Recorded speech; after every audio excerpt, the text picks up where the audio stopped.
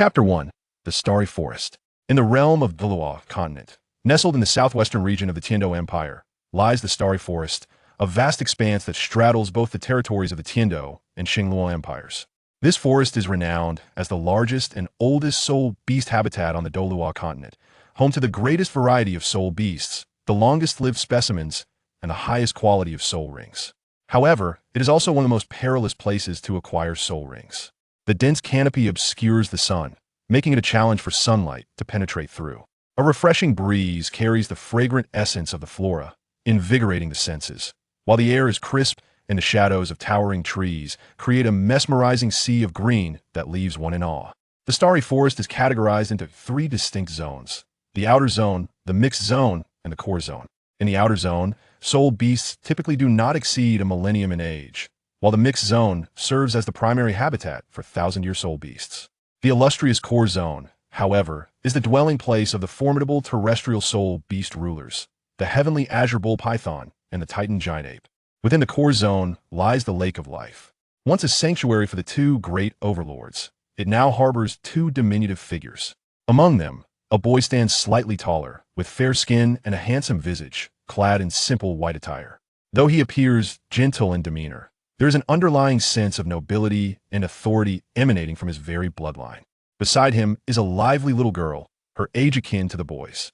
Her delicate face is a rosy hue, and her soft, fair skin evokes a desire to pinch. Dressed in charming pink garments, her long black hair is styled into a scorpion braid that cascades down her back, adorned with two adorable rabbit ears atop her head. "Brother, I think it's almost ready to eat, don't you?" "The aroma seems just about right," the little girl exclaimed, her eyes fixed intently on the bubbling hot pot before them. The pot was filled with a red oil broth, peppered with vibrant red chilies and an assortment of thinly sliced meats and vegetables, while beneath the fiery surface lay potato slices and various meats. Nearby, plates brimmed with an array of ingredients awaited addition, a feast for the senses, primarily consisting of soul beast meat, which holds considerable benefits for cultivation. "Yes, it's time to eat, Xiao. But please, don't be as hasty as last time. Be careful not to burn yourself or cry from the spiciness." Long Yu smiled. Xiao, unable to contain her excitement, eagerly picked up her chopsticks and deftly lifted a piece of beef to her mouth. The flavors of spice, freshness, and aroma ignited her taste buds, and her cherubic face radiated satisfaction and joy. Seeing Xiao's delight, Long Yu chuckled softly. "This girl certainly needs to be mindful of her image as a young lady. Once we enter the human world, such behavior may not be deemed appropriate." His gaze drifted over the serene Lake of Life, and a hint of melancholy clouded his eyes as he sighed softly. He was not originally of this world, known as Douluo Continent. He had traversed here from another realm. Unlike other fantastical worlds where beings wield devastating powers capable of reshaping the very earth, Douluo Continent could be likened to a sewer of the fantasy realm, where a mere weight of 1,000,000 gene equivalent to 500 tons could be termed divine power. The cultivation system here is notably rudimentary, with humans classified as soul masters, great soul masters, and so forth. In contrast, soul beasts are categorized based on their age ranging from hundreds to thousands, 10,000, and even 100,000 years. However, this does not imply that these soul beasts genuinely possess the longevity or cultivation experience indicated. It merely serves as a standard for measuring strength. Reflecting on his 6 years in this familiar yet foreign world, he realized that both he and Xiao Wu had reached the age when humans awakened their martial soul. It was time for them to depart. Their years spent here had fostered a certain attachment. Yet, the thought of encountering Tang San, Qian Rinxue, Bibi Dong, and others upon their exit filled him with anticipation. He wondered what transformations this world might undergo with his arrival. "Brother, what are you pondering?" Xiao Wu asked, her cheeks flushed as she glanced at him, occasionally gasping for air despite the spiciness. The hot pot was simply delectable.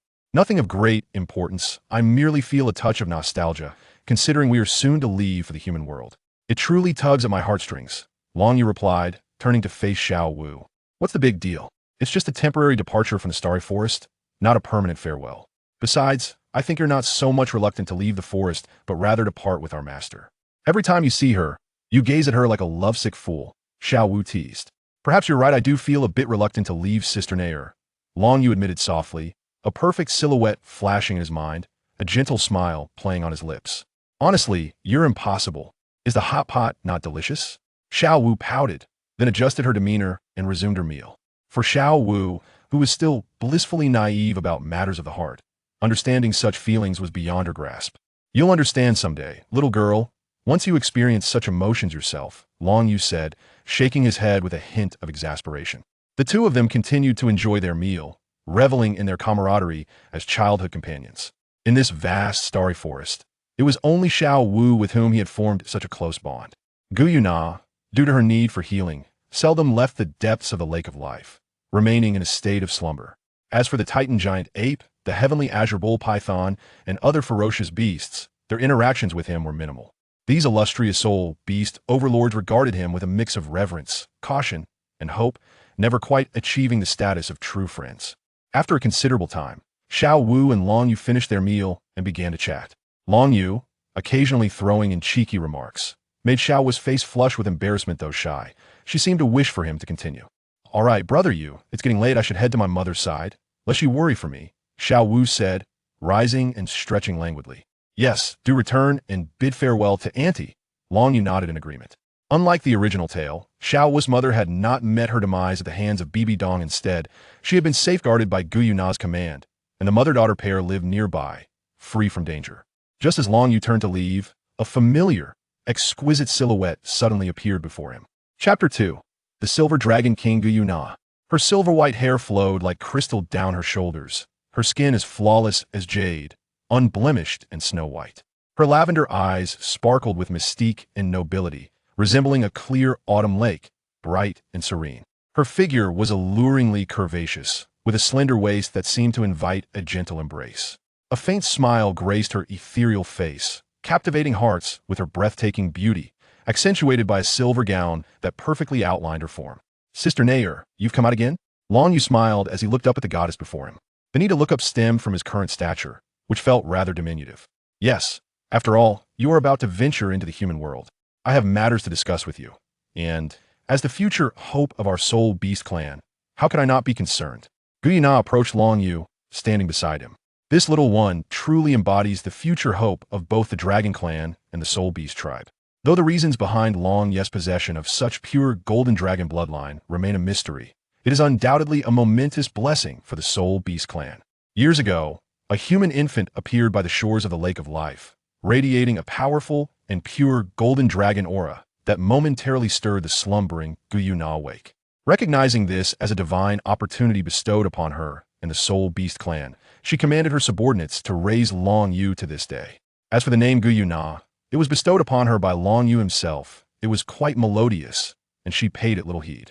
Moreover, only Long Yu dares to address her in such a manner. Thanks to Gu Yuna's directives and Long Yu's potent, pure Golden Dragon Bloodline, the ferocious beasts like Dition bore him no significant hostility. However, they lacked experience in nurturing a human child. Should they treat Long Yu as their own offspring to raise? As a result, they entrusted him to Xiao Wu's mother for upbringing, a practice that continued until now, with Long Yu having reached the age for awakening his martial soul. The Golden Dragon, one of the dragon god's 9 sons, stands as the most powerful among them. The Mountain Dragon King merely acquired a title for aiding the proliferation of the Dragon Clan, yet in terms of power, he pales in comparison to the Golden Dragon. In the past, during the Divine War, the Golden Dragon, along with other Dragon Kings, met a similar fate, all being slain by the gods. As for why Long Yu possesses the bloodline of the Golden Dragon, it is undoubtedly due to his unique advantage system. Upon arriving in this world, the bloodline of the Golden Dragon became the system's first gift to him, however. Thus far, the system has only bestowed such a boon upon him, and has remained in a state of playing dead. Sister Nair, you need not worry about this in truth. I comprehend much more than you might think, even things unknown to you, Long Yu remarked with a smile. I do believe that, especially since you are aware of the existence of Dragon Valley, and it is thanks to you that I was able to swiftly locate the Dragon God's core, thereby hastening my healing process. I cannot fathom how you came to know of it, for even in my severely injured state, I cannot sense the location of Dragon Valley. I dare not employ my mental energy to search thoroughly, fearing that the gods of the divine realm would detect my power and mental force, Gu Yuna said, shaking her head slightly.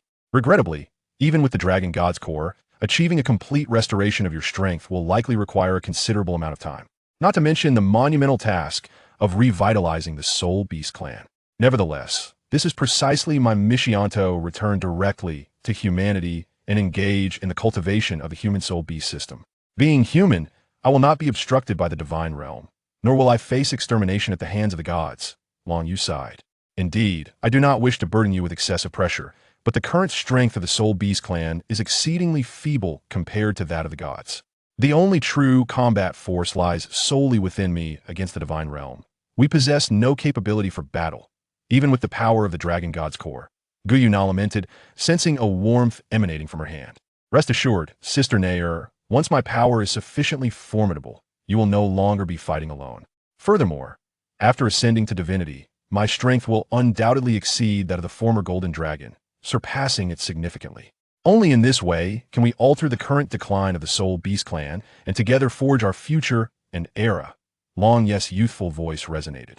Even the former Golden Dragon possessed only the strength of a first-level god. Such power is evidently insufficient to realize the resurgence of the Soul Beast clan. Guyuna, gazing at Long Yes' resolute expression, smiled gently and nodded. Together, we shall create our future. Once you arrive in the human world, do take great care. Humans are notoriously cunning and full of schemes. Be sure to protect yourself. After all, you are human, and the human world is indeed more suitable for rapid cultivation. Yes, I will, Sister Nair. I have already made rough arrangements for my forthcoming life, and I am certain I can take good care of myself. Moreover, with the protection of the reverse scale you bestowed upon me, I believe that neither ordinary humans nor soul beasts can pose a threat to my safety, Long Yu affirmed. That may be true, but it is still essential to be vigilant in protecting yourself. I know you are quite headstrong, which is somewhat reassuring, Guyuna advised. Indeed, Sister Nair, once I awaken my martial soul, I shall notify you using the reverse scale, Long Yu declared with a smile. Yes, all soul beasts of the Soul Beast clan will be at your disposal for selection, and they shall all serve as sacrifices to ensure the utmost perfection in your breakthrough, Guyuna stated. It could be said that she was almost exhausting her resources to provide Long Yu with every possible condition, solely to expedite his ascension to divinity and enhance his potential and strength thereafter. I estimate that I will require approximately 20 years to reach the divine level. Sister Nair, what are your injuries? Long Yu inquired with concern. Alas, the destructive force of the Shura divine power and destruction divine power is too formidable. It originates from the divine realm's creation power, and to fully restore my strength will still take about 50 years. Compared to the original 2,000 years, this is already a significant acceleration, Guyuna replied, shaking her head. Do not fret, Sister Nair, you're not alone in this fight. This time, you have me by your side. Perhaps one day in the future, I may unexpectedly discover something that could expedite your recovery, Long Yu said, somewhat intentionally. Let's hope for that, Guyuna responded. Of course, regarding Long Yes' words, she mostly wished to avoid discouraging him. After all, if even the Dragon God's core could not swiftly resolve the issue, one could hardly expect other means to do so. Sister Nair, shall we sleep together? Long Yu suggested. Guyuna nodded slightly, and soon their figures vanished from the shores of the Lake of Life. It should be noted that this slumber was entirely proper. Chapter 3. Arrival at Nodding City. The bottom space of the Lake of Life. This space is significantly larger than it appears from the outside, and it serves as the place for Guyuna to recover from her injuries. Generally, it is solely occupied by Long Yu and Guyuna. Only upon receiving Guyuna's command may Tion enter this space. Blocks of purple crystals emit a dazzling light, and Guyuna has reverted to her original form, transforming into a gigantic silver dragon measuring 100 feet in length.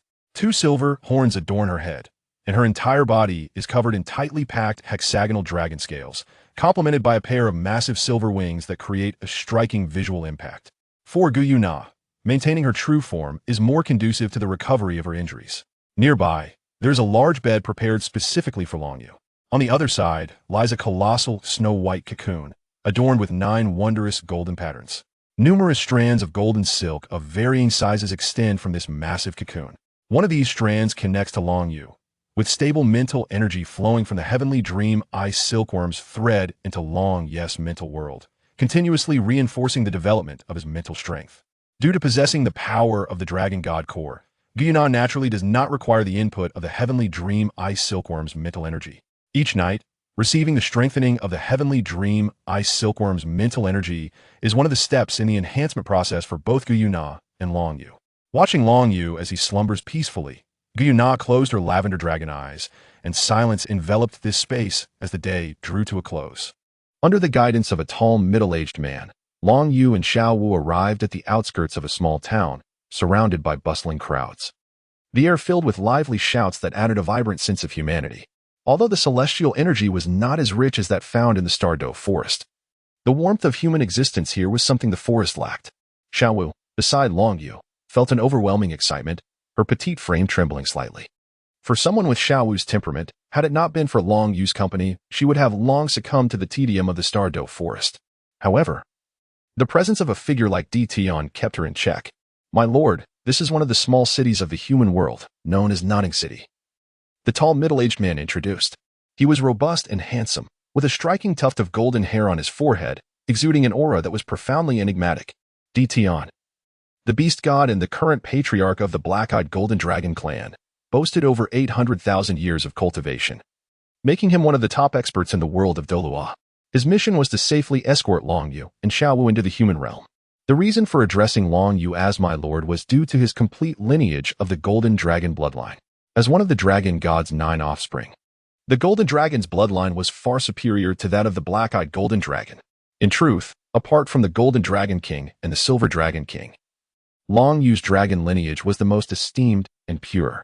Tian, you may return now. If people notice the sudden appearance of a powerhouse like you in this small town, it could lead to considerable unrest and trouble, Longyu instructed. Yes, my lord. I shall return to report. By the way, this is something the master asked us to deliver to you. It contains items from a deceased title Douluo in the Douluo forest over the years, including currency necessary for exchanges in the human world, Tian continued, revealing a small ring. Moreover, the master discovered that this seemingly inconspicuous item possesses spatial storage capabilities. One must acknowledge that human intellect and creativity indeed surpass those of spirit beasts, although it requires human soul power to activate. I believe both you and Xiaowu will find this invaluable, as the human world is quite different from the Douluo forest. The ring, crafted from rare silver-white metal and adorned with a white gem, was exquisitely made. Thank you for your thoughtfulness. We do indeed require such an item. Carrying numerous belongings can be quite cumbersome, Longyu acknowledged, accepting the storage soul guide from Tian, curious about its contents. With that, Tian bid farewell, departing from the scene. Compared to the human world, he still preferred to linger in the Douluo forest. Ding! The host has been detected leaving the starry forest and has arrived in Nodding City. A mission has been issued to awaken the Golden Dragon martial soul, thus becoming a prospective soul master. Only those of the 11th level can truly be considered soul masters. Suddenly, a mechanical voice resonated within Longyu's mind, eliciting a sigh of relief from him. At last, the system had ceased its silence. Otherwise, he would have been at a loss for how to further utilize it. Xiaowu, let us remain composed and attend to the matter at hand. Once we awaken our martial souls, we can explore the city of Nodding. As for the possibility of being discovered by a title Douluo from the human realm, I have arranged for Sister Nar to implement a mental shield around you. You need not worry about this, Longyu reassured the young girl beside him. Goodness, I suddenly realize how short I truly am. I am nearly the same height as Xiaowu. Could it be that the growth spurts of boys and girls occur at different ages?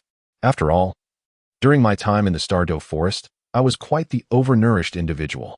Yes, I understand. However, brother you, how is it possible for a title Douluo to exist in such a small city? Mother mentioned that the number of title Douluos among humans is only in the dozens. A level of power equivalent to soul beasts of nearly 10,000 years of cultivation. Are you being overly cautious? Xiaowu responded nonchalantly. While there may not be a 10,000-year soul beast in this vicinity, title Douluos are not quite that formidable. Of course, there are exceptions among those with exceedingly abnormal strength. For instance, a titan great ape like Erming, with 10,000 years of cultivation, would likely be akin to a super Douluo of levels 95 or 96. Erming's prowess surpasses that, roughly comparable to a human super Douluo of levels 96 or 97. Generally, ordinary title Douluos, even super Douluos, cannot contend with them. Otherwise, they would have long been hunted by soul masters. Though the number of title Douluos among humans is indeed limited, it is quite possible that this small city harbors one. And potentially a very powerful super Douluo at that. Let us proceed, Xiaowu, to the martial soul branch hall here, Longyu said, shaking his head slightly. He then took Xiaowu's hand and formally entered Nodding City. He wondered whether Tang San had arrived in Nodding City yet, along with the Haotian Douluo at his side. Chapter 4. The Blind Seer, Su Yuntao. The martial soul hall is widespread across the continent. With even a small city like Notting housing a branch hall of the lowest rank, conveniently located in the center of the city and easy to locate. Is this the Martial Soul Branch Hall? One can discern the foundation and strength of the Martial Soul Hall just from this building, Long Yu remarked, gazing at the edifice. Even the official institutions of the Tiando Empire cannot compare. Though it does not reach the opulence of grandeur, it stands as the most magnificent structure within this small city. Long Yu, accompanied by Xiaowu, strode directly inside, drawing the attention of many onlookers. After all, it was quite unusual for two mere 6-year-old children to venture into the spirit hall. What brings you two little ones here? This is certainly not a place for play. A male voice resonated. Long Yu and Xiaowu focused their gaze, revealing a young soul master in his 20s. Possessing strikingly handsome features accentuated by his sword-like eyebrows and bright eyes. Clad in a fitted white attire, he bore a black cape draped over his shoulders. At the center of his chest was a soul character, the size of a fist, symbolizing his affiliation with the spirit hall. On the left side of his chest, he displayed an emblem engraved with the image of a longsword, featuring 3 swords intertwined, signifying his rank as a battle soul master. Is this Brother Tao?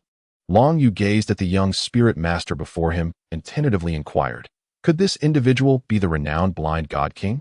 The flowing protagonist, the steadfast Tao Go? Yuntao regarded the two youngsters with a hint of curiosity and asked, how do you know my name? Have we met before?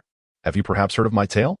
He pondered whether he had encountered them during his previous endeavors to aid children in awakening their martial souls. However, the sheer number of children he had assisted made it difficult for him to remember each one.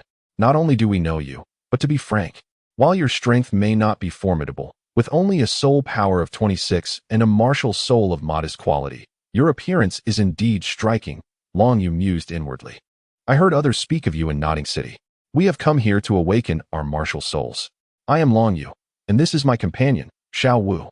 I understand that the Spirit Hall offers free assistance to commoners in awakening their martial souls.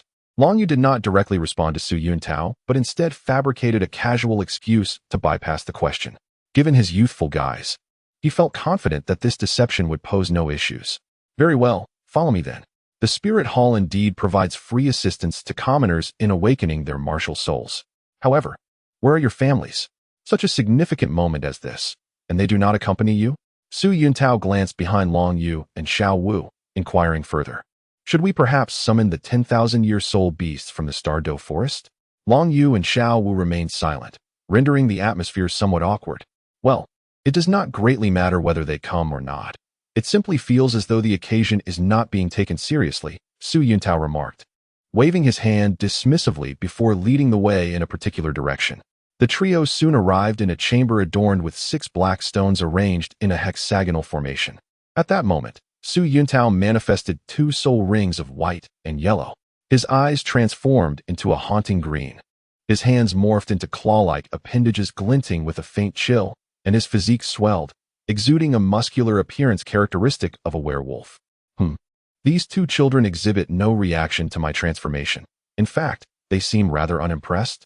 Yuntao had initially intended to reassure Long Yu and Xiaowu, but observing their extraordinary composure, he opted for silence.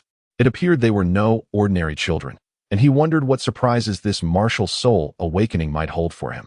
Step forward, one of you, and enter this hexagon, Yuntao instructed. Xiaowu, you should awaken your martial soul first, Long Yu encouraged, gently patting her shoulder. All right, Brother Yu. Xiaowu nodded, her expression calm and untroubled, for she was a soul beast undergoing a rebirth, fully aware of her martial spirit and innate soul power. However, she was indeed quite intrigued by the appearance of Brother Yu's martial spirit. Her mother had mentioned that it was a particularly formidable dragon-type martial spirit, its bloodline ranking far superior to her own. As her thoughts returned to the present, the 6 black stones began to emanate a golden light, enveloping Xiaowu entirely. A warm energy coursed through her body, and as time passed, her form began to transform. Her legs elongated gracefully, and 2 adorable pink rabbit ears sprouted from her head, giving her a charmingly fluffy appearance. Although a rabbit martial spirit may not seem extraordinarily powerful, it was still a commendable spirit, presumably endowed with innate soul power, qualifying her to become a soul master. Upon witnessing Xiaowu's martial spirit manifestation, Yuntao murmured in awe. He then retrieved a blue crystal ball from his side, gesturing for Xiaowu to place her hand upon it. As her hand made contact with the crystal, the ball suddenly illuminated, a dazzling blue light radiating outward. Its brilliance reminiscent of a splendid sapphire. This it is actually innate, full soul power. How could this be possible? Yuntao gasped at the sight before him. He had awakened the martial spirits of countless children in Nodding City, yet he had never encountered anyone with innate full soul power. Even the current master of the martial spirit hall possessed merely innate level 4 soul power. In contrast, he himself had awakened with only innate level 2 soul power, making it exceedingly difficult for him to advance beyond the great soul master stage. His cultivation speed severely hampered, leaving him uncertain when he might break through to the soul ancestor level. Innate full soul power. No, wait. He recalled that he had previously awakened someone with innate full soul power in a small mountain village. Unfortunately, it was a waste, as it turned out to be the blue silvergrass, a rather useless martial spirit, squandering the advantage of innate full soul power. Observing Xiao Wu's seemingly indifferent demeanor, Yuntao felt an urge to seize her and explain to her the immense benefits of innate full soul power for soul master cultivation, the caliber of talent it represented. Yet he restrained himself. Goodness, Yuntao, could it be that heaven has decided to smile upon you after such hardship, finally bestowing upon you a genius soul master with innate full soul power? Perhaps life is indeed a series of ebbs and flows. With such an achievement, his standing in the martial spirit hall would rise significantly, and the rewards would be plentiful. See, I am finally worthy of pursuing you. Little girl, would you be willing to join the martial spirit hall? Yuntao gazed anxiously at Xiao Wu, his voice trembling with apprehension, while his hands behind him clenched tightly, beads of cold sweat forming. The manner in which I, Yuntao, will be addressed in Nodding City, whether as Little Tao or Brother Tao, hinges entirely upon the response of this young girl. Chapter 5. The Awakening of Martial Spirits. Xiao Wu did not provide an immediate reply to Yuntao's inquiry. Instead, her gaze shifted towards Long Yu, who stood beside her. In truth, she held no strong opinion about joining the human soul master faction, as her understanding was limited, rendering all options relatively equivalent. However, entering the human realm without aligning with any group seemed rather troublesome. Ultimately, it depended on Long Yu's inclination. Should Long Yu consent, she would have no objections. Dear child, should you choose to align with the Spirit Hall, it would greatly benefit your future pursuits in soul master cultivation. This is particularly true for commoners, as the Spirit Hall represents the pinnacle of opportunity and support among the soul master factions across the continent. Noticing Long Yu's hesitance, Yuntao felt compelled to offer encouragement. Perhaps you might consider awakening your martial spirit first before making a decision. I believe further contemplation is warranted. Long Yu calmly suggested. Upon the reincarnation of a soul beast into a human form, regardless of its previous identity, it inherently possesses full soul power, with its martial spirit reflecting its former essence. Although Xiao Wu's original form was merely that of a soft-boned charm rabbit, not a particularly formidable soul beast, Yuntao was unable to distinguish its qualities, recognizing it simply as a rabbit, indicating his limited knowledge in this area. Ultimately, Yuntao remained a mere 26th level soul master, and thus could not demand too much. My apologies for my earlier outburst. I sincerely hope you will take this matter into deeper consideration, Yuntao said, his mind regaining composure. Subsequently, Long Yu stepped into the hexagonal array, and as Yuntao infused his soul power, the golden light emanating from the 6 stones flowed into Long Yu's being. Suddenly, an overwhelmingly potent energy seemed on the brink of revival, igniting within Long Yu a fervor that made his body tremble uncontrollably, exuding a colossal aura reminiscent of an ancient beast awakening from slumber. A resounding dragon's roar echoed, and from behind Long Yu emerged a magnificent golden dragon, its robust form appearing as though forged from gold, bestowing upon it an indescribable beauty. Within the dragon's gaze resided an aura of majesty and nobility, as a pair of golden wings unfurled, rendering the spacious room suddenly cramped and suffocating. What manner of martial spirit is this?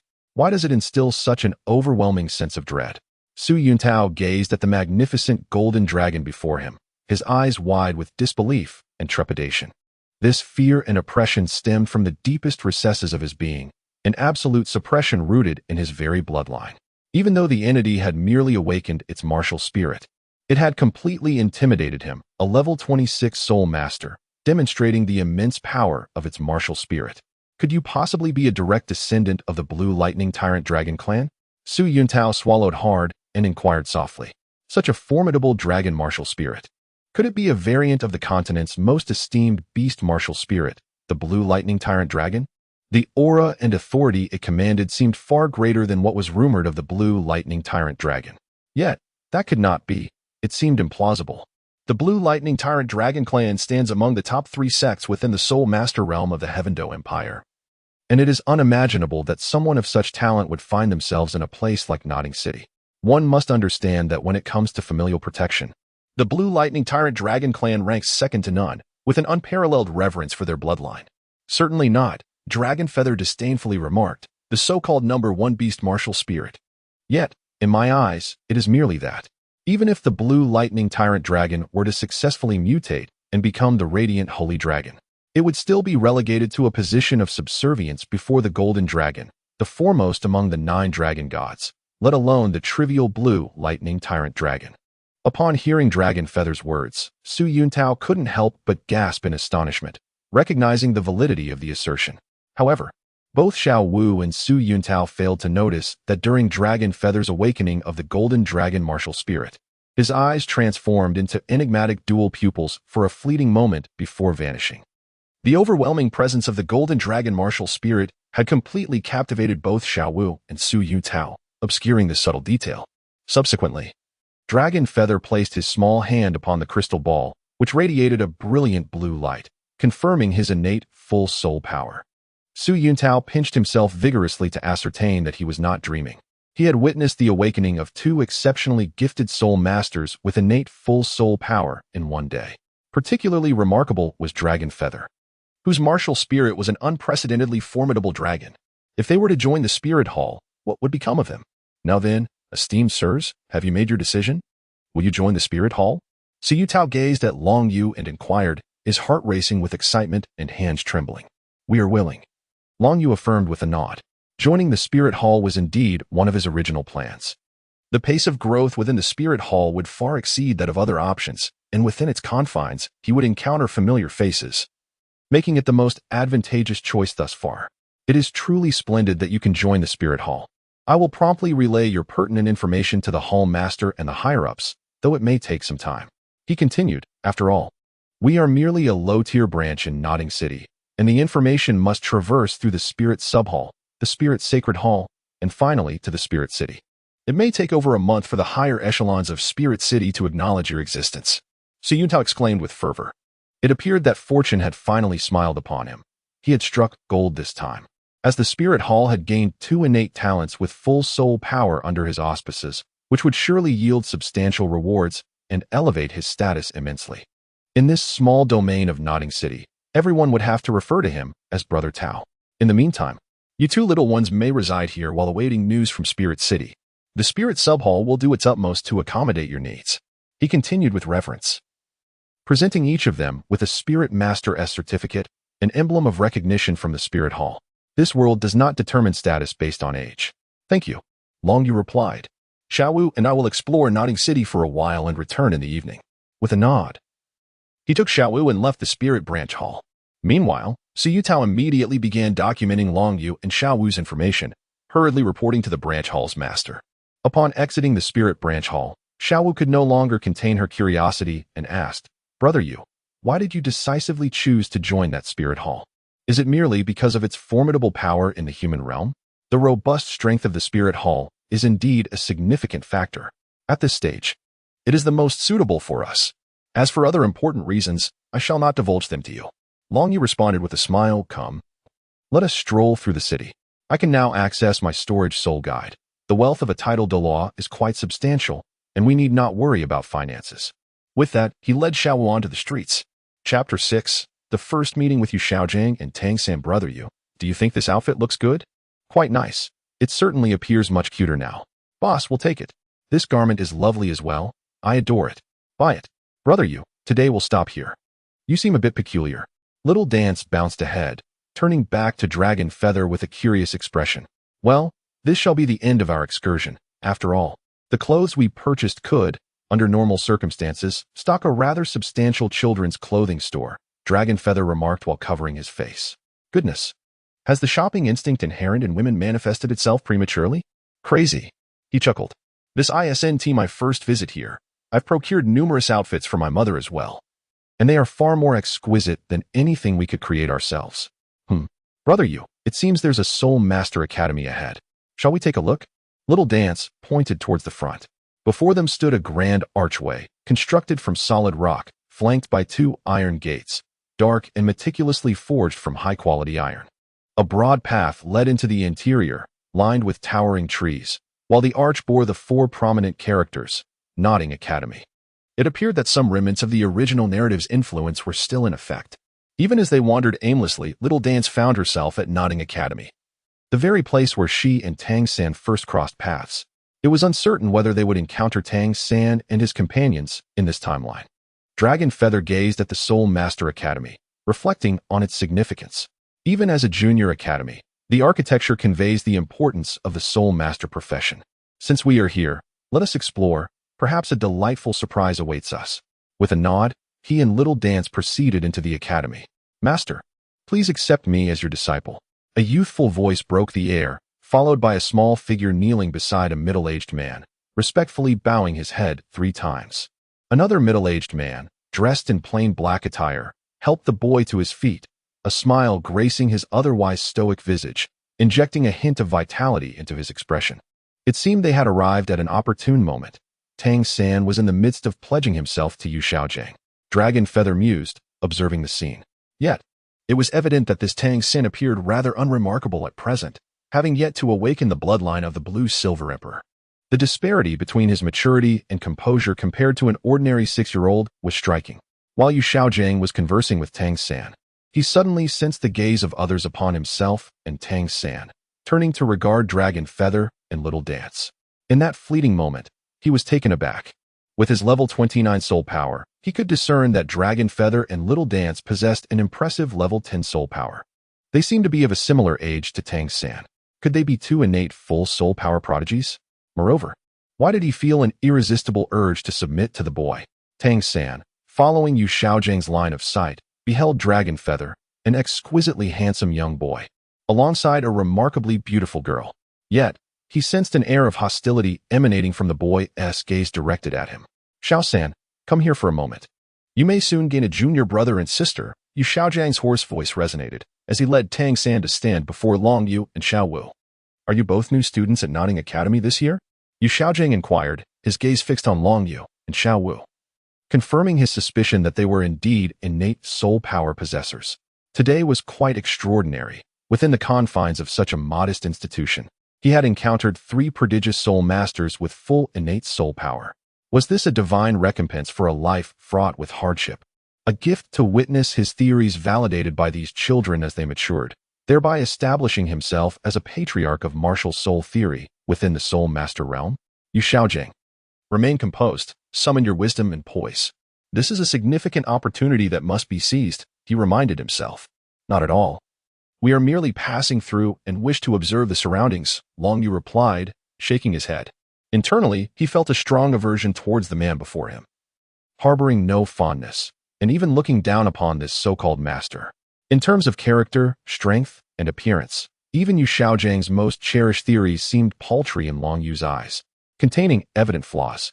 Nothing much, if I'm not mistaken. You 2 are both innate full soul power users, and your martial soul is of the dragon variety. Xiaogang stated calmly.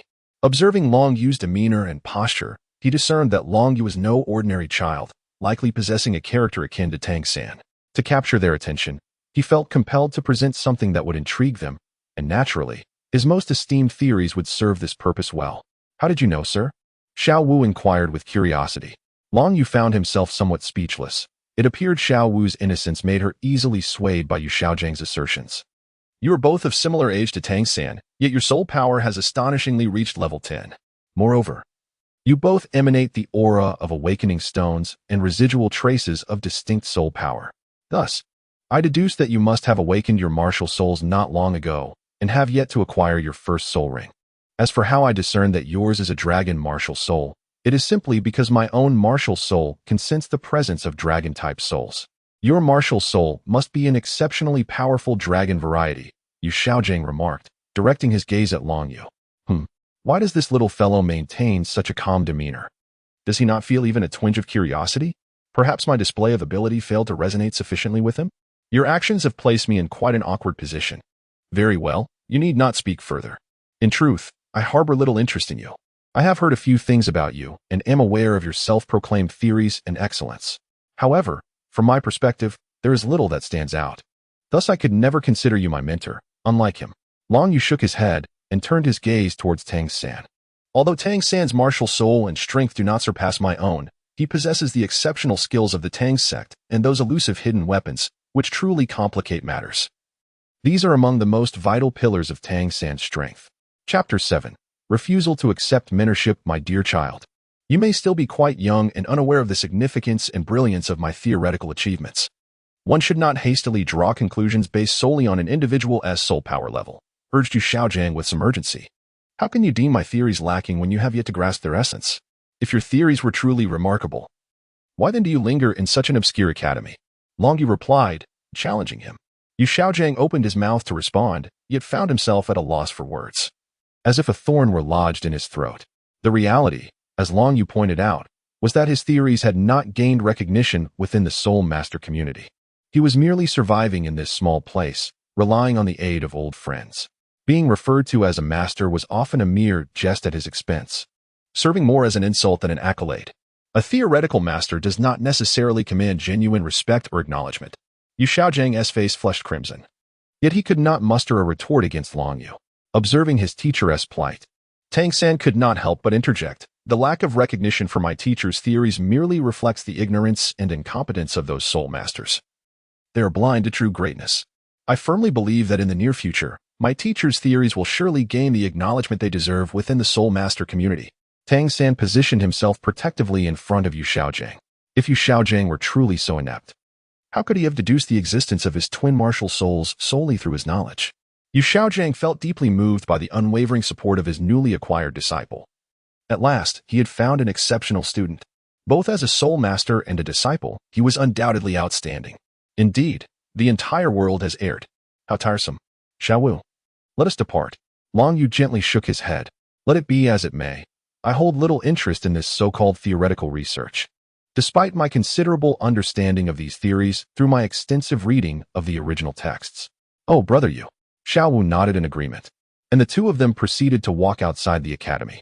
Xiaogang sighed as he watched their departing figures, lamenting the waste of such fine talent, unrefined and unpolished. Without his guidance, he pondered what heights these two innate soul masters, endowed with complete soul power, might reach in the future, though it no longer concerned him. Meanwhile, Tang San, gazing at Xiao Wu's retreating silhouette, felt a moment of bewilderment. He could not fathom why the departure of this girl, whom he had only just met, left him with an overwhelming sense of loss, as if he had lost something profoundly significant. Yet, he dismissed it, attributing it to the pressures and turmoil he had recently been experiencing, perhaps merely a fleeting illusion. Brother Yu, why do I feel as though we are being watched? Could it be my imagination? Xiaowu said hesitantly, glancing back, but finding nothing out of the ordinary. It's nothing. I have an inkling of what it might be. Rest assured, we are safe, Long Yu replied. The two then returned to the spirit hall, where, aside from Su Yuntao, several others awaited outside. Judging by their positions, they appeared to be the upper echelons of the spirit hall. Upon seeing Long Yu and Xiaowu, Matthew sighed in relief. If anything had befallen them, the higher-ups would surely cast blame upon him. Greetings, I am Matthew, the head of the spirit hall in Notting City. Your information has been reported to the higher echelons of the spirit hall, but it may take about a month for news from Spirit City to arrive. Now that both of you possess innate full soul power, having reached the 10th level, the nearest soul hunting forest is not far. Would you require our assistance in acquiring your first soul ring? Matthew inquired. Although his own soul power level was not high, being merely a low-ranking soul master, he believed that acquiring a first soul ring from a few hundred-year-old soul beasts should pose no problem. Moreover, aiding these two talented soul masters at this juncture could yield unexpected benefits in the future. Thank you, Lord Matthew. But we have already made arrangements for our soul rings with the assistance of our family. We will not trouble you further. We plan to leave here temporarily in the coming days, Long Yu replied with a smile. Not only had he arranged for the first soul ring, but he had long since made provisions for many subsequent soul rings, given that he could count on the full support of the Soul Beast clan in this matter, allowing him to choose freely among them. Very well, Then let us prepare to enter. We have already arranged accommodations for you, Matthew said. Matthew nodded and, after giving a brief explanation, departed from the scene. It appeared that these two little ones were indeed quite remarkable. Meanwhile, Yuntao approached the pair and led them to their designated room.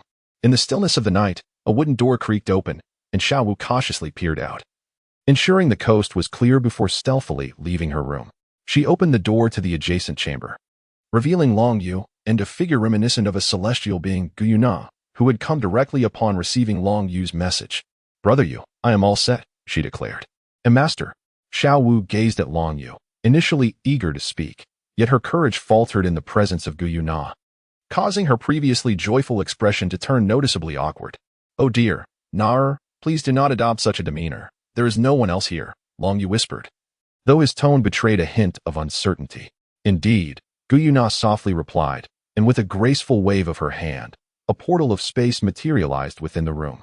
Long Yu grasped Xiaowu's hand, and together they stepped into the ethereal realm, their figures vanishing from the room.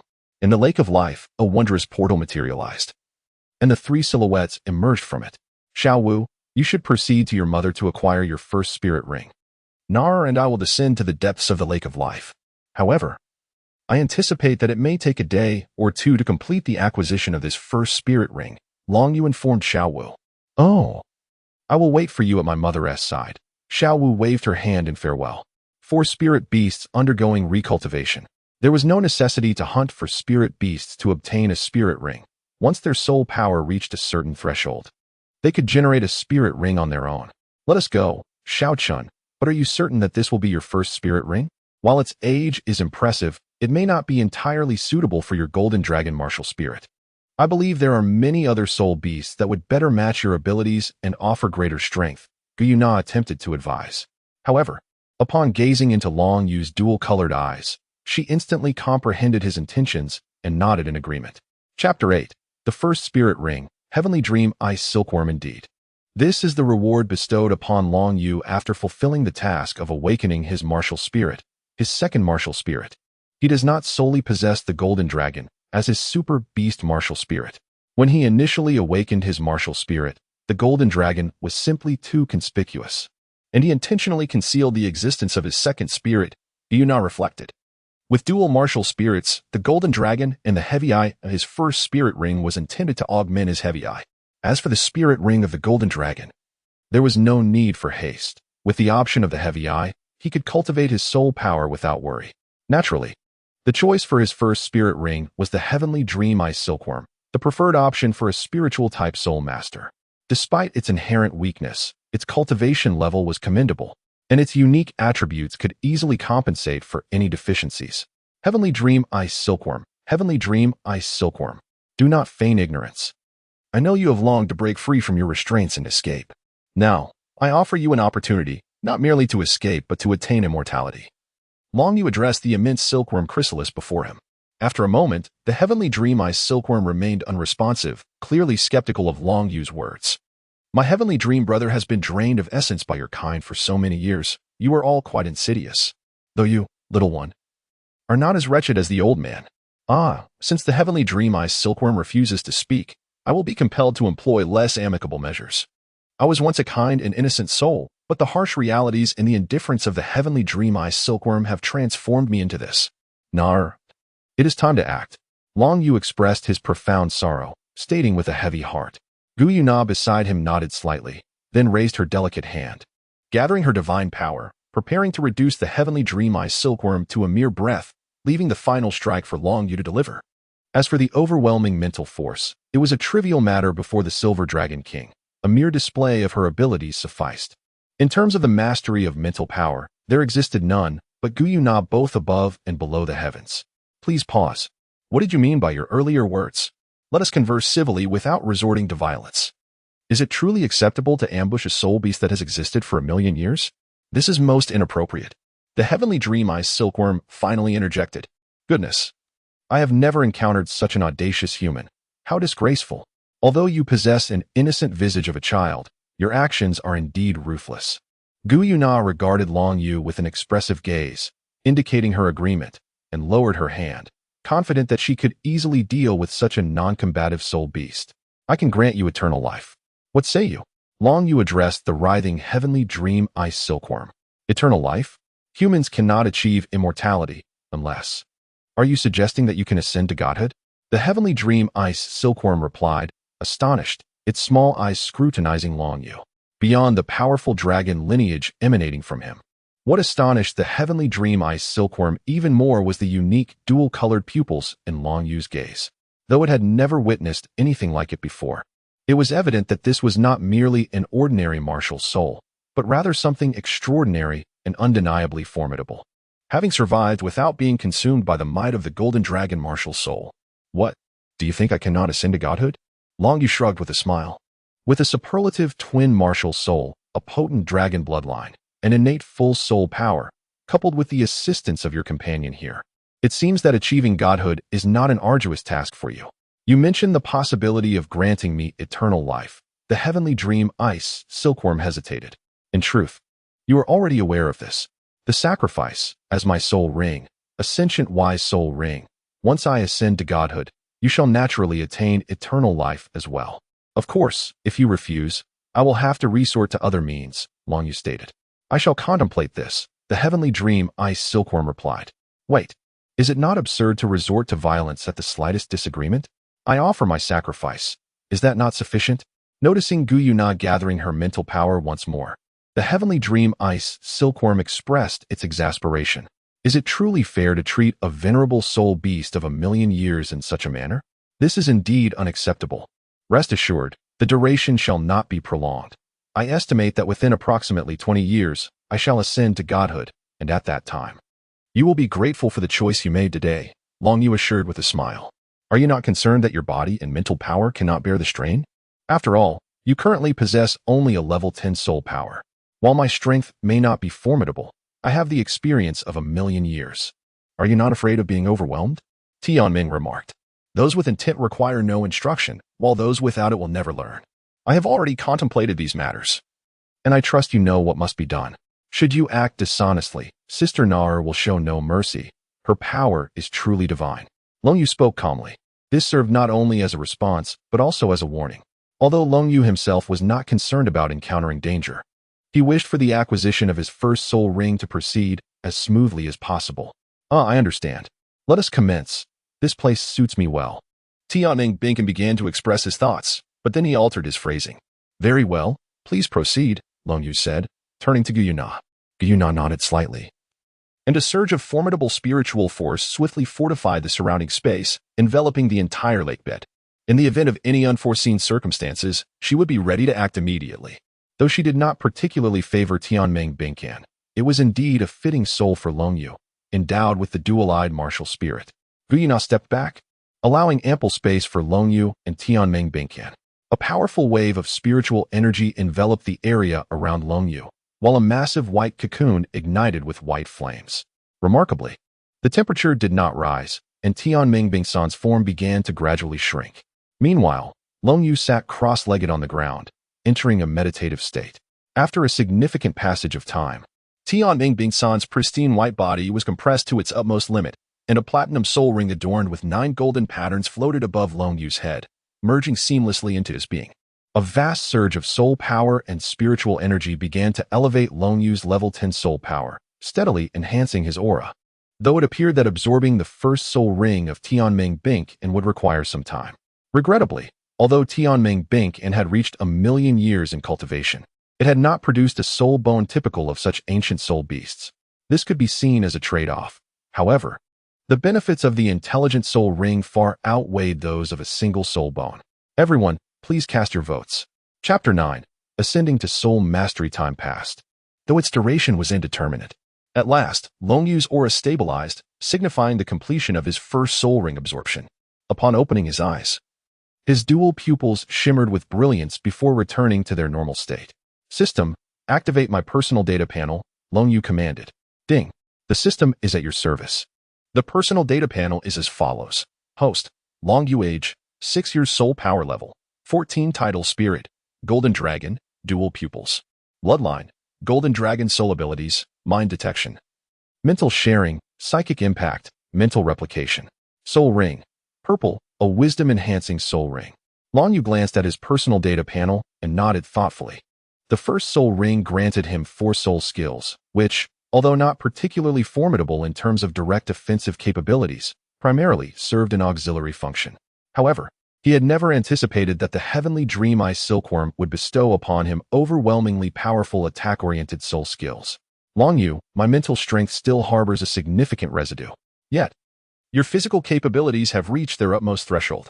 I have divided the remaining mental energy into various luminous spheres. When you achieve a breakthrough, you will be able to absorb them gradually. Although I cannot provide you with soul bones, as the first wisdom soul ring, its age can indeed evolve. Currently, your physique can only absorb a 1,000-year first ring, but upon your advancement to a great soul master, your first soul ring may enhance to 5,000 or even 10,000 years. This is one of the advantages of a wisdom-type soul ring. The higher the age, the more potent the effects of the soul skills, thus compensating for the deficiencies in my soul skills and soul bones. The heavenly Dream Eye Silkworm elaborated. Long Yu acknowledged. I understand. The first soul ring lacked offensive power, and his original intentions for attack lay elsewhere, contingent upon his Golden Dragon martial soul. A strong assault-type soul master was truly what he desired. Nonetheless, merely the ability to increase the age of the soul ring was already commendable in Long Yu's eyes. Not to mention the presence of 4 soul skills. Everything seemed to proceed smoothly without any unforeseen complications. Does your Golden Dragon martial soul also require an additional soul ring? Gu Yuna inquired as she approached Long Yu. The heavenly Dream Eye Silkworm is indeed quite obedient. There is no rush on that front. It is best for me to first consolidate and familiarize myself with my current strength. Rapid advancement may lead to complications, Long Yu replied, shaking his head. Although he yearned to enhance his prowess more swiftly, he understood that haste could easily invite issues. A high soul power level could mask a true strength that might be inferior to those with lower soul power levels. Indeed, only you are most attuned to your own body. Whenever you decide to add a soul ring to your second martial soul, simply inform me.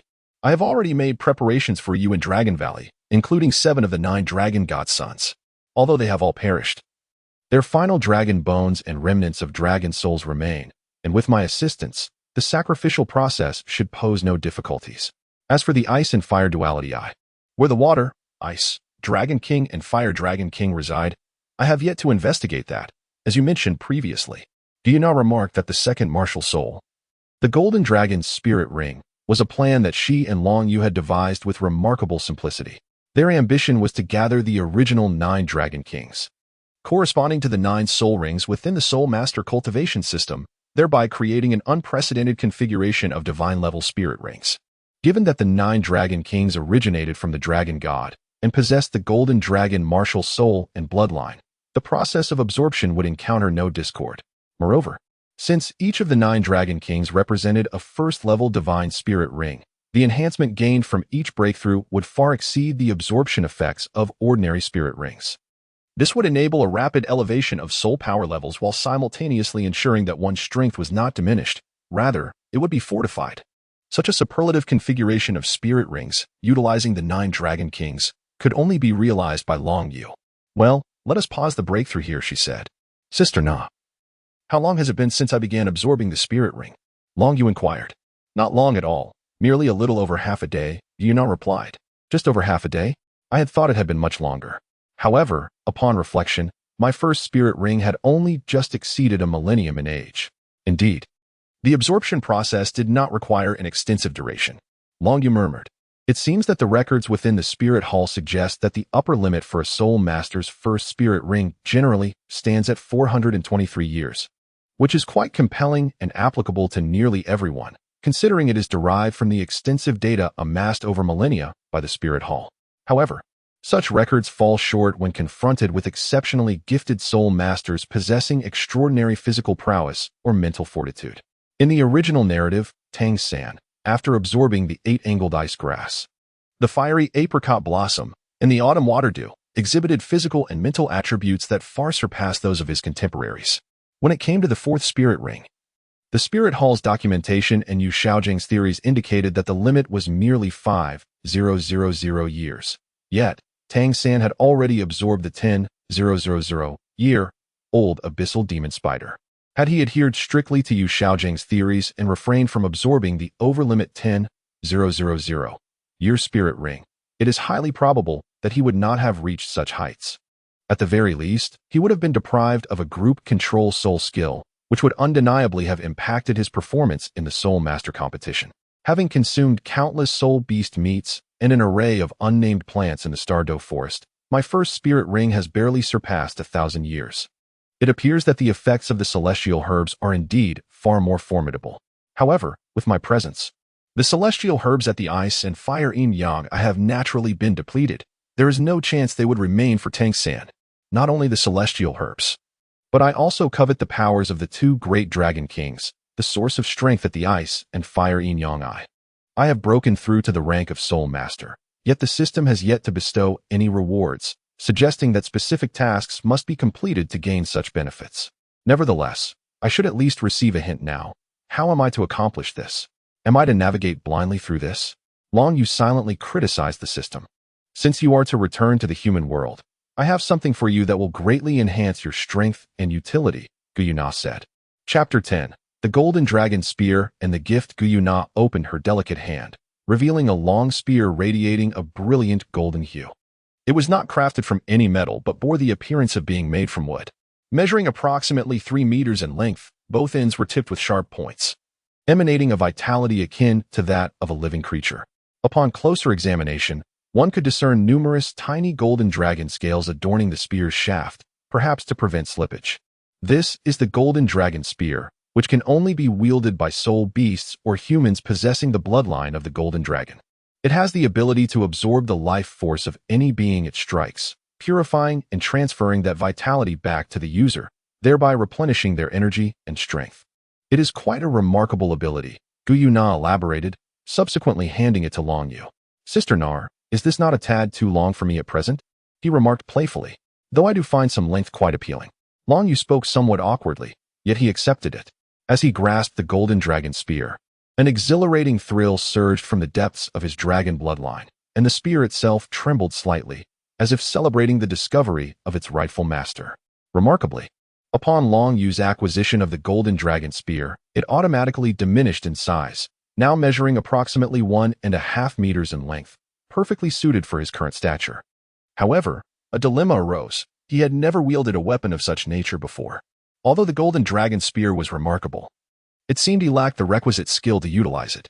Nevertheless, he decided to stow it away for the time being, as there might be opportunities to employ such a formidable weapon in the future. The ability to alter its size was indeed impressive. Long Yu casually waved the Golden Dragon Spear a few times and found it surprisingly easy to handle. Having successfully absorbed the first soul ring, Long Yu, do you intend to return now? Guyuna inquired. There is no rush, he replied, for there remains a significant discrepancy from my initial expectations. I have already made the necessary arrangements over there, and returning in a few days poses no issue. I shall stay here with you for the next 2 days, as I feel it is rather stifling to be alone. During my visit to the human world, Sister Na, I brought you a little gift that I believe will suit you well, Long Yu remarked. When Xiao Wu purchased numerous items, Long Yu had already thought of Guyuna, so while shopping, he also procured a few things for her, uncertain if she would like them. He then retrieved a brand new gown from his storage ring, a silvery long dress.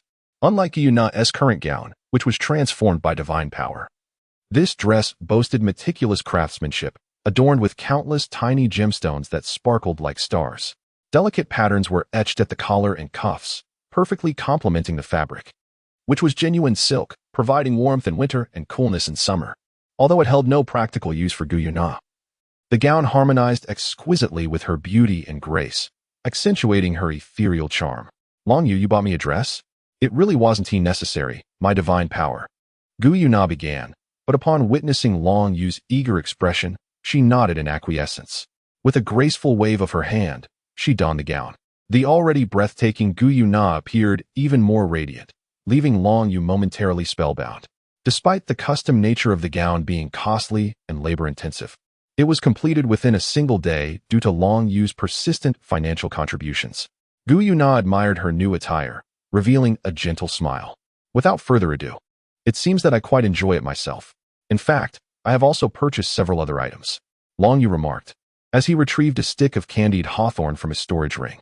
Adorning it were dozens of candied fruits, both red and black, appearing exceedingly tempting. This delightful treat was something I stumbled upon while shopping with Xiao Wu, and it appears that candied hawthorn truly possesses a universal appeal. Upon encountering the candied hawthorn, Long Yu was suddenly reminded of a certain regal figure, and thus, he decided to purchase it with a few silver coins. This delicacy, though a human food, was unnecessary for someone of his current stature, as it bore no significance for his injuries or enhancements to his prowess. Gu Yuna gazed curiously at the towering stick of candied fruit, pondering its essence. "Ah, Sister Nar, do not dwell on such matters," Long Yu said cheerfully. Relishing food should not solely be about its benefits. Indulging in one's cravings is equally important. You've carried too much pressure for far too long. Allow yourself to relax a little. Here, Sister Nar, try this. I find it quite delightful and sweet. With that, Long Yu plucked a skewer of candied hawthorn from below and presented it to Gu Yuna. Gu Yuna nodded slightly and accepted it with her delicate hand. Under Long Yu's watchful gaze, she parted her cherry lips and took a bite. A wave of sweetness and the fresh essence of the fruit danced upon her palate, and witnessing the joy on the little one's face brought a smile to her own. Though Gu Yuna did not voice it, she felt a sense of joy at Long Yu's thoughtful gesture of purchasing something for her after awakening his martial soul. Even if she was not fully aware of this feeling, it was a sensation she had never experienced before. As Gu Yuna gently ruffled Long Yu's hair, she noticed that her own lips were tinged with the red sugar, with tiny fragments of crystalline sweetness still clinging to her. In that moment, she appeared less like an ethereal being untouched by the mundane world and more like someone with a hint of earthly charm, making Long Yu feel a greater sense of closeness and authenticity. Despite Gu Yuna's combat prowess rivaling that of a divine monarch, she had been gravely wounded after the divine battle and had spent her days in solitude within this space, recovering from her injuries before Long Yu's arrival. The weight of her mission to revive the Spirit Beast clan rested heavily upon her shoulders, an overwhelming burden that had left her gasping for breath on countless occasions. Although Long Yu did not articulate his feelings directly, he felt a pang of sympathy for Gu Yuna in his heart. He realized that the most effective way to assist her was to enhance his own strength to a level capable of altering their fate. Only by wielding formidable power could he firmly grasp the reins of destiny in his hands. The two shared a silent moment, gazing into each other's eyes, enveloped in a serene and beautiful tranquility that belonged solely to them. Chapter 11. Bibi Dong's decision. Days later, Di Tian and Gu Yuna observed the departing figures of Long Yu and Xiao Wu in silence. Once Long Yu and Xiao Wu entered the city of Nodding, Di Tian could no longer contain himself and spoke. "My lord, forgive my candor, but are you not concerned that the master and that little rabbit may encounter some unforeseen circumstances? After all, they are still young, and human soul masters are notoriously cunning, easily influenced by the outside world. You need not fret over such matters. Focus on your own duties and refrain from questioning my decisions or those of Long Yu." Gu Yuna replied coldly. The atmosphere around them grew increasingly heavy, rendering Di Tian too intimidated to lift his head, overwhelmed by the sheer dominance of strength and lineage. It seemed that the lord was somewhat displeased. "Yes, my lord," Di Tian murmured, and then he and Gu Yuna vanished from the spot, returning to the lake of life. "Brother Yu, your soul power has suddenly surged to level 14. What did you absorb for your first soul ring?" Xiao inquired with curiosity. "I sacrificed the heavenly dream eye silkworm. It is currently a 1,000-year soul ring, but it will increase as my capacity grows," Long Yu explained. The limit of soul rings can be raised? Even though I am undergoing a recultivation, my first soul ring is only a little over 400 years old. Hasn't it already reached its limit? Xiao Wu questioned, more perplexed. Could it be that my original body is too weak? Yet, once one reaches the 100,000-year level of cultivation, the disparity in strength among soul beasts diminishes significantly. It shouldn't be unreasonable. The so-called limit is merely a threshold for geniuses to surpass. Once your physical constitution and mental fortitude can withstand higher-age soul rings, it can be achieved. My soul ring's potential for enhancement primarily stems from the uniqueness of the heavenly dream eye silkworm. Although its power is not formidable and it has not produced any soul bones for me, its other benefits more than compensate for these shortcomings. All right, Xiao Wu, let us return to Nodding City. It is time for us to commence our formal training. Long Yu smiled, leading Xiao Wu towards the martial soul branch hall. What? Your soul power has actually increased by 4 levels. How did you manage that? Su Yuntao gazed at the boy before him, astonished. It is widely known that a typical soul master, upon absorbing a soul ring to advance, typically experiences only a 1-level increase in soul power. However, Should the age and quality of the absorbed soul ring be exceptional, the enhancement could surpass 1 level, achieving 2 or even 3 levels of soul power. Yet, to hear of a 4-level increase in one go is truly unprecedented for him. Fortunately, the little girl beside him appeared to be somewhat more ordinary. Nonetheless, it was evident from this scenario that Long Yu and Xiao Wu possessed an impressive background, likely boasting at least a century-old yellow soul ring, suggesting that their parents were at least great soul masters, if not soul kings. By chance, I have acquired a rather remarkable soul ring, which has greatly benefited me. However, there must also be time for cultivation here. Xiao Wu and I wish to meditate and refine our soul power, Long Yu remarked. The heavenly dream ice silkworm, a commendable soul ring. I must admit, you possess the gift of speech. After all, I am a million-year-old soul beast. So how could I possibly be lacking? Indeed, you should all join me. With your talents and diligent cultivation, there is a strong possibility that you may become formidable titled Douluos in the future, perhaps even esteemed offerings to the spirit hall, Su Yuntao said, his expression filled with longing, for such figures were those he admired. He then led Xiao Wu and Long Yu towards the training room of the branch hall. On the other side of the main road lay the spirit city, regarded as a sacred ground in the hearts of soul masters across the continent, home to the greatest number of titled Douluos. It serves as the central hub for numerous spirit halls, and even harbors the legacies of 2 divine deities, its strength undeniable. In the Pope's hall, a regal figure, adorned in a dark purple robe, sat wearily upon the lofty papal throne, perusing a multitude of documents before her. Her attire accentuated her form, with a crown of purple gold resting atop her head, and her lavender hair cascading elegantly down her back. The luxurious purple-black stockings, embellished with gemstones, adorned her long legs, lending an air of allure. Despite her seemingly tranquil demeanor, the powerful aura and dignified grace she exuded remained palpable, as her pink eyes rapidly scanned the documents before her. Eventually, Bibi Dong's gaze settled on a particular document. Astonishingly, the small city of Notting had given rise to 2 innate full soul power individuals. One possessed the soul of a soft-boned charming rabbit, while the other bore the soul of a golden dragon, both currently cultivating within the Notting Spirit Hall. It is rather intriguing that a mere city like Notting could give rise to 2 innate soul masters endowed with full soul power. The fact that a martial spirit of the caliber of the soft-boned charm rabbit can achieve such innate prowess is quite fascinating. And the presence of the Golden Dragon martial spirit adds another layer of intrigue. Could it be that the blue lightning tyrant dragon has evolved into a higher echelon? The Golden Sacred Dragon? As far as this sovereign is aware, no member of the blue lightning tyrant dragon family has reached such heights. If not, then what could the Golden Dragon's martial spirit signify? Bibi Dong mused to herself. The mere thought of the blue lightning tyrant dragon family caused Bibidong's mind to wander, conjuring the image of a dark figure and a singularly cherished memory. She closed her beautiful eyes, striving to relax the chaotic thoughts swirling within her mind, and then called out, "Send word for Yuegwan to come and see me."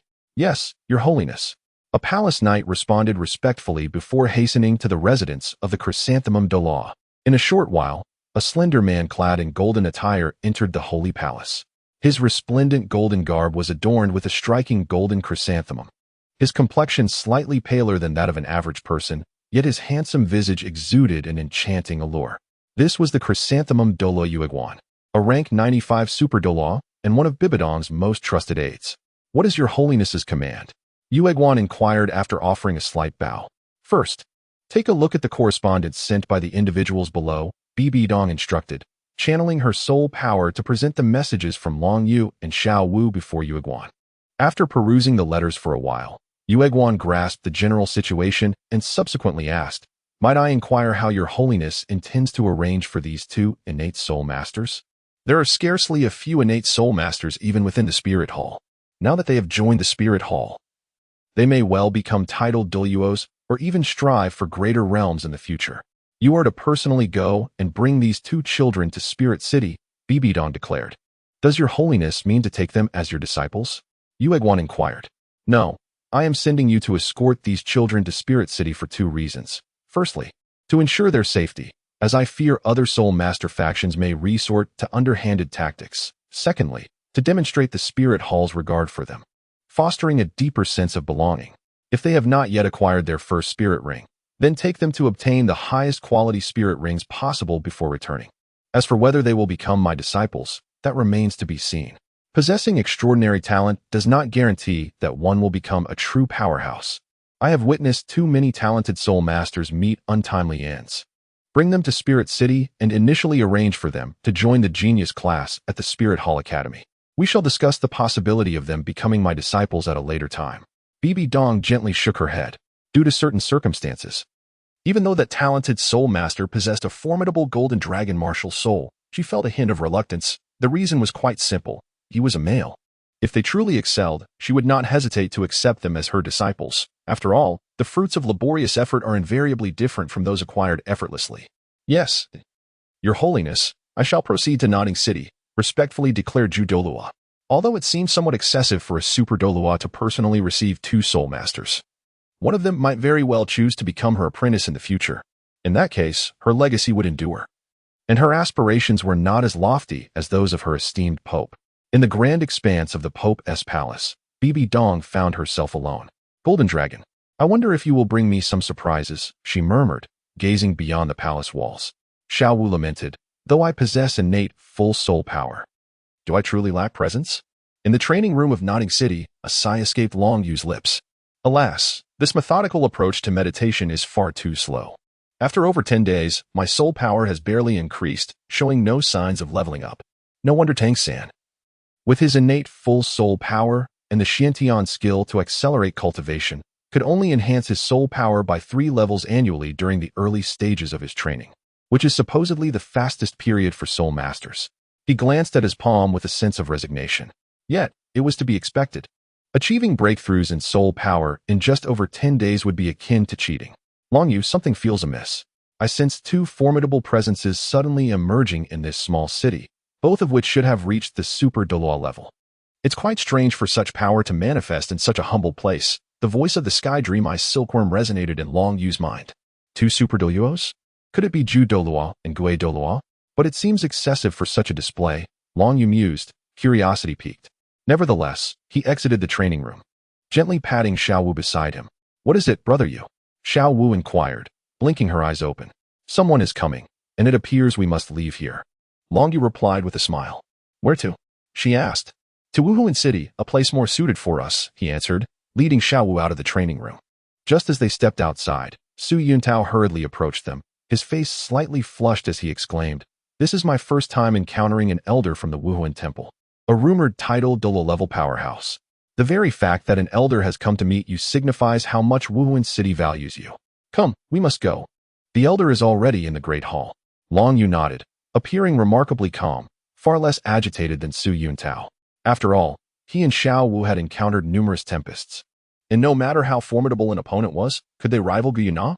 Soon, the trio arrived at the Grand Hall, where a gentle-faced man with an effeminate demeanor occupied the seat that originally belonged to the hallmaster. Meanwhile, Matthew and the others stood obediently to the side. Truly, the individual chosen by His Holiness the Pope was extraordinary, despite the fact that it had been less than a month since their awakening of martial souls. Long Yu had already cultivated his soul power to the level of a 14th rank soul master. In contrast, the girl was rather unremarkable, possessing only an 11th rank soul power. Should one of them become my disciple, Doaju observed the composed Long Yu and Xiao Wu before him. Although it seemed somewhat inappropriate to describe 2 mere 6-year-old children in such a manner, they exhibited neither flattery nor fear, distinctly differing from ordinary individuals. You must be Long Yu and Xiao Wu, he stated. I am Ju Douluo Yu Guan, sent by His Holiness the Pope to escort you to Soul City. Ju Douluo rose with a smile. Greetings, Elder Ju. Long Yu and Xiao Wu exclaimed, demonstrating a modicum of respect. Well then, I shall take my leave with you. Rest assured, the rewards you are due will not be lacking, though this matter does not fall within my jurisdiction. Ju Douluo waved his hand at those nearby, and proceeded to lead Long Yu and Xiao Wu towards the Soul Division Hall. Outside, a luxurious carriage awaited, adorned with 2 peculiar golden chrysanthemum emblems on either side. It appeared to be Ju Douluo's exclusive vehicle. Once the 3 had boarded the carriage, it departed from Nodding City, heading towards Soul City. In a shadowy corner, a figure cloaked in black observed the scene before him, his raspy voice breaking the silence. I thought those ruffians from the Spirit Hall were aware of my presence here. A little chrysanthemum, specially dispatched from Seoul City to collect individuals. How amusing. To ensure that Xiao San can thrive here without further incidents, it is best if no significant disturbances arise. At present, should I confront the spirit hall, I could escape. But then there is still Xiao San. Since we both possess innate full soul power, let us see who emerges stronger in the future. I believe Xiao San shall not disappoint me. Within the carriage, Long Yu sensed that the overwhelming aura of scrutiny had gradually dissipated, alleviating the concerns that had weighed upon his heart. At this juncture, the only formidable super Douluo present in Nodding City, aside from the esteemed Ju Douluo, was Tang Hao. Although both wielded a soul power of 95 levels, Tang Hao bore serious injuries. Nonetheless, should a confrontation arise, Ju Douluo would be swiftly overwhelmed. While Long Yu harbored no fears for his own safety, he remained acutely aware of the need to consider the well-being of Xiao Wu and Ju Douluo. Should Sister Naer intervene, the situation would surely become more chaotic. However, Tang Hao chose not to act impulsively, seemingly mindful of Tang San. Tang San, Tang Hao, we shall have ample time to engage with you in the future. Now that we have chosen to align ourselves with the Spirit Hall, there exists no room for reconciliation between the Tang father and son. Chapter 13. Arrival at the Spirit Hall Academy. Long Yu, Xiao Wu, is it? We still have a considerable amount of time before we reach the Spirit Hall. If you have any inquiries regarding the Spirit Hall or Spirit City, now is the time to voice them. I shall do my utmost to provide answers, Ju Douluo began, endeavoring to display a gentle demeanor towards the two children before him. Elder Ju, what arrangements will be made for Xiao Wu and me upon our arrival in Spirit City? Long Yu inquired. According to His Holiness the Pope's intent, you two will first be placed in the genius class of the Spirit Hall Academy for your studies. After a period of time, there may be further adjustments. Ju Douluo replied.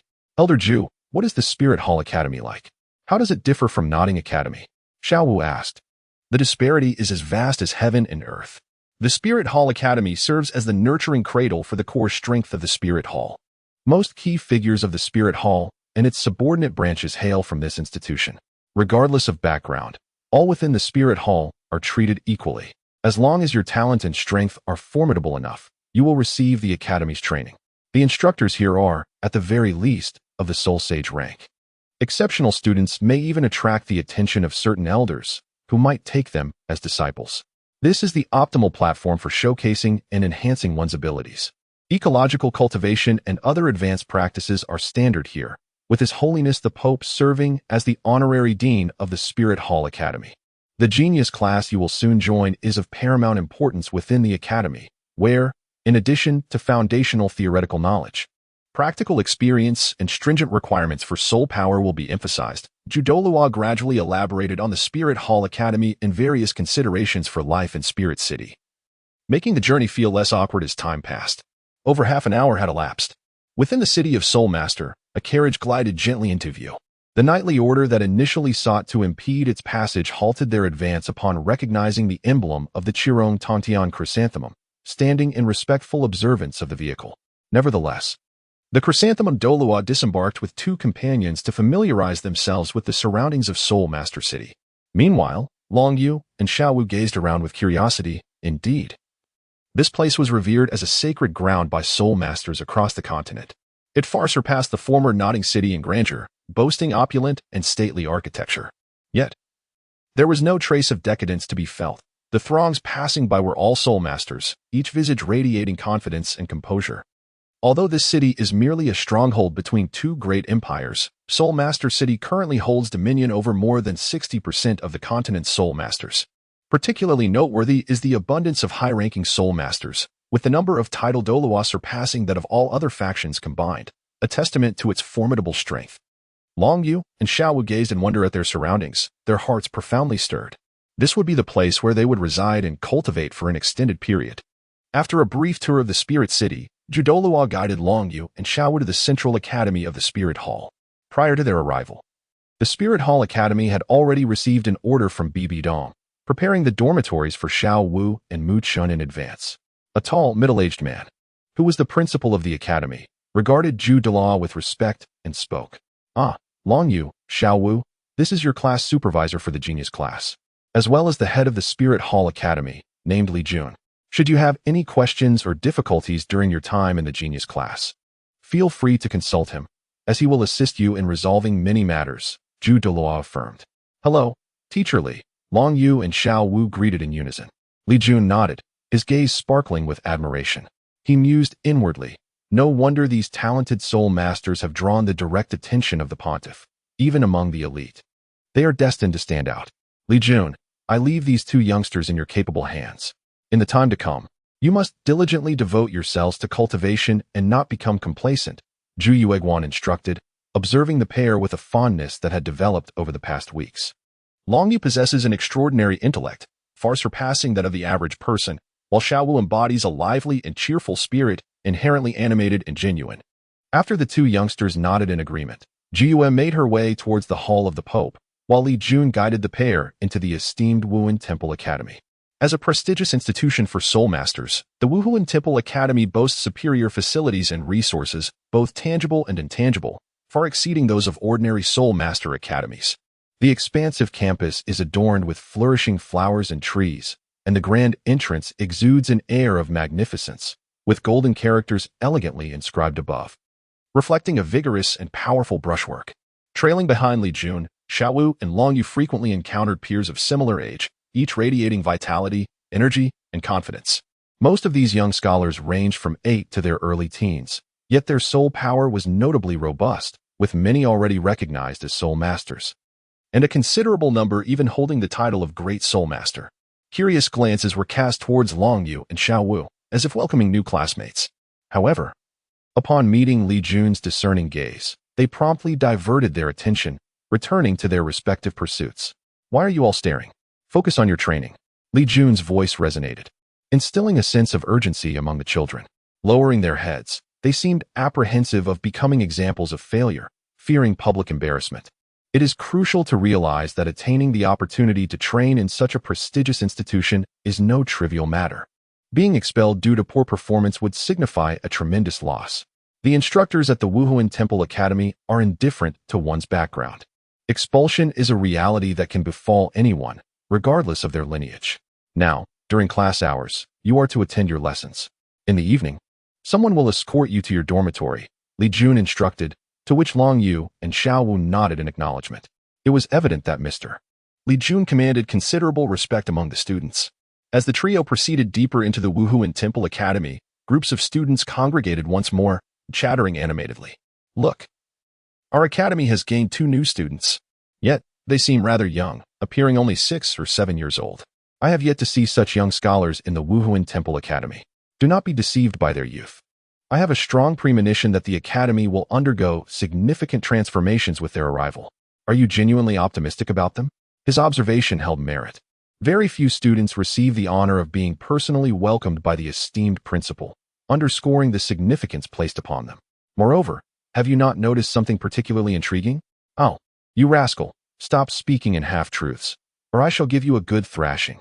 "Well, I shall not keep you in suspense any longer.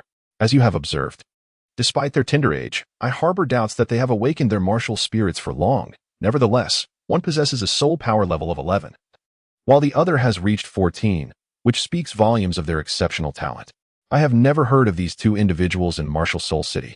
Thus I surmise they must be prodigious soul masters discovered by the Martial Soul Hall in other regions of the continent." Observing their direction, it is likely they are headed towards the genius class. The genius class?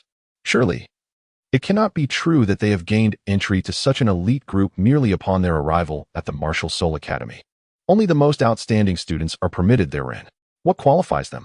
Merely their innate talent, coupled with their age and soul power levels, leads me to draw a conclusion.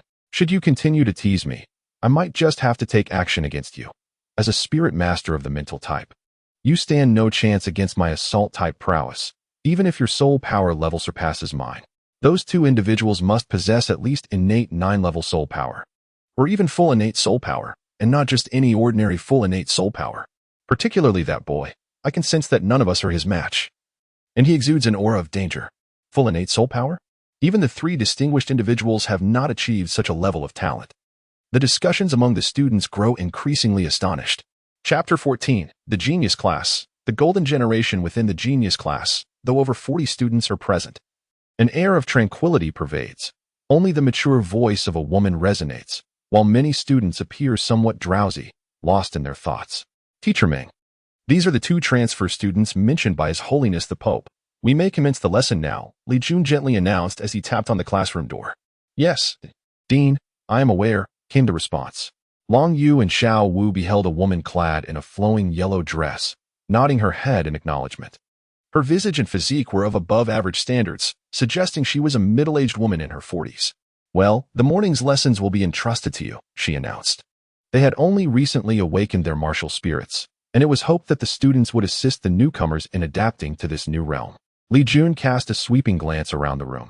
Those who had previously been somewhat distracted immediately straightened up, adopting serious expressions that would have brought tears to even the most accomplished of actors. Having concluded his remarks, Li Jun departed, as this time was still dedicated to another's teaching agenda, and it would be improper for him to intrude. More importantly, the professor conducting the theoretical course was his wife. Should he dare to cause any disturbances, he would find himself sleeping on the floor that night. You are the new students of the genius class. Please come forward and introduce yourselves, Dreamyan said. I am your theoretical instructor on martial spirits. You may call me Teacher Ming. She observed the two young ones. Noting how remarkably petite they appeared, yet their talent was undeniable, a testament to the personal attention of His Holiness the Pope. Hello, Teacher Ming, and fellow classmates. I am Long Yu, with you meaning feather, hailing from Nodding City, Long Yu announced, stepping beside Dreamyan. His voice, though loud, retained a youthful innocence. Meanwhile, Xiao Wu chimed in vivaciously, Greetings, everyone. I am Xiao Wu, with Wu meaning dance, and I come from the same place as Brother Yu. Xiao Wu spoke with a charming confidence. Befitting her status as the leading figure at Nodding Academy in the original narrative, and thus, she was far from shy. Long Yu cast a fleeting glance at the individuals below. The genius class comprised approximately 40 students, their ages appearing rather youthful. The eldest among them seemed to be no more than 15 or 16 years old.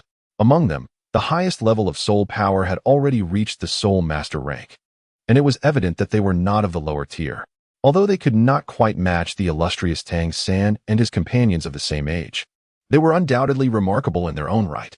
The gender ratio appeared to be 2-to-1, for female soul masters were generally scarce across the continent, particularly among those who had ascended to higher tiers, where they became exceedingly rare. This scarcity often led many male soul masters to prefer remaining single rather than settling for a lower-ranked female soul master, let alone an ordinary woman. They were simply unwilling to make such compromises. Wow, what an adorable young lad. He resembles a cold yet charming little boy. He will surely grow into an exceptionally handsome young man.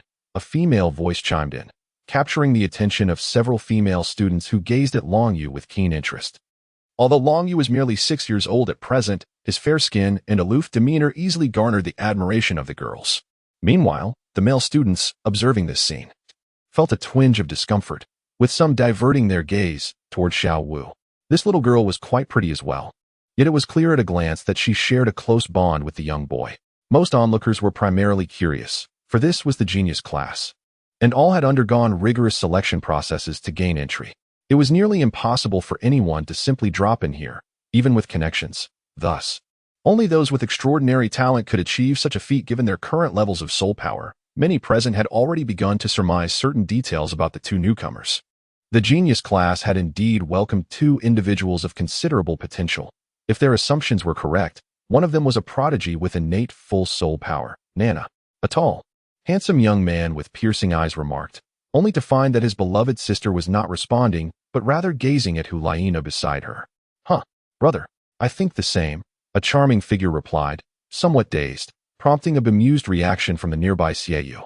My dear sister, could you at least glance at me before responding? With that expression, it's hard for me to believe you actually heard what I said, he teased. What a lovely little brother. He is far more pleasing to the eye than these other less appealing faces, Hulaina mused silently, though she quickly averted her gaze and regained her composure. To have reached level 14 soul power right after awakening one's martial soul is indeed far more impressive than our own initial achievements, Hulaina noted with a nod. All right, Long Yu and Xiao Wu, please take your seats below. We still have class to attend. There are 2 vacant spots right next to Hulaina. You may sit there, Meng Yun instructed, gesturing toward the available seats. Yes, Teacher Ming, they replied in unison. Long Yu and Xiao Wu approached the side of Hulaina. Feeling the weight of others' gazes upon them, Long Yu met the eyes of an approaching figure. with a sleek and tidy golden bob that framed her face, fiery red lips, and exquisitely delicate features. She possessed an innate allure. Her elongated, captivating eyes emanated an intense charm, leaving onlookers feeling a sudden flush of heat and embarrassment. As she regarded Long Yu, her gaze seemed to convey an unspoken meaning. Is this Hulaina? Even without her martial spirit manifested, she exudes such enchantment. Should she unleash her powers, the average person would undoubtedly be overwhelmed. However, in matters of mental fortitude, your allure holds little sway over me.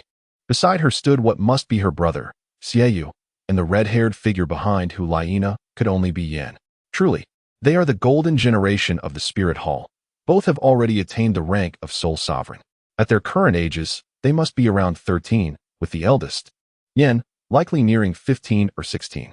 Long Yu cast a fleeting glance at Hulaina before settling into his seat, seemingly unaffected by her allure, with an aisle separating them. Interesting, he thought.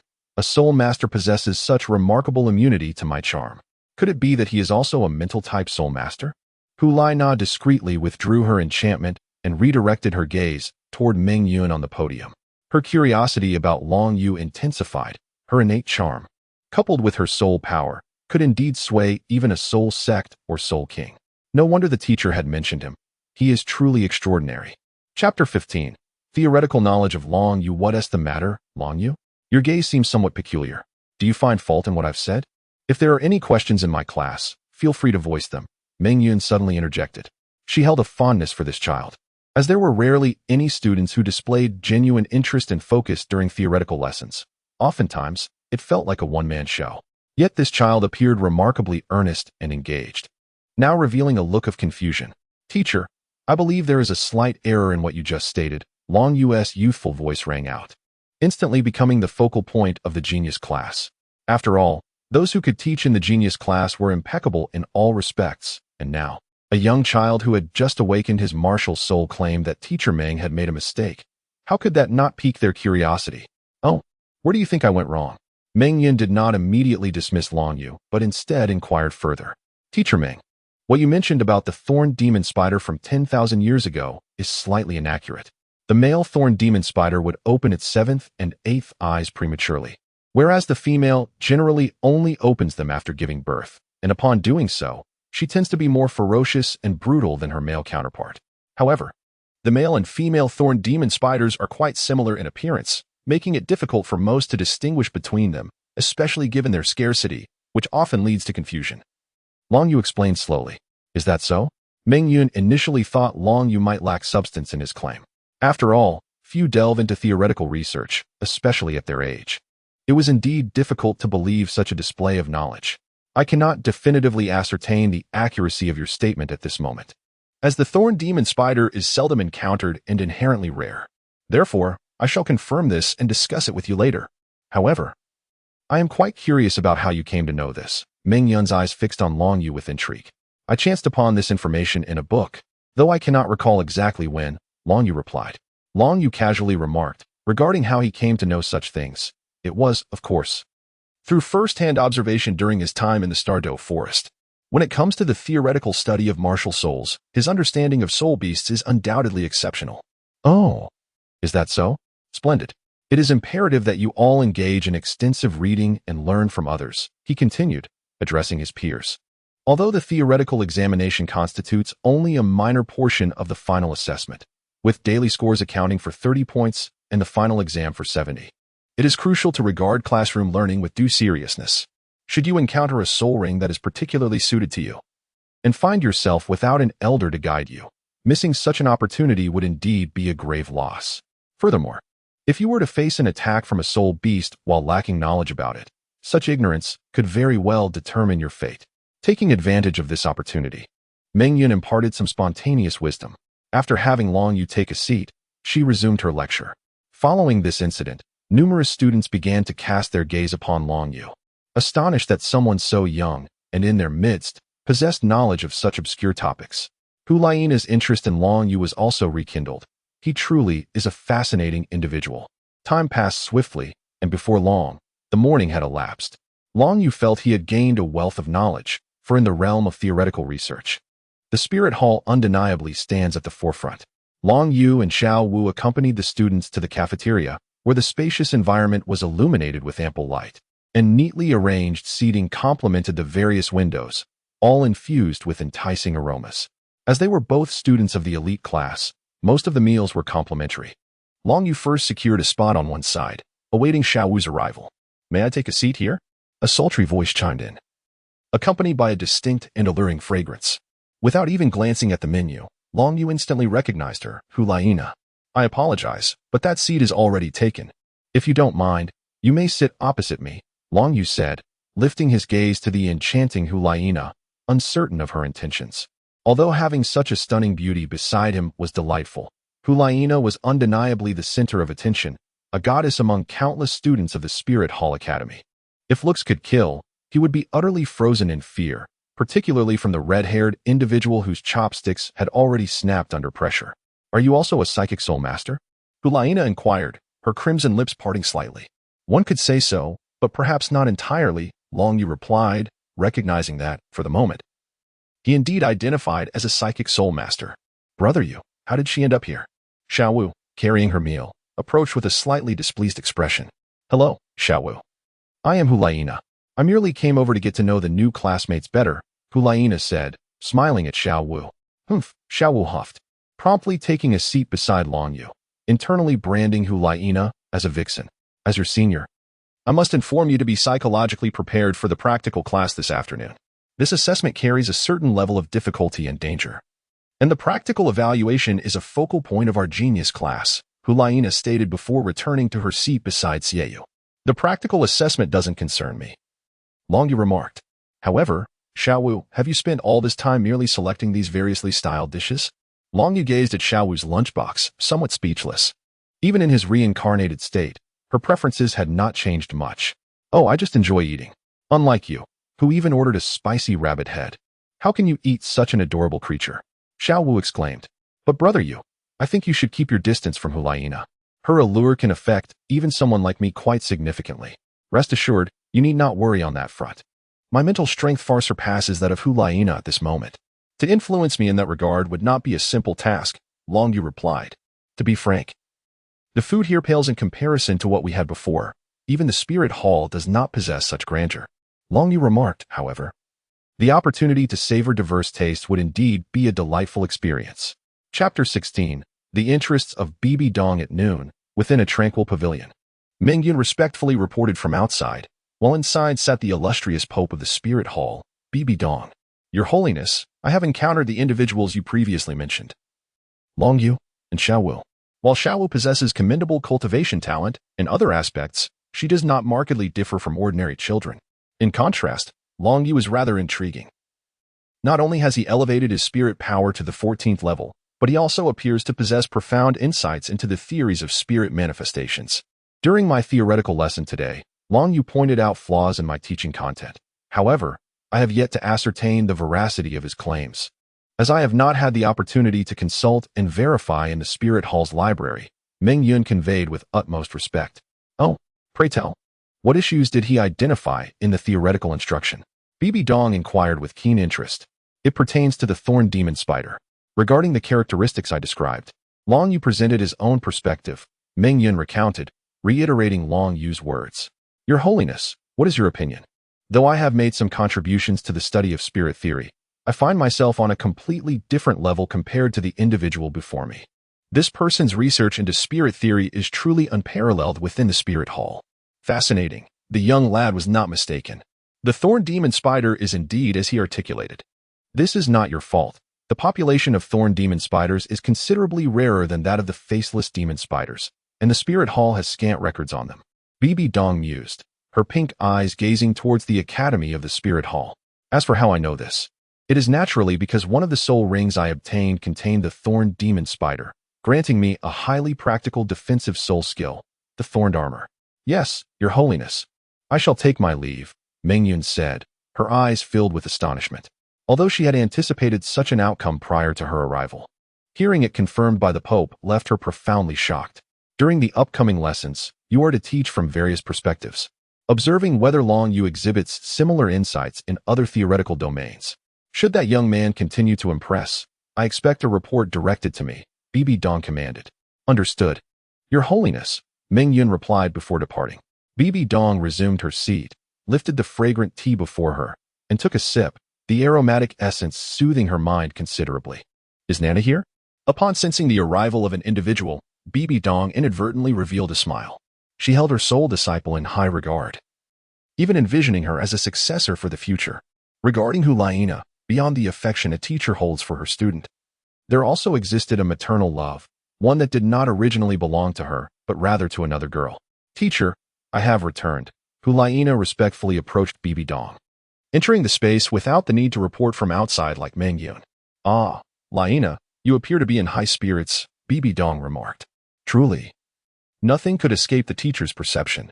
Today, I encountered someone quite intriguing, one of the two individuals you mentioned before. To be precise, it was that fellow named Long Yu. Hulaina replied. That little one again. Pray, share your insights with me, Bibi Dong inquired. His talent is remarkable, indeed. He stands as the most formidable individual I have ever encountered. More significantly, his mental maturity is far beyond that of a typical 6-year-old. His spiritual power may even surpass my own, rendering him nearly immune to my allure. He is an exceptionally powerful spiritual soul master, Hulaina pondered before speaking. A spiritual soul master? His mental prowess might even exceed yours? Bibi Dong responded, somewhat astonished. Despite her disciple currently being a soul sage, even a soul king would fall under Laina's charm. Could it be that Long Yu's spiritual strength was already beyond that of a soul king, while he remained merely a soul master? Such formidable mental power was indeed alarming. Heavenly Dream Eye Silkworm, while I can greatly enhance Long Yu's spiritual strength, it is impossible to leap so many realms consecutively. That boy loves to showcase me, yet he does so with a straight face. Being resistant does not imply that Long Yu can wield such potent mental power. Indeed, he is a fascinating little fellow. However, Laina, how did you come to charm him? Bibi Dong observed with a knowing smile. The allure was merely a consequence of her disciple's innate charm and the attributes of a fox spirit. Laina had always maintained her integrity. Despite numerous admirers within the spirit hall, it was said that no man had ever engaged in any intimate contact with her, aside from combat, and she had never actively employed her charm. Teacher, I only wished to tease that Long Yu. He simply appeared so adorably aloof, Hulaina admitted, lowering her gaze. Very well, I understand. Now, off you go to the genius class. There is a practical lesson this afternoon. Bibi Dong spoke, rest assured, my teacher. As your disciple, I shall not disappoint you. In the forthcoming graduation examination, I shall exert my utmost effort. After Hulaina raised her delicate fist with determination, Bibi Dong nodded in acknowledgement of her prowess and talent. Subsequently, Hulaina departed, leaving Bibi Dong alone. It appeared that this Long Yu harbored numerous secrets. At merely 6 years of age, he seemed to possess profound theoretical knowledge, his intellect far surpassing that of his contemporaries, a sentiment echoed by both Nana and Ming Yun. Is his mental strength exceptionally high? Nana referred to him as a spirit master of the mental category. Yet one possessing the Golden Dragon martial soul undeniably fits the profile of an offensive spirit master. Moreover, among dragon-type martial souls, there seemed to be none with exceptionally high mental prowess. What could possibly explain this anomaly? Bibi Dong pondered to herself. This afternoon marked the practical combat class, and her intrigue regarding the child continued to grow. With affairs in order, she realized it had been some time since she had visited the Martial Soul Academy and decided to seize this opportunity to pay a visit. Grasping her papal staff, Bibi Dong remarked nonchalantly. Chapter 17, Running? In an expansive arena, the students of the genius class gathered, none daring to raise their voices, maintaining an atmosphere of silence. For presiding over their practical instruction was none other than their esteemed dean, Li Jun, known as Li Yanluo. Without formidable physical attributes, it would be impossible to either store soul power or possess genuine combat capabilities, let alone endure higher-level soul rings. As per tradition, before the practical assessment commenced today, follow closely behind me as we run. Remember, no soul power is to be utilized, nor may the abilities of auxiliary spirit masters or soul power-enhancing foods be employed. Great spirit masters are to run 15 kilometers, while spirit venerates are to cover 20 kilometers. Do not fall behind. We shall address the remainder later. As for the newly arrived Long Yu and Xiao Wu, considering you are merely spirit masters and have only just begun this training, you shall run 10 kilometers. Of course, it is natural to feel some discomfort at the outset. Should you find it truly unbearable, Do not push yourselves excessively. Your safety is paramount. Li Jun's voice resonated with an undertone of soul power. Understood.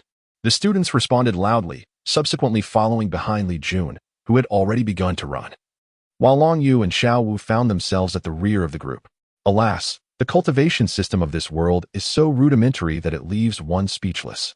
Even having reached the third stage of cultivation, they still resort to running as a form of exercise, and for such a short distance at that.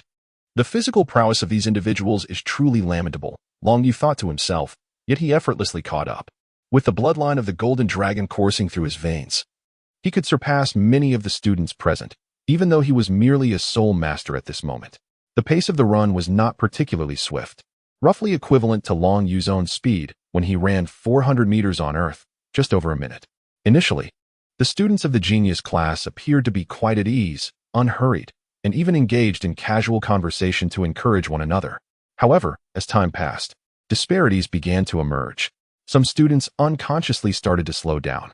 By the 10-kilometer mark, those with inherently weaker physical constitutions, particularly the spirit type and food type soul masters, were already gasping for breath. The majority of the students were drenched in sweat, with some even displaying flushed faces as their strides became increasingly disordered. The innate physical capabilities of the food type and spirit type soul masters could not compare to those of the typical battle soul masters, as they primarily served a supportive role in combat, rarely engaging directly. Yet, in the genius class, there were no exceptions.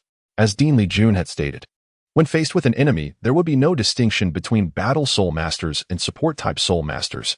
All would be regarded as adversaries, with the latter often being the primary targets.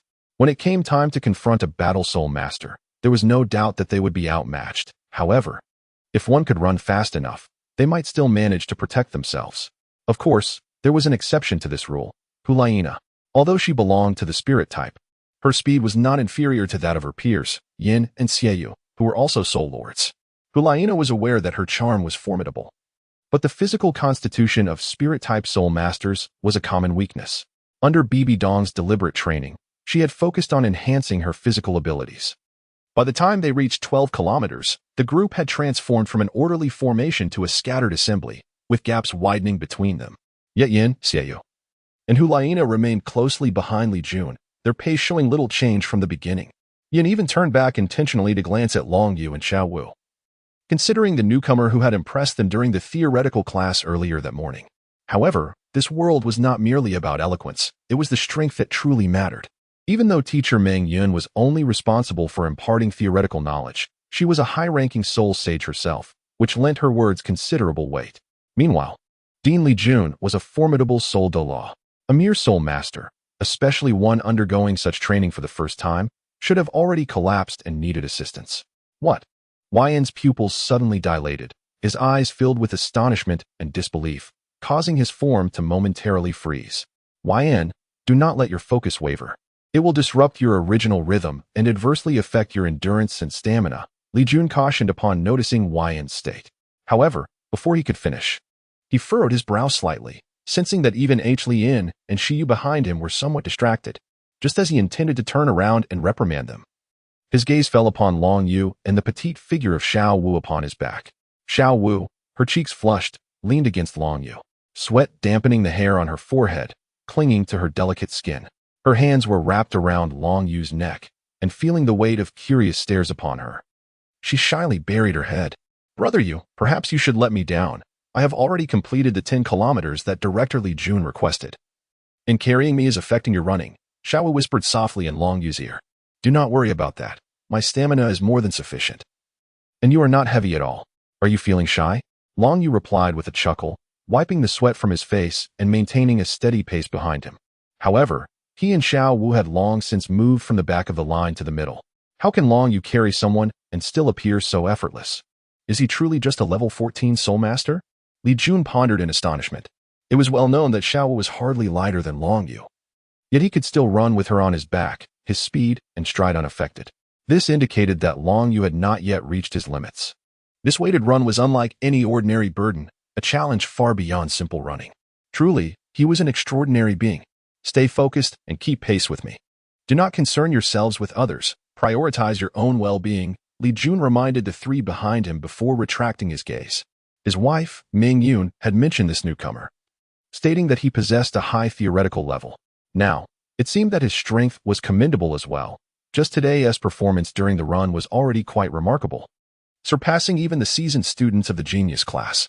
Li Jun found himself increasingly eager to discover what further surprises this young man might bring, especially in the upcoming practical sessions. He had a premonition that even more astonishing revelations awaited him. This young man was indeed impressive, a psychic soul master with such remarkable stamina. Hulaina was also focused on her own rhythm, and upon noticing the change in her demeanor, Yin clenched his fists in silence. He had never witnessed such profound interest from Nana towards a male, a reality he found utterly unacceptable, even if the other party was merely a child of over 6 years. Meanwhile, Xiao Wu lay upon Long Yu, her senses overwhelmed by his scent, causing her heart to flutter in a state of disarray. Chapter 18. Yin dares to challenge me? The afternoon sun reached its zenith around 2 o'clock, casting down relentless rays that made it nearly impossible to fully open one's eyes. The oppressive heat mercilessly scorched the earth. Some students felt as though their legs no longer belonged to them, moving in a mechanical, numb manner, beyond their control. Their mouths parched. A sweet taste surged in their throats. Fortunately, it was not winter. Otherwise, the frigid wind would have been even more jarring. Their arms swung weakly, gasping for air, beads of sweat cascading down their cheeks to the ground. Some hastily wiped their faces, while others neglected their discomfort, their bodies trembling slightly. A few even closed their eyes and blindly charged forward, embodying the plight of most students in the elite class. Had they been permitted to utilize their soul power, they could have easily completed 40 kilometers by morning. But relying solely on their physical strength, and without the enhancement or replenishment of soul power, while keeping pace with the leading director Li Jun, was no simple task. Occasionally, students halted to catch their breath, casting glances at those still trailing behind Director Li, while some who had fainted were directly carried away. "Goodness, is that new guy a freak? He can carry someone and still keep up," exclaimed a plump figure, drenched in sweat. "Do you think everyone is like you? So weak. And you can't even manage 15 kilometers, another voice retorted. But honestly, this newcomer has completely altered my perception of soul masters. I'm beginning to doubt my own prowess as a grand soul master." Among the still running students, Long Yu, bearing Xiao Wu on his back, undoubtedly became the center of attention. Once Director Li finally ceased his relentless pace, Hulaina and the others behind him sighed in relief. Sweat glistening on their brows, as Long Yu gently set Xiao Wu down. Xiao Wu, why is your face still so flushed? Haven't you recovered yet?"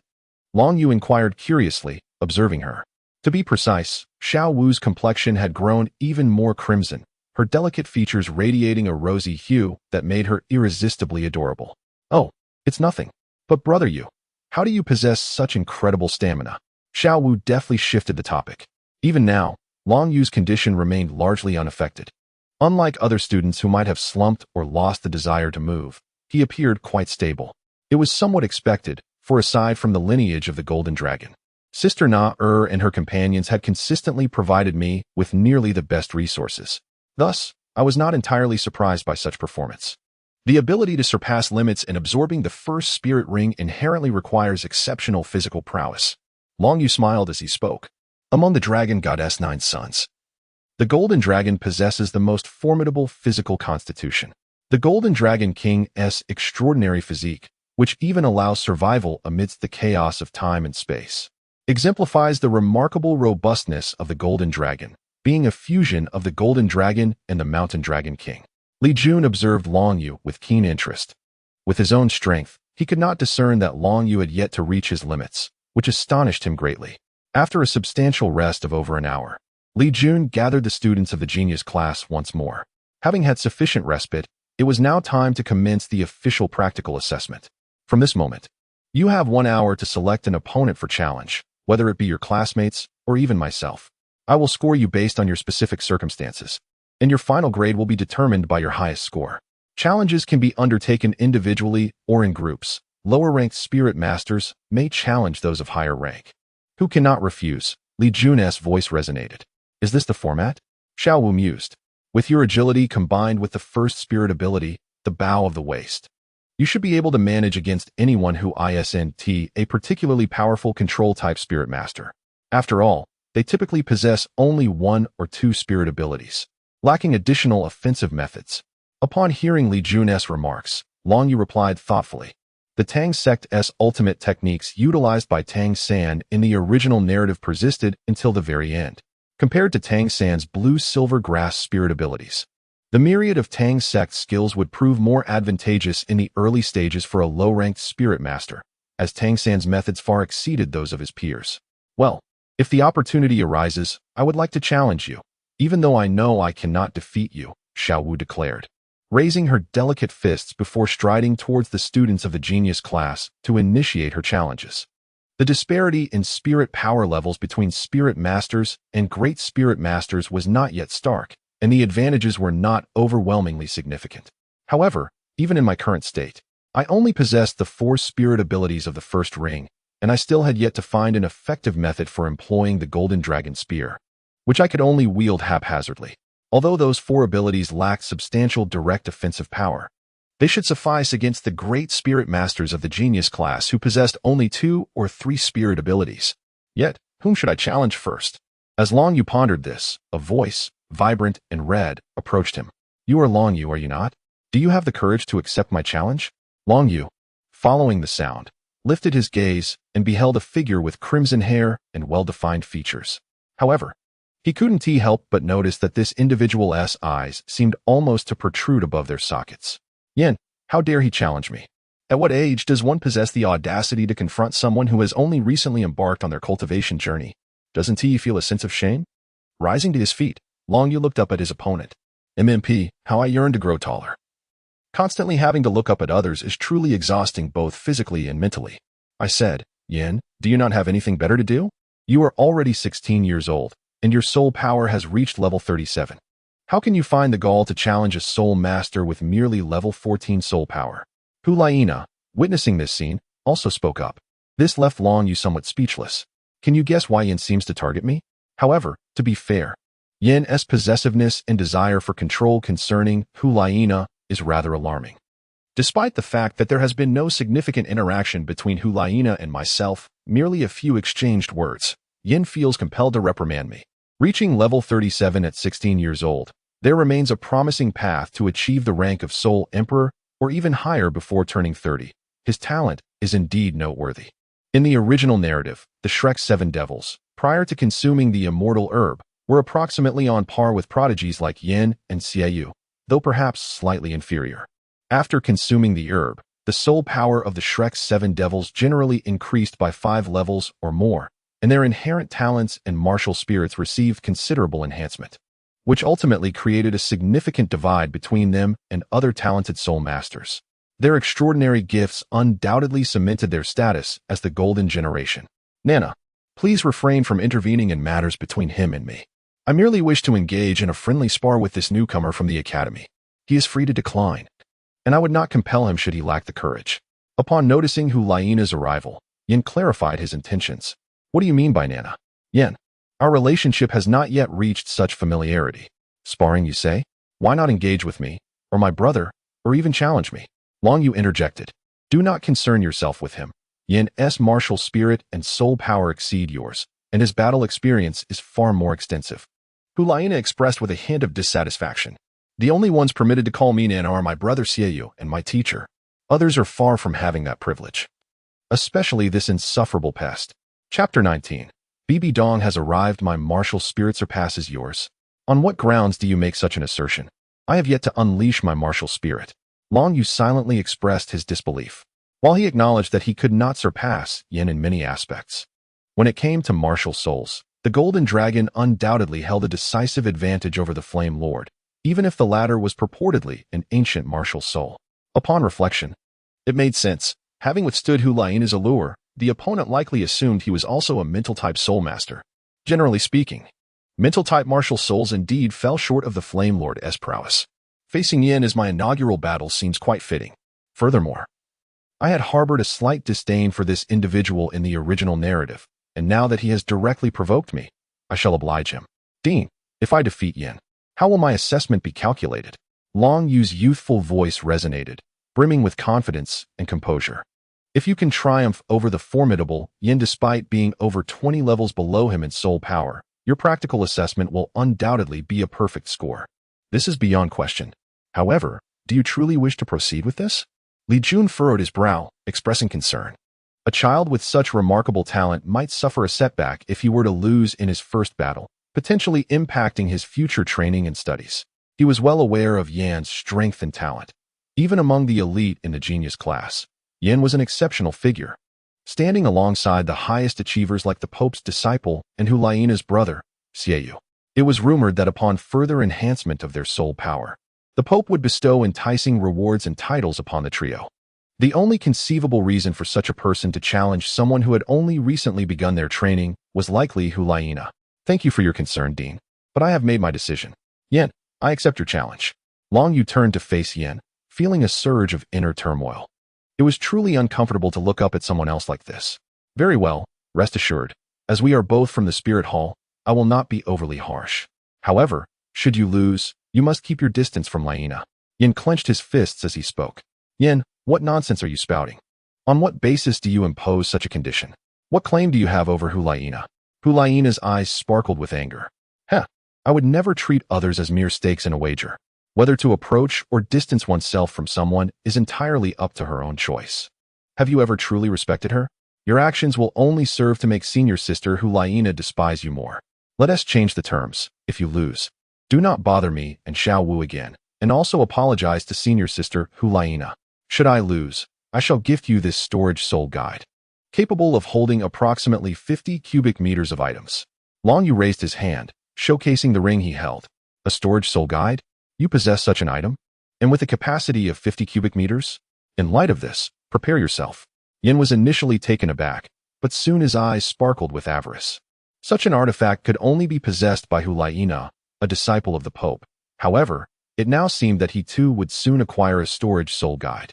Yin strode confidently towards the arena, exuding an air of calm assurance as if he were destined for victory in this battle. Just as Long Yu was also making his way to the arena, a delicate hand grasped his shoulder. It was Hulaina, with a hint of regret in her gaze. She addressed Long Yu, saying, "Do not worry. I shall compensate you with a storage soul guide for my oversight. It's quite all right. He has his issues. And rest assured, I may not necessarily lose to Yan." Long Yu replied with a smile, gently setting aside Hulaina's hand from his shoulder before proceeding toward the arena. The diameter of this arena was a generous 50 meters, ample enough to showcase the effects of their soul skills. Brother Yu, are you truly going to challenge that fellow? Aren't you a tad hasty? Although he may seem irritating, I've heard that his strength is among the finest here.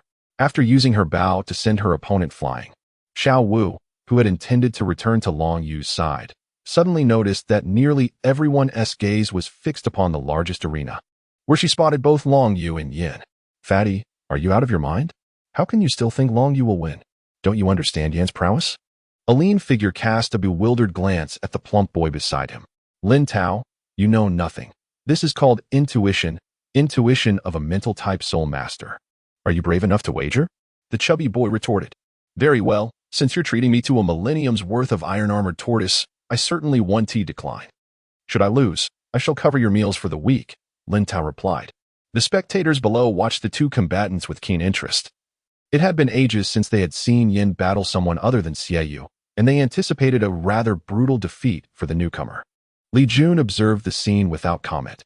Since Long Yu had made his decision, he felt it prudent to remain silent, attributing this youthful bravado to the impetuosity of youth, though Long Yu was perhaps a tad too young. My dear, what brings you here? Li Jun, sensing a familiar aura, turned to see Meng Yun and Bibi Dong by her side. Greetings, Your Holiness, Li Jun said respectfully, though he was puzzled as to why the Pope had taken the time to visit the Martial Soul Academy today. Well, go on with your duties. Do not let my presence delay your teaching schedule. After all, I am the honorary dean of the Martial Soul Academy, and it has been a while since my last visit. Today, I have carved out some time to see how things are progressing, Bibi Dong replied with a slight nod. Yes, Your Holiness. Li Jun then turned his gaze once more to the arena, preparing to assume the role of referee. His primary concern was to prevent the children from inadvertently striking with excessive force. Should any mishap occur, he would be ready to intervene promptly.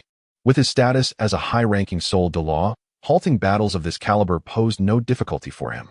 This was, after all, part of his responsibilities as the instructor of practical combat lessons. Has the Pope truly arrived? I must be dreaming, Yuntao murmured in disbelief, rubbing his eyes. I have a method to ascertain whether you are indeed dreaming or merely seeing things, the chubby one replied with a mischievous grin. He then unexpectedly delivered a heavy punch to Lintao's back. A dull thud resonated through the air, and as he rubbed his own eyes with his plump hands, he solemnly whispered, "Now we can be certain. You are neither dreaming nor hallucinating. This is indeed real. Goodness, you rascal. I truly thank you for your audacity. It has opened my eyes like a knife to the backside." Lintao winced in pain, the exchange turning into a playful banter between them. "Next time your mental prowess is ineffective, you could utilize your weight advantage to crush your opponent. Teacher, you have arrived." Hulaina exclaimed joyfully as she approached Bibi Dong. "Yes, I came to observe you and to assess the current state of the genius class," Bibi Dong replied gently. "Dream Yun, who do you think will emerge victorious?" Bibi Dong suddenly inquired. Well, I believe Yin will win. In every aspect, Long Yu's disadvantages are glaringly apparent," Dream Yun responded, a hint of hesitation in her voice. "Let us observe for now. After witnessing today's proceedings, my curiosity for this young one continues to grow," Bibi Dong remarked, a subtle smile gracing her lips. Chapter 20. Defeat of Yin. To his surprise, the Pope had indeed come, prompting Yin to resolve to showcase his abilities even more impressively.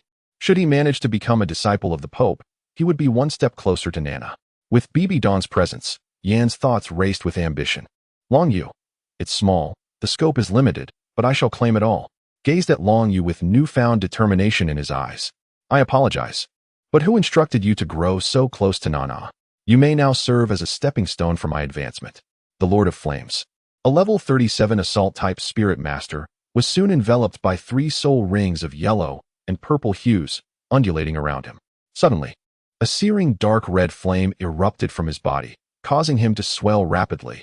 His upper garments tore apart, and his muscles expanded like granite, reaching an impressive height of 3 meters. The Lord of Flames, an ancient spirit, possessed attributes of extreme heat, formidable offense, and robust defense, classified as a supreme spirit. After all, one must possess considerable strength to be a member of the Golden Generation. Long Yu, with his martial spirit, the heavy eyes, stood as a level 14 spirit master. His eyes transformed into profound heavy pupils, encircled by a purple soul ring. Although he bore only a single soul ring, the astonishment he invoked surpassed that of, as Long Yu's first soul ring astonishingly reached the level of 1,000 years.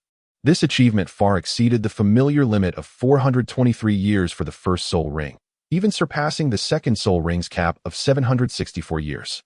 Such a remarkable first soul ring would astonish anyone who beheld it, including Li Jun and Meng Yun. Meanwhile, Bibi Dong, with her pink-hued eyes, scrutinized Long Yu's heavy pupils and the 1,000-year first soul ring, her pupils narrowing slightly. However, as the Pope of the Spirit Hall, Bibi Dong had mastered the art of remaining unperturbed even in the face of calamity, and thus concealed her surprise. No wonder Nana labeled Long Yu as a spirit master of the mental type. I even took the liberty of perusing the records from the Spirit Hall. The dragon-type martial souls are predominantly classified as formidable assault systems, with those adept in mental prowess being exceedingly rare. The Golden Dragon martial soul, in particular, is unlikely to possess any inclination towards the mental realm, instead excelling in strength and physicality. It turns out to be a twin martial soul. The little one has concealed it rather well. I am eager to discern what this so-called golden giant dragon truly embodies. Bibi Dong observed Long Yu with keen interest, her enthusiasm for the impending battle intensifying, even though, in her eyes, these skirmishes appeared trivial. What? A millennia-old first soul ring? Yin was equally astonished.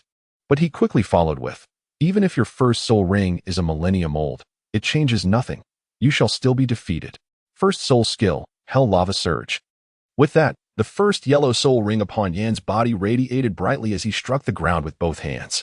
The ground surrounding Long Yu suddenly transformed, resembling a flowing river of molten rock.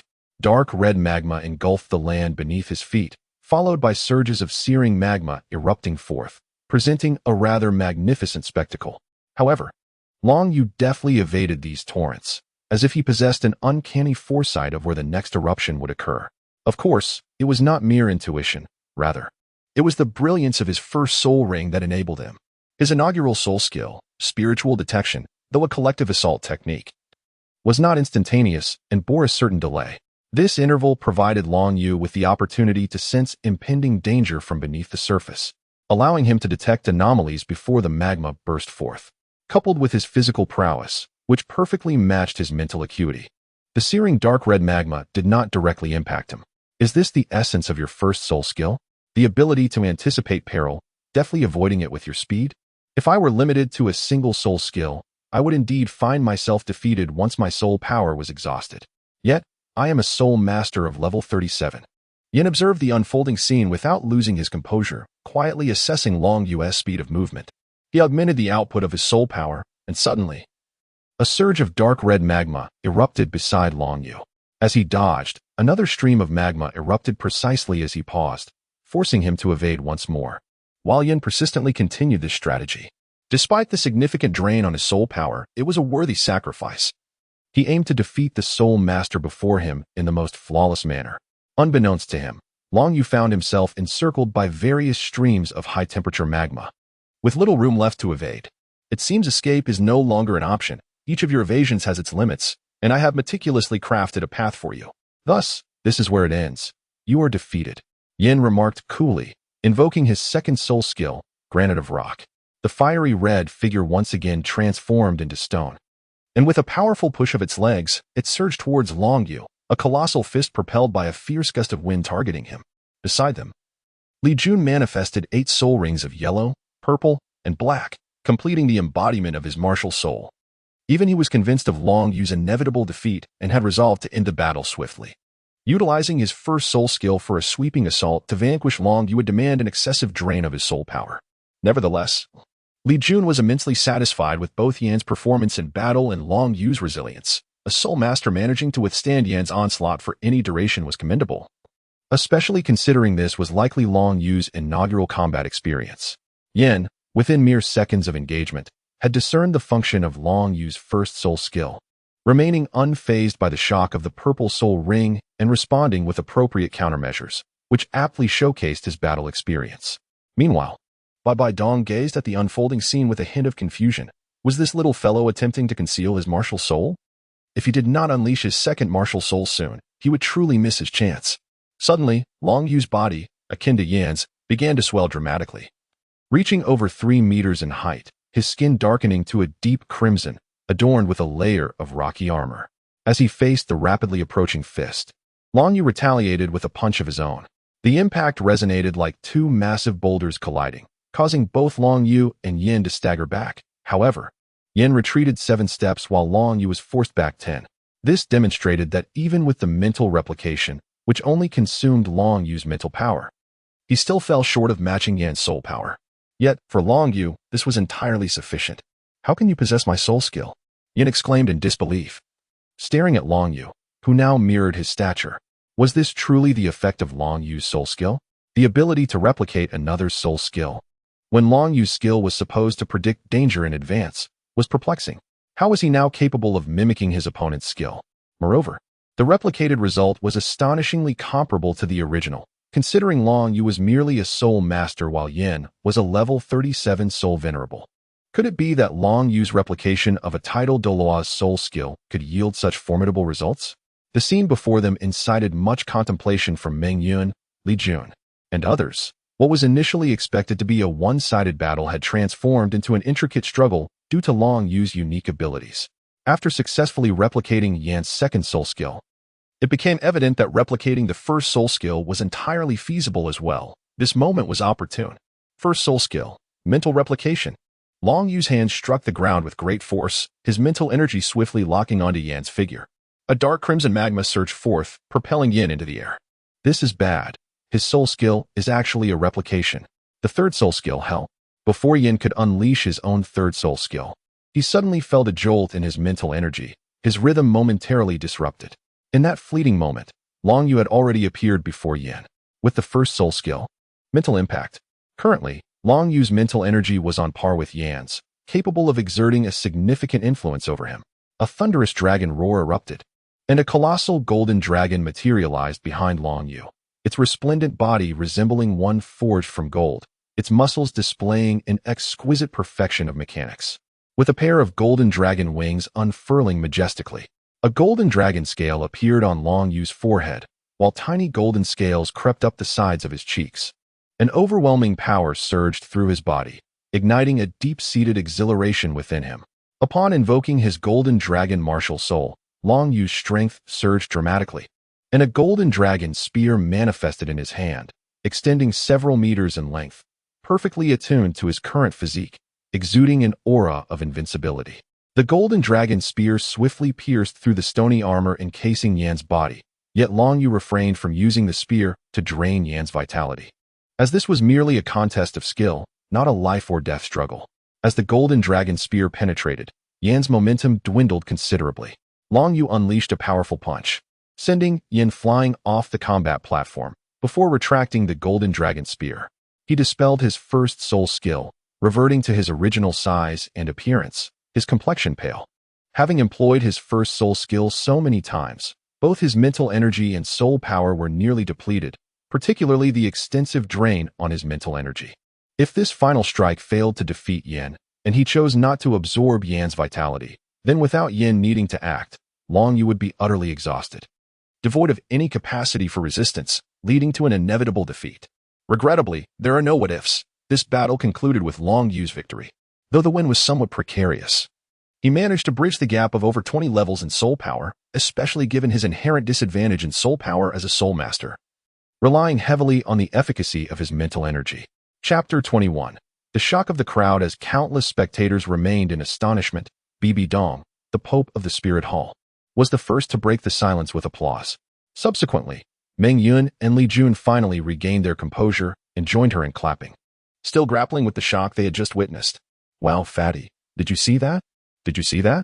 The astonishing Dragon Yu has indeed triumphed, defeating Yan, one of the strongest among our talented class, using his soul power to overcome Yan's formidable 37th level. This outcome is truly remarkable. And Yuntao gazes blankly at the figure on the stage. I, too, am at a loss as to how this battle unfolded in such a manner. I remarked to the portly fellow, shouldn't you be focusing on the various techniques exhibited by Dragon Yu? He is merely a soul master. Yet he seems to possess more than a single soul skill. Notably, he was able to replicate Yan's soul technique. With only a slight difference in efficacy, could this also be part of his soul skills? Apart from the dual pupils, that immense golden dragon suggests that Dragon Yu possesses a twin martial soul. The flesh on the portly one's face quivered as he pondered deeply. It must be said that Dragon Yu is undeniably astonishing. The abilities he commands are far beyond what one would expect from a typical soul master. Having triumphed over Yan, does this not imply that the seemingly mere 14th level Dragon Yu has now emerged as one of the strongest in our elite class? Yuntao, regarding this week's meal expenses, I accept the wager and will cover it. He nodded affirmatively. Li Jun was momentarily taken aback before hastily rushing to the already unconscious Yan, placing his hand upon Yan's shoulder to channel his soul power, swiftly aiding in staunching Yan's bleeding.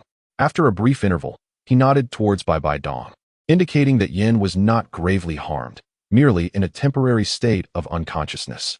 The gaze fixed upon Dragon Yu was filled with astonishment and admiration. This child truly possesses limitless potential. To have defeated Yan and displayed such unexpected techniques is nothing short of miraculous. Just as the Pope had proclaimed, the outcome was uncertain, and perhaps the Pope had foreseen Dragon Yu's potential from the very beginning. I hereby declare that in this challenge, Dragon Yu is victorious, having defeated Yan, and he shall receive full marks in the practical assessment of his final examination. Li Jun announced the final verdict, instantly elevating Dragon Yu to the center of attention. Hu Laiina stared in a daze at the young boy above. He truly managed to conquer Yan. While Yan is undeniably detestable, his strength and talent are beyond reproach. A twin martial soul, the first soul ring surpassing the limits. Dragon Yu, how many more secrets do you hold? This is becoming increasingly intriguing. It seems I need not provide that storage soul guide to this little fellow after all. Hu Laiina's slender, beautiful eyes remained fixed on Dragon Yu, a smile unconsciously gracing her lips. Li Jun, once Dragon Yu regains some strength, have him come to see me. I have matters to discuss with this young one. Bai Dong commanded in a tone that brooked no dissent. Yes, Your Holiness. Li Jun nodded slightly, and soon Bai Dong departed. It appears that the surprises bestowed upon me have exceeded my expectations. The Spirit Hall has indeed stumbled upon a treasure this time. Meanwhile, Dragon Yu and Xiao Wu rested on the other side. Ding. The system has issued a task. Become a disciple of the Pope of the Spirit Hall, Bai Dong. and receive the reward of the Xianlong spear technique. The system's alert resonated once more, jolting Long Yu's spirit. He had been fully engaged in battle with Yen, even failing to notice the arrival of Bibi Dong. When he finally turned his gaze toward her, he was met only with a delicate pink silhouette. The Xianlong spear technique would perfectly address the deficiency of lacking a combat style for the Golden Dragon spear. Today's clash with Yen revealed that despite possessing formidable offensive capabilities, they were still insufficient. Were it not for his ability to replicate using his mental prowess, breaching Yan's defenses would have been an arduous task. While the Golden Dragon spear is undeniably powerful, its true potential could only be unleashed by a wielder of adequate strength. One must forge oneself to wield the hammer. Being mentored by Bibi Dong is fortuitous. Who could refuse a formidable and captivating teacher? A subtle smile graced Long Yu's lips. Brother Yu, what's come over you? Smiling all of a sudden, are you a bit slow on the uptake? Xiao Wu, supporting Long Yu, remarked. Slow on the uptake? Xiao Wu, you truly have a knack for being infuriating, Long Yu replied, somewhat exasperated as he regarded her. Brother Yu, the Pope of the Spirit Hall, just arrived as well. Her strength is truly terrifying. The aura she exudes somewhat resembles that of Sister Nar. I genuinely fear she might uncover my identity. Xiao Wu expressed her concern as she watched Bibi Dong depart. If I were to be discovered, it would spell doom. Even if I managed to escape with Sister Nar's assistance, it would cause immense trouble for both you and her. Especially for Sister Nar. I would become a pariah to the entire Spirit Beast clan, she continued, worry etched on her face. Rest assured. We had already anticipated this prior to our arrival in Spirit City. Sister Nar has concealed your Spirit Beast aura with her divine power. Only true gods would discern your identity, and even if the deities were to notice, it would pose no threat. After all, you are now considered a genuine human, and they have no reason to target a reincarnated Spirit Beast, Long Yu reassured her in a hushed tone. Indeed, I have faith in Sister Nar's abilities. However, Brother Yu, to think you could defeat that red-haired individual, truly impressive. I've heard he is quite formidable. Xiao Wu nodded, her gaze toward Long Yu now tinged with admiration. What does it matter? The future me shall stand alongside Sister Nar to topple the gods and shatter the shackles binding the Spirit Beast clan. Our adversaries will be unprecedentedly powerful. This is merely the beginning, Long Yu said, affectionately ruffling Xiao Wu's hair with a smile. The dean approaches. Could it be to commend you? Xiao Wu pondered as she noticed Li Jun approaching. Long Yu, I must say, your performance has indeed been remarkable, surpassing the expectations of nearly all of us. The Pope witnessed the entire spectacle. Now that you've regained some composure, she has requested to meet with you. Li Jun conveyed. Li Jun remarked, shall we go meet her? It seemed that the task of apprenticing under Bai Dong was nearing completion, and with my formidable talent, even Bai Dong would surely be enticed. Long Yu mused inwardly. Well, Xiao Wu, you may continue your practical lessons here.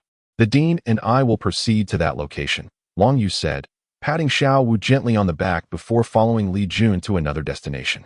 Chapter 22. Meeting Bai Dong. Long Yu followed Li Jun to the door of a chamber. Li Jun then turned and said, His Holiness the Pope is inside. You may enter on your own. I shall return to my lessons. With that, Li Jun bestowed a reassuring glance upon Long Yu before departing. Long Yu took a deep breath, then pushed open the door and closed it behind him. Upon entering, he immediately beheld a graceful figure seated confidently in the main chair. Beneath the luxurious papal robe, there lay a perfectly mature physique, crowned with a 9-curved golden tiara.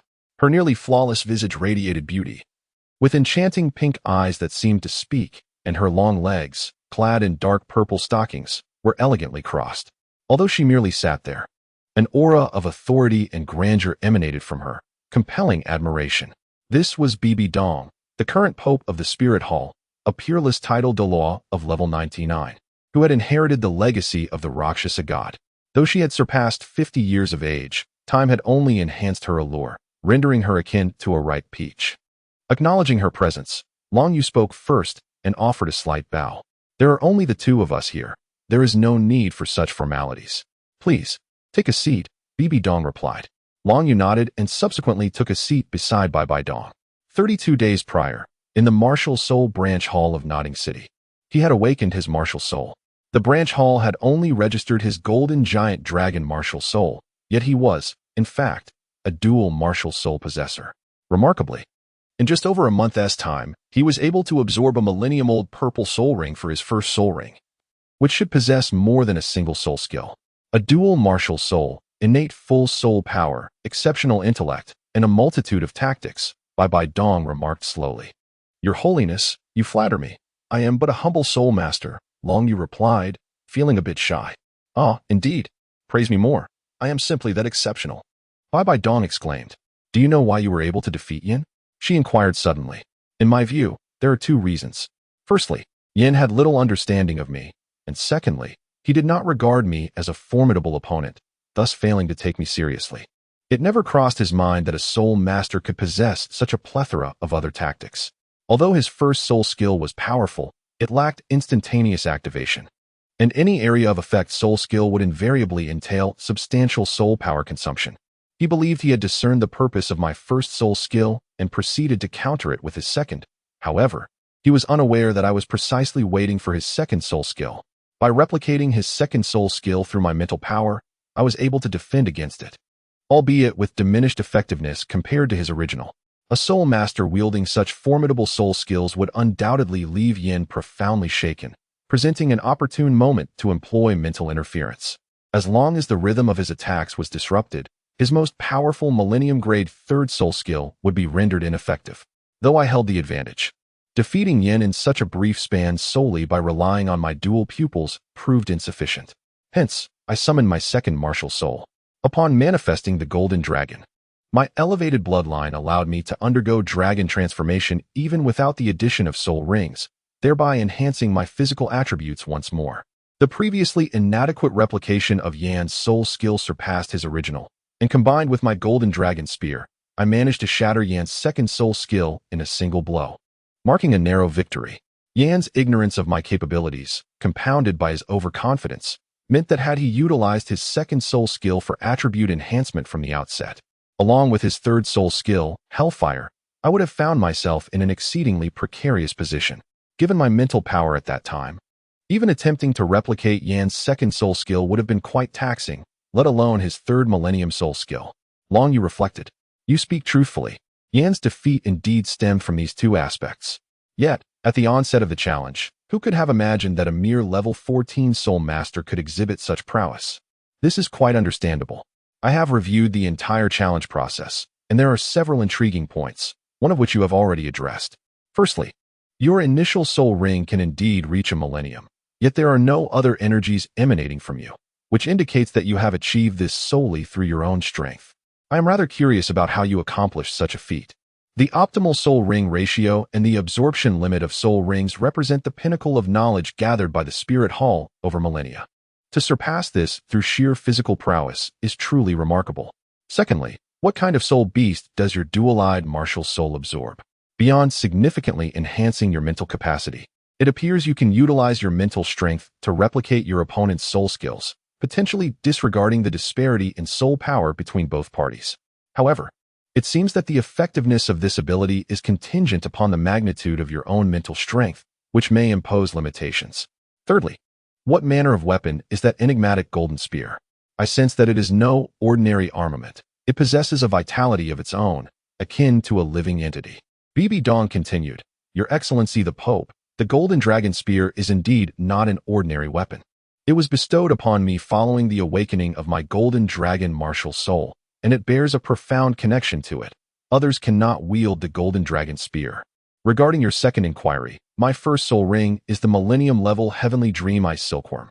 It is likely due to my surpassing the limits in absorbing soul rings that my first soul skill and mental power are so formidable. As for how this is achieved, when absorbing rings below the 10,000-year level, it primarily depends on whether the soul master possesses sufficient physical and mental fortitude. When it comes to absorbing 10,000-year soul beasts, one must be cautious of the soul fluctuations that occur upon their demise. Provided that one's physical and mental capacities reach a certain threshold, transcending the limits in absorbing soul rings becomes feasible.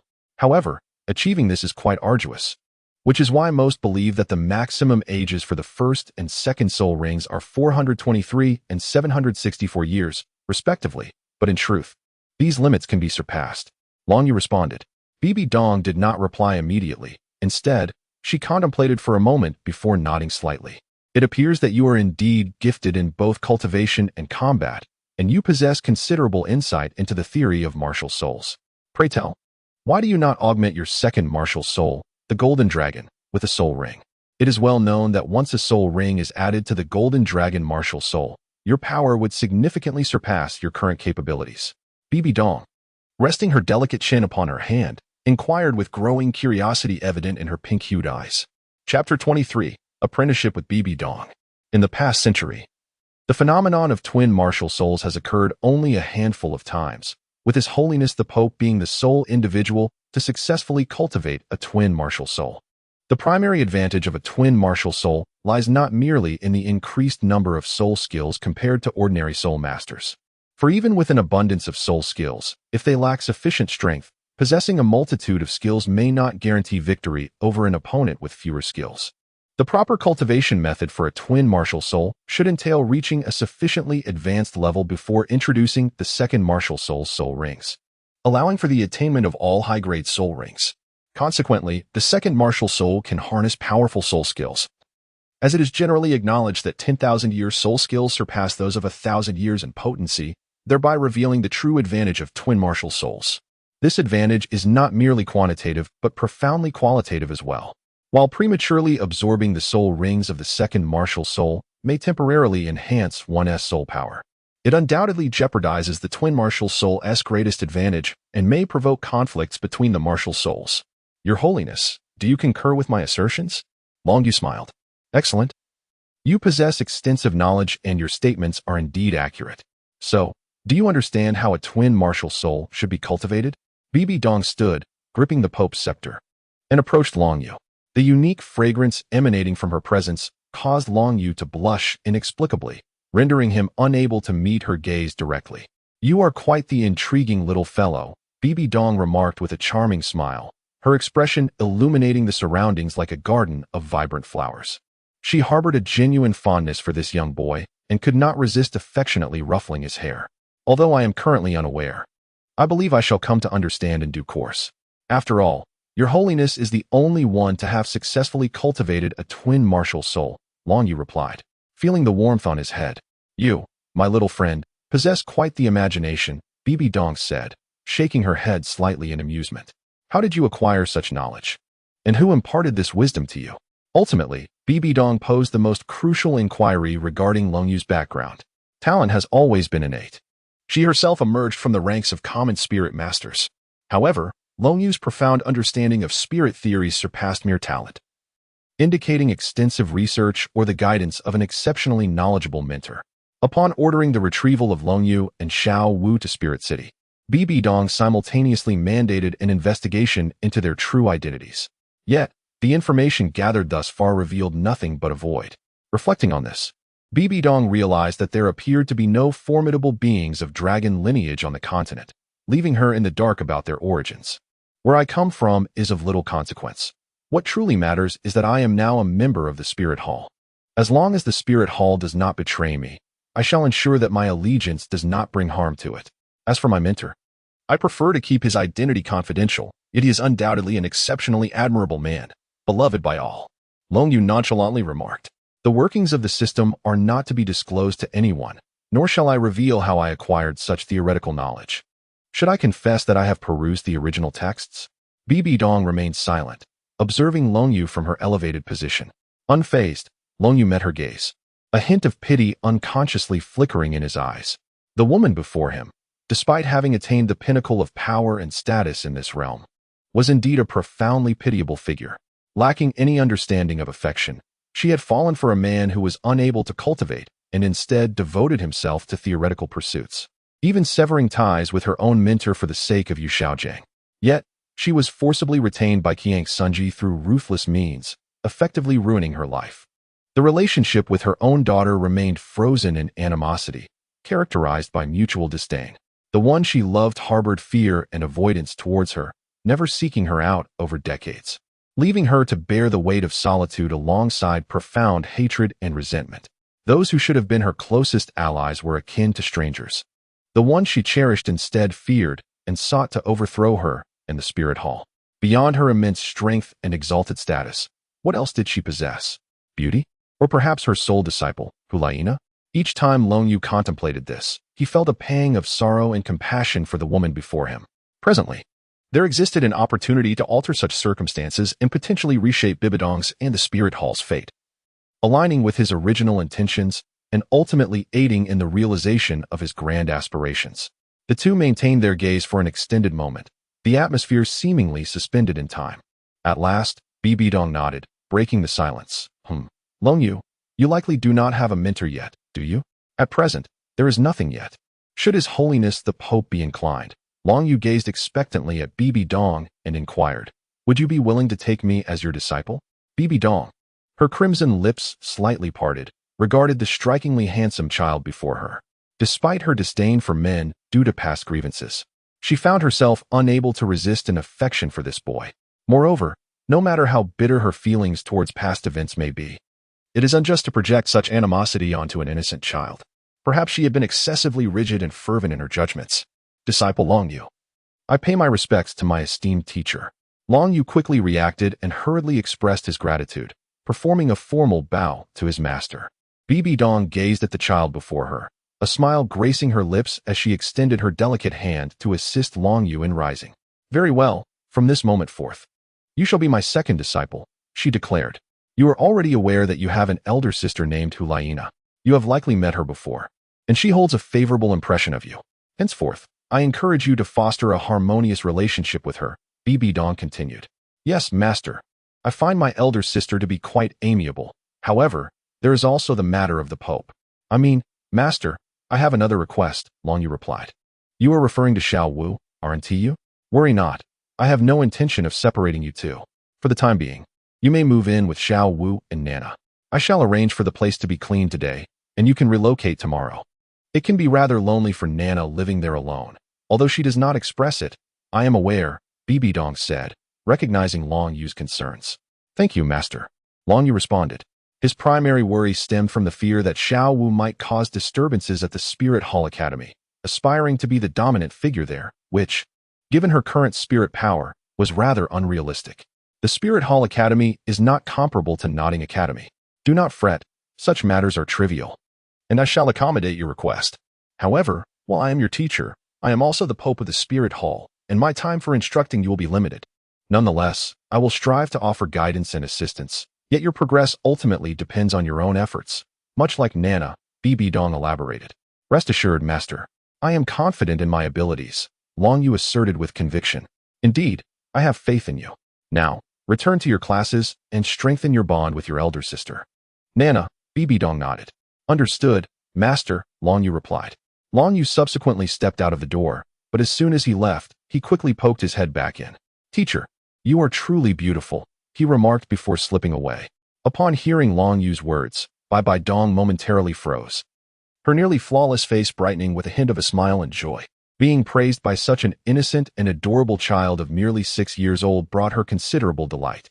This Long Yu, having just become my disciple, speaks so whimsically. Yet his words ring true. Chapter 24. I simply dislike Yen. By the time Long Yu returned to the practical assessment area, the challenge segment had already concluded. Most of the students were sprawled on the ground, gasping for breath, having exerted themselves to the utmost in every challenge to attain higher assessment scores.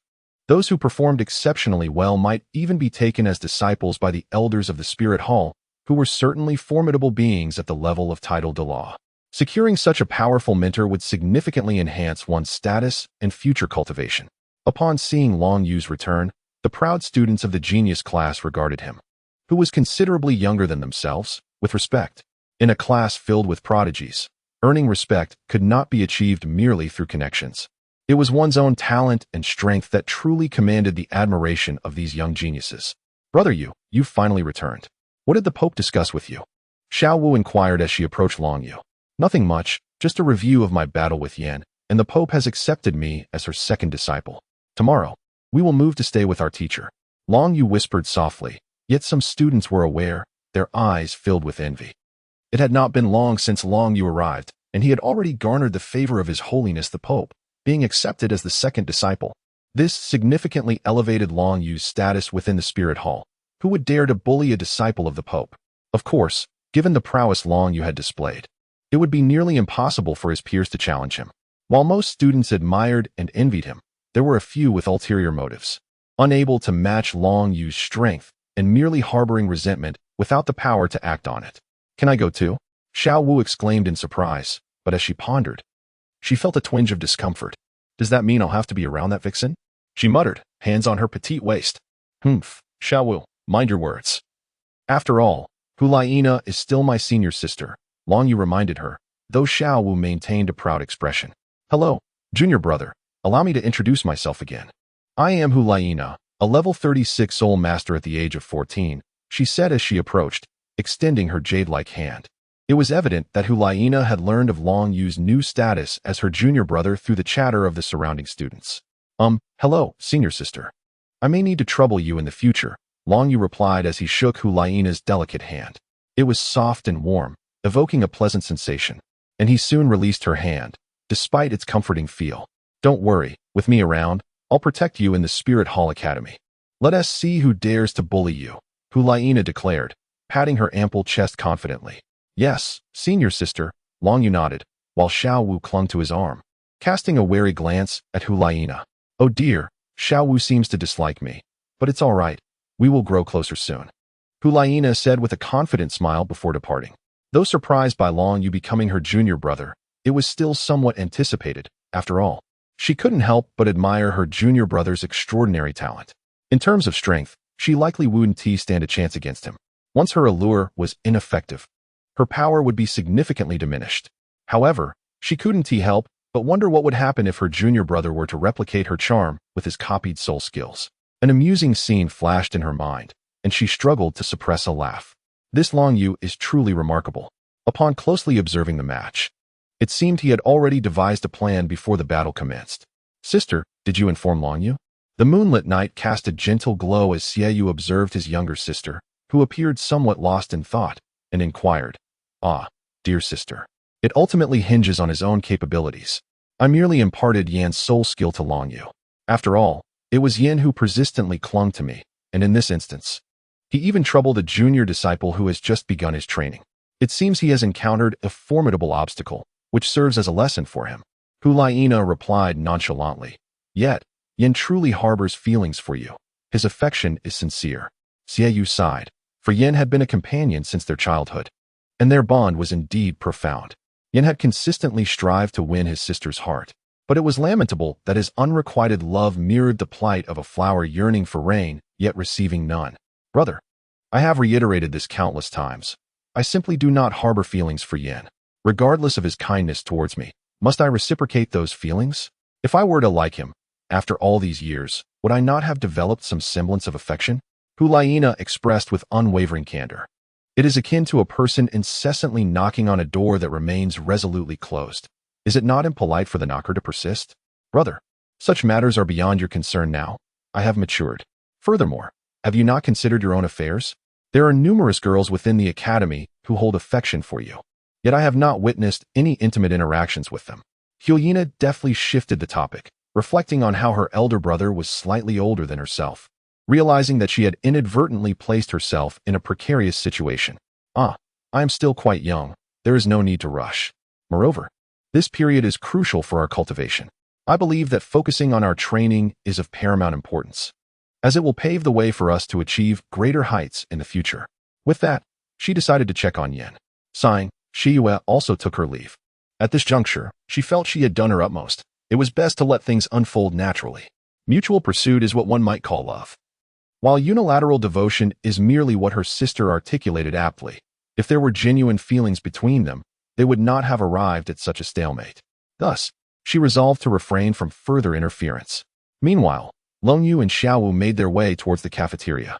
After an afternoon of intense battles, replenishing their energy was indeed imperative. Consuming soul power-infused food was far more efficient than regaining energy through meditation.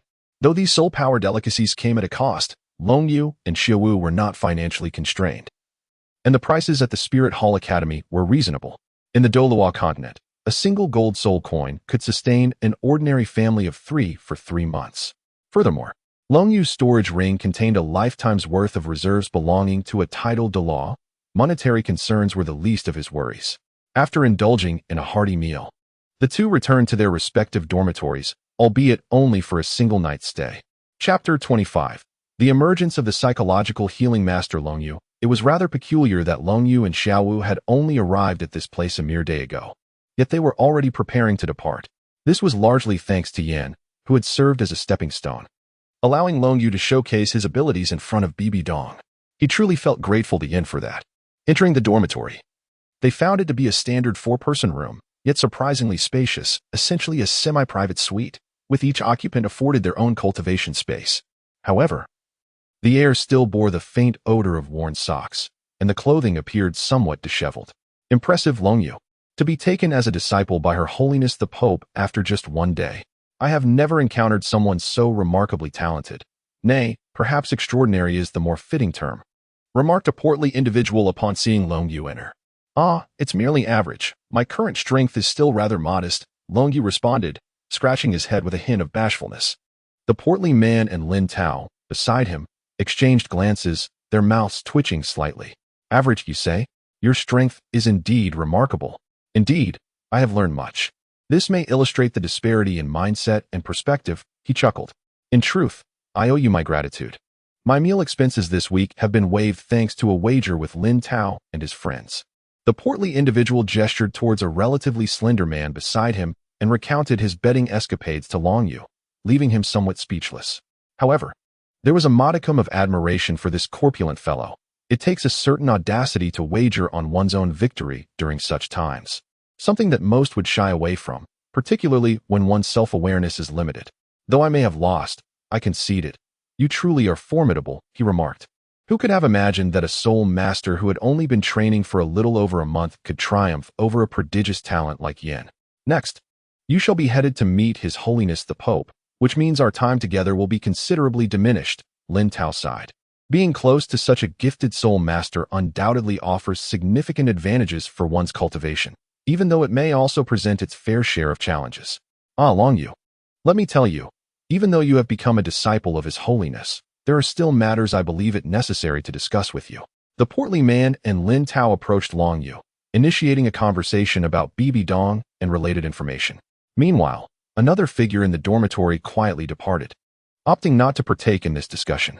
The trio began their discourse on matters concerning Bibi Dong, but, for reasons unknown, shifted their focus to their opinions on instructors from the Spirit Hall, the state of the continent, and eventually, under the influence of some mysterious force, found themselves discussing the female students in their class, a common phenomenon in a boys' dormitory. After deliberating for over an hour, Longyu, the portly fellow, and Lin Tao finally concluded their conversation. You all should rest. I'll go check on that roommate, Longyu said, waving his hand. Ah, Longyu. Mu Feng has never had a great rapport with the students from the genius class. Your interactions with him should be minimal. He is rather peculiar and quite reclusive, the portly man cautioned. Longyu nodded in acknowledgement and stepped outside.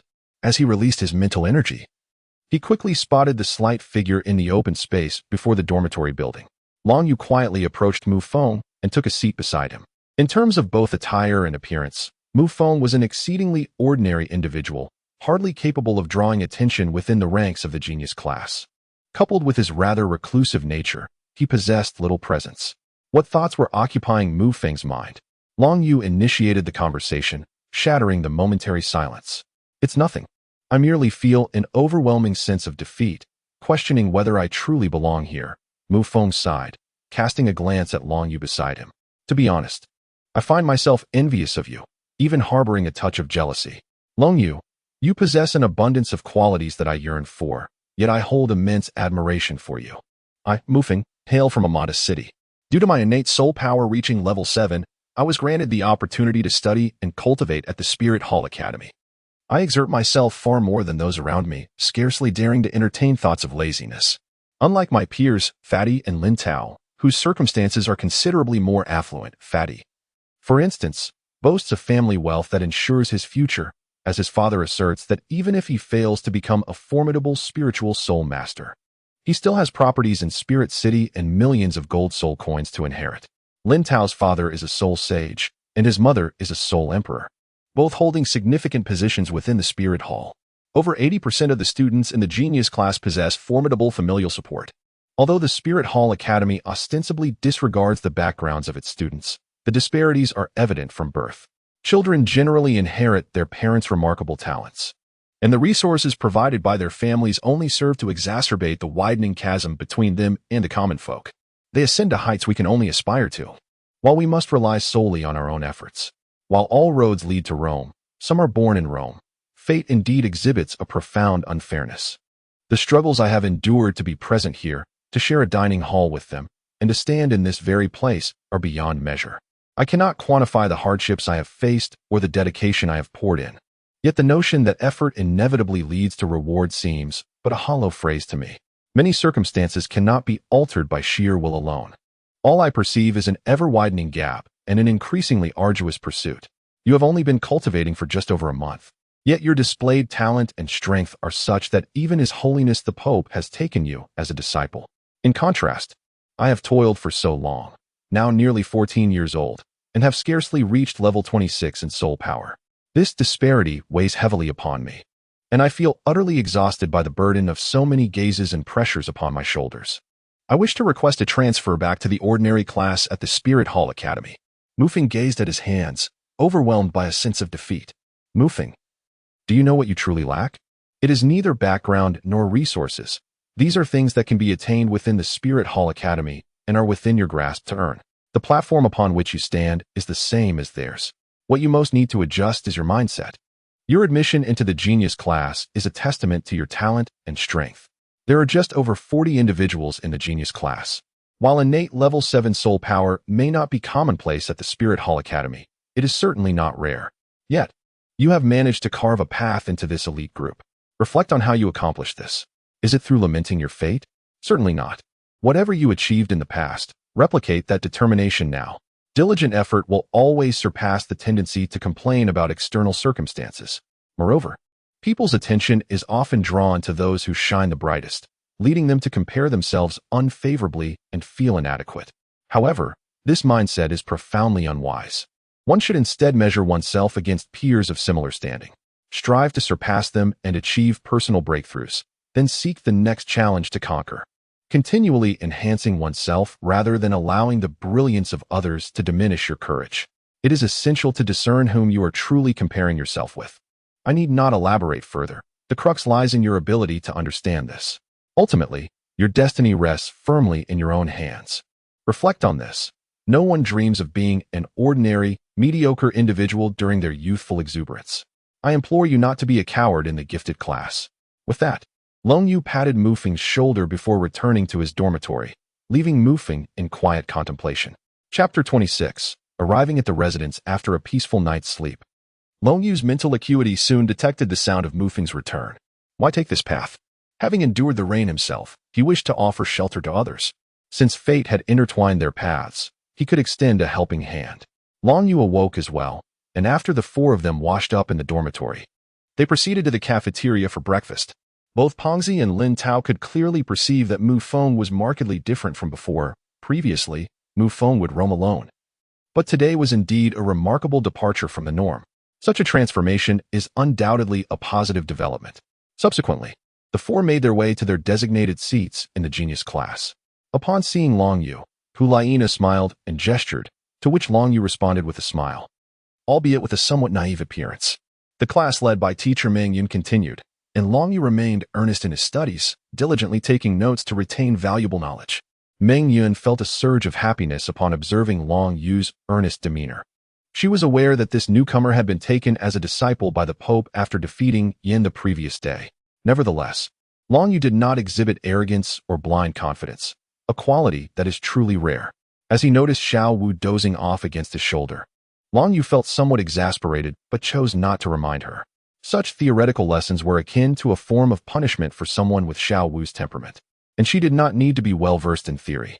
Having undergone a rebirth as a soul beast after 100,000 years, she possessed much of the necessary knowledge already. Once the morning classes concluded, Hulaina led Long Yu and Xiao Wu to their residence. In Wuhuan City, each elder had their own personal abode. The reason for this separation was quite simple. A group of old bachelors had little need to cohabit, and such arrangements would only disrupt their cultivation pace. Bibi Dong and Hulaina's residences were located behind the Pope's palace, not far from it. While the architecture here was not ostentatiously extravagant, It possessed unique characteristics. The arrangement of flowers and the design of the buildings were executed with great care. Through his spiritual perception, Long Yu could discern the exquisite details of the railings and stone carvings, likely crafted by master artisans, although not made from particularly precious jade. The total expenditure on such a setup was undoubtedly substantial. The place resembled an elegant garden, akin to a work of art, making it an ideal environment for cultivation and tranquility. Following Hulayina's lead, Long Yu and Xiao Wu could not help but express their awe. While the Seven Treasure Glazed Tile School was the wealthiest sect on the continent, it was merely a sole master sect at its core. With only a few hundred direct disciples, those possessing the sect's martial soul, and a few thousand affiliated soul masters. How could it possibly compare to the colossal Wuhuan Hall that dominated the entire continent? Under the brilliant leadership of the wise Pope Bibi Dong, the Wuhuan Hall grew ever more powerful, likely surpassing the Seven Treasure Glazed Tile School in terms of wealth as well, boasting vast resources. Junior brother, Xiao Wu, that is our place of residence, Hulayina remarked. Hulayina gestured towards two quaint lofts not far away.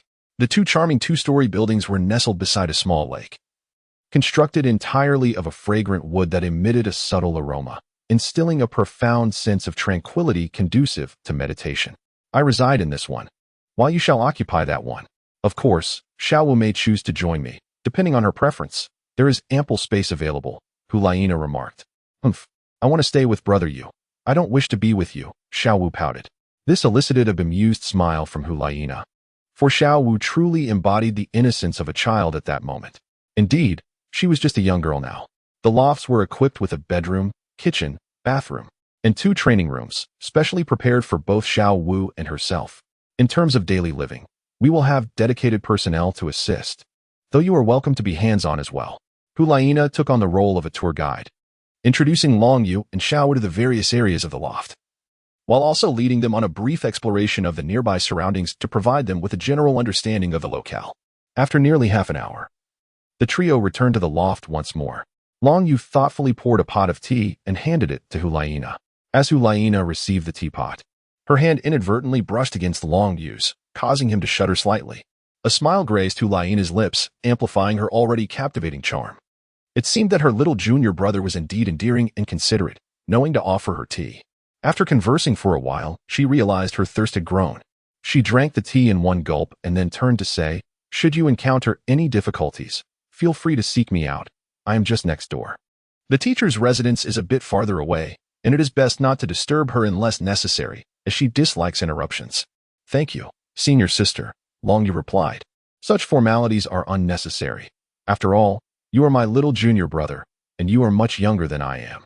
It is only natural that I take good care of you." Hulayina waved her hand dismissively before returning to her room. "Xiao Wu, I genuinely believe our senior sister is quite kind. You need not harbor such intense hostility. Moreover, we will be spending a considerable amount of time with her and the teacher, which is not ideal," Long Yu remarked, grasping Xiao Wu's hand. "Brother Yu, are you truly taking the Pope as your mentor? Will our master be upset if she finds out?" Xiao Wu inquired. "It seems we still require some time for these two girls to reach a harmonious understanding. You need not worry about that. Sister Nana will not concern herself with my affairs in the human world. She trusts me," Long Yu reassured her. "Then shall we remain in the human world until we attain divinity?" Xiao Wu asked.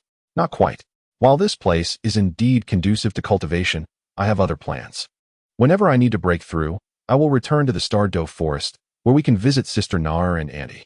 After 6 years, we will temporarily depart from here to a very intriguing place, where we shall encounter some old acquaintances." "Depart from here? Where shall we go?" Chapter 27 of Shrek Academy. The challenge of Evil Moon once again. The afternoon practical assessment session commenced, and Xiao Wu, Long Yu, and Hulayina gathered at the designated location. Yin, who remained beside Evil Moon, clenched his fists upon witnessing the lively banter between Hulayina and Long Yu. Yet he ultimately refrained from uttering a word. He had been unexpectedly defeated by Long Yu the previous day, a result he had never anticipated. And now it felt as though Long Yu was triumphantly stepping upon his pride. Even more infuriating was the fact that Long Yu had been taken as the second disciple by His Holiness the Pope, thus becoming Laina's junior. All of this was what Yin had fervently desired, only to have it snatched away by someone who had only recently arrived at the Spirit Hall Academy. With his fists tightly clenched, Yin struck the wall with considerable force. Yin, you shouldn't be so overly sensitive, Evil Moon remarked, intending to offer some counsel. However, in his agitated state, Yin was beyond listening and randomly selected a hapless soul master student to challenge. Initially, the unfortunate individual wished to decline, but under the pressure exerted by Yin, he reluctantly acquiesced. As a defensive soul master himself, he felt this was merely an outlet for Yan's frustrations. If he had the capability, he should confront Long Yu directly instead of flaunting his bravado in front of him. Sighing, Evil Moon observed Yan's behavior, pondering that perhaps Laina was correct. If Yin truly ended up with Laina, his temperament could indeed pose challenges. Hello, Elder Hu Laina, Evil Moon greeted. Yes, Laina. Evil Moon nodded in response. I would like to challenge you, if I may, Long Yu stated directly to Evil Moon, who stood before him at a height that barely reached his waist. A challenge directed at me? Evil Moon regarded Long Yu with some surprise but nonetheless nodded in agreement. Even if Long Yu had not initiated the challenge today, he would have sought an opportunity to engage with him. Previously in the genius class, those worthy of dueling with him were limited to his sister, Hu Laina, and Yin. As for Hu Laina, her alluring abilities were so formidable that he could scarcely fathom a defeat at her hands. His mental prowess was no match for her. Thus, his most frequent sparring partner had been Yin, with their victories evenly split between them. Although Evil Moon considered his own strength to be slightly inferior to Yin's, this was merely due to Yin being a year his senior. Long Yu triumphed over Yin, thus acquiring a formidable new rival within the ranks of the genius class. Well, that sounds excellent. I too wish to test your prowess, Xiaoyu affirmed with a nod, making his way to the combat platform. Observing this, others voluntarily vacated the area. After all, they could challenge each other at any time, but encounters between skilled practitioners were a rare spectacle. Be cautious, little junior brother. My brother's martial soul, Moonblade, is exceptionally sharp, Hu Laina cautioned. This pronouncement caused a slight twitch at the corner of Xiaoyu's mouth. My dear sister, I am your brother. After so many years of sibling bonds, does my relationship with you pale in comparison to your acquaintance with Long Yu, which is merely 2 days old? Alas, understood. Senior sister, Long Yu replied with a nod. The motivation behind his desire to challenge Xiaoyu stemmed from a wish to gauge the efficacy of his recently acquired reward, the Xianlong spear technique, following his initiation under Bibidong. Among the genius class, Xiaoyu presented the optimal choice for testing the might of the Xianlong spear technique. Xiaoyu, martial soul, Moonblade, a level 37 assault-type battle spirit. As he spoke, 3 soul rings, yellow and purple, floated around him. In his hands materialized 2 blood-red crescent blades, resembling a waning moon, which he held firmly at the center. The Moonblade was indeed a premier martial soul, though in terms of quality and lethality, it could not rival the Haotian hammer or the 7-kill sword. Nonetheless, it was a formidable weapon. Long Yu, martial soul, Golden Dragon, a level 14 assault-type soul master. Once again, the violet Millennium Soul ring manifested around him, and his eyes transformed into a striking double pupil. Simultaneously, he summoned his second martial soul, the Golden Dragon, resulting in draconic features emerging on his cheeks and forehead, significantly enhancing his physical attributes as he brandished the Golden Dragon spear towards Xiaoyu. Wow! Having just defeated Yin yesterday, Long Yu is now challenging Xiaoyu. Does he intend to conquer the strongest contenders in the genius class? The plump boy exclaimed, astonished at the sight of the two on the combat stage. Beside him, Yuntao expressed concern. I fear Long Yu may be overly eager. Although he indeed bested Yin yesterday, the toll on his energy was considerable. Less than a day has passed, and he is already seeking to challenge Xiaoyu. Can he maintain his condition? While his soul power may be adequate, the recovery of mental fortitude is a much slower process. Moreover, in terms of individual lethality, Xiaoyu even surpasses Yin. Is he trying to validate his status as a disciple of the esteemed Pope? Yuntao, spare me your worries. Are you willing to take another gamble? This time let the stakes be smaller. How about tonight's dinner? The plump boy regarded Yuntao with a mischievous glint. You insufferable glutton. However, a dinner wager is manageable. Very well, I still wager that Long Yu will lose. After pondering for a moment, Yuntao nodded. Even if he were to lose, it would not matter, and in truth, he was not certain he would be defeated this time.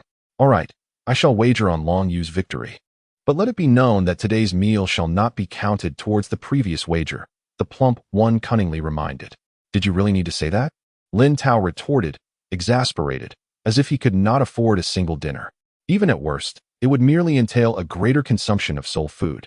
But considering he was merely a hefty fellow, how much soul food could he possibly consume? Tang Wulin's remarked, I believe some individuals cannot be judged uniformly, such as myself. Tang, I shall join as well. I too bet on Long Yu's triumph. Mu Feng, who had unexpectedly arrived, chimed in. Lin Tao and the hefty one exchanged glances, astonished. This was indeed the first time they had witnessed such behavior from this eccentric individual. Had they not been familiar with him, they might have speculated he suffered from some form of communication barrier. Nevertheless, this turn of events was a positive development. Considering they would be sharing a dormitory for at least 2 years, encountering each other frequently. Of course, that's acceptable. The hefty one initially appeared taken aback, but ultimately nodded in agreement. Well, my friend, it seems you are destined to lose this time. Look, it's 2 against 1. The advantage is glaring, he said with a grin directed at Lin Tao. Humph, 2 against 1 it may be. But it is not as if we are competing in a battle. Lin Tao scoffed lightly, but acquiesced to Mu Feng's inclusion. The gazes of the 3, along with others, once again converged on the 2 combatants on the arena, even as Yan, whose expression was less than favorable, observed. This little fellow truly knew how to stir things up. Challenging Xiaoyu today, one could only wonder if he would dare challenge Hulina tomorrow. Li Jun watched the scene with great interest, assuming the role of judge once more. Chapter 28. The Mysterious Dragon Spear Decision. The first soul skill, Blood Moon.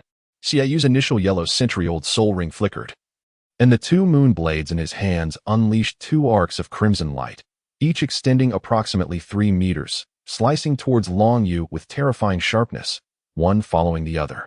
Xiaoyu fixated on Long Yu's form, awaiting the latter's next move to respond accordingly. The diameter of approximately 3 meters surpassed the evasion limit he had demonstrated yesterday by several centimeters, allowing for an estimation of the enhancement post-transformation. Moreover, a surge of mental energy radiated from him, indicating that Xiaoyu could even multitask, controlling the direction of the 2 blood moons. Even if he managed to evade the first, the second could undoubtedly deliver a follow-up strike. Truly, one of the golden generation of the Spirit Hall. His combat experience and prowess were beyond reproach.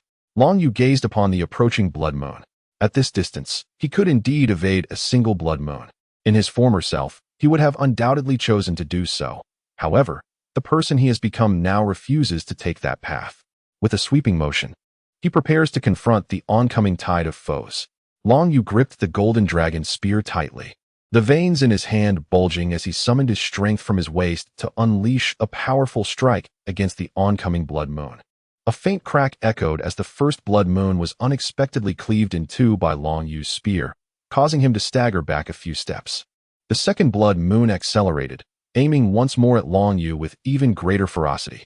Simultaneously, the figure of Xiaoyu surged towards Long Yu, showing no signs of relent, with his twin moon blades gleaming ominously in a blood-red hue.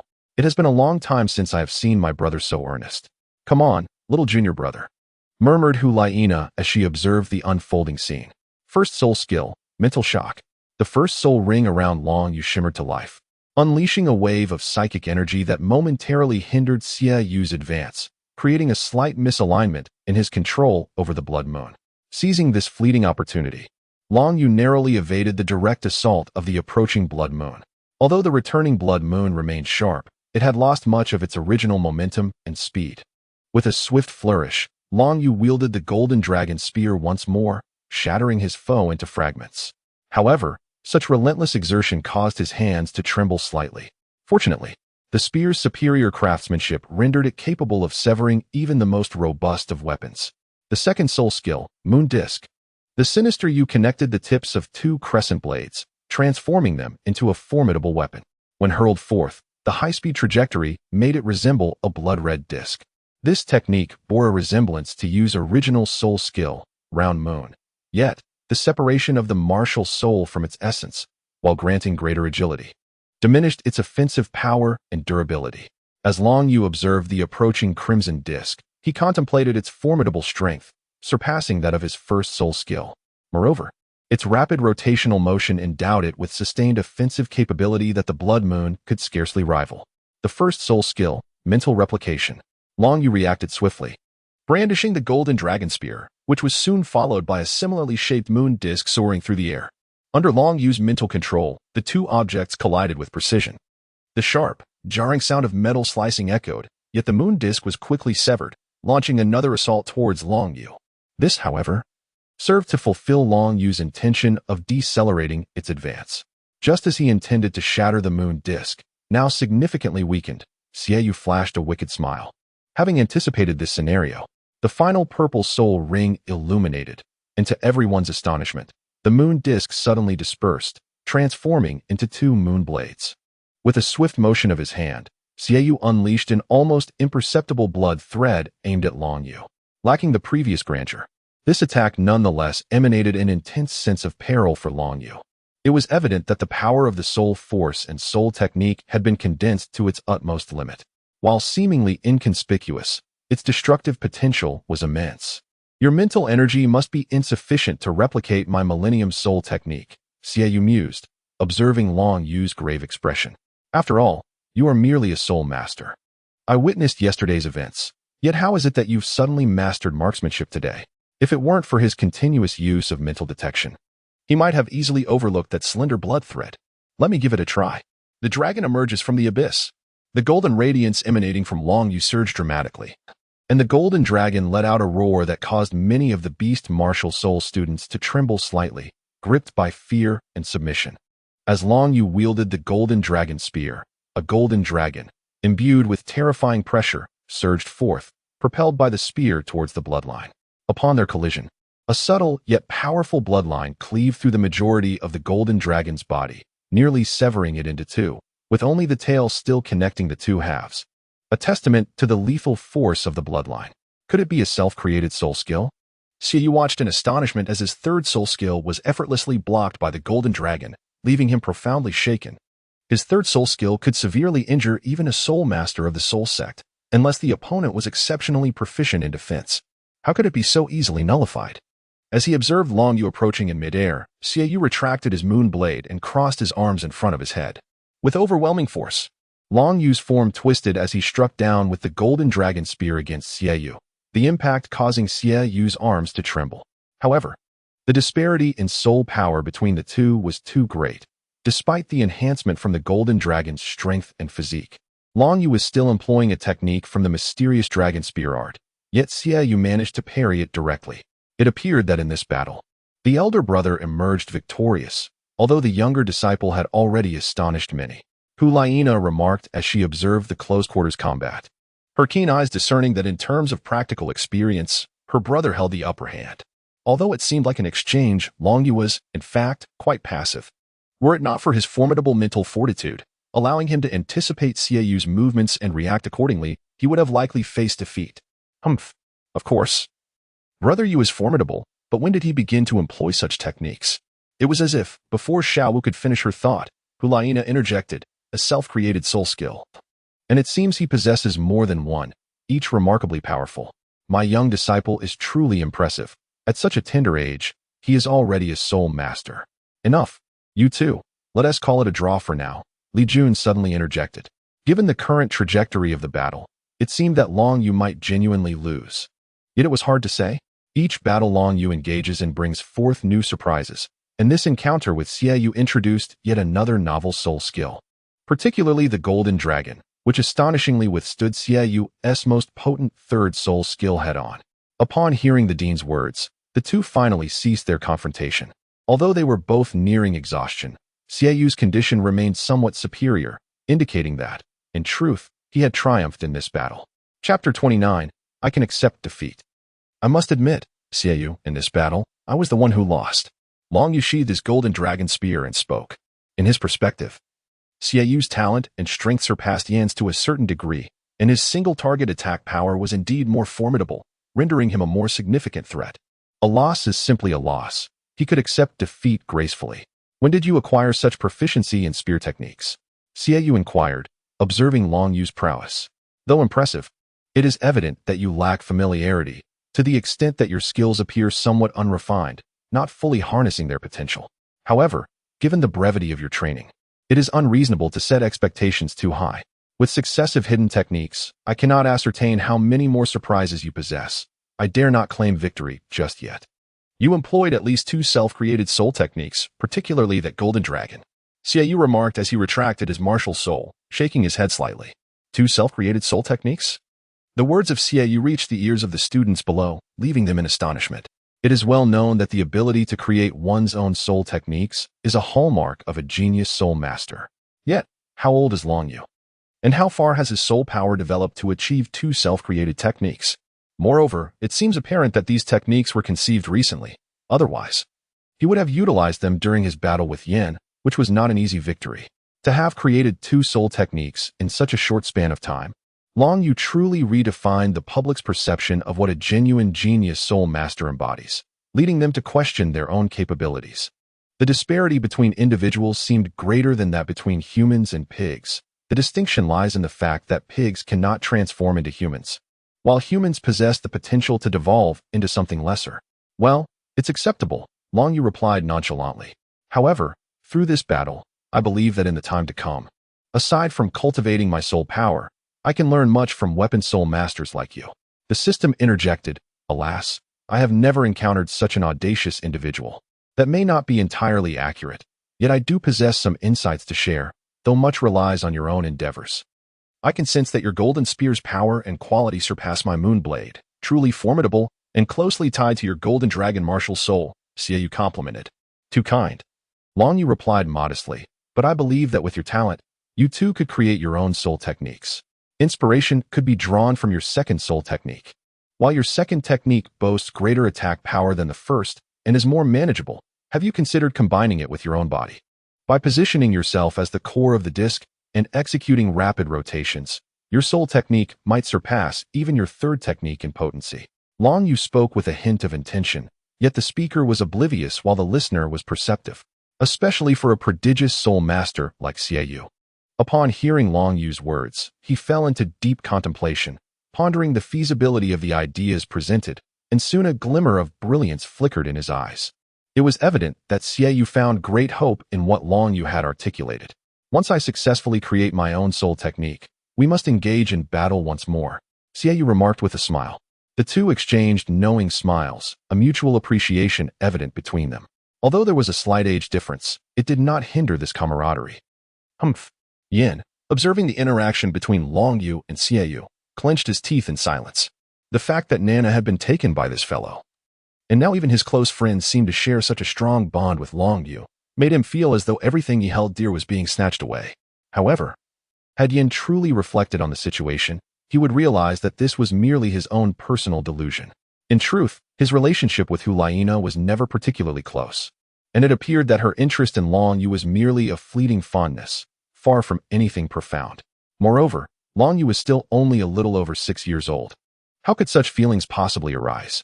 As for Xiaoyu, he had merely received a hint from Long Yu, and their shared topics of conversation were simply more abundant at this moment. Look, my brother is indeed stronger than the current junior disciple. Yet the latter's achievements at this tender age are undeniably remarkable, Hulaina mused, observing Long Yu and Xiaoyu engaged in conversation in a secluded corner, a smile gracing her lips. One was her brother, her only family, and the other her junior disciple. Naturally, she hoped for a harmonious relationship between them. Few could truly connect with her, her brother, her junior disciple, her teacher, and that bothersome Yin. If she were to count the little girl with the pouting lips beside her, she could enumerate them on both hands. Fatty, it seems you've finally lost this time. You owe us dinner tonight, she said. By the way, Mufong, you two have lost, Lin Tao reminded the two, though he himself was utterly bewildered at this spectacle. Goodness, when I fought alongside Long Yu as soul masters, it felt as if we were on entirely different levels. Losing is part of the game, but witnessing such a match is truly worth it. It's a rare sight indeed. While others engage in battles of wits and skills, our encounters feel almost playful, the chubby one reflected. Next time, just speak for yourself. Refrain from using we. Lin Tao added that the chubby one then began to bicker with him once more. Meanwhile, Mufong quietly observed the exchange between Long Yu and Xiaoyu, feeling a tumult of emotions stir within.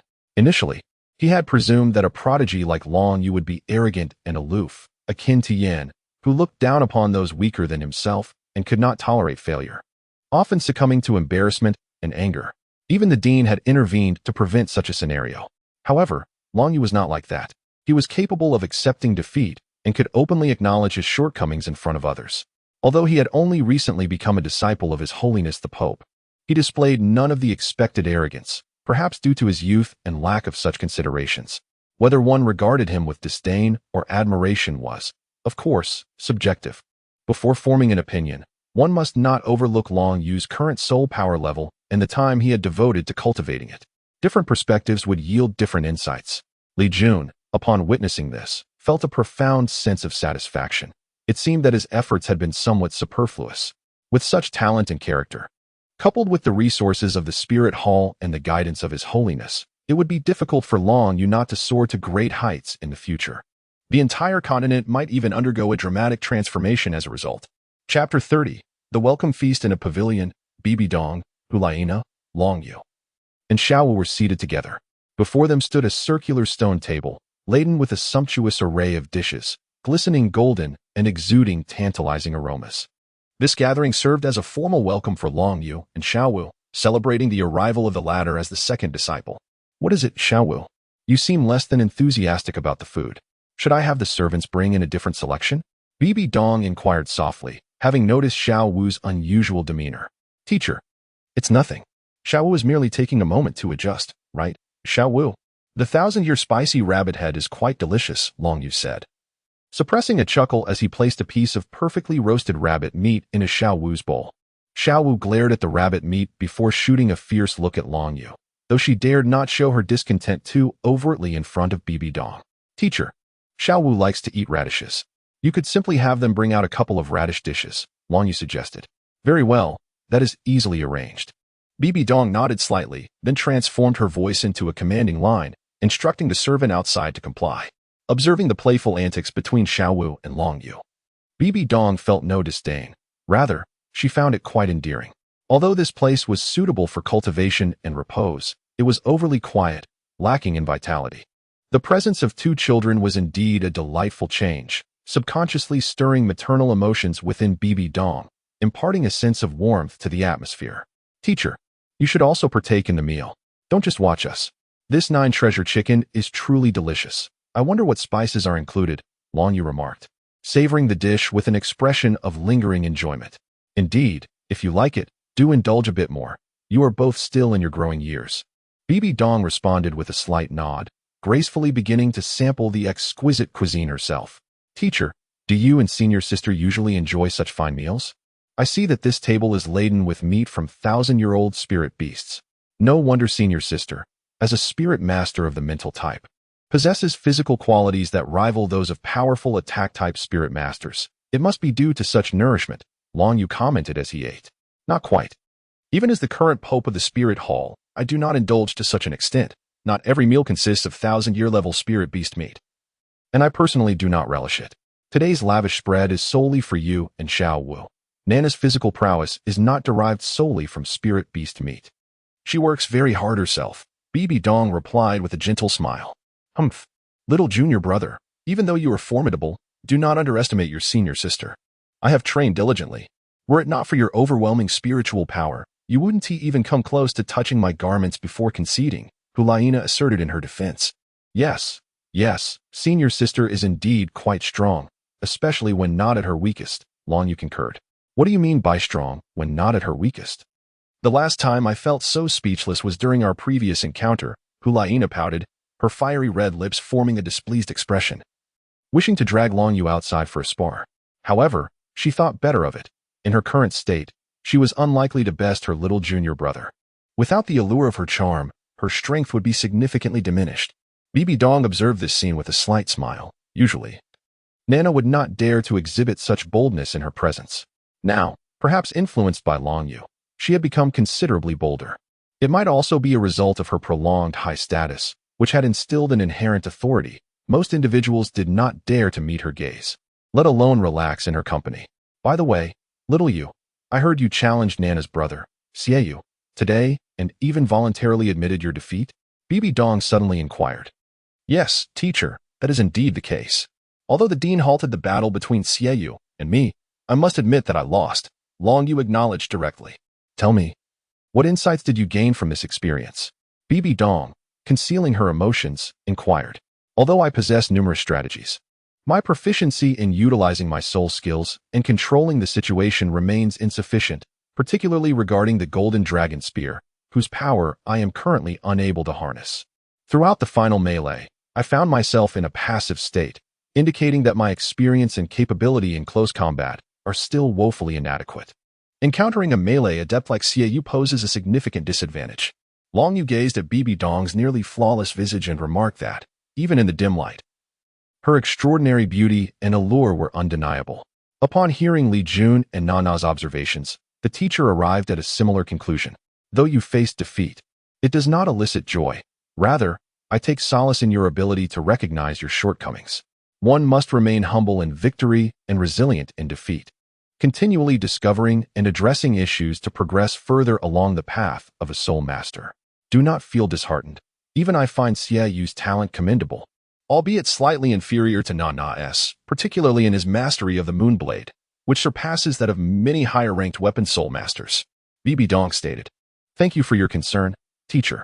I shall strive to improve, Long Yu responded. Currently, our strength is still too feeble, and the path of cultivation remains long. Our enemies are formidable. He clenched his fist, and beside him, Xiaowu nodded vigorously.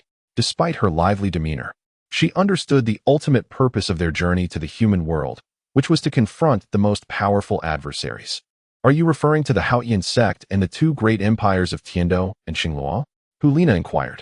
With the current might of the Spirit Hall, it remains unparalleled in the world of soul masters, with only the former number one sect, the Haoyan sect, considered a worthy rival.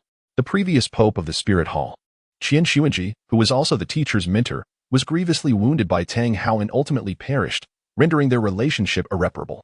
Additionally, the Tiandou Empire and the Xingluo Empire are also included. Not only them, but to be precise, any force or entity that obstructs the Spirit Hall's unification of the continent constitutes our enemy, extending beyond just these three formidable opponents. Long Yu gently shook his head. Is it not premature to speak of the Spirit Hall unifying the continent, junior brother? Hulina questioned, her slender, beautiful eyes filled with curiosity. Bibi Dong had already dismissed all the maidservants outside. Such a conversation must never be divulged. Chapter 31. On the Spirit Hall, Part 1. It may indeed be a tad premature to make such declarations now, yet I firmly believe that in a decade or so, the Spirit Hall will possess such strength and will undoubtedly initiate its course of action. I suspect this is also the inevitable path that the higher echelons of the Spirit Hall and our teacher will undertake in the future. Long Yu lifted a piece of beef to his lips, savoring its fragrant, smooth, and tender qualities. The warmth enveloping both him and Xiao Wu was delightful, as the soul power contained within the soul beast meat brought immense comfort and satisfaction to these two children, who were merely soul masters. They sensed an impending breakthrough in their soul power within the next couple of days. After a decade or so, Hulina cast a skeptical glance at her teacher, seemingly seeking an answer, yet Bibi Dong remained composed, offering no response. Nevertheless, Bibi Dong's gaze upon Long Yu grew increasingly intense. This young lad possessed extraordinary insight, having accurately surmised the approximate timing of her plans with the higher-ups of the Spirit Hall. Of course, whether it be 11 years or 19 years, they both fell under the umbrella of a decade or so, lacking precision. Despite this, Long Yu's grasp of the continent's dynamics was nothing short of remarkable. Xiaoyu, you speak wisely. However, if the Spirit Hall intends to unify the continent in the future, many soul masters and commoners will undoubtedly perish. How will you choose to perceive this? My dear teacher is most eager to know. Bibi Dong's pink eyes fixed intently on Long Yu. Should he attempt to deceive her? With her unparalleled spirit power as a title Douluo, it would be impossible for him to conceal the truth from her. There is nothing inherently wrong with unification. The continent is fraught with too many disparate factions, none of which have ever achieved a definitive advantage, perpetuating unending strife. While it may appear to be in a state of overall peace, this delicate equilibrium is easily disrupted, unleashing chaos at the slightest provocation. The covert skirmishes among various factions are innumerable, with countless unaware individuals falling victim to these ongoing conflicts daily. Resources are finite, yet human desires are boundless. Those desires tumble like boulders down a mountain. Once set in motion, they cannot be halted. As power grows, so too does the expansion of desire. The three great sects have long regarded the Spirit Hall as a symbol of tyranny and arrogance. Yet, once they attain the power akin to that of the Spirit Hall, which of them would dare claim superiority? The desires that dwell within them will inevitably compel them to engage in behaviors they once deemed overbearing. Even now, they criticize the spirit hall for its faults. Are they themselves not tainted? Their shortcomings merely pale in comparison to the overwhelming strength of the spirit hall, which has drawn the attention of many. The two great empires boast a rich and ancient history, having ignited countless wars in their quest for dominion over the continent. Presently, the Heavendou Empire is in decline while the Star Luo Empire flourishes, particularly in military strength, having surpassed the Heavendou Empire long ago. Were it not for the Spirit Hall serving as a balancing force, war between the two empires would have long since erupted. This current state of affairs cannot endure indefinitely. To truly end a conflict, war remains the sole resolution. The transient loss of life is unavoidable. However, should we succeed in terminating the war, I believe it to be a worthy endeavor. The ebb and flow of the world dictates that what is divided must eventually unite, and what is united must inevitably divide. If one must make such a choice, the Spirit Hall undoubtedly emerges as the optimal and most feasible option. Long Yu gazed earnestly at Bibi Dong as he spoke. Junior brother, did you contemplate this even before entering the Spirit Hall? Hu Laina, taken aback by Long Yu's astonishing words, covered her lips in shock, questioning if this junior brother had matured beyond his years. Indeed, that is the case. So, dear teacher, are you satisfied with my response? Long Yu smiled at Bibi Dong, who appeared subtly moved by his words. I am genuinely intrigued by how you arrived at such a notion. Upon reflection, I must concede that you possess a valid point. However, pray tell, why do you consider the Spirit Hall to be the best choice? Bibi Dong repositioned herself, taking a seat beside Long Yu, exchanging places with Hulaina. Meanwhile, Xiao Wu sat in a daze, gazing at Long Yu with a bewildered expression. What is happening? How does brother you know so much? And his words are always so unexpected? The crux of the matter lies in power. As the undisputed sovereign of the Soul Master realm, the Spirit Hall commands over 60% of the continent's Soul Masters, with an abundance of titled Douluos that far surpasses any other faction. In fact, even if all other forces were to unite, they would struggle to match the number of titled Douluos currently residing in Spirit City, not to mention those existing beyond the titled Douluos. The Spirit Hall thus holds an unequivocal advantage. Any discourse is grounded in one's own strength. Otherwise, it amounts to mere empty rhetoric. Moreover, under the sagacious guidance of our teacher, the Spirit Hall remains unparalleled. Additionally, the Spirit Hall's practices render it the most benevolent and trusted choice for civilian soul masters across the continent. The mere provision of free soul awakening surpasses all other soul master factions and the two great empires. In truth, facilitating soul awakening is not particularly arduous. It requires minimal human or material resources, only the preparation of awakening stones and an individual possessing soul power. Yet, why has only the Spirit Hall succeeded in assisting all civilians in awakening their souls free of charge? The answer is rather simple. Profit.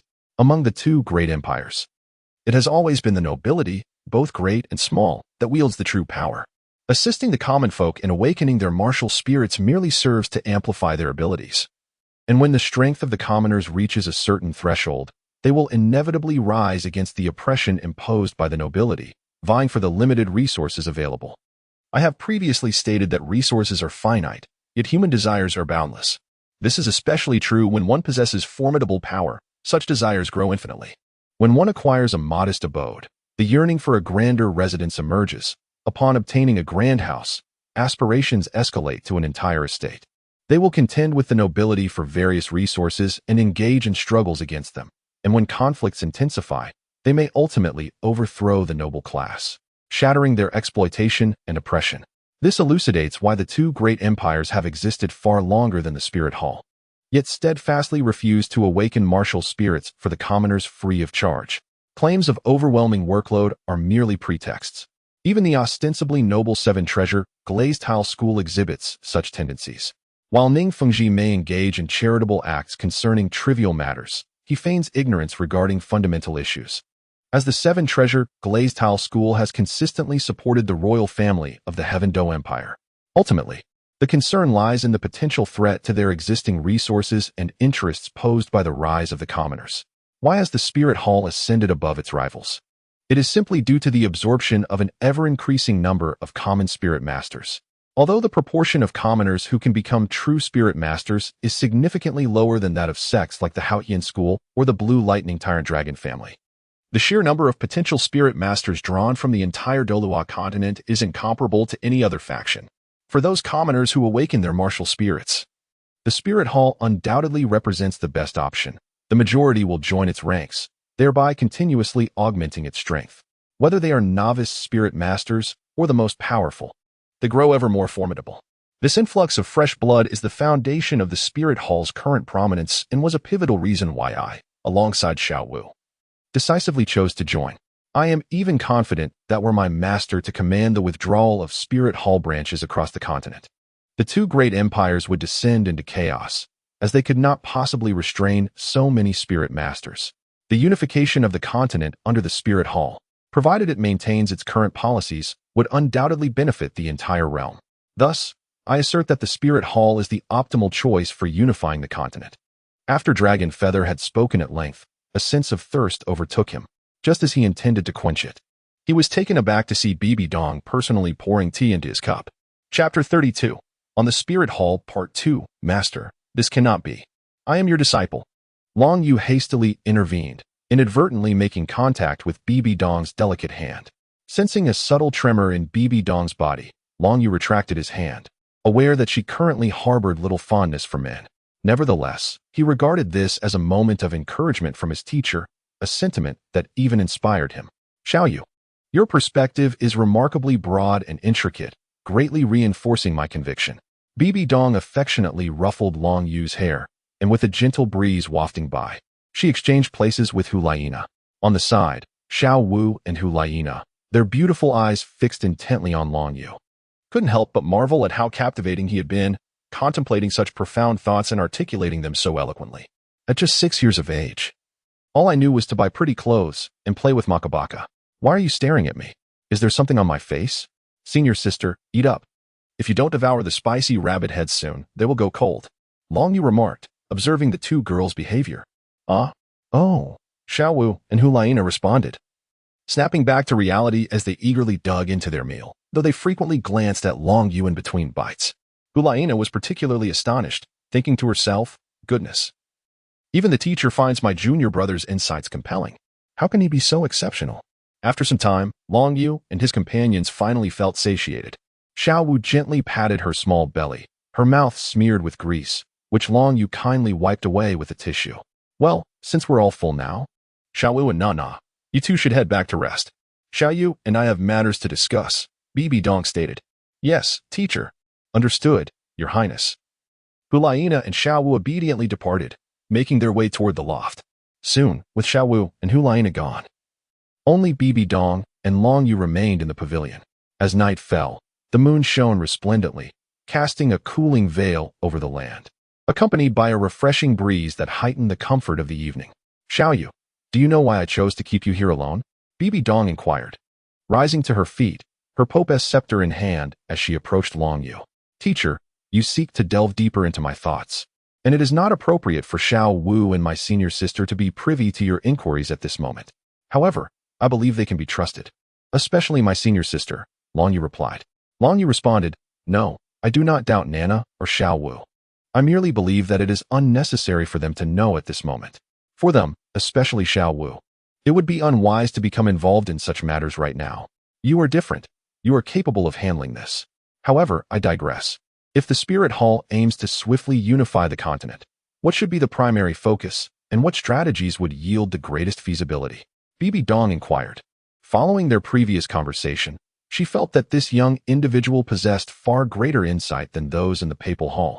Perhaps she could glean some novel ideas from him. Master, what do you believe the Spirit Hall currently lacks in its pursuit of unifying the continent? Long Yu countered. Military might. Bibi Dong succinctly replied. Indeed, Master, you are correct. Although the strength of spirit masters surpasses that of ordinary individuals, they remain a minority. Upon reviewing the records of the Spirit Hall, I found that the number of spirit masters has never exceeded 100,000. This limited number of spirit masters is scattered across the entire Douluo Continent. While the Spirit Hall controls the majority of high-ranking spirit masters, their numbers are still finite. Both empires boast armies of 1 million, although many are merely commoners. Such vast military forces are sufficient to cause headaches for the Spirit Hall. Simply possessing a significant number of spirit masters is insufficient. The Spirit Hall would greatly benefit from its own army, which is one aspect. Secondly, expanding the military requires substantial funds, much money. Though the Spirit Hall is wealthy, the expenses associated with maintaining such an expansive enterprise are considerable. Resources must be increased rather than merely conserved, Long Yu stated. Bibi Dong repeated these two terms, military and wealth. The military aspect has always posed a challenge. It is the most significant power that allows the two great empires to stand against the Spirit Hall. When Moonlight pursued the poisoned Douluo de Gabo, it was the Snow Prince of the Heavenly Do Empire who rescued him, threatening Moonlight and others with a million-strong army to compel their retreat. That old poison master continues to oppose the Spirit Hall, though for now, he has not stirred much trouble. The military issue has already prompted the early dispatch of Xiao Shui to infiltrate the Heavenly Do Empire in place of Shui Qinghe, aiming to eliminate the old Emperor Shui Yi. We must not act in haste. Patience is essential to avoid complications. As Emperor Shui Yi is not the only prince in the realm, and we must not raise suspicions from the outside. We shall set this aside for now. As for wealth, let us begin our efforts here, for it is less overt and less likely to attract attention. I understand. You may return for now. I shall contemplate how to implement these strategies in due course, Bibi Dong remarked, gazing into the distance. Really? You're letting me go just like that?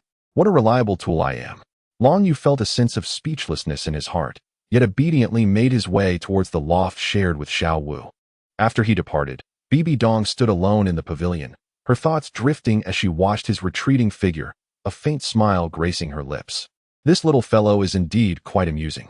With extraordinary talent and combat prowess, his wisdom, cunning, and broad vision are even more vital. Reflecting on her decision to take Long Yu as her disciple, she now deemed it an exceptionally wise choice. Should such a person become an adversary of the Spirit Hall, he would undoubtedly become a significant threat, far more formidable than Tang Hao of old. Although Tang Hao possessed immense strength, his intellect was lacking. Otherwise, he would not have wandered the continent with his wife, attracting the attention of that beast. The consequences were predictable, for those were soul rings and bones of 100,000 years. Even now, she found herself troubled by the same ancient treasures. Yet she remained unable to extricate herself from her current circumstances. Moreover, the two sovereign soul beasts in the Star Do forest were no trifles. Xiaogang, if only you could possess even a fraction of Xiao Yu's abilities, how splendid that would be. But after all these years, why have you never come to see me? I have reached the pinnacle of this continent, even undergoing the divine examination, yet I find myself devoid of joy.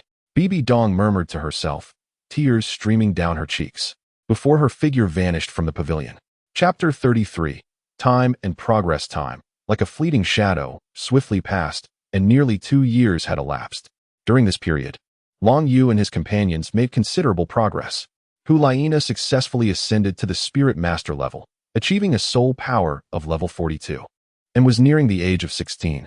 In normal circumstances, a breakthrough to Spirit King would likely occur around the age of 20. Yan and Xiaoyu were similarly successful, having also reached the Spirit Master level, significantly enhancing their strength. The disparity between Spirit Master and Spirit Elder transcended mere soul power. It signified a holistic advancement. Notably, Xiaoyu, through relentless exploration and experimentation, had finally developed the fundamental aspects of his self-created soul skill, Crescent Moon. However, both its potency and speed required considerable refinement, as he aspired to create a flawless technique devoid of flaws. Benefiting from this self-created skill, Xiaoyu's chances of victory in battles against Yin had notably improved. Meanwhile, Long Yu and Xiao Wu had finally cultivated their soul power to level 20, mere steps away from adding their second soul ring and advancing to the rank of Great Soul Master. Thanks to the resources provided by the Spirit Hall Academy and Bibi Dong, Xiao Wu's cultivation speed had significantly accelerated compared to her time at Nodding Academy, achieving an impressive 4 levels of soul power within a year, even at the Soul Master stage. Of course, this was greatly influenced by her innate full soul power. External conditions merely served an auxiliary role.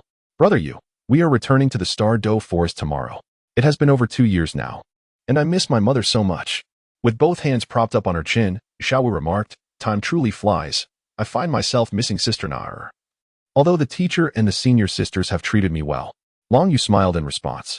After 2 years of training, not only had his soul power increased, but his mastery over the Golden Dragon Spear had also significantly improved. He had become quite adept at the techniques within the Xianlong spear art. Although he had yet to reach an extraordinary level, ever since Hu Liena and the others ascended to Soul Zone, he had refrained from challenging them, as it seemed rather pointless. His focus had shifted primarily to cultivating his soul power and mental strength. However, Brother Yu, I feel as though I have become a burden to you. You had already attained a soul power level of 20. Yet you chose to wait for me instead of immediately absorbing your second soul ring, Xiao Wu admitted with a hint of embarrassment. Given Long Yu's innate talent, elevating his soul power by 5 levels in 2 years, even while training his spear skills, should not have been such a slow endeavor, yet he remained here, waiting for Xiao Wu. You need not feel guilty, Long Yu reassured her. During our cultivation, encountering a bottleneck in soul power does not mean one cannot continue to improve. It merely lacks the guidance of a soul ring. Once I absorb my second soul ring and break through to become a great soul master, the soul power I have been cultivating will manifest. This means that if I were originally only capable of reaching a soul power level of 22, my prior training might allow me to elevate it to 23. He gently ruffled Xiao Wu's hair. Fortunately, over these 2 years, he had grown considerably taller, making it easier to interact with others.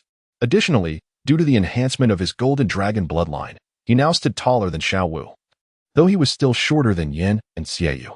Is that so? Xiao Wu inquired curiously, her small face lit with interest. Teacher Ming now says that your theoretical knowledge surpasses even hers. Did the Pope bestow that wisdom upon you? Indeed, to a certain extent, Long Yu replied with a smile. The teacher's prowess is exceptional, both in skill and theory. I have learned much from her. As the two engaged in conversation, Bibi Dong suddenly approached them. Xiao Wu. Tomorrow you will accompany Elder Zhu to the Stardow Forest. I have already made the arrangements, Bibi Dong announced as she took her seat. Thank you, Your Holiness. Long Yu and Xiao Wu replied in unison. Remember to prioritize your safety during your expedition to the Stardow Forest, as it is the most perilous soul beast forest across the continent. Even with Yueguan's protection, dangers may still arise. Be sure to heed his instructions and avoid wandering off.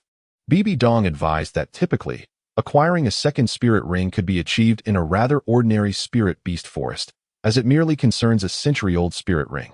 However, Long Yu's situation is distinct. The first spirit ring can absorb a millennium, thus the second spirit ring must undoubtedly be at least a millennium as well, with exceptionally high-quality requirements.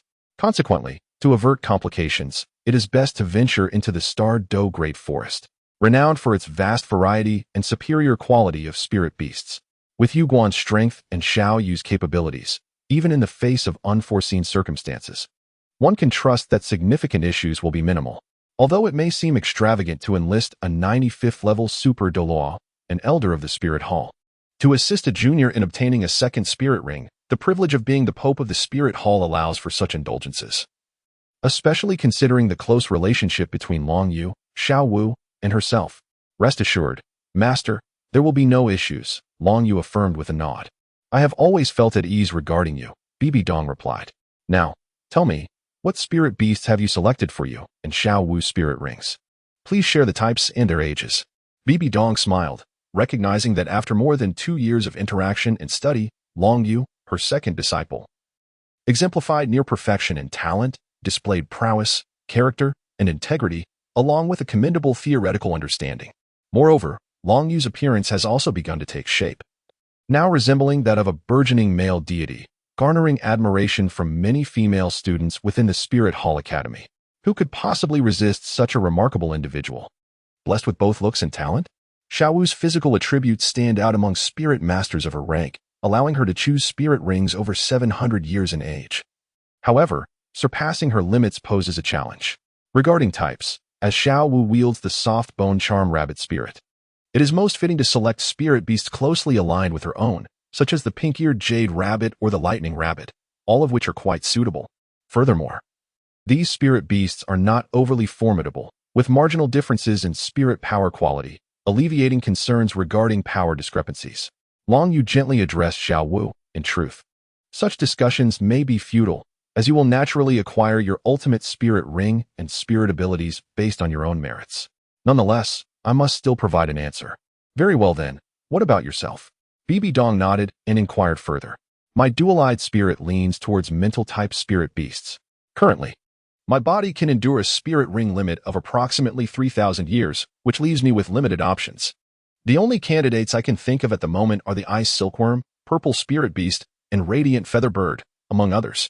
However, I believe I will ultimately need to assess what spirit beasts I encounter in the Star Do Great Forest, as there may be unexpected surprises awaiting. Long Yu responded, indeed. These choices align closely with my expectations. Spirit-type soul beasts are indeed quite rare. If you had chosen your Golden Dragon martial soul at the onset of your cultivation, it would have been considerably more convenient, and your strength would have noticeably improved. Bibiong gently shook her head and said, do not worry, teacher. This issue will soon be resolved. Long Yu reassured her, of course, even now, I have no reservations about cultivating the Golden Dragon martial soul. Bibiong continued, when you return, it will be nearly time for Nana and the others' graduation examinations. Depending on your situation, I may consider allowing you to participate in those exams. But it ultimately depends on your own capabilities.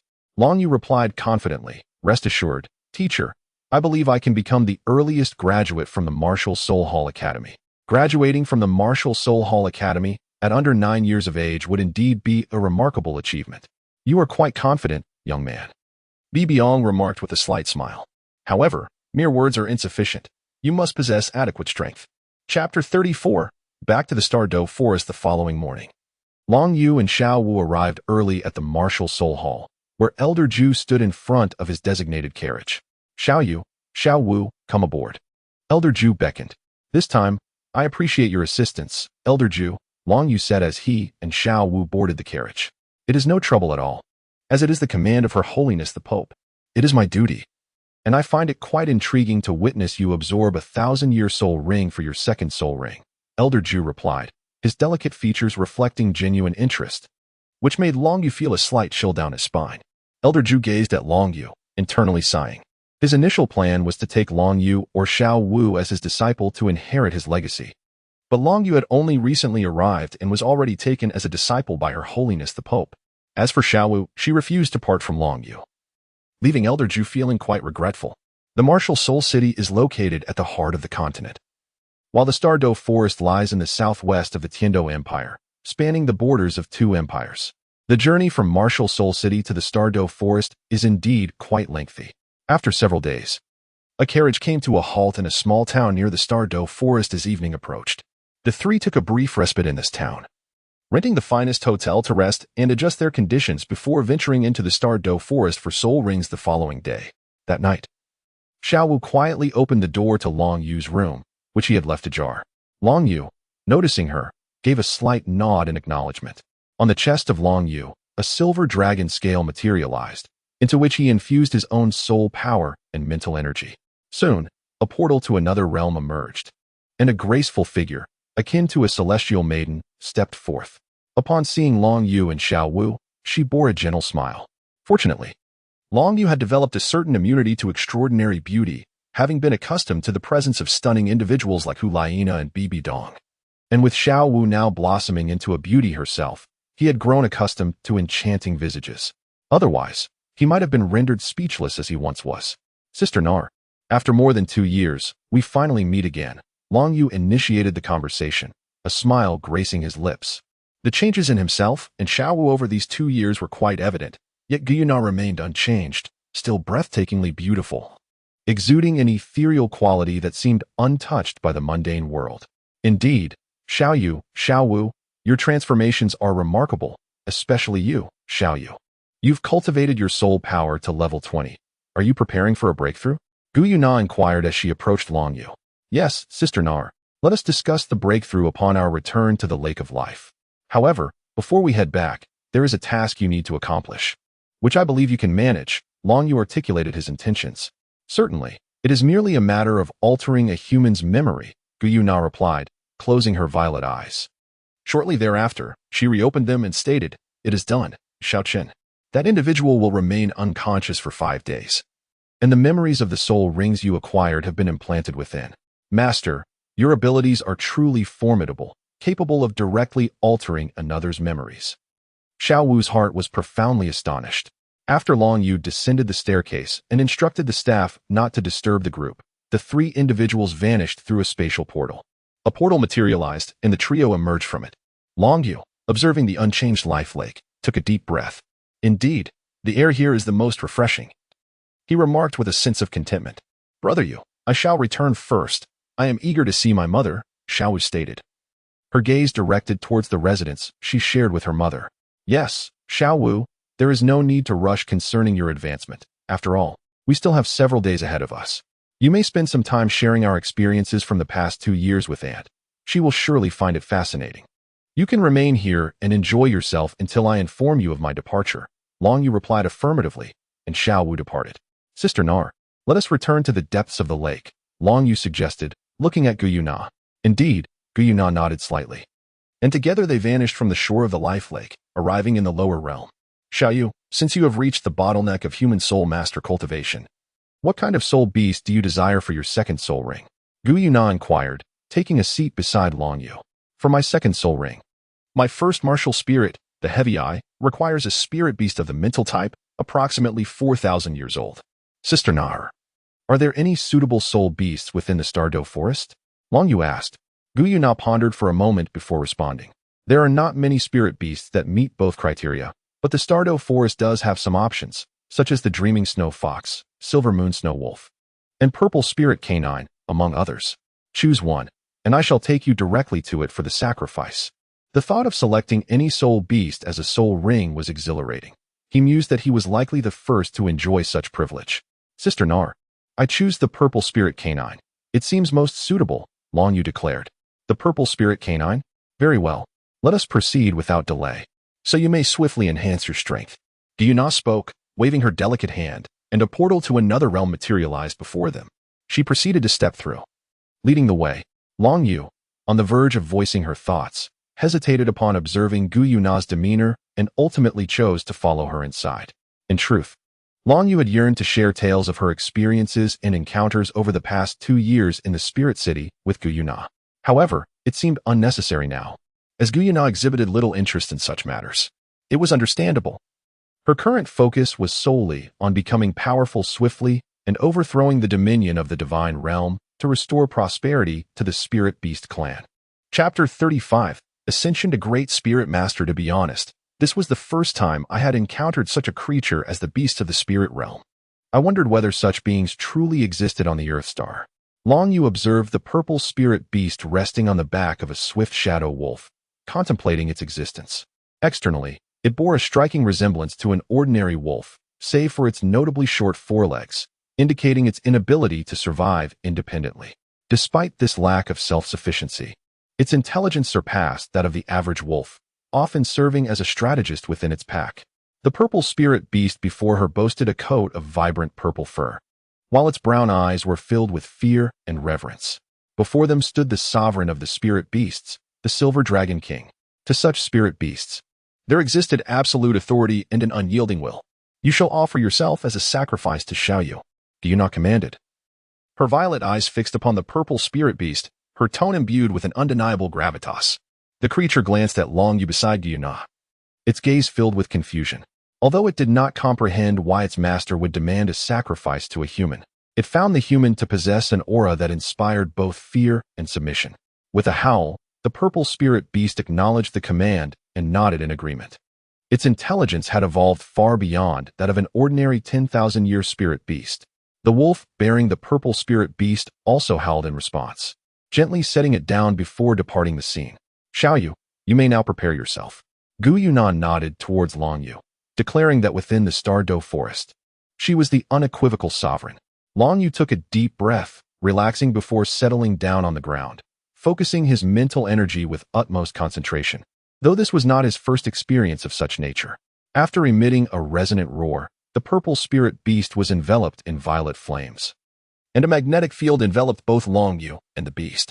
Although the strength of this magnetic field paled in comparison to that of the heavenly Dream Eye silkworm, it was essential to note that this purple spirit beast had merely attained cultivation of 4,000 years. Before long, the already diminutive form of the purple spirit beast began to shrink further, its soul power becoming increasingly concentrated. With a complete sacrifice of both soul power and life force, it ultimately transformed into a violet 1,000-year soul ring, which gently descended into Long Yu's being. An overwhelming surge of soul power flowed into Long Yu's body, and the previously dormant soul energy, guided by the newly acquired soul ring, was finally released and elevated.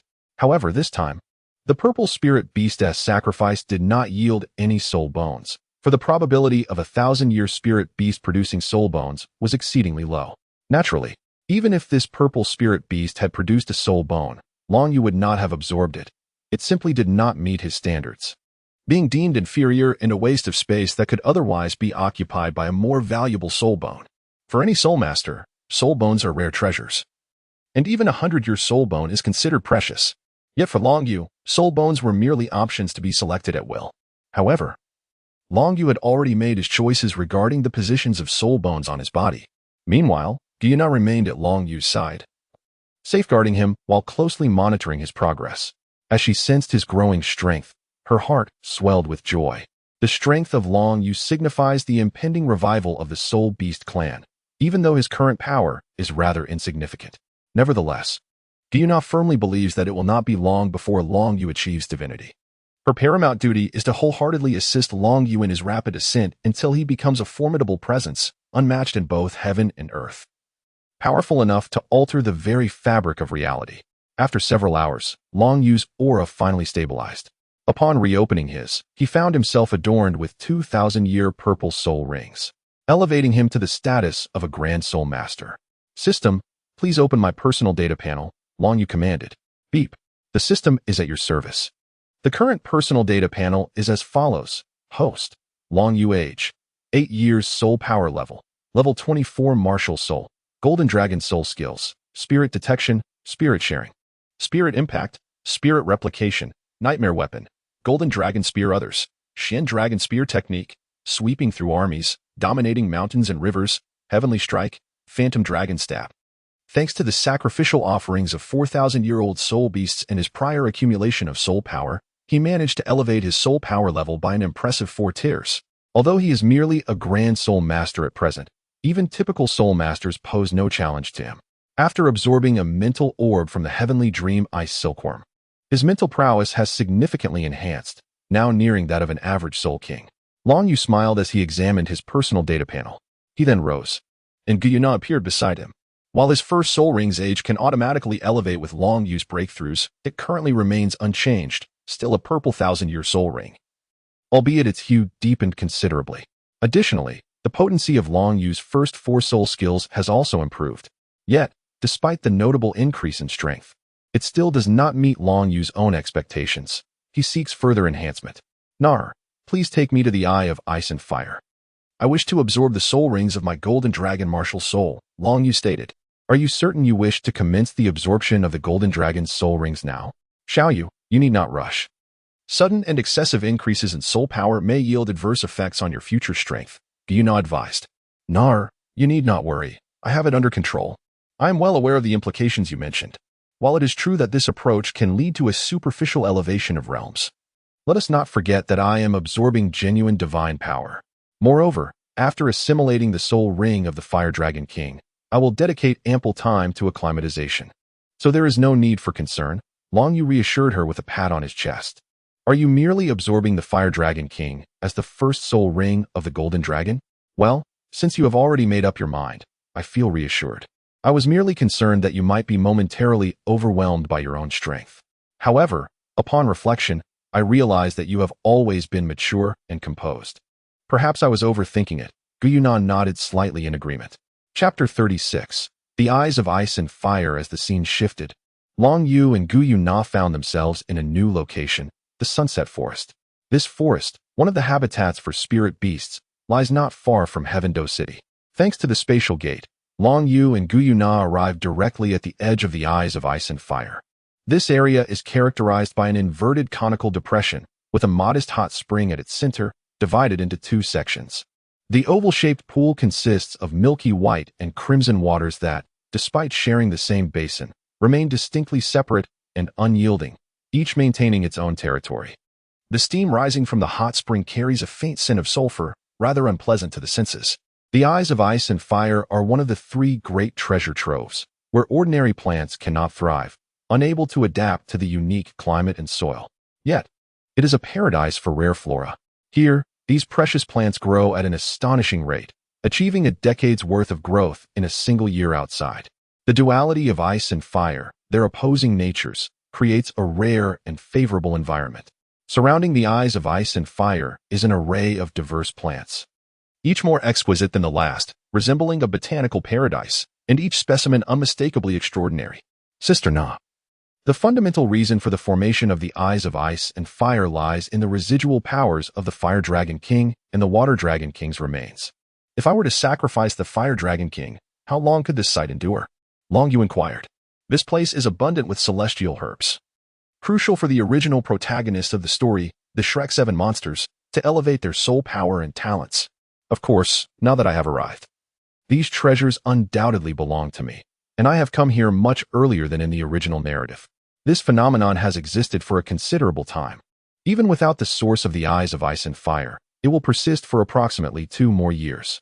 However, throughout this duration, the energy will gradually diminish until it ultimately fades away, Gu Yuna replied. A 2-year lifespan with a continuous reduction in energy concentration. Surely this blue-silver emperor can complete its growth within that time frame. Long Yu pointed to a rather inconspicuous blue-silver grass and said, "It is sufficient. This blue-silver grass has thrived over more than 5 years. Nurtured by these optimal conditions, I have deliberately channeled a significant amount of energy into it, and 2 years is more than adequate. Xiaoyu, I am merely puzzled as to why you insisted on having this particular blue-silver grass planted here so early on, although its lineage is quite extraordinary. Being of the Emperor's bloodline among blue-silver grasses, I wonder how it pertains to us?" Gyuna inquired, perplexed. "Fear not, for I have my own purposes for this blue-silver grass," Long Yu replied. "Of course, I shall not employ such a spirit ring myself. It is merely a component of my overarching plan." With that clarified, I feel reassured. "Sister Nar, let us descend now," Long Yu suggested. "Indeed, but do not be frightened. I shall protect you," he added.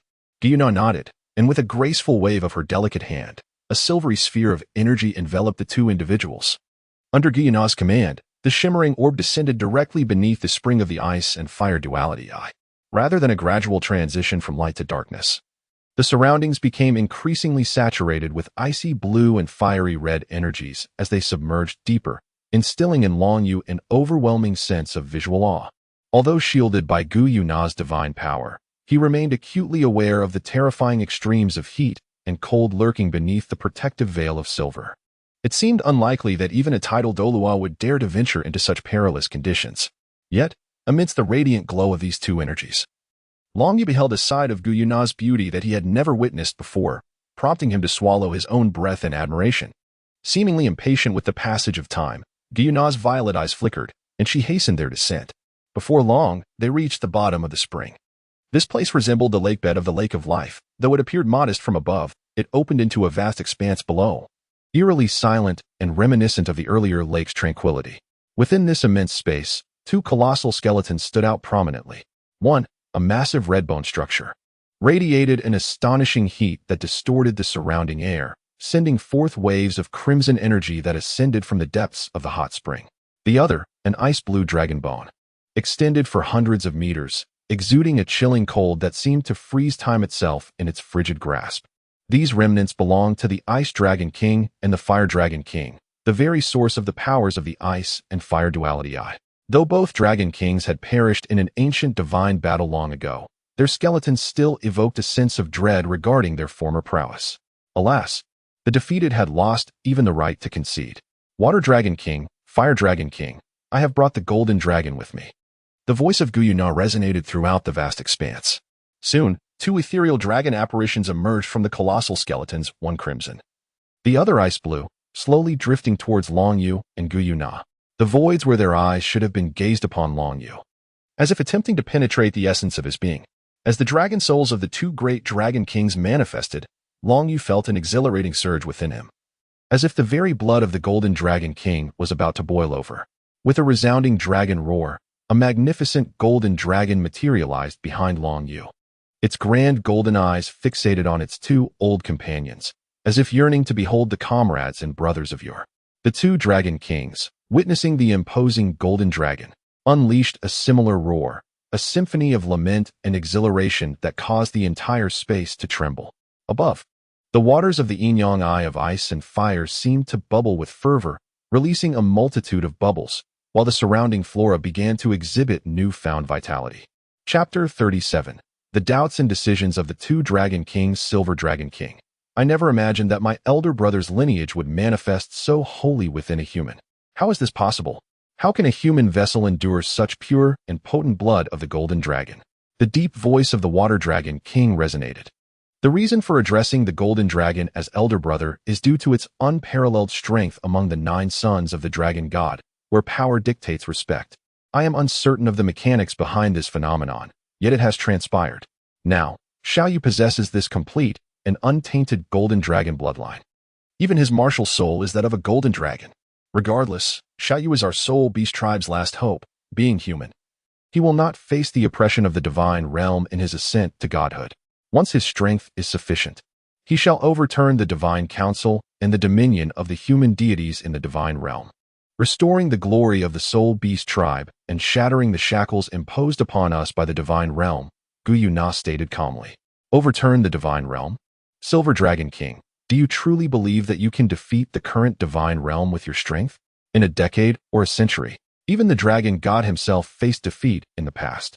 Do you think that a mere human with only the Golden Dragon bloodline and martial soul can achieve such a feat? Do you believe he is stronger than the dragon god of that era? The Fire Dragon King questioned. To both Dragon Kings, I assure you, I will undoubtedly surpass the dragon god of the past. Long Yu declared, unflinching. Such Na'vi words from a mere human child. How credible can they be? Our foes are far mightier than you can fathom. The dragon god himself could not accomplish this. How could you? The ethereal shadow of the Fire Dragon King oscillates above and below. I have previously contemplated this matter, yet Xiaoyu is no ordinary individual. He can even discern the location of the Dragon God's core ahead of me. This foresight allowed me to obtain the Dragon God's core prematurely, significantly hastening my recovery from injury. It was Xiaoyu who informed me of your very existence. Merely based on these 2 points, I am convinced that Xiaoyu can undoubtedly succeed. Guyu Na asserted resolutely. If these 2 Dragon Kings remain so obstinate, I may have no choice but to resort to less savory methods. Although I have yet to reach the pinnacle of my former strength, these 2 Dragon Kings are merely remnants of their former selves. While I maintain control over the Dragon God's core, forcing any issue would not pose a challenge for me. Of course, as a half-dragon god. And with the 2 great Dragon Kings being the sons of the Dragon God, I would refrain from taking action against my kin unless absolutely necessary. More importantly, my friends, we currently have no alternatives. Following that divine war, the Golden Dragon King has been sealed within the divine realm, and escaping from it is nearly impossible. At present, among the soul beasts and dragon clan, I stand as the sole divine combatant, albeit heavily injured. Even with the power of the Dragon God's core, regaining my peak strength would grant me no advantage against the divine realm. Xiaoyu, possessing the Golden Dragon bloodline and Golden Dragon martial soul, is also among the rare individuals with twin martial souls. Such a talent among humanity is unparalleled. In a matter of decades, Xiaoyu will undoubtedly ascend to divinity, with strength that remains to be seen, but surely surpassing that of the original Golden Dragon. This represents our singular opportunity and hope. My esteemed companions, Xiaoyu now requires your assistance. If you are willing to lend your support, his path to divinity will be greatly expedited. Among the 7 great Dragon Kings of the 9 sons of the Dragon God, I have garnered their unanimous consent within the Dragon Valley.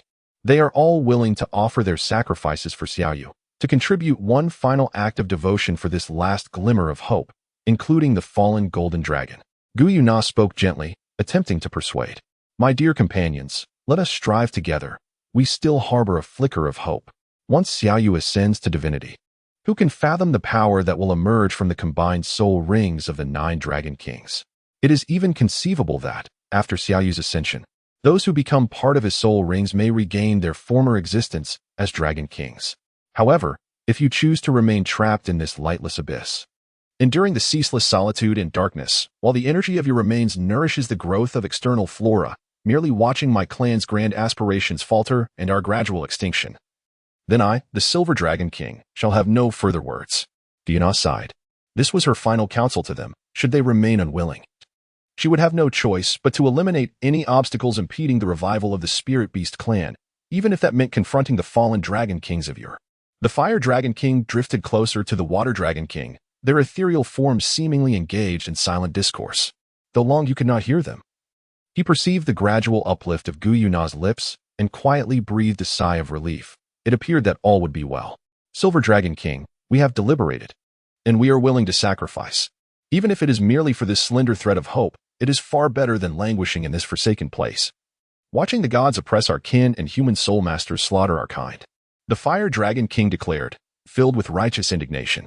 Indeed, among the dragon god's 9 sons, there are only valiant warriors who perish in battle, not cowards awaiting death. Let us render our final contribution to the dragon clan and the entire spirit beast race, expending the last vestiges of our lives and cultivation.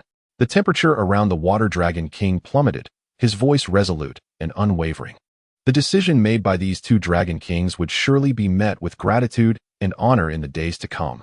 Xiaoyu had just broken through to the rank of Grand Master within the human cultivation system. Now, he merely required the sacrifice of the Fire Dragon King, while the Water Dragon King would be absorbed when Xiaoyu advanced to the rank of Spirit Sovereign. After all, to suddenly absorb the powers of both Dragon Kings at once could prove detrimental to Xiaoyu. Gu Yuna articulated the ultimate objective of this endeavor. Is it simply my sacrifice that is now required? Well, little one, my power has dissipated over an extended period, leaving behind only a fraction of its former might. I can bestow upon you a soul ring, 2 soul abilities, and my soul bone. However, the primordial divine power contained within is beyond your current capacity to absorb. It will only manifest its effects once your physique reaches that of a divine body, capable of withstanding such force. Therefore, my divine energy cannot significantly augment your soul power. It can merely elevate it by a level. The other dragon kings are similarly bound by this principle. Our power will only truly reveal itself when your physical constitution is robust enough to endure divine energy. The cultivation of soul power ultimately rests upon your own efforts. I wish you a prosperous journey ahead, the Fire Dragon King elucidated. No worries. The task of cultivating soul power is one I shall undertake alone, sparing you all from any trouble. Should the opportunity arise in the future, I solemnly vow to resurrect each of you. Long Yu declared his oath. Let us hope so. Old fellow, little Shui, I shall take my leave now. The Fire Dragon King cast a glance at the Water Dragon King before the ethereal dragon shadow surged directly into the enormous crimson dragon bone. Chapter 38. The Fire Dragon King's sacrifice for heaven's sake. How many times must I say it? Do not call me little Shui. The Water Dragon King retorted stubbornly. Yet this time the Fire Dragon King offered no further response. As the Fire Dragon King's soul merged into the skeletal remains, the colossal framework, hundreds of meters in height, stirred after countless years of dormancy. Flames of a deep crimson hue erupted from the once inanimate bones, which began to shrink rapidly, the energy within becoming increasingly concentrated. The previously emitted free energy gradually dwindled as its source vanished. With a flick of her delicate hand, Gu Yuna enveloped the area in a veil of spiritual force, shielding it from the attention of the divine beings in the realm. Otherwise, all would be rendered futile. They have tirelessly hunted the last remnants of the divine war. The Silver Dragon King, determined to eradicate the divine combat prowess of the soul beast lineage, leaving no trace behind. A formidable divine magnetic field enveloped much of the space. And Long Yu found himself irresistibly drawn by a surge of searing energy, instinctively closing his eyes to embrace the Fire Dragon King's guidance. As time progressed, the enormous skeletal structure ultimately transformed into a diminutive crimson dragon claw, no larger than a human palm. Vast quantities of red energy, akin to molten lava, surged into the claw, causing it to radiate a brilliant crimson glow and intense heat. A golden soul ring materialized and subsequently merged into Long Yu's being, accompanied by the dragon claw, which flew towards his right hand and seamlessly integrated with it. The experience was far less agonizing than anticipated. Instead, Long Yu felt a gentle warmth as the energy flowed into his right palm. At long last, the Golden Dragon martial spirit, which had previously lacked a soul ring, welcomed its inaugural soul ring, the Fire Dragon King. Although there exists but a singular soul ring, this golden soul ring eclipses the 2 purple rings of the dragon feather. Comparisons with them would be an affront to its magnificence, so I shall refrain. Fortunately, the Fire Dragon King does not share its soul with the heavenly dream ice silkworm and the purple spirit. Otherwise, the eruption of a rebellion that has simmered for millennia might very well manifest at this moment. Upon merging with the power of the Fire Dragon King, Long Yu initially felt merely warm, but soon an intense heat enveloped his entire being, as if he were being placed upon a roasting spit. The searing warmth, which threatened to incinerate him entirely, subjected Long Yu to profound torment. Persevere, Long Yu. To succeed, one must first embrace madness. It is said that when the heavens bestow great responsibilities upon an individual, they must first endure trials of the heart and mind. Before he could even recite the entirety of this profound wisdom, Long Yu succumbed to unconsciousness. Time passed, though its measure was lost to him, until Long Yu finally awoke to find himself resting upon the lap of Gu Yuna. She, with eyes closed, radiated an enchanting spectrum of colors from the dragon god core above her head. The vibrant energy, akin to delicate threads, interconnected with various parts of his being, allowing the power of the dragon god core to flow through him, bestowing a profound sense of comfort. As he roused from slumber, this energy dissipated, and Gu Yuna withdrew the dragon god core, opening her violet eyes. With a smile, she remarked, "Little Yu, you are awake." Gazing upon her breathtaking beauty, capable of enthralling all, Long Yu found himself momentarily entranced, yet reluctantly rose to sit beside her.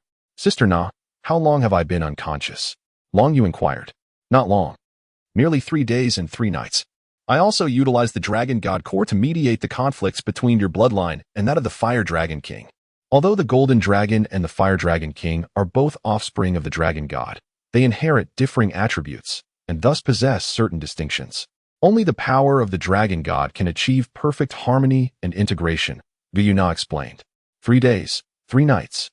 The corners of Long Yu's mouth twitched slightly, and then he instructed the system to display his current personal data panel. Host, Long Yu age, 8 years soul power level, rank 25 great soul master soul skills, double vision, mental detection, mental sharing, mental impact, mental duplication, nightmare. Golden Dragon Sovereign Flame. Blade of Leaving Fire Soul Bone. Right arm bone of the Fire Dragon King attribute. Ultimate Fire Others. Xianlong Spear Technique. Although the sacrifice of the Fire Dragon King had only elevated his soul power by 1 level, it had bestowed upon him 2 soul skills and granted him the attribute of Ultimate Fire, which is characterized by the absence of weakness. Long Yu was uncertain of the precise level of his strength and felt the need to seek an opportunity to test it. Fortunately, a most suitable occasion was approaching. According to his teacher's description, he could unleash his power without any reservations. 3 days and nights have passed, and for me, time is merely a concept, Gu Yuna stated, shaking her head slightly. "Ah, I truly cannot refute you, Sister Nar," Long Yu replied. "For humans, even the unparalleled title Douluo, who reaches the extreme limit of cultivation at level 99, has a lifespan of merely over 200 years. In contrast, soul beasts can endure, provided they encounter no unforeseen circumstances," Long Yu mused. Nevertheless, the pace of human advancement in power far surpasses that of soul beasts. Even after millennia of cultivation, they remain inferior to humans who have trained for just a few decades. When heaven deprives one of something, it often bestows another gift in return. However, this delicate balance has been irrevocably shattered by the god's prohibition against soul beasts attaining divinity.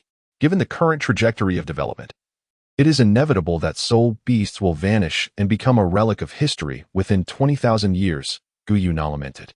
"Do not worry, Sister Nar. My future self will resolve this issue, and it shall not take long," Long Yu reassured her, to which Gu Yuna nodded in agreement. "By the way, Sister Nar, have you stored away the dragon soul and skeleton of the Water Dragon King?" Long Yu inquired, surveying the vast space before him. Originally, there had been 2 colossal dragon bones, one of which had been sacrificed for him, while the other, that of the Water Dragon King, along with its soul, had vanished. The immense space now felt desolate, and with the loss of the source of power, the light began to dim. "Indeed, the Fire Dragon King has been sacrificed for you, leaving only the Water Dragon King. It feels too lonely here. I utilized the power of space to transfer the Water Dragon King's soul and skeleton to the Dragon Valley, where the environment is far more suitable for the growth of dragon souls, and it is accompanied by the souls of the 7 great dragon kings, alleviating its solitude," Gu Yuna explained. Chapter 39. Poison Degu Bo Xiao Yu. Now that this breakthrough has been accomplished, let us return to the depths of the life lake. Gu Yuna remarked, "No, there is no need to rush, Sister Nar. Let us first return to the surface, where so many celestial herbs await my immediate harvest to prevent any unforeseen circumstances." Long Yu replied, "The narrative of the original story has already begun to deviate under my influence. If, due to my actions, the source of power from the ice and fire yin-yang I were to vanish, or if it were also my fault that all the celestial herbs here were plucked away, I would truly weep bitterly in this place. Thus, for the sake of precaution. It is prudent to gather them all in advance.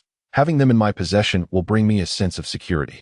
Moreover, it is merely a matter of 2 years' early collection, and the fundamental source of growth has already dissipated, so its impact on the herb's development will be negligible. Those celestial herbs? Very well. I can sense that they harbor some extraordinary energy within. Let us ascend. Despite the presence of an insignificant ant above, I can simply crush it. Gu Yuna stated. With a wave of her delicate hand, a silver sphere enveloped the two of them, swiftly ascending. Around the ice and fire Yin-Yang Eye. A figure in a green robe, with hair of deep emerald and a face lined with age, observed the scene below, though his eyes were shrouded in shadows. His aura remained formidable. Poison Douluo Dugubo. Odd, this hot spring, which is usually tranquil when I come to suppress toxins, is unexpectedly unstable today. And the energy within seems to be waning. Dugubo murmured, hesitating to descend for a closer examination, even as a tidal Douluo. There is movement. How can there be creatures below? Dugubo's expression shifted dramatically, and he quickly distanced himself from the ice and fire Yin-Yang Eye. 9 optimal soul rings fluctuated around him, and a massive green-scaled serpent emerged behind him, enveloping the surroundings in green energy. Should danger arise, I will strike without hesitation. Soon, a silver protective barrier erupted from the ice and fire Yin-Yang Eye. Simultaneously, Dugubo charged directly towards Gu Yuna and Long Yu, with the serpent opening its gaping maw, filled with terrifying toxins, aiming to bite them. Foolish ant. Upon witnessing this, Gu Yuna's violet eyes flickered slightly, and an invisible spatial force repelled Dugubo and his martial soul several dozen meters away. The aura of menace surrounding Gu Yuna intensified as she extended her slender hand, rendering Dugubo immobile, his breaths becoming labored, his face flushed. While the surrounding space was firmly bound by her power, how could a mere human body contend against the might of divinity? Regardless of how desperately Dugubo struggles, he fails to stir even the slightest ripple. Gazing at the enchanting woman not far away, Dugubo is acutely aware of the vast chasm that separates them, akin to the divide between clouds and mud.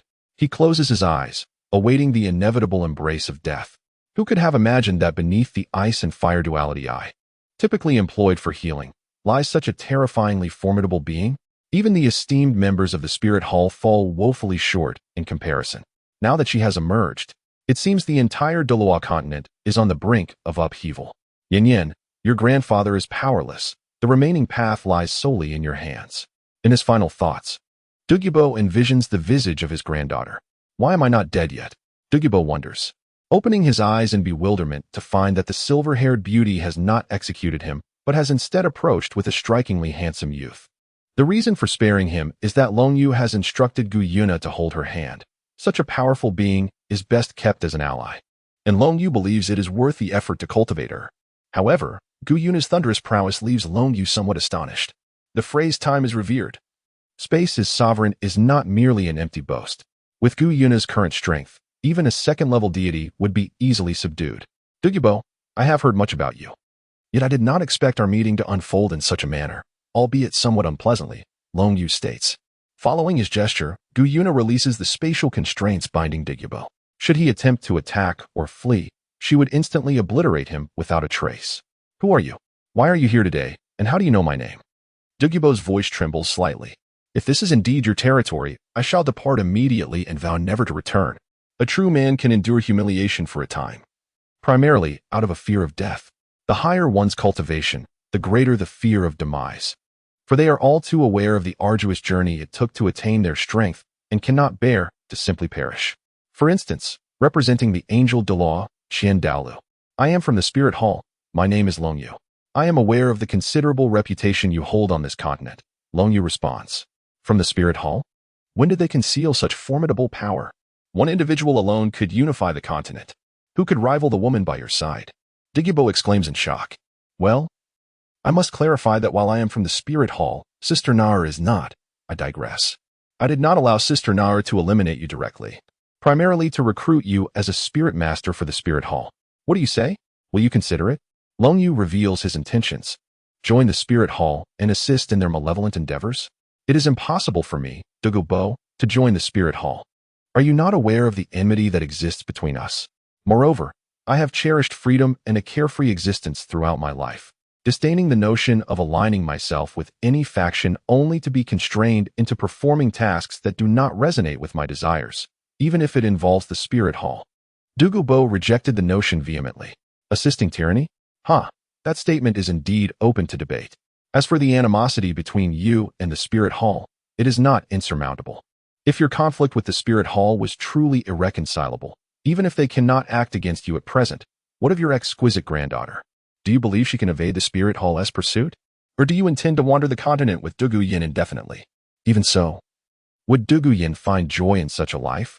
Do not presume that her position as the vice-captain of the Tiando Royal Academy's team grants her substantial protection.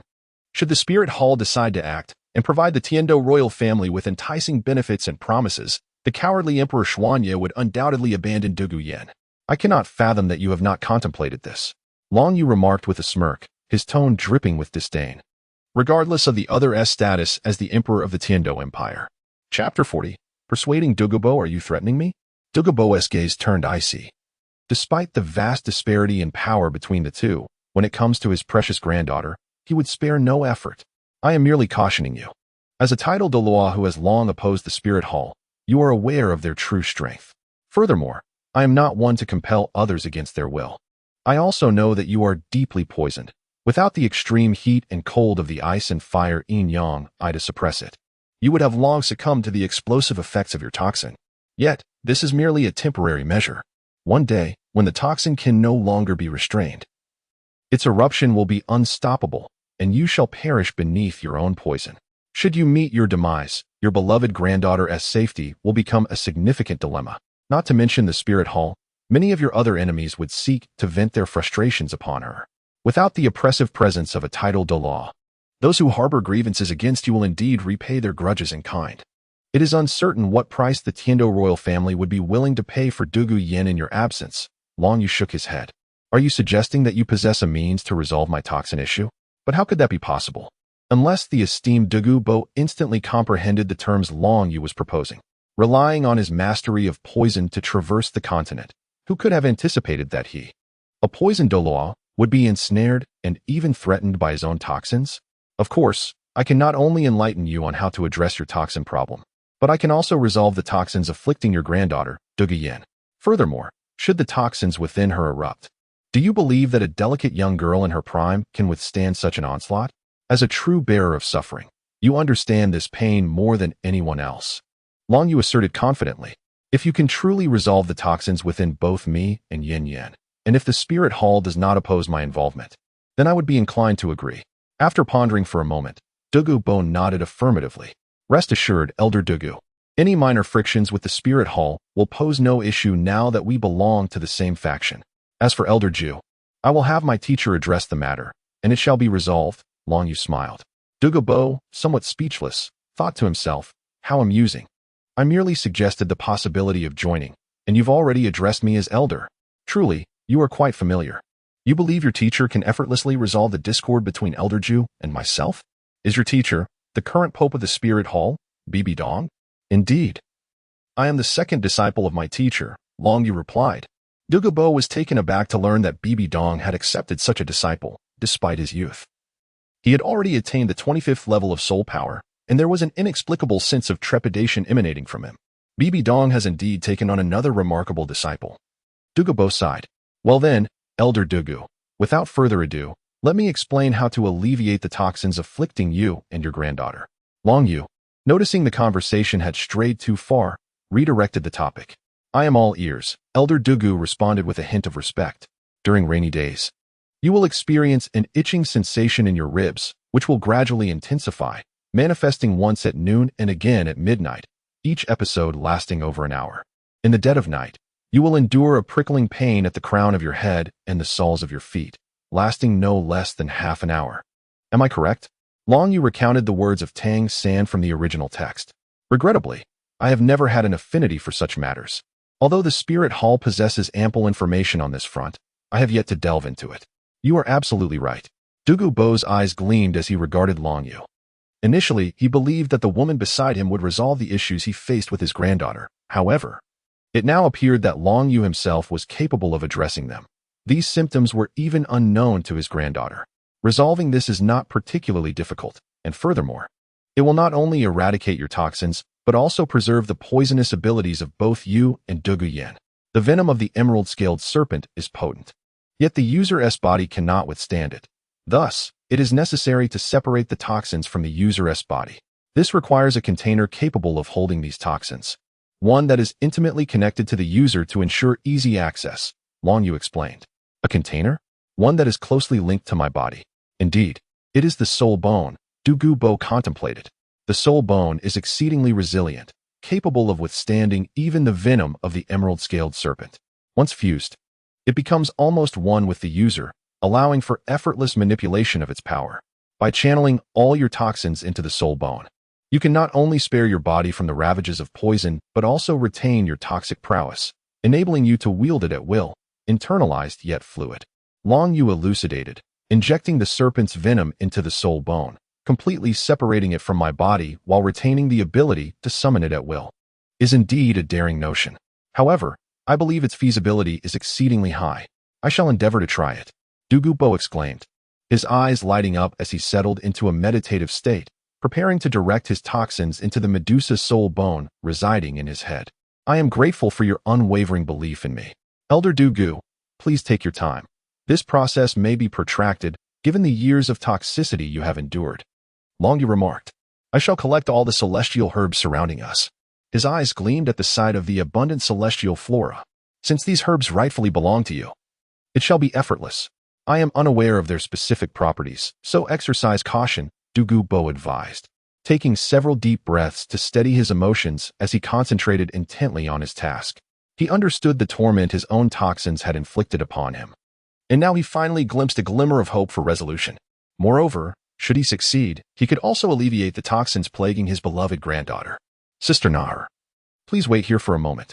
Help me retrieve the spring water from the ice and fire duality eye, enough to submerge a person, and store it using spatial power in my storage soul guide, Long Yu instructed, removing his storage ring and passing it to Gu Yuna.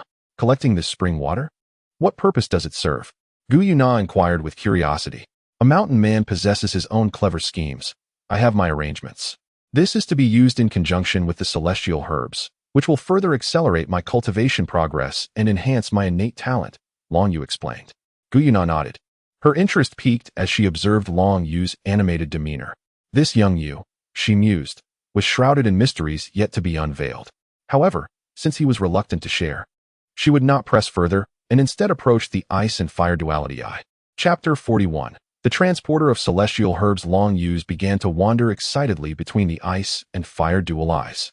Near the edge of the milky white hot spring lay a cluster of peculiar entities resembling small insects. Their exterior was a pale gray, adorned with ring patterns. They possessed a total of 8 pairs, with the 4 pairs in the center being the most prominent. The texture was fragile and easily breakable, with a slightly flat fracture, exhibiting a white hue tinged with yellow.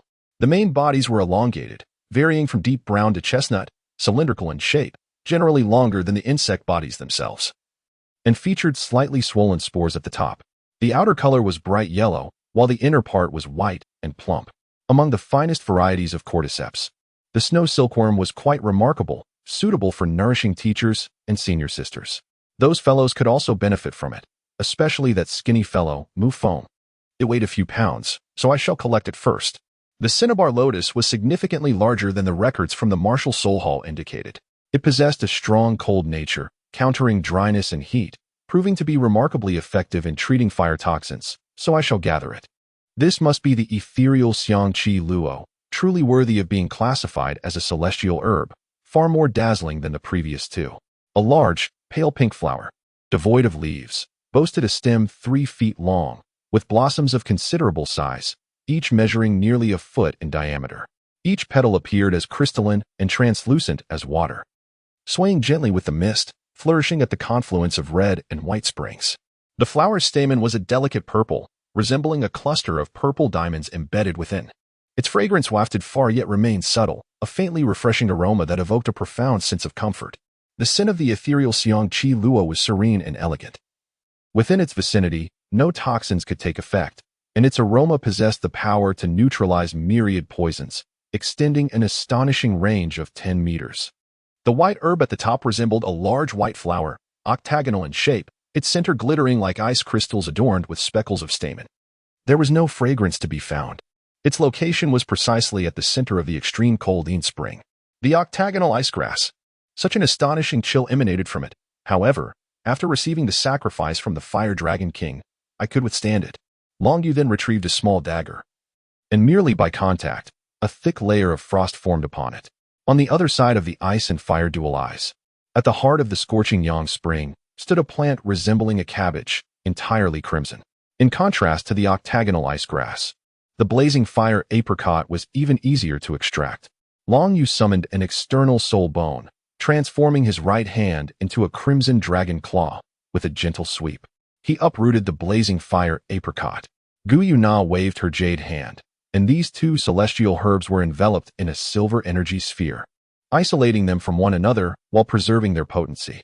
We do not produce celestial herbs. We merely serve as their carriers. Soon, with the diligent efforts of Long Yu and Gu Yuna, the once vibrant surroundings were rendered barren, as if they had been thoroughly stripped bare. The ground was strewn with rare celestial herbs, all meticulously harvested by Long Yu, while Gu Yuna employed her divine power to safeguard them, allowing Long Yu to access them with his spiritual energy. The thrill of collecting such treasures is indeed exhilarating. With so many celestial herbs, I must carefully devise a plan for their distribution, Long Yu thought, a smile gracing his face. Thank you, Sister Nar, Long Yu remarked, gazing at Gu Yuna. Not at all. These matters are trivial, Gu Yuna replied. This place is indeed extraordinary, but it is a pity that it will not endure for long. Hee. We have certainly made the most of its value. Now, the residual energy of the ice and fire duality is solely being absorbed by this blue-silver emperor. Without any other plants competing for its energy, its growth should accelerate significantly, Long Yu commented, smiling at the blue-silver grass by the confluence of the two springs. Blue-silver grass is ubiquitous in the Star Doe forest, yet this particular blue-silver emperor stood out with its vibrant vitality, emanating a gentle energy. Delicate golden veins adorned its leaves, distinguishing it from ordinary blue-silver grass. With the absence of rival herbs vying for energy, the blue-silver grass could luxuriate in the energy of the ice and fire duality its leaves swaying gracefully in the breeze, seemingly reveling in the experience. Enveloped in a soft blue energy. At this growth rate, combined with some of my divine power to hasten the process, I estimate that the previously projected timeline will be further shortened. I believe it can transform within a year and a half, Gu Yuna stated, casting a glance at the blue-silver emperor. What will happen to its memories and powers once the blue-silver emperor takes on its form? Long Yu inquired. Upon its transformation, this blue-silver emperor will embody a completely new life. Even though it is birthed from your Golden Dragon Bloodline, the acceleration of the ice and fire duality and my divine power, its soul power will only reach approximately level 80 among humans. As for its previous memories, they have long been erased by me, replaced with recollections pertaining to us and the Soul Beast clan. However, I have always struggled to comprehend why emotions among humans hold such significance. Would they truly sacrifice their lives to protect others? Gu Yuna responded, her violet eyes gazing vacantly at the blue-silver emperor. There are instances when this occurs, for it is only when one encounters a profound connection, a person worth cherishing for a lifetime, that such sacrifices are made, even at the cost of everything. Long Yu asserted. In the future, Sister Nar, you too will undoubtedly experience such emotions. Long Yu affirmed confidently. Perhaps, Gu Yuna replied ambiguously.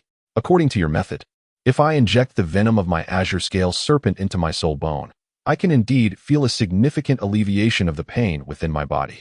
However, to completely resolve this issue, I estimate it will take over a year to accomplish. Dugubo rose and spoke, while Gu Yuna subsequently lifted the external barrier shielding Dugubo. It matters not, merely a year's time. As for your granddaughter, Dugu Yin, it is imperative to swiftly procure a soul bone for her as well.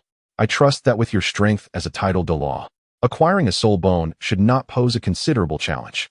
Of course, our spirit hall can also provide the soul bones of serpent-type soul beasts free of charge. Long Yu waved his hand in dismissal. I am aware. I must sincerely thank you for my granddaughter, Dugu Bo expressed earnestly. Even though receiving assistance from the other party comes with conditions, resolving such an issue, one would find that only these two individuals before him possessed the capability on the continent. Chapter 42. Departure it is no trouble. Especially since you are now an elder of the Spirit Hall, it is only fitting. In the time ahead, you need not rush to the Spirit Hall. You have ample time to address your toxin issue and your granddaughter's soul-bone predicament. I am also aware that you owe Prince Xuesheng a life debt. Until that debt is settled, you are not obliged to join the Spirit Hall, and I will not impose such a requirement upon you. Naturally, this favor can be repaid in a relatively short time, and I shall create opportunities for that, Long Yu stated. Your considerations are truly comprehensive. I am in admiration. Douluo remarked, touched. Long Yu truly believes that all matters can be resolved with careful planning, allowing him to proceed methodically. Well, this hot spring will lose its efficacy in approximately 2 years. If you return by then, I would appreciate your assistance in tending to this blue-silver grass. Rest assured, choosing to join the current Spirit Hall will undoubtedly bring you future contentment. You will witness the twilight of an old era and the dawn of a new one. And you shall become one of the architects of this new age. I shall not impose any restrictions upon you, for I have faith that the esteemed poison Douluo, despite his eccentricities, is a man of genuine character, worthy of trust. Long Yu declared with confidence. I am grateful for your trust, young master. Douluo responded, holding Long Yu in high esteem. Elder Douluo, until we meet again. Sister Nar, let us depart. As Long Yu and Guyuna stepped through the portal, they vanished into the eye of ice and fire. Observing their disappearance, Douluo mused, is this the conclusion of an old era, paving the way for a new one? Long Yu's ambition is indeed grand, yet I genuinely believe he will accomplish it. Am I to be merely a witness, or perhaps one of the catalysts of this monumental transformation? I find myself intrigued. Casting a glance at the blue-silver emperor before him, he smiled, then soared into the skies. Time is of the essence. I must swiftly procure a soul bone, enabling Yin Yin to master the venom of the green-scaled serpent within her. At the lakebed of Life's Lake, Guyuna regarded Long Yu, a peculiar glimmer in her violet eyes. Xiaoyu, how can you still deceive? The title Douluo harbors a mark I left behind. With but a thought, I could bring about his demise. Sighing, she continued, my dear Nar. As long as he does not intentionally oppose the Spirit Hall, that mark is inconsequential, of little importance. Keeping it unsaid will only serve to foster goodwill and genuine allegiance. Long Yu responded. Though Douluo's prowess ranks low among titled Douluos, he possesses formidable lethality against soul masters beneath that echelon. He may not best any titled Douluo, yet he can reduce others to mere remnants of their former selves. Well done. Despite my personal aversion to such matters, I must concede their utility. It has been over 4 days since you and Xiao Wu departed that little town. It is best to return now. Guyuna concurred with Long Yu's decision. Nar, there are matters I wish to discuss with you.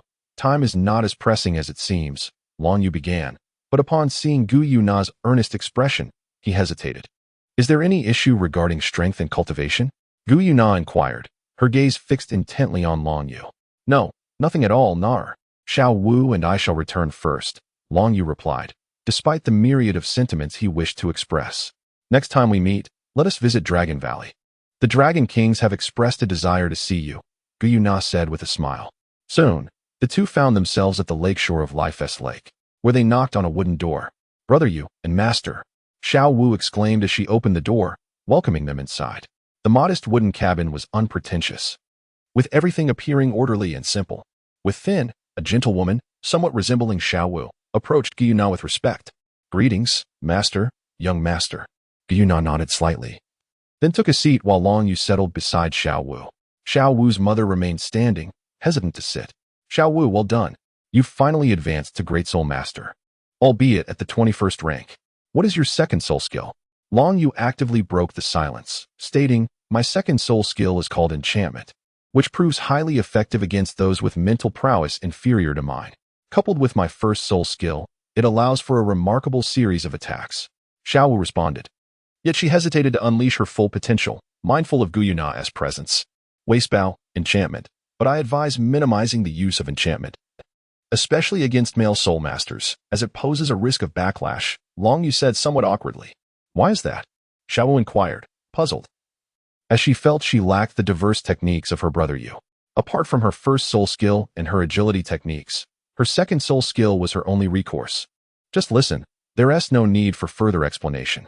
I will ensure your safety, Long Yu reassured her, gently patting her head. Oh, I understand, Xiao Wu replied obediently, nodding. I am truly grateful for your care over the past 2 years, especially for this restless girl, Xiao Wu's mother interjected. It's no trouble at all.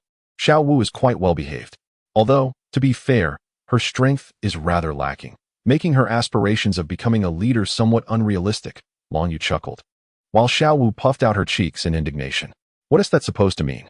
Those classmates of mine have trained for several years longer. How can I compare? I'm not as extraordinary as Brother Yu. The master has come here with the intention of returning to the human world alongside Xiao Wu, hasn't he? Xiao Wu's mother shifted the conversation to the main topic. Indeed, it has been over 4 days since Xiao Wu and the others arrived here. Prolonged stays can lead to unforeseen complications, Gu Yuna remarked.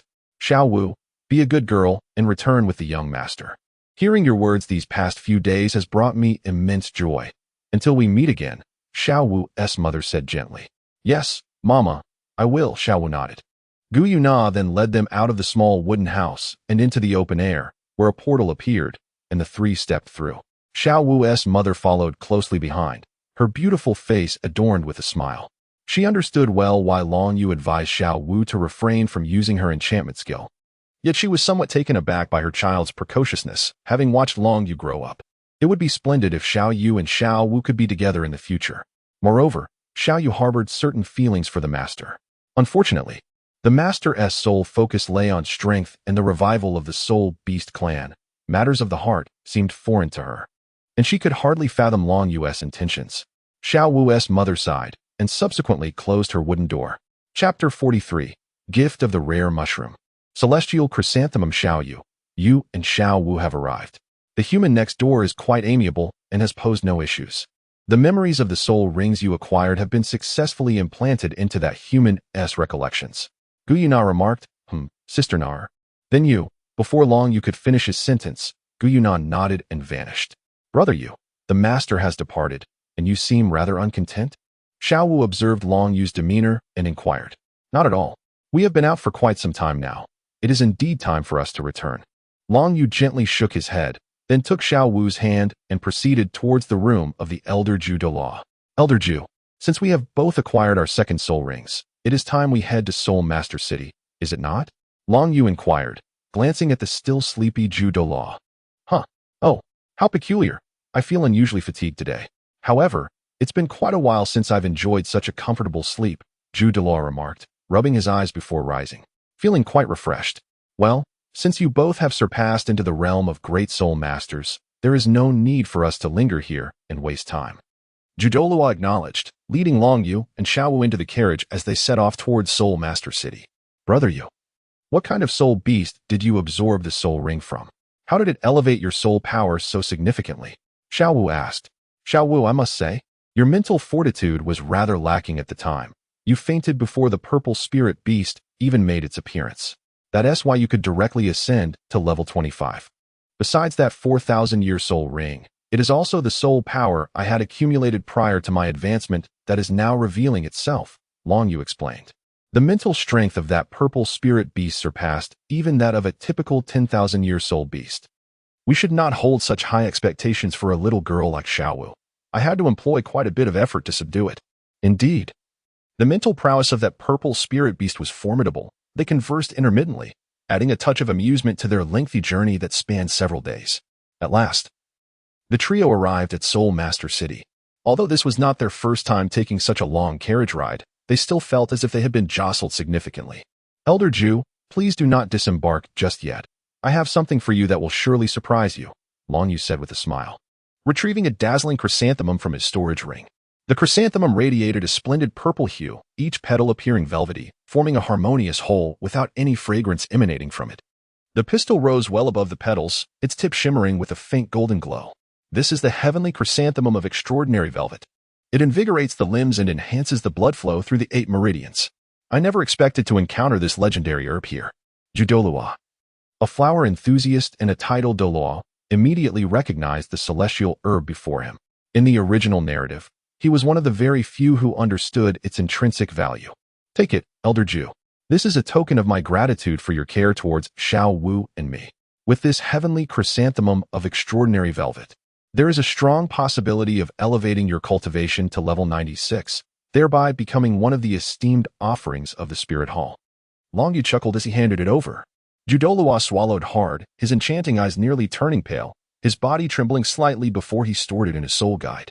I must say, this truly is a most precious gift to me. Thank you, Long Yu. If you ever need assistance, I, Yuguan, will not hesitate to help you as best I can, Douluo sincerely expressed. No worries. After all, Elder Ju is an invaluable assistant to the master. And there is a bond between us and Xiao Wu. Go ahead and refine it. I believe Elder Ju knows how to proceed. As for the master, Xiao Wu and I will handle that. I will explain everything to him, Long Yu replied. I am immensely grateful. There is no time to lose. I shall absorb it right away, Douluo exclaimed, hastily flying towards his residence, radiating impatience. Ah, is there such excitement? But Brother Yu, since even Elder Ju possesses a celestial herb, I am certain that I have one as well. Xiao Wu, observing Douluo's unusual fervor, remarked with a hint of confusion, her eyes eagerly fixed on Long Yu. You clever girl, you're quite astute at this moment. Rest assured, you will certainly have one. There is no need to rush. What is yours cannot be taken by others. Long Yu gently patted Xiao Wu's rabbit ears, causing her cheeks to flush a deep crimson. It is indeed understandable for Elder Ju to be so excited. After reaching the rank of title Douluo, the gap in soul power between each level is immense. Advancing even one level often takes a decade. For most title Douluos, without extraordinary encounters, further enhancement of soul power becomes nearly impossible. For instance, without our assistance, Elder Ju would remain forever at the 95th level of soul power. And the second-ranked Golden Crocodile Douluo would never surpass the threshold of 99 levels. It is truly arduous. All right, you are already aware of these matters. At this moment, the Wuhuan Temple Academy has dismissed its students, and the master should have returned. Let us go and see him, Long Yu said, taking Xiao Wu's hand as they hurried towards their residence. Remember to bring me the celestial herb. It cannot be inferior to Elder Ju's. Xiao Wu pouted. Understood. I will strive to elevate your soul power and improve your physical attributes, even your innate talent. However, my suggestion is to wait until you advance to Soul Master before using it.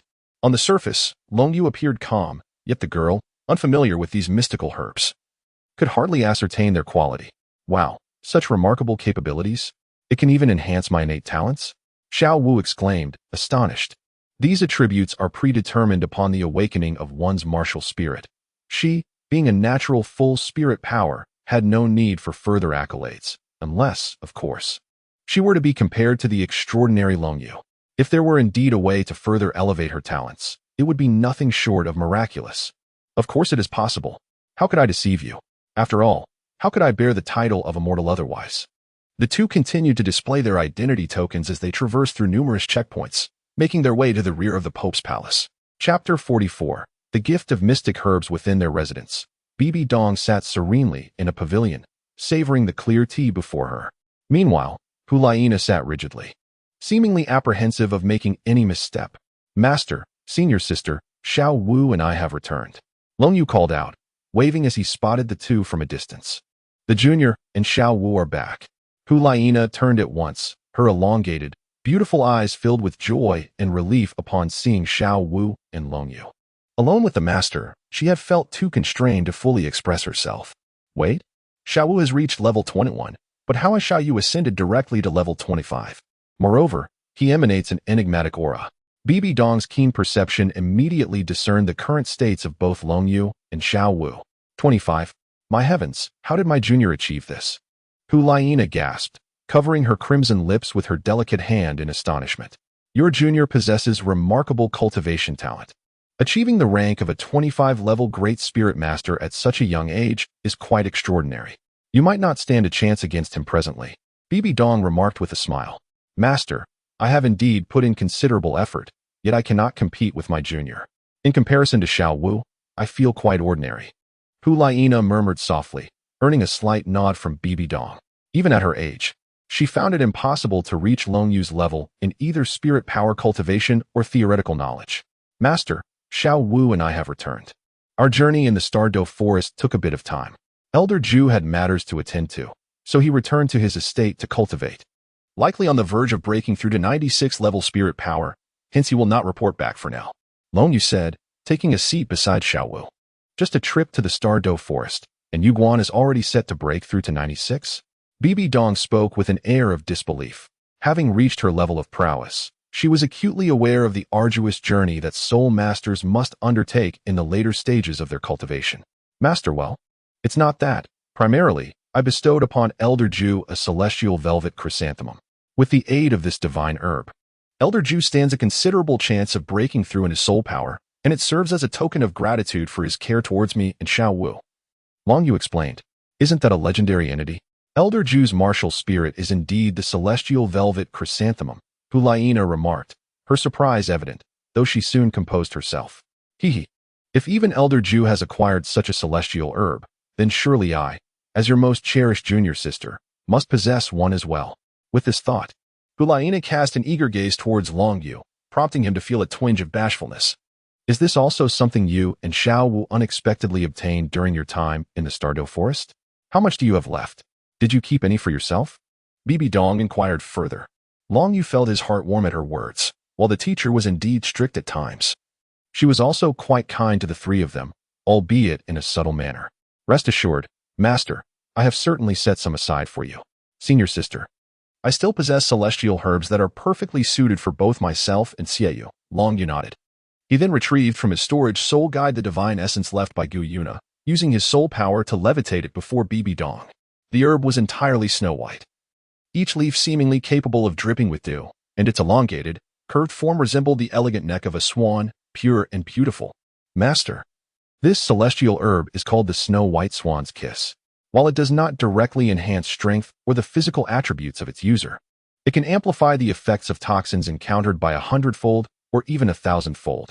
For an ordinary person, it is far too perilous to utilize, yet for you, it is indeed a rare treasure, Long Yu elaborated. Amplifying toxins 100-fold or 1,000-fold, so you mean to apply it to my external spirit bone? Bibi Dong quickly grasped Long Yu's intent. Truly, you are my master, wise beyond compare. That is precisely my thought. Applying the Snow White Swan's Kiss to the skin or ingesting it would be tantamount to courting death. However, if it were used on your external spirit bone, the six-winged purple light wings, it could magnify your spider venom tremendously. Coupled with your original strength, who across the continent could withstand such a terrifying toxin? Long Yu added, to magnify my spider venom 100 or 1,000 times. If that is indeed feasible, would there be anyone on the continent capable of opposing me? Not even the likes of Tang Hao or Tang Chun. Bibi Dong mused. Xiaoyu, how did you come to know about these celestial herbs? Bibi Dong inquired, expressing her surprise at the existence of knowledge she herself was unaware of. The information she had gleaned from the records of the Spirit Hall, particularly regarding herbs, was largely attributed to Elder Ju's personal contributions. Hence, Long Yu was familiar with these celestial herbs and their respective effects. I see. It appears I have neglected this area of knowledge, Bibi Dong mused. How should I employ it? It is quite simple, Long Yu responded. You must use your soul power to grind it into a juice and then apply it to your external soul bone. Once your six-winged purple light wings have completely absorbed it, you can retrieve it, and that shall suffice. Well, I must thank you this time, Bibi Dong smiled, placing the Snowy Swan Kiss into her storage soul guide. Despite being in the midst of receiving the inheritance from the Rakshasa deity, her strength was not fully realized. Although she had attained the level of a peerless Douluo, she was uncertain if she could contend with Tang Hao, whose soul power was several levels beneath her own. However, if her spider venom could be amplified 100-fold, the poisons of the Death Spider Emperor and the soul-devouring Spider Emperor could swiftly claim the life of a titled Douluo. Such an enhancement in power was indeed substantial. After all, you are my teacher. This is what I, your disciple, can currently offer, Long Yu said with a smile. Then turned his gaze to the side where Hulaina stood. He retrieved a pink flower from his storage soul guide, resembling a rose, yet emanating a soft pink glow that captivated the beholder, ensnaring their senses. Sister, this celestial herb is known as the Glazed Enchantment, which can significantly enhance your charm attributes and boost your mental prowess. It is one of the celestial herbs I unexpectedly acquired, Long Yu remarked, extending it to Hulaina. The Glazed Enchantment can enhance my charm and mental acuity. Is this truly the effect of a celestial herb? Brother, I absolutely adore you, Hulaina exclaimed as she accepted the Glazed Enchantment. Not so fast. I have another celestial herb for your brother. After all, Xiaoyu is your sibling. Moreover, he has made considerable strides in my training with the Xianlong spear over the past 2 years, so I have prepared a celestial herb for him as well. It will not only elevate his soul power level, but also double the sharpness of his moon blade, significantly enhancing his strength. As Long Yu spoke, a grass blade resembling pure gold materialized in his hand, its sharpness akin to that of a magnificent sword. The radiant golden blade grass, imbued with potent metallic attributes, was remarkably resilient and razor-sharp. One could simply consume the enchanting lioli grass directly, gradually harnessing its medicinal essence through soul power for absorption. In contrast, the radiant golden blade grass required the use of iron tools to extract its juice, which could then be ingested, Long Yu explained. Wow, junior brother.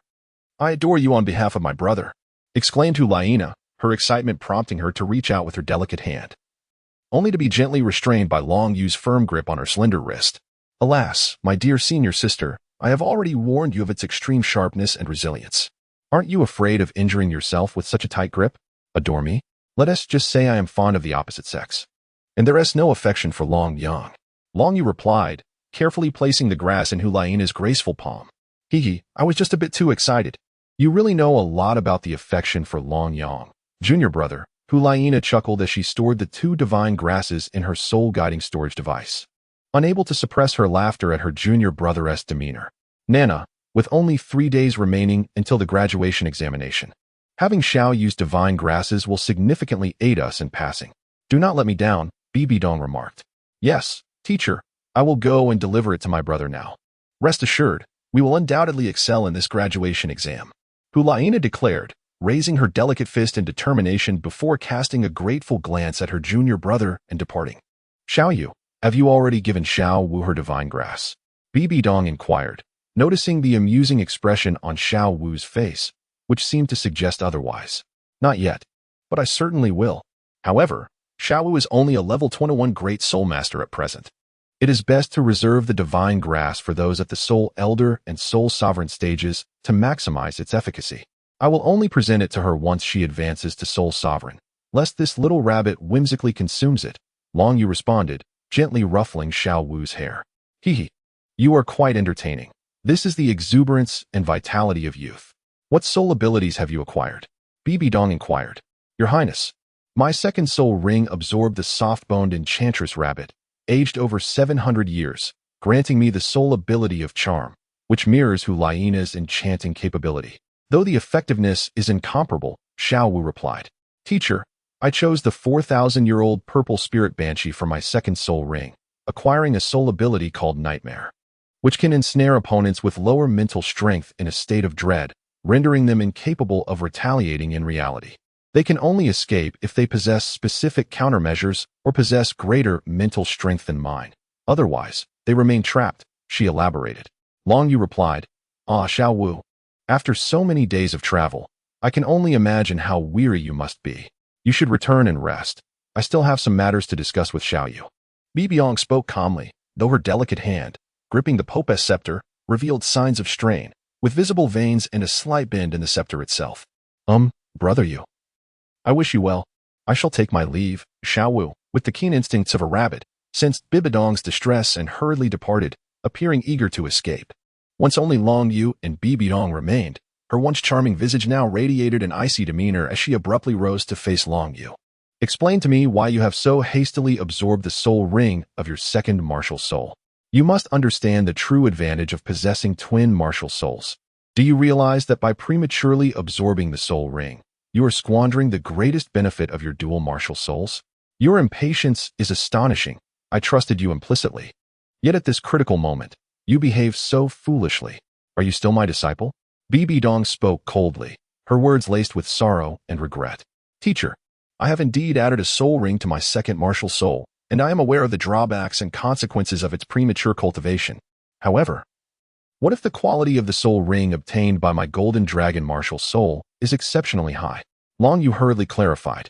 While your physical prowess is indeed remarkable, far surpassing that of your peers, it has yet to reach the level necessary to absorb a 10,000-year soul ring. This means that the age of your second martial soul's soul ring cannot exceed that of a 10,000-year ring. Do you possess such a limited understanding of high quality? Bibidong's anger intensified upon hearing Long Yu's defiance, and she felt an urge to impart a memorable lesson to her foolish disciple. Just as she prepared to chastise him thoroughly, she was taken aback. The moment Long Yu summoned his Golden Dragon martial soul, a golden soul ring appeared before Bibi Dong, rendering her momentarily speechless. A golden soul ring? What age might this ring be? Even I have never encountered such a phenomenon. Moreover, the aura it emanates is divine. Bibi Dong exclaimed in astonishment. Possessing the legacy of the Rakshasa god, she could certainly perceive the divine energy contained within Long Yu's first soul ring, which seemed to surpass even her own inherited powers. Teacher, please sit and listen to me. Do not be angry. A woman's anger can hasten her aging, Long Yu gently suggested, taking Bibi Dong's delicate hand to guide her into a seated position. Speak, she replied, her earlier agitation subsiding as she adjusted her emotions. You are correct, teacher. My second martial soul indeed possesses divine energy. This is the greatest opportunity one have gained from my journey to the Stardow Forest. Long Yu nodded and said, Are you implying that you have received the divine inheritance? Yet, you are merely a grand soul master. Bibi Dong exclaimed incredulously. Well, teacher, I believe that the transient fluctuations of strength do not necessarily dictate one's ability to obtain divine inheritance. After all, the golden crocodile Douluo did not acquire such a legacy, did he? Perhaps the deity has recognized my immense potential and thus granted me the privilege to inherit his divine position, Long Yu elucidated. Chapter 46. Clarification. You are correct. You have received the legacy of a certain deity and in turn acquired a golden soul ring, Bibi Dong remarked. Indeed, teacher. My golden soul ring came to be in such a manner, although I have never encountered a golden soul ring before. This particular ring has bestowed upon me 2 soul skills and an external soul bone. As Long Yu spoke, his right hand transformed into a crimson dragon claw, emanating an astonishing heat that instilled a profound sense of intimidation. The sight of the unprecedented golden soul ring, accompanied by 2 soul skills and an external soul bone, suggested that even the sacrifice of 100,000-year soul beast could yield such an effect.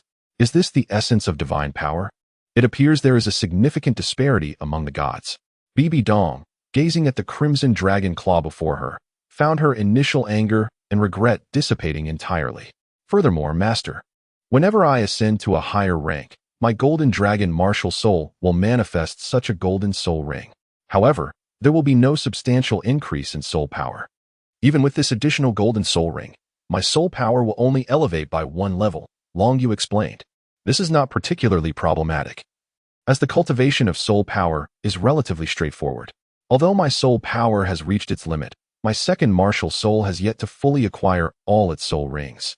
And 100,000-year soul rings are indeed rare. Yet you, a mere great soul master, have managed to attain such fortuitous circumstances. And your second martial soul will possess such exquisite soul rings, skills, and even a soul bone. I find myself envious of you, Bibi Dong remarked with a wry smile. So, Master, are you no longer angry? Long Yu tentatively inquired, and Bibi Dong, fully aware of his intent, shot him an exasperated glance. You rascal. Why didn't you mention this sooner? Did you really have to ask if I'm getting old? She retorted, turning the tables on Long Yu, which left him somewhat disheartened. How is it that I am the one feeling wrong now? He replied earnestly, there's nothing to worry about. While time may be a merciless butcher for others, it merely enhances your charm, dear teacher. Bibi Dong chuckled. Oh, you cheeky boy.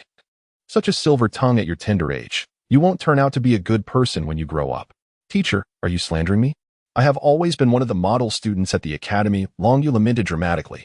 All right, you little rascal. I know you too well. I misjudged you in the past. It was my fault. You're not angry, are you? Bibi Dong remarked, shaking her head slightly at Long Yu's expression. Of course not. I wouldn't hold it against you, for your concern and affection for me are evident. Who could have imagined I would encounter such remarkable fortunes? Besides, this matter is known only to you and me. It's our little secret, Long Yu stated. Gu Yuna interjected. Ah, yes, your secret between the 2 of you. Shui Longwang added. I am no human. Truly, you are a dog. Humph, I shall keep your secret safe. Bibi Dong then asked with a more serious tone. Now? What level do you believe your true strength has reached? I mean your overall ability.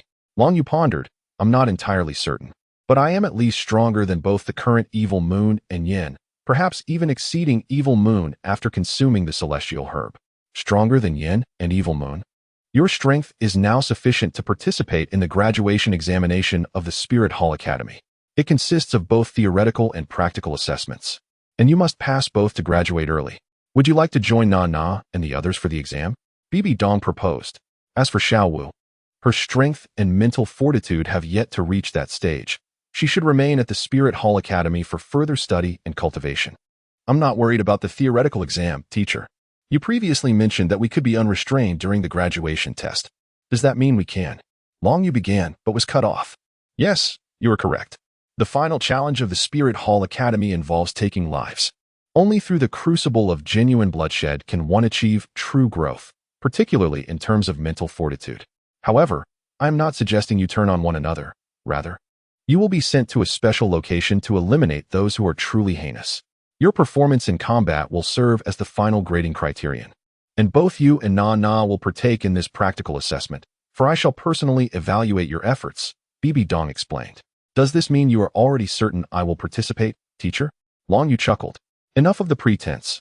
I know you well, she replied. The Spirit Hall Academy has little more to impart to you. It would be more beneficial for you to explore and learn independently. This sentiment has already been conveyed to me by Meng Yun and Li Jun. Bibi Dong shot Long Yu a knowing glance. Well, of course, I shall participate in the upcoming graduation examination. I intend to become the youngest graduate in the history of the Spirit Hall Academy, Long Yu declared with a grin. Indeed. I will arrange for Li Jun to secure your spot in the practical examination. However, do not underestimate the theoretical test you presume to be simple. The questions posed to you will be crafted solely by me and graded personally. The stakes are identical for both assessments. Therefore, little Yu, prepare yourself mentally. The questions will be a tad more challenging than those posed by Meng Yun. Should you falter in the theoretical exam, you may forfeit the practical assessment altogether. Bibi Dong remarked with a hint of mischief. I believe I have a rough understanding of what you mean by a tad more challenging, teacher. I shall take my leave now. Long Yu sighed. You have 3 days to prepare, and I eagerly anticipate your performance. Bibi Dong waved her hand as he departed. Good night, teacher. When absorbing the snowy swan's kiss, remember to apply it to your external spirit bone. Only after the 6-winged purple light wings have been fully absorbed should you integrate it within your body. Otherwise, you may inadvertently harm yourself. Long Yu cautioned before exiting the pavilion. Little one, you continue to surprise me. To have already received the divine inheritance. It seems to rival my own Azura God quite closely. I cannot discern the age of that spirit bone. Bibi Dong mused to herself, gripping the Pope's scepter. The snowy swan's kiss amplifies my spider venom by hundreds or thousands of times. I find myself filled with anticipation. Little one, you just made me apologize. But during the theoretical exam, you shall have your share of tears, Bibi Dong remarked, her form fading from the pavilion. Congratulations to the Chinese women's football team for winning the Asian Cup once again. Chapter 47. The Evolution of the 6-Winged Purple Light Wings. Brother Yu. What did the Crown Prince discuss with you privately? Xiao Wu inquired, lounging on the sofa with her delicate legs swinging. Nothing much. Just inquiring about our process of obtaining the second spirit ring, which I managed to brush off with an excuse. By the way, Xiao Wu, you will have the opportunity to choose your own celestial herb later. Each herb's effect is no less potent than those of the senior sisters. However, do not be greedy. One herb is more than sufficient. Excessive consumption can be detrimental to the user. I will only provide it to you after you advance to Soul Master. Lest you consume it prematurely, considering you are but a little rabbit, Long Yu said, playfully tapping Xiao Wu's nose. Allowing me to choose my own celestial herb? Hee. I knew Brother Yu was the best to me. She replied with a gleeful smile. Little Dance cheerfully remarked, by the way, the teacher has also granted me permission to participate in the graduation examination of the Spirit Hall Academy alongside my senior sisters. She added, but do not harbor any illusions. As a mere 21st level Soul Master, your chances of graduating are exceedingly slim. It is advisable to diligently study and cultivate within the Spirit Hall Academy. And perhaps we may discuss other matters once you reach the rank of Soul Sovereign. Long Yu, observing Little Dance's pouting expression, found it amusing and playfully pinched her delicate skin, which felt quite delightful. Brother Yu, what are you up to? Little Dance inquired as she noticed Long Yu heading towards the training room. Are you really going to meditate and cultivate right after such a long journey? Is this the difference in our approaches? She wondered. Nothing of the sort, Long Yu replied. I merely wish to absorb my share of the celestial herb. While it may not directly enhance my soul power, it significantly benefits my dual pupils and mental acuity. With that, he entered the training room, retrieving his pre-selected celestial herb from his storage soul guide. Although it appeared rather unremarkable compared to other herbs, its vibrant green hue was striking. At the center of the herb were 3 pure white leaves, adorned with droplets of water that resembled the morning dew. Behold, the autumn water dew. Consuming it can cultivate fiery eyes that perceive all, he mused. Though such claims may be somewhat exaggerated, it undeniably holds substantial significance for Long Yu's dual pupils. Long Yu slightly tilted the Wanchuan Xiaoshui dew, allowing a few droplets to fall from the center of the leaves into his mouth. After losing these precious droplets, the Wanchuan Xiaoshui dew rapidly withered, disintegrating into dust. As time passed, Long Yu finally completed the absorption of the Wanchuan Xiaoshui dew. His dual pupils reopened, astonishingly transforming into a brilliant gold for a fleeting moment before returning to their normal state. Such a remarkable effect. Truly, it is a celestial herb. Even my dual pupil martial spirit has undergone a degree of evolution. Long Yu's dual pupils surveyed the surroundings. Compared to before, his vision had significantly improved, allowing him to perceive greater clarity and distance. His mental prowess had also seen an enhancement, albeit not as substantial as the boost received from absorbing a mental orb from the heavenly dream eye silkworm, yet still remarkable. At this moment, I find myself uncertain of the extent of my ultimate strength. Perhaps I will only discover it during the final examination. The heinous soul masters. Are they criminals of the 2 great empires? Or are they evil soul masters? Long Yu clenched his fists and walked towards his room. Regardless of the circumstances, as long as he possessed sufficient strength, he need not fear any danger. Meanwhile, in an elegant chamber, Bibi Dong sat gracefully upon a grand bed. With a mere thought, 3 pairs of dark purple wings manifested behind her, shimmering with a faint luminescence. Each wing bore elongated, dark purple barbs, glistening with amethyst light. And these barbs contained a terrifying venom. Bibi Dong took a deep breath and retrieved the snowy swan's kiss, channeling her immense soul power to compress it into a white liquid. With her utmost concentration, she meticulously applied this soul power onto her 6-winged purple light wings. Throughout the absorption process, Bibi Dong remained ever vigilant. However, as time passed, she felt no discomfort, but rather a refreshing sensation. This brought her a sense of relief. Once the 6-winged purple light wings had fully absorbed the surface liquid, her pink eyes turned toward her external soul bone. Externally, there was little change, but the black within the dark purple had deepened, radiating a sense of impending danger. Even Bibi Dong could sense the sheer magnitude of the toxins now infused within her 6-winged purple light wings. Coupled with her current soul power, who in this continent could possibly defeat her? Though she was not at her peak, she felt more than adequate. With a twin supreme dark martial soul, an exceptionally high level of soul power, and frightfully potent toxins, her strength was undeniably formidable. How wondrous the celestial herb was. Xiao Yu had indeed aided her immensely, enhancing her power significantly once more. In light of this little fellow's assistance, she resolved to be lenient during the upcoming theoretical examination. After all, he was merely a child under 9 years old, and it would be unreasonable to place too much pressure on him. The thought of Long Yu brought a smile to Bibidong's face, and she found herself increasingly grateful for her decision to take him as a disciple.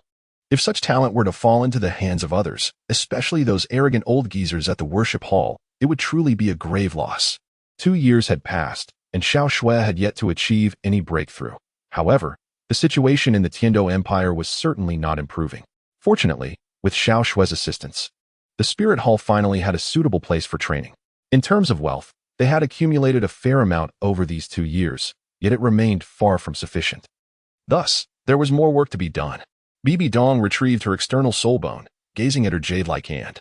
Behind her, the fabric of her garment, torn by the 6-winged purple light, revealed a back as smooth and lustrous as jade, exceedingly alluring. She then stepped into the bathroom, warm water cascading over her body. Reflecting on the day's events with Long Yu, a smile involuntarily graced her lips. Since taking this young lad as her disciple, her life had been imbued with vibrant hues, and her smiles had multiplied. Chapter 48. The mutation of the martial soul. The following morning, the 4 gathered for breakfast. Brother Yu, what have you added to this soup?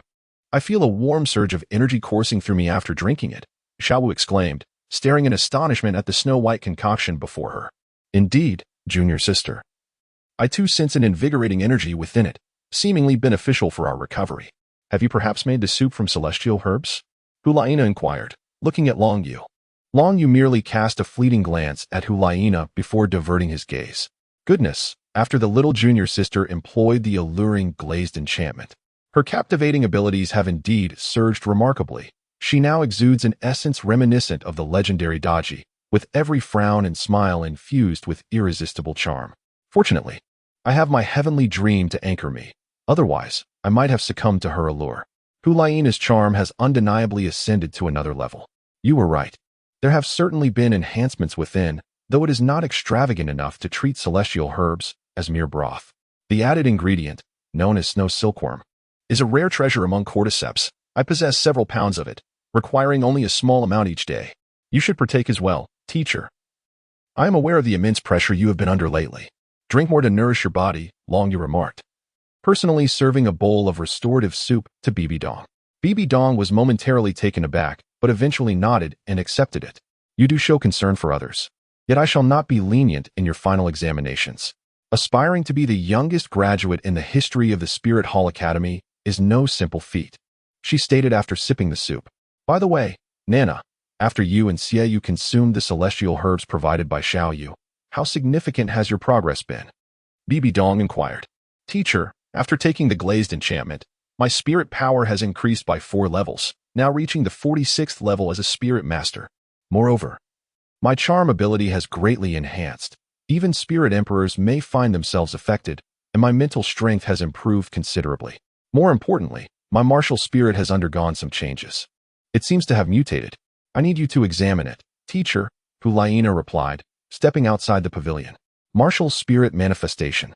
Hulayina's enchanting voice resonated as 4 splendid spirit rings of yellow and purple shimmered around her. A magnificent fox appeared behind her, with the most striking feature being the 9 colossal tails that swayed gracefully under her command. The number of tails had transformed into 9, significantly amplifying her charm ability. Clearly, the celestial herbs have induced a remarkable mutation in your martial spirit. This is indeed an astonishing transformation. Not only has your charm ability enhanced, but your offensive capacity and techniques have also evolved considerably, Bibi Dong concluded while gazing at Hulayina's martial spirit with her pink-hued eyes. Indeed, teacher, I owe much to the little junior brother. However, his mental prowess is rather extraordinary. Even with my martial spirit mutated, it seems I cannot influence him, Hulayina said, retracting her martial spirit and returning to her seat. Wait, senior sister, despite my assistance in elevating your abilities, you still wish to affect me? How excessive! Long Yu exclaimed with a look of grievance. Humph. Hulayina paid no mind to Long Yu's appearance. Having spent considerable time with her junior disciple, she had come to understand him quite well. He possessed extraordinary talent, yet remained humble, exhibiting a proud spirit without arrogance. Though he appeared aloof, he revealed a playful side to those close to him. By the way, Master, my brother has consumed the shining gold blade grass, which has elevated his soul power by 3 levels, bringing him to the 44th level of Soul Master. His martial spirit, the Moon Blade, has also become significantly sharper. My brother mentioned that if he were to employ his self-created soul skill, Crescent Moon, he could even defeat a Soul King. Suddenly recalling that she had another brother, Hulayina quickly added, Indeed, Xiaoyu's self-created soul skill is quite impressive, far surpassing his other techniques in power. The ability to vanquish a Soul King is commendable. With this, the upcoming graduation examination seemed to have gained substantial assurance. Coupled with your martial spirit fusion technique, even an average Soul Emperor would find it challenging to contend with you. Thus, the graduation examination should pose no issues. Bibi Dong nodded in agreement. Hulayina, now 15 years old, had already reached the 46th level of Soul Master, with her martial spirit having transformed into the 9-tailed demon fox. Xiaoyu, at 17, stood at the 44th level of Soul Master, with his martial spirit also having undergone a mutation, complemented by his self-created soul skill. His talent was indeed formidable. Long Yu, though merely 8 years of age, has already attained the remarkable status of a level 25 Soul Master, possessing dual martial spirits and an array of extraordinary abilities. His combat prowess rivals that of Xiaoyu, if not surpassing it. Most significantly, Long Yu has also inherited divine legacy, embodying a deity of comparable stature to the Rakshasa god, making him the most promising individual among them all. When paired with Yin, who, at 18, boasts a level 42 soul scholar status and commendable talent, These 4 individuals stand as the vanguard of the younger generation within the Spirit Hall, each an extraordinary entity. The future strength of the Spirit Hall is thus vividly discernible. Does the teacher imply that our most formidable opponent will at most be a Soul Emperor? Or perhaps merely a Soul King? Hulaina inquired. I cannot disclose that. You shall find out in due course, Bibi Dong replied, subtly shaking her head, aware that extracting information from her would not be so effortless. Oh, Hulaina responded, lowering her gaze. However, glancing at Long Yu, her elongated, beautiful eyes sparkled with cunning. By the way, Xiaoyu, how many celestial herbs do you currently possess? Of course, I do not require you to present them or anything of that sort. Bibi Dong continued to probe. Teacher, celestial herbs are creations of heaven and earth, rare and elusive. How could one quantify them? Nonetheless, I do have a few herbs in my possession.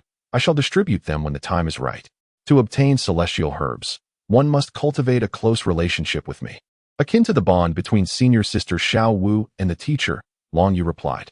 As for that fellow Yin, let's forget about it.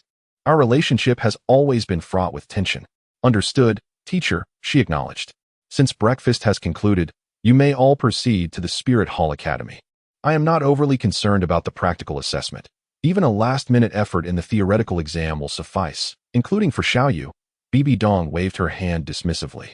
Teacher, is it not the case that my junior brother's theoretical capabilities could be a concern? Hulaina hesitated to voice her apprehensions, pondering the gravity of the situation. No, Xiaoyu's theoretical examination will be personally crafted by me, and I will grade it.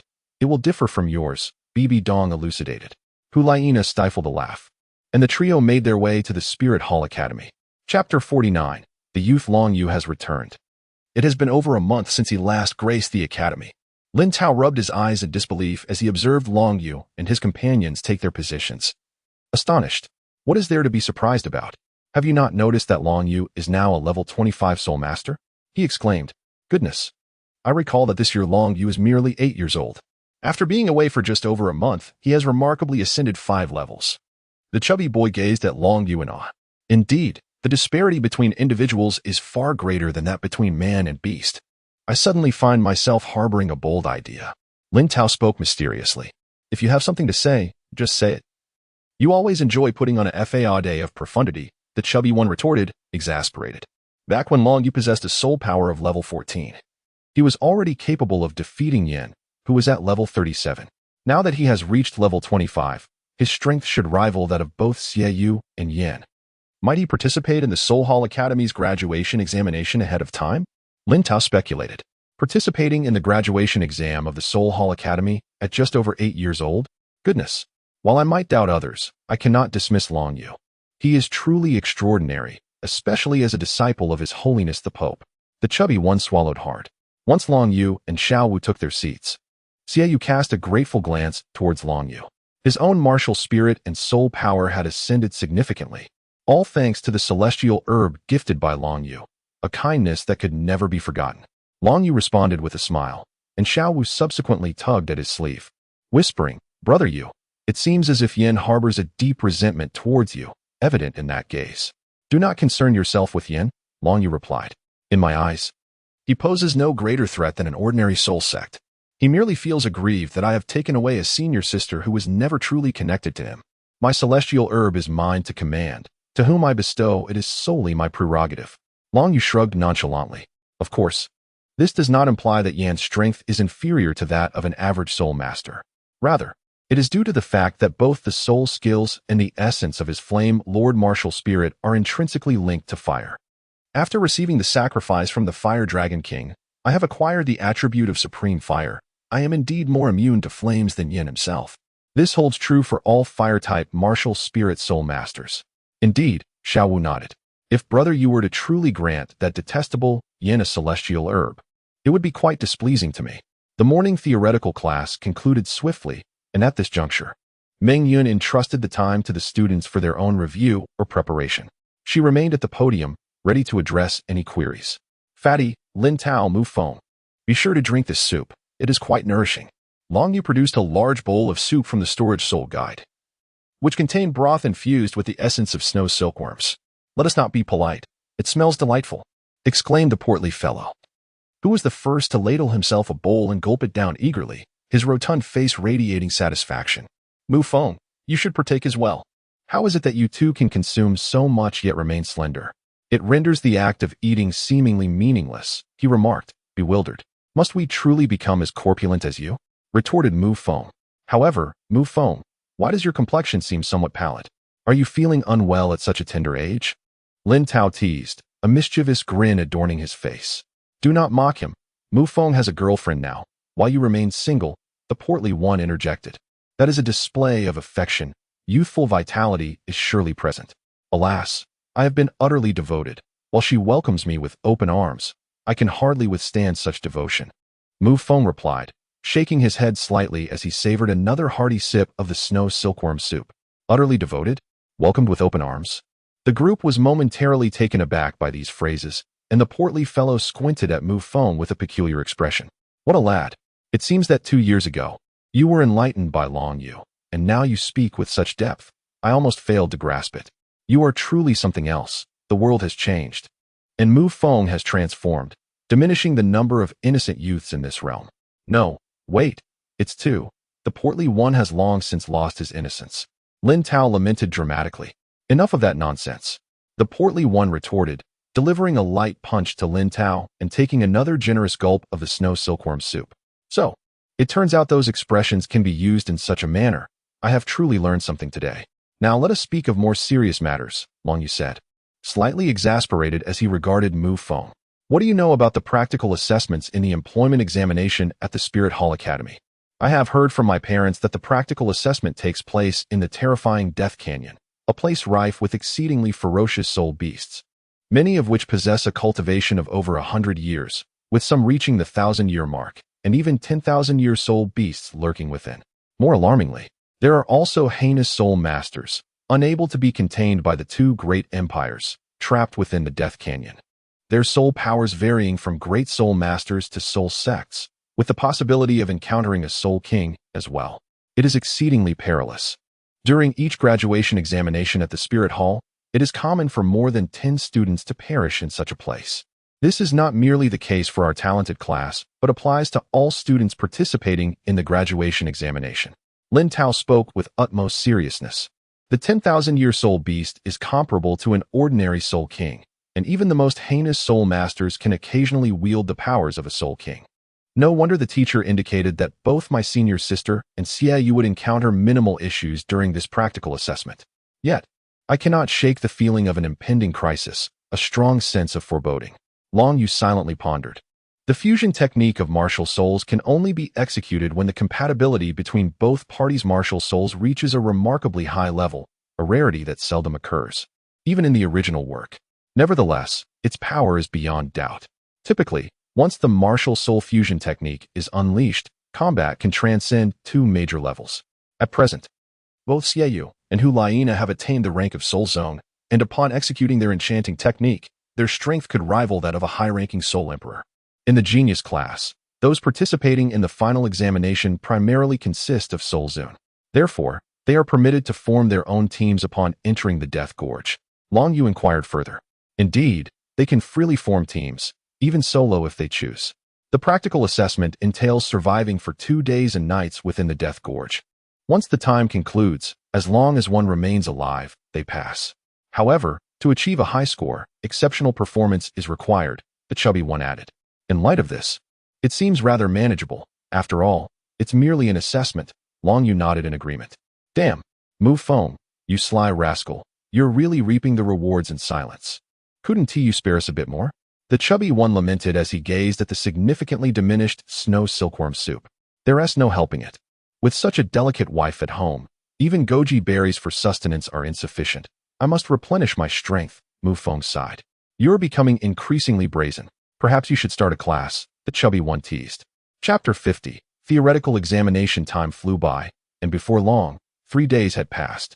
The final examinations at the Martial Soul Hall Academy had finally commenced.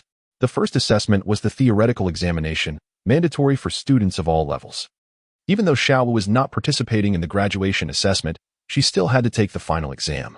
The chubby one stared at the slowly unfurling questions before him, a mask of anguish adorning his rotund face. Why is it that I can comprehend these words individually, yet when combined, they become incomprehensible. Though I may be confounded, the multiple-choice questions still hold promise. They are the result of considerable experience distilled into a few mnemonic phrases. For 3 long answers, choose the shortest. For 3 short answers, opt for the longest. With equal lengths, choose A. With equal shortness, select C. If in doubt, go for C. For too long and too short, pick B. Pause after 3 consecutive answers. The chubby one recited his mnemonic, quickly finishing the multiple-choice section and casting a glance toward the essay questions. Essay questions. What precautions must one take when absorbing a 10,000-year soul ring, and how does it differ from those below 10,000 years? How much more soul power does a 92-rank titled Douluo possess compared to a 91-rank titled Douluo? What is the maximum age limit for absorbing the 6th soul ring? Considering your own martial spirit and practical circumstances, what type of soul beast would you choose for your 5th and 6th soul rings? Please elaborate on your reasoning and analysis. Such questions are the forthcoming major topics. The chubby student took a deep breath, glanced at his classmates around him, yet was deterred from continuing his answers by the stern gaze of the supervising teacher, Meng Yun. Why are Hulina and Xiaoyu here? And where is that rascal Longyu? The chubby student discreetly looked around, but still did not spot Longyu's figure. Subsequently, he began to answer the questions. The theoretical knowledge was not particularly difficult, as most individuals could pass it. The academy did not wish to create difficulties for the students in this regard, focusing more on practical assessments. As for Longyu, he was, of course, receiving special treatment from Bibi Dong, being in a solitary examination room. Bibi Dong sat at the main seat, with a sheet of paper laid out before her, prominently inscribed with Longyu's name, accompanied by a brush. Meanwhile, Longyu sat obediently on the stool below. Although somewhat tense, he remained remarkably composed overall. Xiaoyu, Na, and the others will take the exam in written form, while you only need to respond orally. I will grade your answers based on what you say, and there will be no multiple-choice questions. But rest assured, your questions will not be numerous, as your theoretical level has reached a commendable standard. Bibi Dong smiled down at Longyu. Yes, teacher, you may begin with the questions. Longyu nodded in response. Is the statement that innate soul power is proportional to the strength of the martial spirit correct? Please provide your reasoning. Bibi Dong posed the first question. Not entirely correct. And it may even be erroneous. Longyu articulated. I have heard of this theory, which is purportedly the first of the 10 core competencies of martial spirits. And I believe it to be flawed. It is quite easy to refute with counterexamples. The blue lightning Tyrannosaurus Rex and the clear sky hammer are regarded as the strongest beast martial spirit and weapon martial spirit on the continent, possessing exceptionally high quality. Yet does having either the blue lightning Tyrannosaurus Rex or the clear sky hammer martial spirit mean that all soul masters with these spirits possess innate full soul power or innate level 9 soul power? It is evident that this is not the case. Therefore, I assert that even if the martial spirits of soul masters belong to the same type, the disparity in innate soul power can still be substantial. This theory is erroneous. Moreover, it is even possible for a soul master with the so-called number 1 beast martial spirit, the blue lightning Tyrannosaurus Rex, to possess innate soul power of less than level 3 or 4. If all soul masters with the clear sky hammer or blue lightning Tyrannosaurus Rex possessed innate full soul power or innate level 9 soul power, then the number of titled Douluo would have far exceeded that of the Spirit Hall. Longyu gradually articulated. You are correct in your assertion, and your reasoning is sound. Your use of counterexamples is practical. Looking across the entire continent, how many possess innate full soul power? Bibi Dong nodded in satisfaction and remarked, Xiaogang, when you reached this conclusion back in the day, I wish to inform you that there were indeed flaws in your reasoning. Even the most exceptional martial souls can yield incompetent soul masters, which easily undermines your primary theory. Unfortunately, you departed and never returned. Since you possess some understanding of the 10 core competencies of martial souls, consider yourself fortunate. You have been forewarned regarding this topic. Now, for the second question, martial souls are categorized into 2 main types, beast martial souls and weapon martial souls. Please determine whether this statement is true or false and provide your rationale. False, replied Longyu. The variety of martial souls is extraordinary, even the Spirit Hall, which has catalogued countless soul masters and martial souls over the past 10,000 years, would not dare to make such a sweeping statement. The emergence of an unknown martial soul is exceedingly likely. The diversity and marvel of martial souls cannot be confined merely to the classifications of beast and weapon. For instance, my twin-eyed martial soul does not fit either category. Rather, it is a specialized martial soul associated with bodily organs. Similarly, the martial soul of the elder ghost, who stands beside the teacher, is a specter which also does not belong to either the beast or weapon categories. Even the angelic martial soul of the high priest does not fall within these two classifications. Clearly, such a division of all martial souls is erroneous. Excellent. It seems your experiences are indeed vast, and what I find even more commendable is your foresight and vision for development, Bibi Dong acknowledged, nodding in approval once more. Thank you, teacher. It is all thanks to your exceptional guidance, Long Yu humbly remarked, showering her with compliments in a subtle manner. This elicited a slight smile from Bibi Dong. This child is truly hard to dislike, she mused. Discuss your perspective on the origins of human soul skills and provide examples to substantiate your claims. I believe that the origins of human soul skills derive from the abilities of the soul beasts that one absorbs, or from further extensions thereof. Humans themselves do not inherently possess soul skills. Rather, they acquire various skills through the absorption of different soul rings. For instance, if a soul master with a soul power of level 10 absorbs a soul ring from a face-devouring spider, their first soul skill would be linked to the inherent abilities of that creature, such as toxins, webbing, enhanced jumping capabilities, and climbing skills, among others. Every soul master has their own developmental trajectory, such as those specializing in plant or control attributes. Therefore, it is crucial to ascertain one's direction before absorbing corresponding attribute soul rings. Most of the time, this is correct. However, for certain unique martial souls, which may possess diverse capabilities, this cannot be generalized. This is especially true for dual martial soul holders, where the developmental paths of the two martial souls may align or diverge entirely. For example, my Golden Dragon martial soul and twin-eyed martial soul follow distinctly different paths, allowing me to pursue both control and offense strategies. Chapter 51. The Secret of Twin Martial Souls. I must commend you, Xiaoyu, for your exceptional theoretical knowledge. It is no wonder that Mengyun has remarked that she can no longer impart any theoretical teachings to you. Despite my expectations, your performance has truly astonished me. Now, I present two final queries, the most crucial of which are as follows. First, why are the bearers of twin martial souls so rare? And how can we address the challenges associated with them? What measures can be taken to enable the body to withstand the immense impact generated by the fusion of different martial soul rings without succumbing to destruction? Bibi Dong inquired. Typically, a child's martial soul is inherited from their parents, reflecting their lineage. However, when a child inherits a martial soul from one parent, a devouring phenomenon occurs between the martial souls. The more potent martial soul invariably consumes the weaker one, resulting in the common occurrence of individuals possessing only a single martial soul.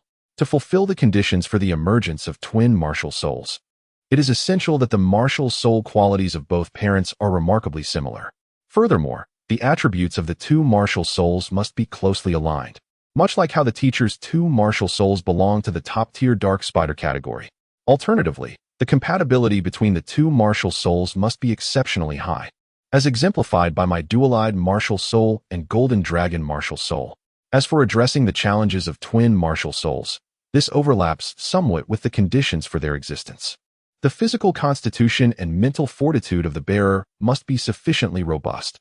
Otherwise, they cannot endure the immense soul power generated by the multitude of soul rings, particularly during the absorption of the second martial soul's ring.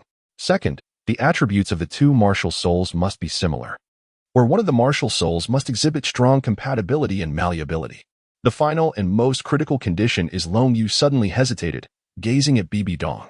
Everything you have stated thus far is accurate and incisive. Boldly articulate your final point, Bibi Dong encouraged. Divine power. Only divine power can harmonize the differences between the two martial souls and buffer the impact of their distinct colossal energies. Long Yu ultimately declared. How did you come to this conclusion? I am certain that no records exist within the Martial Soul Hall's extensive library. Bibi Dong abruptly rose, questioning. Teacher, please remain calm. Take a seat first. Long Yu waved his hand and spoke. However, it was evident that Bidong would not heed his words. Her pair of pink beautiful eyes remained fixed upon him. The previous bearer of the dual martial souls had perished due to an energy explosion. I have studied the relevant materials and found that the first two criteria were already met, indicating that there must be other reasons at play. I have been contemplating that if a human body possesses only one martial soul, there exists a limit to energy absorption. Thus, no matter how much the body enhances, it cannot double the pressure of such absorption. The number of spirit rings or the quality of spirit power of the second martial soul surpasses that of the first. To put it simply, I believe that relying solely on human effort is insufficient. It must depend on external forces beyond human capabilities, leading me to think of the legendary divine power. Coincidentally, I am aware that my teacher embodies this divine power and is the only one who has successfully cultivated dual martial souls. After I inadvertently obtained the legacy of the divine, my teacher seemed to have relaxed considerably. Based on my understanding of her, this was not merely a matter of allowing me to absorb the second martial soul's spirit rings ahead of time, but rather a deeper reason. I could sense that my teacher's emotions had been stable these past few days, and she appeared completely at ease with me. This led me to deduce that the final requirement for cultivating dual martial souls is indeed divine power. Only divine power can enable a person to withstand the immense strength of a second martial soul and the repulsion between the two souls. Long, you spoke slowly. Do you truly understand me so well? Bai Bidong asked, somewhat dazed. Have I been that obvious? My teacher, after my dual pupils absorbed the celestial herb, my vision greatly improved, allowing me to perceive many subtle changes. Long Yu replied. Well, frankly, these are mere platitudes. The main reason is that I have already read the original text. I see, splendid. The most crucial aspect of the dual martial soul cultivation secret is the regulation of divine power. It has been countless years since a god has appeared on this continent, which is why no one has truly succeeded in cultivating dual martial souls. Even I achieved it by mere happenstance. And now, at your age, you have obtained the legacy of a god, inadvertently resolving the greatest challenge of dual martial souls. Bai Bidong nodded. All right, your theoretical examination ends here. Prepare for tomorrow's practical test. If you have any questions, feel free to consult your senior sisters, or Li Junminjian and the others. I am quite pleased with your performance in today's theoretical exam, and I hope you can similarly impress me tomorrow. You are far more exceptional now than I was back then. Bai Bidong smiled, then picked up Long Yu's theoretical exam score. A gentle breeze wafted by, and she had already reached the doorway. My teacher, you have yet to tell me my score for the theoretical exam. Long Yu called out anxiously. 99 points. One extra point might make you too proud, she replied. After Bibi Dong uttered these words, she seemed poised to depart, but suddenly recalled something and turned her head to Dragon Feather, inquiring, since you have some understanding of the 10 core competencies of martial spirits, what sort of individual do you surmise is behind such a theory? You wish for me to evaluate Yu Xiaojang's theory? Very well, I have already expressed numerous counterarguments. And with that buffer, I trust one shall not face any repercussions. The so-called theory of the 10 core competencies of martial spirits undoubtedly possesses its merits, and it is evident that its proponent has a considerable theoretical foundation and research background. However, from a student's perspective, the theory itself lacks notable brilliance. More often than not, it merely serves as a summary of existing information from the Spirit Hall, much of which is already known to soul masters with even a modest depth of understanding. Moreover, it appears that several conclusions drawn are incorrect. I deduce that this is partly due to the proponent's lack of formidable strength. Many truths become apparent only upon attaining higher ranks as soul masters, whether through personal experience or insights, yet this theory evidently lacks such depth. Additionally, the materials referenced seem to be merely basic resources from the Spirit Hall's library, with the truly critical and substantial information overlooked. Otherwise, the theory would not come across as so dogmatic and direct. There is hardly any innovation, nor does it delve into genuinely profound theoretical research. I do not believe there is much utility in it. In fact, it could be misleading, and I do not hold it in high regard, Dragon Feather stated with impartiality. Is this all you perceive? Very well, I understand, Bibi Dong sighed before departing from the scene. Chapter 52. Team Formation. When Dragon Feather found himself alone, he let out a deep sigh. Ah, master, forget about Yu Xiaogang, a man devoid of charm, strength, and even the most basic sense of responsibility. I truly cannot fathom what it is that you admire in him, yet it is clear that, in your heart, it is still that Yu Xiaogang who holds the utmost importance. Rest assured, I shall ensure you see the truth about that man. He's unworthy and does not deserve your regard. Long Yu clenched his fists and quietly mused to himself before departing the room. Soon, The theoretical examinations for Hulaina and her peers would conclude. The students of the elite class emerged from the examination hall with remarkable ease. For the content was indeed not challenging. I wonder how my junior brother fared in his solo examination? The expectations placed upon him by the teacher are far more stringent than those imposed on us by the dream teacher. Hulaina remarked as she observed the bustling crowd around her. Rest assured, Nana, I have complete faith in Longyu. He possesses the requisite abilities. One of her companions reassured her. With the theoretical examination behind them, it was time to prepare for the practical assessment in the Death Canyon scheduled for the following day. Will we remain together with Longyu, or will we scatter? Suggested Xiaoyu. It would be prudent to stay together. Having an additional ally offers greater security. For some reason, I have an inkling that this Death Canyon challenge will not be straightforward, so we must exercise caution. Hulaina replied with a slight shake of her head. Very well, we shall remain united. Tomorrow, I must personally express my gratitude to Longyu. After all, I cannot overlook the immense favor of the divine herb, she continued. As for danger, fear not. I am now capable of engaging a Soul King alone. Should we employ our martial soul fusion technique, we could contend against even a high-ranking Soul Emperor, and with Longyu by our side, we shall be fine. Moreover, our teachers will be patrolling continuously, allowing us to signal for help if needed. It won't be so easy for danger to arise. Xiaoyu nodded in agreement. Let us hope my apprehensions are unfounded. Ah, is that not our junior brother? Hulaina exclaimed in surprise. Before she and Xiaoyu made their way towards the location where Xiao Wu and Longyu were situated. How do you feel, Xiao Wu? For you. Even without attending classes, these examinations at this level should be quite simple, right? Longyu gently ruffled Xiao Wu's hair. Indeed, but brother Yu. Were the theoretical questions personally crafted by His Holiness the Pope not exceedingly difficult? Xiao Wu inquired, her eyes wide with curiosity. Not particularly. Although they were certainly simpler in comparison to the questions you faced, I managed to score a 99, Longyu smiled.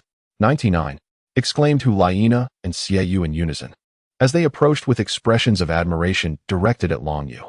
Junior brother, do you realize that the Martial Soul Palace Academy has not seen a student score above 90 in many years? And yet you achieved a 99 at the hands of the teacher. Truly impressive, my junior. Hulaina exclaimed, her excitement causing her to grasp Longyu's arm. Her voice laced with charm and allure that was difficult for any ordinary person to resist. Longyu felt a shiver run through his body. This enchanting vixen truly possessed an irresistible charm. Reluctantly, he withdrew his arm from Hulaina's embrace, as if still reminiscing about the softness of her touch. It's not too bad, I suppose. The teacher deducted a point to prevent me from becoming conceited. What about you all? Longyu inquired. Conceited? Well, my brother and I feel all right. Although we may not be as extraordinary as you, we should still score above 80, Hulaina replied. However, the most crucial matter remains the practical assessment in the Death Canyon tomorrow. Although the teacher and my brother suggest there is no need for concern. As the strongest within are merely 10,000-year soul beasts and soul kings, I can't shake off this unease. Furthermore, with the freedom to form teams tomorrow, it would be safer for us four, my little junior brother, myself, my brother, and Yin, to join forces. Complete freedom in team formation? Isn't the academy and the teachers worried that some teams might become overwhelmingly powerful, thereby undermining the assessment's purpose, while others might be too weak? Facing the risk of total annihilation? Longyu questioned. There's no alternative. As the teacher put it, a team should not include a person devoid of value. Strength in numbers is important. Even a minor contribution, such as that of a support-type soul master, ensures one is not cast aside. Those without value should not mingle within the team for the assessment. If, during such a significant examination, no one wishes to team up with a particular individual, indicating they are universally disliked, it speaks volumes about that person's inadequacies. The Spirit Hall has no need for such students, and such circumstances are rare. If one truly feels incapable, they may opt to withdraw. The academy would not send students to their doom. The only restriction in team formation is that it cannot exceed 15 individuals, Hulaina explained. Ah, that is indeed a rather straightforward rationale, yet it holds some truth. In that case, let us proceed together for the assessment tomorrow, Longyu nodded. Haha, then let us first head to the cafeteria for a meal, little junior brother. Hulaina laughed, and the four made their way to the dining hall. Did you see that? There is Longyu, along with those few men beside him. Surrounding Longyu, several female students whispered amongst themselves, their beautiful eyes occasionally glancing in his direction. Upon hearing their remarks, the chubby boy lamented, Mufong. Did you hear that? Those who are handsome have names, while the ordinary ones are referred to as those few boys. Well, actually, I consider myself quite handsome too. It's just that my charm isn't immediately apparent. Mu Feng responded with an innocent expression. Not immediately apparent? With that remark, I suddenly feel a surge of confidence. The chubby boy agreed wholeheartedly. Come on, at least he has a fiancée. Once the graduation assessment concludes, he will be getting married, Lin Tao reminded. Alas, in the midst of despair, it dawns on me that I am the true fool. By the way, Longyu, you've teamed up with Hulaina and the others for tomorrow's practical assessment, right? The chubby boy sighed again. Yes, currently it's just me, my senior sister. And Xiaoyu, Longyu nodded. Wow, to be so impressive on your own and still manage to form a team. Your group must be the CRME de la CRME, Lin Tao remarked in awe. I initially wanted to invite you to join our team, which has a rather formidable name. Invincible Tyrannosaurus Beast, the chubby boy lamented. With that ridiculous name, you might as well call yourselves the ultimate cosmic invincible evolved Tyrannosaurus warrior. I think Super Invincible Monkey King 666 suits you best. I am proud. What can you do about it? You guys are truly a laugh, just like a grandmother sneaking into bed with me. Chapter 53. The Death Canyon. The Death Canyon serves as the venue for the graduation examination of the Wuhuan Temple Academy and is also an excellent location for practical training. Albeit fraught with peril. Although it is merely referred to as a canyon, its expanse is vast, encompassing mountains and lakes, and concealing numerous soul beasts as well as human soul masters. Li Jun and Meng Yun were addressing the students participating in this year's graduation assessment, cautioning them about important matters. Remember, if you encounter insurmountable danger, you may signal for help. Of course, this indicates that you will not pass this practical assessment. But when compared to your own life, graduating from the Wuhuan Temple Academy pales in significance. I want to elaborate further. You all understand. You have 2 days and 2 nights to choose to withdraw at any time.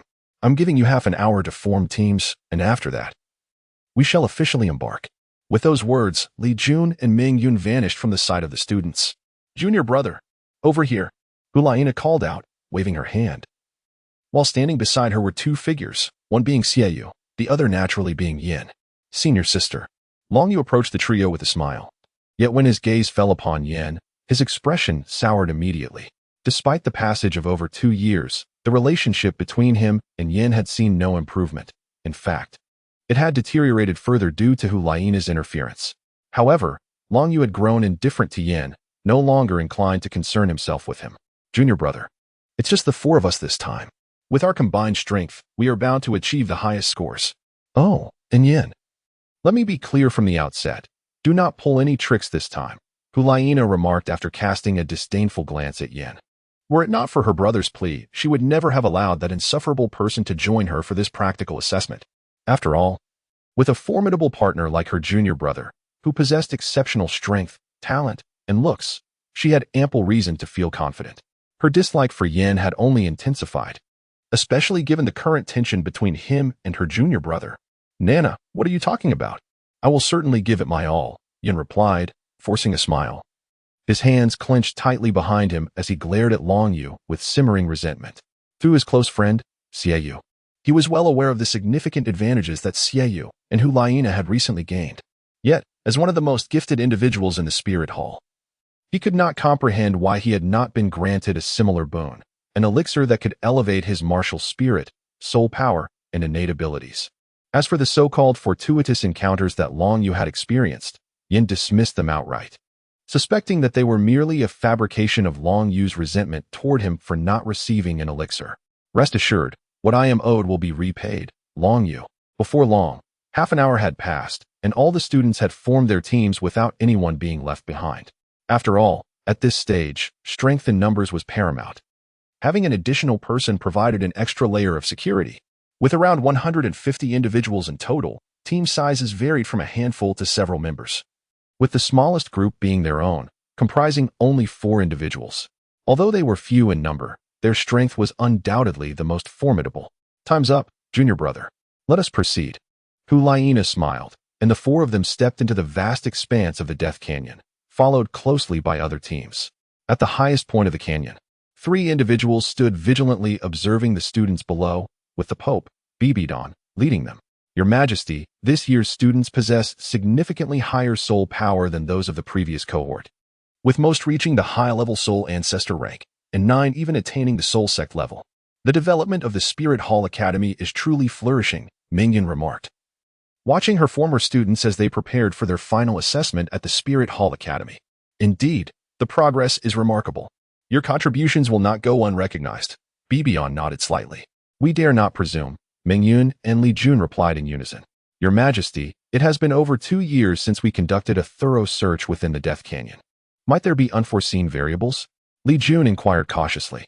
Are you concerned that the children may encounter formidable soul beasts or rogue soul masters? Rest assured, we must place our trust in them. Without experiencing true trials of blood and fire, how can they become the backbone of the Spirit Hall's future? Bibidan replied with a calm demeanor. Yes, Your Majesty is correct, Li Jun responded respectfully. After entering the Death Canyon in batches, Long Yu and his team were somewhat separated, relying solely on themselves and their teammates for the journey ahead. They had yet to encounter any particularly formidable presences, be they soul beasts or human soul masters, perhaps indicating that they had not yet ventured deeply enough. In the original tale, during the elite competition of high-level soul masters across the continent, when the senior sisters lost to Tang San and his group, they were punished by their teacher to train in the Death Canyon, even though they had already reached the Soul King level and still feared this place. Regardless, Long Yu reminded himself not to let his guard down, pondering whether their teacher was watching from some hidden corner. His formidable mental energy periodically scanned for potential dangers lurking nearby. Kill. Once his martial soul was activated, Yin effortlessly tore apart a 1,000-year-old soul beast, the Xianyan snake, discarding it carelessly aside. A purple soul ring materialized, yet no one absorbed it, and it would soon dissipate. Upon observing the situation, Long Yu couldn't help but shake his head slightly. The conflict between humans and soul beasts had become irreconcilable.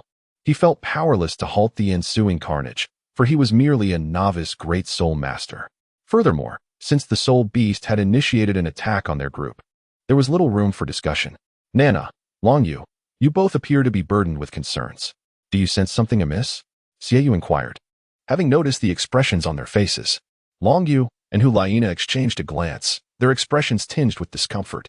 Little junior brother, I continually sense as though we are being observed, though this feeling is quite nebulous.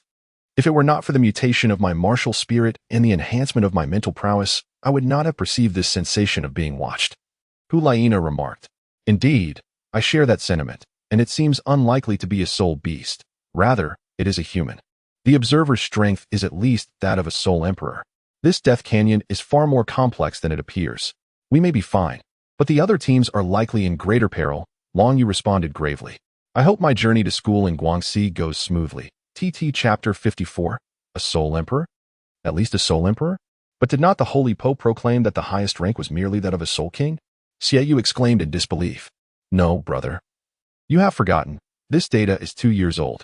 It is said that, to specifically test us, the complete clearance of the Death Canyon, which used to occur annually, has been altered this year. Over 2 years, evolving from a soul king to a soul emperor is not impossible. We just do not know how many such soul emperors might exist. We can manage 2 at most, but anything beyond that would be insurmountable. Hulaina gently shook her head. It appears this iteration of the Death Canyon is indeed tumultuous, Xiaoyu stated, gripping the moon blade, which flashed with golden radiance. After utilizing the radiant gold blade grass, his martial spirit had transformed from red to gold, significantly enhancing its destructive power. Suspicious and paranoid, a soul emperor is but a soul emperor.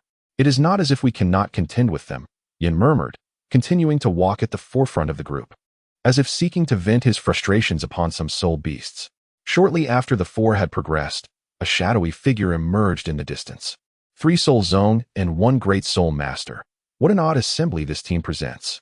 Curious, but this will not alter the fate that awaits you. A raspy voice echoed. It appears this is indeed the strongest team from the Spirit Hall Academy. Remarkable that, at such a tender age, they boast so many soul zone. Yet, how regrettable it is. My greatest pleasure lies in the premature extinguishment of gifted soul masters, cackled the figure cloaked in black. Soon after, another figure clad in black approached respectfully, stating, Lord Lin Hai, we have thoroughly gathered information on the Spirit Hall members. We know their location. When shall we commence our plan? Lin Hai took hold of the parchment, revealing the meticulously crafted map of the Death Canyon, a result of their considerable investment. Several dark dots marked the approximate locations of the Spirit Hall team. There was no need for haste. This operation had been in preparation for nearly 3 years, and any mistakes were unacceptable. By tomorrow evening, they could slowly commence the execution of their plan. They would increase the deployment of personnel and the distribution of soul beasts, waiting for the enemy's vigilance to wane before truly enacting their strategy. Upon the plan's success, not only would the minions of the Spirit Hall meet their demise, but they would also gain their freedom and escape this cursed place. Remember to manage those beasts well, lest our plan falter, Lin Hai instructed. Yes, my lord, replied the cloaked figure before departing. Once Lin Hai removed his black cloak, his chilling visage emerged, adorned with a sinister smile, exuding an overwhelming aura of bloodlust and malevolence. It is not we, but I. You shall all become my nourishment, my stepping stones to greater power. The intoxicating allure of such strength is undeniable. No wonder the Spirit Hall has long sought to eradicate this method of cultivation, fearing it might threaten their dominion. In the palm of Lin Hai's hand, a crimson soul force coalesced, revealing 7 soul rings in hues of yellow, purple, and black. Time passed swiftly, and soon it was night. Long Yu and his companion sat gathered around a fire, where a lamb was roasting. Long Yu periodically turned it over, adding spices, as the enticing aroma tantalized the taste buds of the 4, igniting their appetites. Sister, this is for you. Long Yu tore off a leg of lamb and handed it to Hulaina. Hee, little junior brother, you truly are remarkable. You excel in everything, possess striking looks, exceptional talent and strength, and your culinary skills are exquisite. I cannot help but adore you, Hulaina remarked with a smile as she accepted the roasted lamb leg. One wonders whether this was a spontaneous gesture or a premeditated opportunity. Have you all noticed something throughout the day? Long Yu inquired while savoring his meal. Despite the passage of time without cooking, his culinary skills appeared to have remained undiminished.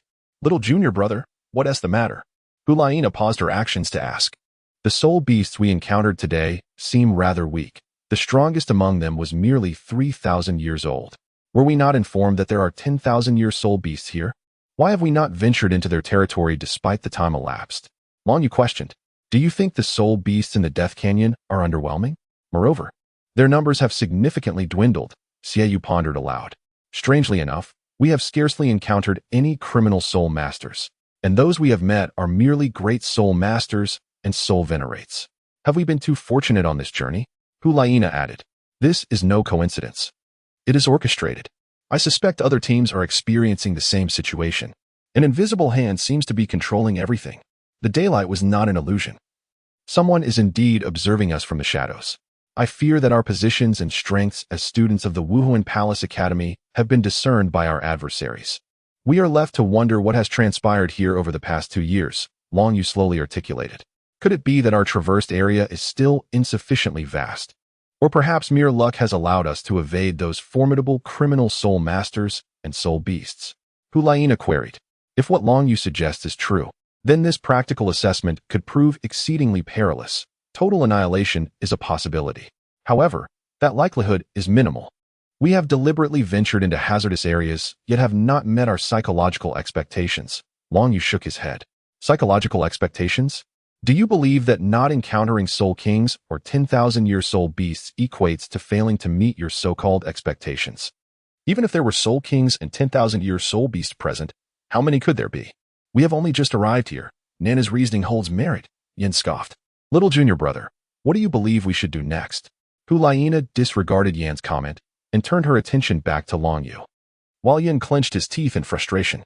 The answer to whether my assumptions hold true is easily discernible, as we will remain here for only 2 days and 2 nights. This presents a rare opportunity for our adversaries to act. We shall soon find out, especially tonight when you all sleep. I will keep watch. Long Yu remarked. Then you should keep watch. I am off to bed. After a day of travel, I am utterly exhausted. Unlike certain individuals who merely chatter mindlessly at the back of the group. Yen snorted, retreating into his tent. You've worked hard. I shall take the night watch tomorrow. Xiaoyu said, patting Long Yu on the shoulder, to which Long Yu nodded slightly in acknowledgement. Hulaina smiled at Long Yu and settled beside him. Chapter 55. Do you believe this is an accident? Sister, I can take the night watch. You should rest. Long Yu suggested to Hulaina beside him. Goodness, this Douluo Daji is truly captivating, with the fragrance of her maidenhood wafting into his nostrils. Every smile and frown exudes charm and allure, making it hard for him to resist. How boring it is to keep watch alone. I will keep you company. Given our current mental fortitude, staying awake all night will hardly affect us the next day. The intoxicating aroma from Huaina's scarlet lips enveloped him, her alluring visage adorned with a playful smile. Well, having you by my side does indeed invigorate me, Long Yu retorted, observing Huaina's flirtatious demeanor. Oh dear, my little junior has turned mischievous, but I find it quite delightful. Huaina giggled, her body nearly pressed against his. Sister, I am still just a child. Within the depths of his heart, Long Yu was engulfed in turmoil, enduring the relentless torment of this protracted night. Unbeknownst to him, time had slipped into the late hours, and Long Yu increasingly found the situation perplexing. Logically, this should have been the most opportune moment, yet no signs of activity had emerged. Could it be that he was mistaken? As another hour passed, Long Yu allowed his vigilance to wane. Glancing at Huaina, who was resting against him, he couldn't help but smile. The innocent charm of Huaina in slumber possessed an enchanting allure, blending sensuality with a hint of adorableness. Oh, it was futile to dwell on the time that had elapsed. Even if the other party had intentions, they had undoubtedly lost their advantage.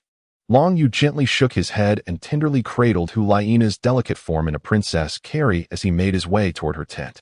As he gently placed Huaina upon the carpet, he suddenly felt his foot slip, causing him to topple towards the still slumbering Huaina. In a rather unfortunate twist of fate, his lips met her fiery red ones, and he found himself sprawled atop her soft body, their forms intimately entwined. The unexpected sensation jolted Huaina awake, her instinct prompting her to summon her martial spirit for a counterattack. However, as her eyes fluttered open, she was met with the visage of her junior disciple, and her graceful hand gradually lowered. The two locked eyes, a moment of silence enveloping them as their lips remained pressed together. Eventually, it was Huaina who broke the spell, shifting her head away to gaze at Long Yu's face, now less than 10 centimeters from her own, and with a playful smile remarked, "Junior disciple, are you still in a daze?" Long Yu suddenly sensed that something was amiss, and hastily rose to his feet, speaking in a flustered manner. Senior sister, I assure you it was unintentional, truly unintentional. I noticed you were asleep, and since the best time for an attack had long passed, I merely intended to escort you back to the tent for some rest. I never anticipated that I would slip and end up in this predicament. Do you believe me when I say it was an accident? Huaina, initially silent, regarded Long Yu with a steady gaze.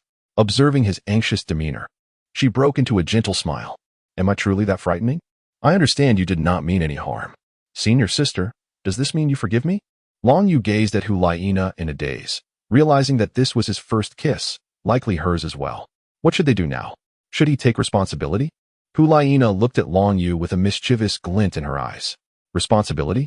Senior sister, I find myself utterly at a loss, he replied, staring blankly at her. Upon witnessing her playful demeanor, he secretly breathed a sigh of relief. It seemed she was truly not angry. All right, little junior brother, we shall discuss this matter later. I am genuinely not upset, Huaina chuckled. After Long Yu exited her small tent, he even reached up to touch his fiery red lips, as if savoring the sensation from moments ago, and a smile graced his face. The following morning, Long Yu and his companions roamed once more within the Death Canyon, albeit now as a united team. Each time Long Yu's gaze met Huaina's, he swiftly averted his eyes, as if feeling guilty. You little spawn of the spirit hall, prepare to meet your end. A deep voice thundered, and 3 soul rings of white, yellow, and purple glimmered. Unfortunately, before the attacker could make a move, he was severed in two by a golden crescent blade hurled by Xiaoyu, collapsing before the 4. This high-ranking soul master was significantly more formidable than the one they had encountered the day before. Long Yu observed that indeed. Yesterday we merely did not encounter the criminal spirit masters in this area. Xiaoyu, after examining the surroundings, remarked. Murder held little aversion for him, especially when it involved vanquishing one's enemies. Long Yu, I told you, there are not so many conspiracies at play. You must understand that the criminal spirit masters here hail from various regions of the 2 great empires, inherently savage and unruly, with transgressions so numerous they are beyond recounting. How could they possibly consent to being commanded in joint operations? Yin scoffed. Yin, please refrain from such harsh words. My junior brother's concerns are not without merit. It is always prudent to exercise caution, Hulayina defended Long Yu. Ever since her first kiss had been claimed by Long Yu, her feelings for her junior brother had intensified, perhaps indicating that such sentiments had long been harbored, with last night's kiss merely affirming her affections. The fact that Long Yu was merely 8 years old was conveniently overlooked by Hulayina. Indeed, nurturing him seemed to add a layer of intrigue. Haha, Yan. Upon hearing Hulayina speak, let out a dissatisfied snort, choosing silence, which only deepened his resentment towards Long Yu. The thick earth-brown bear, a power-type spirit beast, possessed vulnerabilities in its eyes and abdomen, measuring 3 meters and 20 centimeters, with an age of approximately 2,500 years. The Azure Cloud Demon Tree, a rare plant-type spirit beast, bore poisonous thorns on its vines that could induce paralysis, with fire as its weakness. The Tsongfeng Shadow Wolf, a speed-type spirit beast, measured 3 meters and 50 centimeters, aged 4,000 years, and was exceedingly cunning, with its vulnerabilities lying in its eyes and jaws. As the four journeyed, they encountered numerous spirit beasts and criminal spirit masters, whose strength and numbers had significantly increased compared to the previous day. However, for this quartet, they posed little trouble, and they handled the challenges with remarkable ease. Nightfall soon arrived once more. If they could safely navigate through this evening, the trial of the Death Canyon would conclude. Everything appeared to progress smoothly. In Chapter 56, the watch for the night was entrusted to Yin and Xiaoyu, as Long Yu and Hulayina had taken the vigil the previous night. After some discussion, it was decided that Yin would keep watch. Long Yu and Hulayina were resting within their tents, quietly passing the time. To be frank, this practical assessment was rather lackluster, as they encountered hardly any formidable opponents. The final examination of the Spirit Hall Academy had turned out to be somewhat tedious. In the dead of night, having gained experience over the past 2 days, most of the Academy's students had lowered their guard, believing that this practical evaluation was nearing its conclusion and that they would soon graduate from the Spirit Hall Academy. However, something was amiss. It was clear that it could not be so simple. Long Yu suddenly rose and swiftly exited the tent. Almost simultaneously, Hulayina and Xiaoyu, alerted by the commotion, promptly got up and followed suit. At least it is a 10,000-year soul beast. Moreover, it is not merely a single one. Nana, Xiaoyu, prepare the martial soul fusion technique. Long Yu and I will buy you some time. Yin, witnessing the unfolding turmoil, spoke with a grave expression. Who could have anticipated the sudden emergence of such a formidable soul beast at this moment? Was it truly just a coincidence? Yan's heart sank further into unease. Could it be that Long Yu's previous assertions were indeed correct, while his own were misguided? Moreover, he had incessantly ridiculed Long Yu. If that were the case, how could he ever hold his head high before Nana? No, it is unnecessary. Although the martial soul fusion technique possesses tremendous power, it also demands an immense expenditure of soul energy, and it would consolidate the combat prowess of 2 individuals into that of one. Under these circumstances, it would be prudent to refrain from utilizing the martial soul fusion technique prematurely. Each of the senior sister and Xiaoyu possesses combat strength rivaling that of a soul king. There is no need to rush.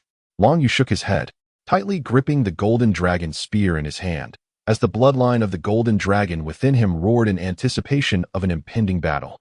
How could there be so many? Even if we were to exhaust ourselves, we could still be overwhelmed. Xiaoyu, holding the moonblade, surveyed the surroundings with a grave expression. The 4 of them were nearly encircled. The number of soul beasts exceeded 100, each with a lifespan of at least 2,000 years, and even their leader instilled a sense of helplessness within him.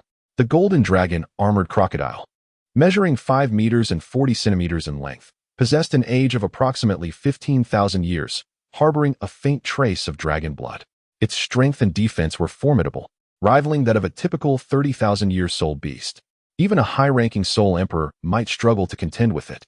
And yet it had brought along so many low-ranking soul beasts, truly a nightmarish scenario.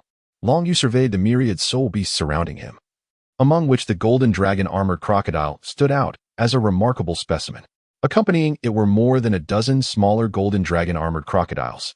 Yet the majority comprised various other types of soul beasts, including iron-armored lizards and Xian-armored tortoises. Leading this assembly was the imposing ancient Golden Dragon Armored Crocodile. It became evident why they had not encountered any excessively powerful soul beasts. They appeared to be congregated here. But what could be the reason behind this? With the meager bloodline of the dragon race, perhaps we could achieve victory without conflict. No, it is the souls of the beasts we aim to subdue. Unveiling the truth that lies beneath. Long Yu boldly stepped to the forefront. Junior brother, come back. Hulaina exclaimed anxiously upon witnessing Long Yu's demeanor.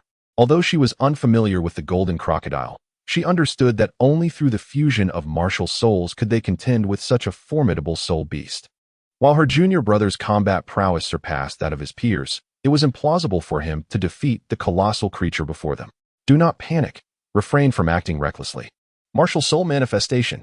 Long Yu waved his hand, and a magnificent golden dragon materialized behind him. His cheeks were adorned with fine golden scales, and grasping the golden dragon spear. His eyes radiated determination and composure. At that moment, Long Yu resembled a general clad in golden armor.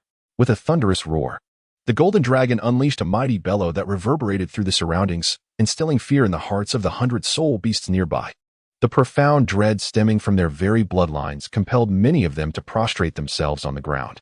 Even those who did not bow were trembling, showcasing the absolute dominance of a superior bloodline over an inferior one. The golden dragon armored crocodile, possessing a meager trace of dragon lineage within, gazed at Long Yu with astonishment, its own bloodline urging submission. Yet, its millennium of cultivation and pride resisted submission to a mere human of the great soul master rank. Baffled by the presence of noble dragon blood within a human, a flicker of greed and madness crossed the golden dragon armored crocodile's eyes. It considered the prospect of devouring this human before he could fully awaken his potential.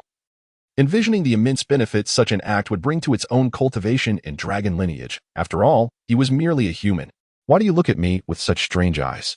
Long Yu mused inwardly, realizing that his own power was still insufficient. The wisdom of these ancient soul beasts, trapped here for countless years, seemed to lack understanding of his true capabilities, their hostility only growing. With a sigh, he focused his thoughts, and a silver dragon scale appeared on his chest. Under his mental control, it emitted a faint silver light. This luminescence compelled the golden dragon armored crocodile to immediately bow down, its once greedy and frenzied gaze replaced by sheer terror. Though the silver light was weak, it possessed the potential to annihilate all present soul beasts in the blink of an eye. The human before them was extraordinary, and the surrounding soul beasts lay sprawled on the ground. Sister, Na, and Yen, please remain calm. I wish to converse with this golden dragon armored crocodile. Long Yu turned to his companions. Speak with a soul beast? Are you certain that is possible? This giant seems incapable of speech, they replied in disbelief. Hulaina and her companions were rendered somewhat speechless. Yet, observing the submissive demeanor of the surrounding spirit beasts, they refrained from taking action and instead directed their gaze towards Long Yu and the imposing golden dragon armored alligator. Hulaina gazed into Long Yu's enchanting eyes, and she couldn't help but feel that her junior brother was shrouded in numerous mysteries, making the situation increasingly intriguing. Long Yu closed his eyes and communicated with the golden dragon armored alligator through his mental energy, although words could not be exchanged. A form of communication transpired through this psychic connection. Particularly with the presence of the heavenly dream eye silkworm, the alligator's intelligence was awakened relatively early, allowing it to comprehend Long Yu's intentions. After a while, Long Yu retracted his golden dragon martial soul and golden dragon spear, returning to Hulaina and the others with a serious expression. Our adversaries are formidable. Leading them is a soul saint accompanied by 2 soul kings. Long Yu declared. Chapter 57, Soul Saint. How can this be? A soul saint? Hulaina and Xiaoyu exclaimed in astonishment. They had anticipated their most formidable opponent would be a soul emperor, which, while challenging, they believed they could manage. However, if the enemy was indeed a soul saint, not only would victory be improbable, but even retreat would pose a significant challenge. The soul saint represents the threshold for high-ranking soul masters on the continent. Once a soul master reaches the soul saint level and manifests their martial soul in its true form, their power would experience a dramatic enhancement, creating a vast chasm between them and a soul emperor. A soul saint could, through the might of their martial soul, defeat a soul Douluo. Yet for anyone below the soul saint level to vanquish a soul saint in their true martial soul state would be virtually impossible, given the immense disparity in strength. Are you suggesting that this beast has deceived you? 2 years ago, during the great purge of the Spirit Hall, the most powerful criminal soul masters here were merely soul kings. To elevate one's soul power from soul king to soul saint in the span of 2 years, an increase of over 20 levels, is an extraordinary feat. How could that be plausible? Yin questioned, his skepticism palpable. However, a sense of dread began to settle within him. If all of this was indeed orchestrated by a soul saint, then this graduation examination was not merely an assessment, but rather a perilous endeavor. Watch your words. The golden dragon armored alligator has no reason to lie. It's no wonder my senior sister and I sensed a feeling of being observed from the very first day. If the adversary is a soul saint, it all makes sense. Long Yu retorted coldly, fixing Yin with a piercing gaze. It is not necessarily a matter of having increased soul power by over 20 levels. That Soul King was already a high-ranking Soul King 2 years ago, he continued. Nevertheless, even so, to ascend over 10 levels within 2 years at the Soul Emperor stage seems exceedingly unlikely, given the challenges of cultivation between the Soul King and Soul Emperor stages. Xiaoyu remarked. While conventional cultivation methods may render such advancement nearly impossible, there exists a particular approach that could indeed facilitate the rise from Soul King to Soul Saint within a span of just over 2 years. And this is precisely what I fear most. Long Yu shook his head slightly. What cultivation method allows for such terrifying speed? Yin hastily inquired. Despite being 18 years old, he found himself at level 42, with several years still needed to ascend to Soul King, creating a considerable gap between him and the likes of Xiaoyu and Nana. Being the eldest among the three, he was ironically the one with the lowest soul power level. If he could acquire the cultivation method that Long Yu spoke of, his future progress would surely soar. Not to mention, breaking through to Soul Emperor before the age of 30, or even 25, would seem quite feasible, making it far from impossible to surpass Qin Ming. Do not inquire about this cultivation method. I will not divulge it. It appeared that the Soul Sage was indeed cautious, fully aware that the Academy's instructors would be patrolling during their assessments, thus refraining from using his strength openly. The Spirit Hall Academy had not conducted a thorough cleansing of the Death Canyon for 2 years, a fact they were acutely aware of. Consequently, on the first day, the students encountered minimal danger, compelling them to remain vigilant throughout the night. However, the situation shifted on the second day when they encountered more typical soul beasts and soul masters, leading them to believe it was merely luck, thereby allowing their guard to drop further. On the final night, when their vigilance was at its lowest, an attack was launched. Crucially, the attackers were not criminal soul masters but rather soul beasts, creating the illusion that this incident was unrelated to them. In such circumstances, it would generally be assumed that a minor beast tide had erupted in the Death Canyon, with unfortunate luck preventing them from signaling for help unless absolutely necessary. Yet, their adversaries had thoroughly assessed their capabilities. The soul beasts were indeed stronger than the Academy's teams, but not overwhelmingly so, leaving them with a measure of leeway. Their aim was to drive them towards a specific location, one likely capable of shielding them from the outside world. Long Yu spoke slowly, indicating the weakest point amidst the soul beast horde, a place that even our instructors cannot detect. Junior brother, what shall we do next? Should we signal for help? Hulaina interjected, her gaze fixed on Long Yu. Although there was no direct evidence to affirm Long Yu's assertions, Hulaina chose to unconditionally trust and support him. It is not so simple. The opponent has surely taken precautions. Furthermore, once we send out a signal, they might choose to strike decisively, leaving no survivors, and could potentially escape unscathed. While we may remain unharmed, our classmates would likely face dire consequences. With the strength of a soul sage, it would be a one-sided slaughter, and time is of the essence. Therefore, what I propose is to turn the tables on them. Long Yu shook his head and said, we will proceed in this manner, and then proceed further. After explaining his plan to the three, their eyes were filled with astonishment, yet tinged with eagerness. If they succeeded, it would undoubtedly earn them a perfect score in this practical assessment. After all, to vanquish a soul sage with soul power that barely reaches the level of a soul king would ensure their legend echoed throughout the Spirit Hall Academy for ages to come. Isn't this a bit too risky? After all, the opponent is a soul sage, and the disparity in our strengths remains a significant obstacle, said Xiaoyu, somewhat hesitantly. Brother, you need not worry. Even though the adversary is a soul sage, we are not fighting alone.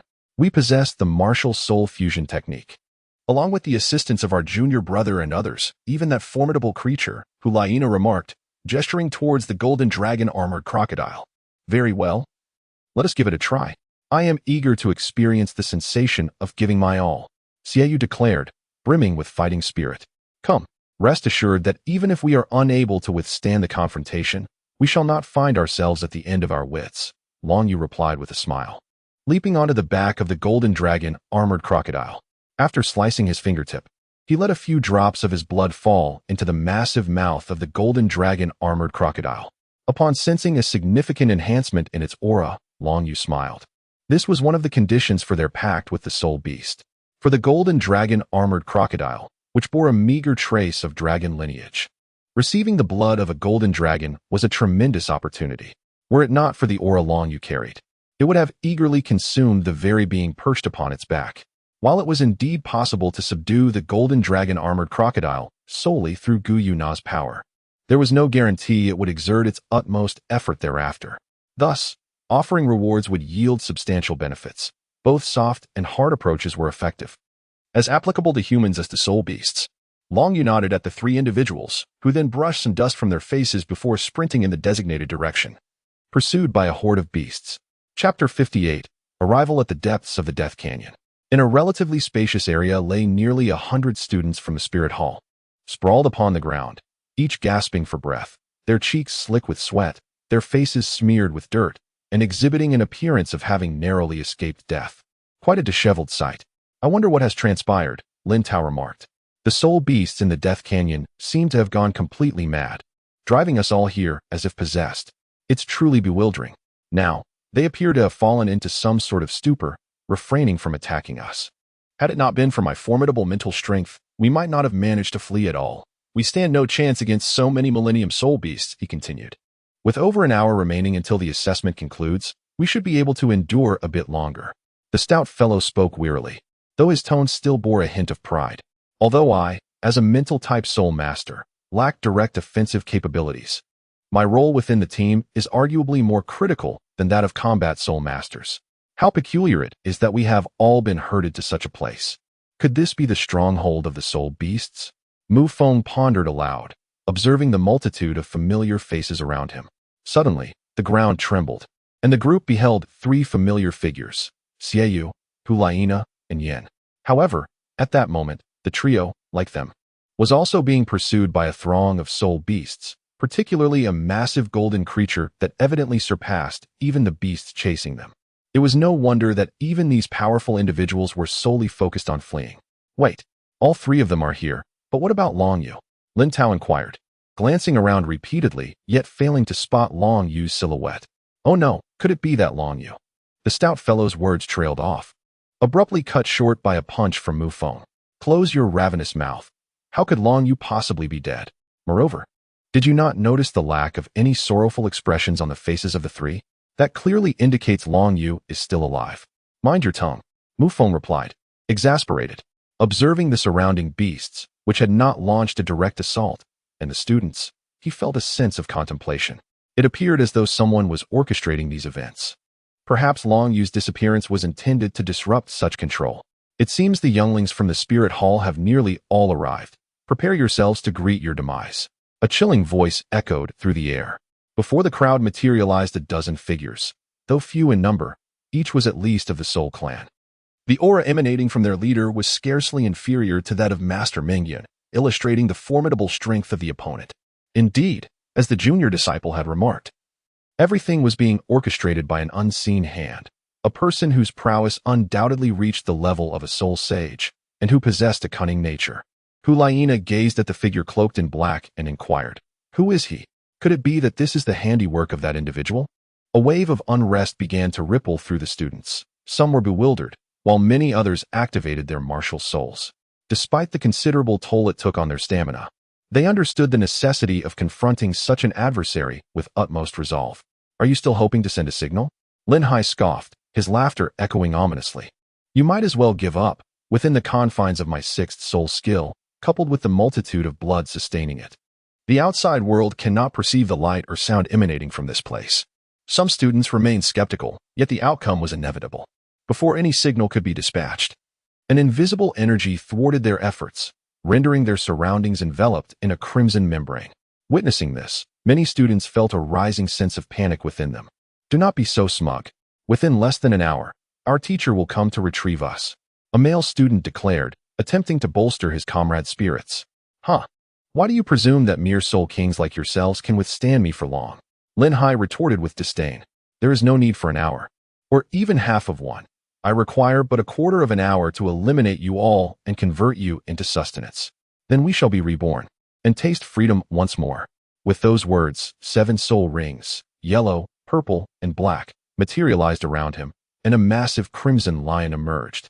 Its body was cloaked in thick fur, surrounded by flames of a deep scarlet hue. 2 razor-sharp fangs protruded menacingly from its maw, while robust limbs anchored it firmly to the ground, and its fierce eyes surveyed the crowd like a predator eyeing its prey. This appearance bore a striking resemblance to the Qian lion of the Star Luo Empire. Yet the entire creature was drenched in blood red, exuding an overwhelming aura of bloodlust and malice. Observing Lin Hai's martial soul, Hulaina remarked with curiosity, "This figure. It seems somewhat akin to the Qian lion, yet why is it entirely blood red, radiating such a potent bloodthirst?" Though Hulaina's theoretical knowledge did not quite match that of Longyu, she was certainly not to be underestimated. The young lady possesses some insight, recognizing the Qian lion. Lin Hai acknowledged. "However, my martial soul is not merely a Qian lion. It is a being of far greater power and magnificence." Lin Hai gazed at Hulaina, his surprise quickly overshadowed by exhilaration. It seemed that this young girl held greater value. Should he eliminate her, it was uncertain how the spirit hall would react. The mere thought of such a scene sent a thrill coursing through him. Now, could these younglings truly stand against him for even a single hour? Lin Hai disdainfully surveyed the crowd. Despite their numbers, he could effortlessly crush them. What was to be done? The sudden appearance of a soul sage, and one of such an unusual caliber at that, rendered them utterly incapable of resistance. Damn it! How could such a terrifying presence exist in the graduation examination of the Spirit Hall Academy? There was no time to waste. Let the slaughter commence. Ha ha! Lin Hai laughed heartily. His blood-stained figure surged towards the nearest female student. A crimson hand swiftly grasped her delicate neck, and with a surge of strength, he snapped it with ease, sending her head flying off. A torrent of blood erupted, yet, astonishingly, the crimson liquid hung suspended in midair. Lin Hai opened his mouth, and the blood flowed into him, transforming the young woman into a lifeless husk within moments.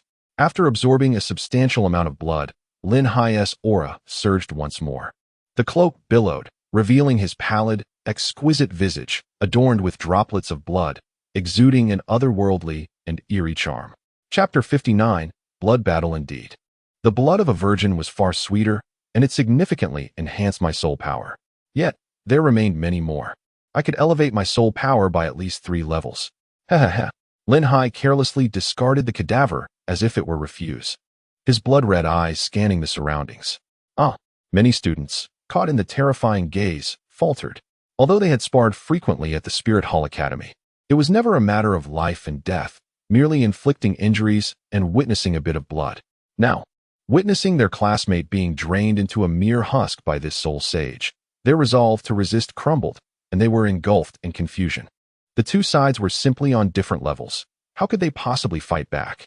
"Calm yourselves," Longyu bellowed, observing the chaos among the students with a hint of exasperation.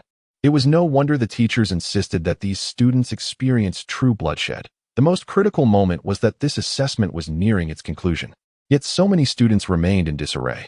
"Kid, your words are excessive. Let us begin with you." Lin Hai fixed his gaze upon Longyu and charged towards him. "Junior brother Longyu." Upon witnessing the scene, Xiaoyu and Hulaina called out in unison. After exchanging a glance, they nodded slightly. A subtle aura and familiarity flowing between the siblings, truly worthy of being soul saints, despite possessing only 71 levels of soul power. Their speed was such that even I found it somewhat difficult to keep pace. First soul skill, mental detection. First soul skill, mental interference. The twin pupils of Longyu shimmered with brilliance as the first purple soul ring glowed, enveloping the surroundings in a formidable surge of mental power. Simultaneously, Lin Hai felt a sharp pain in his head, yet he resolutely charged towards Longyu. Damn it! How could he be a powerful spirit master? Yet, why does such a master have the ability to affect me? Is this a flaw in the method of cultivation? Lin Hai pondered in astonishment. Heavenly Strike. Longyu, wielding the Golden Dragon Spear, struck first, impacting Lin Hai's body, despite the immense force causing his grip to tear slightly and forcing him to stagger back several paces. He successfully launched Lin Hai into the air. This was the Heavenly Strike, one of the 4 techniques of the Xianlong spear art, which, upon hitting an opponent, could render them suspended in midair. A colossal golden tail then slammed Lin Hai back to the ground, unleashing a cloud of dirt. Upon closer inspection, it was revealed that the golden crocodile had intervened in the confrontation with Lin Hai. Students, remain calm. Though our adversaries are formidable, we are not without our chances. They number only a handful, while we are over 100 strong. We can certainly fight. Some of the students rallied to assist Yin in vanquishing the two Soul Kings. While Dragon Yu declared, "This Soul Sage shall be dealt with by the four of us. Let us listen to our junior brother. We possess the ability to resist. We can either perish or make a desperate stand, which may lead to survival." A voice, neither masculine nor feminine, rang out, with blood-red hair cascading down. Wielding the golden crescent blade, a swift motion of the arm enveloped Lin Hai and another Soul King in a dense crimson light. The martial soul fusion technique, demonic charm, executed by Hulaina and Xiaoyu, showcased their formidable control abilities, suppressing the opponent's senses, soul power, and mobility by over 50% within the area of influence. At this moment, the combined soul power of Hulaina and Xiaoyu, augmented by the use of celestial herbs, significantly enhanced their strength. Even a soul sage could resist. Mu Feng, Yuntao, let us assist Yin in defeating that Soul King. The stout figure decisively proclaimed, and the three hastened toward Yin's position. Subsequently, other soul masters joined their respective battles, while even the surrounding soul beasts attacked the soul masters under the command of the Golden Dragon Armored Crocodile, plunging the scene into chaos. The sudden betrayal of the Soul Sage by Hulaina, Xiaoyu, Long Yu, and the Golden Crocodile instilled confidence among them. This was not a deadlock. However, the true outcome of this life and death battle still hinged on the circumstances of Long Yu's battlefield. First soul skill, spirit sharing. The first purple soul ring of Long Yu shimmered once more, establishing a connection between his mental prowess, the enchanting entity, and the Golden Dragon Armored Crocodile, allowing all three to simultaneously perceive the movements of their adversary before them. The revelation that the junior disciple possessed such an ability was indeed astonishing. A voice, neither distinctly masculine nor feminine, resonated from the enchanting presence as it hurled a golden crescent blade, which astonishingly tore through the faint crimson membrane, creating a gash over a meter long. Under the control of the enchanting entity, it soared directly towards the heart of the red mist. Both the Golden Dragon Armored Crocodile and Long Yu plunged into the crimson fog, and with the shared mental link, the enchanting entity's influence proved ineffective against them. Long Yu also reverted to his Golden Dragon martial soul, as it was essential to possess such a formidable source of output at this moment. First soul skill, Monarch's Flame. As the golden soul ring of Long Yu's Golden Dragon martial spirit illuminated, crimson flames erupted around him and Lin Hai, radiating an astonishing intensity of heat.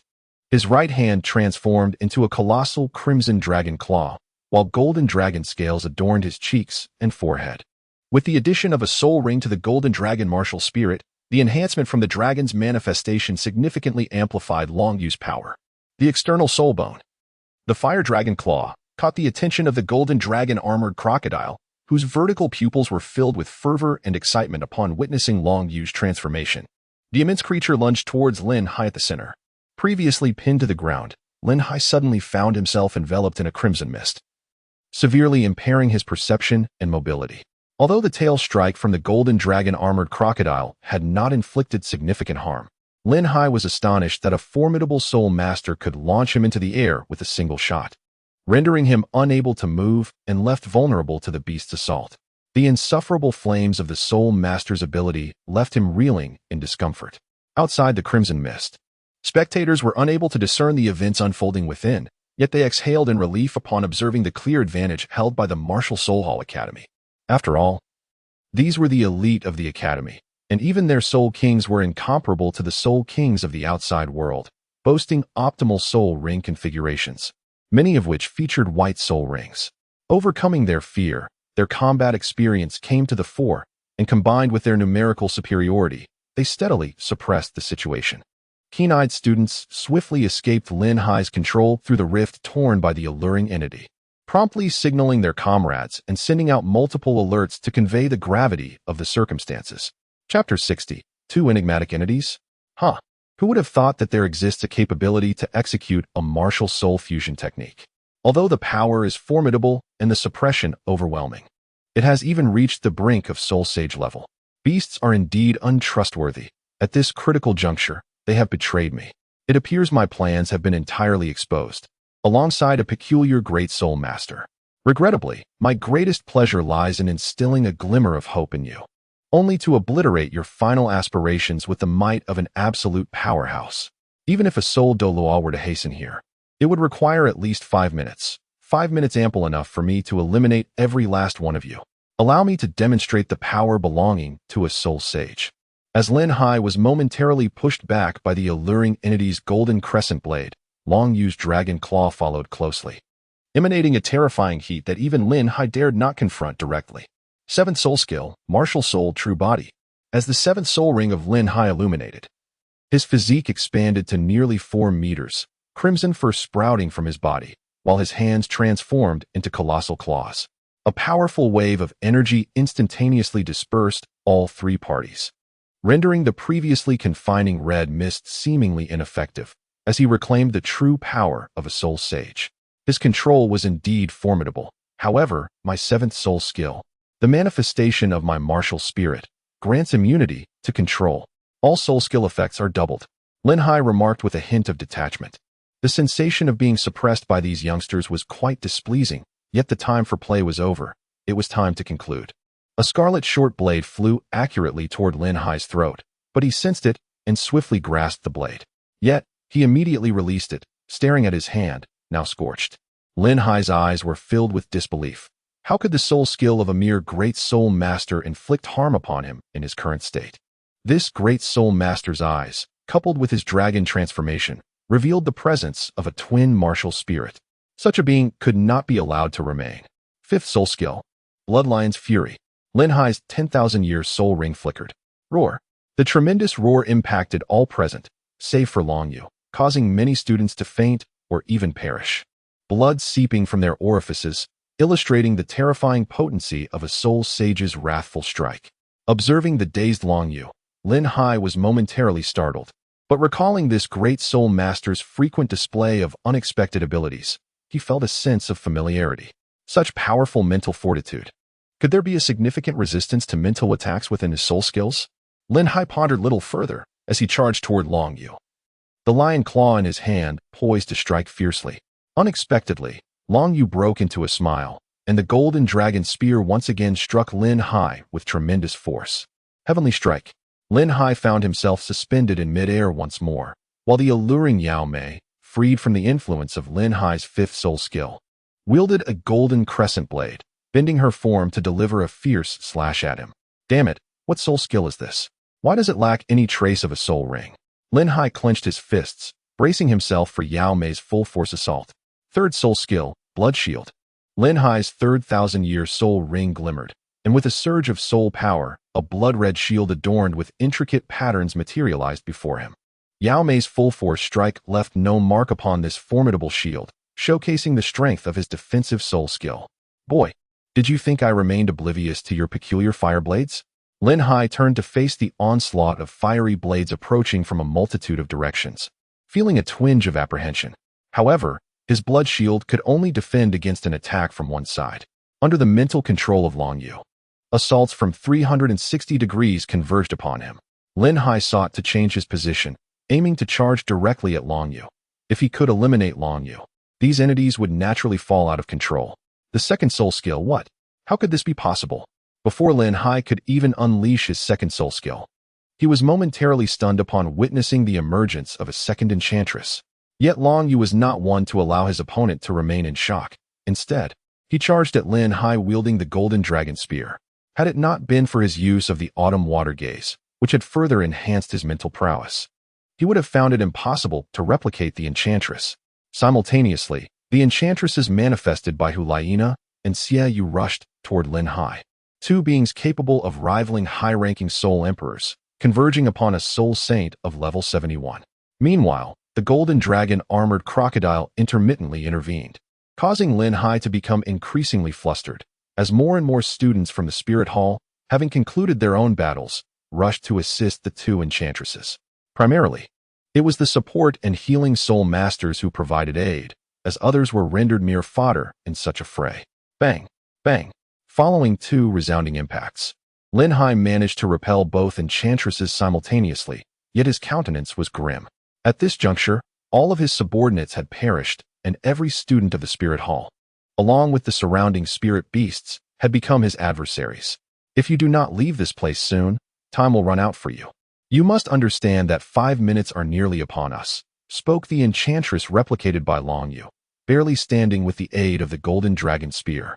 His mental and soul power were on the brink of depletion. Although he had not been the primary attacker, merely a disruptor, he remained, after all, a mere great soul master. Long Yu, what are you saying?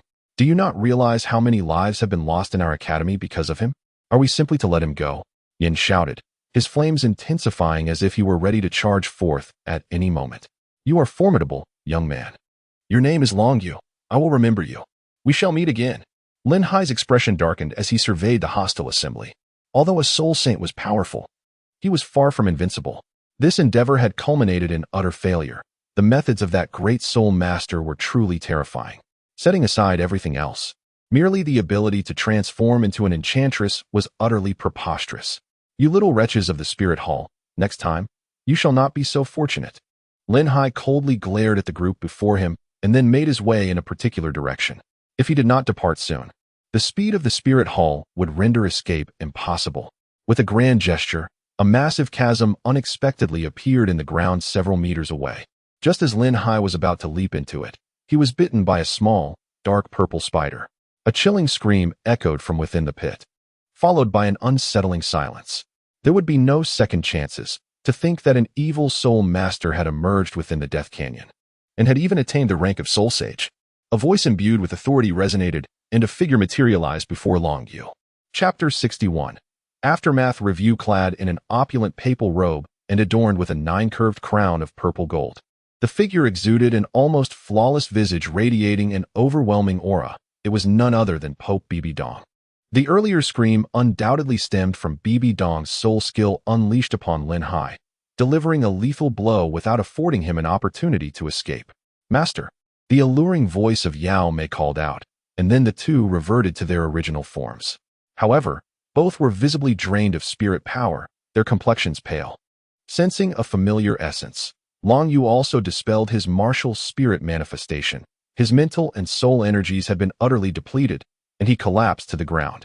Junior brother, Hu Liena exclaimed, hastily rushing to embrace Long Yu. Had it not been for him, their fates would have been dire, even surrounded by so many. A soul sage remained formidable. Evil soul master? Is that the individual referred to by the master? Is it truly as my junior brother described? Honing power through the blood of others? Hu Liena regarded Bibi Dong with uncertainty, yet the Pope offered no answers. Congratulations to all of you. This practical assessment has concluded, and those present here have passed. You may rest momentarily. The Academy's instructors will arrive shortly, and no further danger lurks. Nana, please escort Xiaoyu back to his quarters and inform him that I have matters to discuss with him tonight. Never mind, we shall speak during dinner.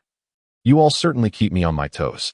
This incident reflects a significant oversight on the Academy's part, Bibi Dong remarked, indeed, as Hu Liena nodded in agreement. Glancing at the dragon feather nestled in her arms, a smile gracing her lips. This little junior brother was truly cherished beyond measure. After Bibi Dong concluded her words, she approached the cavern where Lin Hai had entered, employing her mental prowess to probe the depths. She discovered that the cavern's length and its destination likely extended beyond the boundaries of the Death Canyon. Moreover, there was a mysterious force surrounding it, capable of obscuring the perception of tidal Douluos and below. If Li Jun and the others were to arrive, they would find it exceedingly difficult to detect this cavern and its passageway. It appeared that preparations were quite thorough, yet it was regrettable that success eluded them. Now, only a handful of criminal soul masters remained. It seemed the others had been taken by Lin Hai for cultivation.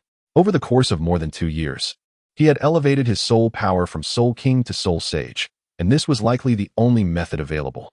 Bibi Dong shook her head slightly before departing from the site. Before long, Meng Yun, Li Jun, and other teachers from the Wuhuan Palace Academy hurriedly arrived. Observing the current number of students, they felt a profound sense of anguish. The losses this time were far greater than before.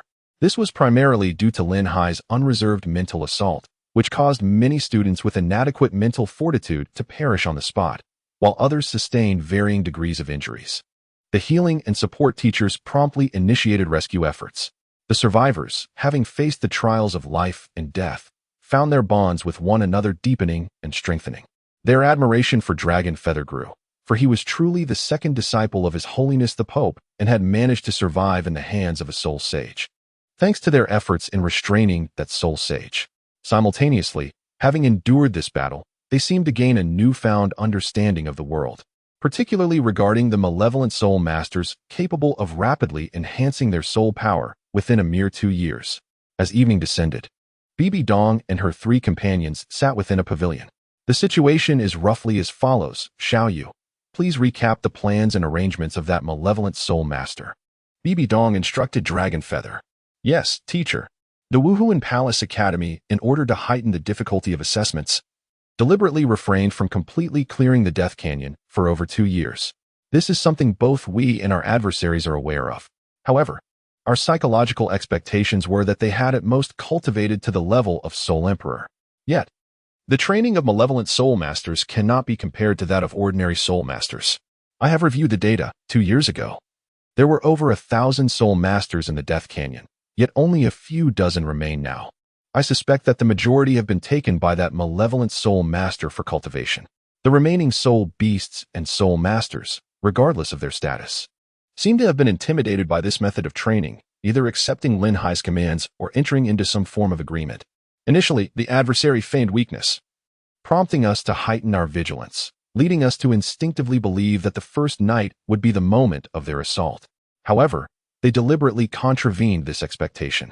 During the following day, the dispatched soul beasts and soul masters appeared to normalize, further lulling us into a false sense of security.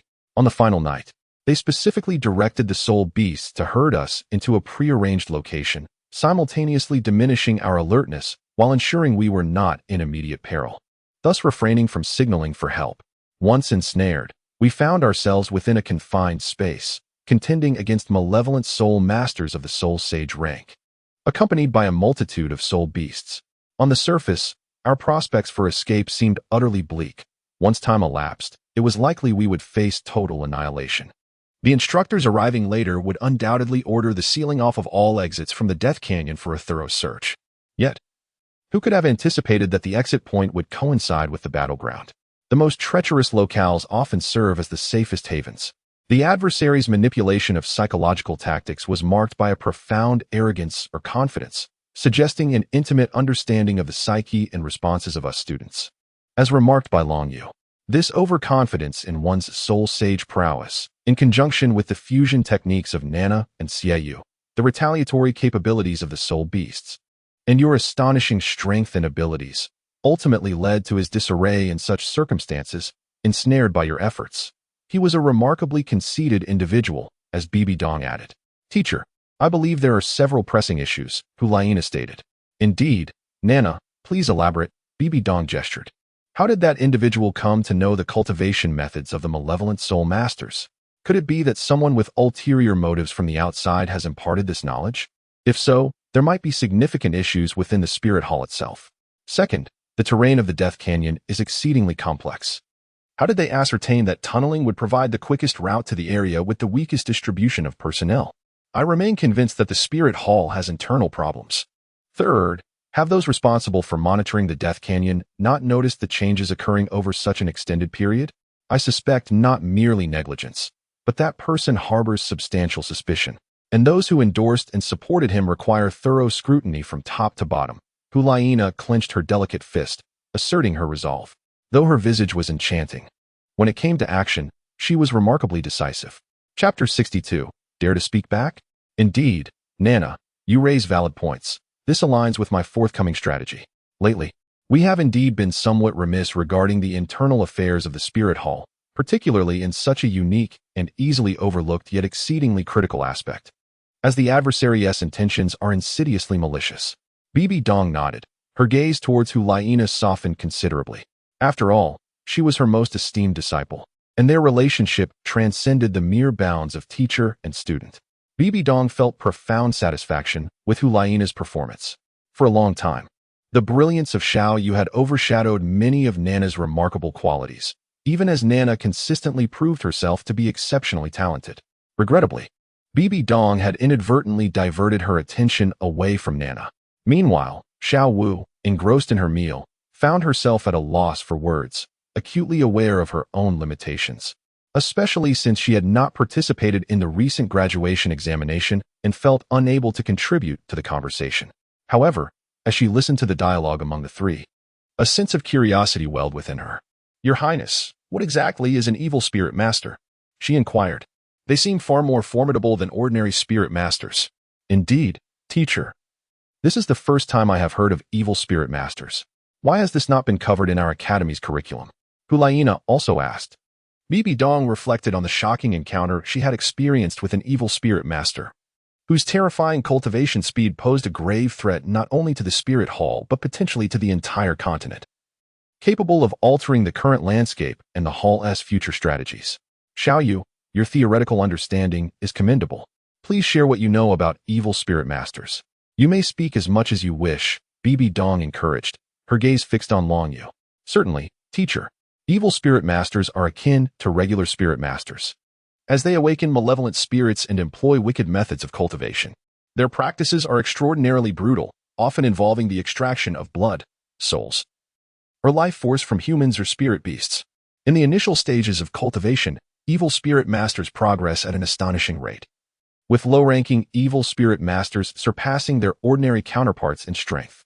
However, as they ascend to higher levels, the gap between evil spirit masters and regular spirit masters diminishes significantly, reaching a state of equilibrium. The emergence of an evil spirit is inevitable upon awakening a martial spirit and combined with their nefarious cultivation techniques. Evil spirit masters will continue to proliferate. Due to their cruel methods, they have become the archenemies of all other spirit masters and civilians, met with merciless extermination upon discovery. Long Yu elucidated. "Teacher, if evil spirit masters possess such superior cultivation speed and strength, why is it that I have never encountered or even heard of them on the continent?" Hulaina subsequently inquired. Noting that the proportion of soul masters awakening malevolent martial souls is relatively low, coupled with the necessity of employing such a peculiar training method, the number of evil soul masters is even more diminished. Even if they exist, the Spirit Hall, distributed across the continent, would swiftly execute them. The traces of these malevolent soul masters are shrouded in secrecy. The Spirit Hall deliberately conceals information, and the publicly acknowledged evil soul masters are exceedingly few. However, numerous soul master factions are aware of their existence, yet they collectively opt for silence. This training methodology is alarmingly accessible, leading many astray, and it could incite panic and chaos.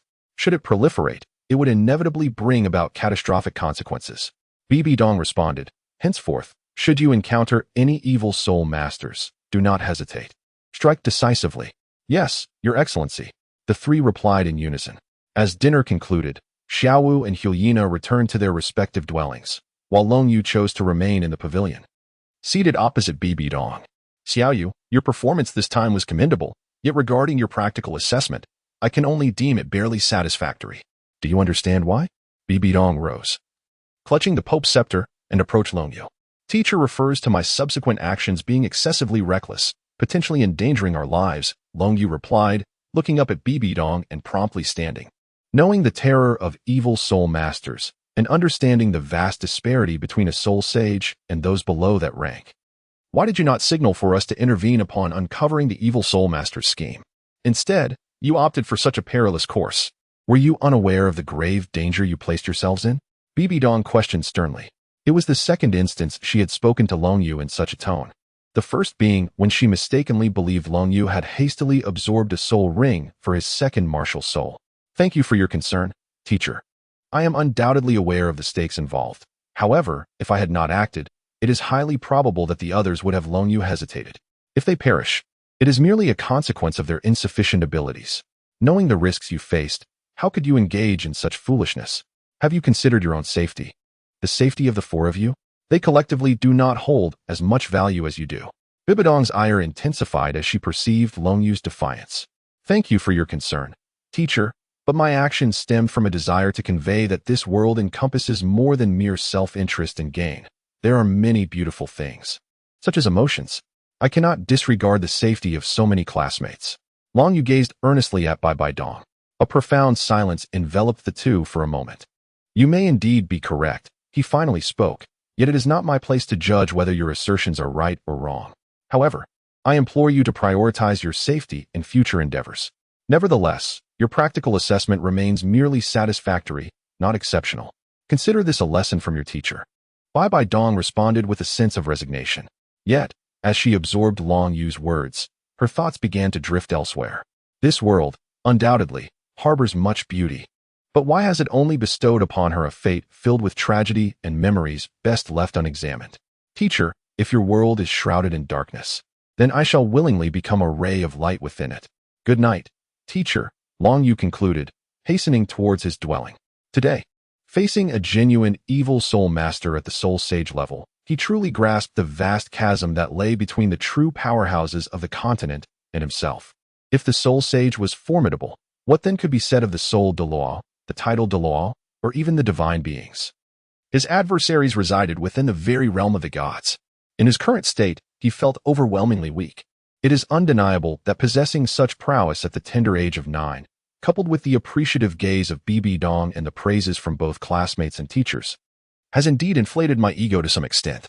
Today's events serve as a poignant reminder. True masters always maintain the heart of a disciple. Chapter 63, Graduation a week later. The Wuhuan Palace Academy is graced with a momentous occasion, the graduation ceremony. Successful graduates are permitted to bring 2 to 3 family members to the Grand Hall of the Wuhuan Palace Academy to partake in this significant event. The attire and spiritual levels of the parents starkly contrast, showcasing a spectrum from soul Douluo to those of no cultivation at all. Today, these two worlds converge, united by the celebration of their children's academic achievements. The Grand Hall, a splendid edifice located at the heart of the Wuhuan Palace Academy, serves as the venue for significant ceremonies. Its resplendent architecture is adorned in hues of red and gold, ample enough to accommodate thousands. Rows of plush red seating fill the hall, and although the hour is still early, every seat is occupied. In addition to the graduating students and their families, students from other grades are also granted access to witness the ceremony. At the forefront, the scene appears somewhat awkward and disjointed. Undoubtedly, at the center stands Bai Dong, the current pope of the Wuhuan Palace and the honorary principal of the academy. Regal and dignified, Bai Dong wields the pope's scepter, her fair complexion and nearly flawless visage radiating grace as she gazes down upon the graduating students, individuals destined to become the future backbone of the Wuhuan Palace. Beside Bai Dong sit several venerable elders. Although advanced in years, their vitality is unmistakable, a testament to the benefits of profound cultivation. Those permitted to sit alongside Bai Dong are, at the very least, beings of title Douluo caliber. Their presence here is primarily to assess the quality of this graduating class. Should they find a suitable candidate, they may take them on as disciples.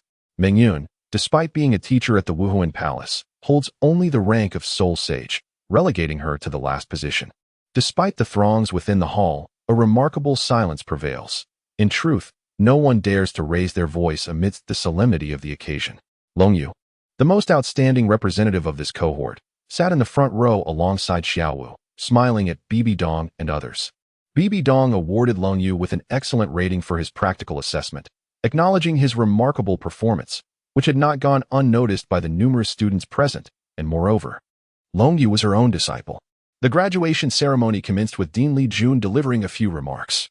Today marks the graduation ceremony of the Wuhuan Hall Academy, and it is indeed an honor to be here.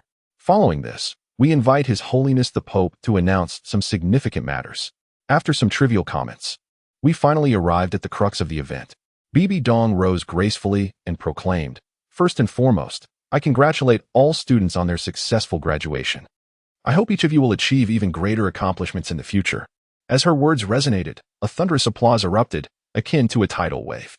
Once the applause subsided, Bai Dong continued, "I have 2 important announcements to make. Firstly, the quality of this year's Wuhuan Hall students has been commendable. To recognize and encourage those exceptional students, I shall declare the following individuals as the golden generation of Wuhuan Hall. Long Yu, possessing a dual martial soul, achieved the rank of a 25th level soul master at the tender age of 8, demonstrating combat prowess that far exceeds that of his peers. His performance in both theoretical assessments and practical examinations has been exemplary.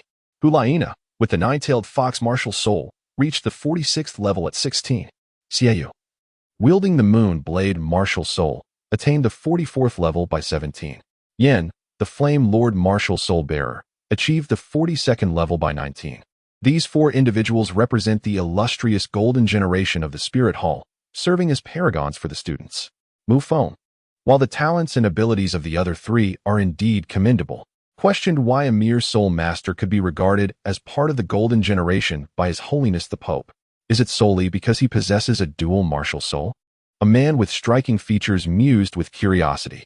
You seem unaware, a voice laced with disdain interjected, its underlying implication unmistakable. Despite the youthfulness of the speaker, the assembled soul masters could certainly hear him. Father, please cease your remarks.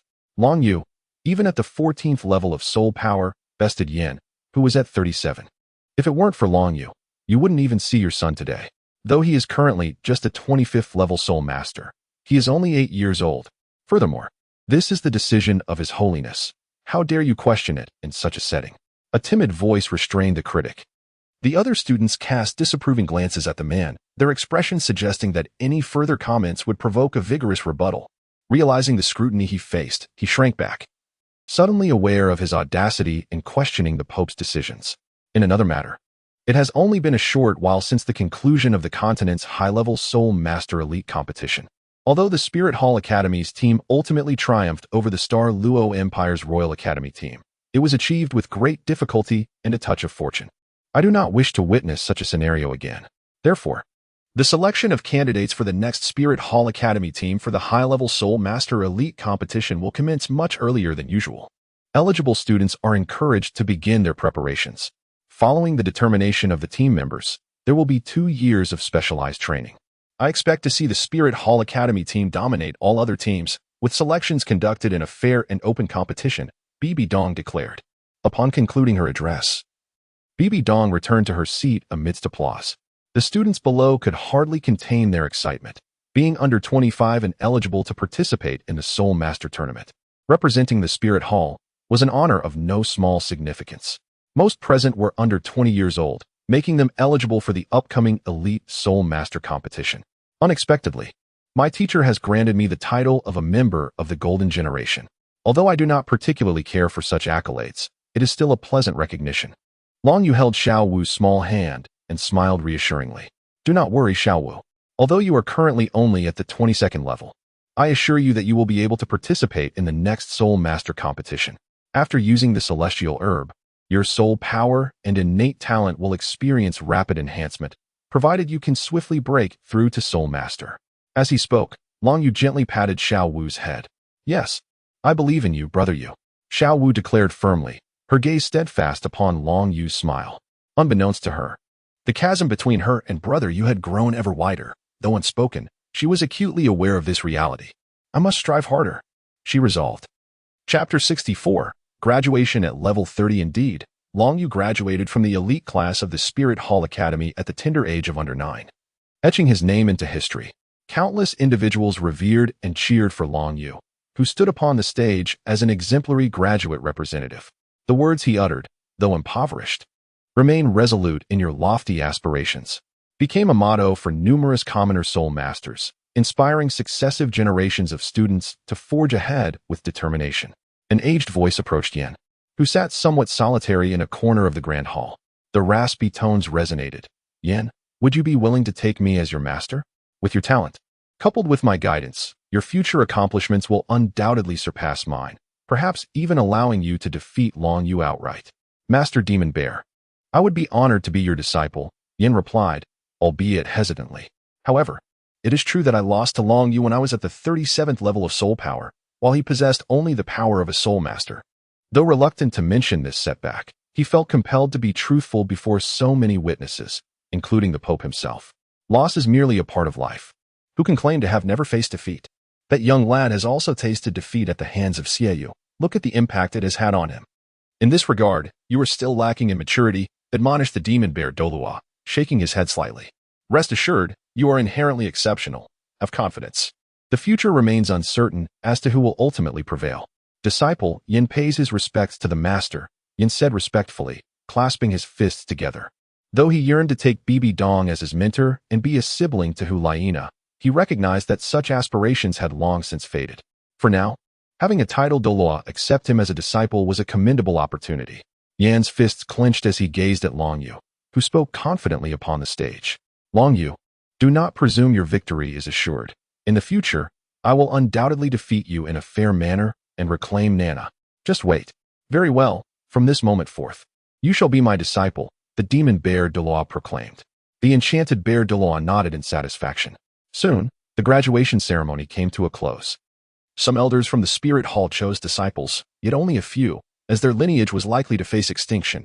Better to have none than to have poor quality. Time flew by, and another year passed. After experiencing the substantial gap between himself and true high-ranking soul masters, Long Yu dedicated his primary focus to the cultivation of his soul power. 1 year ago, his soul power stood at level 25, and after a year of diligent training, it advanced to level 30, allowing him to become a quasi-soul venerable. With the absorption of a third soul ring, he would officially enter the ranks of soul venerables. Advancing 5 levels in soul power within a year at the Great Soul Master stage is already an impressive rate of progress. As Xiao Wu sensed the growing disparity between herself and Long Yu, she intensified her training. After all, Xiao Wu was a naturally gifted soul master. And with a year of hard work, alongside the abundant resources of the Spirit Hall and guidance from Bibi Dong, her soul power rose from level 21 to 26. It is noteworthy that Xiao Wu was still merely a girl under 10 years of age.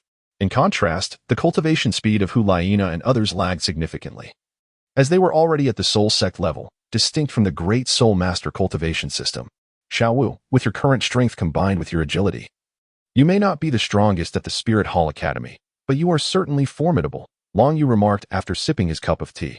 Although the tea was not derived from high-aged plant soul beasts, it possessed commendable calming effects.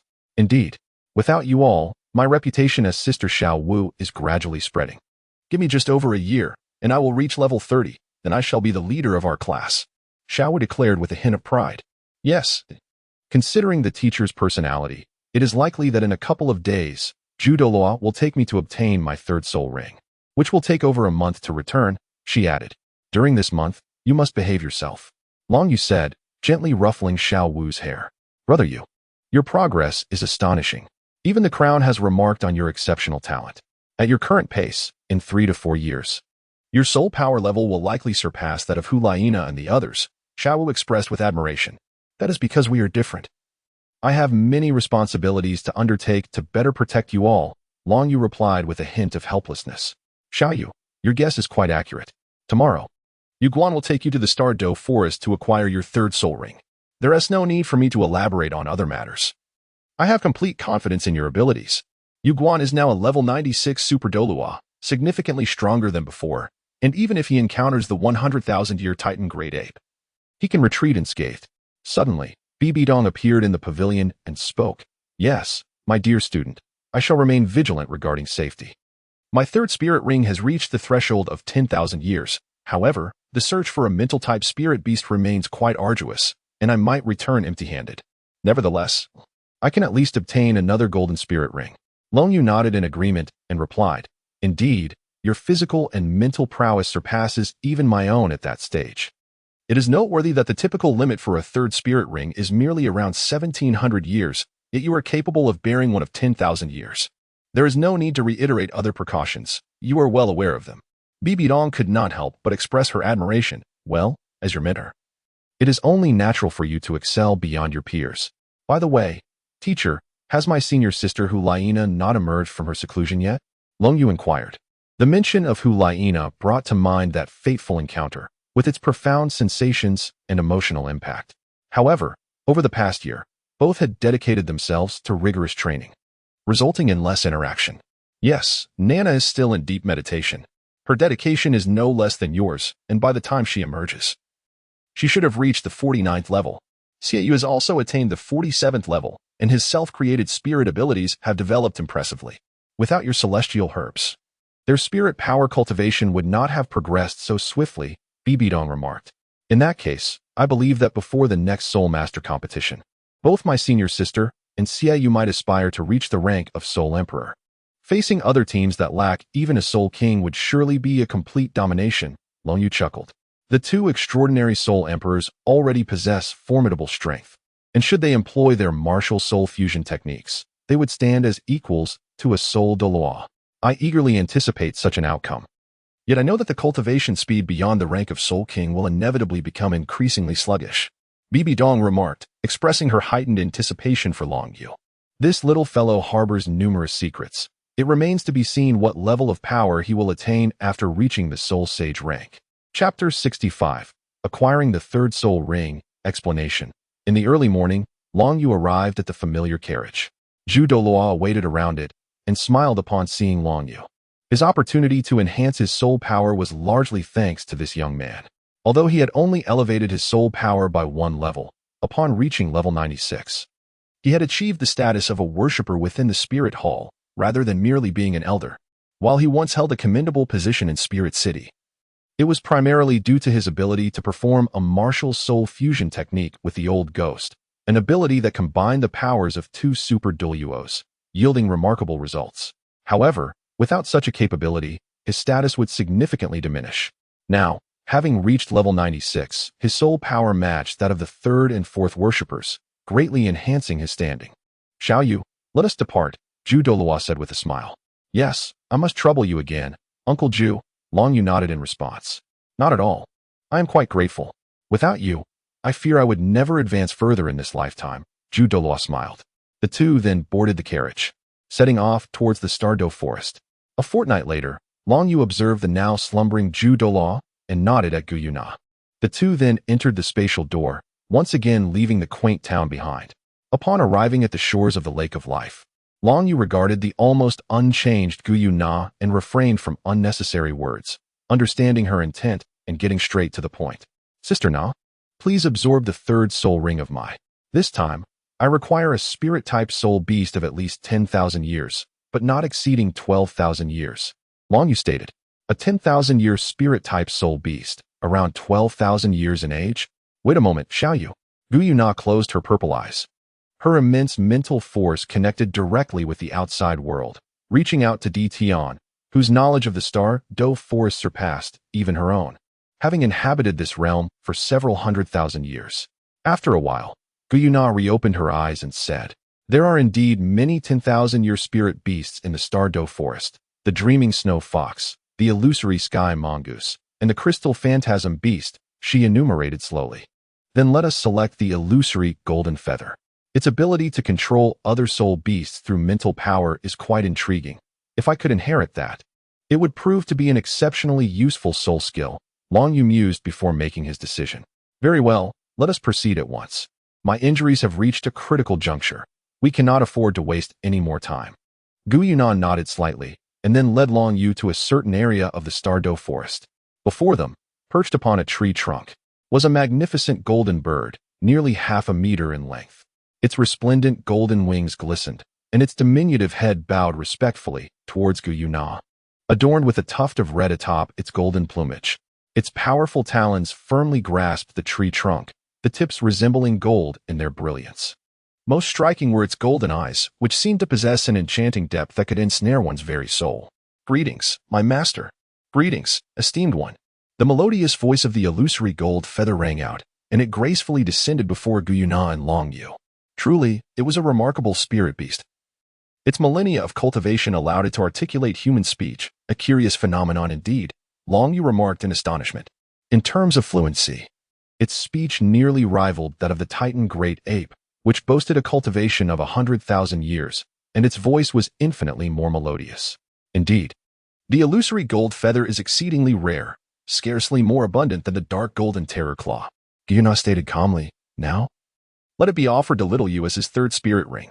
The third spirit ring? I am but a 10,000-year spirit beast. Can one in the quasi-spirit sovereign stage truly endure such a gift? The illusory gold feather pondered, yet resigned to its master's command. It nodded in acquiescence. Very well. It is your will, my master. Subsequently, it soared into the air. With a piercing cry, the illusionary golden feather ignited in black flames, and its previously diminutive form rapidly diminished, ultimately transforming into a black soul ring, though no soul bone emerged. It then flew before Long Yu and fused with him. The soul power of the 10,000-year soul ring surged into Long Yu's body, causing his previously stable 30-level soul power to begin ascending. The golden light flickered in Long Yu's heavy eyes, and alongside the two violet first and second soul rings, a black 10,000-year soul ring emerged.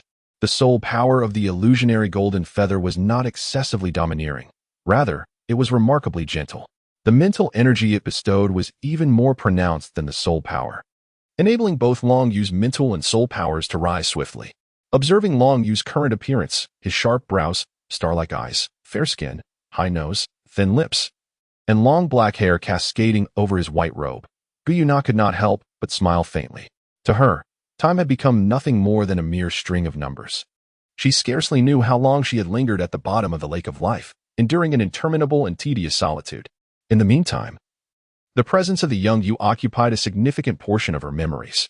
Unbeknownst to her, both Yu and Xiaowu had spent nearly 4 years in the human world. And while she had remained almost unchanged, the transformations in Yu and Xiaowu were stark. The child of yesteryears had matured considerably, and this sight brought Gu Yuna a sense of comfort, despite her ignorance of the beauty inherent in the human realm. Yet, it seemed to her that the relationship between herself and Yu had altered, becoming somewhat distant and rigid, perhaps merely a figment of her imagination. The urgent matters at hand were to elevate Yu's strength and to recover from her own injuries. She resolved to disregard the chaotic distractions that wasted her time and energy. Power, power, power. As for the reason why Xiaowu's soul beast identity would remain undiscovered, the author had already elucidated it in the text. It was a concealment established by Gu Yuna, imperceptible to humans. Moreover, regarding the perceived inconsistencies of the Golden Generation setup, Daimu Bai's 37-level soul power at the age of 15 was already indicative of his exceptional talent. The Golden Generation generally ranged from their 20s to levels 51 or 52. One could easily calculate the validity of the current setup.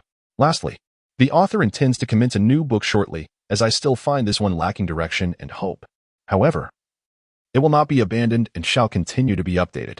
Chapter 66, Dragon Valley. Several hours later, Long Yu finally completed the absorption of the illusionary golden feather's 10,000-year soul ring. Once his breath stabilized, the golden light in his heavy eyes faded, returning to normal. System, open my personal data panel, Long Yu called out. Ding. The system is at your service. The current personal data of the host is as follows. Host, Long Yu. Aged 9, possesses soul skills such as dual pupil mental detection, mental sharing, mental shock, mental duplication, nightmare, and mental control. His martial spirit is the Golden Dragon Lord Flame, complemented by the Fire Dragon King's right palm bone and his soul bone attributes, epitomizing the essence of supreme fire. Additionally, he wields the Xianlong spear technique. Currently, he holds a soul power level of 33, having attained the rank of Soul Sovereign. At last, I have ascended to the rank of Soul Sovereign at such a tender age. Surely, I have made history. Even Tang San achieved this milestone at over 12 years old. Yet I have surpassed him by 2 years. If, with the support of the Spirit Hall's resources, my teacher's guidance, and the unwavering assistance of the Spirit Beast clan, I am still unable to match Tang San, then I might as well find a block of tofu and end it all. Long Yu silently sighed within, then rose to stand beside Gu Yuna. Well, since you have completed the absorption of the third spirit ring, I shall now take you to the Dragon Valley to receive the offerings from the Water Dragon King. Additionally, the Dragon Kings wish to see you in person, he stated. Gu Yuna nodded in agreement. Then let us proceed to the Dragon Valley. Seeing her demeanor, Long Yu could only acquiesce with a nod. Gu Yuna then waved her delicate hand, and a portal of space manifested. The two entered, destined for another realm, the Dragon Valley. The Dragon Valley was a realm of peculiar wonders, situated a considerable distance from the Tiando Empire. As the spatial fluctuations subsided, a portal appeared, through which two figures emerged. Gu Yuna was adorned in a silver gown, woven from condensed divine power, her silver tresses dancing in the breeze. Her celestial visage bore no imperfections. Yet her violet eyes were filled with sorrow and melancholy. She had returned to this place, the graveyard of divine beasts from the era of the divine war. Here, an epoch had witnessed its demise, while another had begun. The vanquished were denied the privilege of surrender, destined to remain in this desolate world as mere bones, awaiting the passage of time to fade into oblivion. Long Yu gazed upon the vast and desolate expanse, letting out a deep sigh. Upon arriving here, the Golden Dragon Bloodline within him surged uncontrollably, as if he had returned to his homeland. Roar! The Golden Dragon martial soul behind Long Yu manifested around him, emitting a resounding roar that resonated with sorrow and defiance. Yu Yuntao gazed at the ethereal dragon souls drifting in the skies and sighed, "Little Yu. This is Dragon Valley, now a graveyard for fallen divine beasts. These drifting souls are predominantly in a fragmented state. This place embodies the eternal anguish of the soul beast clan, a perpetual source of our enmity. Each time I reflect upon my kin in such a plight, I am constantly reminded of my mission. Little Yu, this is your mission as well. Indeed, Sister Na, rest assured, if there is a chance in the future, I shall strive to resurrect those dragons that can still be brought back," Long Yu affirmed, gripping Gu Yu Na's delicate hand. "Do not bear too much pressure. You are not alone in this endeavor. At the very least, you have me. Though my current strength is still weak, give me time, and I shall become your pillar of support. Yes, Little Yu, together we shall strive for the future." Gu Yu Na smiled gently. "Now, let us first visit the 8 great dragon kings. I have relocated their dragon bones to a certain place, preserving them as best as I could in their current state." With that, she took Long Yu's hand and soared in a particular direction. Amidst the swirling yellow sands lay countless scattered dragon bones, varying in size from mere meters to hundreds of meters long, their hues diverse yet numerous. Many of these bones radiated a formidable dragon might. This was merely the tip of the iceberg, evoking visions of the once thriving divine beasts, now but shadows of their former glory. Before long, they arrived at a vast expanse, landing gracefully on the ground, where 8 remarkably large dragon bones awaited them. Ice blue, azure, golden, and brownish-yellow hues adorned these bones, which, compared to the majority, were relatively well preserved. Surrounding them was a silvery energy shield, unmistakably the handiwork of Gu Yu Na. An eerie silence enveloped the area, devoid of any wandering dragon souls, reminiscent of the stillness beneath the eye of ice and fire. "Sister Na, why are there only dragon bones here, yet no dragon souls to be seen?" Long Yu inquired softly. "Shoo, they are right here," Gu Yu Na whispered, placing her finger on her lips. "Though they do not manifest directly, they are watching us." Long Yu's gaze signaled understanding, while Gu Yu Na closed her eyes, allowing the azure shield of the dragon skeleton to dissipate. An ethereal blue dragon soul soared forth from within, approaching Long Yu and Gu Yu Na. "It is good to see you again. It has been over a year. Your progress is quite remarkable, although you remain rather feeble," remarked the Water Dragon King, akin to an elder engaging in amiable banter with a younger kin. "Indeed, it has been more than a year since we last met. Your dragon soul appears to have solidified considerably. It seems that the Dragon Valley is far more suited to you than the subterranean realm of the ice and fire duality," Long Yu responded with a smile. "Haha. Perhaps so. Over this past year, I have conversed extensively with my old brothers. Although my dragon soul has indeed improved significantly with the assistance of the Silver Dragon King and the dragon souls of the Dragon Valley, it is still but a wandering spirit, a mere phantom. Perhaps, in the not-so-distant future, I may be able to resurrect you all. The integrity of your dragon souls should allow for such a feat, transcending mere specters," Long Yu declared. "Let us hope so. I too yearn to witness the revival of the Soul Beast clan, rather than languishing in this place, surviving like a stray dog," the Water Dragon King expressed with hope. "Farewell, everyone. I must now devote my final strength to the resurgence of my clan." The Water Dragon King gazed at the surrounding dragon bones before returning to his azure dragon skeleton. Subsequently, the immense skeleton ignited with azure flames, and the hundreds of meters of dragon bones began to shrink rapidly. Chapter 67. The Sacrifice of the Water Dragon King. An irresistible magnetic field enveloped Long Yu, during which he seemed to hear the anguished cries of countless dragon souls within the Dragon Valley, as if they were paying homage to their former Dragon King. This filled Long Yu with an overwhelming sense of burden and mission. As time passed, the azure dragon skeleton ultimately transformed into a golden divine soul ring and a piece of azure bone, soaring gracefully to Long Yu's side. The second golden spirit ring of Long Yu's golden dragon martial soul has thus formed. With the infusion of divine power, Long Yu's soul strength has once again been elevated. The bone from the palm has seamlessly integrated into Long Yu's left hand, imparting a refreshing chill that brings forth a sense of comfort. While enhancing Long Yu's soul power, it has also improved his physical constitution and mental faculties, allowing for a comprehensive enhancement, albeit this will be a rather protracted journey. The first wisdom spirit ring of the heavenly dream eye silkworm has deepened significantly from its original black hue, and the mental light cluster has absorbed yet another essence. Outside, Gu Yuna gazed at Long Yu, enveloped in azure divine energy, her smile blossoming. Witnessing the growth of her little Yu's strength filled her with immense joy, signifying that they were one step closer to their ultimate goal. Days later, the divine energy surrounding Long Yu dissipated, coalescing into the bone of his left palm. Only when Long Yu's physical constitution is sufficiently robust to withstand the divine power will its true effects be manifested. Ding. The host's personal data panel is as follows. Host. Long Yu age. 9 years soul power level. Rank 34 soul master soul skills. Dual eye mental detection. Mental sharing. Mental shock. Mental duplication. Nightmare. Mental control. Golden Dragon Monarch Flame. Fireblade. Water Guardian. Xianbing Dragon Soar.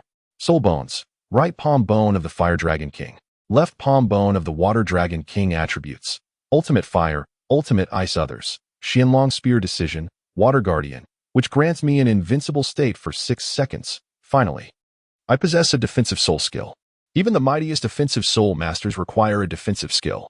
Even the renowned sword Douluo, famed as the #1 attacker, possesses a defensive skill. Next time, I shall not be devoid of a self-preservation skill. Xianbing Dragon Soar. Could this soul skill be one of those tailored for peak competitions? I wonder what the disparity in effectiveness will be, Long Yu mused. In the midst of his contemplation, Gu Yuna had already approached him. Little Yu.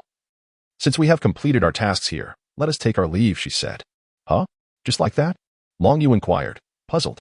But I haven't even formally met the Dragon Kings. You have already been seen by the Dragon Kings during your absorption of the Water Dragon King's spirit ring. And they are quite pleased with you, especially the Golden Dragon. It is getting late. We should depart swiftly. Given your talent, it will only be a year or 2 before you return here. Let us not disturb them, Gu Yuna elucidated. Very well then. Long Yu nodded, then gazed at the enormous dragon bones surrounding him, deeply bowing before following Gu Yuna out of the Dragon Valley. Upon returning to the depths of the Lake of Life, Long Yu found himself alone with Gu Yuna. Sister Na, am I really going back now? He inquired, looking at the exquisite figure before him. In truth, he was reluctant to leave so soon. After all, he and Gu Yuna only had the chance to meet once every few years, and he longed for a meaningful conversation. However, it seemed she was not particularly inclined to indulge in such discussions. Indeed, it is only natural. You have been away from that human for over 5 days now. It would be best for you to return promptly.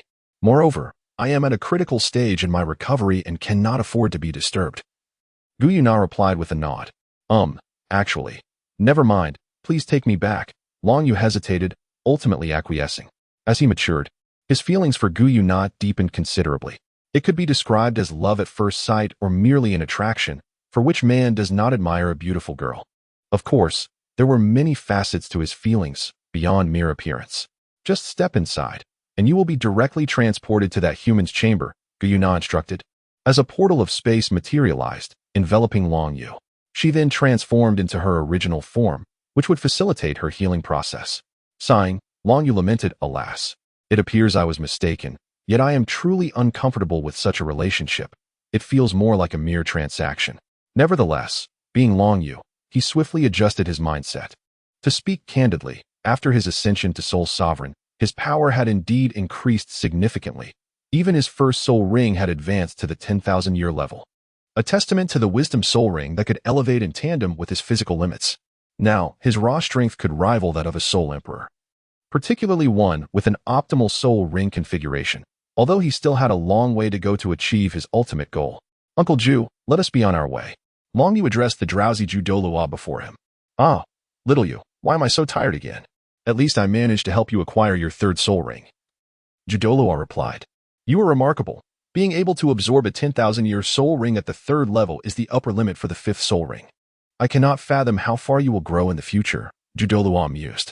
Uncle Ju, you flatter me. The stronger I become, the more beneficial it will be for the spirit hall in the future, Long Yu smiled. Strange, why do I sense you seem a bit unhappy? Ju Douluo observed Long Yu curiously. Uncle Ju, you jest. How could I possibly be unhappy? Let us return to the spirit hall. We have been out for quite some time. Long Yu shook his head, acknowledging that his disguise skills were still lacking, unable to elude the perception of a super Douluo. Well, you may be right. Let us return for now. It might just be my illusion. Douluo nodded and led Long Yu onto the carriage, heading towards Spirit City. Chapter 68. Little Wu has grown up teacher. The circumstances under which I acquired the third soul ring of the twin spirits and the second soul ring of the Golden Dragon were quite remarkable. This is the external soul bone I received during the divine inheritance. Long Yu explained, revealing his left hand, which had transformed into an ice-blue dragon claw, exuding a chilling aura and astonishing sharpness. Truly, the products of divine inheritance are of such superior quality that they surpass even my six-winged purple light wings. I must admit, I am envious of you, little Yu, remarked Bibi Dong after observing for a while. Hee, you flatter me, teacher, Long Yu replied humbly. Since I have graduated from the Spirit Hall Academy, and given your busy schedule as the Pope of the Spirit Hall, I would like to inquire about my future cultivation. Of course, it will depend on your own efforts. I have always had faith in you. However, should you encounter any difficulties, feel free to consult me. I will do my utmost to assist you. Bibi Dong continued, by the way, your senior sister has emerged from her seclusion and has broken through to level 49. I estimate that in a few months, she will reach the rank of Spirit King. By the time of the Spirit Master competition, she may even attain Spirit Emperor status. All thanks to your celestial herbs, little Yu. After all, she is my senior sister. It is only right that I assist her. I certainly do not wish for her to be too weak, Long Yu smiled.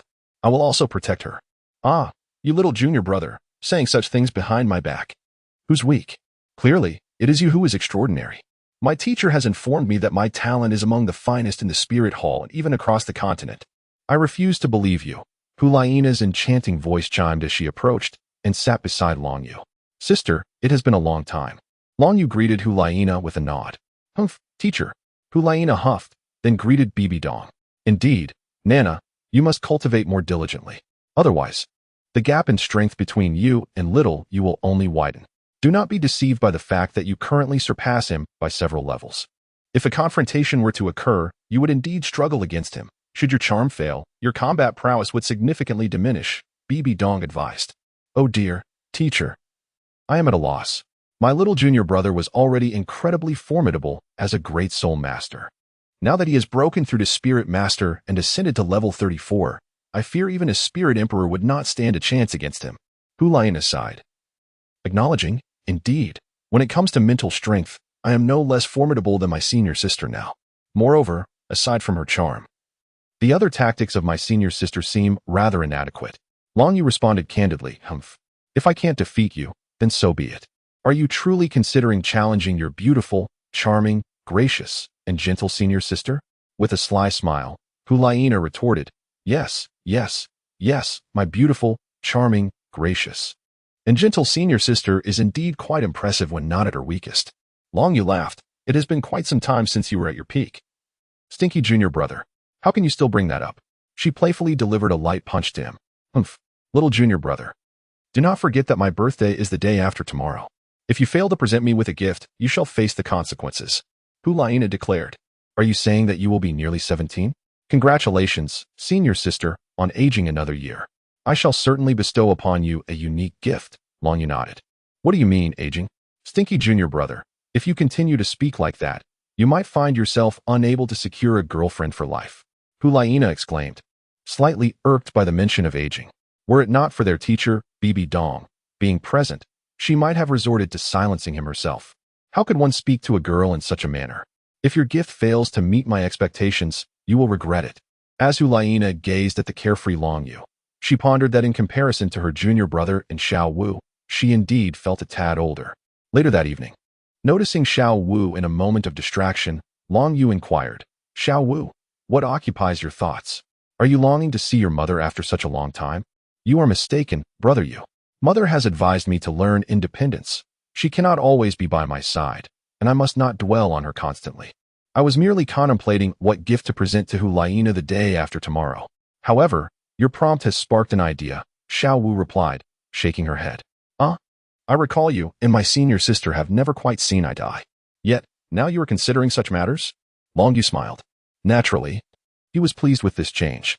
Xiao Wu had accompanied him to the human world, and over the past 3 years, their bond had deepened, blossoming into a childhood friendship that required no elaboration in terms of affection.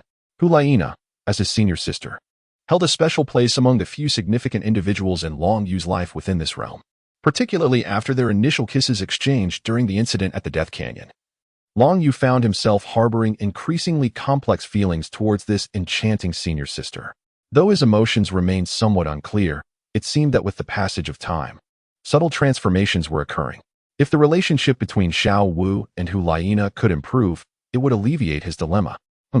I acknowledge that it was my fault previously. As teacher Mingyun mentioned in class, preconceived notions can cloud one's judgment.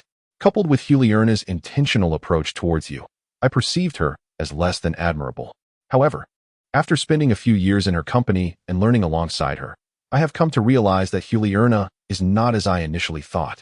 On the contrary, I sometimes find myself admiring her. She possesses a wealth of knowledge far surpassing my own. Ultimately, I believe she is quite a decent person, and more importantly, I do not wish for Brother Yu to feel torn between me and Hulierna, Xiao Wu earnestly remarked. It appears that my Xiao Wu has truly matured, considering matters thoughtfully and viewing issues from others' perspectives. Nevertheless, I sense that it is not as straightforward as it seems. Do you harbor any other secrets from me? Long Yu replied with a sense of relief.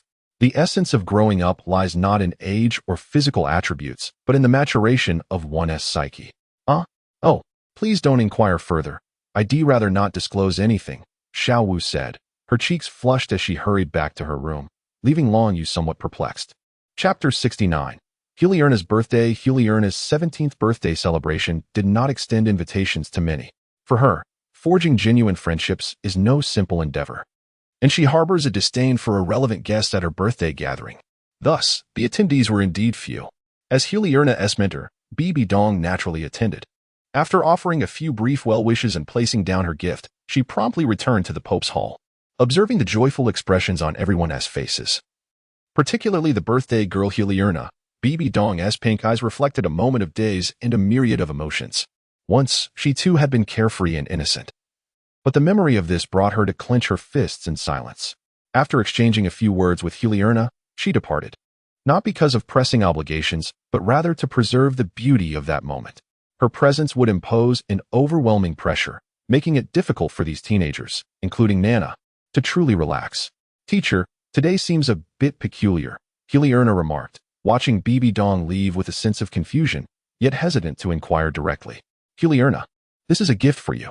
Though it may not be of great value, Xiao Wu approached her, presenting a gift box adorned with a pink ribbon. Thank you. I believe I will cherish it, Hulierna replied.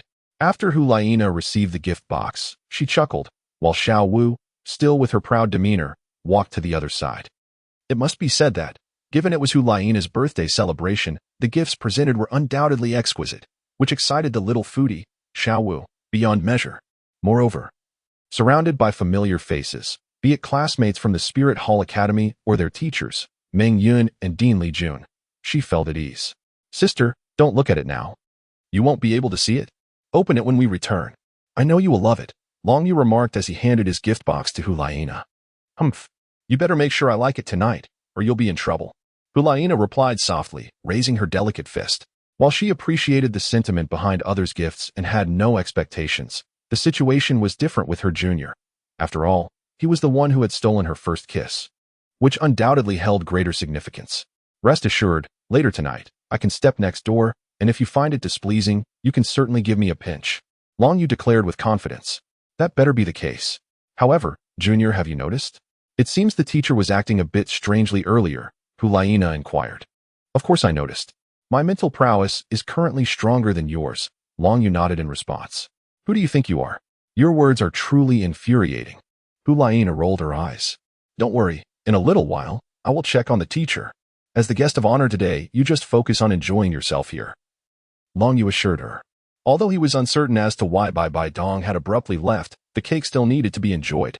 Others may have hesitated to disturb Bai Dong, but he was undeterred. Hu Laina nodded slightly, her gaze sweeping over the attendees. Oh, where's Yan? I don't see him anywhere. After another glance, she indeed found Yan's absence conspicuous. Nana, well, Yan has been taken as a disciple by an elder and has been training outside for some time, which is why he isn't here, Xiaoyu explained. Oh, that's fine, Hu Laina replied nonchalantly. It's probably better this way. It would be unfortunate if he clashed with my junior. Sighing, she hoped that when Yin returned from his training, he would not only have advanced in spirit power, but also made progress in other areas.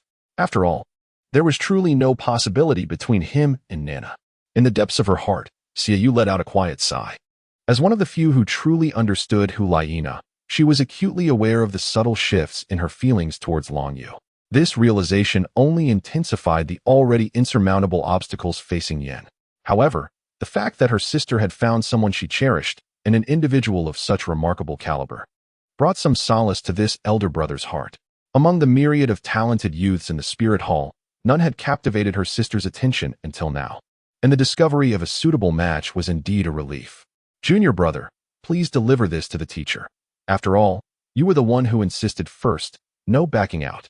Hulayina whispered, placing a slice of cake into Longyu's hand. Understood, Longyu nodded, and then departed from the scene.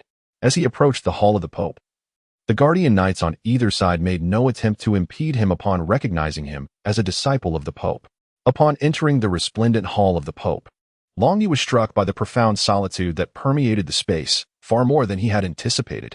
Within the vast expanse of the hall, only a solitary figure occupied the magnificent Pope's throne. Before Bibi Dong lay a collection of documents. As the Pope of the Spirit Hall, many matters required her personal attention, even those tasks that were ostensibly designated for the following day. Teacher, Longyu whispered, and upon hearing his voice, Bibi Dong shifted her gaze from the documents before her. Xiaoyu, what brings you here? I still have matters to attend to, she remarked, somewhat surprised. Hehe. Though my esteemed teacher is incredibly busy, surely it cannot be to such an extent. This is a birthday cake for my senior sister, and I specifically brought it for you, Longyu said as he approached Bibi Dong's side. Very well, I understand. You may place it there. Bibi Dong nodded before returning to her papers. However, after a while, she noticed Longyu still lingering nearby, prompting her to inquire, Xiaoyu, why are you still here? Your senior sister could certainly use your presence, as could that little girl, Xiaowu. No, I believe my teacher needs me here as well. Although this position is exceedingly elevated, it can also be quite isolating, much like this empty papal hall where only you remain, Longyu replied, shaking his head. Without waiting for Bibi Dong's response, he fetched a chair and seated himself beside her. Xiaoyu, I have grown accustomed to this solitude, Bibi Dong sighed. Teacher, I understand that you have not merely become accustomed to solitude. Rather, you have adopted this frenetic pace to deceive and numb yourself. In truth, I believe that people inherently fear being alone, for in solitude, one is inevitably confronted with the profoundest whispers of the heart. This voice incessantly interrogates you about your life's purpose, urging you to consider how you might imbue your existence with greater meaning and what kind of person you aspire to become. Such contemplation breeds anxiety, irritability, and even fear.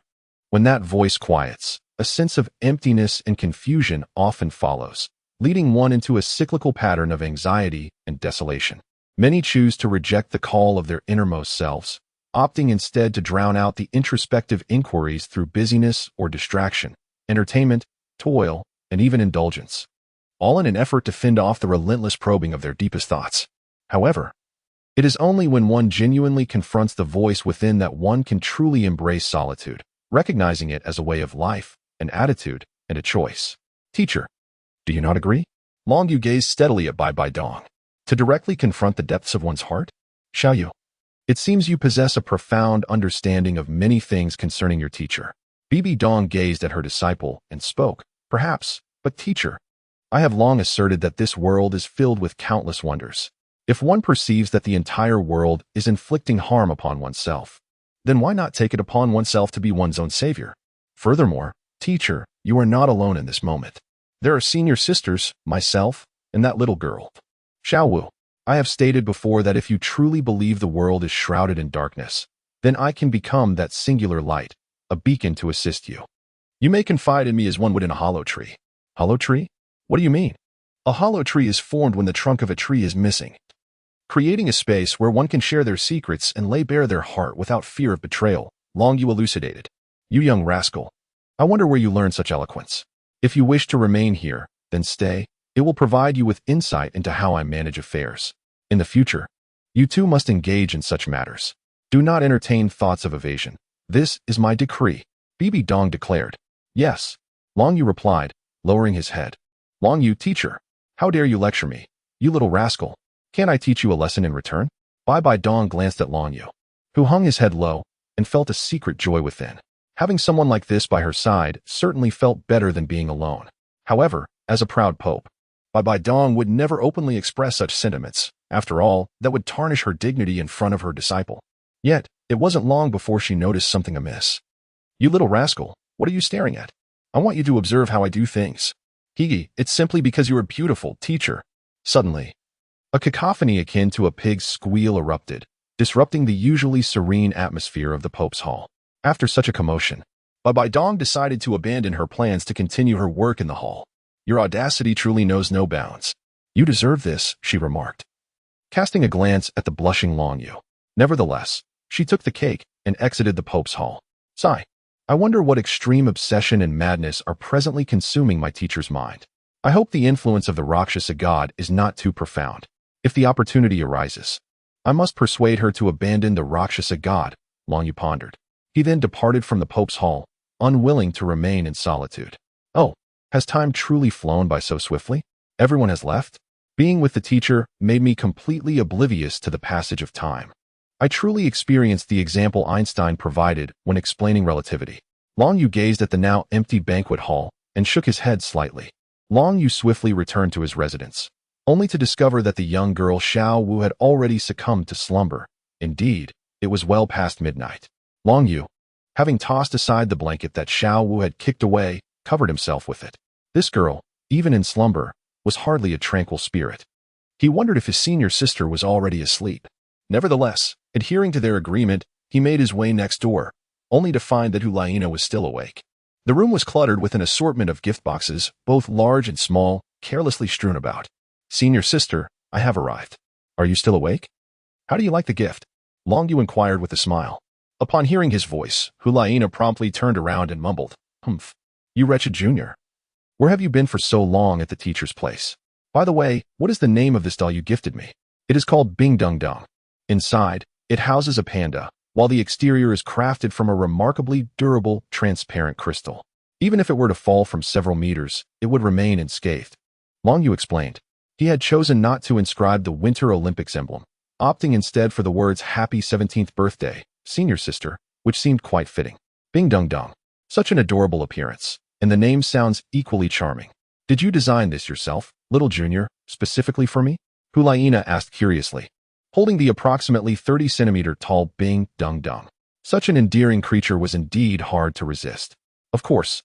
I dare say you will find no other Bing Dung Dung like it across the entire continent. It is truly one of a kind," Long Yu asserted, maintaining a composed demeanor.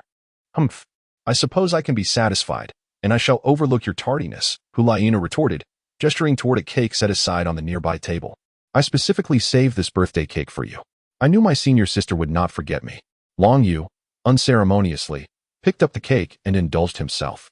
Compared to the confections of earth, this delicacy seemed to possess a superior flavor, particularly due to the embellishing fruits. After Long Yu finished the cake and was about to turn his gaze towards Hulaina, he suddenly felt a dampness on his face, evidently a remnant of Hulaina's stealthy affection. "Senior sister, I am but a child," Long Yu remarked, gazing at Hulaina's flushed visage. If the last encounter was indeed a mere accident, this one clearly bore the mark of premeditation. "What child are you referring to? You have grown taller than I," Hulaina replied with a smile. "This is truly a complete birthday gift. Now, you must return home." "Ah, I truly find myself at a loss with you. Good night, senior sister." Long Yu sighed and subsequently departed from Hulaina's room. Chapter 71. What is love? In contrast to the warmth shared between Long Yu and Hulaina, Bibi Dong found herself enveloped in melancholy. Had I, over the many years, devoted myself to the ambitions of the spirit hall and the pursuit of divine inheritance, without ever pausing to reflect? Had I merely used the fleeting thrill of busyness and the acquisition of power to evade my true self? In truth, I have perpetually been unable to confront the voice deep within my heart, unable to acknowledge my own feelings, unable to emerge from the shadows of that painful memory. Bibi Dong, oh Bibi Dong, how utterly ineffectual you are. Clad in a pink nightgown, she gazed at the darkness beyond her window, murmuring to herself. As winter approached, the biting winds compelled her to draw her neck in, while the encroaching darkness outside loomed like a monstrous beast, instilling dread, as if it might devour the unwary. Yet, in that very darkness, Bibi Dong found an unexpected solace. Having endured solitude for decades, perhaps she had grown accustomed to it. However, after hearing Long Yu's words today, the sight of the darkness before her stirred feelings of distaste and unease.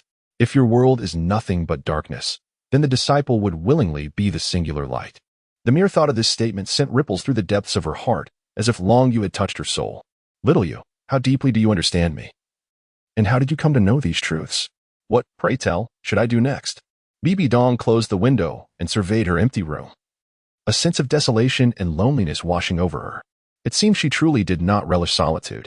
After Hu Laiana's birthday, the lives of everyone gradually returned to a semblance of tranquility. Xie Yu, Xiao Wu, and the others devoted their entire focus to their cultivation.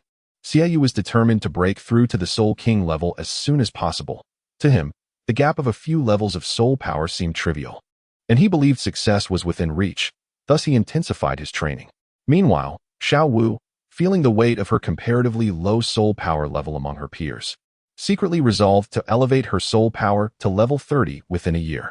This would enable her to have her brother Yu fulfill his promise of allowing her to select any spirit herb she desired. According to Yu, should she utilize the spirit herb, her soul power could potentially increase by at least 5 or 6 levels, drawing her closer to the realm of the soul sect. However, there was one individual whom Xiao Wu held a deep-seated resentment towards, Hu Laiana. Ever since that fateful birthday, Hu Laiana, with her beguiling charm, had been persistently encroaching upon her brother Yu, her words laced with flirtation and allure. Strangely, Yu did not seem to resist her advances. In fact, he appeared to accept and even relish them, causing their bond to grow ever closer. This situation left Xiao Wu feeling quite uncomfortable, as it was she who had shared the longest companionship with Yu, yet the one who now held his affections most dearly was not her. Finally, after witnessing the sweet and joyful interaction between Hu Laiana and Long Yu, Xiao Wu could no longer contain her feelings and seized an opportunity to visit Hu Laiana's residence. Upon entering, she found Hu Laiana not engaged in cultivation but rather seated on her large bed, gazing at a delightfully adorable object and smiling foolishly. Her demeanor a curious blend of allure and childlike innocence. Hu Laiana, Xiao Wu tentatively called out, wondering if this enchantress had lost her senses. I'm a living person. And you, a spiritual-type soul master, have not noticed my presence? Xiao Wu, what brings you here? Hu Laiana finally shifted her attention to Xiao Wu, her expression of surprise rendering Xiao Wu momentarily speechless. She wanted to ask, have you gone mad? Is that thing very important to you? She inquired, gesturing towards the iced dumpling beside Hu Laiana. Yes, it is indeed very important, Hu Laiana replied. The gift itself may not be particularly valuable, but since it was given to me by my junior disciple, it holds immense significance. He said it is one of a kind on this road. A smile involuntarily crept across Hu Laiana's lips at the thought of Long Yu. You gave it to you? So what is the nature of your relationship with him now? Xiao Wu finally mustered the courage to ask, taking a seat on Hu Laiana's large bed. Oh, it's nothing much, just a relationship between a man and a woman. I like my junior disciple, and he likes me. Yes, it's that simple. Hu Laiana responded candidly, her words imbued with sweetness. Like, what does that mean? Xiao Wu inquired, her brow furrowed in confusion.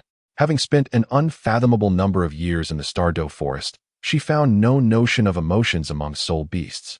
It was merely a realm of survival of the fittest. Her experience over those millennia had been starkly monotonous, and only during those years with Brother Yu could she find solace in companionship.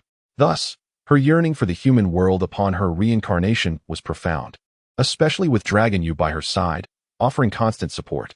In the human realm, she encountered countless intriguing individuals and witnessed a myriad of captivating events, yet now, she seemed to be on the cusp of experiencing something entirely novel. Like Xiao Wu, love is a peculiar sensation that I cannot fully articulate. Perhaps everyone harbors their unique interpretation. For me, liking someone means that they frequently occupy my thoughts. In every circumstance, they are the first to come to mind. Whether in moments of joy or sorrow, yearning to share or confide, liking someone embodies a sense of reliance and a habitual connection. Whenever I see my junior brother, my heart races uncontrollably, akin to a fawn in a flurry. Hu Laiana elaborated gently. Dependence, habit, and sharing, always thinking of the other. It was no wonder that during this time, observing Brother Yu brought her inexplicable joy and solitude. This must be what mutual affection feels like. Hu Laiana cherished Brother Yu, and Brother Yu held affection for Hu Laiana. Xiao Wu pondered thoughtfully. Xiao Wu, there is no need to rush to comprehend these matters, for you are still under 10. The future stretches infinitely before you. When you truly encounter your soulmate, you will grasp the feelings I am experiencing now and understand my words. Perhaps you have already sown the seeds of such feelings, yet you remain unaware. Hulaina smiled. Xiao Wu, somewhat dazed, nodded and departed, an air of contemplation surrounding her. Meanwhile, Hulaina reclined on her grand bed, gazing at the surrounding ice dumplings with a smile. That mischievous junior brother has been teasing me incessantly these past few days, distracting me from my training. How infuriating. Yet, my teacher is right. I must prioritize my cultivation. I need to swiftly advance to the Soul King level, or else. With my junior brother's terrifying talents, it won't be long before his soul power surpasses mine. After all, I am the senior sister. Humph. Hulaina raised her delicate fist and proceeded into the training room. Chapter 72. This indeed feels somewhat more comfortable. Like. Xiao Wu murmured those two words as she returned to her quarters. At that moment, Long Yu also emerged from the training chamber and, noticing Xiao Wu's peculiar demeanor, inquired, Xiao Wu, what troubles you? You seem rather unsettled. Has someone been unkind to you? Huh. Brother Yu, no, not at all. I was merely contemplating some matters that elude my understanding. No one has wronged me. Besides, within the spirit hall, with you and His Majesty present, who would dare to bully me? Xiao Wu replied in a flustered tone, her heart in disarray at the sight of Long Yu's concerned expression. This man, with whom she had shared countless years, suddenly appeared unfamiliar today. A faint blush crept across her cheeks. Could it be that Hulaina's words had stirred something within her? Brother Yu, I shall retreat to my training now. In a few months, I shall attain level 30. And you must not forget your promise to provide me with the immortal herbs. With that declaration, Xiao Wu slipped into the training room. Why does Xiao Wu seem so strange? Could it merely be my imagination? Long Yu pondered, moving to the window to gaze at his sister's room. A smile inadvertently gracing his lips. Since that fateful night, when Hulaina had boldly shattered the veil between them, their previously ambiguous relationship had become undeniably clear. As for this enchanting, delightful, yet passionate and bold girl, Long Yu could not deny his affection for her. Who could resist such a charming little vixen? Time has flown by, and it is evident that my current training pace pales in comparison to that of a great spirit master. It has indeed slowed considerably. To reach level 40, even with my present talent and conditions, it would likely require about a year and a half. My sister should also be on the verge of breaking through to Spirit King during this period, and my dear brother-in-law is nearing his own progress as well. I must seize the time to train diligently. Long Yu clenched his fist resolutely, despite having Hulaina as his girlfriend. He knew he could not allow himself to be ensnared by momentary sweetness and lose himself in a state of complacency. The most pressing matter at hand was to enhance his own strength, as he bore a heavy burden upon his shoulders.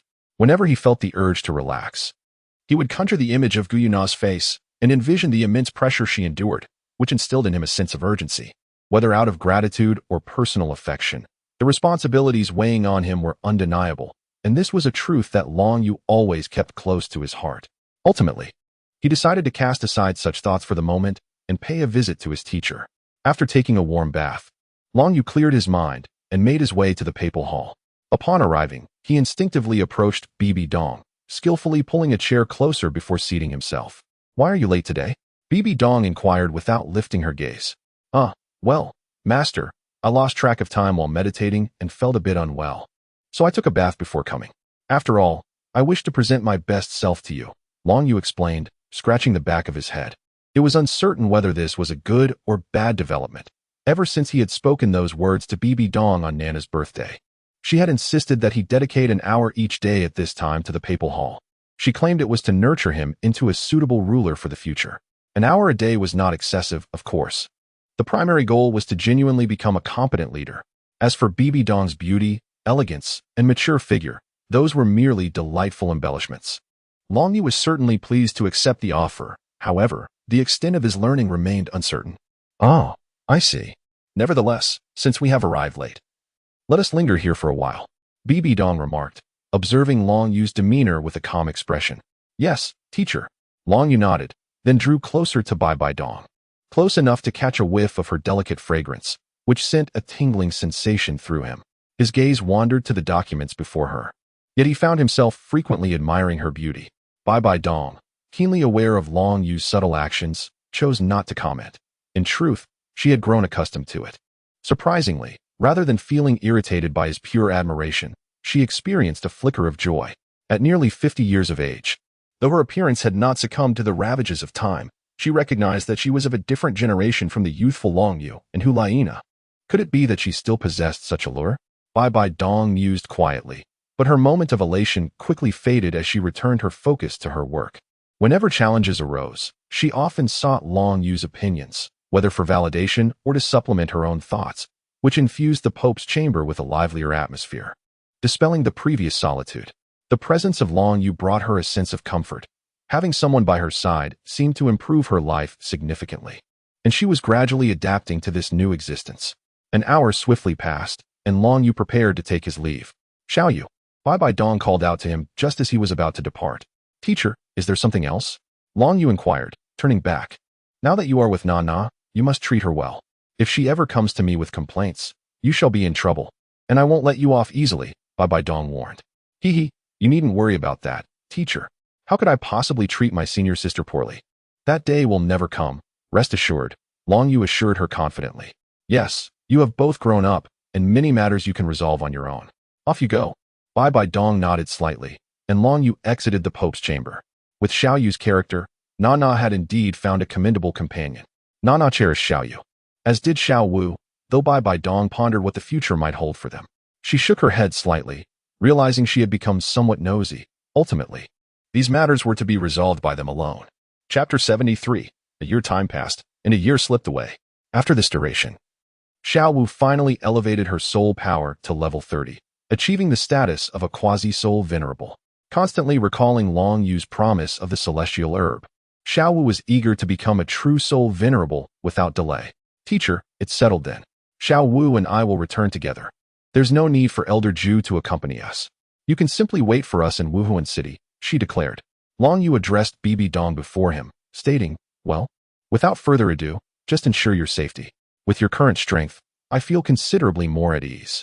Remember to act discreetly. Bibi Dong nodded in agreement, refraining from pressing the matter further. As they sought the soul ring for Xiao Wu, she expressed her desire to visit her mother and thus accompanied the two. Bibi Dong was aware that her disciple's true prowess likely surpassed what was presently exhibited. Thank you, Master, for your consent. I shall now prepare to return with Xiao Wu. Long Yu said with a smile. After receiving a nod from Bibi Dong, he departed from the small pavilion. Xiao Wu, is it truly necessary to carry so many items? Your mother is not lacking in anything, Long Yu remarked, observing the multitude of packages before him with a hint of exasperation. There are so many things in the human world that are absent in the realm of spirit beasts. Naturally, I wish to bring them to my mother. Though she may not face danger in the Stardo Forest, how dull it must be for her, Xiao Wu replied, casting a glance at Long Yu before continuing to pack. Suit yourself. My teacher and I have agreed. I will return with you. This time, there won't be any elder from the spirit hall to protect us, but my teacher has simply advised us to proceed with caution, Long Yu stated. I knew that your highness truly cares for and trusts Brother Yu. I initially thought Brother Yu would only return to the Stardo Forest after reaching the spirit sect. Considering how vital cultivation is at this stage, Xiao Wu smiled. What can I say? Since I brought you out, it would be unthinkable to let you return alone. Given your current strength and mindset, it would be perilous. A moment's carelessness could result in you becoming someone else's 10,000-year soul ring or soul bone, Long Yu chuckled, ruffling Xiao Wu's hair. You always know how to hit a sore spot, Xiao Wu pouted, visibly displeased. Silly girl, reaching the spirit sect is no simple feat. I estimate it will take at least another 6 months for me to break through. By then, once you consume the celestial herb, the gap in our soul power will be considerably narrowed, perhaps even equalized, Long Yu said with a hint of resignation. Over the past year, while cultivating his soul power, he had continually consolidated the remarkable advancement of 4 levels he had achieved previously, reinforcing his foundation. Now, a year later, his soul power had only increased from 34 to 37, which, while not exceptionally rapid compared to his peers, was still commendable. Even if my soul power reaches a similar level as yours, the true disparity in strength remains significant. I am well aware of that, Xiao Wu reflected. Though her agility was commendable, it paled in comparison to Long Yu's extensive arsenal of techniques and his mature mindset. Silly girl, stop comparing yourself to me. You are already exceptionally talented. At not even 11 years old, you've cultivated to the 30th level, surpassing even Nana at the same age, Long Yu reassured her. Long Yu chuckled. This is certainly swifter than the original portrayal of Xiao Wu. For the resources and guidance available in the Spirit City far surpass what a mere nodding academy could offer, especially with the added advantage of personal supervision. Presently, Xiao Wu resembles the Mu Feng of old. After all, it is human nature to be drawn to the most exceptional individuals, leading one to compare oneself and discover their own insignificance. Even Nana has dropped the honorifics. Her newfound fluency is quite remarkable. Xiao Wu turned her head and remarked, well, take your time packing. I shall visit my senior sister first, as we won't be departing until tomorrow. Long Yu smiled and proceeded to the adjacent room. As for his belongings, what could a young man possibly have? Furthermore, anything he lacked could easily be purchased. Upon arriving at Juliana's chamber, he knocked on the door, and Juliana welcomed him with gleeful eyes. Nana, I will be temporarily leaving the Spirit City with Xiao Wu tomorrow. The duration will likely be just over a month. Long Yu said, embracing Juliana and resting his chin atop her golden locks, savoring her beauty and warmth. But you have yet to reach level 40. Is the teacher truly so unconcerned? Juliana nestled against Long Yu's chest, wrapping her arms around his waist. Do not fret, although I am currently only at level 37. In a confrontation, only a soul sage poses a challenge to me. Soul sages are hardly formidable, and I possess other means to ensure our safety. So you need not worry, Long Yu reassured her. Then, if you return, I would like to accompany you. It would be a chance to meet your elders in advance. Moreover, I will not be a burden on the journey, as I have already attained level 52 as a soul king, Juliana boldly stated, lifting her head to inquire. Meet my elders?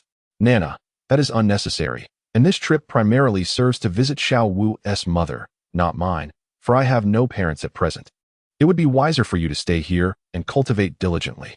Strive to reach the rank of Soul Empress before the Soul Master competition begins. We can discuss other matters later. This is not only my aspiration, but also the teacher's expectation for you and Xiaoyu.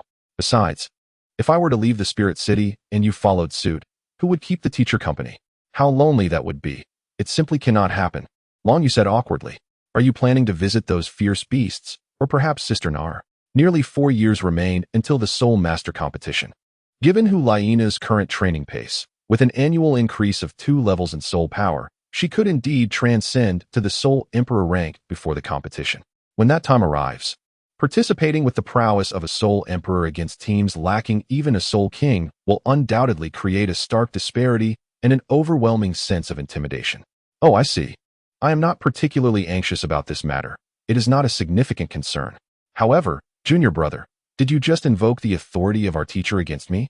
Huliana said playfully, yet she was soon pinned down by Long Yu, who had even placed his entire weight upon her. Huliana's cheeks flushed slightly, and after a token resistance, she ceased to struggle, relishing the intimacy with her junior brother. Yet, the truth remained that he was still quite young. Otherwise, she would have long since engaged in more intimate activities with him. Chapter 74. Return to the Stardow Forest the following morning. Xiao Wu and Long Yu arrived early at the carriage. All right, Liena, this is far enough. You may head back now, Long Yu instructed. However, infatuated in the throes of romance, Liena lingered, gazing at Long Yu with reluctance, unwilling to let go. Alas, Liena, it seems there is nothing you can do. Long Yu shrugged, then stepped forward to plant a gentle kiss on Huliena's lovely cheek before waving his hand. All right, senior sister, just wait for our return. Long Yu waved his hand and boarded the carriage, heading towards the outskirts of Soul City. As Huliana watched the departing vehicle, she instinctively touched the spot where she had been kissed, a smile gracing her lips. It was only after the carriage carrying Long Yu and Xiao Wu disappeared from view that she finally turned to leave. This little junior brother, when he matures a bit more, will no longer be so easily managed. Xiao Wu spent over 10 days with Long Yu in the carriage. The atmosphere somewhat peculiar and awkward. Noticing the hint of resentment on Xiao Wu's face, Long Yu found himself perplexed by the situation and closed his eyes to rest, inadvertently aggravating Xiao Wu's frustration, who remained sulky throughout their journey. Eventually, Long Yu and Xiao Wu arrived at the outskirts of the Stardow Forest. Without taking much time to rest, they proceeded deeper into the forest. Both were relatively familiar with the area and did not lose their way. However, Xiao Wu appeared somewhat puzzled. Brother Yu, why didn't you let the master come to fetch us directly? Wouldn't that be faster? She inquired. Oh, There's no need for such trouble. After all, this time it's your breakthrough, not mine, and there's no need for Sister Naar's assistance. Besides, when I last came here, Sister Naar was in the critical stages of healing. I certainly couldn't disturb her just because I missed her, Long Yu replied, shaking his head. You are so considerate of Sister Naar. I suppose you want to be seeing her this time, Xiao Wu remarked, her tone inquisitive. Well, regardless, when you obtain your third spirit ring, even if you converse a bit more with Auntie, it won't take much time, Long Yu stated. Hee. So you came to the Star Doe Forest solely to accompany me? Xiao Wu exclaimed, a mix of surprise and delight in her voice, laced with deeper implications. Of course. After all, you are merely a quasi-spirit ancestor, and it wouldn't do for anyone else to accompany you here, Long Yu replied earnestly, prompting Xiao Wu to stomp her foot in frustration as she headed toward the core area. Brother Yu, your words are truly infuriating. Long Yu and Xiao Wu, having long established themselves as regulars here, felt a sense of familiarity, coupled with the formidable aura emanating from the reverse scale of Guyuna, their strength, though not particularly high within the Star Doe Forest, had led them to encounter little danger. After some time, they finally arrived at the quaint wooden cabin. As Xiao Wu gazed at the familiar dwelling, her heart swelled with emotion. It had been 2 years since her last visit. With a series of knocks echoing against the wooden door, it was soon opened by a figure who, upon recognizing Xiao Wu, enveloped her in a tight embrace. The profound bond between mother and daughter was profoundly touching. Mother, I'm back, Xiao Wu said, her voice trembling with emotion. Just returning is enough, my dear. Oh, Xiao Wu, why do you cry so easily now that you're all grown up? Her mother replied, gently patting Xiao Wu's back, her own eyes glistening with tears of joy. After a moment, they gradually released each other. Xiao Wu's mother turned to see Long Yu, who wore a bright smile, yet her gaze searched for Guyuna. And inwardly she felt relieved.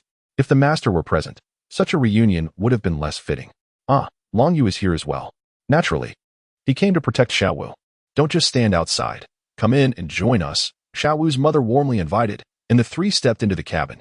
Long Yu, didn't you notify the master? Xiao Wu's mother inquired, recalling that the master usually appeared under such circumstances. I did not. I am only at level 37 and do not require Sister Na's assistance in obtaining spirit rings just yet.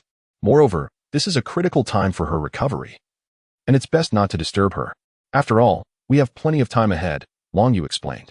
I see. I was concerned that something might have happened between you. This is good to know, Xiao Wu's mother nodded in understanding. Mother, over the past 2 years in the human world, I encountered so many delightful experiences, and I have brought back a plethora of gifts for you. Long Yu, quickly show her what you've got, Xiao Wu exclaimed with excitement, pulling her mother's hand. Very well, Long Yu nodded. Retrieving an assortment of items from his storage soul guide, Xiao Wu joyfully presented each item to her mother, introducing them one by one. After a while, Long Yu found a convenient excuse to step outside. After all, it was a poignant reunion between mother and daughter, and his presence felt somewhat inappropriate and awkward. As Long Yu wandered aimlessly around the core area, he found himself gazing at the serene surface of the Lake of Life, feeling a touch of solitude in his solitary contemplation. His thoughts drifted to the enigmatic Guyuna, who resided beneath the lake's depths. After several hours had passed, the door of the wooden cabin creaked open once more, revealing Xiao Wu and her mother stepping outside. All right, Xiao Wu, go and acquire your third spirit ring. I have some matters to discuss with Long Yu, her mother instructed. Sure, I'll finish it quickly. Just don't blame me if I overhear anything. Xiao Wu replied with a playful smile, glancing at both Long Yu and her mother before skipping away to a more distant spot. Long Yu, please come in. I wish to speak with you privately, Xiao Wu's mother beckoned, leading him into the cabin. Long Yu, I must thank you for taking care of Xiao Wu all these years. It has been quite a burden, her mother expressed gratefully. Aunt, it's truly no trouble at all. Xiao Wu is very understanding. Though she can be quite lively, it only adds to her charm, Long Yu quickly responded. I know that girl well. She can never sit still, her mother remarked. It's evident that Xiao Wu relies on you greatly, perhaps even more than on me. She has shared so much about you, especially concerning recent events. While speaking, she often glanced out the window, her cheeks flushing as she lowered her gaze. Do you understand what I mean? Chapter 75. Guyuna's disappointment. Long Yu, no longer a novice in matters of the heart, grasped the implications of her words and felt a twinge of surprise. Aunt, I already have someone I care for, and Xiao Wu is aware of this, as are you. Surely you both, Long Yu stammered, feeling uneasy. It matters not. What does it change? Among spirit beasts, how many can truly remain faithful? All that matters is that you treat Xiao Wu well, ensuring she feels happiness and joy in your presence. As for the rest, both Xiao Wu and I understand that we cannot demand too much. Your brilliance is too radiant, attracting ever more admirers. Her mother gently shook her head. Deep within, she harbored a wish for Xiao Wu to be Long Yu's sole affection, yet she recognized the impossibility of such a dream. Setting aside the matter of the human girl, the presence of the master already rendered such hopes futile. It was clear to her that Long Yu had long cherished the master, and now he had merely established a relationship with a human girl. Xiao Wu lacked the standing and the ability to impose any expectations on Long Yu.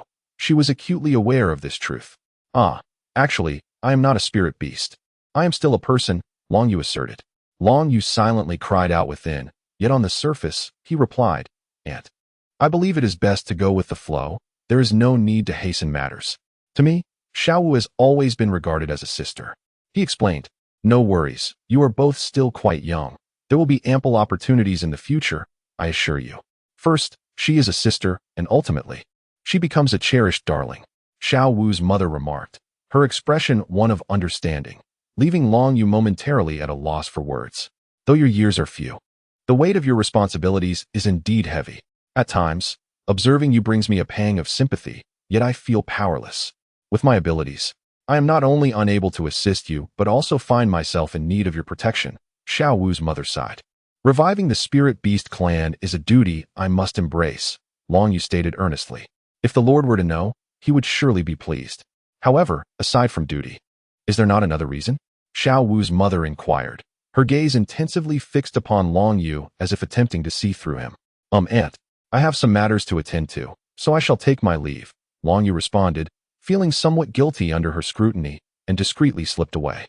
Xiao Wu's mother observed this with a knowing smile. While she might not discern all matters, she could certainly perceive Long Yu's feelings in this regard. Meanwhile, within the depths of the lake of life, why do I sense the presence of the reverse scale? This indicates that Xiao Yu has returned. Yet why has she not contacted me through the reverse scale? Gu Yuna, in her silver dragon king form, opened her dragon eyes, lost in contemplation. With a thought, she transformed into her human form. After pondering for a moment, Gu Yuna's figure vanished from the spot. In a certain part of the Stardew forest, Xiao Wu also rose, stretching lazily, her eyes gleaming with joy, surrounded by 3 soul rings, 2 yellow and 1 purple. Rank 31 Soul Master, Xiao Wu. My 3rd soul skill is teleportation. The distance is a full 100 meters, and there are no restrictions. It merely consumes my soul power. According to Brother Yu and Lord's theories, this is an exceptional soul skill. Coupled with my agility and flexibility, my combat capabilities have significantly enhanced. Brother Yu and my mother will surely be overjoyed upon learning this," Xiao Wu exclaimed with delight. Just as she contemplated returning, a sudden fluctuation rippled through the surrounding space. Her joy dissipated in an instant. This was not the first time she had encountered such an occurrence, and she was well aware of the author behind it.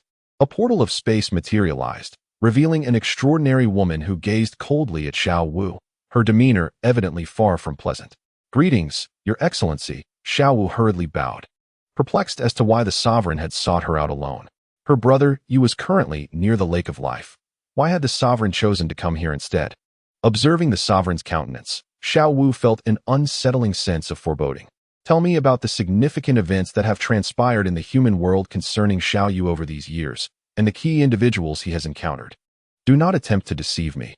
Should I find out otherwise, you are well aware of the consequences."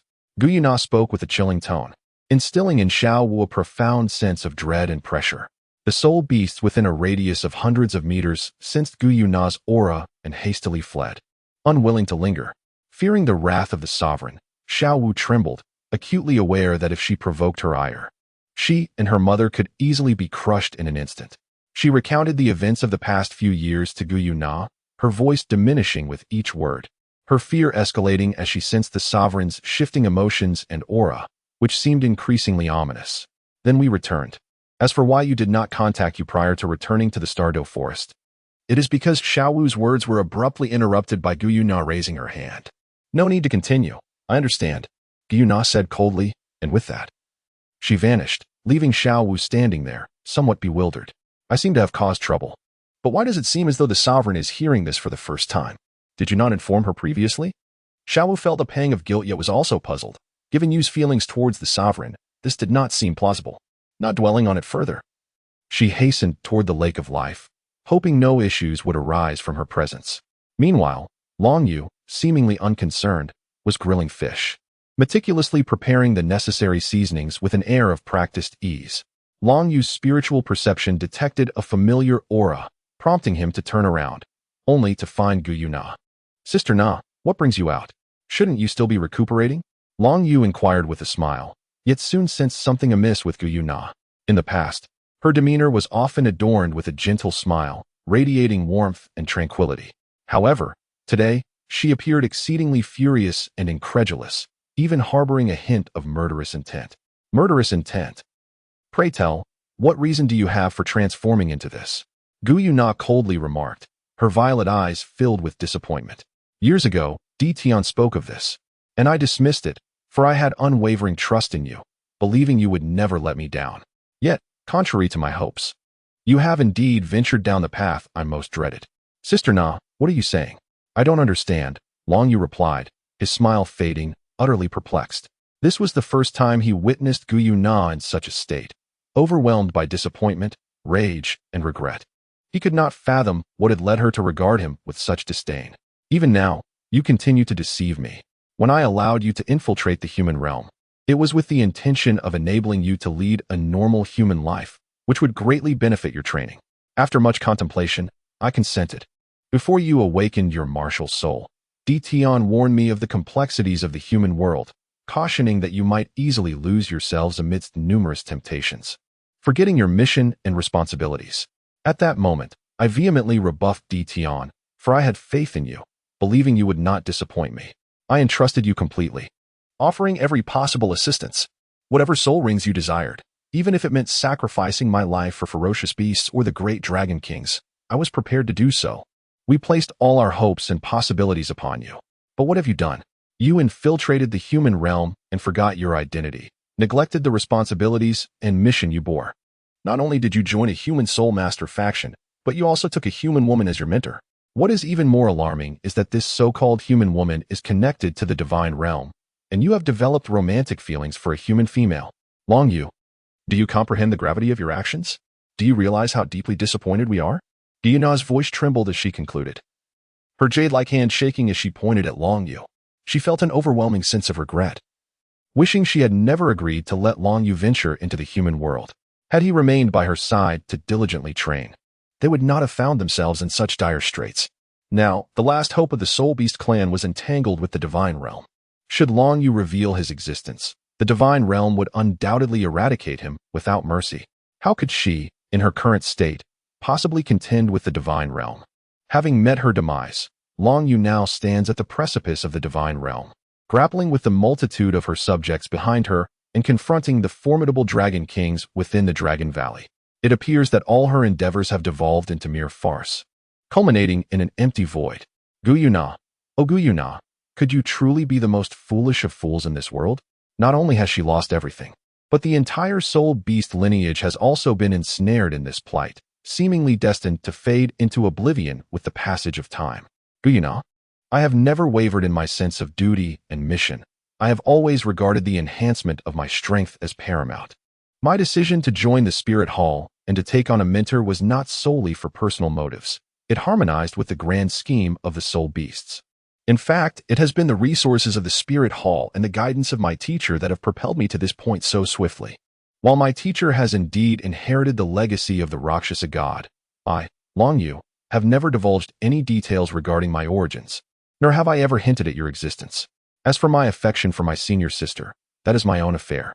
I have not acted in ways detrimental to the soul beast cause. I possess my own choices and my own life. I am not merely your instrument.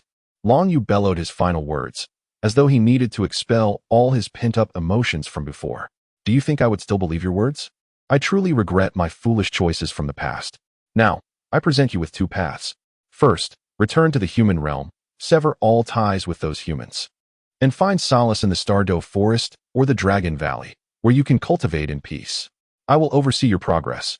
Second, I can erase all your memories of the human world and eliminate those individuals, thereby eliminating any potential risks.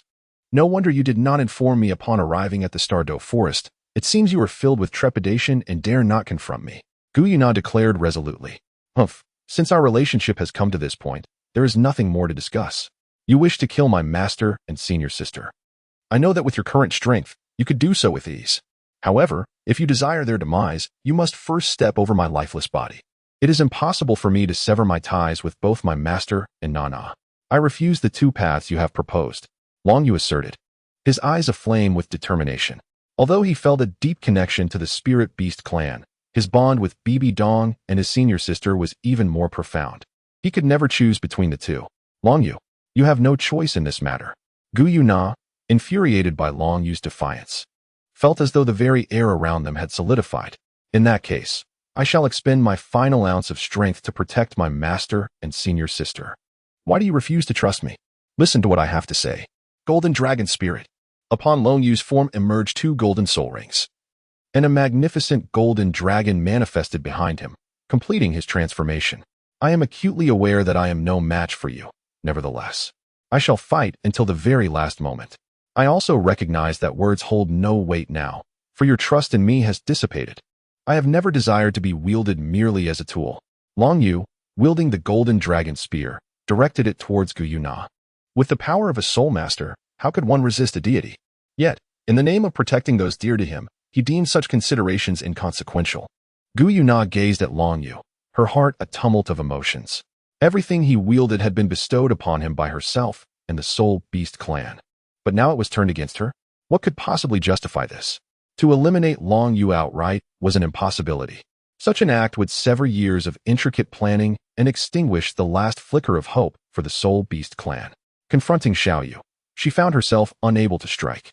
Thus, perhaps the only solution was to erase his memories, severing his ties with the human world. At that moment, as Long Yu and Gu Yuna faced off, two figures rushed in, calling out, "My lord, please. You are gravely mistaken. My lord, allow the elder to finish speaking." The newcomers were none other than Xiao Wu and her mother. Realizing the gravity of her misstep, Xiao Wu hastily sought out Long Yu and Gu Yuna. Upon witnessing Long Yu poised for battle, the golden dragon spear aimed at Gu Yuna, the mother and daughter felt a surge of urgency. Xiao Wu was filled with regret, pondering whether her actions had precipitated this predicament. Yet, who could have foreseen the situation escalating to this extent? Chapter 77. The system stands up suddenly. The mother and daughter discovered they were utterly immobilized, a mysterious force binding them in place, rendering them speechless, clearly the work of Gu Yuna. If you wish to erase my memories, you might as well end my life. Such a fate would be worse than death. Long Yu sighed upon witnessing Xiao Wu and her mother's plight, closing his eyes in resignation. In an instant, Gu Yuna's delicate hand grasped Long Yu's throat, causing him to struggle for breath. With great difficulty, he opened his eyes to meet her gaze. Regret and fury coursed through him, yet he found no trace of murderous intent in her expression. Gu Yuna's violet eyes bore into him, though her thoughts remained inscrutable. After a prolonged silence, Gu Yuna ultimately released Long Yu, painfully closing her eyes as memories of their shared moments flooded her mind. Sister Nar, rest assured. In the future, you shall not fight alone. I will stand by your side. Sister Nar, you need not burden yourself excessively. Haste makes waste. Recovery must be gradual. For you still have me. Sister Nar, you are truly breathtakingly beautiful. The essence of beauty, in my eyes, lies in the allure of your visage and form, which brings me immense joy and comfort. Yet now, the situation has devolved into this chaos. What lies ahead for the two of them? And what shall become of the grand design of the Soul Beast clan? Once more, I implore you, Xiaoyu, sever all ties with the realm of humanity. I shall refrain from taking the lives of those two women. You may peacefully cultivate within the starry forest until you attain divinity, will you? Gu Yuna's voice was soft, imbued with hope and a hint of desperation. Promise me, do not force my hand, Xiaoyu. I desire both paths, Sister Nar, in truth. They are not mutually exclusive but rather mutually reinforcing. I have never forgotten my responsibilities and mission. If I were to act as you suggest, the divine realm would have intervened long ago, Long Yu decisively stated. As Long Yu's words faded, Gu Yuna clenched her fists tightly, momentarily at a loss for how to proceed.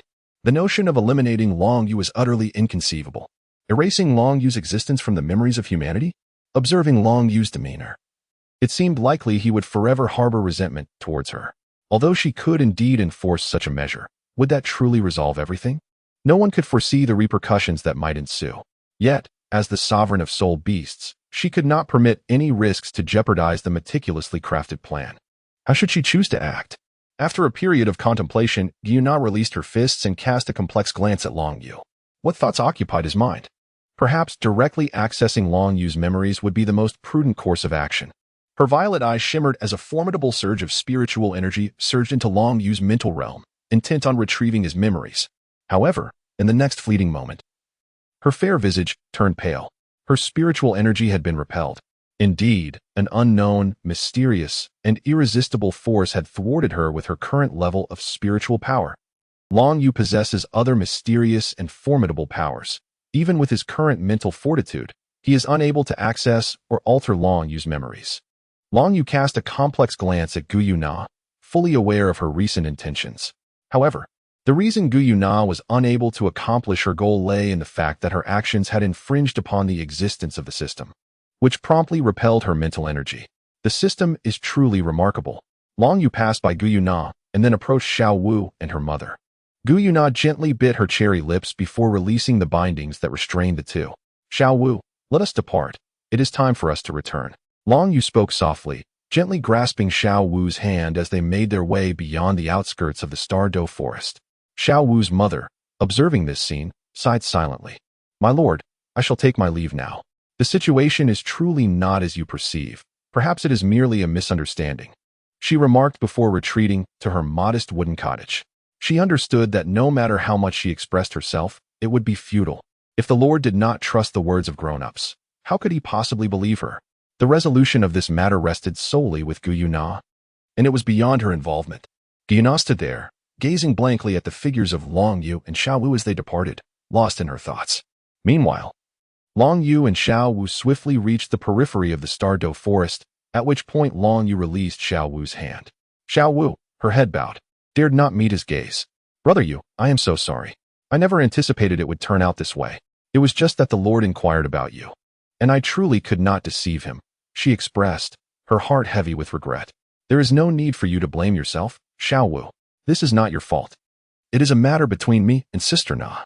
I have never held you responsible, Long Yu replied, shaking his head as he affectionately ruffled Xiao Wu's hair. Now that you and the Lord are at odds, what will happen in the future? Will this not adversely affect our plans after all these years? Xiao Wu voiced her concerns, fearing she might be regarded as a significant transgressor. Enough, Xiao Wu. You need not worry about this matter. We shall resolve it between us. The most crucial thing now is to allow Sister Na some time to calm down. No words will suffice at this moment, Long Yu sighed. If he were to consider Yuntao's perspective, he could fully comprehend her feelings. However, understanding did not erase disappointment. Xiao Wu nodded in agreement, continuing to walk alongside Long Yu. By the way, Xiao Wu, what is your third soul skill? He inquired. My third soul skill is teleportation. With a maximum range of 100 meters and no limit on usage, though it does consume a significant amount of soul power, she explained. Teleportation over 100 meters? That distance is more than sufficient. Very few soul skills can reach such a range. The largest arenas for soul battles typically do not exceed this distance. Combined with your charm and bow skills, you should achieve remarkable results with an element of surprise. As for the considerable soul power consumption, that is quite normal. The more potent the soul skill, the greater the energy it requires, aside from my rather unique circumstances. Ah, yes, Brother Yu. According to our previous agreement, I have now advanced to Soul Sage, and it is time for you to fulfill your promise of allowing me to select a celestial herb at my discretion. She reminded him. Rest assured, you will not be overlooked. I am not a deceiver. However, do not be too hasty. Let us discuss it further upon our return to Spirit City. I would never renege on providing you with the celestial herb, he assured her.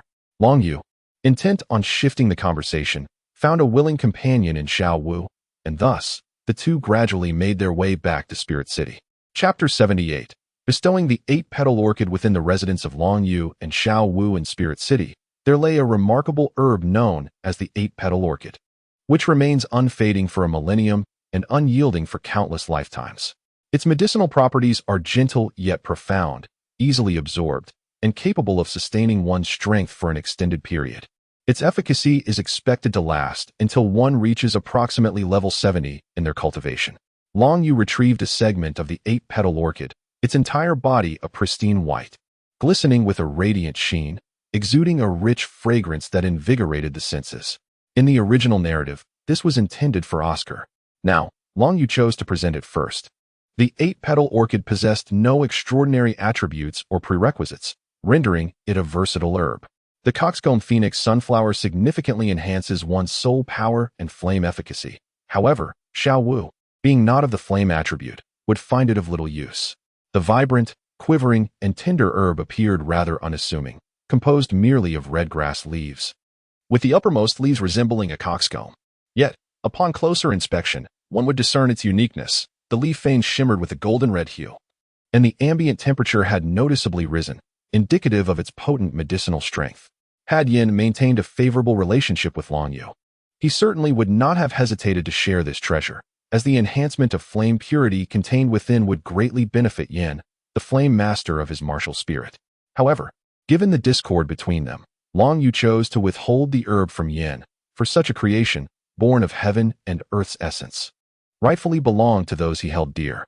Long Yu harbored no inclination to present a warm visage to an indifferent counterpart. The enchanting tulip, resplendent and opulent, when consumed, would allow one to absorb the essence of heaven and earth, as well as the radiance of the sun and moon. Though its medicinal potency is formidable, it does not seem particularly suited to you, given that the gentle bone-charming rabbit is ultimately a beastly martial spirit. Long Yu once again retrieved a divine herb. Remarking upon it, its roots and leaves were woven like delicate wisteria drapes, intricately combed, yet the apex bore a resplendent golden tulip. The rich fragrance of the tulip swiftly supplanted that of the 8-scented immortal orchid, enveloping the senses in an aura of lavish grandeur. Long Yu observed the expression on Xiao Wu's face and noticed that the girl was filled solely with joy and excitement, seemingly oblivious to any displeasure. In truth, many of these celestial herbs were not particularly suitable for her. The water fairy jade, known for its ability to nourish tendons and strengthen bones, effectively invigorates the 7 channels and 8 meridians. Its medicinal properties are indeed formidable, and it is considerably milder compared to the celestial velvet chrysanthemum, making it more appropriate for your martial spirit and circumstances. Long Yu placed the 4th herb before Xiao Wu. Just as he was about to retrieve the next herb from his storage soul guide, Xiao Wu stepped forward to halt him. "Brother Yu, there's no need. I have already acquired what I desired," she declared, grasping his hand. "Acquired what you desired?"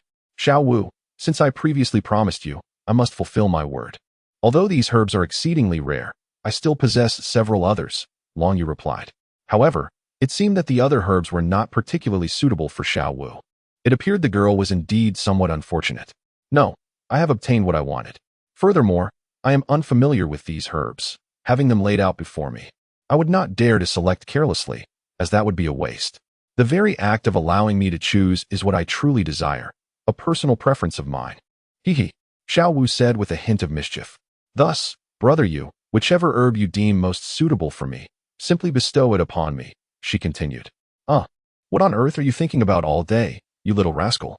Long Yu gazed at Xiao Wu in amusement, realizing that her slender arms had encircled his own.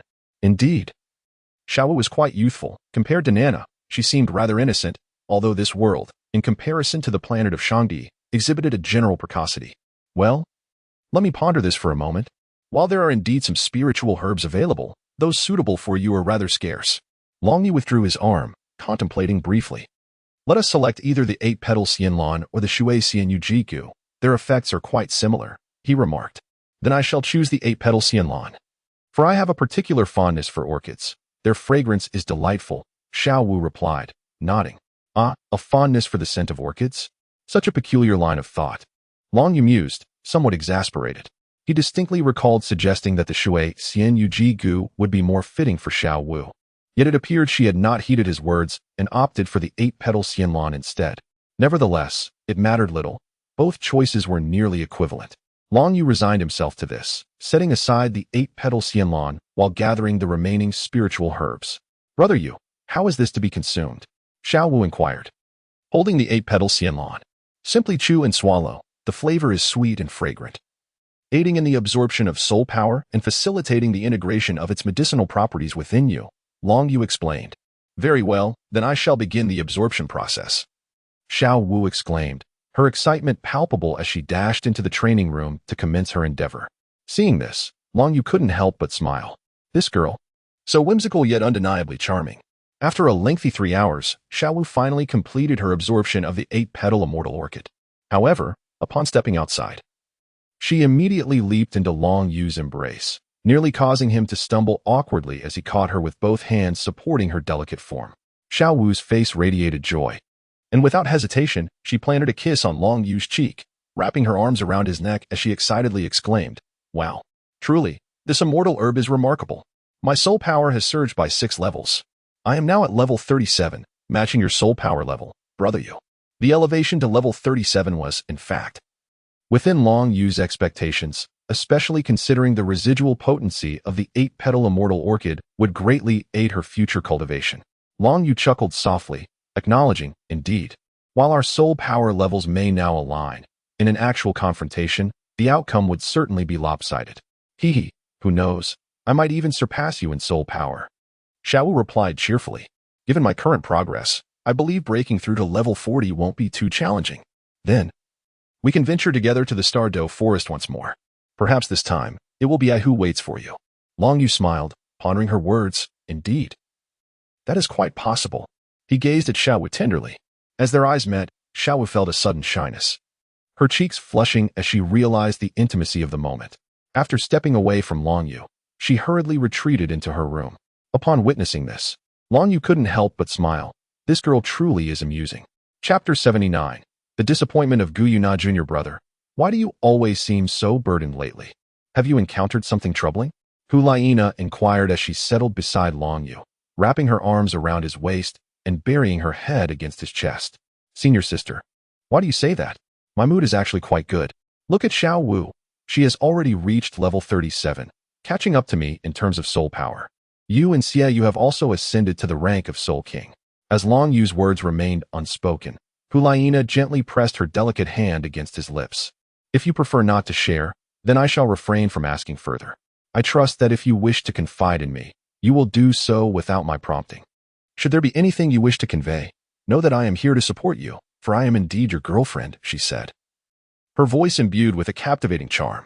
Although she was uncertain of the reasons behind her junior's demeanor, she was nonetheless considerate, demonstrating a keen sense of propriety. Sister, you are truly wonderful. Long Yu couldn't help but feel a surge of emotion, holding Hu Laina a little tighter. However, regarding the matter of Gu Yuna, he knew he could never divulge it, even to the current Hu Laina. Sister Na, I wonder what thoughts occupy your mind now. Sighing, he mused.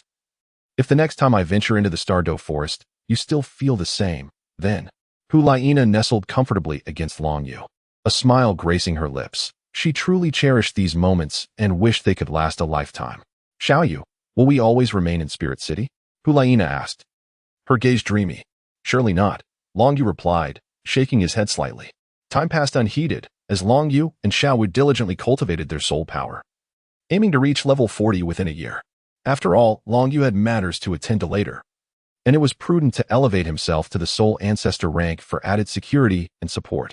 Though Bibi Dong and Hu Laina sensed that something was amiss with Long Yu and Xiao Wu upon their return, they chose not to pry, given their demeanor. For Long Yu, this way of life was indeed quite pleasant. Training, the intimacy shared with Hu Laina, the nuanced relationship with his mentor, and the playful banter with Xiao Wu. In the depths of the lake of life, a breathtaking silhouette sat alone on a stone bench, lost in thought, occasionally glancing at the silver gown hung nearby. This gown was a gift from the human world, bestowed upon him after his initial awakening of the martial spirit. Yet, he had always preferred the silver gown woven from his divine power, as it provided him with a greater sense of security. Now, gazing at the silver gown, Gu Yuna felt a profound ache within her heart, though she was unaware of the reasons behind her emotions. She had never existed in such a state before and was uncertain of how to proceed. Since that fateful day, even when she contemplated using the dragon god's core to heal her wounds, the tranquility of her thoughts was invariably disrupted by that voice, conjuring memories of their shared past, the laughter and promises, and that final gaze they exchanged. Xiao Yu, how are you faring now? But why must you entangle yourself with humanity? Why not choose the path I laid before you? Gu Yuna murmured to herself, gazing at the desolate surroundings. A profound sense of loss and sorrow enveloped her, as if a piece of her heart were missing, leaving her in discomfort. After a while, unable to endure any longer, Gu Yuna sighed deeply and vanished into the depths of the lake of life. Within the wooden cabin, Xiao Wu's mother smiled gently as she examined the bundles her daughter had sent. Upon opening a small box, she was pleasantly surprised to find an adorable little rabbit inside. Its appearance reminiscent of Xiao Wu's true form, the soft-boned, charming rabbit. However, her keen eye detected a playful glint in the creature's red eyes, evoking thoughts of her lively daughter, which brought a smile to her face. Suddenly, sensing another presence in the cabin, Xiao Wu's mother abruptly set down the little rabbit and turned respectfully, saying, "I greet you, my lord." Despite the near brush with danger during her last encounter, she felt compelled to treat Gu Yuna with utmost reverence. "Today, I have come to speak with you. There is no need for excessive tension or formality," Gu Yuna replied, slightly nodding as she settled beside Xiao Wu's mother. Uncertain of what her lord wished to discuss, Xiao Wu's mother quickly stood, saying, "I shall speak candidly." Seeing this, Gu Yuna inwardly sighed, but as the soul beast sovereign, she understood the necessity of maintaining a certain dignity and aura. Yielding to the situation, "Given that you are aware of the events that transpired that day, do you believe I was at fault, or was it Xiaoyu?" Gu Yuna inquired, knowing that among the myriad soul beasts of the Stardow Forest, only this individual could provide clarity, both in knowledge and emotional understanding. "I believe neither you nor the esteemed one have erred. Rather, it is merely a matter of misunderstanding," Xiao Wu's mother responded. "Please continue." "I am not inclined to react impulsively at present, so you may speak freely," Gu Yuna assured her with a nod. From the perspective of her position, bearing the weight of the entire soul beast race's fate, she had entrusted nearly all hope to the esteemed one. Her predecessors had always been confident in the esteemed one's ability to uphold their expectations in the human world. However, the intense reaction prompted by Xiao Wu's words revealed the profound bonds and responsibilities Gu Yuna held for the soul beast lineage. As she wished to avert any unfavorable developments, even if only in momentum. "Thus, I assert that my lord is not at fault. As the saying goes in the human realm, in one's position, one must fulfill one's duty. The sovereign is our esteemed leader. A fact I believe even you can acknowledge and comprehend. However, it is evident that you have not forgotten your mission and responsibilities. Xiao Wu has informed me that you have been diligently cultivating your abilities within the human realm, striving to enhance your strength. This is something the sovereign should not doubt, nor should such actions be taken. Now, you may ask, why did Xiao Yu choose to take a human woman related to the divine realm as a mentor? And why did he fall in love with her? How can I trust him after this? Gu Yuna has revealed the underlying truth. Chapter 80. I was wrong because you, too, are human, replied Xiao Wu's mother. Please elaborate. I will listen earnestly. Gu Yuna focused her thoughts and said, Firstly, the fact that you have chosen a human woman as your mentor does not imply that you have forgotten your responsibilities and duties. These two aspects are not mutually exclusive. They can, in fact, complement one another. Sovereign, consider this. For nearly 10 millennia, no one on this continent has ascended to the divine realm. Yet, your mentor in the human world possesses the potential to inherit divine legacy, highlighting her remarkable strength and talent. Thus, before you attain divinity, her guidance can offer you substantial support. We, as soul beasts, cannot match the prowess of true human paragons. Moreover, that woman commands the most formidable human faction in the current continent, providing you with the finest resources for cultivation. Your progress thus far is significantly attributed to her contributions. It is essential for both humans and soul beasts to recognize the importance of gratitude, a notion you, sovereign, should first acknowledge. As for her connection to the divine realm, it does not signify anything ominous. Had you disclosed your existence to your mentor, given the divine realm's ruthless tendencies, you would not be able to recuperate here in peace. Thus, such actions would be even more detrimental.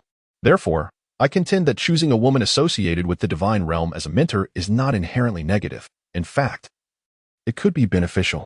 Whether in the early stages of your cultivation or as you approach divinity, I believe this choice holds merit. However, it seems you react so vehemently whenever the gods of the divine realm are mentioned, driven by a desire for vengeance. Yet, you seem to overlook that such actions do not equate to a betrayal of your expectations and trust. Xiao Wu's mother spoke slowly. Indeed, I was mistaken. My judgments were hasty. After hearing Xiao Wu's mother's words, Gu Yuna appeared contemplative, even admitting her fault, which startled Xiao Wu's mother, leaving her momentarily speechless. In her understanding, the sovereign is supreme, the dignified ruler of soul beasts. And now to hear such words from her own lips filled her with trepidation. Please continue, regarding Xiao Yu's affection for the human woman, Gu Yuna inquired. Her tone considerably softened. After all, the master is a tangible human being, possessing the full spectrum of human emotions. It is quite natural, as one matures, to develop affections for the women around him. The master is indeed a person with his own life and feelings, though burdened with great responsibilities. It does not imply that he is devoid of emotions. This does not conflict with the grand plans of the sovereign. The master is fully aware of his responsibilities. He is not merely an instrument. Xiao Wu's mother responded, affirming, he remains a human, not a mere tool. Yuna murmured, recalling how Xiao Yu had once expressed similar sentiments. Yet, in that moment, she had been unable to listen, consumed by the belief that Long Yu had betrayed her trust and the sacrifices made by the spirit beasts dedicated to him, descending into a state of irrationality.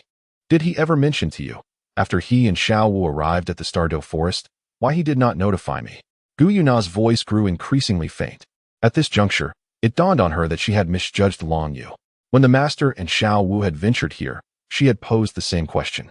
The master had replied that their return to the Stardew Forest was primarily to accompany Xiao Wu in acquiring her third spirit ring, and that he did not require the sovereign's assistance in obtaining his fourth.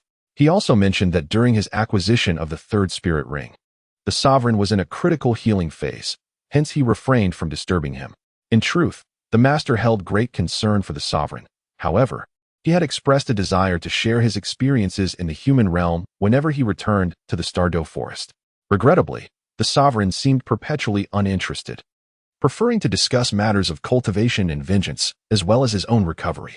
This might have been one of the reasons for the misunderstandings between the master and the sovereign. Perhaps the master felt that the sovereign regarded him merely as a tool, which had incited his earlier anger. Xiao Wu's mother remarked. Is that so? Why was I not informed back then? Gu Yuna said with complexity. She had previously believed that Xiao Yu was simply too timid to face her, only to discover that the truth was quite different. My sovereign, at that time, given your condition, I would not have dared to approach you. If you did not trust the master, how could you possibly trust us?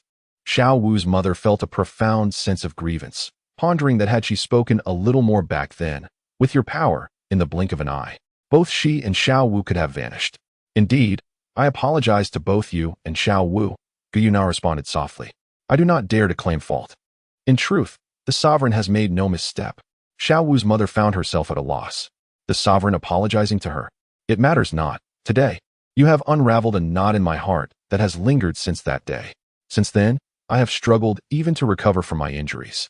My mind cluttered with other thoughts. Gaiwina spoke calmly. Perhaps it was after opening her heart that the soul beast sovereign, the Silver Dragon King, lowered her guard towards a mere 10,000-year-old soul beast. Has the master been thinking about the esteemed one? After that fateful day, the master would inadvertently recall the esteemed one. How do you know? Gaiwina asked in surprise. Perhaps this is what Xiao Wu once described as the affection found in human emotions. Constantly thinking of one another, wishing for each other's well-being, fearing disdain, loss, and loneliness, akin to the connection between the esteemed one and that human woman. After losing each other, it always felt as though something was amiss, Xiao Wu's mother gently remarked. This is what it means to like someone. Back then, Xiao Yu was unwilling to have his memories altered, even if it meant death, in order to protect the woman he cherished and his mentor. Gaiwina sighed. Among soul beasts, tales of sentiment were rare. They merely sought powerful partners for reproduction. Strength was paramount, and emotions were disregarded. Yet, upon reflection, Gaiwina seemed to grasp Xiao Yu's feelings from the past and the memories of the sacrifice made for the Blue Silver Emperor. It dawned on her that emotions could inspire such selfless sacrifices and protections. Now, it appeared that such feelings had emerged within her as well.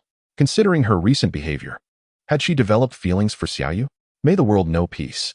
The author attended school today, but still has plenty of drafts, so updates will continue without interruption. Chapter 81, Affection? Has Xiao Yu ever shared any of his feelings towards me? Gaiwina inquired, her words laced with an unexpected blend of concern and anticipation. Xiao Wu's mother instantly understood the situation, realizing that this outcome might actually be the best. If the master wishes to know, why not ask the esteemed one directly? That would be far more meaningful, she suggested with a smile. From your perspective, what do you think? After hearing this, Gaiwina agreed that seeking out Xiao Yu herself would be most appropriate. If she could hear his words directly, it would be even better. In truth, every time the esteemed one returns, he yearns to share his experiences with you, which speaks volumes. Perhaps the act of sharing is the greatest romance of all. Moreover, I can sense that the esteemed one has long harbored feelings for the master. He simply has not voiced them. Given that the master has never focused on such matters, being solely devoted to restoring strength and revitalizing our clan, it is understandable that he has not noticed. From my perspective, the master and the esteemed one likely share mutual affection. It is merely the lack of communication that has led to this misunderstanding. Xiao Wu's mother remarked. Do you think I should go find Xiao Yu now to explain the situation? Will he be angry and not want to see me? After all, I did once declare my intention to kill Xiao Yu's teacher and the one he holds dear. Gu Yuna inquired, a hint of anxiety in her tone. Observing this demeanor, Xiao Wu's mother could not help but reflect on the nature of love, realizing that even a once mighty sovereign could exhibit such vulnerability. You must be grateful to me this time, my dear. Long Yu. This person can be dealt with. If there is a matter, it is indeed urgent. However, I understand the character of the dignitary. If it were regarding Xiao Wu, it is quite possible that matters would unfold this way. Yet, the dignitary's intellect is far more mature than that of the average person. He will comprehend the actions of the master. As for whether to explain the situation to the dignitary now, I believe it is prudent to wait a little longer, suggested Xiao Wu's mother. Xiao Wu Mom, you truly are a wonderful mother. TT, that's great, but why don't you suggest I go now? Wouldn't it be better to resolve things sooner? Yuna inquired.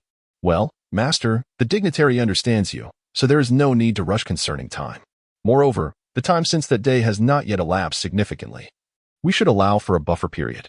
I propose that we wait until Xiao Wu and the dignitary return to the Stardow Forest once more.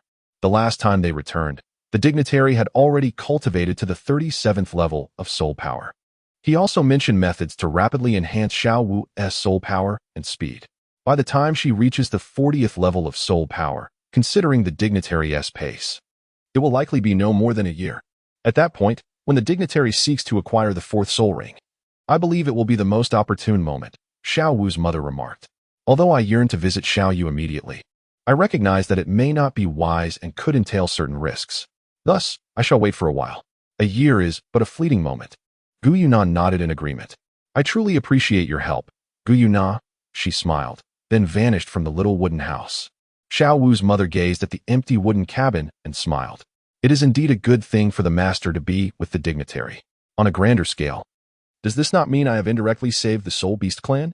Xiao Wu, since you have feelings for Xiao Yu, you must act swiftly. Such an exceptional child will inevitably attract more girls. Wait, is it inappropriate for me to say that? After all, Xiao Wu is not yet 11. Even though she has lived for several millennia. Xiao Wu's mother mused aloud while arranging the items Xiao Wu had given her. This girl certainly has her own preferences. Meanwhile, upon returning to the bottom of the life lake, Gu Yuna sat once more on the stone bench, wiping away her previous despondency and instead embracing anticipation and joy. So, this is what it feels like to be fond of someone? The emotions between humans are truly fascinating. Xiao Yu, you must return swiftly. I indeed overlooked you before. But I will listen to you attentively from now on. Gu Yuna gazed at the silver dress before her with a smile. Before that, should I prepare a surprise for Xiao Yu? Perhaps the previous blue-silver emperor? Contemplating, Gu Yuna became increasingly resolute in her decision. Since Xiao Yu had presented her with a gift, it was only fitting that she reciprocate. Although she was uncertain as to why Xiao Yu had exerted such considerable effort to assist the blue-silver emperor in its rapid growth, claiming to have his own intentions, the reasons were inconsequential. Moreover, it had been over 2 years since Xiao Yu had received the sacrificial offering from the Fire Dragon King, which was ample time for development. Without hesitation, Gu Yuna swiftly vanished into the depths of the Lake of Life. A portal of space materialized at the edge of the ice and fire duality, through which she emerged, her brow slightly furrowed at the sight before her. Previously, the powerful energies from the dragon souls of both the Water Dragon King and the Fire Dragon King had nurtured this land, allowing it to flourish with exotic flowers and plants, resplendent in their beauty.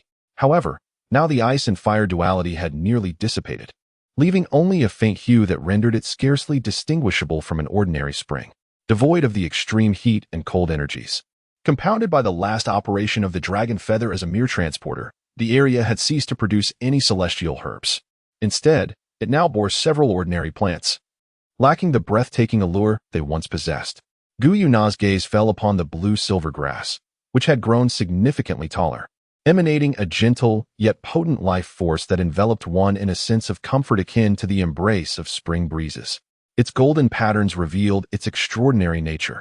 While much of the energy from the ice and fire duality had been consumed by the growth of this blue-silver emperor, upon sensing Gu Yuna's presence, the tendrils of the blue-silver emperor swayed gracefully, bowing its branches as if to pay homage to an emperor. Subordinate blue-silver emperor pays respects to the esteemed one. It uttered softly. Gu Yuna nodded slightly, acknowledging its progress. It appears you are nearly fully matured and ready to take shape, justifying the considerable effort we previously invested. Indeed, it is thanks to your and the Master's assistance that I can soon transform once more, the blue-silver emperor replied respectfully. I have come today to expedite your transformation. The ice and fire duality has nearly lost its efficacy. Remaining here serves little purpose. I shall lead you to another location. Gu Yuna stated with an air of calm authority. Yes, I am grateful for your guidance, esteemed one, the blue-silver emperor replied, bowing its head. With a ripple of spatial energy, Gu Yuna and the blue-silver emperor vanished from the ice and fire duality. Chapter 82. Can I reside together with my junior disciple? Time swiftly passes, and in the blink of an eye, more than half a year has elapsed. During this period, Long Yu and Xiao will have elevated their soul power from level 37 to level 40. However, Long Yu feels somewhat disheartened, as Xiao has indeed reached level 40 before him, which has filled the little girl with a sense of pride. This remarkable advantage is a result of the 8-petaled celestial herb, the immortal orchid, and such accelerated cultivation will persist for quite a while. The celestial herb is akin to a cheat. To be honest, Long Yu can't help but feel a twinge of envy. Yet, after consuming the autumn gaze elixir, his mental prowess saw a significant enhancement, though it bore no effect on his soul power, nor did it aid him subsequently. Junior brother, aren't you taking me along this time? Hulaina inquired eagerly. Senior sister, must you always be in such a rush? It's not as if you were meeting my parents, Long Yu replied, gently pressing down on Hulaina's head, somewhat speechless. Hiki, that's simply one do. After all, I am your first girlfriend. Moreover, you grew up alongside Xiaowu when you were just a little child. Meeting Xiaowu's mother is practically the same, isn't it? Hulaina chuckled. Enough with the nonsense, senior sister. You ought to dedicate more time to your cultivation. Just look at yourself. You have only advanced to level 52, having gained just one level of soul power. Even though you are currently at the Soul King stage, it shouldn't be this slow, Long Yu reassured her. Xiaoyu is right. Nana, you must exert more effort in your training. My expectation for you is to reach the Soul Emperor rank by the time of the Soul Master competition. The next competition is merely a little over 3 years away. If you fail to meet my expectations by then, it will be dire, Bibi Dong interjected. Look at your brother Xiaoyu. During this time, he has already progressed 2 levels of soul power, now at 53. Oh yes, teacher, I will strive to cultivate diligently. Upon hearing Bibi Dong's words, Hulaina nodded obediently, refraining from further comment. Despite the closeness that her junior brother has fostered between her and the teacher, and occasionally allowing herself to be a bit audacious, the reverence for her teacher remains deeply ingrained within her. Xiao Wu and Xiao Yu, you two, prepare to return promptly. The selection for participants from the Wuhuan Temple Academy for the Soul Master competition is about to commence, and it is time to begin our preparations. Bibi Dong addressed the two. I am not anxious. Rather, I am somewhat concerned for Xiao Wu. Once I advance to the Soul Zone rank, typical Soul Saints will no longer pose a challenge for me. Even those who have activated their martial souls, Long Yu remarked, gazing at Xiao Wu with a playful smile. You little girl, although our soul power levels are the same, our actual strengths differ significantly. Xiao Wu, well aware of Long Yu's meaning, let out a soft huff. Teacher, how will the Wuhuan Temple Academy team be selected this time? It won't solely be based on one-on-one battles, will it?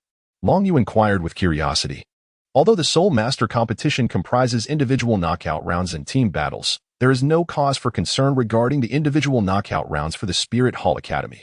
Setting aside the presence of both Xiaoyu and Hulaina, who were likely Soul Kings or even Soul Emperors, Long Yu himself possesses the capability to triumph over any 7-member team.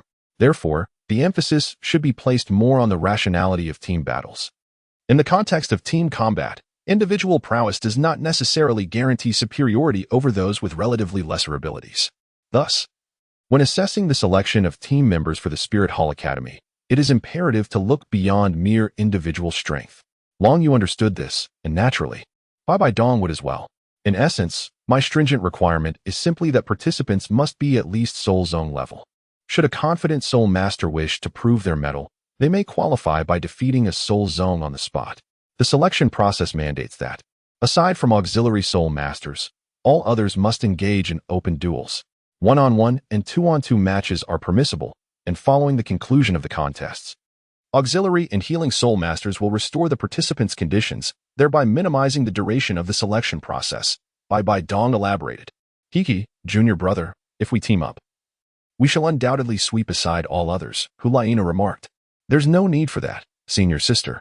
I will partner with Xiaowu for the 2-on-2 matches. As for you, it would be better for you to team up with Xieyu, Long Yu replied, waving his hand dismissively. Humph. Hulaina pouted at this, taken aback that he would not fight alongside his own girlfriend. Please don't wear that expression. I'm merely concerned for Xiaowu. She does not possess an assured victory in a 1-on-1 match, and if we form a duo, it would be rather unfair. It is more suitable for me to team up with Xiaowu, Long Yu explained. Even if Xiaowu advances to Soul Zone, she would only be at level 41 upon her return. It is uncertain how she would fare against other Soul Masters, particularly those specializing in control, he continued. What can we do then? Naturally, I will take the lead in guiding Xiaowu, he concluded. That does make sense, Hulaina replied, suppressing her laughter. This junior brother can be quite sardonic at times. Xiaowu chimed in. Today, brother you have already hurt my feelings twice. Do not say that, Xiaowu. You are already quite exceptional, Long Yu reassured her. Bai Dong observed Xiaowu's adorable expression, wanting to speak but struggling to find the right words. After all, Xiaowu's abilities were indeed the weakest among them. Humph. I no longer favor brother Yu. It's the crown prince who treats me better, Xiaowu murmured. Yet there were no signs of separation between her and Long Yu. All right, enough of the antics. Given the circumstances, I will make the necessary arrangements. Xiao Yu and Xiaowu shall depart tomorrow and return at the earliest opportunity. This time, I will not send anyone else to accompany and protect you. If the situation becomes dire, do not hesitate to utilize the contingency plan I have provided. Once activated, it should be capable of withstanding any adversary or spirit beast in the realm. Nevertheless, safety remains paramount, BB Dong stated. Yes, teacher, Long Yu nodded. The assertion that no one or spirit beast could withstand such power was indeed accurate, but it relied on the opportunity for its use. Should they encounter an enemy too formidable to resist, they might fall before they had a chance to act. Fortunately, with Gu Yuna's protective charm, there was little cause for concern. However, the existence of Gu Yuna remained a secret that could not yet be disclosed to BB Dong and Hulaina. Prepare yourselves and return swiftly. BB Dong waved her hand, prompting the two to head back to their quarters. BB Dong was not overly concerned for their safety. With the assurance she had provided, along with Xiao Yu's capabilities, their well-being was likely secure. Enough of this longing, Nana. Once the selection of the Wuhuan Temple Academy team concludes, as long as Xiao Yu and Xiaowu consent, you may move in with Xiao Yu, BB Dong remarked. Observing Hulaina, who stared vacantly in the direction Long Yu had departed. Really, teacher? That would be wonderful. Hulaina exclaimed with delight. Truly. A young woman cannot be kept at home, and Xiao Yu is barely 11, BB Dong replied, somewhat exasperated, yet she accepted their youthful exuberance. Nana was now of age, and she believed Xiao Yu would be capable of managing himself. Chapter 83. I like you. Xiao Yu, after bidding farewell to Hulaina, Long Yu, accompanied by Xiaowu, set off once more towards the Stardo forest. On the carriage, Xiaowu appeared somewhat dazed, a blend of fear and worry clouding her expression as she frequently glanced out the window, her hands fidgeting in search of comfort. Xiaowu, what troubles you? You don't seem pleased about retrieving the fourth spirit ring and meeting Aunt, Long Yu inquired. Brother Yu, it's not that I am unhappy about that. Rather, I am concerned about the last incident. I wonder how our master is faring now, Xiaowu sighed. Rest assured, Xiaowu, time has passed, and Sister Na has not caused any disturbances. Everything should be fine. Moreover, I have never held you responsible for what transpired. You merely stated the facts. And I harbor no ill will towards Sister Na because of it. Long Yu comforted, expressing that he indeed harbored some concerns regarding this matter initially. What if Gu Na, in a fit of rage, sought to harm his senior sister and teacher? He pondered what course of action he would take in such a dire situation. Fortunately, as time has elapsed, it seems that the issue may have resolved itself. Perhaps Gu Na has found clarity. Brother Yu, It is essential that we communicate more with our leader when the opportunity arises. As this matter pertains not only to us, but also to the fates of countless soul beasts, Xiaowu nodded in agreement. Yet, the worry in her eyes remained palpable. Long Yu felt helpless, not just Xiaowu, but even he could not ascertain Na Er's current disposition towards him. He could only speculate that her attitude had improved significantly.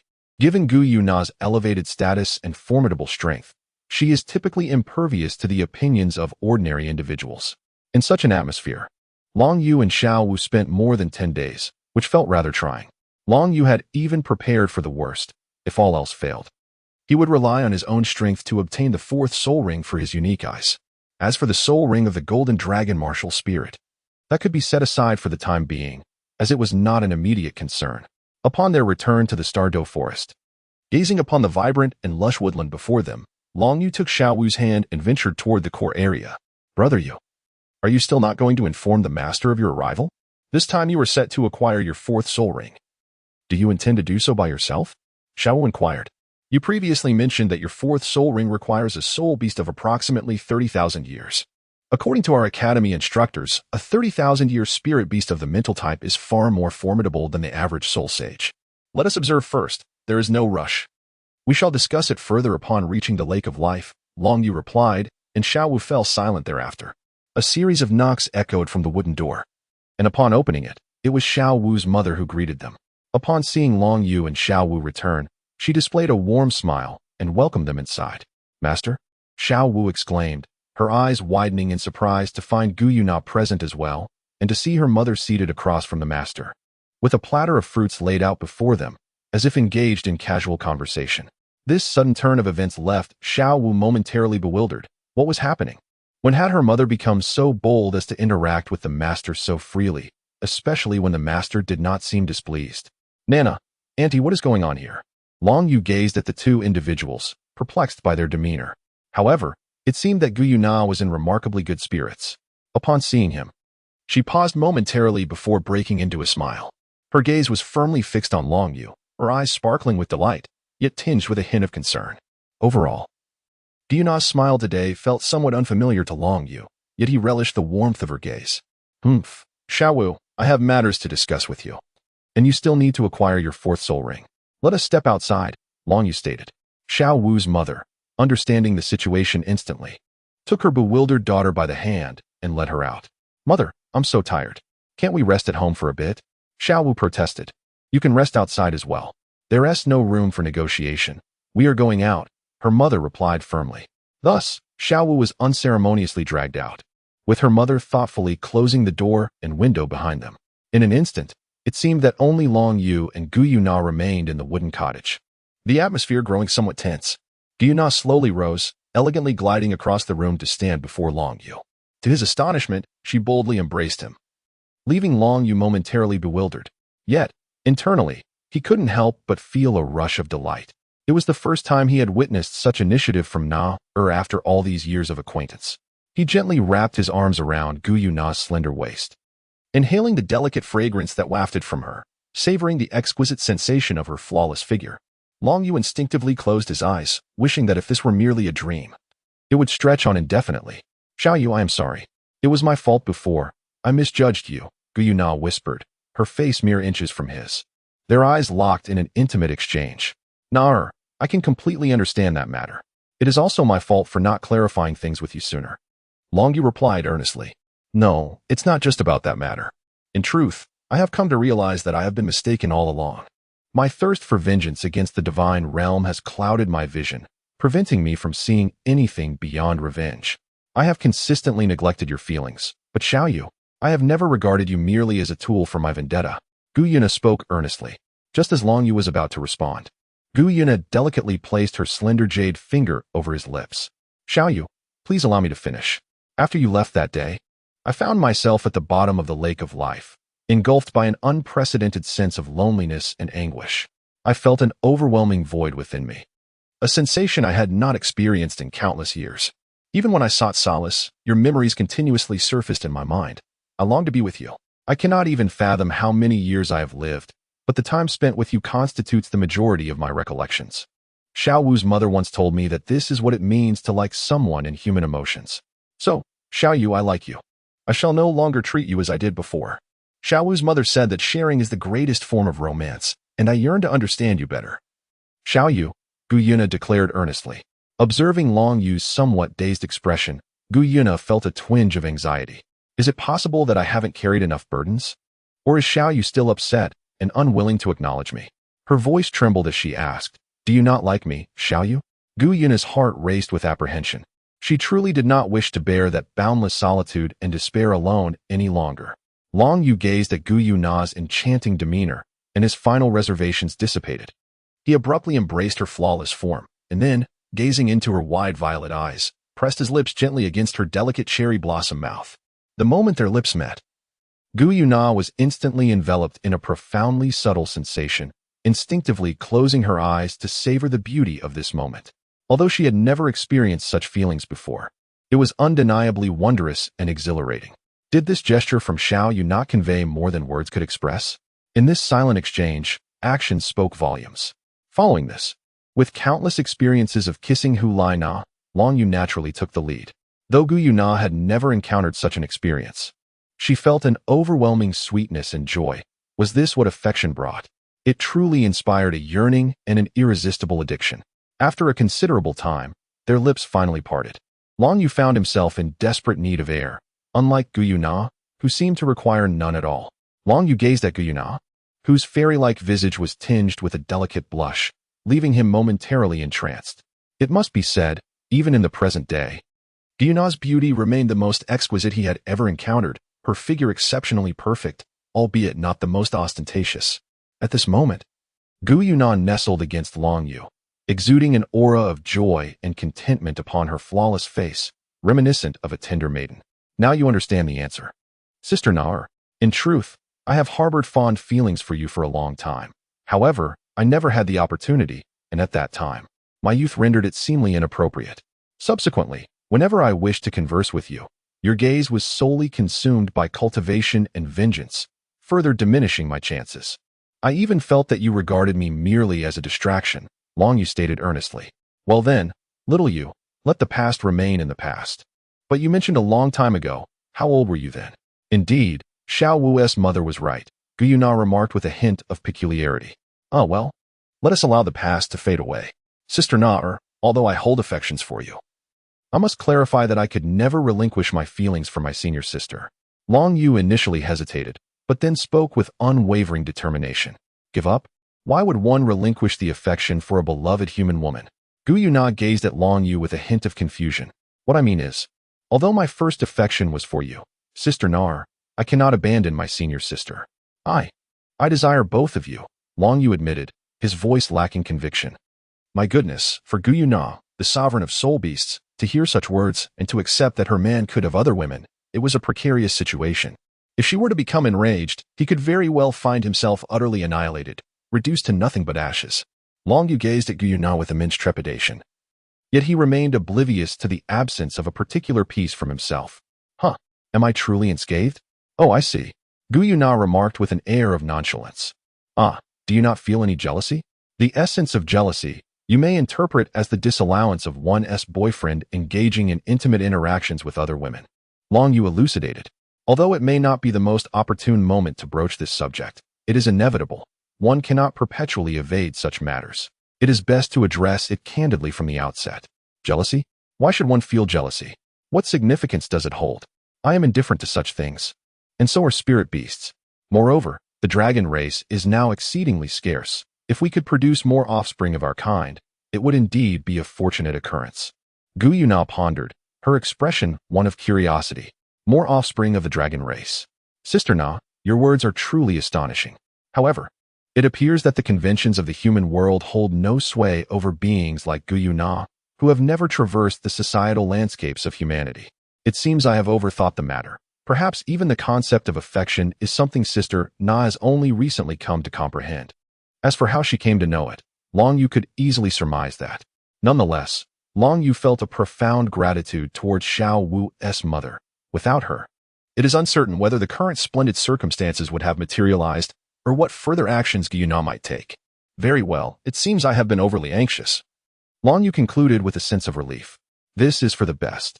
Otherwise, The one who would face hardship would indeed be myself. Ah, Xiaoyu, aside from that, I have brought you a surprise, Gu Yuna smiled. What surprise? Oh, I also have a gift for you. I was concerned that it might not be suitable, but now it appears to be quite appropriate. As Long Yu spoke, he released Gu Yuna, retrieving a necklace from his storage soul guide.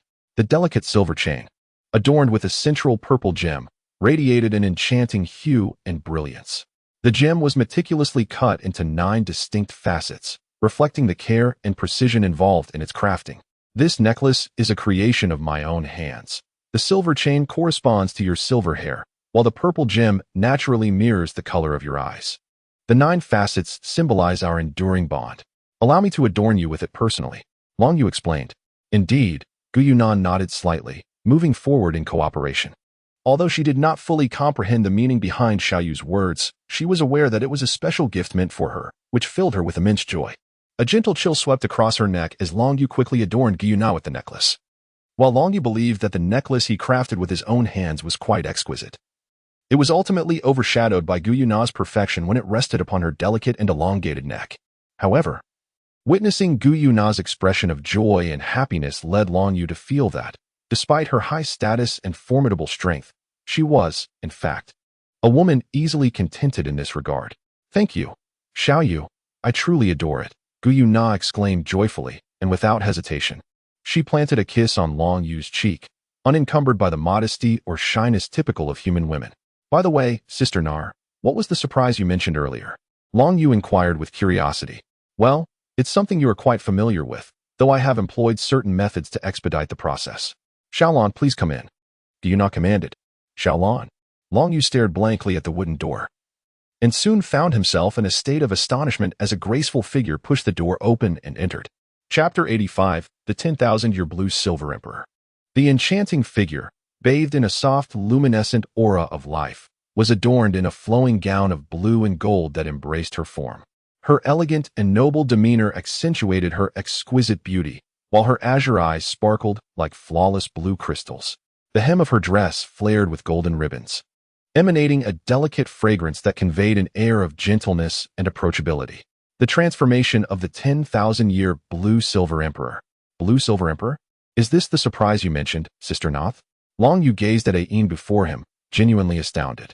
Although the manifestation of the Blue Silver Emperor now appeared to be in her 30s, she remained exceptionally beautiful. I deliberately brought Xiaolan out from the ice and fire Yin Yang to accelerate her growth. During this period, she will be able to take on a human form. Although the Blue Silver Emperor's second transformation was hastened by considerable external forces, her physical appearance remained unchanged.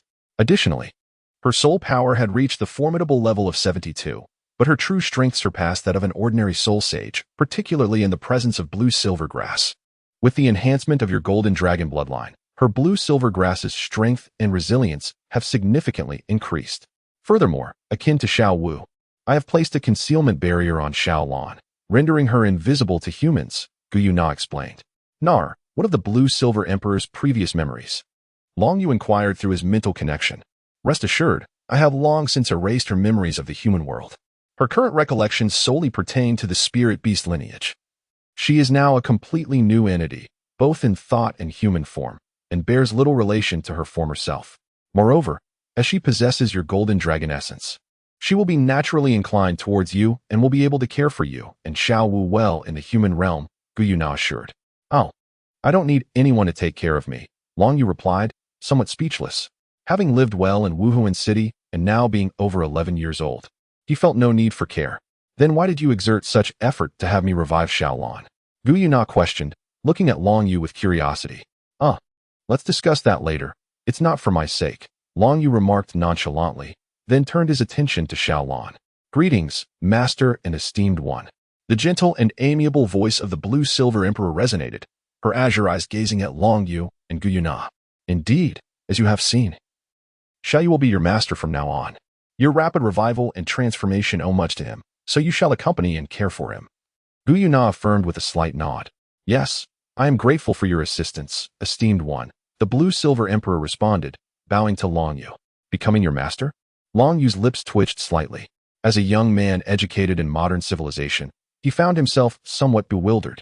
Does the Esteemed One find fault with her subordinate? The blue-silver emperor gazed at Long Yu with a hint of grievance, unsure of what she had done wrong. That is not it. All right. Just stay by my side from now on. Long Yu shrugged in resignation. Let us take it one step at a time. Nar, I have now cultivated to level 40. It is time for me to acquire my 4th spirit ring. Long Yu shifted the conversation to serious matters. To be honest, he was quite uncertain about how to face Lanyin Huang, especially considering she was once Tang San's mother. Reflecting on it now, he felt somewhat foolish. Well then, please share your requirements for the 4th soul ring and the selection of the Dragon King for the Golden Dragon martial spirit. Upon mentioning cultivation, Yuntao adopted a much more serious demeanor. While emotions were undoubtedly significant, one must never forget their mission and responsibilities, which remain paramount. My 4th soul ring requires a spirit beast of approximately 30,000 years in the mental category. As for other requirements, I have little else. For my Golden Dragon martial spirit, I have chosen the Wind Dragon King as my 3rd soul ring, Long Yu stated. 30,000 years of a mental spirit beast? Yuntao pondered for a moment.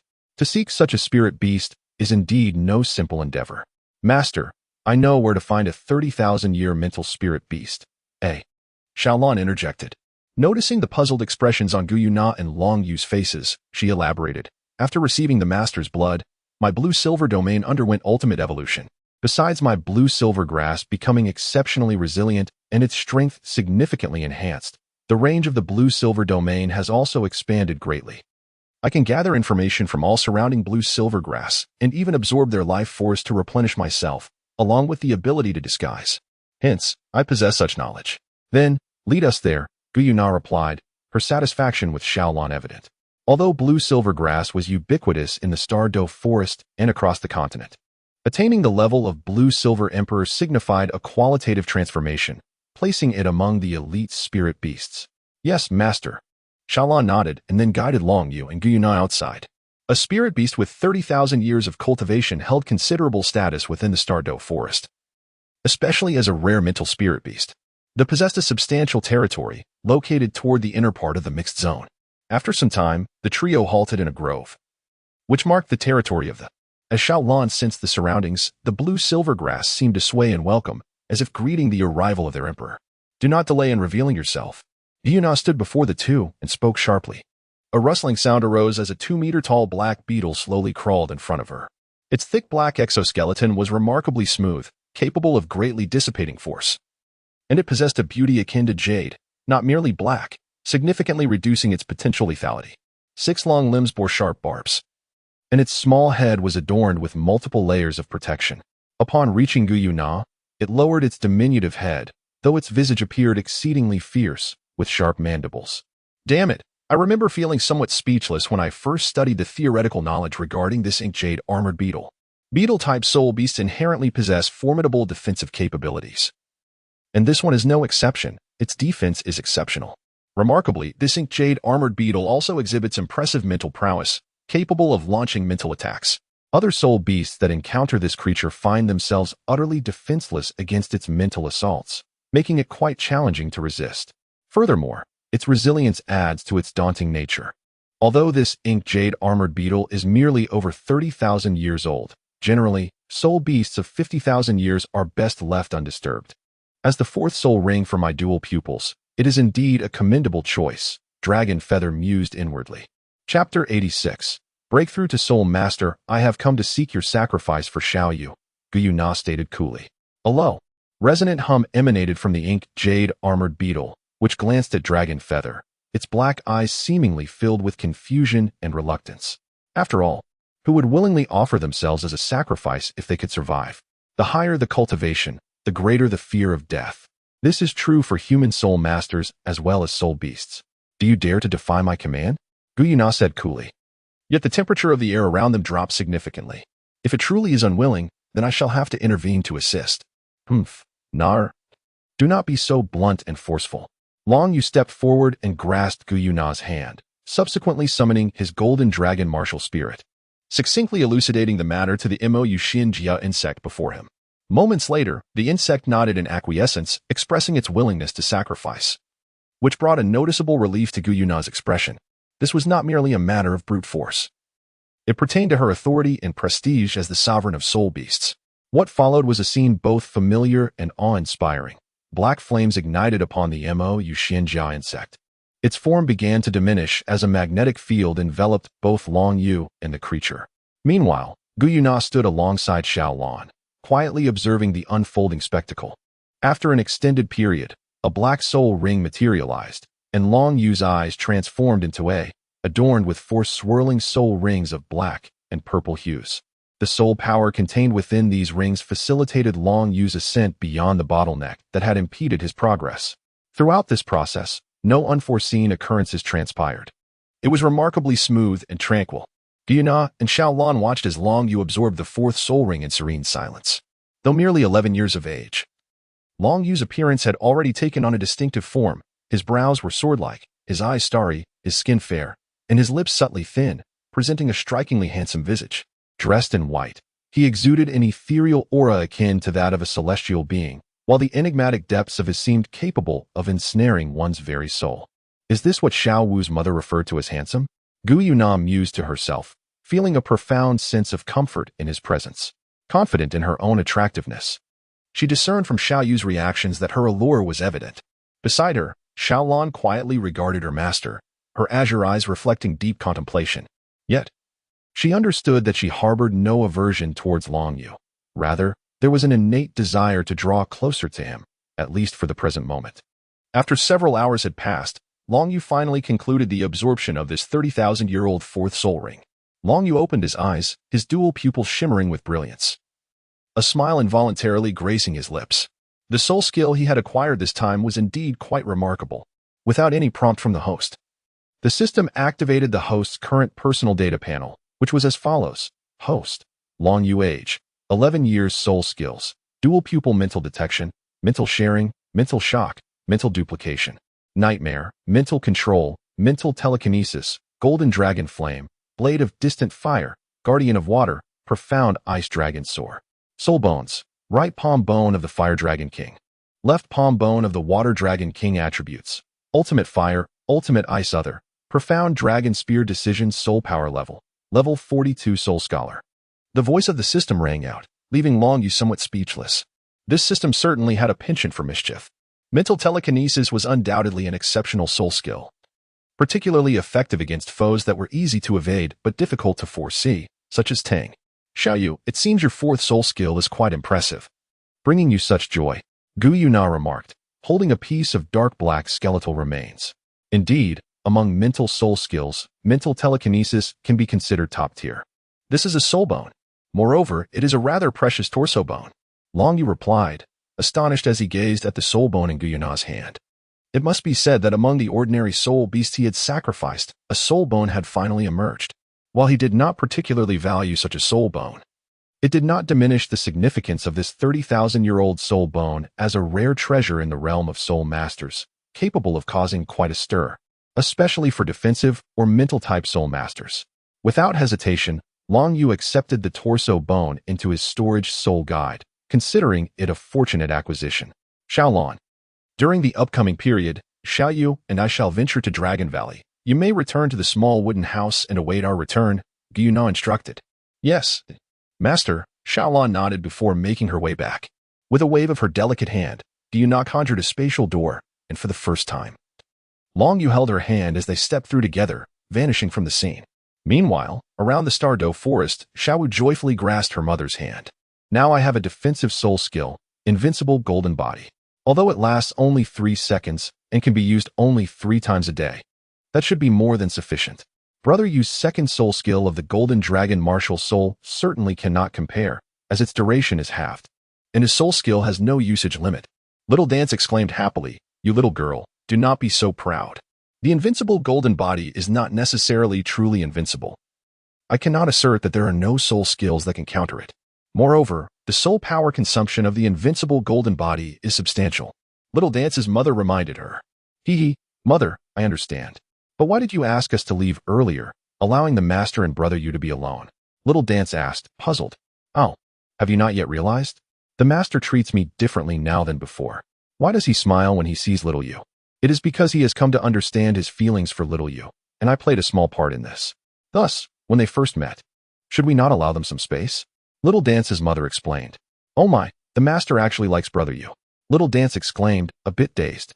In her eyes, the master had always regarded the responsibilities and missions of being the soul beast sovereign as paramount, and she believed that nothing else could influence him. What should she do now? If even the master has feelings for little Yu, it seems the cards have been laid on the table. Should she compete for the master's affection? The thought was exhilarating. Little Dance, your choice of words is quite amusing, her mother chuckled, causing Little Dance's cheeks to flush, as if her little secret had been uncovered. Mother, I truly do like Brother Yu and rely on him. I do not even know when it started. Perhaps it was a matter of time before I fell for him. He is so handsome, gentle, talented, and powerful, and he cares for me so tenderly. It is truly hard not to like him. But mother, now that the master is likely with Brother Yu, I fear I cannot. Little Dance confessed, appearing somewhat at a loss. Silly girl, if you like him, then pursue him. What is there to hesitate about? Her mother encouraged. But mother, what if the master? Little Dance hesitated. Do not worry, I would not advise you without considering this. The master will not be concerned about such matters. In fact, he may even wish for little Yu to have children sooner rather than later, her mother stated. Does the master have no possessiveness at all? Little Dance was bewildered. One cannot view the master through a human lens. He has not integrated into human society, her mother replied. Does that mean I still have a chance? The early bird catches the worm. Go for it, Little Dance. Xiaowu quietly encouraged herself, and her steps on the way back became noticeably quicker. Chapter 87. The Wind Dragon King's Sacrifice.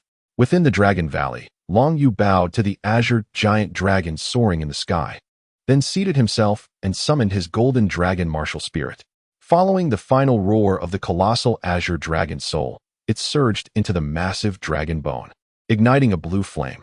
The enormous skeleton rapidly shrank, and its energy continuously coalesced.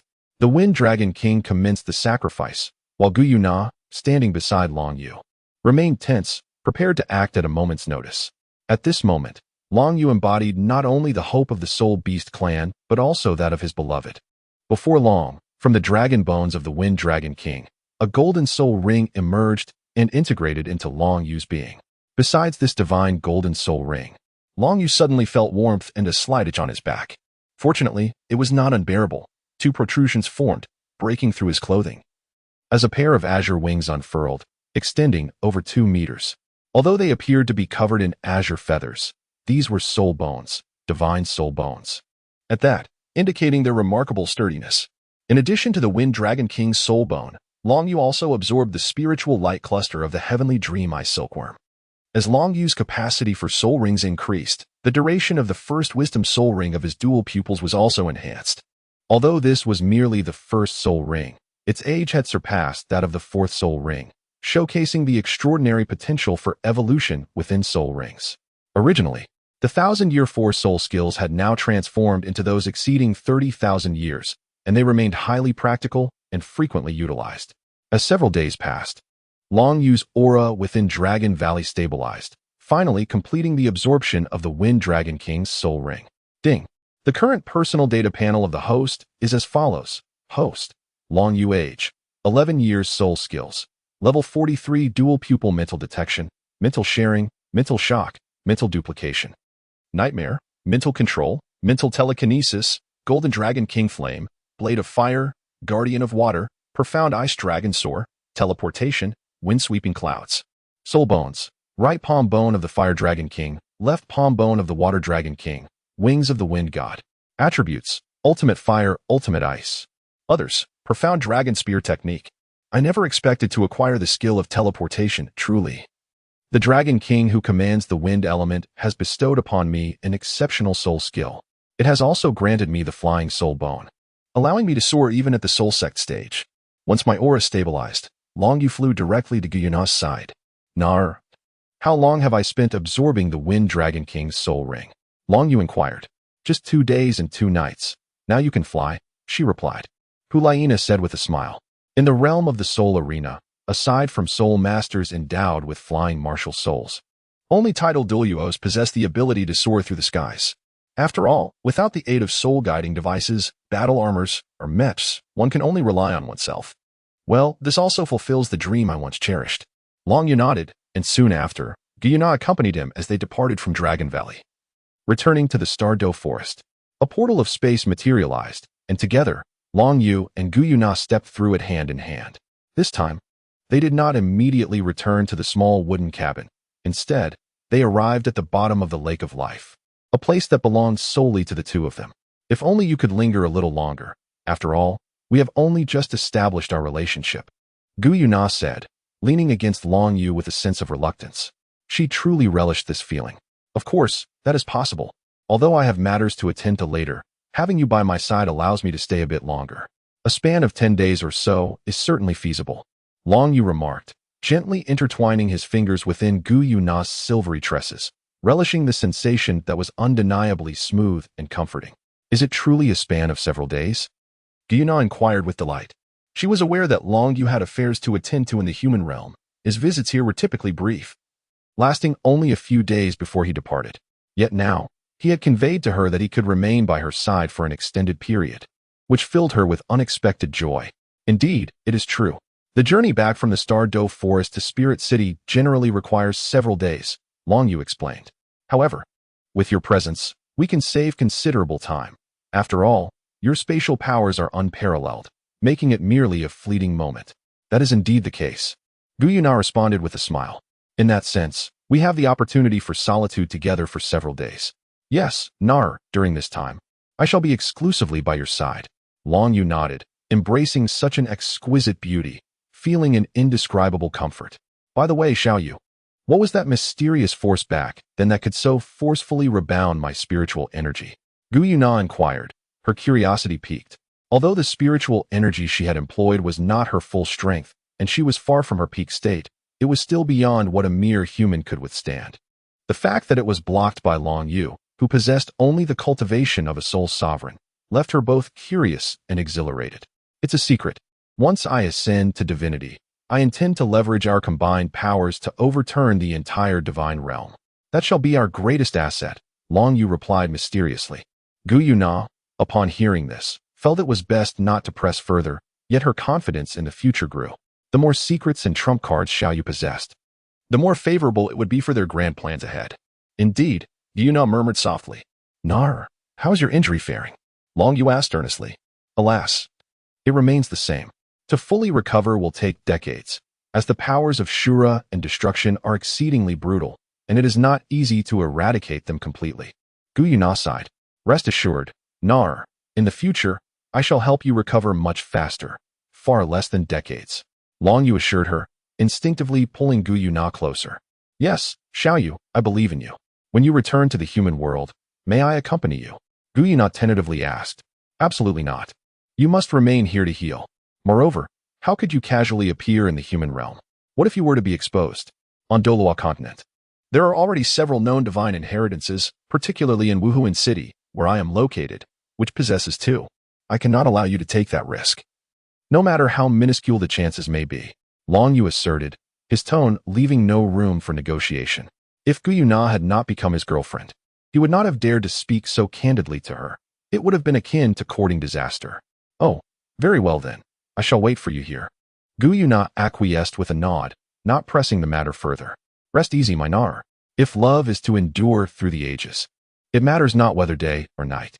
Our future together is still long, and for now, we strive for the beautiful destiny that awaits us. Long Yu gently stroked Gu Yuna's head, gazing at her unparalleled beauty, which revealed a hint of confusion. Unable to resist, Long Yu leaned down and kissed her. Chapter 88. Integrity reduced to simplicity. Initially, Long Yu harbored some concerns that he and Gu Yuna would find themselves bored at the bottom of the Lake of Life. However, he soon realized that such apprehensions were unfounded. The passage of these several days had not brought him any sense of monotony. Throughout this period, Long Yu and Gu Yuna shared numerous stories about his life in the human realm, including tales of his teacher, Bibi Dong, and his senior sister. Gu Yuna proved to be an exceptional listener, maintaining an unwavering focus. As time progressed, even moments spent in silence, simply gazing at one another, became profoundly intriguing. Their enjoyment stemmed not from the occurrence of amusing events, but rather from the presence of each other. With your companionship, everything gained vibrancy, and through your existence, all that I do found its purpose. Long Yu, Nana. Of course, some amusing events transpired. One evening, upon concluding his meditation and opening his eyes, Long Yu found himself utterly transfixed by the sight before him. The ethereal Gu Yuna, clad in a simple white nightgown, showcased her flawless, golden ratio figure. Her porcelain skin emanated a faint, luminous glow, reminiscent of jade. Her celestial visage bore no imperfections. Silvery tresses cascaded effortlessly over her shoulders, as if she had just emerged from a refreshing bath, enveloping Gu Yuna in an aura of hazy beauty. Glistening droplets slid down her crystalline hair, while her slightly parted, scarlet lips exuded an enchanting fragrance. The purity of her beauty was akin to a lotus emerging from clear waters, untouched and unadorned. In a secluded valley resided an unparalleled beauty, whose exquisite charm was unmatched, and whose fragrance lingered in the air. Nana, what is this? Long Yu struggled to suppress his natural reaction, forcing himself to speak. Goodness, what are you up to? Are you testing my resolve? What leader could withstand such a trial? Here I am, a person of integrity, left with nothing but straightforwardness. The rest is debatable. Nothing much, Gu Yuna replied. Noticing the blush that crept across Long Yu's handsome face, finding it somewhat amusing yet immensely gratifying, it was evident that she still held a potent allure over him. So today, let's proceed with this matter, shall we? With that, Gu Yuna approached Long Yu, pressing herself against him. Long Yu felt as though his inner cosmos was on the verge of explosion, yet he managed to suppress his impulses. At this juncture, how could he remain oblivious to Gu Yuna's intentions? Nar, are you not a tad too impatient? I am but a child, Long Yu stammered, struggling to swallow his words. Xiao Yu, how can you betray your own desires with such utterances? I can sense your exhilaration, your heart racing, Gu Yuna remarked. Though your age is tender, your body has fully matured, and we are capable of procreation. Let us strive diligently to hasten the arrival of our offspring. With the formidable bloodlines of the Golden Dragon and myself, conceiving progeny is no trivial matter, she asserted, her tone brimming with certainty. Nar, it is not as you perceive, Long Yu replied hoarsely, feeling the weight of her gentle push. In such a situation, what man would not feel a surge of excitement? His heart racing? Unless, of course, he is not a man at all. Even the most composed would falter. Consider this, should you truly conceive our child. Your pregnancy would significantly affect your ability to recover and engage in future divine battles. I cannot permit that, he continued. Moreover, you are still injured. And this is hardly advisable. At my current age, such matters are far too premature for me to grasp. It would be prudent to wait until I am older. You make a fair point, Xiao Yu, Gu Yuna conceded. However, you are mistaken on one account. With your current strength, you cannot impact my injuries. Then we shall defer this discussion until you mature. There is no rush, she affirmed, albeit her words caused Long Yu to feel a pang of exasperation. Are you questioning my abilities, Nana? Do not push your luck, he retorted, resignedly embracing Gu Yuna as they drifted into slumber, genuinely just sleeping. For the past several days, this was how they spent their time together. Yet, as Long Yu held such a breathtaking beauty in his arms, sleep eluded him, and he felt a tormenting restlessness. The following morning, Gu Yuna awoke from Long Yu's embrace, raising her head to find him appearing as though he had suffered from insomnia. What is it, Xiao Yu? You look as if you did not sleep well last night, she inquired. At her words, Long Yu's lips twitched. It was only natural to be sleepless. He rose to dress without further comment. Gu Yuna, seemingly aware of something, wore a subtle smile. Soon, both were dressed, gazing at one another with reluctance. Can we delay our return for a few more days? Gu Yuna whispered as she embraced Long Yu. Nar, we have already lingered here for quite some time. If we do not return soon, our teacher and senior sisters will surely grow concerned. Long Yu sighed. Very well, however. Just as Gu Yuna was about to articulate her thoughts, Long Yu sealed her lips with his own, and she surrendered to the moment, her violet eyes reflecting her enjoyment as she reciprocated. After so many kisses, Gu Yuna had grown accustomed to the rhythm, no longer merely a passive participant. Her engagement made the experience all the more pleasurable and intense for Long Yu. After a considerable time, they finally parted, gazing at each other with deep affection. Nevertheless, they departed from that place and returned to the surface. Xiao Wu, we are heading back, they declared. Long Yu observed the scene outside the wooden cottage where Xiao Wu, her mother, and Xiao Lan basked in the sunlight. The trio reclined on chairs resembling hanging baskets, evoking the image of elderly individuals enjoying the winter sun. Upon seeing Gu Yuna, the three rose respectfully, having awaited her presence for over 10 days, eagerly anticipating the arrival of their companions. It seems you have formed a delightful camaraderie. Today marks your return, Gu Yuna remarked with a slight nod. In the presence of Xiao Yu, she could adopt a more feminine demeanor. Yet she was compelled to maintain the dignity and authority befitting the ruler of soul beasts in front of her subordinates. I shall escort you to Spirit City, Xiaoyu. Xiao Wu, Xiao Lan. Let us proceed, Yuntao declared, gesturing gracefully. A portal to another realm materialized, and after bidding farewell to her mother, Xiao Wu followed the trio into the gateway, vanishing from the Stardow forest. Xiao Wu's mother, witnessing the sudden emptiness, could not help but smile.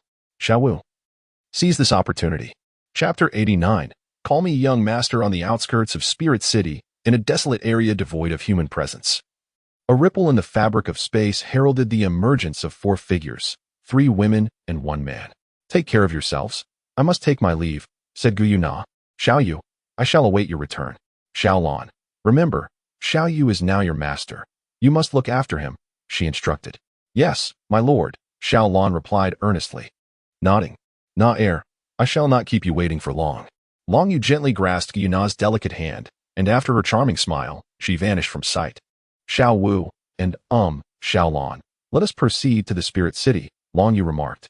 Observing the current blue-silver empress and feeling somewhat awkward and peculiar using that name, he contemplated finding an alternative title. If Xiao Lan referred to herself as my lord in the human realm, the imagery would undoubtedly seem strange and discordant, not to mention difficult to explain, especially with such a beautiful and gentle servant. He was certainly not a decadent and corrupt noble. Well, Xiao Lan, I shall call you that from now on, and you need not refer to me as anything so formal. It feels rather odd. You may simply address me as young master, Long Yu stated. How can that be? This was the master's explicit instruction. Do you disdain Xiao Lan? The blue-silver empress looked at Long Yu with a hint of grievance. Do not overthink it. There is no disdain. Although your strength may not be exceedingly formidable, that is not your primary role, Long Yu replied, somewhat exasperated. The reason I wish for you to call me young master is to provide a more suitable explanation of your status beside me in the eyes of others, and personally. I prefer such a title. Let it be settled then. From now on, you shall call me young master, and refrain from my lord, he concluded. Understood, young master, Xiao Lan nodded, conceding without further insistence. It pleased her that the title felt more intimate than my lord, and her only concern was the possibility of the master being displeased. However, since the master seemed to favor the title young master, there should be no issue. Xiao Wu, Xiao Lan, let us be on our way, Long Yu affirmed, leading the 2 women toward the Spirit City. Along the journey, the trio attracted considerable attention from many soul masters, garnering high rates of admiration. Besides Long Yu and Xiao Wu's exceptional talents, achieving the rank of soul master at such a young age, their striking appearances played a significant role. Long Yu, self-proclaimed as the 2nd most handsome man in the Douluo Continent, naturally left little to be desired, while the first was undoubtedly the esteemed readers of the original work. Xiao Wu possessed an alluringly tall figure complemented by captivating long legs, exuding a vivacious charm, her physique still in its early development. On the other hand, Xiao Lan exhibited a gentle elegance, her beautiful and graceful demeanor radiating a strong sense of approachability. With such strikingly handsome men and beautiful women, not to mention gifted soul masters, it was only natural that they turned heads. Nevertheless, no one dared harbor ill intentions, as many in the Spirit City recognized the identities of Long Yu and Xiao Wu. After all, these 2 were frequent visitors in the Spirit City, considered regular patrons. They were closely associated with Her Holiness, the Pope of the Spirit Hall, who would dare to provoke them. Soon, Long Yu and his companions arrived at the Central Spirit Hall. While Long Yu and Xiao Wu were quite accustomed to the surroundings, Xiao Lan, on the other hand, gazed in wonder at everything around her, feeling an overwhelming sense of novelty. Although she could not quite comprehend why, it seemed as though she had visited a place reminiscent of this before, albeit far less splendid. Long Yu sensed Xiao Lan's unease and promptly quickened his pace, while Xiao Wu eagerly took on the role of a guide, introducing the fundamental aspects of the Spirit City to Xiao Lan. After a series of stops and starts, the trio finally arrived at the Spirit Hall. Noticing Xiao Lan's tension, Long Yu gently patted her shoulder, offering a reassuring smile that conveyed his presence and the assurance that everything would be handled with care. Long Yu, Xiao Wu, the Pope has issued a directive. Upon your return, you are to proceed to the Pope's hall without delay. One of the guarding knights inquired with a hint of suspicion and vigilance in his gaze toward Xiao Lan. I understand. We shall make our way to the Pope's hall immediately. As for this individual beside me, she has been entrusted by my family to accompany us during our return. Long Yu clarified. The knight appeared somewhat conflicted, as his duty was to safeguard the spirit hall, and allowing a stranger entry, even as a companion of the Pope's disciple, posed a significant dilemma. Should any misfortune befall them, he would surely face dire consequences. Rest assured, there will be no issues. I will vouch for her, and I shall communicate with my teacher regarding this matter, Long Yu assured him. Long Yu remarked, subsequently leading Xiao Wu and Xiao Lan towards the papal palace. The guardian knights beside them seemed poised to speak, yet refrained from doing so, choosing instead to accompany the trio. After all, they were with Long Yu and Xiao Wu. And although the young woman's strength was commendable, a soul sage's prowess could hardly stir significant waves within the martial soul city. Offending Long Yu over this matter would yield unfavorable consequences, as they were well aware of the current Pope's high regard for him. Indeed, many high-ranking officials within the martial soul hall regarded Long Yu as the next Pope, although he did not yet hold the title of the hall's saint. It was merely a matter of time. Young master, the guards here are exceptionally vigilant, and even the sentinels are at the soul sect level. What a grand display. Xiaolan whispered. Xiaolan, you will gradually acclimatize to this. For this place is revered as the sanctum of soul masters across the continent, and serves as the stronghold of the martial soul hall. It is not peculiar. Long Yu replied with a smile. Xiaolan nodded silently, trailing behind the two. Soon, the trio entered the majestic papal palace. In a departure from the past, Hu Laina stood beside Bibi Dong, seemingly replacing Long Yu's previous position as her companion. Upon seeing Long Yu and his companions, Hu Laina was overcome with joy. She nearly rose to greet them, but, noticing her teacher beside her and the sanctity of the papal palace, she restrained herself, casting a fervent gaze towards Long Yu to convey her longing. Teacher, we have returned, Long Yu announced, as if summoning attention. Indeed, you have returned, at level 43, commendable. Bibi Dong remarked, lifting her head to glance at Long Yu and his companions with a measured tone. Who is the young woman beside you? Bibi Dong inquired, her gaze fixed on Xiao Lan with curiosity. A level 72 soul sage? How did she come to be in the company of Xiao Yu and Xiao Wu? Is she perhaps a relative of Xiao Wu? Chapter 90. Arrangements Martial Soul City. Teacher, she is Xiao Lan, a family member of Xiao Wu. When we returned to Xiao Wu's home, her mother sent Xiao Lan to look after us, Long Yu explained. Greetings, Your Holiness, Xiao Lan said as per Long Yu's introduction. Though her gaze remained unwavering towards Bibi Dong, unaffected by the formidable aura and authority that had accumulated over the years. After all, Xiao Lan was the blue-silver empress.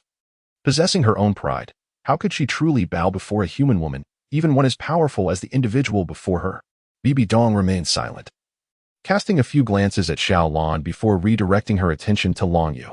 However, Long Yu could sense a peculiar, even disdainful look in his teacher's eyes. Alas, I hope the teacher does not harbor any misconceptions about me, since I am here with Xiao Yu and Xiao Wu. I have no objections to allowing a soul sage to attend to your needs. It appears Xiwu's family possesses considerable prowess, Bibi Dong remarked calmly. Well, it is manageable, I suppose. Teacher, if there are no further matters, I shall take Xiaolan and Xiao Wu back now, Long Yu quickly interjected. Very well, you may proceed with your arrangements. Xiao Yu, where do you intend for Xiaolan to reside? Bibi Dong continued. Long Yu exhibited a slight stutter as he contemplated the living arrangements at the teacher's residence, which comprised merely 3 buildings. One belonged to the teacher, another to a senior sister, and the third was a shared room for himself and Xiao Wu. The sudden addition of another person indeed posed a challenge in terms of accommodation. However, given Xiao Lan's unique status and her remarkable appearance and demeanor, it was prudent to keep her in close proximity to avoid any potential complications. Yet, under the persistent hints from his senior sister, Long Yu ultimately suggested, Teacher, why not allow Xiao Lan to occupy my original room while I relocate to my senior sister's place? What do you think? You intend to move in with Nana? Bibi Dong's delicate brows furrowed as she turned to Hu Laina, observing Hu Laina's excitement and joy and recalling her prior promise to Nana. Bibi Dong felt her own actions were somewhat unnecessary. You two can sort it out yourselves. As long as Nana is content, that suffices. She decided to refrain from meddling in such trivial matters. By the way, let us dine together this evening.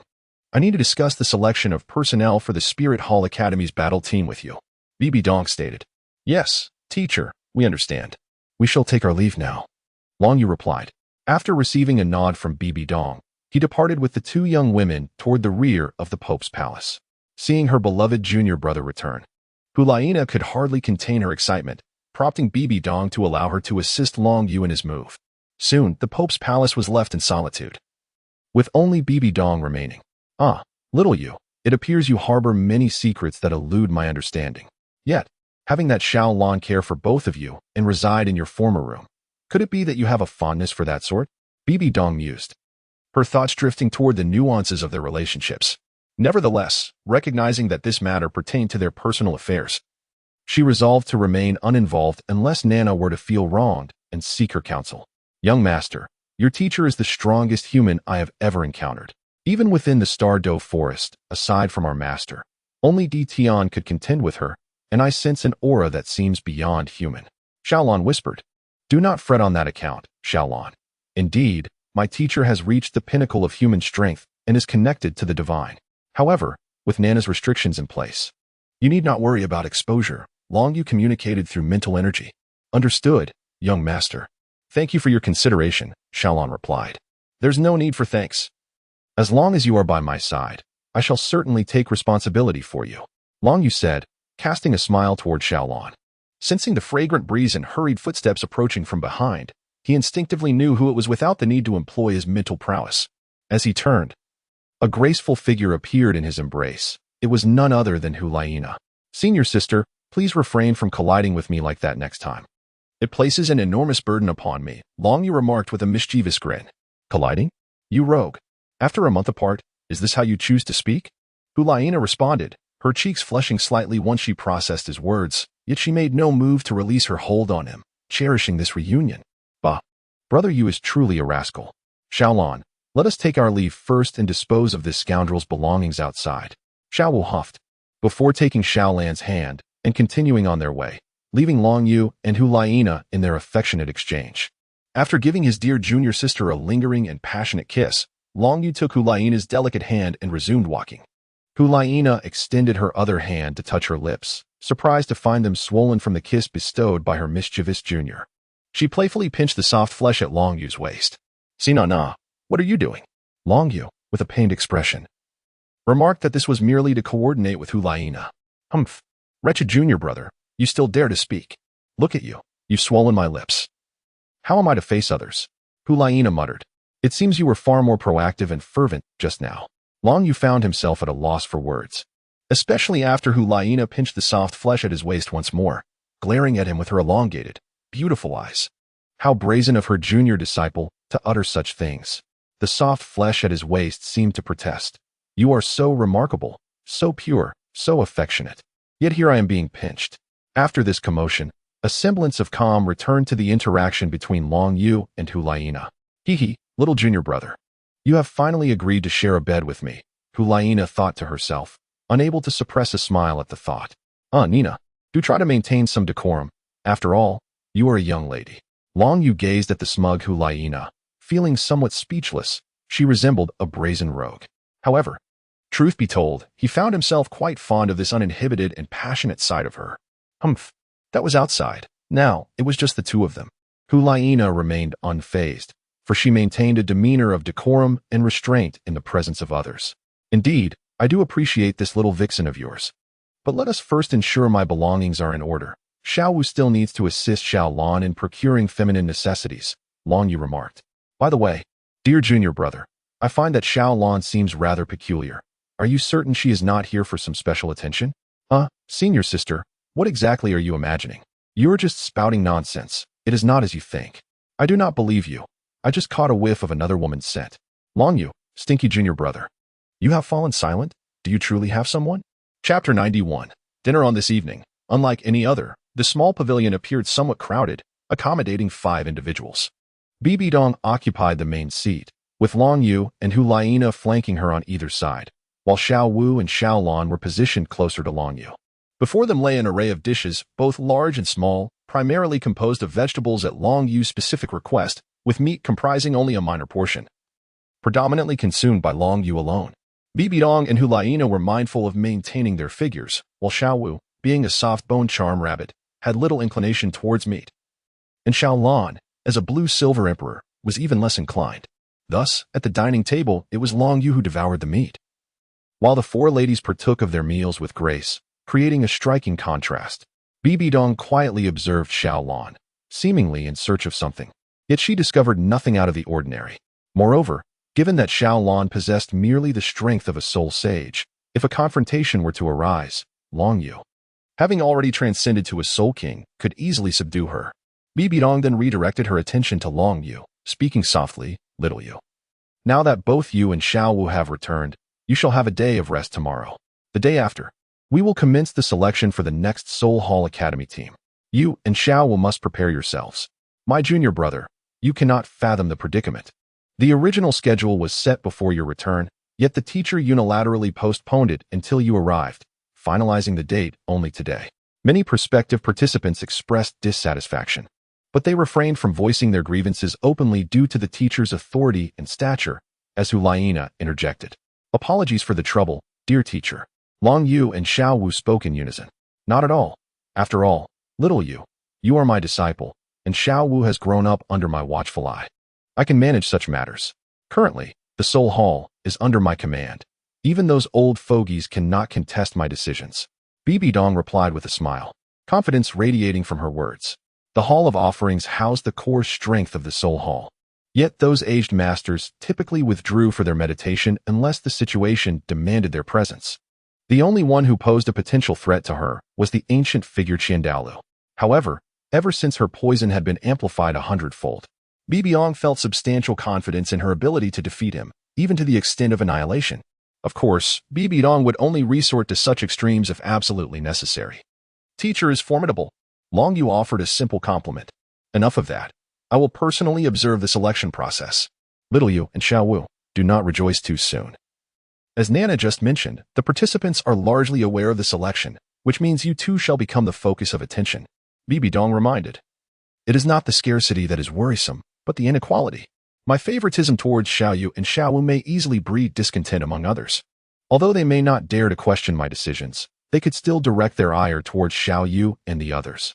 After all, this is a selection of team members, and it is entirely natural for injuries to occur when everyone is giving their all.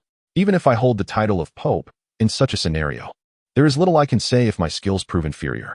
I am simply a minor player," Long Yu confidently asserted. "Among my peers, I should find no rival. Of course, this is no mere boast. As I stand now, I fear no ordinary soul sage, save for a few exceptional individuals. Now, Xiao Wu, why don't you tell us what your fourth soul skill is?" Bibidong shot Long Yu a glance, noting his lack of humility.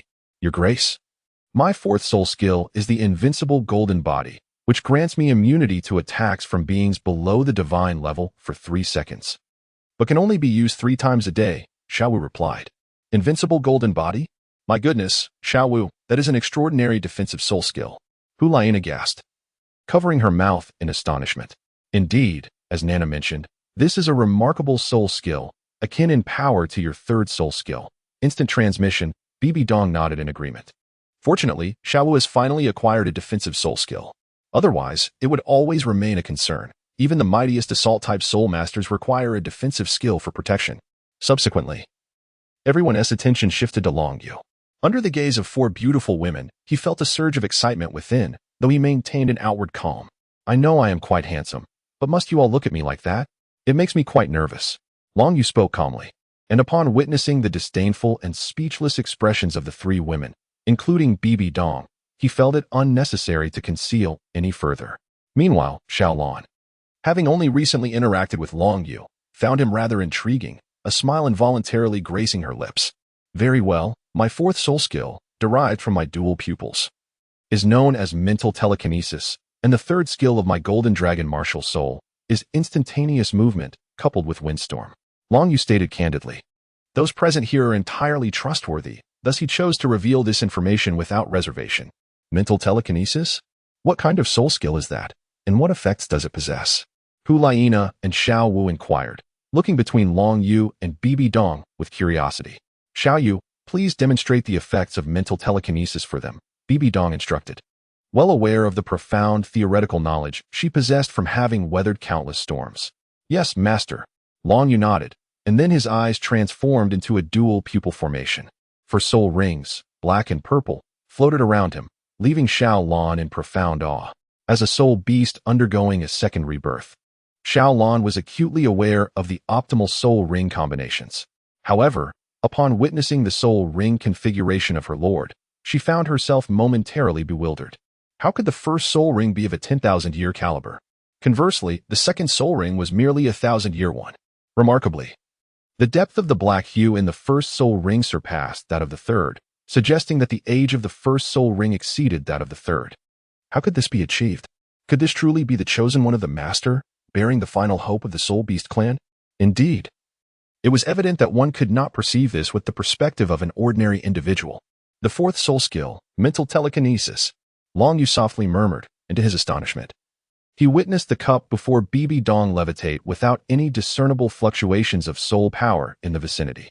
Observing Bibi Dong's slight shake of her head, Long Yu gently set down the cup, and a small stone materialized before the onlookers. It then surged forward with remarkable speed, piercing through the branch of a large tree, catching everyone off guard. Chapter 92. The function of mental telekinesis. This is my fourth soul skill, mental telekinesis. By harnessing my mental strength along with a modicum of soul power, I can manipulate substantial external objects or even the movements of individuals and soul beasts. The specific effects, however, depend on the consumption of my mental and soul power, Long Yu elucidated. Brother Yu, I can't help but feel this soul skill seems somewhat ineffective. Lacking in formidable lethality, Xiao Wu remarked timidly. However, Xiao Lan beside her tugged at Xiao Wu's sleeve and interjected, "That is where you are mistaken, Xiao Wu." Although the young master's fourth soul skill does not possess significant direct destructive power, it primarily relies on the consumption of mental energy. The young master's mental strength far exceeds his soul power level, which signifies that this fourth soul skill can be utilized multiple times. Moreover, mental telekinesis's greater purpose lies in its element of surprise. By controlling objects, one can accomplish desired actions and potentially manipulate the movements of individuals or soul beasts. Thus, in battle, it may also serve to impede the opponent's soul skills and other abilities. In simpler terms, mental telekinesis functions as an intangible force that can confound adversaries. And this force is exceedingly difficult to resist or overcome. Xiao Wu turned her gaze towards Long Yu and Bibi Dong, noticing both nodding in agreement with Xiao Lan's assertions. All right, it seems my understanding was lacking, Xiao Wu admitted, slightly embarrassed. Do not blame yourself, Xiao Wu. After all, soul skills like mental telekinesis are exceedingly rare. Even more so than teleportation, Long Yu consoled her with a smile, offering a few words of encouragement. At present, his dual-eyed martial soul was already formidable enough to pursue a control-oriented path. The four soul skills granted by the Dream Eye Silkworm had established a solid foundation for him as a control-type soul master. Nonetheless, Long Yu still preferred a more straightforward and forceful approach, finding the assault type far more suitable. Bibi Dong regarded Xiao Lan with a quiet nod of approval. Despite her soul power being at level 72, she possessed considerable insight and was indeed a promising talent. As for the teleportation and Gale's whirlwind soul skills, Long Yu chose not to demonstrate them, focusing primarily on conversation instead. Before long, 2 hours had elapsed, and everyone began to return to their respective lodgings. As the hour grew late, damn, how could I have forgotten this? When I acquired the fourth soul ring, that Mo Yuxian Jia bug also dropped a piece of its bone. Although he himself deemed it of little worth, merely 30,000 years of age, it remained a rare treasure. Long Yu lightly tapped his forehead, pondering the situation. The presence of this soul bone in his possession was undeniably low. To whom should it be bestowed? He considered Xiao Wu, but the girl would likely refuse it, as she was a soul beast herself and harbored a strong aversion to the soul bones of other soul beasts. Then there was Na, a spirit-type soul master, who had always struggled with her physical attributes. Bestowing it upon her would indeed be quite fitting, yet he felt that a 30,000-year-old soul bone was somewhat inadequate, especially since it was intended for his wife. Surely, it should be at least 50,000 years. However, it would be inappropriate to directly ask Na to hunt such a high-level soul beast. After all, she was the sovereign of soul beasts, and it would be beneath her dignity to do so for Na. He felt embarrassed even to broach the subject. Alas, it was a soul bone, and he knew not when he might come across a suitable one. Perhaps it was best to allow Na to make her own decision. Long Yu also clarified his thoughts. It must be said that lying upon the grand bed of Hulaina, surrounded by the unique fragrance of her presence woven into the bedding, was exceedingly comfortable, rendering him both enamored and captivated. Long Yu opened his eyes, and a stunningly alluring face appeared before him. with golden short hair shrouded in a misty haze that lent an air of ethereal mystery. "Little junior brother, hee. We have finally slept together," Hulaina exclaimed, a triumphant smile gracing her features. Her elongated, enchanting eyes fixated on Long Yu, who was clad only in his nightwear, and her tongue playfully flicked out, almost betraying her desires. Yet, who was Long Yu? It was inconceivable for him to remain passive. He immediately turned the tables, pinning Hulaina beneath him. A soft gasp escaped her lips, and in conjunction with Hulaina's current demeanor, it ignited a palpable tension in the air. Long Yu couldn't help but exclaim about the enchantress, and then he took out a torso spirit bone from his storage soul guide. Hulaina closed her eyes, feeling puzzled when Long Yu remained still for an extended period. She opened her eyes to find her junior brother standing on the floor, holding a peculiar object of obsidian hue. It was a spirit bone. Moreover, it appeared to be a torso bone. Hulaina exclaimed in surprise, immediately rising to examine the spirit bone closely. In an instant, she comprehended Long Yu's intentions, but felt a tinge of hesitation. "Junior brother, this spirit bone, are you truly giving it to me?" Hulaina inquired, her voice laced with astonishment. "You're not mistaken, sister. Please take a look and see if it suits you. I obtained this torso bone when I acquired my 4th spirit ring. It is derived from a 30,000-year-old obsidian armored bug. If you desire it, I will gladly present it to you. Should you choose to absorb this torso bone, your physical capabilities and mental fortitude will experience a significant enhancement, effectively compensating for your inherent shortcomings," Long Yu explained. "No, this is simply too precious. Junior brother, this is a spirit bone, and a 30,000-year-old one at that. It is far too valuable for me to accept such an extravagant gift." "Absolutely not." Hulaina initially gasped, her heart filled with deep emotion. Even a 1,000-year spirit bone is a treasure in the realm of spirit masters. As for those of 10,000 years, they are rare and often subject to the whims of fate. Even within the spirit hall, procuring a spirit bone of such caliber is no easy feat. After all, this is a 30,000-year-old torso bone. Is my junior brother truly offering this to me? What does it matter? It is merely a 30,000-year-old torso bone. Long Yu shrugged nonchalantly. What hesitation is there? I find its age too low. It needs to reach 50,000 years to be truly commendable, he remarked. This left Hulaina momentarily speechless, as if her understanding of the world had been profoundly shaken. She felt as though her junior brother regarded the spirit bone with the same indifference as one would a common cabbage. Was it she who had lost her senses? Or had the world truly gone mad? A 50,000-year-old torso bone is merely not bad. Hulaina found herself at a loss for words, unable to articulate her thoughts. Torso bone. I never anticipated I would have to endure such indignity. Senior sister. Senior sister? Why are you so dazed? If you do not desire it, I shall put it away for now and seek a spirit bone more suited to you in the future. I too feel that the age of this spirit bone is somewhat lacking." Long Yu called out, bringing Hulaina back to reality. "Ah, little junior brother." She felt her head still buzzing, struggling to believe what had transpired. "But little junior brother, I haven't even spoken yet. I am not as picky as you." Observing Hulaina's silence, Long Yu reluctantly stored the soul bone in his spatial soul guide, feeling that its age was still too low to be of use, and decided to keep it for now before heading towards the bathroom. "Where are you going, little junior brother?" Hulaina inquired. "To take a shower? But haven't you already bathed? I want to wash again, to cool down and regain my composure. You truly are a vexing little enchantress." Upon hearing Long Yu's response, Hulaina understood his need for refreshment and couldn't help but chuckle, realizing her allure remained potent. Her fondness for the little junior brother grew stronger. As she lay on her bed, a smile crept upon her lips, and she gradually drifted into slumber. Meanwhile, the cold water rejuvenated Long Yu, restoring his normal state. However, he couldn't shake the feeling that even this was challenging to manage, and he could only imagine what it would be like to share a bed with this bewitching senior sister in the days to come. After Long Yu dried himself, he entered the bedroom and gazed affectionately at the adorable sight of Hulaina as she slept. A smile graced his lips before he turned off the lights and settled into bed. The following morning, upon awakening, Long Yu was greeted by an enchanting fragrance at the tip of his nose. Upon focusing his gaze, he discovered that, at some point, Hulaina had entwined herself around him like an octopus, their bodies drawn remarkably close. Feeling the unusual sensation beneath her, Hulaina stirred awake, only to realize that she had unconsciously wrapped herself around her junior brother, perhaps drawn in by an inexplicable allure he possessed. Though she felt a twinge of embarrassment, She showed no intention of releasing her hold. Long Yu, looking down at Hu Laina nestled in his arms, felt a rush of fondness as they embraced each other in serene silence. Junior brother, your reaction is quite something, Hu Laina remarked. But as if suddenly aware of their situation, she cast a playful glance at him. Oh dear, all right, it's time to get up.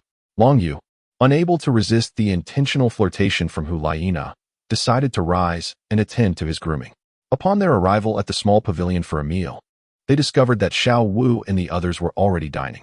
Observing the hand-holding between Long Yu and Hu Laina, it seemed as though they were privy to some unspoken understanding, their delicate faces tinged with a subtle blush. There was no need for words. Their hearts were aware of the sentiments at play.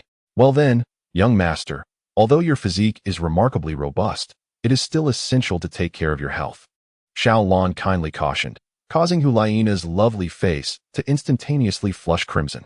Although the most intimate of moments had not transpired, the implications were unmistakably present.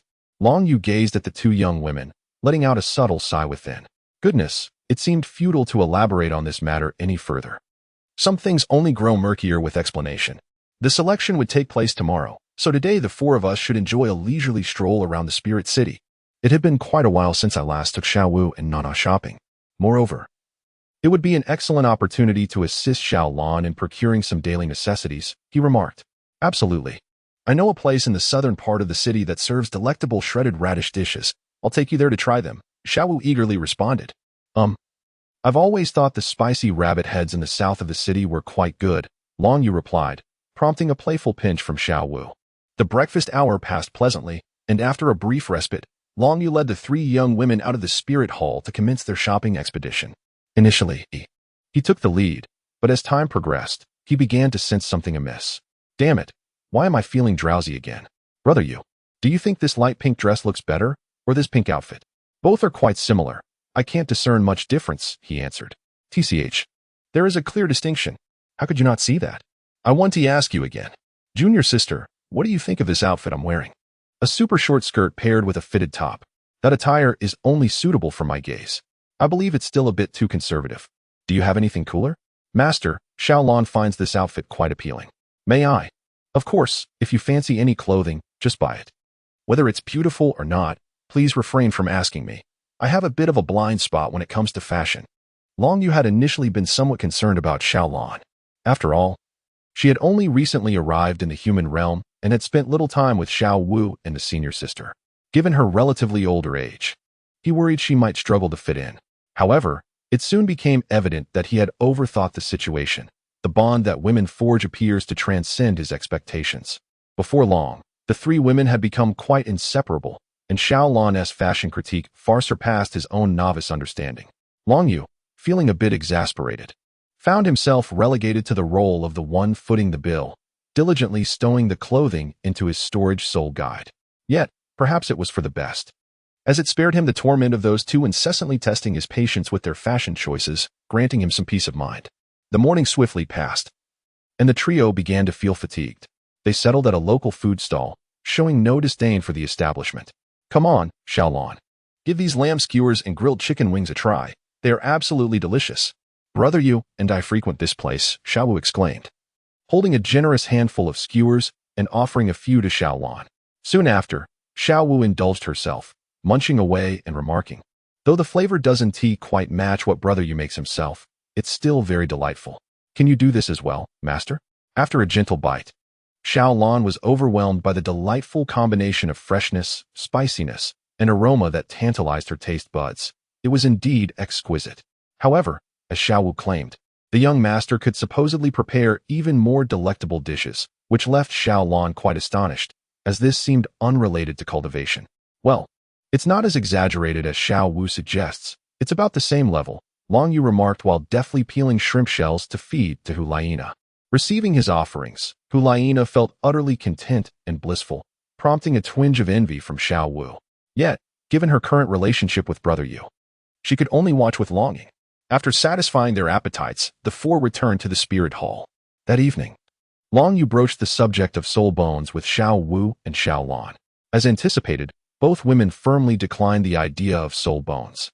Although Long Yu had no intention of giving them, He merely wanted them to be aware of the existence of such a matter. Chapter 94. Team selection as a new day dawned. Long Yu carefully pried Hu Laina from his side and rose to wash up. He soon felt a softness behind him. Awake? You could have slept a little longer. With your and Xiaoyu's strength, no one would dare challenge you. After all, you are both soul kings. The strongest among the younger generation of the Spirit Hall, Long Yu smiled. That's not acceptable. Even if I don't need to fight, I still want to witness your battle with Xiaowu. I'm curious to see how formidable the little junior brother of the Soul Sect has become, Hu Laina replied. You should prepare for a grueling contest. I anticipate many will target you as a duo. Rest assured, Nana, I have long proclaimed that there is no one among the younger generation who can rival me. Even if they all band together, I remain unafraid, Long Yu asserted confidently. While such a declaration might sound audacious, it was precisely this indomitable demeanor that captivated me about my man. Hu Laina chuckled, drawing Long Yu closer. After a light breakfast, the quartet made their way to the selection venue. To their astonishment, the selection for the Spirit Hall Academy team was to take place right before the Pope's Hall, on the very arena where the semifinals of the Soul Master competition were held. It is noteworthy that Bibi Dong arranged this to allow the aspiring candidates to familiarize themselves with the venue in advance. Although the Spirit Hall Academy team consisted of only 7 members, and with one position reserved for a support-type Soul Master, nearly 40 candidates were present for this selection. With only about 1/7 of them eligible for selection, the competitive pressure was palpable. Some candidates stood alone, while others formed pairs, clearly indicating the events they would participate in.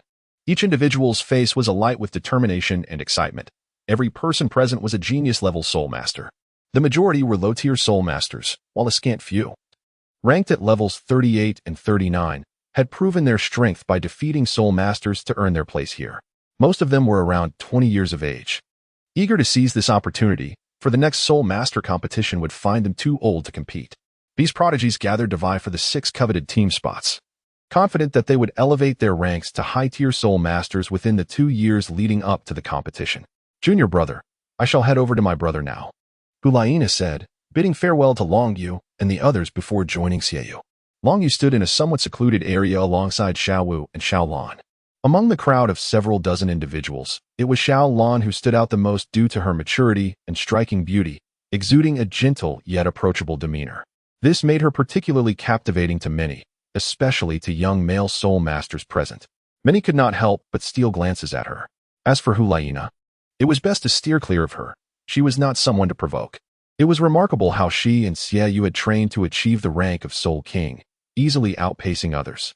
Numerous individuals recognized Long Yu and greeted him, recalling how he had heroically saved them during the final assessment. Although it had been a long time since they last met, gratitude was still in order. Xiaolan, listening to the conversations among the youths, began to grasp the situation and felt a deeper admiration for this gentleman. He could have easily chosen to remain aloof and let others perish to save himself, yet he chose to assist his classmates even in such perilous circumstances. It was no wonder that he commanded respect from many. However, among the crowd, they were but a minority. The majority regarded Long Yu with disdain. The selection competition, which was supposed to proceed on schedule, had been delayed because of him and the young girl at his side. They believed he was merely leveraging his connection to the Pope. Today, they were determined to show this young man that even as a disciple of the Pope, he could be defeated. If a disciple of the Pope were to lose in front of so many, animosity towards Long Yu would surely grow. Particularly, many were aware of Long Yu's cohabitation with Hu Laina, which fueled their resentment. She was a shared idol among them, now claimed by another. My dear sir, Xiaolan remarked with a smile, it seems today may not unfold in your favor. With her keen perception and strength, she sensed the ill will from the young Soul Masters, yet to her, they appeared as mere children yet to mature. Not to worry, for every challenge that arises, I shall handle it, Long Yu replied, his tone calm and confident, a testament to his strength. He felt assured that he could defeat anyone present without the need for his Golden Dragon Spear or the Golden Dragon Martial Soul. Brother Yu, please grant me an opportunity to showcase my capabilities.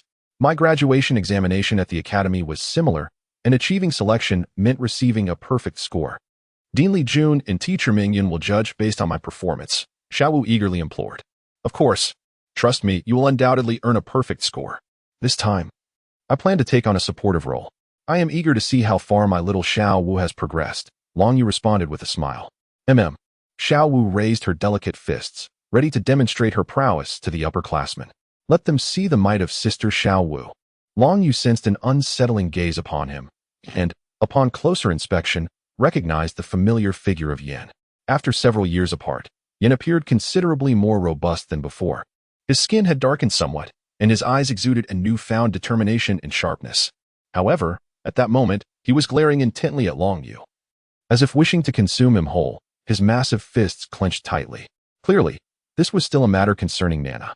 And while Long Yu shook his head slightly at the sight of Yin, he resolved to teach this man, who persistently lingered over his wife, a lesson. I cherish my wife. Your concerns are irrelevant. Since you remain undeterred, I shall ensure you are thoroughly disheartened this time. With that, he paid no further attention to Yin, dismissing him as a defeated foe. Long Yu had never been anxious about his vanquished adversary, for even if given time to grow, the outcome would remain unchanged. Time would only serve to amplify the chasm between them, rendering Yin forever out of reach, left to gaze up in admiration. Chapter 95, Commencement. After a brief interval, several figures emerged from the hall of the Pope, among them Bibi Dong and others, accompanied by Meng Yun and Li Jun. The palace knights arranged the chairs before stepping aside. I hereby declare the selection of participants for the Wuhuan Palace Academy battle team to commence. One-on-one and two-on-two challenges may be initiated by any participant, and those challenged cannot decline. Each victory earns 1 point, while a loss incurs a deduction of 1 point.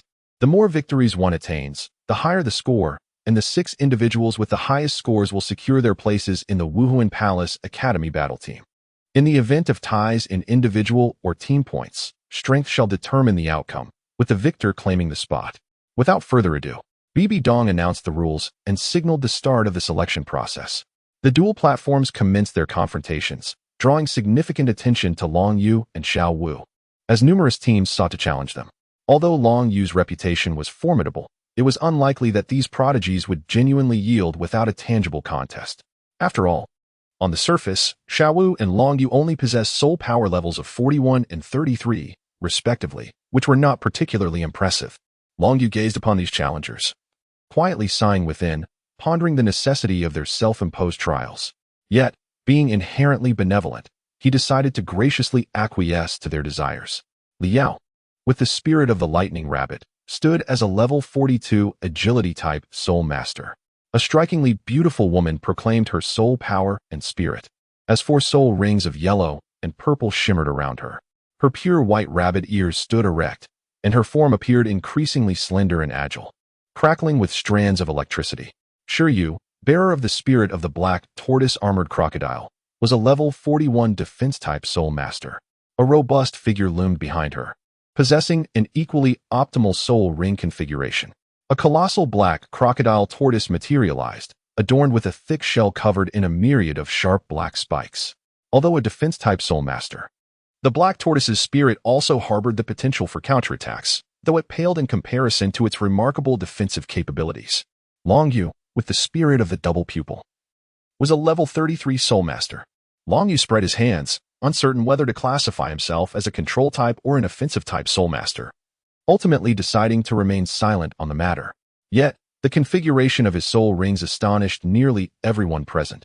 The 4 rings, black, purple, black, far exceeded the optimal soul ring combinations, drawing the gaze of all toward him and establishing him as the focal point of the gathering. His striking dual pupils exuded an air of mystery, captivating onlookers effortlessly. Xiao Wu, with her martial spirit, the soft-bone enchanting rabbit, is a rank 41 soul master. Xiao Wu, accustomed to her brother Yu, activated her martial spirit and readied herself for battle. How is this possible? I heard that Long Yu's first soul ring was merely 1,000 years old. How has it transformed into a 10,000-year black soul ring? Shiryu exclaimed in astonishment. Nevertheless, shock aside, they were determined to engage in combat.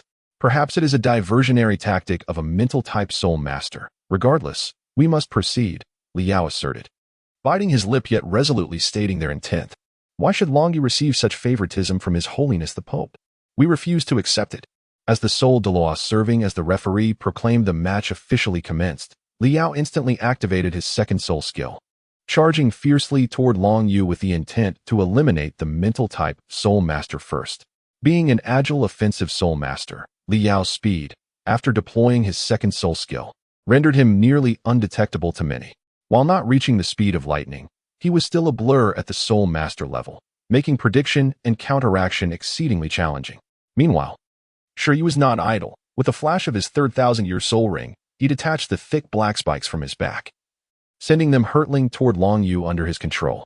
What kind of power is this? Li Yao suddenly realized an invisible force was significantly slowing the movement of the spikes he controlled, as if obstructing his advance. Simultaneously, an overwhelming mental pressure began to overwhelm him, causing his vision to blur. This was the effect of Long Yu's first soul skill, mental shock, and his fourth soul skill, telekinesis. Shiryu also felt the impact of these two formidable skills, though his resistance was somewhat stronger, causing the spikes to wobble uncertainly in his control. Seizing the opportunity, Xiao Wu darted toward Li Yao, who was closest to her. First soul skill, waist bow. Xiao Wu's first soul ring illuminated her long legs, ensnaring Li Yao. This skill augmented her waist strength by 100% and enhanced her flexibility by 50%. Combined with her graceful techniques, she astonishingly flung Li Yao away. After neutralizing Li Yao, Xiao Wu deftly evaded the incoming black spikes, aided by Long Yu's first soul skill, mental detection, and the effective mental sharing, which allowed her to sense her opponent's movements through Long Yu's mental energy and react preemptively. Third soul skill, instantaneous movement. As the Millennium Soul Ring of Xiao Wu flickered, Shiryu, sensing the impending danger, prepared to employ her fourth soul skill for defense. However, Xiao Wu appeared before her in an instant, leaving no time for a reaction. With a swift motion, Xiao Wu launched Shiryu away using her waist bow, displaying an air of triumph. Although she was not the most pivotal player in this encounter, the fact that she personally vanquished both opponents filled Xiao Wu with immense joy. Amidst the sparks and flashes, what appeared to be an evenly matched battle concluded in less than 5 seconds. Li Yao and Shiryu barely had the opportunity to utilize any other soul skills before they inexplicably faced defeat. The little heifer truly soared to great heights. Long Yu subsequently stepped onto the duel stage with Xiao Wu, who wore a beaming smile, while Long Yu merely smiled faintly, his heart betraying no emotion. In truth, the opponent's strength was not to be underestimated. However, his formidable spiritual power and soul techniques were indeed overwhelming, leaving them utterly unprepared. This exemplifies the terrifying nature of a spiritual-type soul master, capable of rendering their adversaries defeated or even lifeless without any tangible manifestation. The opponents he faced were no longer of his own generation, but rather seasoned veterans of an earlier era. Thank you for your mercy. As expected of a disciple of His Holiness the Pope, your strength is truly formidable, Shiryu and Li Yao said sincerely as they approached Long Yu and Xiao Wu. They were not foolish. They recognized that Long Yu's prowess far exceeded what he had displayed, with his spiritual energy controlled just enough to avoid inflicting genuine harm upon them. Otherwise, they would not have been standing there in their current state. In the face of such overwhelming spiritual might, it was as if they could have been reduced to imbeciles. Well, you need not feel disheartened. Your own capabilities are quite commendable. Long Yu observed the two individuals and nodded with a faint smile, devoid of any derision, for they were all members of the Wuhuan Temple Academy. Chapter 96. Confirmation of personnel. In such a one-sided battle, the participants present found themselves momentarily at a loss, realizing that the disparity between individuals was indeed more pronounced than that between humans and swine. Though we are all soul masters, why is it that your prowess as a soul master differs so greatly from ours? However, following this overwhelming victory, those who had initially intended to target Long Yu began to reconsider, deciding it would be prudent to refrain from challenging him and Xiao Wu for the time being. While there would be healing and support soul masters available to assist in recovery after a defeat, it would never restore them to their original state. They were not infallible. At this juncture, the priority was to accumulate points, and they resolved to wait until later to confront Long Yu and Xiao Wu. Although Long Yu was undeniably formidable, they still yearned for the opportunity to test their mettle against him. Meanwhile, Yin, witnessing this scene, clenched his fists tightly, astonished by the extent of Long Yu's burgeoning strength. Even he, in his current state, could not effortlessly vanquish two soul masters as Long Yu had done. Did this not imply that his own abilities still paled in comparison to Long Yu's, and that the gap was widening? For what purpose had he devoted so much time to his training? Did he truly possess no hope of reclaiming Nana? Furthermore, he had heard that Nana was now cohabiting with Long Yu. It was likely that she would soon bear his child, yet it would not be his own. I challenge you, Yin declared fiercely, pointing at an opponent, before storming onto the battle stage, filled with pent-up frustration. The targeted soul master appeared horrified, aware that he was no match for Yin, a member of the Golden Generation, yet unable to refuse. He reluctantly stepped forward. On the other side, Hulaina and Xiaoyu remained exceedingly relaxed, as no team dared to challenge the duo. Thus, they took the initiative, seeking out opponents to confront. The process was remarkably straightforward. After the evolution of their Wuhuan, the duo, now Soul Kings, found it quite effortless to engage these Soul Masters. And they had yet to even employ their Wuhuan fusion technique. Long Yu once conversed with the two about the formidable aspect of martial soul fusion techniques. While undeniably powerful, the energy consumption is tremendous, and it consolidates the combat prowess of two individuals into one. At times, this can lead to less favorable outcomes. Furthermore, the fusion technique they possess, known as the enchanting fusion, has its drawbacks when faced with truly skilled opponents. Their combined strength may not surpass that of each fighter operating independently. Thus, it is advisable to refrain from using martial soul fusion techniques unless absolutely necessary, as reliance on such methods can be detrimental. This time, it was rather dull for Xiao Wu and Long Yu, as no combinations dared to challenge them. Either they lacked the courage or intended to face them only at the last moment. Brother Yu, do you think we should give our duo a name? Xiao Wu suggested, observing that other combinations had their own titles, albeit some were quite unappealing. For instance, Long Yu inquired, the Tyrant Dragon War God, the Invincible Super Evolution Beast. Xiao Wu replied, her expression one of disbelief. Well, all right then, Long Yu conceded, finding the naming style reminiscent of Lin Tao and the Chubby Fellows. Let us call ourselves the Dragon Dance Duo, he proposed after a moment's thought. Dragon Dance Duo? Long Yu, Xiao Wu, it sounds so much more sophisticated and quite melodious. I like it. Xiao Wu exclaimed, nodding in approval. Let us go, Xiao Wu. Since no one dares to challenge us, we shall take the initiative to challenge others. We've only accumulated a single point thus far, Long Yu declared, taking her hand as they made their way toward other combinations. But Brother Yu, didn't the Crown say we could challenge the higher-ranked teams at the end? If we win, we can take their place. Why then should I strive for higher points? Xiao Wu questioned, perplexed. Ah, it's for your benefit, dear girl. You still need more practical experience to hone your skills. Besides, didn't you mention wanting to showcase your prowess as Xiao Wu? This is a splendid opportunity. Long Yu explained. Oh, very well then. Shall we not challenge that combination of Hulaina and Xiaoyu? Xiao Wu pressed on. Oh dear, you really don't need to seek out a direct confrontation. It's not a matter of mutual destruction, but if our actions were to lead to Na and Xiaoyu's elimination, what then? There will be plenty of chances in the future, so do not worry, Long Yu reassured her. Long Yu responded silently, casually selecting a combination with a slightly higher soul power level. Time passed, and the disparity among the competitors gradually widened. Bibidong cast a glance at the leaderboard. The pairing of Xiaoyu and Nana fluctuated between the first and second positions, while the score of the third place continued to enlarge, with only the top two never having tasted defeat. Those who previously viewed Long Yu unfavorably, upon realizing their lack of hope, boldly challenged the Long Wu combination, unleashing their utmost abilities, yet all were effortlessly vanquished by Long Wu. No combination managed to withstand even a minute against Long Yu. Before long, many had chosen to forfeit, opting instead to observe the battles unfolding below, hoping to glean some experience and lessons. As time drew to a close, Bibidong declared, let us conclude. Nearly 4 hours have passed, and the rankings are now locked. There is no need to waste further time. Yes, Your Holiness. Upon receiving the order, the two referees descended to make arrangements, and all eyes turned towards the two scoreboards documenting the points. The duo leaderboard undoubtedly showcased the Long Wu combination and Hulaina alongside Xiaoyu in first and second place, respectively. On the individual scoreboard, Yin held the top position, followed by a male agility-type soul master named Feng Shang. According to regulations, the 6 members of the Wuhuan Temple Academy team are Long Yu, Xiao Wu, Hulaina, Xiaoyu, Yin, and Feng Shang. Any doubts regarding the strength of these individuals may be addressed through challenges. Defeating them allows one to replace their position. The support-type Soul Master remains undecided and will not participate in this selection, Bibidong announced. Your Holiness, I have a question, Yin suddenly interjected.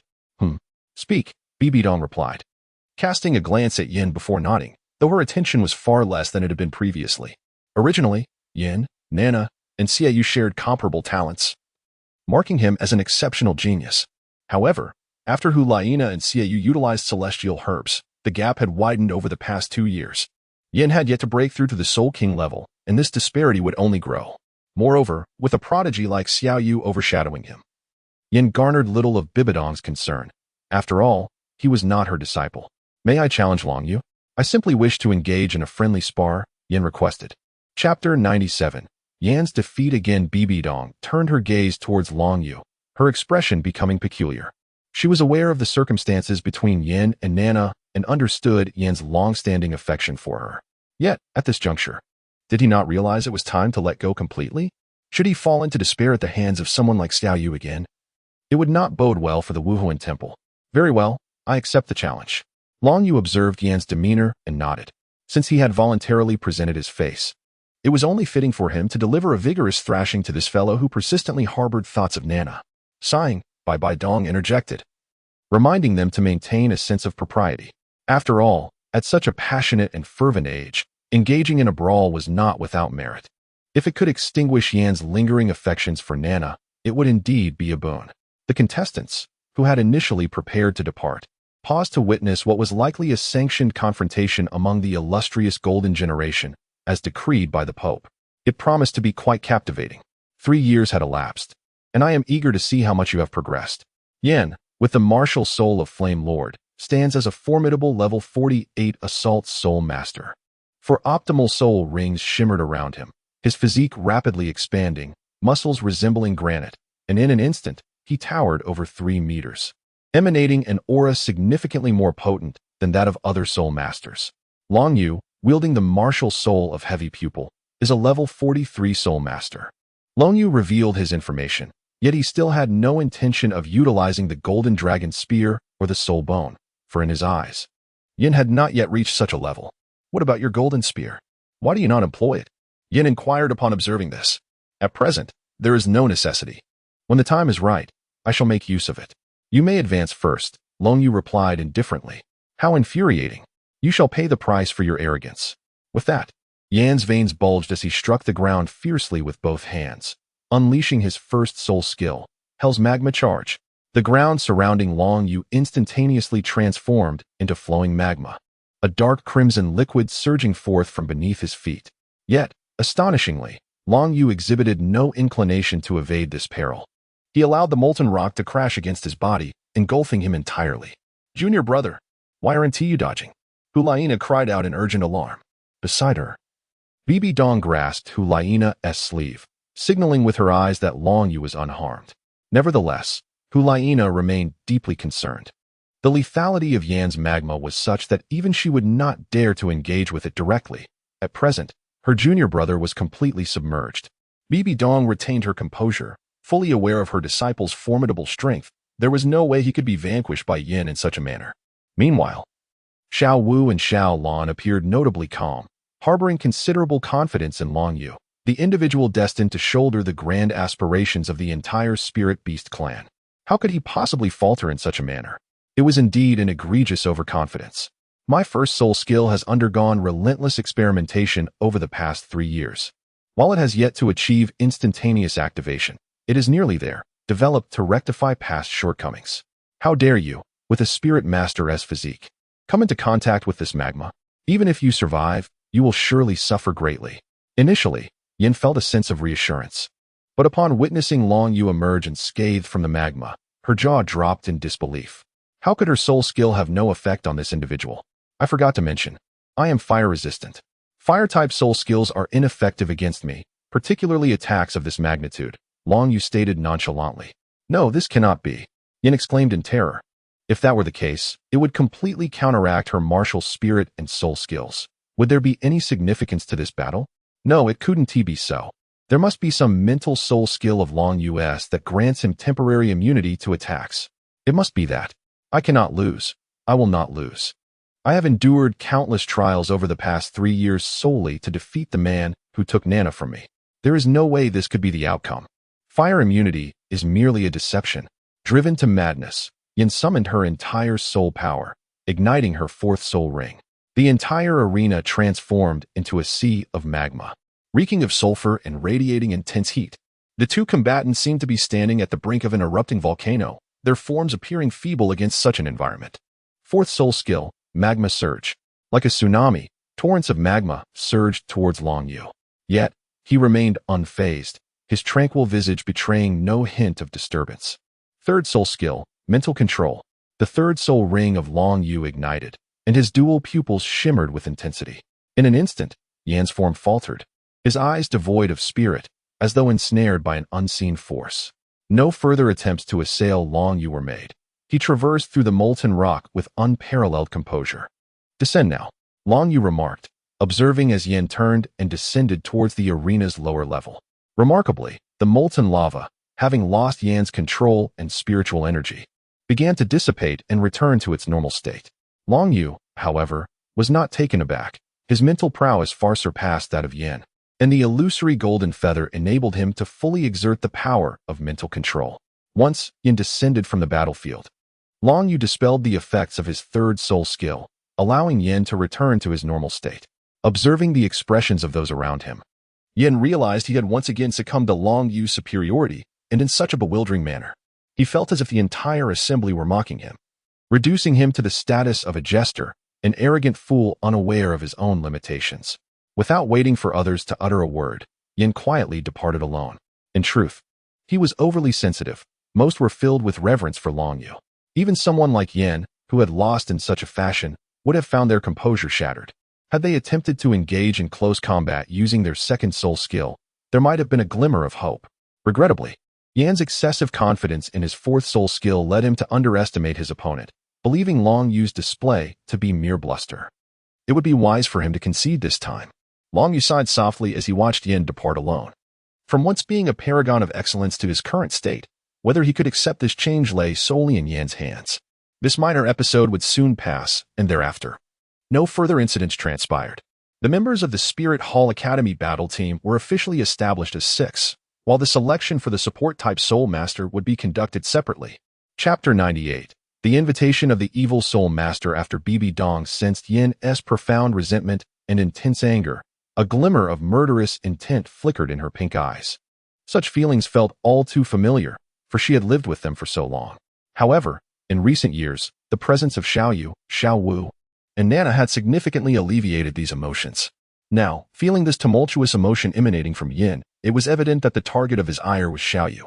If Yan harbored such animosity and anger towards Xiaoyu, Bibi Dong's eyes momentarily flashed with a cold glint, yet she sighed, conceding that it was understandable. After all, he had not truly harmed Xiaoyu. Perhaps she ought to show him a measure of leniency in this situation. Had it been her former self, the outcome would have been uncertain. Outside the Spirit City, a crimson figure leaned against a large tree, pouring liquor down his throat in a futile attempt to drown his sorrows. He was at a loss for what to do next. Despite having exerted every ounce of effort, the results remained disheartening. It was clear that effort alone did not guarantee reward, and obtaining what he desired would prove even more arduous. Nana Nana, Yan called out, his consciousness hazy and tears streaming down his face, unable to stem the flow. He felt he had lost in front of that damned Long Yu, and surely Nana would no longer hold him in high regard. The goddess he had adored for so many years now seemed utterly out of reach. Should he heed his teacher's advice and choose to give up? Sometimes, relinquishing one's grip could yield greater rewards. Relentless persistence often resulted only in suffering. At that moment, a shadowy figure appeared beside Yan, smiling at his disheartened state. I have heard about your predicament. Do you truly intend to continue like this? To watch the woman who was once yours fall into another's embrace? The cloaked figure spoke languidly. Who are you? What do you want? The sudden appearance of the cloaked figure jolted Yan, his intoxication dissipating as he became alert, readying himself for a potential confrontation. However, the figure's attire seemed eerily familiar, yet he could not recall from where. Who I am is inconsequential. What matters is that I can assist you, the figure said, drawing closer to Yan with an indifferent tone. I do not require assistance. I can rely on myself, for I still have my teacher. Yan retorted defiantly. Yan spoke with a hint of unease, for his instincts whispered that he was no match for the person before him. However, the proximity to Spirit City ignited a flicker of hope. If he could capture its attention, opportunities might arise. Surely you jest. Even you cannot believe your own words. If you truly believed you could achieve what you desire through your own efforts, Why have you faced repeated failures before Long Yu, losing all semblance of dignity? Are you not aware that the chasm between you two is widening? The cloaked figure scoffed. You have no right to meddle in my affairs. Yin retorted, his expression darkening. The disparity between him and Long Yu had become stark. Despite his utmost efforts, he had been effortlessly defeated by the opponent wielding that spear and utilizing his second spirit. In a few years, the gulf between them would likely become insurmountable. I may not concern myself with your matters, but I can assist you in acquiring everything you desire: honor, status, admiration, worship, and even women. The cloaked man enticed. Why should I trust you to help me vanquish Long Yu? Just the fire immunity alone has sealed the fate of our battle. What do I possess that could contend with him? Yin dismissed, clearly skeptical of the cloaked figure's claims. Fire immunity? Indeed, a prodigious talent, a truly formidable ability. Yet, I can bestow upon you an entirely new power.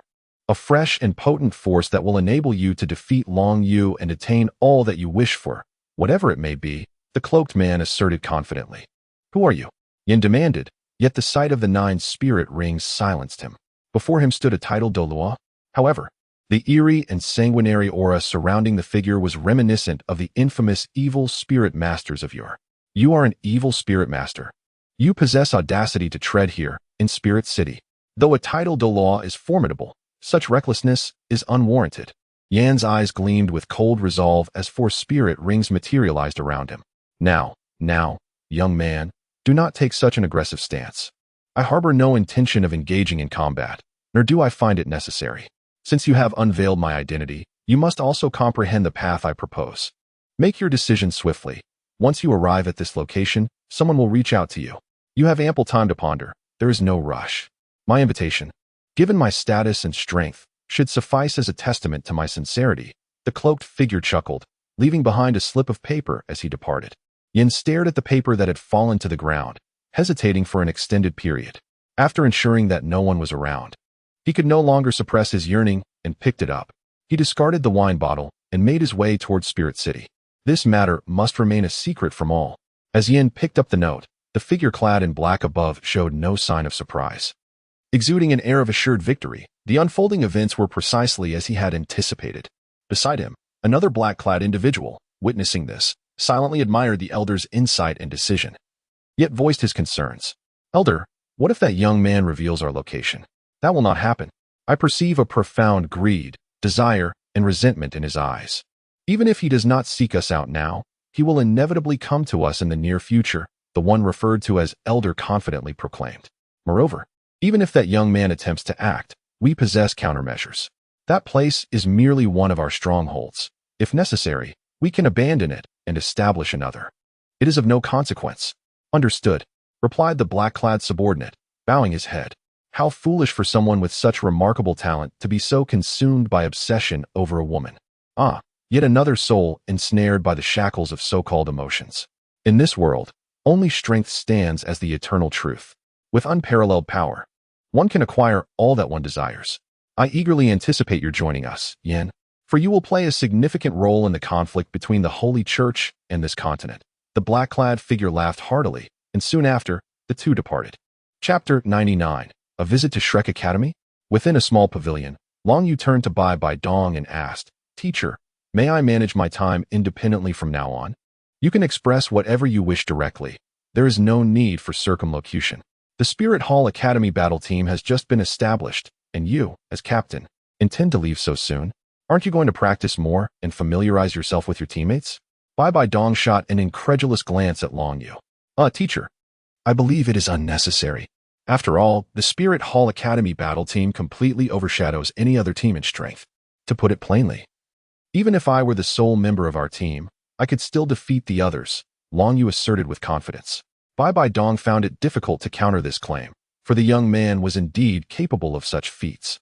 Traditionally, among the competing teams, the highest soul power levels reached merely the advanced soul master rank, with none even attaining the soul king status.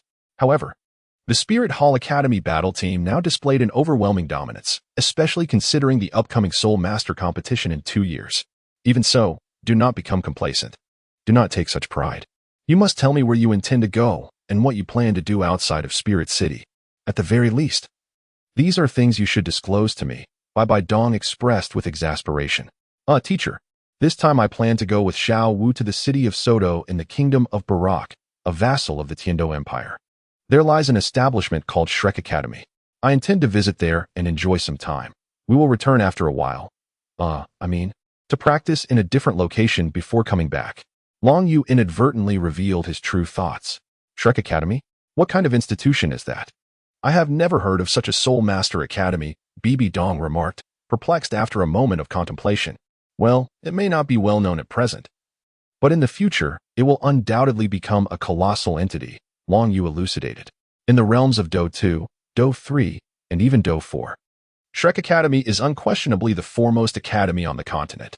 Its strength is formidable, but more crucially, it possesses an astounding influence and charisma. The academy has nurtured numerous elite powerhouses. Although Shrek Academy currently lacks recognition and faces the threat of collapse due to financial constraints. What are you saying, little you? Have you overexerted your mental faculties yesterday? Bibi Dong inquired with concern as she gazed at Long Yu. How could an unheard of Shrek Academy become a giant on the continent? It's impossible. Furthermore, according to the plans of the Spirit Hall, they intend to unify the continent, establishing a spirit empire, and will set up branches of the Spirit Hall Academy throughout the land, eliminating any other Soul Master academies. How could Shrek Academy possibly rise?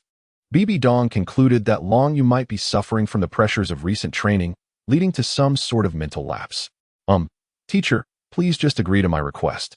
Xiao Wu, Xiao Lan, and I only plan to be away for a short while.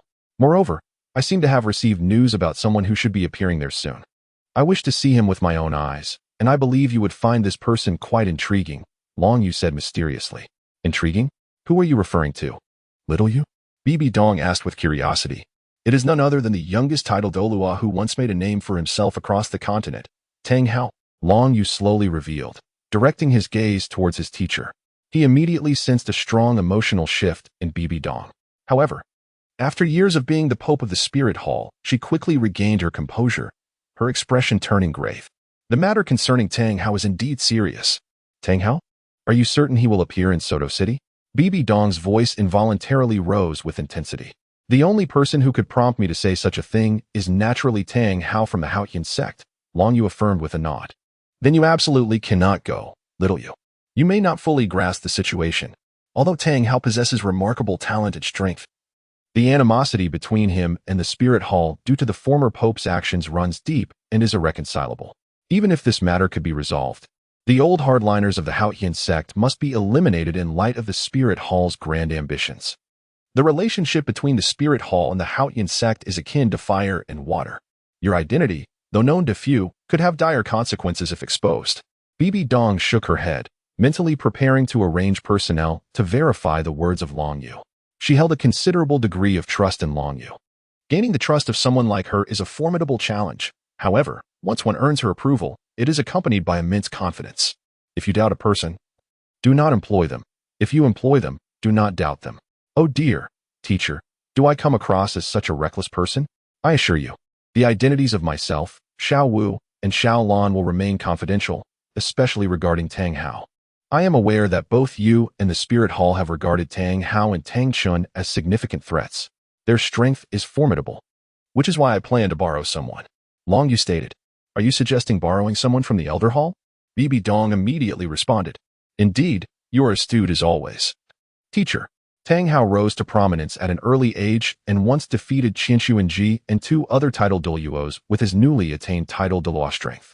His current soul power level should be around 95. And even if he is injured, typically, a Super Douluo would not stand a chance against him. There are few within the Spirit Hall who can confidently confront him. As the Pope of the Spirit Hall, you cannot easily leave Spirit City. Hence, we must borrow someone from the Elder Hall. Moreover, I believe that upon hearing anything related to Tang Hao, those old fellows would be quite eager to lend a hand. As for Qian, he is unlikely to take action himself. A stubborn old man devoted solely to venerating that angel statue is not likely to act merely on your words. My suggestion is to focus on the second high priest. Bibi Dong remarked with a hint of cunning. Those old geezers, relying on their strength, have always put on airs before me. I have long found them displeasing, and now it is time to set them in motion. Is it true that Qian would not act personally? Is he truly that fearful? Long Yu, somewhat at a loss for words, remarked. That is the principal culprit responsible for your son's demise. Chapter 100. The Wuhuan Temple Academy Battle Team Humph. Xiaoyu, be mindful of how you address them. After all, they are the former pope, the grand priest, and the second priest, Bibi Dong cautioned. Yet what of it? In my eyes, their combined significance pales in comparison to that of my teacher, Long Yu muttered. You little rascal, lacking in decorum. Bibi Dong feigned anger, though a hint of joy flickered within her heart. It was gratifying to know that her disciple held her in such high regard, especially when speaking of that beast. Qian Xuanji. Very well, since that is the case, you shall accompany Xiao Wu to that so-called Shrek Academy. Though I remain perplexed as to your reasons for going there, I have always placed my utmost trust in you. Be sure to visit the Wuhuan Temple Academy battle team first, at the very least. You ought to make an appearance so that everyone is aware of your existence as the team captain. The support-type spirit master has already been confirmed, Bibi Dong instructed. After meeting your teammates, we shall arrange the tasks you need to undertake. As for the second priest, I will also intervene on your behalf. It should pose no issue. Bibi Dong added. Yes, thank you, teacher, Long Yu replied with a smile, gazing at Bibi Dong. Bibi Dong, momentarily entranced by the now grown and handsome visage of Long Yu, soon regained her composure. Meanwhile, Long Yu eagerly made his way to the training grounds of the battle team. Bibi Dong, coming to herself, felt a flush of warmth. This little Yu had indeed grown handsome, and she couldn't help but wonder how many romantic entanglements he might attract in the future. Upon entering the training base established by Bibi Dong, Long Yu found the space quite expansive, though only a handful of familiar faces were present. The only unfamiliar figure was a young male spirit master, evidently the final support-type spirit master, and a low-ranking spirit master. Brother Yu, Xiao Wu called out, waving her hand vigorously, while Hulina and Xiaoyu glanced over, acknowledging him. It seems your enthusiasm remains quite high. However, in the time to come, we may not train together. Xiao Wu and I have other matters to attend to. Long Yu approached a few individuals and briefly mentioned that he, along with Xiao Wu and Xiao Lan, would be departing for a while, having already secured the consent of Bibi Dong. How could this be? Has the Holy Pope truly become so biased?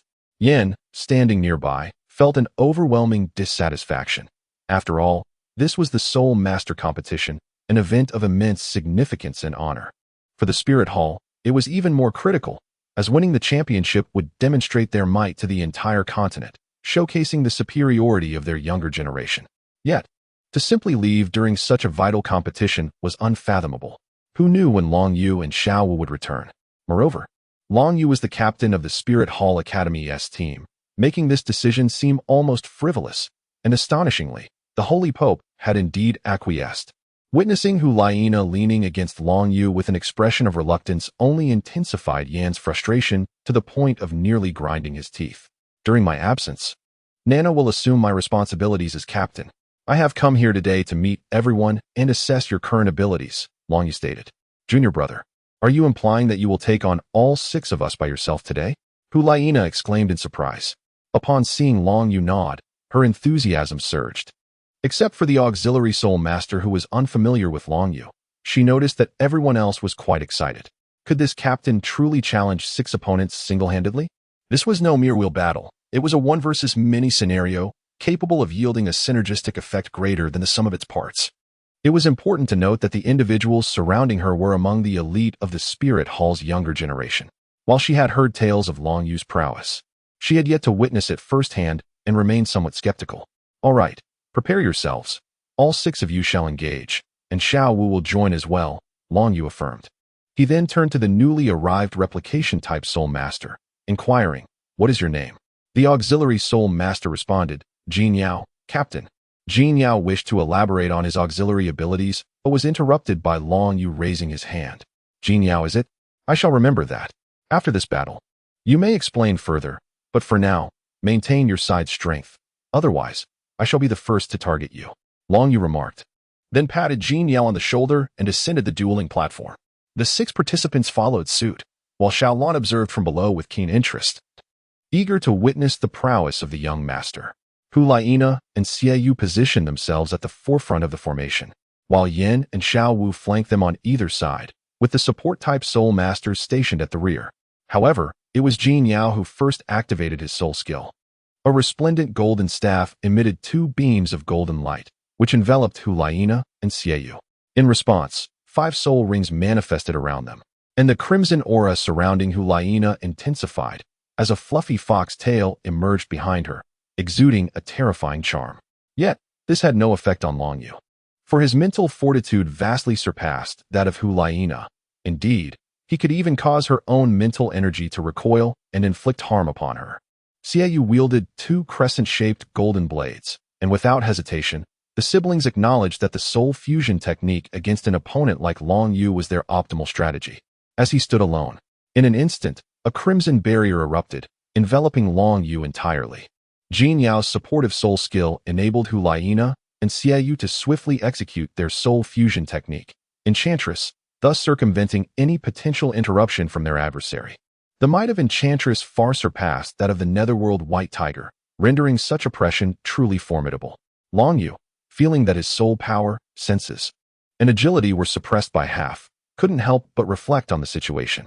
The martial soul fusion technique of 2 soul kings possessed enough power to rival that of a soul sage. Coupled with such formidable control, even the enchanting demon would not falter against a true soul sage. "Let us first escape your grasp," Long Yu murmured, as the wind god wings made their debut, propelling him into the air, beyond the reach of the demon's crimson mist. "What? It can actually fly?" An androgynous voice emerged from the demon, momentarily losing track of its target. "This is an external soul bone," Yin exclaimed in astonishment, his eyes filled with envy and resentment. Soul bones were already rare treasures, but external soul bones could evolve with the user's strength. And this was a flying soul bone, an extraordinary artifact that Long Yu had somehow acquired. While Xiaowu was equally surprised by Long Yu's ability to soar, in the next instant, her 3rd soul ring shimmered, and she vanished from her previous location, reappearing above Long Yu. First soul skill, before Xiaowu could finish her sentence. Long Yu, wielding the Golden Dragon Spear, swiftly struck her down, prompting the demon to react and catch Xiaowu mid-fall. Chapter 101. 1 against 6 as the demon moved. The thick crimson mist followed, enveloping Long Yu below. Meanwhile, Jin Yao intensified his soul power output to further expand the mist's reach, yet Long Yu, having ascended in altitude, managed to evade it. Suddenly, jets of magma erupted from the ground, propelling toward Long Yu. Although he sustained little harm, he was nonetheless knocked off balance.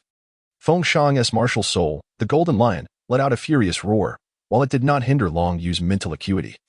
The sonic assault was quite discomforting and difficult to withstand. In the next moment, Xiaowu reappeared before Long Yu, seizing the opportunity to clasp her legs around his form. However, the first soul skill, Waist Bow, activated, flinging Long Yu aside. "I may have underestimated you," Long Yu remarked, regaining his composure and giving his neck a slight twist. Despite appearing somewhat disheveled, he had not sustained significant injury. At that moment, Long Yu hovered in midair, while the 6 below found themselves momentarily unable to launch their next offensive. The only ones capable of striking him were Xiao Wu and Yin with their first soul skills. However, Yin posed little threat to Long Yu, and Xiao Wu's repeated use of her teleportation technique had drained her soul power, leaving her somewhat fatigued. Jin Yao, wielding a resplendent golden light, directed it into Xiao Wu, revitalizing her complexion considerably. "Junior brother, how are we supposed to fight like this?" The enchanting creature emitted a sound that caused Long Yu to shudder, truly overwhelming him. However, it was quite surprising to find that the enchanting creature was currently under the control of his senior sister, suggesting that her martial soul was indeed more formidable following its mutation. "Shouldn't you consider what to do if you truly encounter such an adversary? Your control over the Crimson Mist holds no sway over flying soul masters, and I cannot remain airborne indefinitely, for my soul power is merely at level 40. Long Yu expressed his exasperation. "I shall be more serious from now on. You all must prepare yourselves," he proclaimed while hovering in midair. Subsequently, he switched to his second martial soul, and the 3 striking golden soul rings became particularly prominent as a colossal golden dragon materialized. Long Yu completed his dragon transformation, feeling an immense power coursing within him, which brought him unparalleled exhilaration. "Indeed, I find myself drawn to pure strength. Although mental-type soul techniques are powerful, I prefer this tangible force." Long Yu clenched his fist and declared, then cast his gaze upon the 6 individuals below. The 3rd soul skill, teleportation. As the 3rd golden soul ring of Long Yu shimmered, his form vanished into thin air, only to reappear before Jin Yao. before the latter could even react. Long Yu delivered a powerful punch, augmented by the enhancements of the Fire Dragon King's right arm bone, the Water Dragon King's left arm bone, and the Wind God's wings behind him. Long Yu's physical prowess had surpassed that of an average soul sage. His fist, propelled by a fierce gale, sent Jinyao hurtling away, relying solely on raw strength without invoking any soul skills. That insufferable junior brother. How dare he possess a teleportation soul skill in addition to his second martial soul? How utterly vexing that he didn't confide in me, Yao Mei thought, observing Jinyao being forcefully launched away. With such a remarkable soul skill as teleportation, both Xiao Wu and this junior brother possessed it. Although Yao Mei's mental strength was formidable, she could not foresee where Long Yu would appear next. Xiao Wu, your timing is impeccable, Long Yu smiled, as the Wind God's wings unfurled to envelop him entirely. Ah, how can your soul bone function like that? Isn't this cheating? Xiao Wu, who had teleported above Long Yu, exclaimed in astonishment. She had intended to utilize her bow, believing that even with his current soul power, Brother Yu had a significant chance of being thrown off. However, now faced with the protective barrier formed by the white wings, she found no leverage to employ. Indeed, it is a bit of a cheat, but what can I say? I possess this external soul bone, Long Yu chuckled, with a flourish of the Wind God's wings. He reached out and seized Xiao Wu by her long legs, tossing her aside. After some adjustments, she landed safely, but unfortunately, she had fallen outside the combat platform, thus being eliminated. It seems you have made some progress. Trust me, I have dodged the fire, he remarked. A massive granite arm surged toward Long Yu, but he deftly deflected it with his Golden Dragon Spear. Although this full-force strike from Yin had not inflicted significant damage on Long Yu, it did cause him to stumble back a few steps, and another figure appeared behind him. It was the agile soul master, Fengxiang, whose third soul skill flickered as a colossal claw descended upon Long Yu. However, Long Yu's mental acuity sensed the imminent threat, prompting him to teleport away. Reappearing behind Fengxiang, with a powerful sweep of his Golden Dragon Spear, he sent Fengxiang crashing off the combat platform. With Xiao Wu, Jinyao, and Fengxiang eliminated by Long Yu, only Yao Mei and Yin remained on the battlefield. How infuriating. Long Yu's strength is utterly terrifying and being fire immune. I cannot inflict significant damage upon him.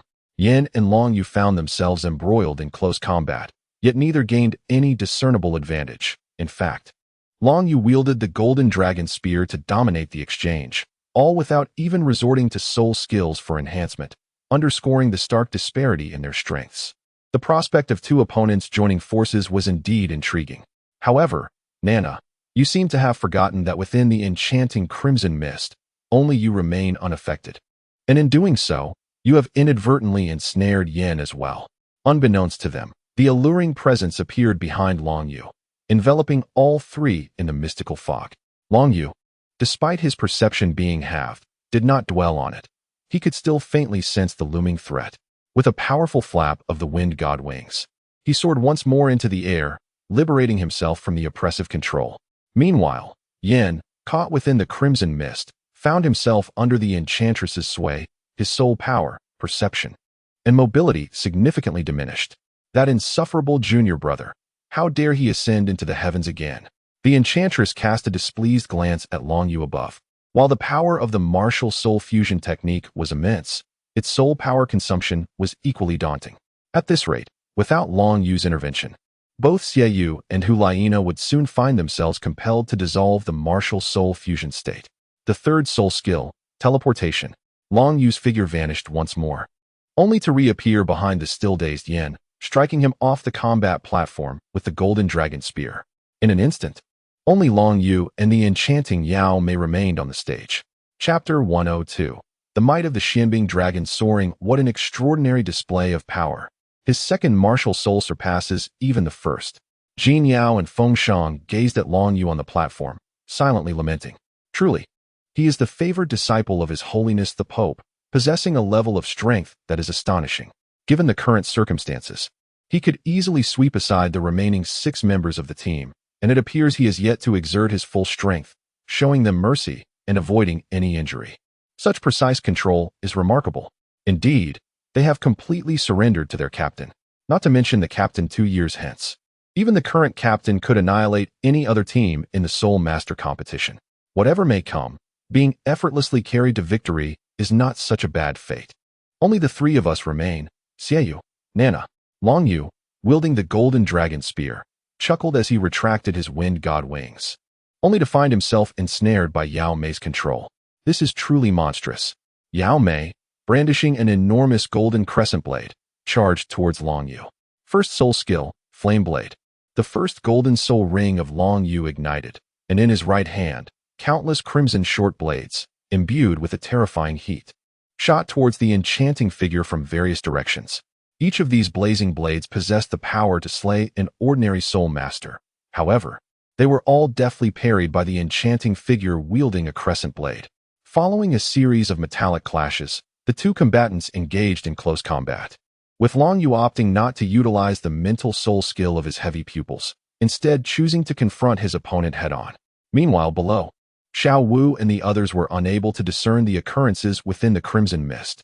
Their current prowess was insufficient, yet the sounds of battle allowed them to envision the intensity of the conflict. After some time, the red mist began to dissipate, and the three figures distanced themselves from one another. The enchanting figure could no longer sustain herself, while Hulaina and Xiaoyu were both panting heavily, clearly drained from the exertion. Long Yu, though also fatigued, exhibited an ever-increasing combat spirit, and his golden dragon spear bore no signs of wear. At this juncture, Hulaina no longer posed a threat to Long Yu. Her allure held no sway over him, leaving only Xiaoyu as a concern. Truly, the martial soul fusion technique was formidable, rivaling that of a soul sage. Were it not for my superior physical prowess and mental strength, coupled with the golden dragon spear, I would indeed find myself somewhat at a disadvantage within the control range, as the destructive power of the two bone palms was far too formidable to utilize recklessly. The breath of Long Yu was somewhat unsteady as he silently recited, "Shiwe, unleash your self-created soul technique. I wish to witness the extent of your prowess." Holding the golden dragon spear, Long Yu declared, "As you wish. I never imagined your strength had reached such heights. If you were to ascend to Soul King, what level of power would you attain?" Shiyue remarked with a sense of awe. After a moment of adjusting his state, he grasped the golden crescent blades tightly, his veins protruding as he extended his arms forward, the crescent blades unfurling into a circular formation. He moved with the swiftness of a whirlwind, his figure and the two golden crescent blades vanishing almost simultaneously, devoid of any sound of friction or wind, as if all noise had been absorbed by the golden disc. The circular moon, Shiyue's self-created soul technique, stood as his most formidable offensive maneuver, a technique reputed to possess no flaws. While it may not be truly perfect, it undeniably represented an extraordinary soul technique, especially as it was the hallmark of the leading generation of the Wuwen Hall's golden era in the original narrative. Observing the circular moon at this moment, Long Yu could not help but be filled with admiration. Unable to identify any vulnerabilities, I can only resort to the simplest method to forcibly shatter it. As the second golden soul ring of Long Yu shimmered into existence, he brandished his golden dragon spear, instantly plunging the surrounding atmosphere into an icy chill. On one side, Xiaowu instinctively wrapped her arms around herself, unconsciously distancing herself from the battle platform, while Jin Yao and Feng Shang, whose physical attributes were even inferior to Xiao Wu's, also retreated significantly. Goodness, just how extraordinary is our captain? This soul skill must have reached the potency of a seventh soul skill. Jin Yao and Feng Shang marveled once more. Each time they believed they had comprehended their captain's capabilities, he consistently shattered their understanding of the strength within the soul sect. How is it that your prowess surpasses ours by such a vast margin, even though we are all members of the same sect? Second soul skill, Mysterious Ice Dragon Soar. With the golden dragon spear wielded by Long Yu, a multitude of colossal ice-blue dragons materialized around him. The immense bodies of these dragons emanated a terrifying chill, as if capable of freezing the very blood within a person's veins. With a sweeping motion of the Long Yu spear, several ice dragons surged forth, locking onto the malevolent moon and charging ahead. How much more does this insufferable junior brother have yet to reveal to me? This evening, I shall interrogate him thoroughly, for I find myself woefully ignorant of my little brother's capabilities, Hulaina murmured as she beheld the formidable ice dragons. She could sense that each of these dragons possessed a power equivalent to the sixth soul skill of an ordinary soul emperor, and the chilling essence interwoven within them was particularly formidable. As for the safety of her elder brother, Hulaina harbored little concern. With her junior brother's level of control, harm was highly unlikely. Bang, bang, bang. As the first ice dragon collided with the crescent moon, it was cleaved apart effortlessly. The second ice dragon significantly hampered the moon's speed, but it was only with the impact of the third ice dragon that the crescent was shattered, sending the figure of the malevolent moon hurtling backward, while several more ice dragons continued their relentless assault. With a sweeping gesture, Long Yu commanded the icy dragons to cease their form, and though they vanished, the chilling temperature lingering in the air attested to their recent presence. What an immensely powerful soul technique! I concede defeat, Xiaoyu remarked, acknowledging that the few icy dragons had been more than sufficient to threaten his life. Indeed. I must admit, your self-created soul technique is truly formidable. In that fleeting moment, I could find no flaws, and was left with no choice but to resort to such means to forcibly counter it. Long Yu nodded in agreement. And what of you, Nana? Long Yu turned towards Hulaina and remarked, what else could be done? Of course, I concede. I pose no threat to you. At this point, Long Yu single-handedly defeated the other 6 members of the Spirit Hall Academy team, unequivocally demonstrating his prowess. You are truly formidable, young master. No wonder you were chosen by our leader. Without the assistance of the surrounding blue-silver grass, even I would struggle against you at this moment. Such intensity of flame and heat would greatly restrain me, even as the blue-silver emperor. This exemplifies the absolute suppression of attributes. Xiaolang gazed at Long Yu on the arena, reflecting on his nonchalant demeanor, momentarily entranced. The young master is undeniably handsome now. Chapter 103, Golden Crocodile Douluo. Although this is merely our first collaboration, I believe we have managed quite well. However, it is important to note that many of your abilities were subdued by me, leading to this outcome. Nevertheless, you all possess remarkable talents, and you must maintain sufficient confidence in yourselves. The forthcoming period will require you to hone your skills and enhance your cooperation, Long Yu assessed. The 6 nodded in agreement, holding deep respect for Long Yu at this moment. Absolute strength. While Nana's charm ability is indeed astonishing, it has its drawbacks. Charm is triggered through human senses such as hearing and sight. After the evolution of her spirit, even her sense of smell can be affected, making immunity nearly impossible. Yet, Nana, you must also understand your strengths and weaknesses. While your spirit fusion technique boasts formidable control, you must consider how to manage those flying spirit masters, Long Yu advised. Directing his gaze towards Hulaina and Xiaoyu, both of whom accepted his words with humility. In the ensuing time, Nana and Xiaoyu would assume the role of captains, encouraging everyone to collaborate actively, striving to enhance their abilities. Our focus should not solely rest on the Spirit Master competition but should extend towards a broader vision for the future, Long Yu stated. Indeed, echoed several voices in agreement. In the subsequent period, Long Yu remained at the training grounds, allowing the newcomers to showcase their abilities while providing guidance. Afterward, he departed, heading towards the Hall of Offerings. Why is the junior brother heading to the Elders' Hall? The offerings and the Papal Hall have never been particularly harmonious. Hulaina pondered with curiosity as she observed Long Yu's retreating figure, but she soon resumed her training. Before long, Long Yu found himself outside, where a graceful figure appeared to be awaiting him. Teacher, what brings you here? Long Yu inquired, somewhat surprised. I came to observe the state of the team and your strength. I must say, little Yu, you have indeed exceeded my expectations. Even I am intrigued by your ice and fire attributes. Is this the result of divine power? Truly remarkable. Bibi Dong smiled. You flatter me, master. I am aware that my abilities are still quite limited, Long Yu humbly replied.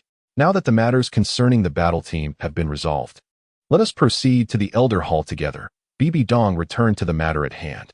Indeed, master, Long Yu responded. Long Yu nodded, and the two then proceeded towards the Elder Hall.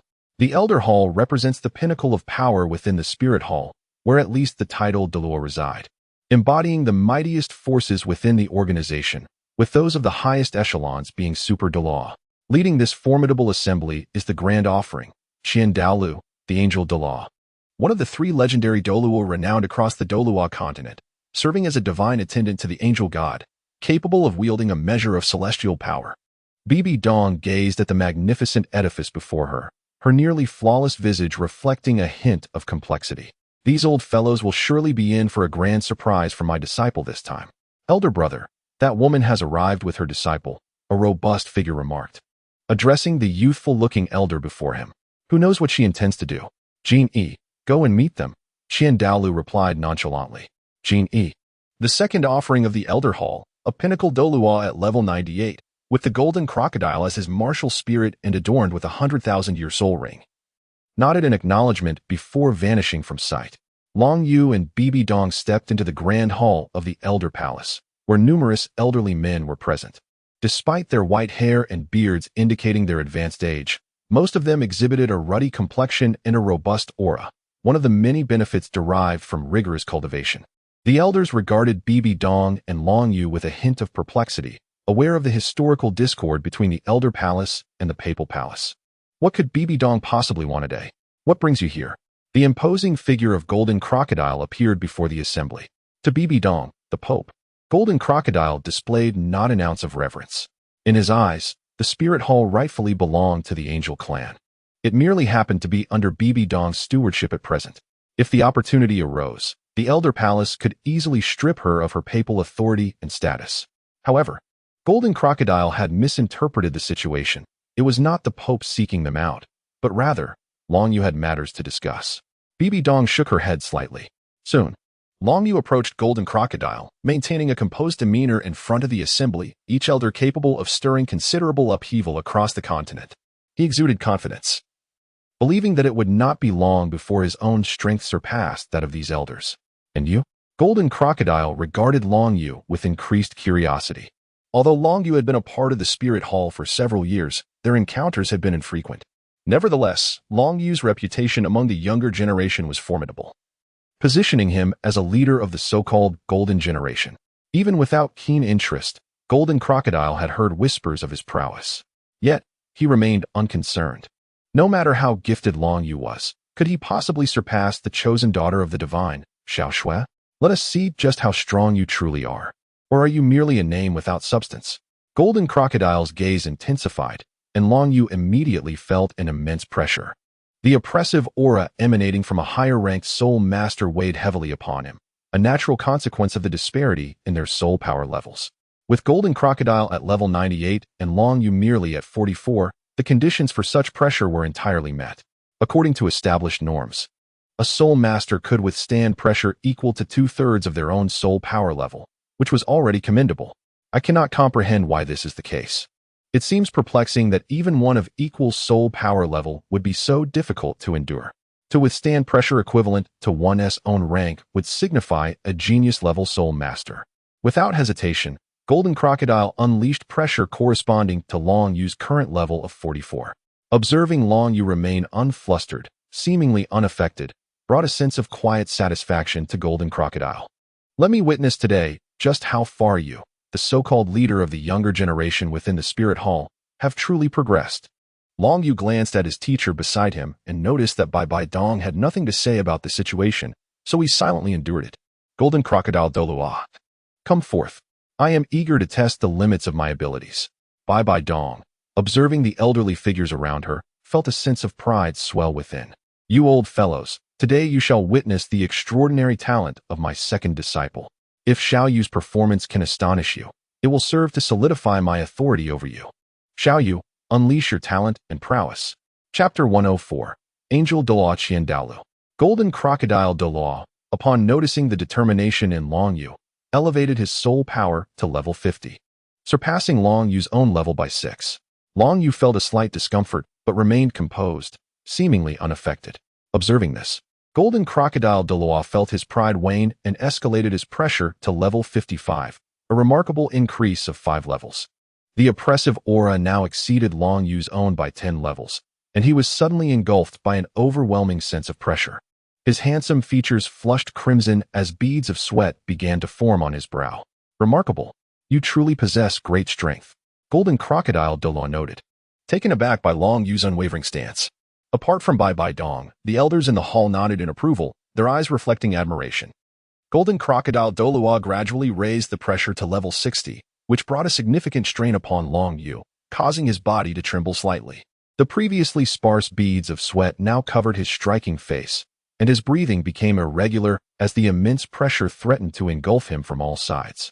Nevertheless, Long Yu persevered, standing tall with his chest out, his gaze steady and unyielding as he met Golden Crocodile Douluo's eyes. You truly astonish me. Golden Crocodile Douluo praised without reservation.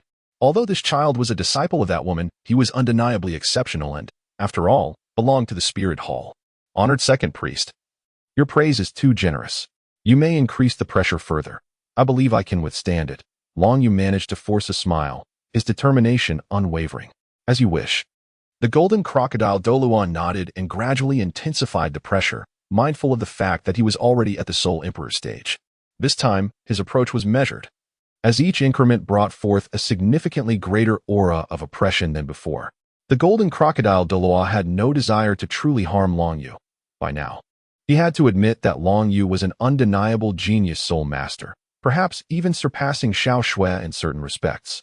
When the golden crocodile Douluo elevated the pressure to the 63rd level, Long Yu could no longer contain himself and unfurled the wind god wings.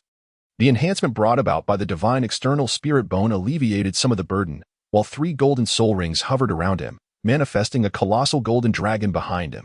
Long Yu's cheeks were adorned with shimmering golden dragon scales, and after his transformation, the pressure diminished considerably. 2 martial souls, an external spirit bone, a superior golden dragon martial soul, and an unprecedentedly powerful golden soul ring. These elements combined were enough to forge a prodigious soul master. One of the spectators couldn't help but exclaim in astonishment. Each of these traits alone could create a genius soul master, yet they all manifested in one individual. Was Long Yu truly defying the heavens? Amidst their shock, they were particularly intrigued by the most enigmatic golden soul ring. Despite their elevated cultivation and years of experience, they had never encountered such a rare anomaly among the commonly known soul ring colors. The golden crocodile Douluo was momentarily taken aback, staring intently at Long Yu's golden soul ring for a considerable time. Once he confirmed that this was no mere illusion, his interest in Long Yu deepened. Observing Long Yu, who had stabilized his state, the golden crocodile Douluo slowly raised the pressure to the 65th level, exceeding 1/3 of Long Yu's own soul power level. This was a force that far surpassed that of a soul master or soul king. The immense pressure was all-encompassing. Even with Long Yu's numerous enhancements and physical prowess exceeding that of his peers, he found himself straining under such oppressive aura. Yet, Long Yu clenched his fists tightly, enduring the excruciating pain that coursed through his body, feeling the effects ripple through his very organs. At this moment, he could only rely on himself, gritting his teeth in determination as the brilliance of the golden dragon behind him grew ever more radiant. Long Yu could not suppress a low and thunderous roar. Yet he ultimately withstood the oppressive aura of level 65. However, his form swayed precariously, as if he might soon falter. Enough, let it end here, Genie. A voice resonated, and Genie understood that the newcomer had withdrawn the pressure exerted upon Long Yu. Instantly, Long Yu felt a lightness in his body, which, paradoxically, left him momentarily disoriented. Fortunately, Bai Dong was quick to support Long Yu, channeling a gentle soul power into him, healing his internal wounds while simultaneously replenishing his expended soul energy. We pay our respects to the Grand Elder. The elders and the offerings reverently called out upon seeing Qian Daolu, for he was indeed the true master of the Elder Hall, at least for the time being. As Long Yu lifted his gaze, he beheld an elderly man with flowing silver hair, meticulously arranged, and his hands clasped behind his back. Despite his advanced years, his visage bore no trace of age. The well-defined features still hinted at the striking handsomeness of his youth. The aura emanating from him was profound and inscrutable, evoking a sensation in Long Yu reminiscent of Bai Dong. After all, due to the trials of the divine examination, Bai Dong was unable to exhibit her full strength at present. Young Long Yu had indeed encountered the esteemed grand offering. Long Yu also slightly bowed, acknowledging that his current status was merely that of a disciple, possessing only a soul power level of 44. Thus he felt the need for a measure of humility. Indeed, you are exceptionally talented, truly remarkable. To achieve such a level at not yet 12 years of age speaks volumes of your prodigious gifts, Qian Daolu remarked, his voice somewhat hoarse yet imbued with a penetrating quality. Thank you for your kind words, Great Elder. Long Yu replied with a demeanor that remained neither overly humble nor arrogant. Not at all, I merely speak the truth. You are indeed astonishing, Qian Daolu countered, shaking his head. Such praise left nearly all the elders present in a state of astonishment, as it had been years since they had heard such commendations from the Great Elder. Yet, they all agreed that Long Yu was indeed worthy of such accolades. With such talent at such a tender age, his remarkable abilities and diverse skills had genuinely dazzled these seasoned veterans. It was a pity, however, that he had already been taken as a disciple by Bai Dong, a true loss, indeed. Chapter 105. He is also a chosen one. Bibi Dong keenly sensed the shift in the elder's emotions, a subtle smile gracing her lips. Clearly pleased with Long Yu's performance that day, he was, after all, her most cherished and accomplished disciple. Teacher, it seems love has ultimately faded, Hulaina remarked, tears welling in her eyes. Now, please, what brings you to us? Douluo inquired. I require your assistance, and I assure you it will pique your interest. However, due to my teacher's daily obligations at the Spirit Hall, I cannot attend to this matter alone, as the opponent possesses formidable strength. Therefore, I must seek your aid. And I am certain you will respond. Long Yu articulated the purpose of this endeavor, initially believing that the loyal divine attendant, Douluo, would refrain from appearing. To his surprise, he ultimately did make an appearance, which bolstered their confidence. His strength was formidable, unlike Bibian, who was preoccupied. The others within the papal hall were also incapable of intervening. They could only borrow individuals from the elder hall, yet they remained overly confident that they would not take action against Douluo, who pondered this matter. Presently, aside from Bibidan, the only other formidable presence in the papal hall was the 96th level soul master, Xiaogang. However, it was evident that neither master nor disciple held Xiaogang in high regard. Are you suggesting you have knowledge of Tang Hao or Tang Shen's whereabouts? Douluo inquired tentatively, as there were likely no others besides these two.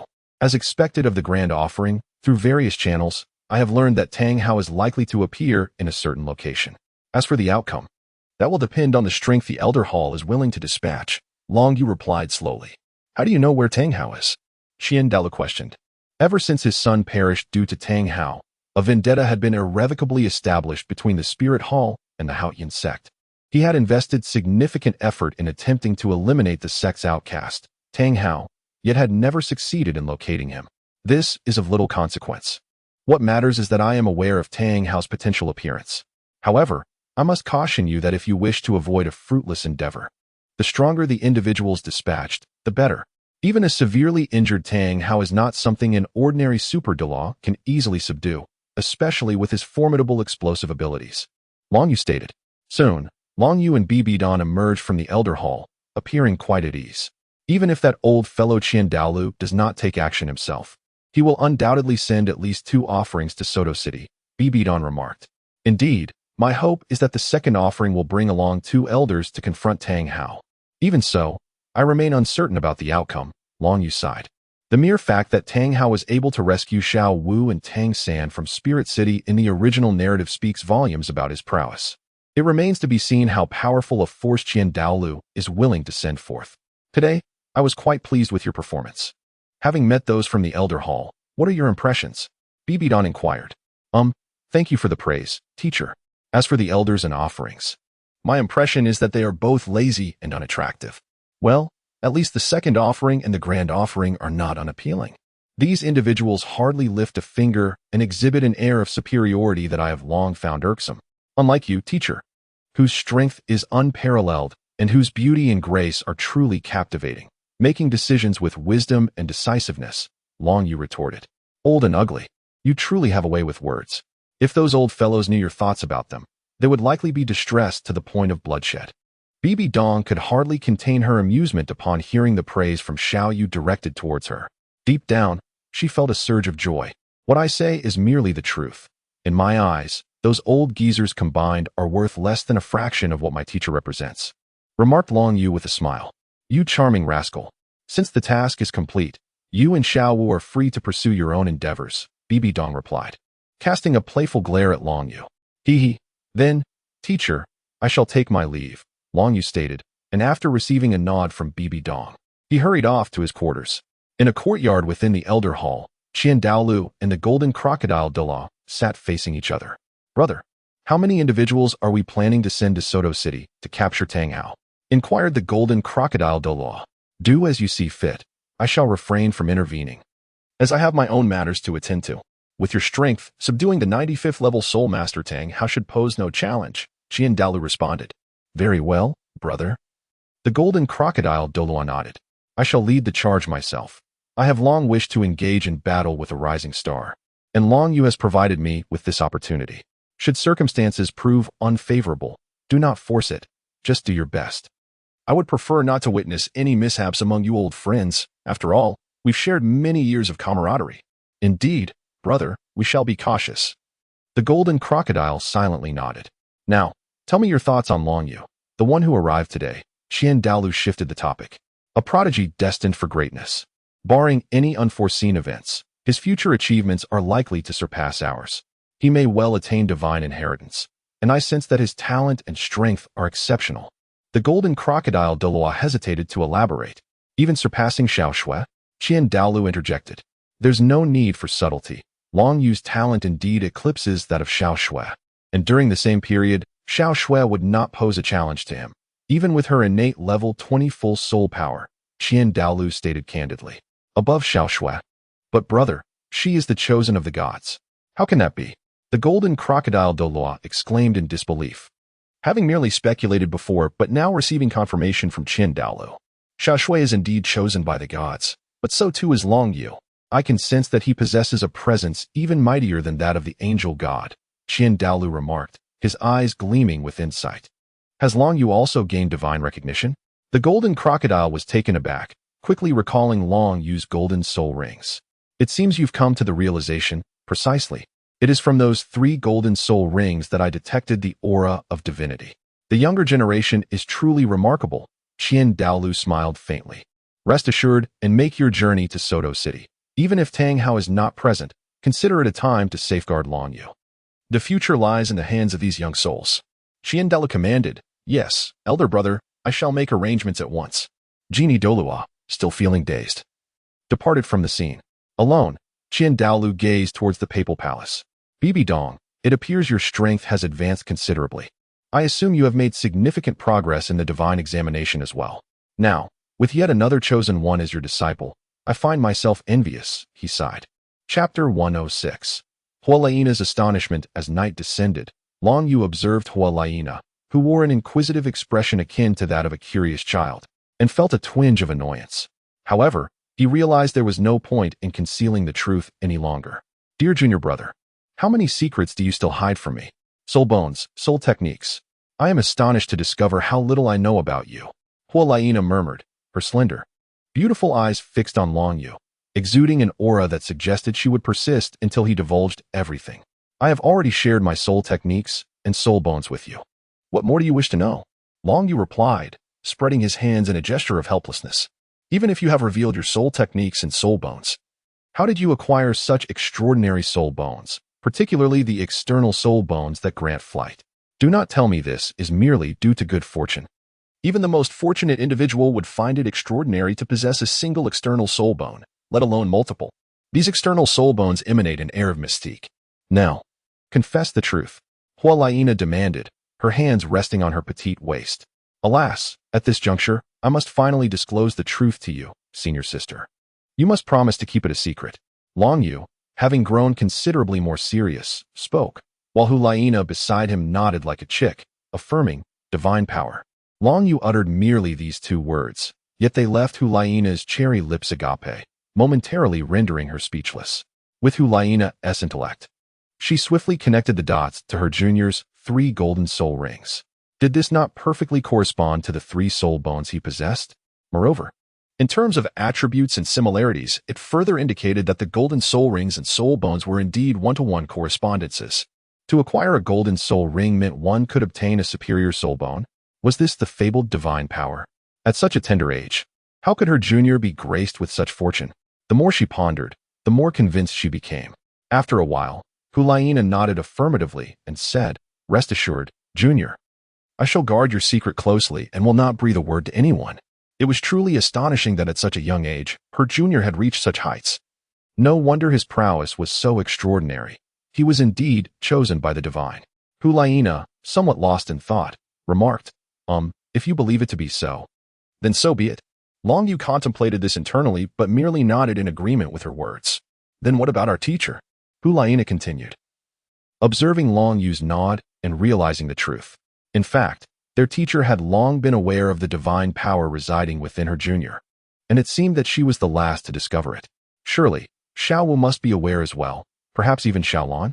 The more Hualaina thought about it, the more uneasy she felt, and glancing at her junior, she suddenly leaped into Long Yu's arms, pressing herself tightly against him.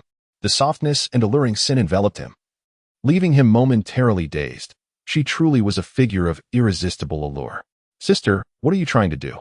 Long Yu struggled to create some distance between them and inquired. What can a solitary man and woman do in a room together, Junior? I wish to claim you. I want to be the first to possess you, Hulaina declared. Her enchanting face flushed yet resolute. Claim me? The first to possess me? Sister, are you feeling unwell? Long Yu placed his hand upon the smooth forehead of Hulaina, discovering everything to be normal. How could Hulaina, now a soul king, possibly be feverish? I am not ill, little junior brother. I merely sense a looming crisis. Hulaina expressed with a hint of melancholy. At times, having a partner so exceptionally talented can be a burden. It feels as though I cannot hold on to Xiaoyu. Even if Xiaoyu does nothing, a throng of female soul masters pursue him fervently. To speak of the young generation within the spirit hall, and even those from the previous generation, Hulaina could scarcely count how many harbor such affections for her little junior brother. What could she do? Should she declare that they are not permitted to like Xiaoyu? There are moments when Hulaina wishes her junior brother were more ordinary, so that she would not be beset by such troubles. Yet, if he were truly ordinary, would she still hold such affection for him? Thus, Hulaina remained deeply conflicted, uncertain of how to navigate her feelings. It seemed as if the gap between them had widened considerably. Should this continue, the outcome would be uncertain. It is of no concern, senior sister. My affection for you will not waver due to the differences between us, since we have already established our bond. Even if you wish to flee, I shall bring you back by force. You, Hulaina, are destined to be my Long Yu's woman. Long Yu tenderly embraced Hulaina, feeling a pang of sympathy. His rapid growth had indeed created an ever-widening chasm between himself and Xiao Wu and Na Na. However, this was merely the beginning. It did not signify a growing distance in their relationship. Little junior brother, I understand. I shall never let go, not ever. Hulaina murmured, resting her head against Long Yu's chest. With the best at hand, why settle for anything less? Such words from her little junior brother brought her immense comfort. All right, I shall take a bath. You should rest for now. Tomorrow, Xiao Wu, Xiaolan, and I will set off. So wait for my return, Long Yu gently urged as he pushed Hulaina away. Little junior brother, why are you off to take a bath again? Hulaina asked playfully, her eyes glinting as she watched him head towards the bathroom. How can you say that? It's all your fault. Once I mature a bit more, I'll show you my true prowess. Long Yu replied fiercely, splashing cold water on himself to calm his nerves and soothe his little brother. I'll eagerly await that day. Hee. Hulaina chuckled, then lay down on the bed, drifting off to sleep with a smile playing on her lips. Long Yu arrived at the bedside and beheld the enchanting sight of Hulaina, who lay in a serene slumber, her fair skin illuminated in the soft light. Long Yu, with a head full of dark thoughts, did not hesitate to pull Hulaina into his embrace, enveloping her warmly before tucking her in, then closing his eyes to drift into slumber. In the realm of dreams, Hulaina felt a gentle and reassuring warmth, instinctively curling up closer to Long Yu.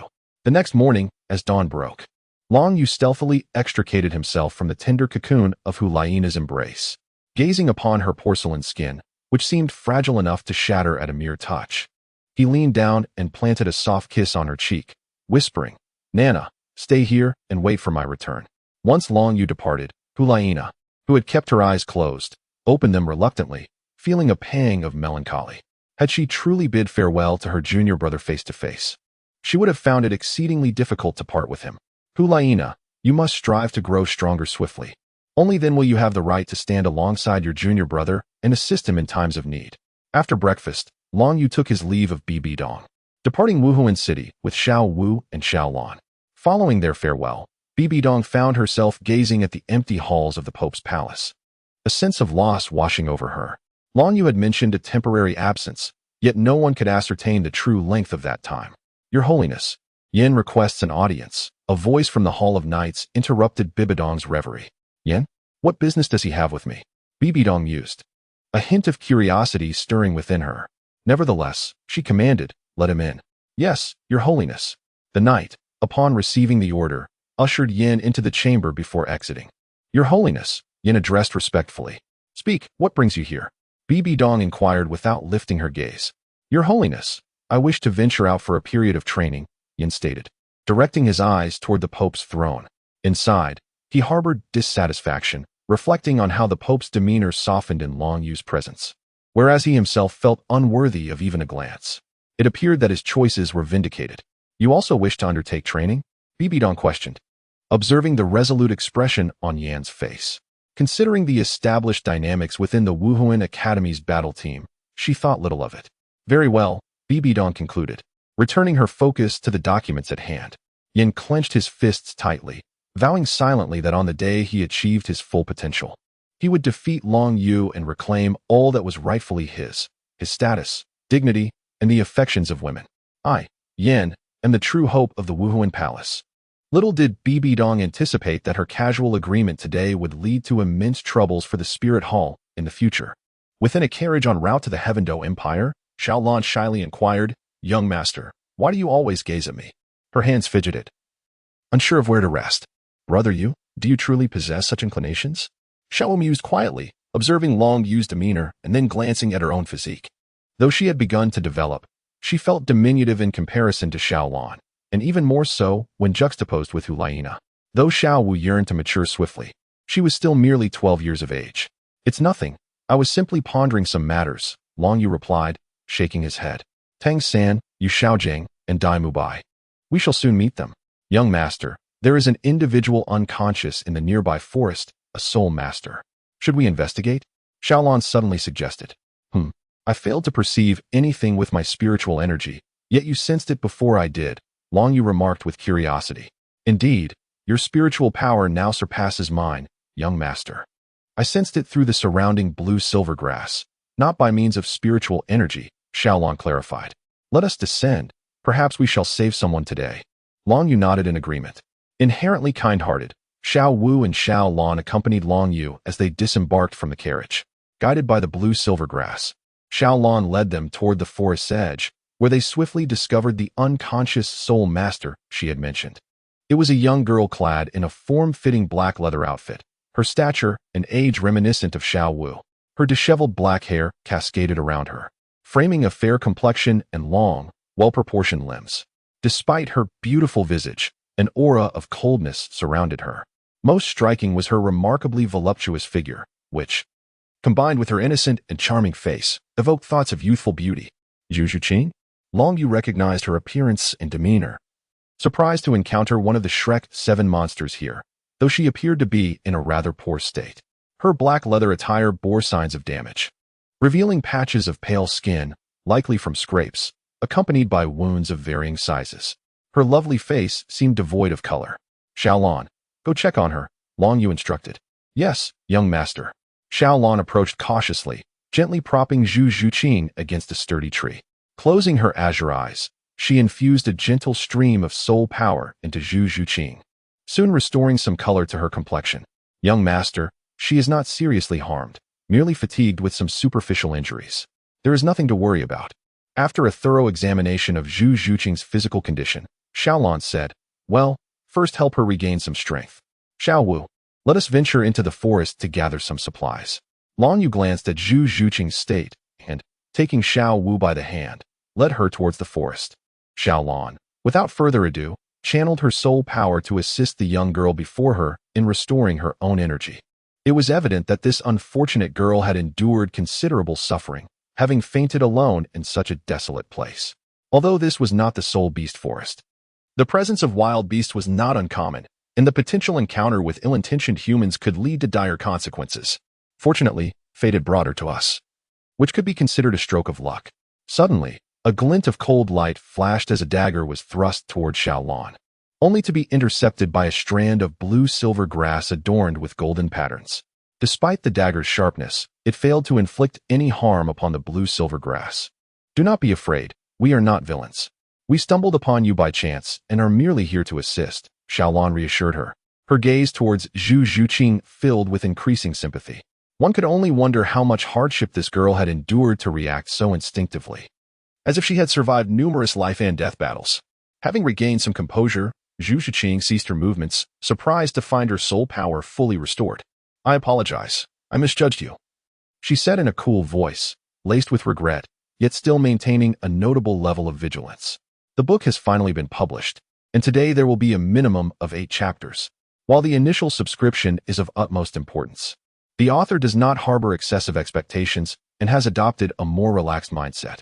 Should the initial subscriptions exceed 100, an additional chapter will be added.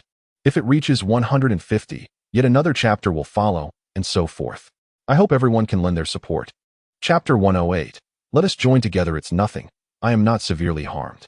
Assisting you is also the young master's command. The young master and Xiao Wu have gone into the forest to gather supplies. Let us wait here for a while. Upon sensing that Zhu Zhuqing's condition had improved, Xiaolan withdrew her soul power.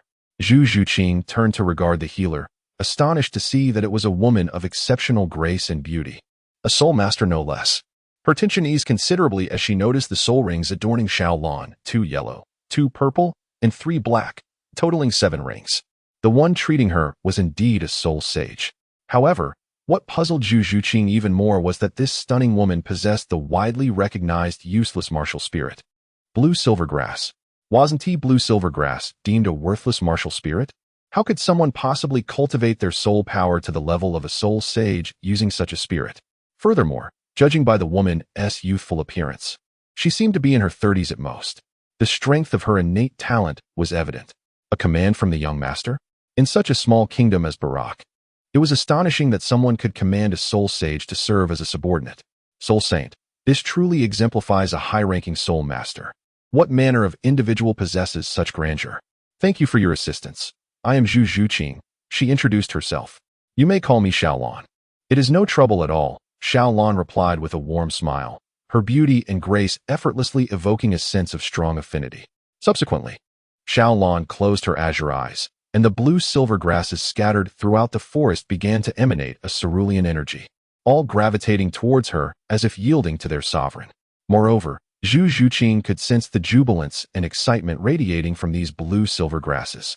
In no time, Xiaolan harnessed the energy from these plants to replenish her expended soul power, while the ordinary blue-silver grasses, blessed by the blue-silver emperor, would also benefit immensely, poised to evolve to greater heights.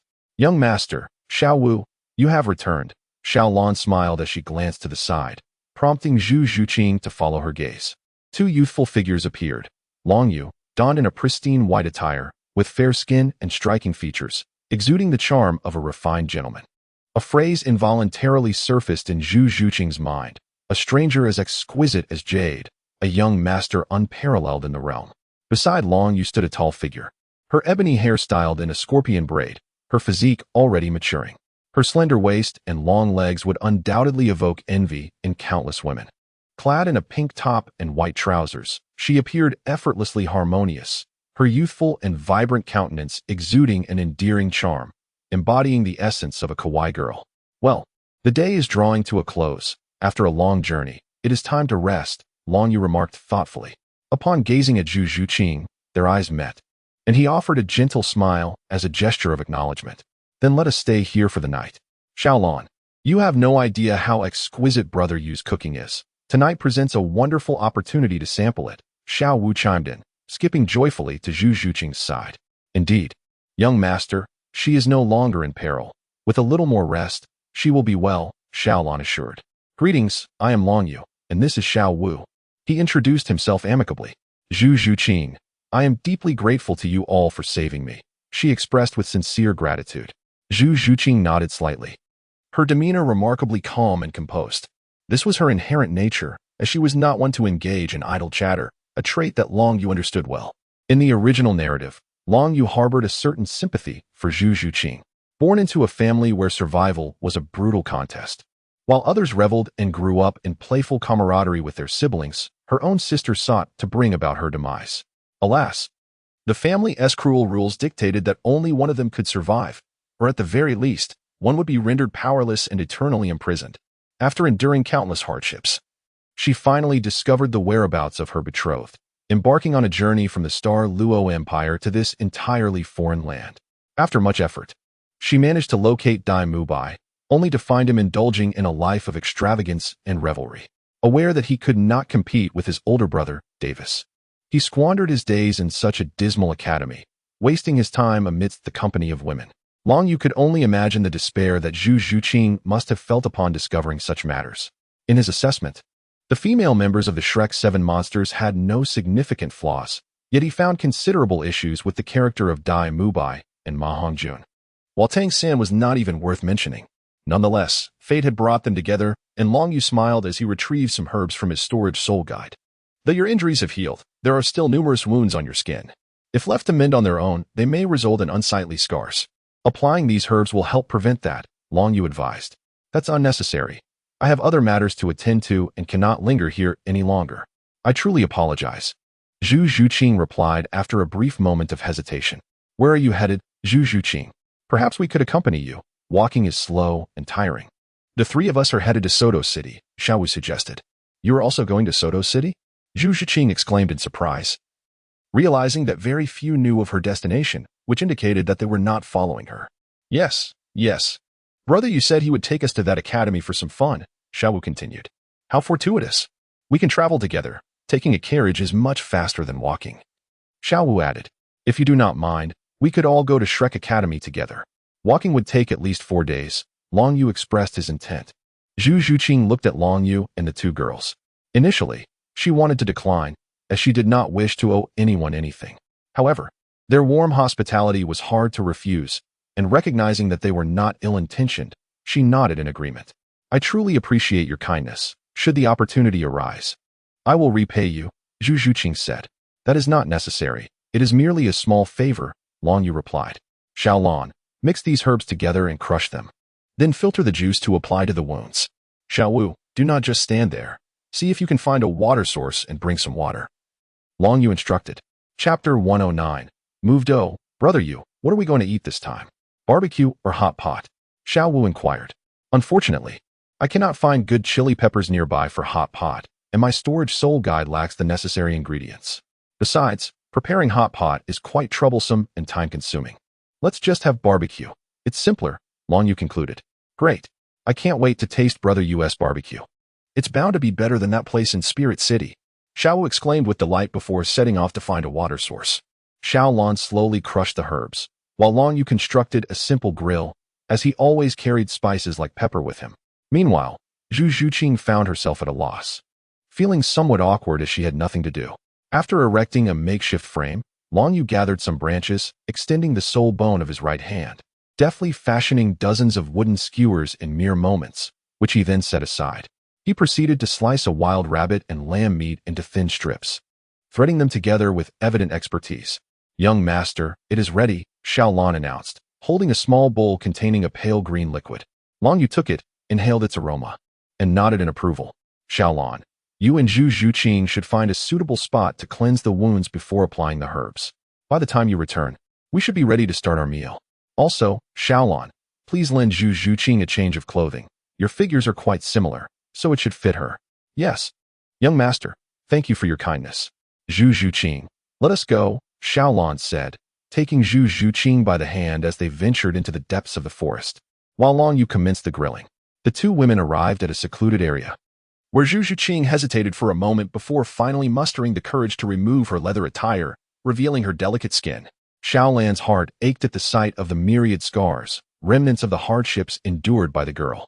Some wounds marred her beauty, with scabs forming in places. The sight was somewhat ghastly. Zhu Zhuqing sighed in relief, initially bracing for pain from the south, but found it surprisingly soothing as Xiaolon applied it to her wounds.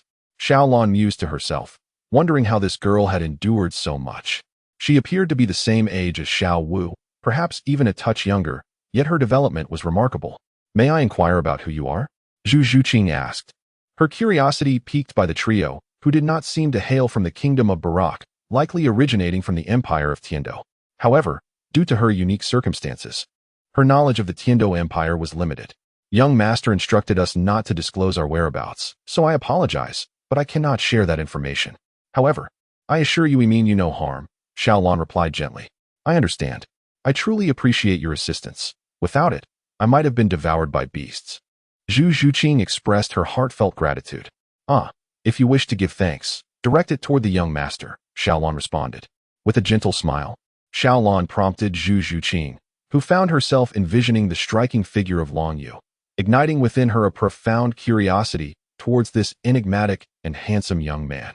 It seemed that all three of them were soul masters, yet she pondered the current level of cultivation that Long Yu and Xiao Wu had achieved.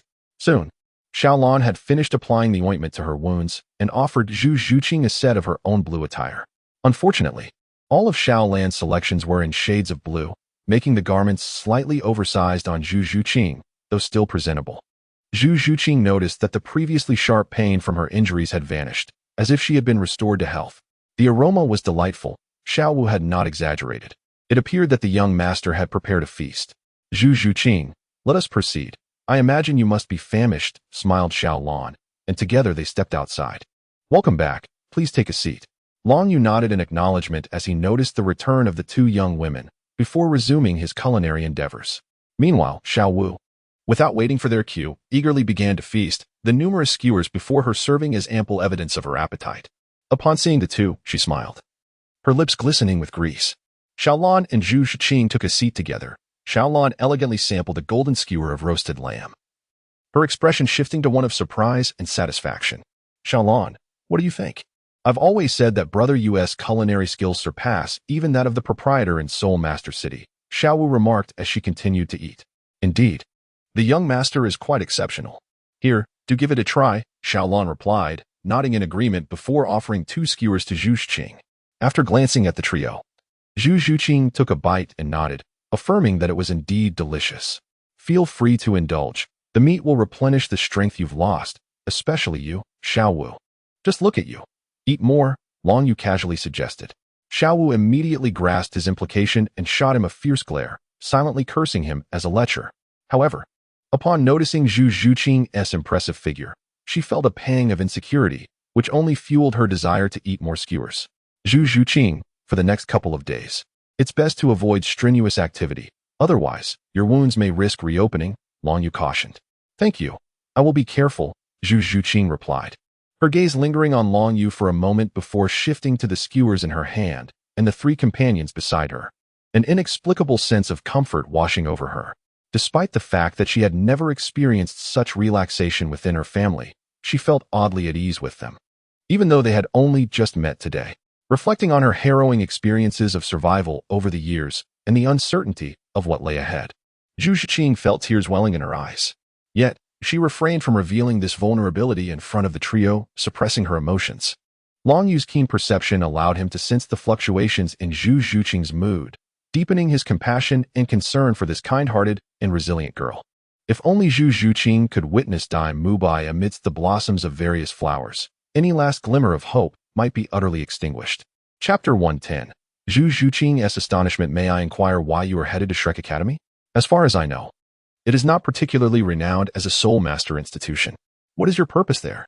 Zhu Zhuqing asked. The reason is quite simple. As we mentioned earlier, we are merely here to enjoy ourselves for a while. Once we feel it becomes uninteresting, we will leave Shrek Academy, Long Yu replied. Is it truly just for leisure?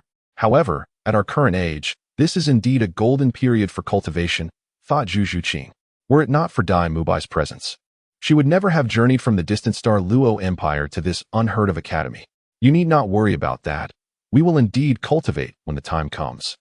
Long Yu replied with a smile. Although Zhu Zhuqing still found it somewhat peculiar, she nodded in agreement. She had already expressed all that needed to be said, and whether they listened was entirely up to them. One cannot force understanding. By the way, Zhu Zhuqing, speaking of cultivation, how old are you now? And what level of soul power have you reached? Xiaowu inquired with curiosity. I am 12 years old and currently a rank 27 Great Soul Master, Zhu Zhuqing responded. Oh, rank 27. That's quite comparable to those in the academy, though you seem to be slightly stronger. I wonder what your martial spirit is, Xiaowu reminisced. This statement caught Zhu Zhuqing off guard, and upon glancing at Long Yu and Xiaolan, she observed their faces remained tranquil, showing no signs of surprise at her achievement. Was reaching rank 27 at the age of 12 already considered commonplace? A sense of confusion began to stir within her. In terms of innate talent, she felt no inferiority compared to her sister, Zhu Zhuyun. However, the vast difference in their cultivation timelines created a significant disparity in soul power. If only she and her sister had cultivated concurrently, enjoying the same resources and time for training, she was confident that her abilities would not lag far behind her sister's. Alas, there were no ifs. Should she fail again, her family would deem her a failure in competition and subject her to punishment. No one would pay heed to the process. They only celebrated the glory of the victors. What about you? Zhu Zhuqing asked, still unwilling to concede defeat. I am also 12 years old, but I am currently a rank 41 soul scholar. Xiaowu declared proudly, then gestured towards Long Yu, saying, Brother Yu is even more formidable. He is also 12, yet his soul power level exceeds mine by 2 ranks, making him a rank 43 soul scholar. And let me let you in on a secret. Brother Yu is so impressive that even an average soul sage cannot defeat him with his current soul scholar rank. As for Xiaolan, she is now a rank 72 soul sage. Zhu Zhuqing was utterly astounded by Xiaowu's words, her mouth agape. It was no exaggeration to say she considered herself a genius soul master. Yet here were Xiao Wu and Long Yu, of the same age, who had achieved the rank of soul scholar, a staggering difference of several levels in soul power. The true strength of this young man beside her could actually defeat a soul sage? Could it be that something is amiss with my ears? However, Zhu Zhuqing preferred to believe that Xiao Wu was merely boasting, especially in the latter part of her claim, which spoke of a disparity of over 30 levels in soul power. After all, a soul sage who manifests their martial spirit is not to be trifled with. I knew you might not believe it. Upon seeing the astonished expression on Zhu Zhuqing's face, Xiao Wu revealed her 4 soul rings, 2 yellow and 2 purple, demonstrating her strength and leaving Zhu Zhuqing utterly convinced. Goodness, has the outside world become so extraordinary? At such a young age, she has managed to cultivate to the rank of a soul master. Could it be true that Xiao Wu's assertion about Long Yu being capable of defeating a soul sage is indeed accurate? Who exactly are these 3 individuals, possessing such terrifying talent and power? Xiao Wu, have some skewers. They won't silence your chatter, Long Yu remarked after casting a sidelong glance at her. To Zhu Zhuqing, Long Yu's words seemed an implicit acceptance of Xiao Wu's earlier statements. Zhu Zhuqing fell into a contemplative silence, yearning to inquire how Xiao Wu and Long Yu had achieved such astonishing rates of cultivation, yet ultimately refrained from voicing her curiosity. It would be quite inappropriate to pry into others' secrets so indiscreetly. As time swiftly passed, the night deepened, and after the 4 had erected a makeshift tent, they prepared to rest. The tent originally belonging to Long Yu was graciously given to Zhu Zhuqing. Despite her persistent refusals, she could not withstand the 3 others' insistence. Meanwhile, Long Yu kept watch among the surrounding trees, relying on his mental prowess and Xiaolan's blue silvergrass for early warnings, ensuring their safety. As Zhu Zhuqing nestled under her blanket, she caught a faint whiff of Long Yu's scent, causing a blush to bloom on her cheeks, yet she soon succumbed to slumber. She was utterly exhausted and needed to rest well. When the first rays of sunlight graced the area the following morning, Long Yu stretched lazily before descending to prepare breakfast. After years of neglecting such tasks, he found himself somewhat out of practice. Before long, Zhu Zhuqing and Xiaolan had awakened in succession, greeted Long Yu warmly, and seated themselves to await their meal. Xiao Wu, that girl, is truly indulging in her slumber. You all go ahead and eat. I'll go rouse her, Long Yu declared. Upon observing the continued silence within the tent of Xiao Wu, Long Yu could only sigh, displaying an expression of helplessness. This elicited a stifled chuckle from Xiaolan and Zhu Zhuqing, who found the situation amusing yet restrained their laughter. Long Yu opened Xiao Wu's tent and observed her rather improper sleeping posture. Annoyed, he playfully smacked her on her perky behind, rousing the slumbering little piglet. Who is it? I have a severe case of morning grumpiness. Xiao Wu's voice emerged, followed by a few more playful taps. Outside, Xiaolan and Zhu Zhuqing exchanged knowing smiles. Feeling a sense of warmth, the bond between Xiao Wu and Long Yu appeared to be quite close and affectionate. Before long, Xiao Wu pouted, clearly reluctant, and joined the 2 women at their side. She cast a few huffs at Long Yu before burying her head in her food. I'm utterly annoyed with Brother Yu. I want to speak to him this morning. After a simple breakfast, the 4 of them climbed onto the carriage. Fortunately, the carriage was spacious enough, so even with 4 people, they felt no discomfort. This time, Zhu Zhuqing did not decline the invitation after spending some time together. She had grown accustomed to Long Yu and the others. The carriage continued its journey towards Soto City. Chapter 111, Soto City. Soto City, the second largest city in the Baloch Kingdom, with the first being the royal capital. It shares a direct border with the Xinglua Empire and serves as the gateway to the Tiando Empire, boasting formidable military strength. Situated on the Lima Plain, it is hailed as the granary of the Baloch Kingdom, housing a hall of martial spirits, underscoring its significance. As Long Yu and his companions gazed at the bustling crowd, a sigh of relief escaped their lips. After enduring days of travel in a carriage, they had finally reached their destination. Feeling as though their very bodies were not their own, with limbs numbed from the journey, upon disembarking, they found themselves slightly disoriented.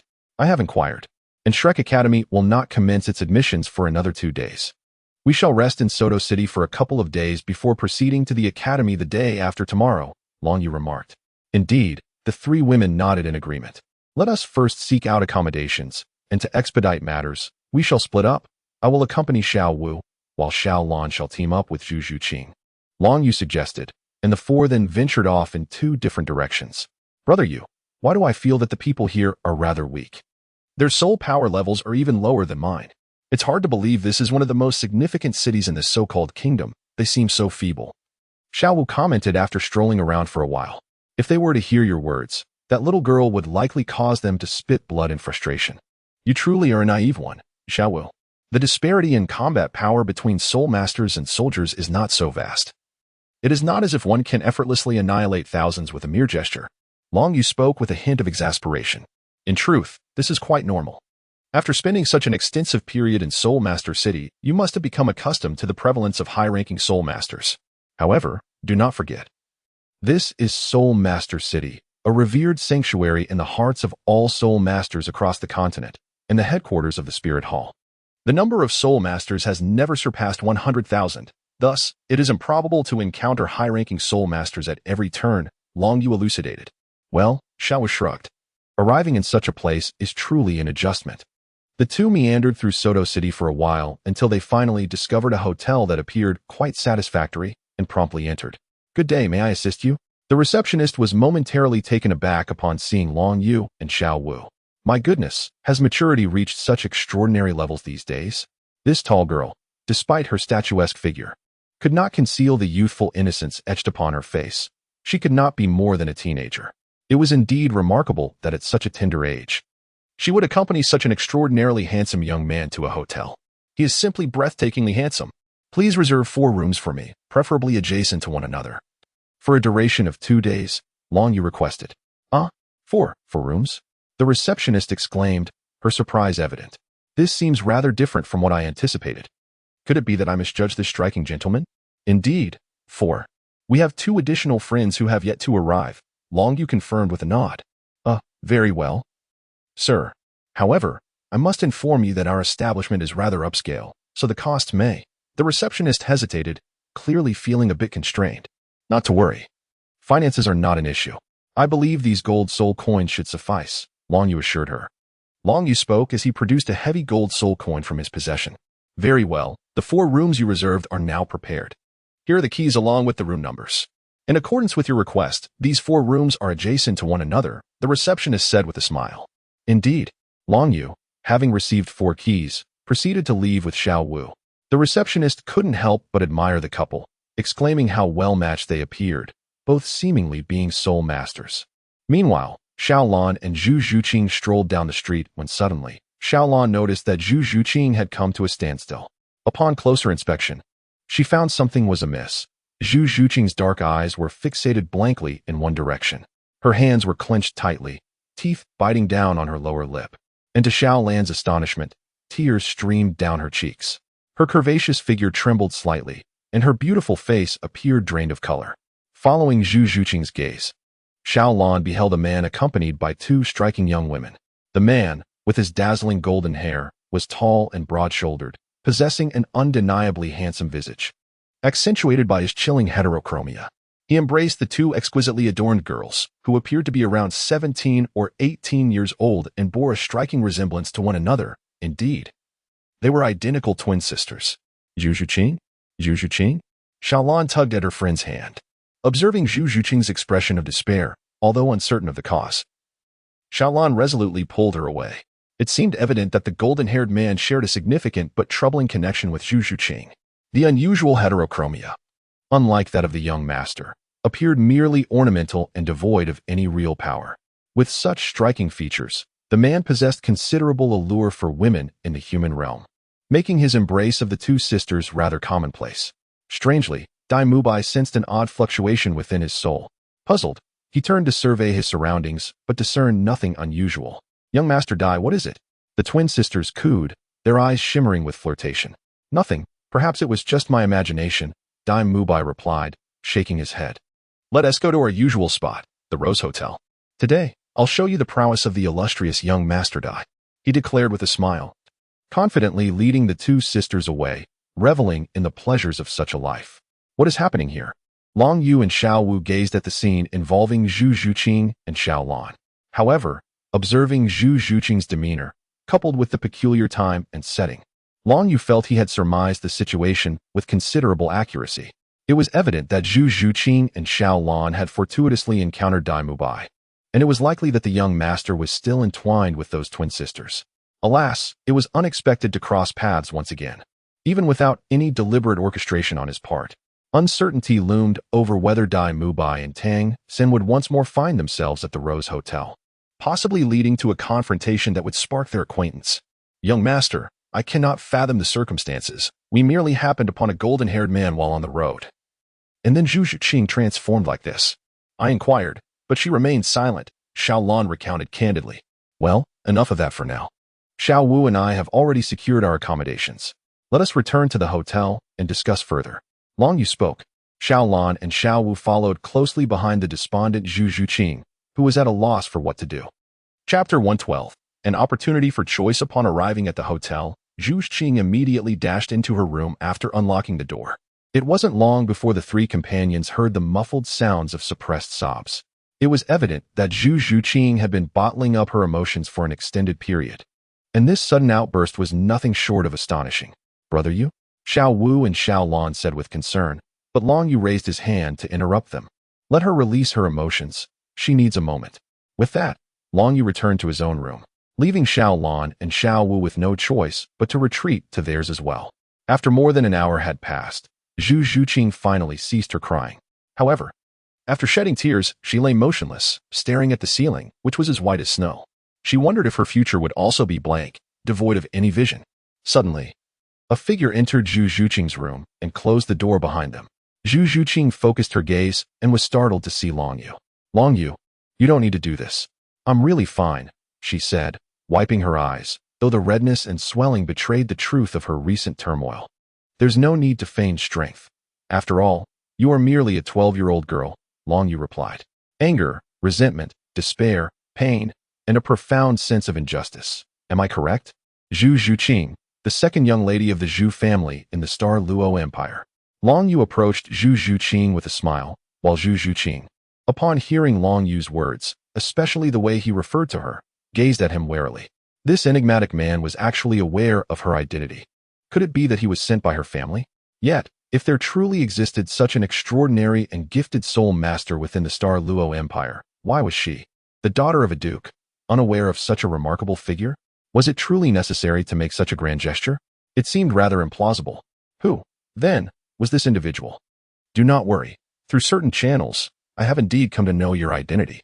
However, rest assured, I am not from your Star Luo Empire.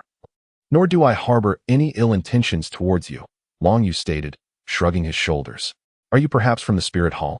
Zhu Zhuqing speculated. With such formidable talent and an impressive network of information, it could only be the Spirit Hall, the dominant force in the continent's soul master realm. You are quite astute. You are correct. I am indeed affiliated with the Spirit Hall, and the three of us are as well, Long Yu admitted candidly. So, what exactly do you intend to do? Zhu Zhuqing replied coldly. Given the relationship between the Spirit Hall and the Empire, Zhu Zhuqing held no fondness for the former. Do not overthink it. Our encounters, from the moment we met to your encounter with Dai Mubai, have merely been a series of coincidences, dictated by fate. If we truly had ulterior motives, to be frank, there would be no need for such convolutions. Long Yu shrugged and remarked, observing Zhu Zhuqing's demeanor as he continued. I have come to you today merely to pose a question. Do you wish to take charge of your own destiny? I have always believed that rather than relying on others and placing your hopes in their hands, allowing them to dictate your fate, it is far wiser to depend upon oneself. You may not fully grasp my circumstances. How could I possibly contend against such a vast empire relying solely on myself? Even with your affiliation to the Spirit Hall, you would remain powerless. Though the Spirit Hall has grown increasingly formidable in recent years, it is ultimately but a faction of soul masters. Consider the totality of soul masters across the continent. How can one hope to confront the Star Luo Empire? Furthermore, we have only just met, and I doubt the Spirit Hall would bear such a significant cost for me. Should I suffer another defeat, I would find myself utterly forsaken, abandoned by my family, Zhu Zhuqing replied, shaking her head. In truth, What you face are the royal forces of the Star Luo Empire and your own Zhu family. You are undoubtedly more aware than I of the internal dynamics within the Star Luo Empire. The Spirit Hall would not directly engage in warfare with the Star Luo Empire on your behalf, yet a confrontation between the two is inevitable. My sole inquiry is whether you desire to seize control of your own fate, to rely on yourself rather than placing your hopes on that lecherous tiger, Daimubai. Long Yu countered, shaking his head. Seize this opportunity, strive for that final glimmer of hope, or choose to merely survive for a few more years before meeting your end. The decision lies with you. Rest assured, you have 2 days to ponder this matter at your leisure. Should you come to a realization, seek me out. And taste the essence of wielding your own destiny. In the face of overwhelming power, all obstacles shall be swept aside. Once you attain the rank of title de law, neither the royal family of Star Luo nor your own clan will be able to contend with you. I can assist you in achieving such heights, or even greater. I have faith in you, and even more so in myself. Upon finishing, Long Yu did not cast another glance at Zhu Zhuqing. He was confident that the girl would make her choice, and all he needed to do was wait patiently. At this juncture, Zhu Zhuqing found herself with little choice. The Shrek 7 monsters had been divided, and Xiao Wu had long been drawn to his side, fostering a close relationship. The martial soul fusion technique, the Nether White Tiger, seemed nearly within reach.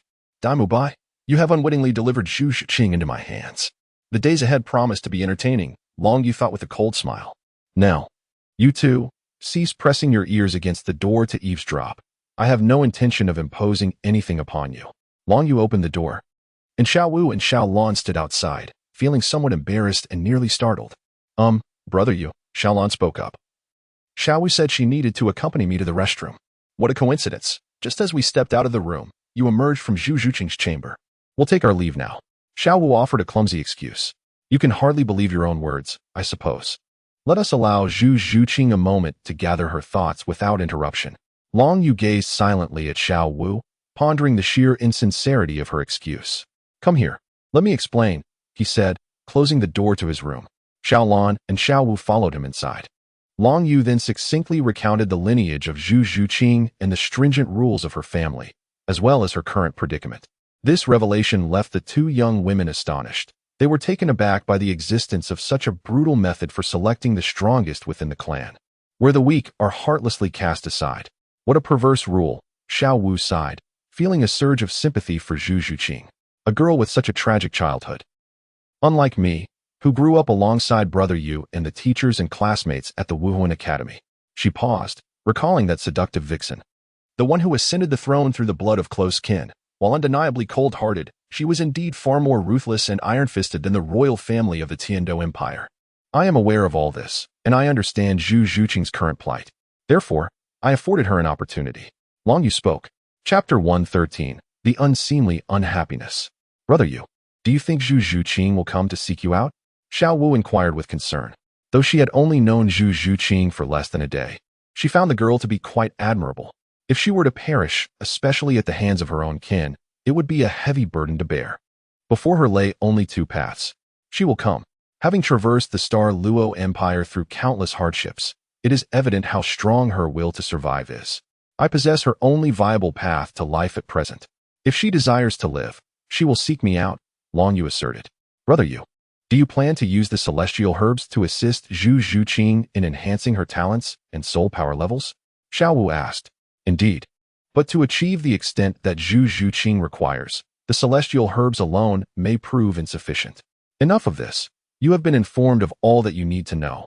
Now, return to your own rooms, Long Yu replied. Xiao Wu nodded and departed, while Xiao Lan chose to remain in Long Yu's chamber. Is something amiss, Xiao Lan?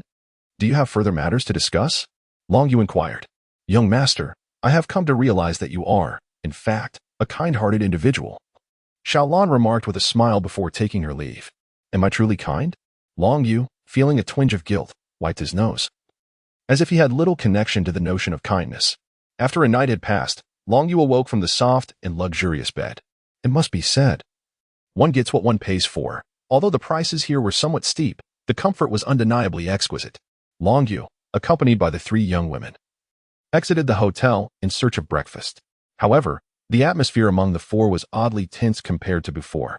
Xiao Wu and Xiao Lan gazed at Zhu Zhuqing with a mixture of sympathy and admiration, while Zhu Zhuqing looked at Long Yu, her expression fraught with confusion and distress. The only one seemingly unaffected by the circumstances was Long Yu, who appeared as if nothing had transpired. After satisfying their hunger, the group strolled through the streets. But feeling a sense of ennui, they decided to return to the hotel for some rest. At that moment, Long Yu suddenly sensed that someone was watching them.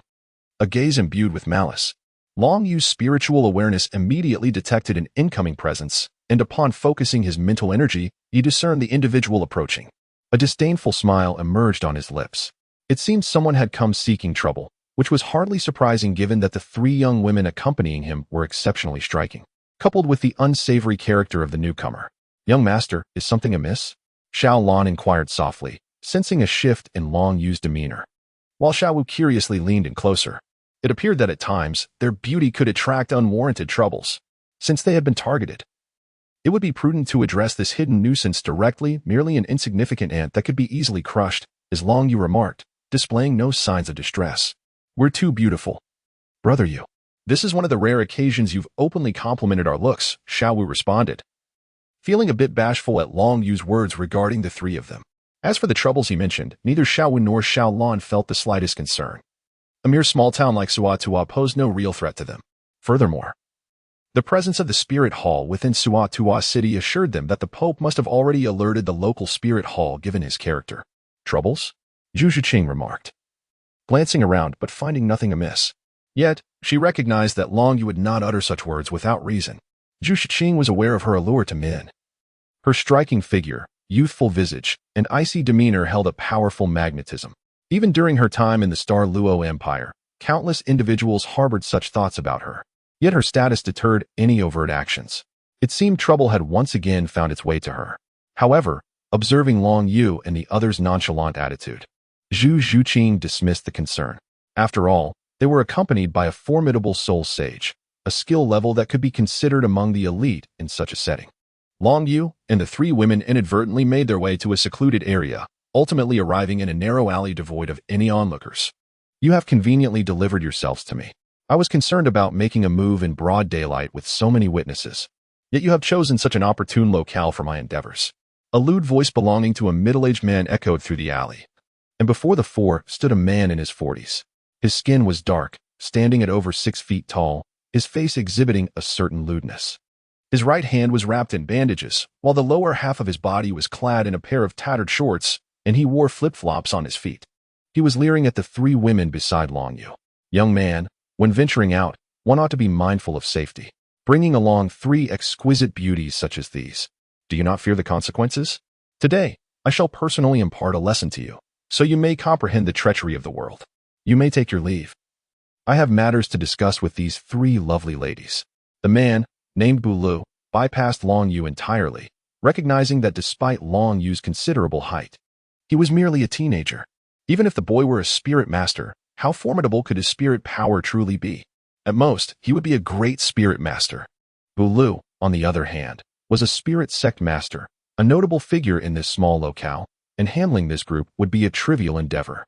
Buli's predatory gaze roamed over the 3 women, ultimately fixating on Xiaolan.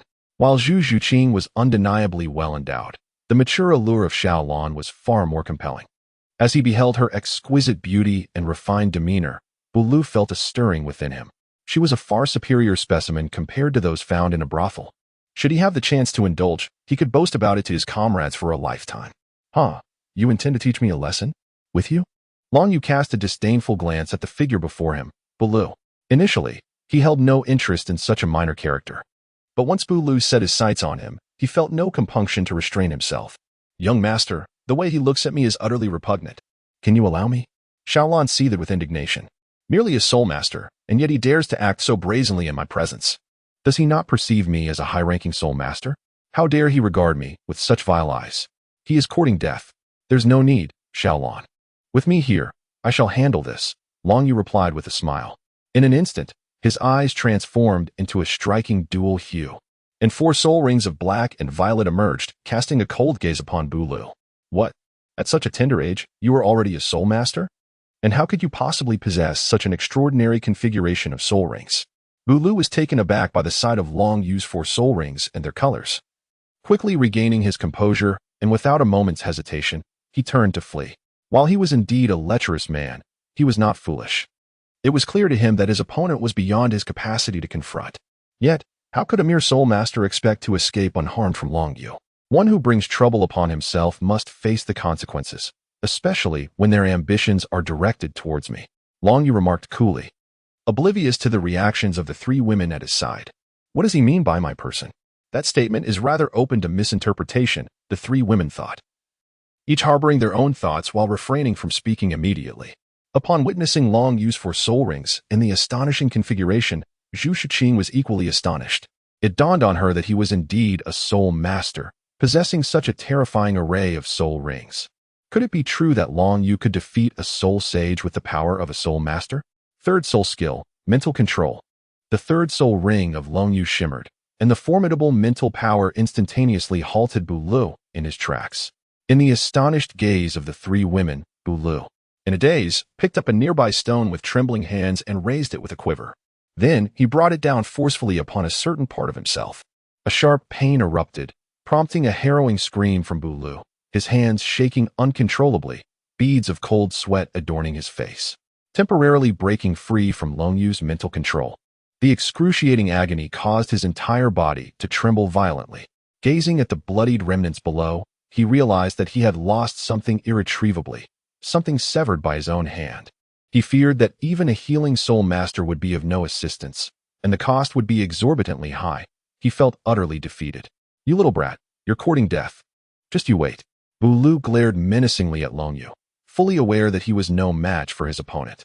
After uttering a venomous threat, he resolved to leave, seeking his brothers to exact revenge. He envisioned making that pretty boy experience the same torment.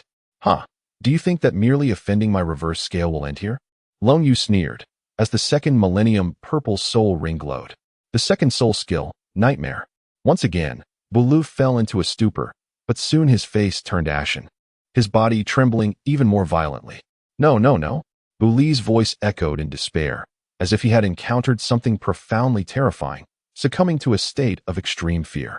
My second soul skill can ensnare one in a nightmare, manifesting their deepest fears, which is why he reacted this way. Long Yu spoke softly, noting that this was his first encounter with the nightmares, and the results appeared quite impressive. However, it was evident that such a potent soul technique could only be employed against his adversaries, yielding remarkably pronounced effects. Let us depart. It was merely an unpleasant interlude, he remarked as he led the three women out of the narrow alleyway. Long Yu, what do you think will happen to him now? Zhu Shiqing, a kind-hearted individual, pondered, believing that Long Yu's decision to incapacitate that lecherous man was more than sufficient. Any further action would be excessive. Do you not think you should be more concerned about your own well-being? Long Yu countered. Had I not been present today, nor Xiaolan and Xiao Wu, and if it were just you alone facing a soul sect that had set its sights on you, how do you imagine you would fare? In such a scenario, who would pity you? Who would come to your aid? Kindness is commendable, yet it must be directed wisely. And one must possess the capacity to protect oneself. A foundation of benevolence is essential. Zhu Shiqing, do not forget that this is a world where the weak are devoured by the strong. Long Yu gazed earnestly at Zhu Shiqing. Despite having survived numerous harrowing experiences, Zhu Shiqing remained as pure and kind-hearted as ever, leaving Long Yu momentarily at a loss for words. Such individuals are often the most vulnerable to various forms of harm. Those who are kind are often taken advantage of, he thought, observing Zhu Shiqing's silence, and he sighed. Rest assured, at worst, that wretch will merely descend into madness. He will not perish. However, even if he does not meet his end at my hands, he shall not survive this day, Long Yu stated, devoid of any burden as if nothing had transpired. Xiaolan, why does brother Yu say such things? Xiao Wu whispered. Xiao Wu, what he means is that soon individuals from the spirit hall will assist in resolving the ensuing matters, Xiaolan explained. Oh, so we have been under the covert protection of the spirit hall all along? Xiao Wu realized. Covert protection may be stretching it. Considering our strength, we are unlikely to encounter significant trouble. The spirit hall is merely a third-tier establishment. Even its leader is but a soul sage, Xiaolan clarified. Xiaolan felt no discomfort regarding Long Yu's actions. Anyone bold enough to offend herself and her companion was deserving of their fate. However, since her companion had already intervened, she felt it inappropriate to strike the final blow. Indeed, that is true, and Xiaolan is indeed quite formidable. Xiao Wu nodded in agreement. Soon, the four returned to the hotel, quickly forgetting the minor incident. Before long, several figures arrived in the alley, showing neither compassion nor sympathy for the now mad Douluo, swiftly ending his life. Douluo. It is no surprise that he is a disciple of the Pope. His every move is marked by such decisiveness and ruthlessness. A figure gazed upon the lifeless body of Douluo and remarked, "For the spirit hall, this is indeed a fortuitous event. Such an iron-fisted individual is precisely what is required. Although I am uncertain as to why someone of his caliber has ventured into our territory. Could it truly be merely for amusement?" Another figure expressed their confusion. "That is not our concern, in accordance with the command of His Holiness the Pope. Our role is merely to assist them to the best of our abilities. However, it appears we no longer possess the capacity to offer any meaningful aid. Since this Douluo has been dealt with, we must eradicate his associates as well. These societal scourges should have been addressed long ago. They are merely third-rate soul sect soul kings who mistakenly believe they can act without consequence." Having said this, he retrieved a vial of powder from his pocket, sprinkled it over Douluo's corpse, and after a brief handling, departed without leaving a trace. Later that evening, as Long Yu continued his meditation, a series of knocks echoed at the door. Upon concluding his meditation, a smile graced his lips, indicating that the visitor had come to a realization.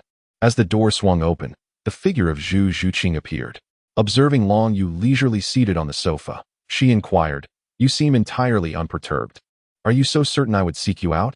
"Indeed, I am confident, for you possess a strong will to survive, and here, I represent your only viable option." Long Yu replied with a smile. "Could you enlighten me on how you achieve this?" Zhu Zhuqing asked, her curiosity piqued by the enigmatic and formidable man before her. Now that she had chosen to come here, she wished to seize the opportunity to clarify her questions. "Are you referring to my rapid cultivation alongside Xiao Wu, my soul ring distribution, or my true strength?" Long Yu responded, "I can fulfill your requests, provided you assist me in taking control of my own destiny.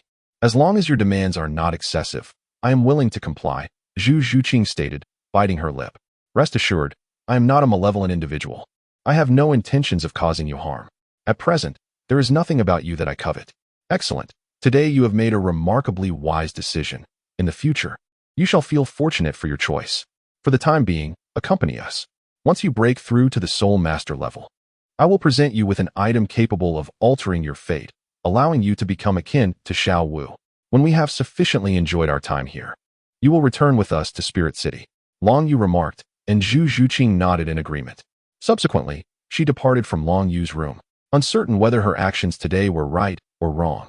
However, as Long Yu had stated, this seemed to be her only option at present. She did not wish to perish, but rather to live, truly for herself. Nevertheless, Long Yu's assertion that there was nothing about her that would pique his interest left Zhu Zhuqing somewhat disheartened. Gazing down at her own enviable figure, she found herself lost in thought. Did Long Yu not appreciate a more ample form? How absurd! Zhu Zhuqing, what are you even contemplating? How shameless! Upon returning to her own room, her cheeks flushed with embarrassment as she pondered the matter, eventually drifting off to sleep, burdened with heavy thoughts. Another dawn arrived.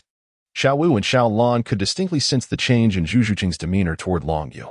Although she remained aloof, her gaze softened considerably whenever she looked at him. Xiao Lan seemed unfazed, yet Xiao Wu felt as though she were facing a formidable adversary, realizing that her brother Yu had unwittingly captivated another girl, one whose figure surpassed her own. This thought incensed her, prompting her to shoot Long Yu a fierce glare. "That scoundrel, Brother Yu." Walking ahead, Long Yu sensed the unfriendly gaze directed at him from behind. Upon turning, he discovered it was Xiao Wu, leaving him somewhat perplexed by the girl's sentiments. After a simple breakfast, the group set forth toward the location of Shrek Academy, having gathered information that the academy was commencing enrollment today.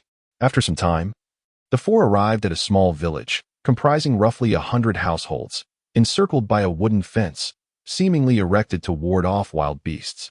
At the village entrance, a throng of people had gathered, undoubtedly parents bringing their children to enroll in Shrek Academy. "Brother Yu, this place looks rather dilapidated. Are we truly going to stay here for a while?" Xiao Wu exclaimed, taken aback by the surroundings.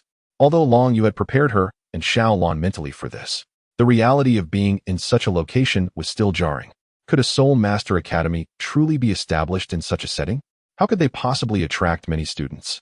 Xiao Lan observed everything without displaying any overt emotions. As long as she could accompany her master, The external conditions meant little, even if the environment appeared exceedingly shabby. Meanwhile, Zhu Zhuqing sighed inwardly at the sight before her. How could Dai Mubai have spent so much time here? It seemed he had merely been biding his time, which only solidified her trust in Long Yu. Come on, Xiaowu. A little hardship is nothing to fret over. Besides, we won't be here permanently. If we find ourselves in need of anything, we can always head to Soto City to procure it, as it's not far from here. Long Yu waved his hand and spoke.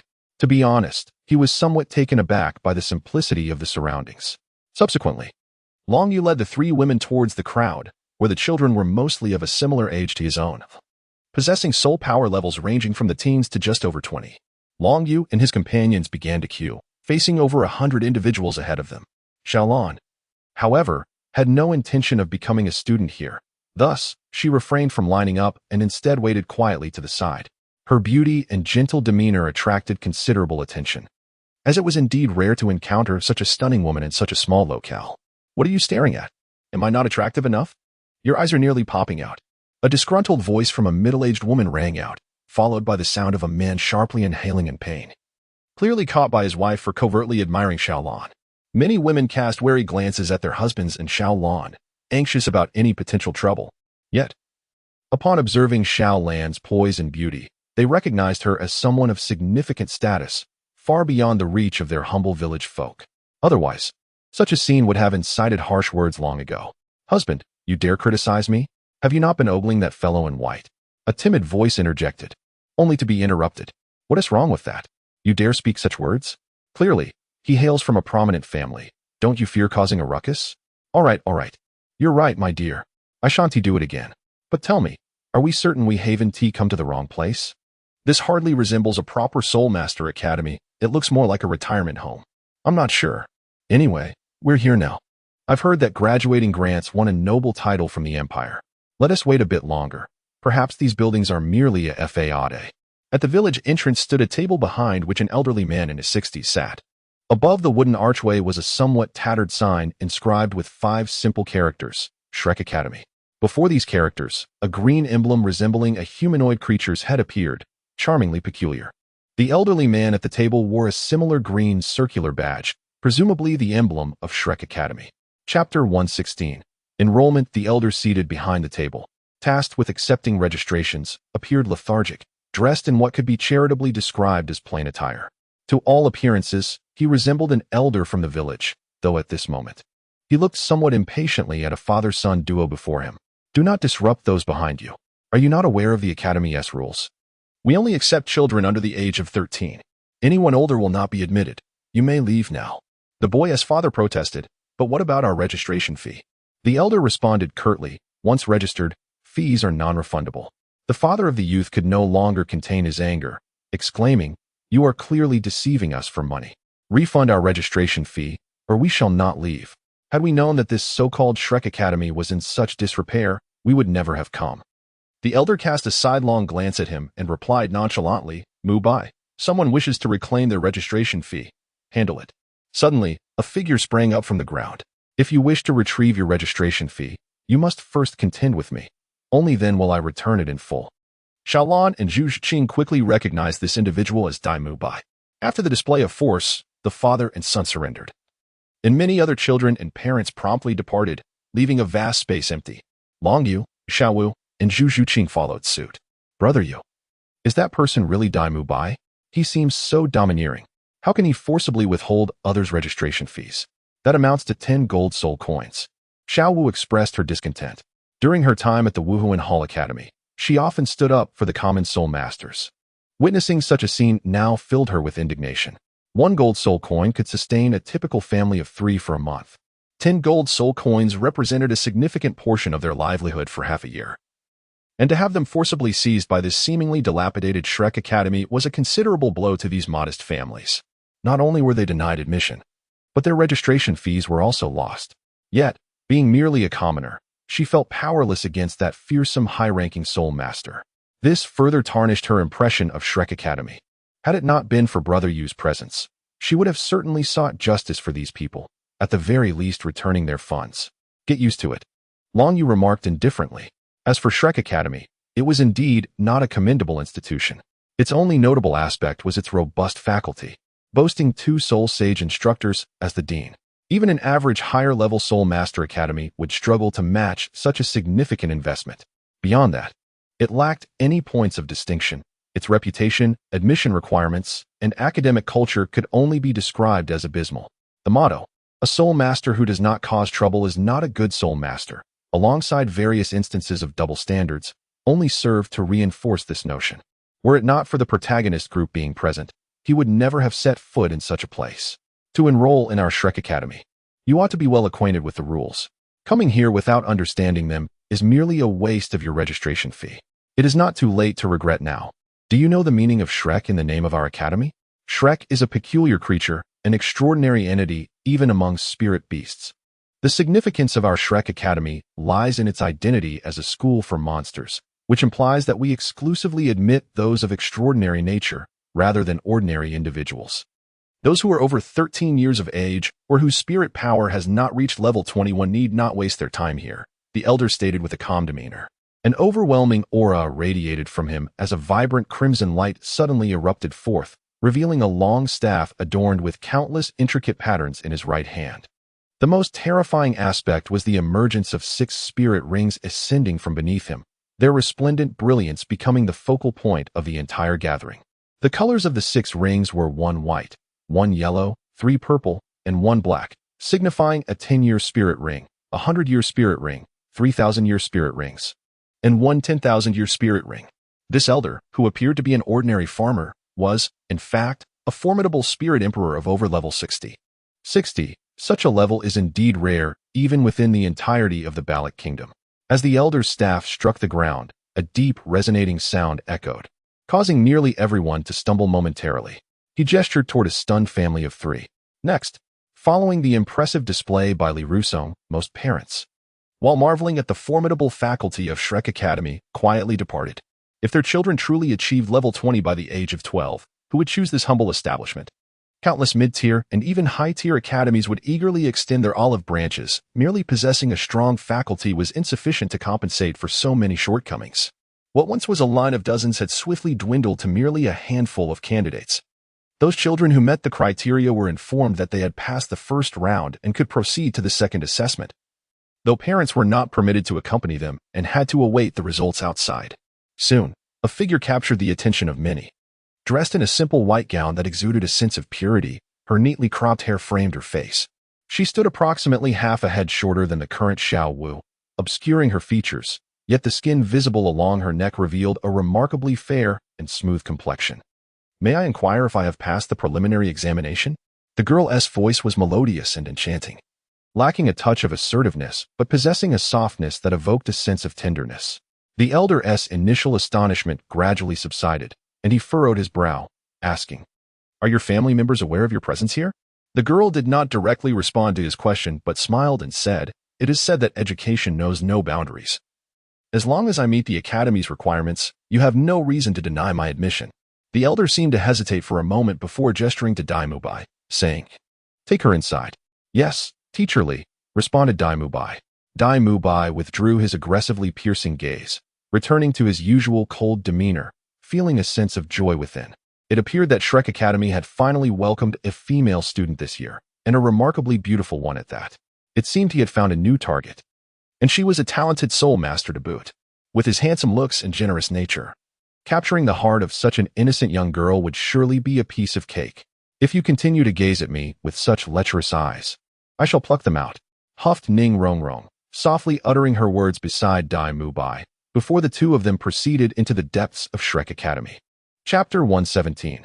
A Monster Among Monsters. Dai Mubai was momentarily taken aback by Ning Rongrong's remark, but he merely smiled to ease the awkwardness. Observing this proud princess-like girl, he felt a surge of determination. "Oh, you arrogant little one, just wait. When I, Dai Mubai, have conquered you, how will you dare to be so brazen before me?" Meanwhile, Zhu Zhuqing's gaze grew even colder. She had completely lost all hope in Dai Mubai, rendering disappointment irrelevant. Soon, it was the turn of Long Yu and his companions to register.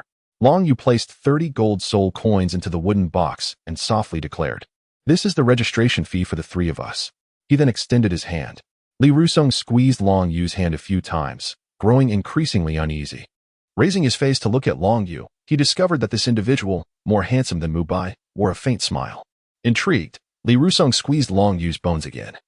Exclaiming in surprise, the bone age is suitable and remarkably resilient, as if endowed with the essence of a soul bone.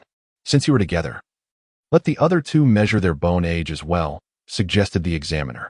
Long Yu also proactively stepped aside, allowing Xiao Wu and Zhu Zhuqing to extend their delicate hands.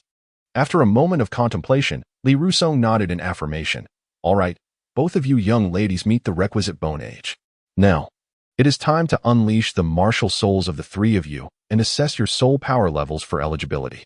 As she summoned her inner soul power, Xiao Wu's rabbit ears emerged, and soft, white rabbit fur adorned her hands. Her form elongated gracefully, completing the manifestation of her martial soul. The 4 soul rings, 2 yellow and 2 purple, encircling her signified that Xiao Wu was a soul master. Zhu Zhuqing's eyes transformed in hue. Her right eye shimmered emerald green while her left sparkled cerulean blue. Her hands morphed into sharp feline claws, embodying the phantom cat as 2 yellow. Century-old soul rings floated around her, marking her as a great soul master. Long Yu's gaze shifted to a mesmerizing dual pupil, radiating an enchanting light that seemed to draw one in. The 4 formidable soul rings, black, purple, black, and black, hovered around her, indicating that she was indeed a soul master of extraordinary caliber. Meanwhile, Li Rusong's jaw dropped in disbelief, rendered momentarily speechless. Could a 12-year-old truly cultivate to such a level of soul power? It appeared utterly surreal. At such a tender age, achieving the rank of a soul master?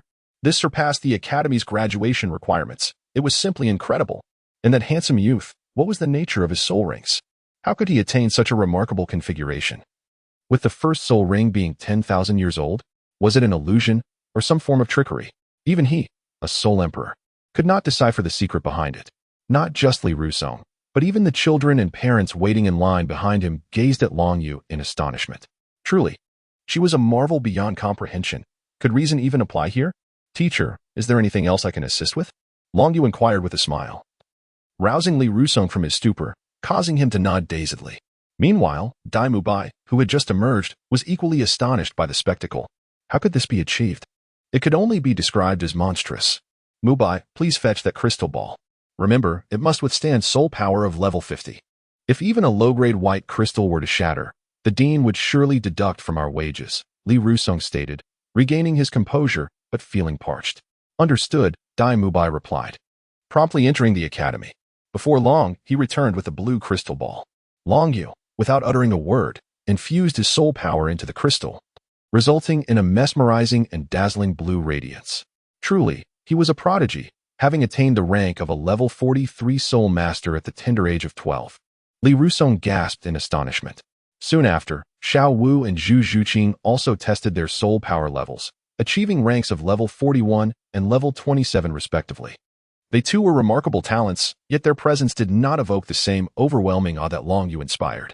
It was astonishing indeed. Exceptional individuals emerged every year, but this one seemed to reign supreme among them. Li Rusong could not help but reflect on this. It appeared that the director would be exceedingly pleased this year. Such individuals were truly of a celestial caliber. Mu Bai, take these 3 directly to the 4th trial. The previous 3 are no longer necessary, Li Rusong instructed. Dai Mu Bai nodded, casting several scrutinizing glances at Long Yu, as if attempting to fathom the depths of this strikingly gifted individual surpassing him in both looks and talent. To clarify, those with a soul power level above 25 are exempt from the first 3 trials. If one meets such a criterion, they may step forward now and participate in the 4th trial alongside him. Perhaps in a particularly good mood, Li Rusong generously elucidated to the gathering. And then a figure stepped forward, infusing their soul power into the crystal ball, which shone even more brilliantly and profoundly than Zhu Zhuqing's. Level 29? Quite impressive, indeed. Now, unleash your martial spirit, Li Rusong remarked. The trio of Long Yu, having dispelled their martial spirit embodiment, turned their attention to the boy behind them. He appeared to be around 12 or 13 years of age, standing approximately 1.70 meters tall, clad in a light blue outfit. A belt adorned with 24 gemstones encircled his waist, and his countenance was unremarkable, exuding an air of familiarity. Tang San, you actually made it here? Li Laoshi remarked. I met this fellow yesterday. His martial spirit is blue silver grass. Yet his power is astonishing, no need for him to unleash it. Dai Mubai directed his gaze towards Tang San. Blue silvergrass can be cultivated to such an extent? Li Rusong observed Tang San with curiosity, before pinching his arm and finally nodding in approval. Not bad, Tang San. You may proceed directly to the 4th round of the assessment with them. Thank you, teacher. Tang San replied politely. Unlike the others, his gaze was primarily fixed on the waiting Xiaolang, his eyes occasionally betraying a moment of daze. He swore it was merely due to the exquisite beauty of the girl in the blue dress, yet upon seeing her, he couldn't help but feel an inexplicable affinity. As if there were some ancestral connection, albeit with a hint of nobility and mystery surrounding her. Dai Mubai, noticing Tang San's gaze on Xiaolang, smirked with a hint of mischief. What a lad. I thought Tang San was a serious type, but it seems he has a preference after all. However, it's understandable. A beauty of this caliber is certainly beyond comparison with those mere teenagers. Chapter 118. Introduction to the Academy HM? This aura, why does it feel complementary to my evil eye white tiger martial spirit? Dai Mubai finally turned his attention to Zhu Zhuqing, though she remained markedly indifferent to him. Master, may I accompany you? Xiaolan inquired, observing the unfolding events. Xiaolan, you must wait here. Once we complete the assessment, we will come out to fetch you, Long Yu replied, waving his hand. After all, the teacher has stated that you cannot enter. Xiaolan could only nod in acquiescence, glancing at a few individuals before retracting her gaze. However, Tang San felt an inexplicable sensation emanating from him. Yet, it soon dissipated, after all. How could he possibly have any connection to this seemingly ordinary individual he had never encountered before? However, Tang San found himself intrigued by the nature of his martial spirit, which turned out to be blue silvergrass. The fact that it could be cultivated to such an extraordinary level was indeed remarkable. Li Rulong, observing the scene, couldn't help but elevate his assessment of Long Yu. It appeared that Long Yu was not a haughty or arrogant individual, but rather a promising talent. It was evident that Long Yu and his companion, Xiaowu, hailed from a prominent family or powerful faction. Although Li Rulong could not discern the true strength of the girl in the blue dress, it was likely above his own. Furthermore, obtaining such a soul ring was clearly beyond individual effort, further corroborating Li Rulong's thoughts. Dai Mubai chose not to linger on the matter and led Long Yu and his companions deeper into the Shrek Academy. As a senior, Dai Mubai provided a brief introduction. Our Shrek Academy has a total of 4 assessments. You have already experienced the first, which eliminates candidates with a soul power below level 20 or those over the age of 13, making this the most selective stage. The second assessment involves soul power evaluation and martial spirit identification. Possessing immense soul power alone does not guarantee future potential, as this stage primarily tests the martial spirit. Only those whose martial spirits demonstrate significant developmental potential and have been correctly guided in their previous training may proceed. The third assessment examines the candidate's mastery of their own martial spirits. Mere possession of soul power and potential is insufficient. One must also exhibit control over their martial spirit. The higher the rank of the martial spirit, the more challenging it is to control, and failures are common. Insufficient control signifies a lack of diligence on the part of the soul master. The fourth assessment evaluates practical combat experience. As the dean has stated, pampered and sheltered individuals are not welcome. Tang San listened intently to Dai Mubai's explanation, astonished.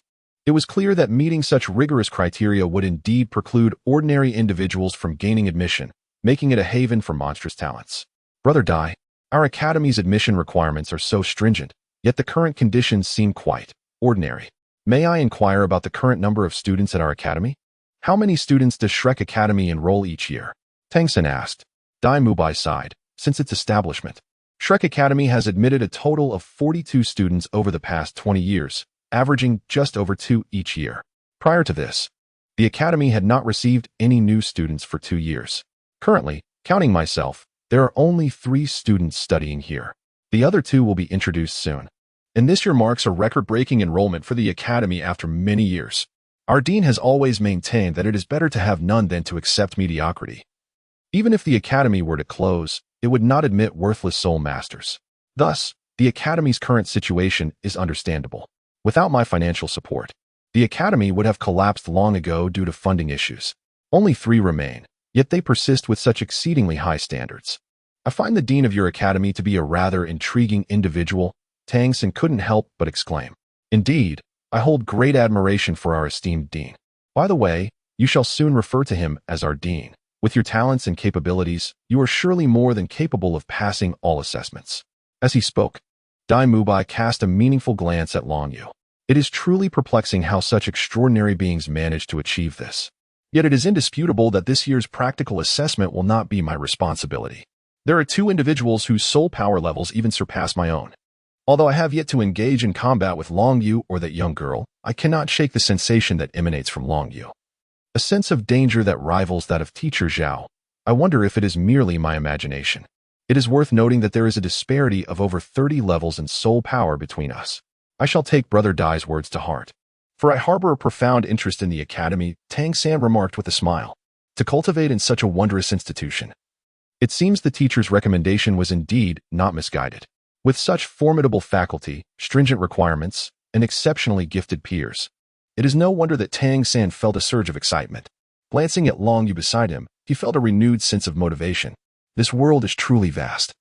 Despite possessing numerous Tang sect secret arts, there exists a significant gap when compared to the geniuses of the outside world. Indeed, one cannot remain confined to a limited perspective, as it is essential to venture forth and broaden one's horizons.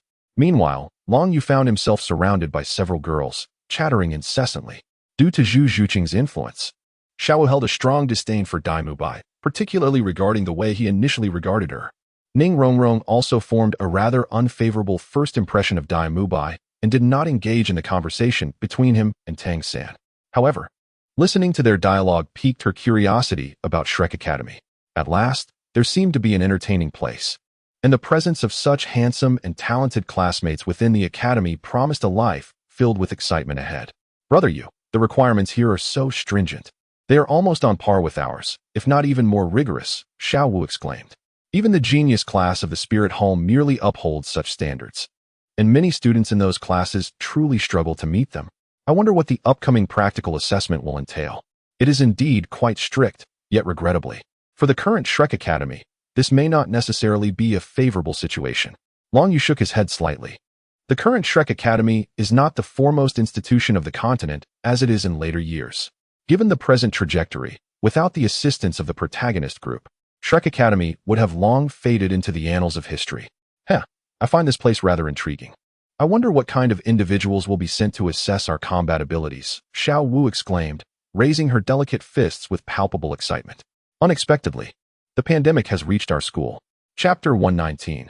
The Unmoved King. Zhao Wujia. Before long, Dai Mubai came to a halt, and at this moment, they arrived at another open space.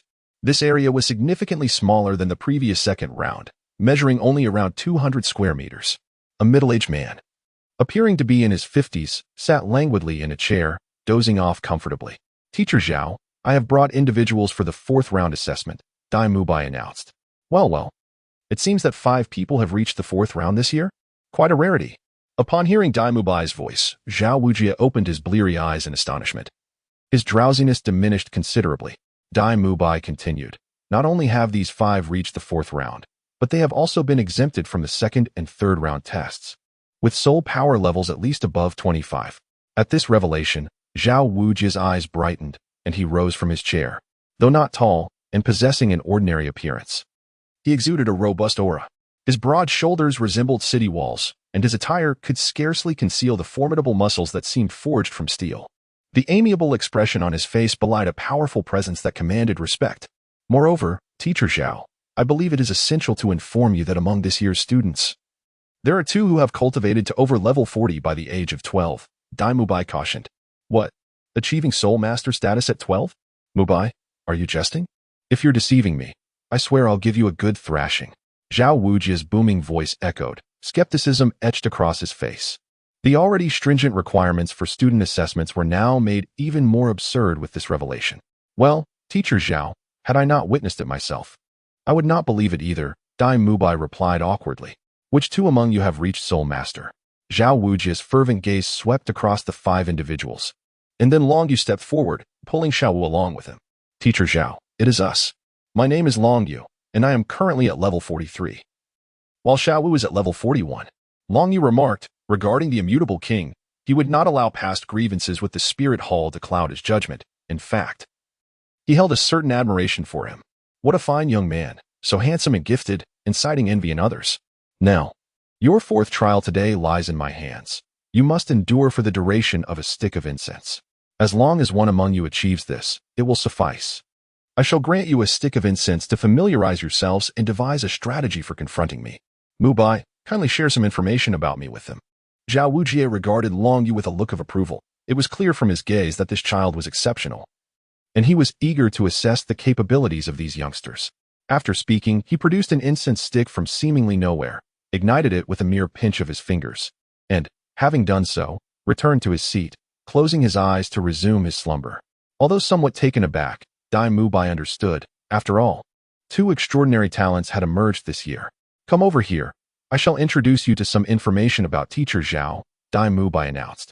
Teacher Zhao is our Academy's vice dean and the second strongest among us, a soul sage at level 76. His martial spirit is the mighty diamond bear, a powerful beast spirit. His defenses are impeccable, nearly impenetrable even for soul masters of equal rank. While speed is not Zhao's forte, the disparity in soul power renders it impossible for you to outpace him. His greatest strengths lie in his offensive power and defense, earning him the moniker of Immutable King within the Academy. A soul sage? Even Xiao Wu was taken aback. It is known that even at the Spirit Hall Academy, most instructors are primarily soul sages, with few being soul douluos. Soul sages are more than adequate to instruct these lower-ranked soul masters. Yet, in such an unusual place, first, a soul emperor managed the registrations, and now there's a soul sage as an instructor. This truly is an odd academy. Perhaps a reason why Brother you chose to come here for amusement. A soul sage is a formidable warrior, a standard for high-ranking soul masters. The Immutable King. I have indeed heard of this title. He once escaped the clutches of the 16 bishops of the Spirit Hall. To think he would be found in such a locale. And our opponent is none other than him? Ning Rongrong exclaimed. As the young princess of the Seven Treasure Glazed Tile School, her knowledge surpassed that of the ordinary. Upon hearing the mention of the Spirit Hall, Xiao Wu cast a curious glance at Long Yu. Noticing his nod, she regarded the one basking in the sun with newfound respect. Indeed, one should not judge by appearances, for his strength was astonishing. Therefore, if you wish to endure for a single incense stick's duration under Teacher Zhao's hand, you must rely on the power of your team. Although two of you are spirit masters, Teacher Zhao is a spirit sage. I can only hope that he shows some mercy.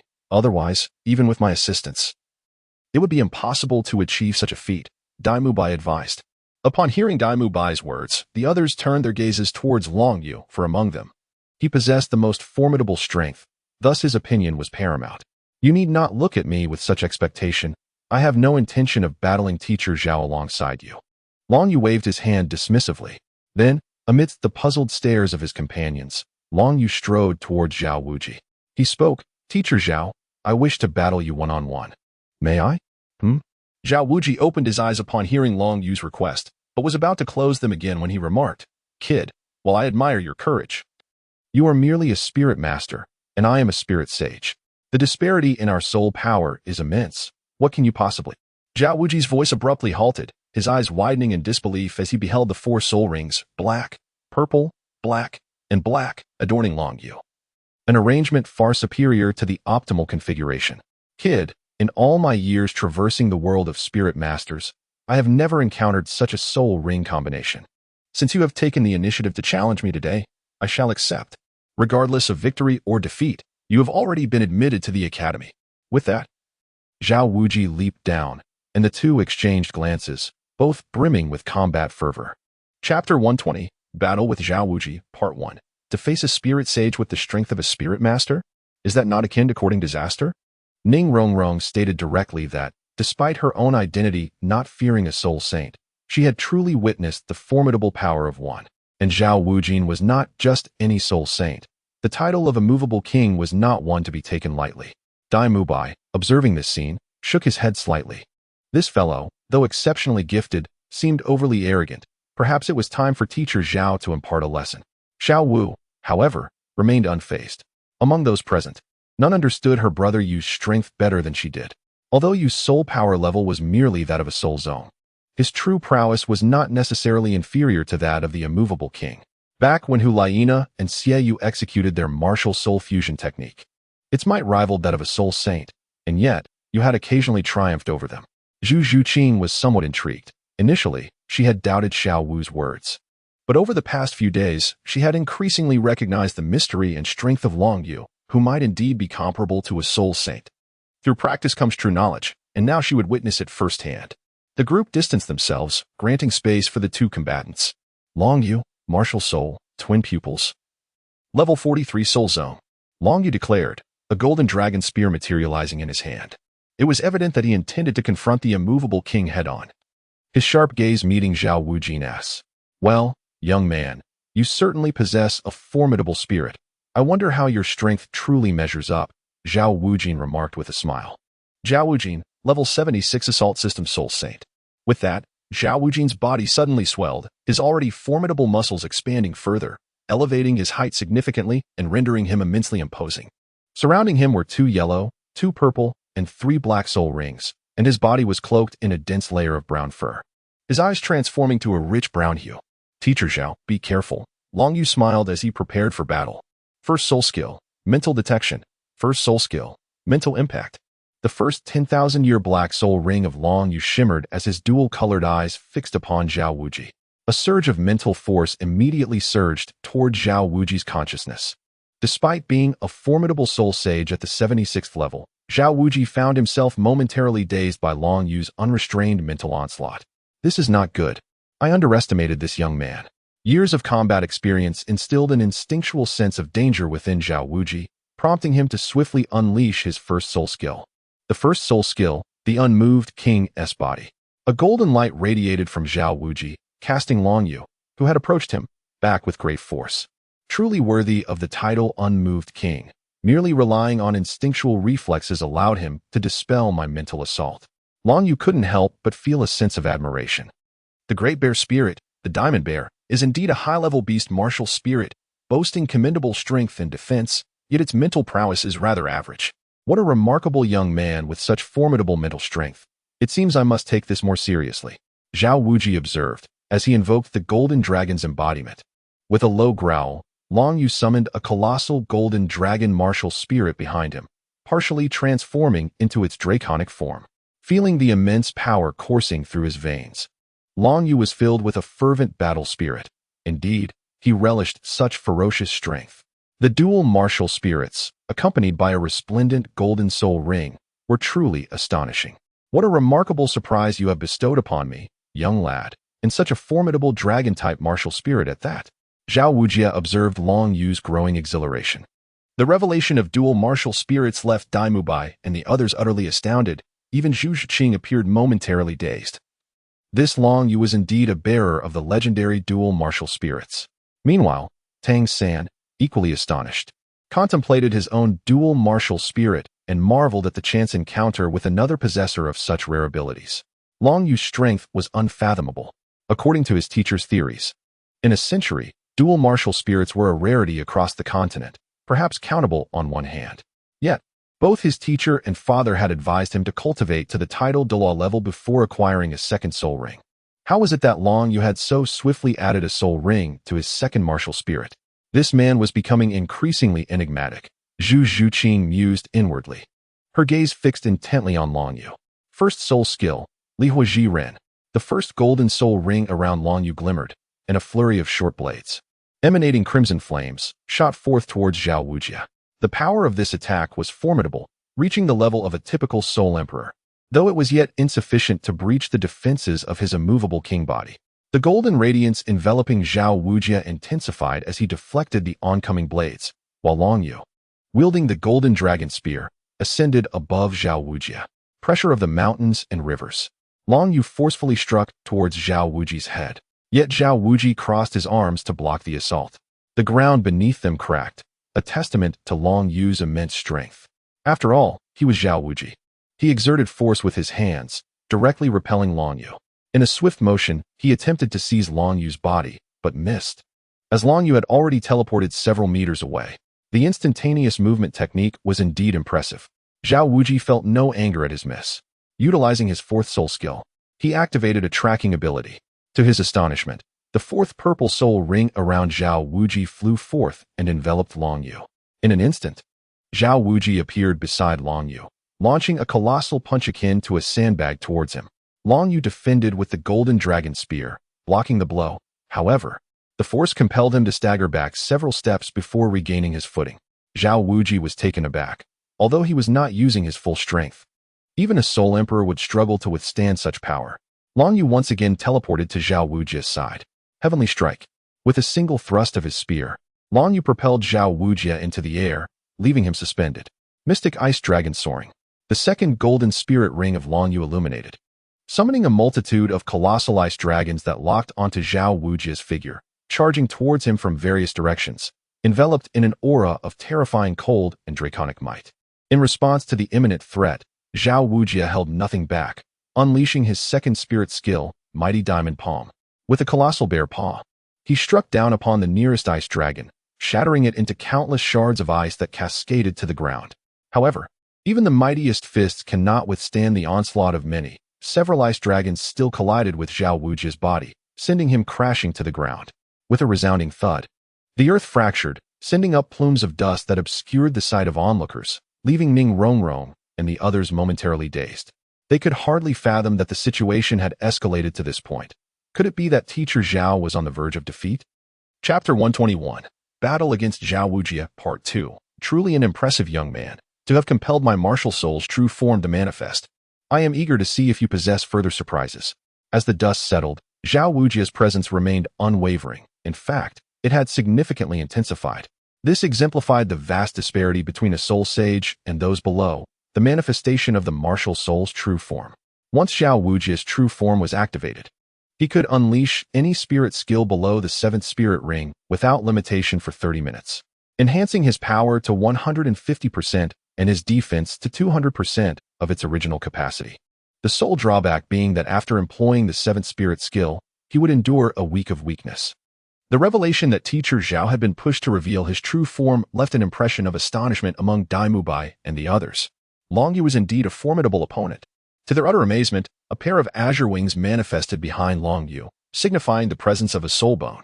Moreover, as recounted by my father, it was one of the rarest and most precious external soul bones. Ning Rongrong gasped, covering her mouth, her cerulean eyes brimming with astonishment and delight. This battle soul master was truly remarkable. 3rd spirit skill, teleportation. The 3rd golden soul ring of Long Yu shimmered, and in an instant, his figure materialized beside Zhao Wuji. His right hand transformed into a colossal claw of a fire dragon, striking directly at Zhao Wuji. The troublesome teleportation soul skill indeed presented a challenge. Zhao Wuji activated his first soul skill once more. However, even after doubling his defensive power through the manifestation of his martial soul, the fire dragon claw still breached his skin. The searing heat of the ultimate fire instantly charred Zhao Wuji's wound, evaporating the blood that was about to flow forth. This marked the first occasion on which Long Yu had genuinely inflicted harm upon Zhao Wuji, and it occurred even while Zhao Wuji was at his peak state. Zhao Wuji felt an intense pain, yet the severity of the wound was not life-threatening. He unleashed his 2nd soul skill, the Mighty Vajra Palm, with little restraint. Zhao Wuji's massive hand struck towards Long Yu. Realizing that this young man could indeed injure him, Long Yu did not flinch. Instead, he revealed the left palm bone of the Water Dragon King, confronting the 2 enormous golden palms head-on. A scream of agony echoed as Zhao Wuji's hands were unexpectedly pierced by the dragon claws, with the searing and frigid energies intertwined, flowing into his body through the wounds. Even with Zhao Wuji's formidable soul power exerted in suppression, it proved largely ineffective. Brat, where did you acquire such exceptional soul bones? Zhao Wuji grimaced in pain as he gazed at his hands, one already charred and the other enveloped in a swirling chill. The simultaneous assault of these 2 opposing energies on Zhao Wuji's body was telling of his precarious condition. Meanwhile, Ning Rongrong and the others were left in a state of awe, or rather, had grown somewhat accustomed to Long Yu's extraordinary abilities. Observing Long Yu soaring into the air, Zhao Wuji's 3rd and 5th soul rings began to flicker brightly. 3rd soul skill, gravitational quagmire. 5th soul skill, gravitational compression. In an instant, Long Yu felt an overwhelming increase in gravity, causing his body to plummet downwards. Simultaneously, an immense pressure from all directions bore down upon him, rendering him extremely uncomfortable, while his body uncontrollably surged towards Zhao Wuji, as if offering himself up. This is bad. Everyone cover your ears. Upon witnessing the scene, Dai Mubai quickly realized Zhao Wuji's intentions and shouted urgently, Sixth soul skill, mighty diamond roar. Zhao Wuji opened his mouth wide, unleashing a terrifying sonic wave directly at the nearest Long Yu. Even a typical soul emperor would be utterly annihilated by such a force. But how could Long Yu possibly possess only the combat prowess of a soul emperor? Zhao Wuji was well aware of this, which is why he felt so assured. Although I am not afraid of mental attacks, my ears cannot withstand such a roar. Long Yu pondered, and then his second soul ring shimmered. Second soul skill, Water Guardian. The entirety of Long Yu radiated a brilliant azure light, rendering Zhao Wuji's attacks utterly ineffective against him. Harnessing the force of gravity, Long Yu swiftly advanced towards Zhao Wuji, wielding the Golden Dragon Spear which struck downwards, only to be repelled by Zhao Wuji. Furthermore, Zhao Wuji's subsequent powerful Vajra Palm failed to inflict any damage upon Long Yu. Within the span of 6 seconds, Long Yu was invincible. This was a soul skill that conferred immunity to attacks. What a remarkable young man. Could it be that a single soul ring grants him multiple soul skills? Is this the true essence of the Golden Soul Ring? Zhao Wuji pondered as he observed Long Yu soaring once more into the air. The third soul skill, wind sweeping the remnants of clouds. The third Golden Soul Ring of Long Yu shimmered as the wings of the wind god unfurled behind him, unleashing a tempest that swept through the battlefield. The sheer force of the winds was so potent that it sent the wooden structures behind Zhao Wuji flying into the air. A torrent of sand and gravel was stirred up, and soon, countless crimson short blades, propelled by the gusts, raced forth with a velocity greatly enhanced compared to before. Their lethality correspondingly amplified. Although Zhao Wuji managed to fend them off, he found himself being relentlessly pushed backward by the weight of the assaults. Meanwhile, Long Yu once again soared to Zhao Wuji's side, and the two resumed their fierce confrontation, moving at such a rapid pace that only Tang San, with his activated purple extreme magic eye, could barely discern their movements. After a considerable duration, the two figures finally separated once more. Long Yu's attire appeared somewhat disheveled, marked by a considerable amount of dust, rendering him somewhat unkempt. His dragon transformation and soul bone had been retracted, and he found himself with dwindling soul power. In stark contrast, Zhao Wuji fared much worse. His clothing was tattered and torn, marred by numerous wounds, some of which were cloaked in darkness, while others emanated a chilling aura. His hair bore the scorched remnants of battle, and he gasped for breath, looking far more disheveled than Long Yu. Observing Long Yu, Zhao Wuji rolled his eyes. As expected of the one known as the immutable king, Teacher Zhao. Truly formidable. I concede defeat, Long Yu remarked, cupping his hands in a gesture of respect. Meanwhile, Dai Mubai was at a loss for words. Did you truly believe you could defeat Teacher Zhao despite the 30-level disparity in soul power? He scoffed. Enough said. You have already been accepted. Zhao Wuji coughed, and then proceeded towards the inner sanctum of the academy. Teacher Zhao, Tang San and the others have yet to undergo the 4th assessment. Dai Mubai shouted. I'm not feeling well at the moment. The evaluations for those youngsters can wait until tomorrow. By the way, you little rascal, the damages incurred will be your financial responsibility. Zhao Wuji's voice echoed as he reminded Long Yu of his obligation before vanishing from sight. Chapter 122. Unfavorable condition. Dai Mubai's lips twitched at the thought, and after a moment of contemplation, he said, in that case, let me escort you to your dormitories. Given your talents and abilities, I am confident that you will succeed in the assessments without issue. We shall discuss the 4th test tomorrow. With that, Dai Mubai cast Long Yu a knowing glance. The events of the day had profoundly altered his perception of the soul sect, as well as his understanding of this extraordinarily gifted soul master, who was even younger than himself. Similarly, Zhu Zhuqing and Ning Rongrong observed Long Yu, whose complexion appeared somewhat pallid, each harboring their own thoughts. Having witnessed the clash between Long Yu and Zhao Wuji firsthand, Zhu Zhuqing had indeed come to believe in Long Yu's potential to contend with soul saints at the soul sect level, for Zhao Wuji was no ordinary soul saint. Thus, Zhu Zhuqing felt a renewed sense of confidence in Long Yu's promises, for witnessing the events firsthand lent a credibility that mere hearsay could not match. Ning Rongrong, captivated by Long Yu's performance, marveled at his blend of beauty and strength. He is truly a genius battle soul master. To be so formidable at such a young age, what might he become in a few years? If Long Yu could join the 7 Treasures glazed tile school, then the girl who came with me and Xiao Wu could also reside at the academy, correct? Long Yu inquired. That might not be feasible, after all. Parents cannot stay at the academy as companions for their children. There has been no precedent for that, Dai Mubai replied, looking somewhat troubled. But Xiaolan isn't our parent. She is merely accompanying us. Long Yu explained, indeed, there are several vacant rooms within the academy. We shall stay for the night. And tomorrow we can inquire with Teacher Zhao or the Dean. Daimu Bai, not wishing to offend such a prodigious soul master on the very first day, added, Xiao Wu, please bring Xiao Lan over. Understood, Brother Yu. Xiao Wu nodded and swiftly made her way outside the academy.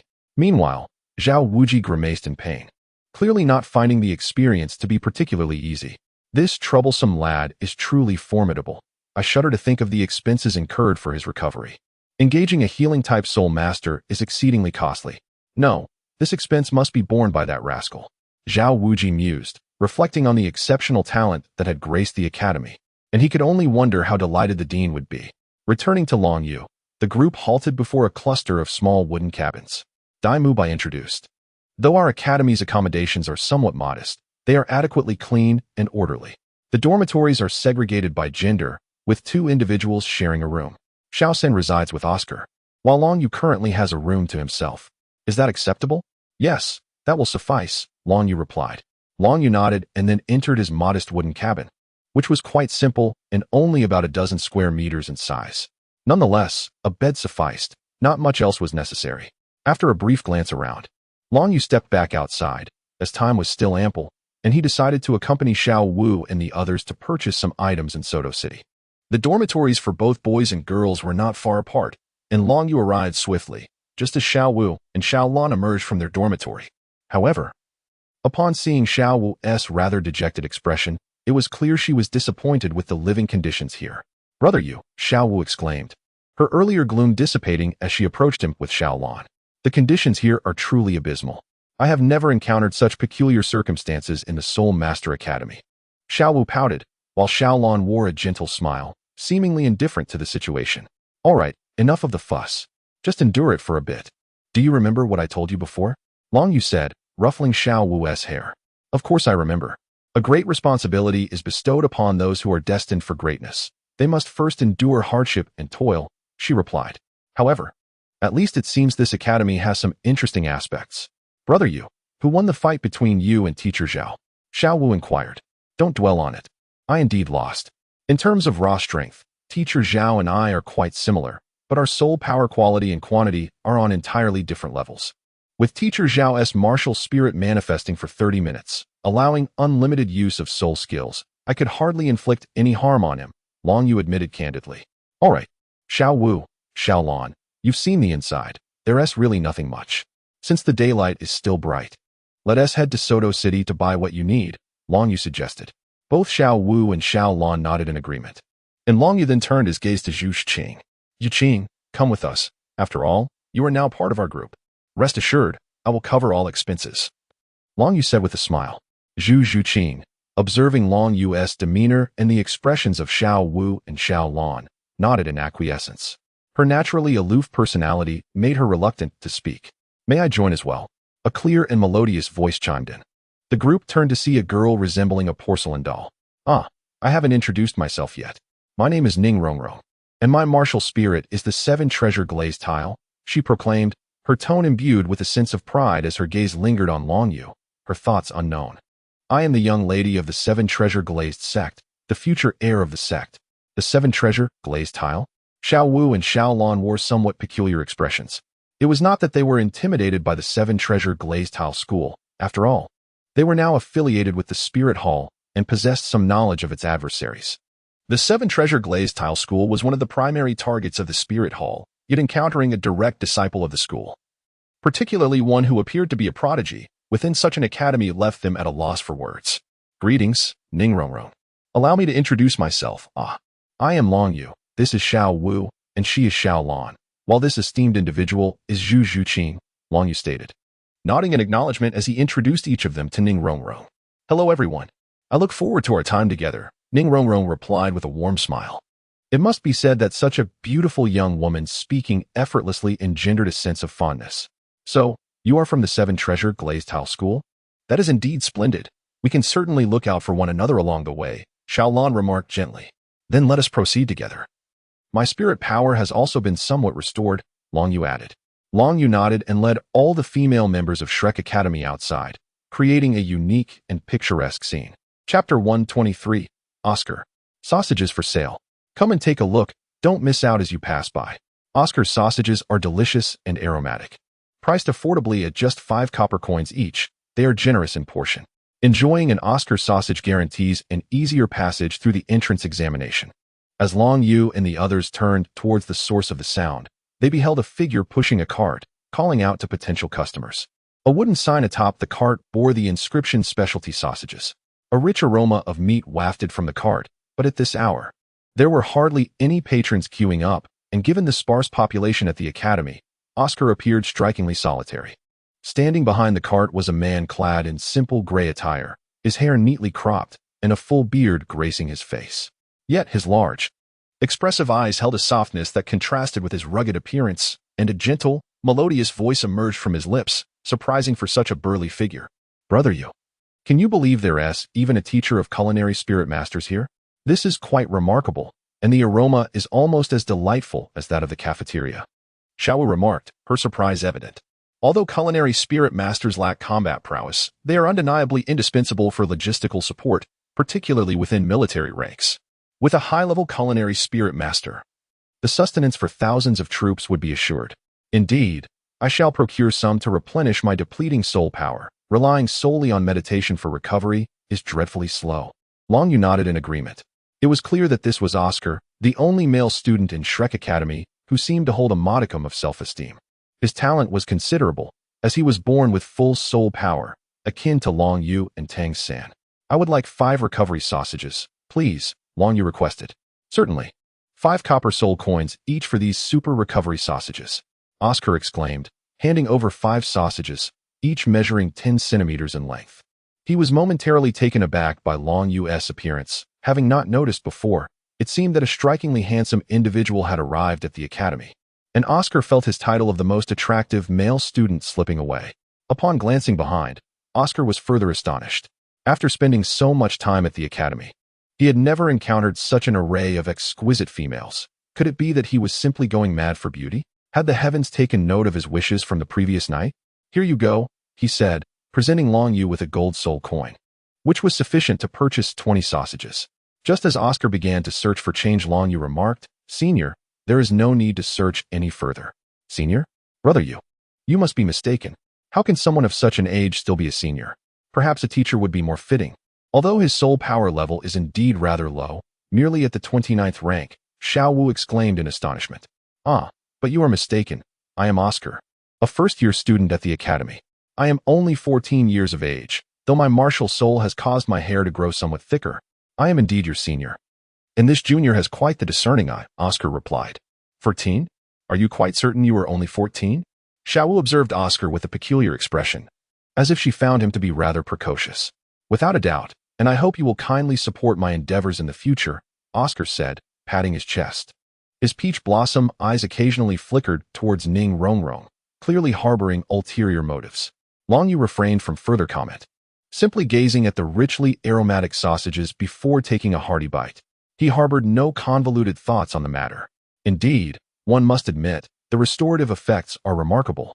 Your sausages can undoubtedly be classified as a supreme martial soul among food-type soul abilities. As Long Yu indulged, he remarked, having consumed 2 sausages consecutively. He felt a significant replenishment of his soul power. Oscar, merely a level 29 soul master, demonstrated such efficacy, which was indeed impressive. Of course, it's fortunate to encounter someone with such discerning taste as yourself.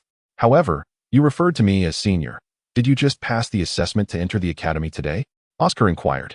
Indeed, I have passed the assessment. However, Xiao Wu and the others must wait until tomorrow for their final evaluation before they are officially admitted. Today, they are merely residing here temporarily. As Teacher Zhao mentioned, he was not in good spirits, Long Yu explained. Not merely in bad spirits.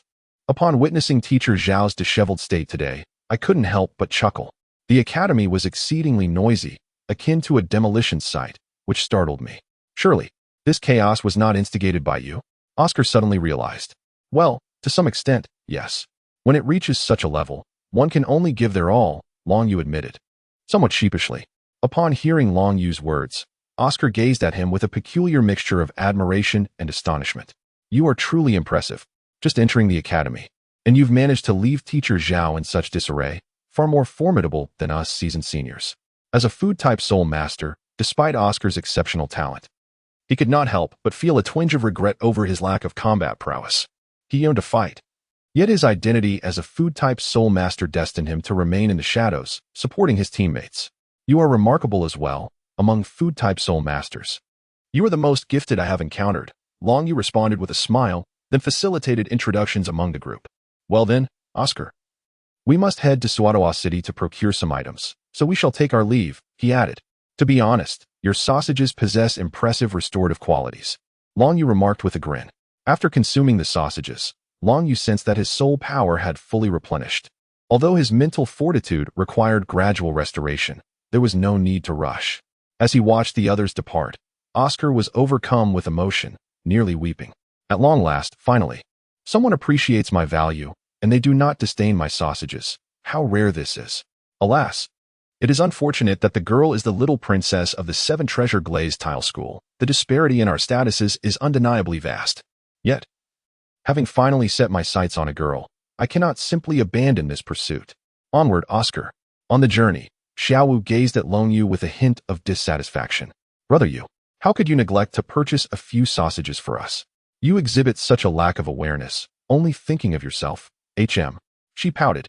Long Yu replied, well, it's not quite as you say. I was primarily concerned that you might find it somewhat difficult to accept. Although Oscar's sausages are indeed effective, the food soul curse carries a certain ambiguity. Personally, I find it rather inconsequential, but for you young ladies, it may prove even more challenging to embrace. What soul curse? Do tell. Xiaowu inquired. Her curiosity piqued. Long Yu whispered softly, yet being soul masters, everyone could still hear him. Upon hearing his words, the delicate faces of several girls flushed with color. What a rogue!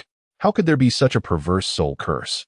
However, with a playful pout, Xiaowu questioned, but brother Yu, how did you come to know about it? I happened to overhear Dai Mubai mentioning it. Long Yu replied nonchalantly. I still have 2 sandwiches. Ning Rongrong exclaimed unexpectedly. Even Long Yu found himself at a loss for words, staring blankly at Ning Rongrong. To be fair, an innocent person would truly struggle to comprehend what Ning Rongrong was saying. Truly, she is a little demoness, unafraid to voice anything. Chapter 124. Am I to be assessed? Throughout the journey, Ning Rongrong frequently uttered astonishing remarks that left others dumbfounded. Xiaowu, how are your legs so long? I am truly envious. She exclaimed. Zhu Qing, how did your bear grow so large?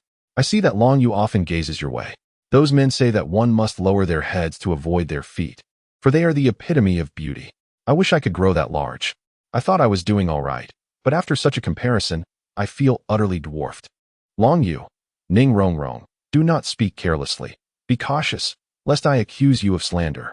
After all, it is merely a girl's shopping spree, which cannot be resolved in a fleeting moment. By the time they completed their purchases, they returned to the dormitory just before dusk. The speed at which these newly acquainted girls forged friendships astonished Long Yu, reminiscent of that day in Wuhuan City. Xiao Wu and Xiao Lan shared a room, while Zhu Qing and Xiao Wu occupied another. The following day, Long Yu and the others arrived early at the location of the 4th assessment conducted the previous day. Zhao Wujia remained reclined on the sofa, showing no intention of rising even upon seeing Long Yu and his companions. Teacher Zhao, today it is Tang San and his group's turn for the final assessment, Dai Mubai reminded. I am aware. Long Yu, you shall oversee the assessment. The conditions remain unchanged, Zhao Wujie replied lazily. Me? But Teacher Zhao, I only arrived at the academy yesterday, Long Yu protested. Having arrived yesterday makes you a part of the academy. Now that your vice principal wishes to rest, do you not wish to indulge my desire for leisure? By the way, you are forbidden from using those soul bones, particularly your 2-hand bones, as they are exceedingly dangerous. These children cannot bear it. Furthermore, you shall also cover the expenses for the healing soul master I hired yesterday, Zhao Wujie asserted. Do not speak of these children. Even I feel rather unwell right now. Moreover, after utilizing my martial soul in its true form, I shall be weakened for a week. If that girl Xiao Wu, at the soul sect level, proves to be similarly formidable, I shall be utterly overwhelmed, and I would be utterly humiliated. Long Yu inwardly derided Zhao Wujie's laziness and his excuses. However, since Zhao Wujie had made such a statement, Long Yu had no choice but to comply. Very well, I shall take charge of your assessment. The requirement will be to endure the length of an incense stick? Long Yu tentatively inquired, receiving a nod from Zhao Wujia in affirmation. You have 1 incense stick's worth of time to understand each other's abilities and combat styles. As for my combat skills, you have nearly witnessed them all yesterday. Long Yu stated, planting an incense stick in the ground. Tang San, Martial Soul Blue Silver Grass, level 29 control type, Great Soul Master, Tang San introduced. Xiao Wu, Martial Soul Soft Bone Enchanting Rabbit, level 41 Assault type Battle Soul Sect, Xiao Wu added. Ning Rongrong, Martial Soul 7 Treasures Glazed Tile Pagoda, level 26 Support type Great Soul Master. Ning Rongrong chimed in. Zhu Zhuqing, Martial Soul Nether Cat, level 27 Agility type Great Soul Master. Zhu Zhuqing concluded. 7 Treasures Glazed Tile Pagoda Martial Soul. Are you a direct disciple of the 7 Treasures Glazed Tile School? Tang San was taken aback, and seeing Ning Rongrong nod in agreement surprised him even more. According to the Master's theory, the 7 Treasure Glazed Tile Pagoda is the preeminent supportive martial spirit in the world, serving as the finest companion for all Battle Soul Masters. However, the direct disciples of the 7 Treasure Glazed Tile sect are few in number. It was unexpected for him to encounter one here in Shrek Academy. The place was becoming increasingly intriguing. Zhu Zhuqing's martial spirit is the Nether Cat? Dai Mubai gazed at Zhu Zhuqing with an odd expression, suddenly recalling that this young woman in black was none other than his fiancée from the Star Luo Empire. Who would have thought that his betrothed had come to this place? Was it to seek him out? He must secure Zhu Zhuqing. A myriad of thoughts flashed through Dai Mubai's mind, yet it was unfortunate that he was unaware Zhu Zhuqing had already blacklisted him. She was thoroughly disillusioned with him. Meanwhile, Xiao Wu regarded Tang San with curiosity. This individual, relying on the blue silver grass as a martial spirit, had managed to cultivate to such an extent, truly remarkable. She pondered whether there was any correlation with Xiao Lan's blue silver emperor martial spirit. All right, everyone, let's follow my lead. My soul power level is the highest, so I will take charge of the frontal assault. Tang San, as a support-type soul master, you will position yourself in the center to restrain Brother Yu and await the right moment to act. Zhuqing, as an agile attack-type soul master, will find opportunities to strike from Brother Yu's flank. Rongrong, you will assist from the rear. Tang San, remember to protect Rongrong. I suspect Brother Yu will aim to eliminate her first. Xiao Wu instructed, and the others nodded in agreement. Given that they were all students from the Spirit Hall Academy, Xiao Wu's arrangement was quite fitting. Ultimately, the outcome would depend on their individual performances. Soon, a stick of incense had burned down, and Xiao Wu and the others had finalized their strategy. Now that we are prepared, let us begin. Long Yu took out an incense stick, lit it, and planted it in the ground. Grasping the Dragon Emperor Spear, he refrained from utilizing his heavy martial spirit. It was unavoidable once he employed a mental soul skill. None of them would withstand it. Thus, he decided to proceed with the Golden Dragon martial spirit gradually. Ning Rongrong activated her 7 Treasure Glazed Tile Pagoda, declaring, first, strength. Second, speed. A dazzling spectrum of colors emanated from her body, and a colorful tower more than a foot tall appeared in the palm of her right hand. Radiating brilliance and opulence, 2 yellow soul rings floated and shimmered, while 6 beams of colorful light descended into the bodies of the 3. Oh, as expected of the world's foremost supportive martial spirit, even at the Great Soul Master stage, its supportive capabilities surpassed those of the Soul Zone level Golden Light by a significant margin. If it were to reach the later stages, its supportive abilities would be truly terrifying. Xiao Wu and the others felt a warm energy surge within them, as if their entire beings were filled with vitality. Simultaneously, the 3 individuals sensed a significant reduction in their weight, akin to the buoyancy of a swallow in flight. The first soul technique augmented their strength and speed by 30%. Meanwhile, Xiao Wu and Zhu Zhuqing had also activated their martial souls, with several soul rings illuminating around them as they eyed Long Yu with keen intensity. Observing from the sidelines, Xiao Lan cast a puzzled glance at Tang San. How peculiar. This young boy's martial soul did not resemble the ordinary blue-silver grass, but rather bore a striking resemblance to her own essence, indicating that his martial soul was far from being a mere variant of blue-silver grass. A heartfelt tribute to all medical personnel. Your efforts are deeply appreciated. Chapter 125, Continuous Elimination. Be cautious, everyone. A subtle smile graced Long Yu's lips as he swiftly appeared before Ning Rongrong. The golden dragon spear in his hand swung directly towards her, yet his body, along with the spear, found itself ensnared by countless strands of blue-silver grass. In an instant, Long Yu summoned immense strength, effortlessly severing the obstructive blue-silver grass. The The shattering of the martial spirit elicited a muffled groan from Tang San. However, another tendril of blue-silver grass ensnared Ningrongrong, drawing her away from Long Yu's vicinity. In the following moment, the form of Xiao Wu emerged above Long Yu, her long legs swiftly encircling his neck.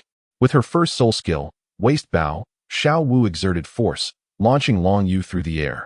Yet, Long Yu managed to perform several somersaults, adjusting his position mid-flight. As he remained suspended, Zhu Zhuqing's claws approached from behind, devoid of any sound or soul power fluctuations. Akin to a spectral shadow, targeting Long Yu's defenses, Zhu Zhuqing unleashed her second soul skill, Netherworld Stab. In an instant, she unleashed 100 claw strikes, all concentrated upon the same spot, inflicting compounded damage through relentless repetition. Upon sensing danger, Long Yu unfurled the wings of the wind god behind him. Zhu Zhuqing's claws landed upon them, inflicting no damage whatsoever, lacking any point of leverage. A sweeping force capable of vanquishing thousands. With a flourish of the Golden Dragon Spear in Long Yu's grasp, Zhu Zhuqing was swiftly cast aside, rendering her temporarily incapable of combat. The first opponent, Zhu Zhuqing, has been vanquished. First soul skill, June Flame.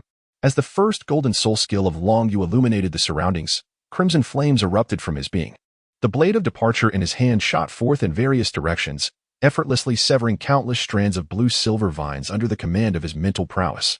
The vines ensnaring Ningrongrong were likewise cleaved, causing her to tumble to the ground. Before Ningrongrong lay a circle of over a dozen distinct blades of departure, poised to claim her life with the slightest exertion from Long Yu. Second contestant, Ningrongrong, eliminated. The sheer number of blue-silver grasses severed by Long Yu dealt a significant blow to Tang San, resulting in substantial depletion of his soul power. Within mere seconds, 2 participants had already been eliminated, leaving only himself and that little dancer. My dear, do you intend to employ the same trick again? Even a Soul King cannot withstand the might of my Junyan. Long Yu's spiritual perception sensed the disappearance of Xiao Wu's presence, unmistakably indicating her utilization of the teleportation soul skill. With the activation of his third soul skill, Invincible Golden Body, and the first soul skill, Waist Bow, golden radiance enveloped Xiao Wu. The effect of the invincible golden body allowed her to directly disregard Junyan's influence, as her legs once again coiled around Long Yu's neck. However, this time, Long Yu was well prepared. He firmly drove the Golden Dragon Spear deep into the ground, stabilizing his stance, rendering Xiao Wu's attempts to exert force utterly ineffective in moving his form. Meanwhile, Tang San approached Long Yu with a peculiar gait. Faced with the formidable fire of Long Yu, his blue-silver grass, being a plant-type weapon spirit, possessed virtually no offensive capability. Neither entanglement nor parasitism would yield any effect, and would only serve to deplete his soul power significantly. Thus, he had no choice but to resort to the Tang sect's ultimate techniques. He must endure for the duration of an incense stick, striving to pass the assessment of Shrek Academy and gain admission.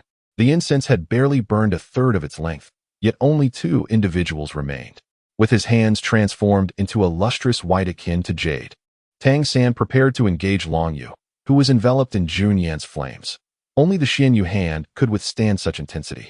As he activated his purple extreme magic eye, Tang San meticulously observed Long Yu's every movement, ready to strategize his next application. The Tang sect's ultimate technique has arrived. I shall test its true strength. Upon witnessing the scene, Long Yu, despite being ensnared by Xiao Wu's long legs and unable to maneuver freely, found himself undeterred by the impenetrable golden body of his adversary. At that moment, Tang San had approached Long Yu, his Xianyu transformed into a fist aimed at him, only to be thwarted by the wind god wings. Simultaneously, several blades of departing fire shot towards Tang San. Yet through the synergy of the purple extreme demon eye and the ghostly shadow's elusive movements, he deftly evaded each assault, leaving Long Yu feeling a twinge of envy, pondering when he might acquire such agility. However, during this interval of evasion, Xiao Wu's invincible golden body effect had expired. Seizing the opportunity, Long Yu grasped her slender waist with a firm hand and flung her away, knowing that if he did not act swiftly, his own Junyan would inadvertently harm her. This crafty girl, aware that he would not truly injure them, grew audacious, unwilling to create distance, and thus buying herself a fleeting moment. Yet soon after, a series of fire blades were launched towards Xiao Wu, resulting in her swift elimination. Meanwhile, Tang San and Long Yu found themselves enmeshed in close combat. Despite Long Yu's intention to enhance his skills in this domain, he still fell slightly short when compared to Tang San, who had immersed himself in the Tang sect's profound techniques for years. Tang San purposefully sought to close the distance between them, aiming to avoid a direct clash with Long Yu's Golden Dragon Spear. His technique, controlling the crane and capturing the dragon, imparted an almost intangible pull on Long Yu, causing a misalignment in the application of his own power. Furthermore, Tang San's timely use of ghostly shadows' elusiveness showcased his impeccable timing, a mere aspect that set him significantly apart from his peers of the same age. Long Yu remained unperturbed, for he had already eliminated Xiao Wu, leaving only Tang San in the fray. Should he directly eliminate Tang San as well, Xiao Wu and her companions would fail this final assessment. He was also curious to see the extent of Tang San's abilities. Soon, a brief moment had passed, and all eyes were fixed upon Long Yu and Tang San. Ning Rongrong, Zhu Shiqing, and the others had wisely stepped aside to observe the duel, while Zhao Wujie watched with growing intrigue. Why are Brother Yu and that Tang San so evenly matched? Xiao Wu inquired, her curiosity piqued. It's for your sake, so that you can successfully enter the academy. If you were to defeat Tang San outright, your assessment would be rendered void. Brother Yu is intentionally stalling. Teacher Zhao has not intervened, clearly indicating that he does not wish for you to fail the assessment. However, Tang San's strength is indeed superior to that of the average Great Soul Master. Xiao Wu, observe his hands and eyes, they reveal much. This individual is no ordinary opponent, Xiao Lan remarked with a smile. Humph, if it weren't for Brother Yu going easy, it wouldn't be so drawn out, Xiao Wu retorted dismissively. Chapter 126, Tang San's Hidden Weapons. Tang San, if you possess no further tricks up your sleeve, I shall defeat you without hesitation. Long Yu calmly declared, his Golden Dragon martial soul swiftly transforming into the heavy I martial soul. First soul skill, mental shock. The first black soul ring of Long Yu shimmered, and an immense mental force momentarily hindered Tang San's movement, while the Golden Dragon Spear in Long Yu's grasp sent Tang San staggering back several paces. What formidable mental power! It was an overwhelming force, utterly insurmountable, even under the condition of deliberate restraint. Undoubtedly, Long Yu's dual martial souls were extraordinarily potent. It was only then that Tang San realized the situation, glancing toward Xiaogang, who still had a third of her length remaining. However, judging by the trend observed moments ago, he feared he might not last even a second. Caution was warranted, Tang San murmured, raising his hands to his waist. In response, Long Yu smiled, seemingly eager for Tang San to deploy his hidden weapon. I am quite curious to see just how devastating your current weapon can be. Unleash your full strength. I am aware that you have yet to reveal all your secrets. Long Yu declared, activating his spiritual sensing soul technique, attuning himself to the movements of every blade of grass and tree in his vicinity. No sooner had he spoken than a flurry of icy glimmers pierced through the air, aimed directly at the vulnerable points of his eyes, throat, and abdomen. For an ordinary person, it would be nearly impossible to react in time, especially when confronted with such a multifaceted assault. And this was merely the initial wave of the onslaught. Long Yu refrained from employing his soul skills, instead enveloping himself with the wind god wings, effortlessly deflecting the thrown projectiles, rendering them utterly ineffective. Such formidable soul bones. One could only speculate the age of Long Yu's external soul bone, for the bone-piercing needle, known for its penetrating power, combined with my inner and soul energy, failed to yield any result. Tang San mused inwardly, realizing that his earlier concerns had been somewhat unfounded. Long Yu's prowess exceeded his expectations. Thus, he resolved to utilize an arsenal of even more formidable hidden weapons. Employing the ghost shadow mysterious steps, Tang San launched a multitude of varied projectiles from different angles towards Long Yu. Xiao Wu and the others merely glimpsed fleeting flashes of cold light, and the sound of the projectiles slicing through the air made it evident that, given their current strength, they were ill-equipped to contend with such an onslaught, especially with the sheer volume of attacks. Even Zhao Wujin, observing the scene, furrowed his brow. Although there was no prohibition against employing such peculiar devices, and their lethality appeared considerable, he personally disfavored such underhanded tactics, preferring a direct confrontation with Long Yu. While he remained relatively unfamiliar with Tang San, his initial impression was decidedly unfavorable. Had it not been for Long Yu's leniency, Tang San would not have had the opportunity to employ these weapons at all. Zhao Wujin had first-hand experience of just how terrifying Long Yu's mental prowess was, capable of effortlessly dispatching Tang San with sheer psychic force. With an array of hidden weapons, willow leaf blades, locust stones, money projectiles, and bone-piercing needles, Tang San unleashed a barrage of attacks from various angles. Yet all were effortlessly thwarted by Long Yu's wind god wings. Naturally, such assaults proved futile against a divine-grade soul bone. Although they did impose a significant drain on Long Yu's soul energy, the absurdity of this world-S setting was apparent. No wonder the original text suggested that even Zhao Wujin, without the immovable King-S body to resist, would inevitably be struck. Goodness! Even my current physique dares not make direct contact with such chaotic projectiles. Who knows what toxins they might harbor? However, I am not Zhao Wujin, burdened by such reservations. With 1/5 of the incense's duration remaining, surely your hidden weapons are nearing exhaustion. Sensing the sudden cessation of projectiles, Long Yu unfurled his wind god wings. And in the next moment, 6 icy beams shot forth from Tang San's sleeves, powerful crossbow bolts propelled by fierce winds towards Long Yu. Yet, they were halted by an inexplicable force suspended before Long Yu, who activated his 4th soul ring. 4th soul skill, mental telekinesis. A flash of brilliance gleamed in Long Yu's as the crossbow bolts were unleashed towards Tang San. Though he lacked the apparatus to launch these projectiles or the techniques to wield such hidden weapons, he could approximate the effect through mental telekinesis, albeit with diminished speed and power. What sort of soul skill was this? Tang San was taken aback. His eyes enveloped in a purple glow as he deftly evaded the incoming bolts with his peculiar agility, remaining composed in the face of Long Yu's assault. Tang San drew his arms inward, his chest muscles swelling, and a spray of glimmering steel needles, shrouded in mist, erupted from his chest, aimed directly at Long Yu. As a master of hidden weapons, Tang San needed merely to contract his muscles to launch these projectiles, rendering them nearly impossible to defend against. These steel needles not only possessed formidable penetrating power but also bore the venom extracted from the fangs of the mandala serpent, which Tang San believed would be insurmountable for Long Yu, a mere soul master. Furthermore, those wings would likely prove inadequate for defense. This was one of the few concealed weapons capable of piercing through protective energy, known as hiding sand and shooting shadows. Long Yu adeptly discerned the steel needles, even catching sight of the icy glint and intricate patterns upon them. Having prepared in advance, he was not easily caught off guard. Similarly, his mental telekinesis intercepted the needles mid-flight, leaving Tang San astounded. The hiding sand and shooting shadows, capable of breaching protective energy, had been thwarted by Long Yu's 4th soul skill.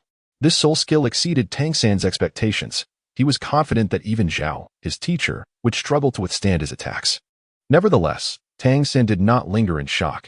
2 blades, approximately 3 inches long, materialized at his toes as he employed the ghostly shadow technique to close in on Long Yu for close-quarters combat. However, Long Yu had no intention of granting Tang San another opportunity. Spotting an opening, he unleashed the heavenly strike, sending Tang San soaring into the air. Even so, Tang San swiftly adjusted his posture, and as Long Yu approached, a 7-inch crossbow bolt was suddenly launched from his back, propelled by the tightly strung floral crossbow. Given the bolt's substantial size and remarkable elasticity, its destructive capability far surpassed that of a sleeve arrow, and at such close range, Tang San was confident it could not fail to injure Long Yu. Within the crossbow's mechanism, the venom of the mandala serpent lay in wait. Upon any external pressure, the toxin would be released in a relentless cascade. Had Long Yu been unaware of this mechanism, he might have easily fallen victim to it. At this distance, and with the bolt's velocity, even mental telekinesis would be too late to provide adequate defense. Chapter 127. Reaping what one sows truly. As the protagonist of the original tale, his methods were indeed numerous. These were merely the initial hidden weapons, should he craft the subsequent ones. The terror they would invoke would be even greater. Without the slightest hesitation, Long Yu enveloped himself entirely with the wings of the wind god. A dull thud resonated through the air, the force so potent that even Long Yu was propelled backward a considerable distance. One could only imagine the catastrophic consequences had the attack connected with a human body. Meanwhile, Tang San adjusted his posture midair, barely managing to land steadily on the ground. Damn it, is the soul bone truly this formidable? He lamented, realizing it had yet to breach the defenses. After enduring such an extended battle, Tang San found his soul power and mental strength nearly depleted. After all, he was merely a high-level soul master. Glancing at the incense, he noted that only a fraction remained. Just a little more endurance was required. In that moment, Long Yu soared directly before Tang San, and suddenly, a small black hammer materialized in Tang San's hand. He swung it fiercely towards the oncoming Long Yu. The Haotian hammer, in its primal form, did indeed possess an unrefined appearance. Long Yu silently criticized as Tang San's hammer struck the Golden Dragon spear. The force of action and reaction caused both to retreat several steps. At that moment, a fierce glint shone in Tang San's eyes. This was his final opportunity. Hidden beneath Tang San's fingernails were 10 exceedingly fine dragon whisker needles, which shot towards Long Yu without any warning or sound. However, Long Yu, ever vigilant, sensed them through his mental detection. Without reservation, he unleashed his mental power to immobilize the delicate needles in midair. Under Long Yu's control, they were then redirected towards Tang San. What? This was actually detected. Tang San was startled and hurriedly attempted to block them. Although his Xian Yu hand managed to deflect some of the needles with the aid of the purple extreme demon eyes, several still penetrated his body, intertwining painfully with his flesh and muscle, inflicting excruciating agony. This was no ordinary hidden weapon. Its lethality was undeniable. Yet, at this moment, Tang San was merely reaping the consequences of his own actions. Tang San involuntarily drew a sharp breath. Despite being a master of concealed weapons, it was the first time he had been wounded by such a vicious hidden weapon, allowing him to truly empathize with the suffering endured by his previous foes. Meanwhile, Long Yu refrained from launching further attacks, having already achieved his desired objective. Pushing further might raise suspicions. Tang San, since you so relish employing hidden weapons, why not experience the effects of your own creations? Fear not, this is merely the beginning. In the days to come, we shall have ample time to play. Tang San, relying on his formidable willpower, endured the excruciating pain as he observed the swollen lumps forming on his body. With a few precise taps on the wound, Xian Yu hand finally succeeded in extracting a golden needle. Upon pulling it out, the agonizing pain that surged from the connected flesh and skin caused Tang San to cry out involuntarily, cold sweat beading on his forehead as his body trembled uncontrollably. The suffering was unimaginable. All right, time is up. You have all qualified, Xiao Wuji announced, prompting relief to wash over Xiao Wu and the others. Long Yu, having shifted his attention away from Tang San, approached Xiao Wu and the others with a smile, proclaiming, from now on, we shall be classmates. His demeanor was as calm as if he had not just endured a fierce battle. Brother Yu, what was that thing Tang San just used? It seemed incredibly dangerous. Even I fear that if I were struck by just a few of those, the consequences would be dire. They appeared to be quite malevolent. Xiao Wu expressed her concern. Fear not, it is merely some unorthodox tool. However, its power is indeed formidable. Some of those could even pose a significant threat to a soul sage, Long Yu replied, shaking his head. For now, you all should rest here. After such a battle, I have matters to attend to. And do not touch those hidden weapons on the ground. Let Tang San retrieve them himself, as many are laced with deadly poison. With that, Long Yu made his way toward the academy's exit. Master, I shall accompany you, Xiaolon said eagerly, hurrying to follow him. Meanwhile, Ning Rongrong observed the items strewn across the ground and, recalling the confrontation between Tang San and Long Yu, began to ponder deeply. I must find an opportunity to have a proper conversation with this Tang San. Dai Mubai, gazing at the unconscious Tang San, felt an inexplicable fear. He wondered just how many peculiar devices Tang San possessed. Fortuitously, he had not unleashed them during their encounter at the Rose Hotel. Otherwise, he might not have survived, as he was nowhere near Long Yu's extraordinary caliber. Mubai, why do you hesitate? Shouldn't you carry our new classmate back? Zhao Wujing urged. Teacher Zhao. It's not that I am unwilling. I merely worry that Tang San may have more hidden weapons. If I inadvertently trigger one, I would be helpless. Dai Mubai hesitated. After contemplating for a moment, Zhao Wujing conceded, you have a point. This fellow is akin to a hedgehog. In that case, remain here until he regains consciousness. With that, Zhao Wujing departed. Ning Rongrong and the others likewise did not linger and returned to their dormitory. Dai Mubai, eyeing the prone form of Tang San, resigned himself to finding a chair to sit beside him. Once Tang San awoke, he would have Oscar bring some sausages to restore his soul power and physical strength. As they journeyed towards Soto City, Xiaolon quietly followed Long Yu, appearing somewhat pensive. Xiaolon, do you have many questions? Given our relationship, you may ask them freely. Long Yu remarked. I dare not. If there is something you wish to convey, you shall do so in due course, Xiaolon replied, shaking her head. You are being disingenuous and still quite reserved. I am not your true master. I treat you as I do Xiao Wu and Zhu Zhuqing with equality. Long Yu turned and smiled, noticing Xiaolon's somewhat dazed expression, which prompted him to gently pat her head before continuing to walk forward. I possess a considerable understanding of this Tang San.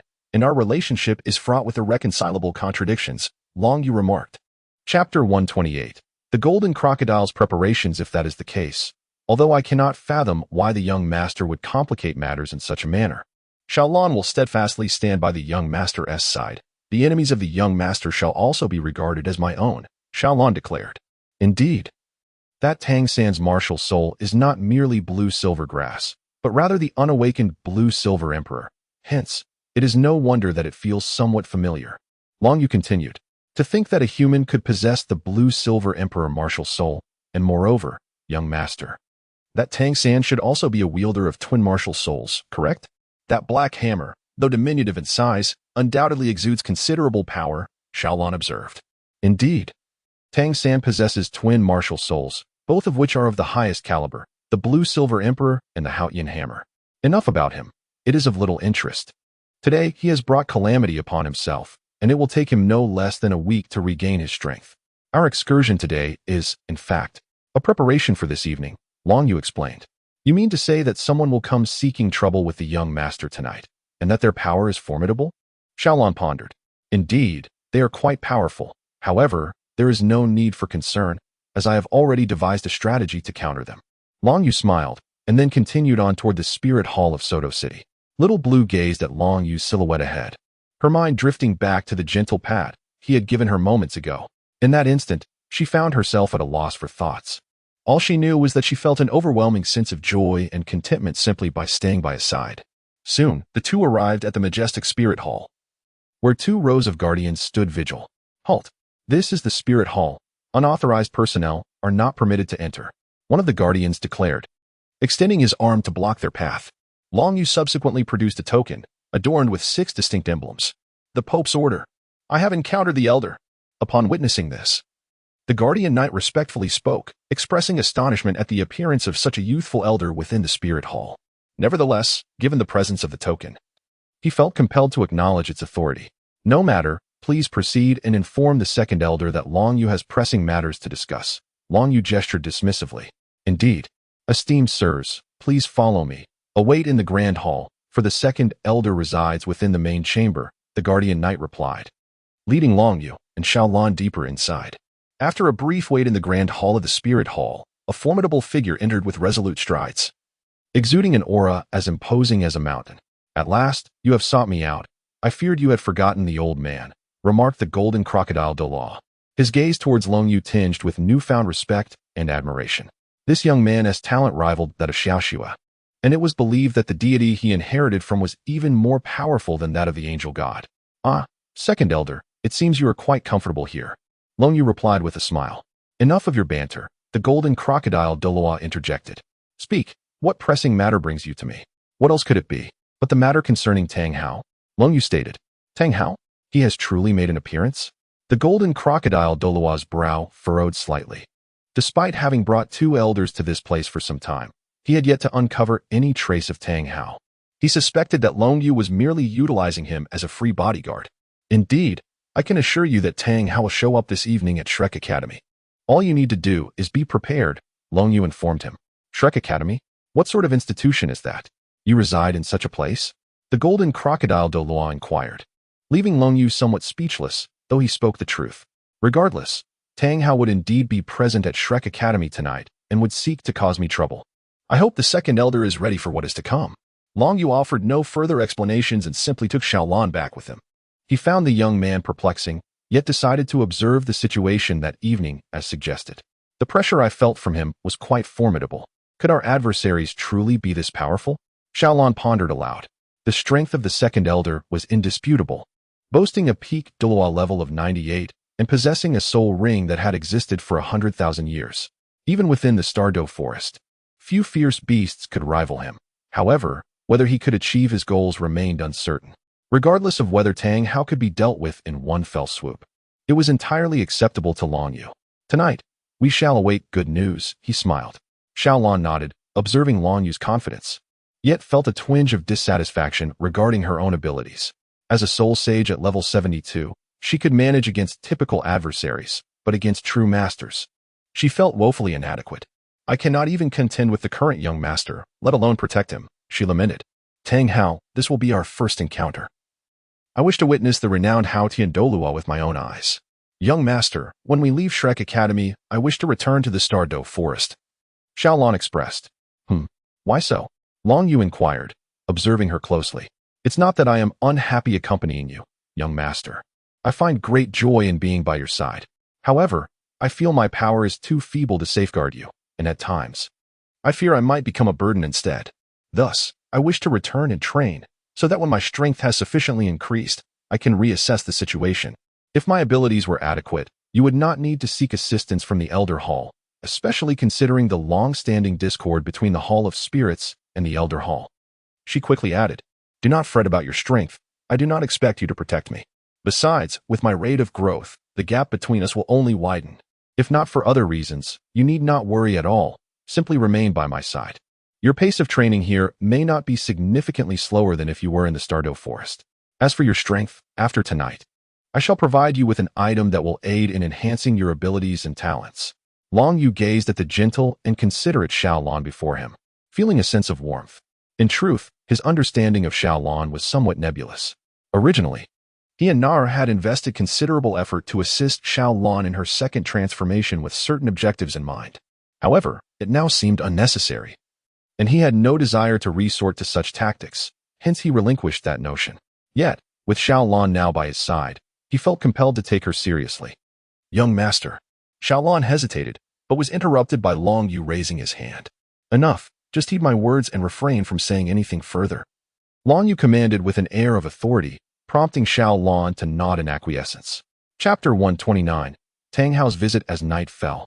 While Long Yu was engrossed in meditation and cultivation within his room, a powerful voice resonated through the air.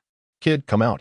Long Yu awakened from his meditative state, and upon hearing the voice, he simply shrugged. It appeared that Tang Hao had indeed arrived as expected. Given his temperament, it mattered not what the circumstances or reasoning were. He was determined to deliver a thorough beating regardless. Long Yu subsequently followed the trail of this aura to a grove outside Shrek Academy. Meanwhile, Xiaolong, sensing Long Yu's sudden departure from the academy, hastily made her way there as well. Regardless of the circumstances, she could not allow her master to confront danger alone. Stealthily leaving the room without disturbing the slumbering Xiao Wu, Xiaolong hurried towards the grove. I have arrived. May I inquire who you are? Why do you seek me at this hour? Long Yu gazed around at the surrounding forest and spoke. With the activation of his dual soul martial spirit, he employed his mental perception, yet he still failed to detect any trace of Tang Hao. It appeared that the disparity in strength between them was indeed insurmountable. Suddenly, a shadowy figure emerged from behind a towering tree, cloaked entirely in dark attire, including a hood that obscured his visage, leaving only the silhouette of a tall man discernible.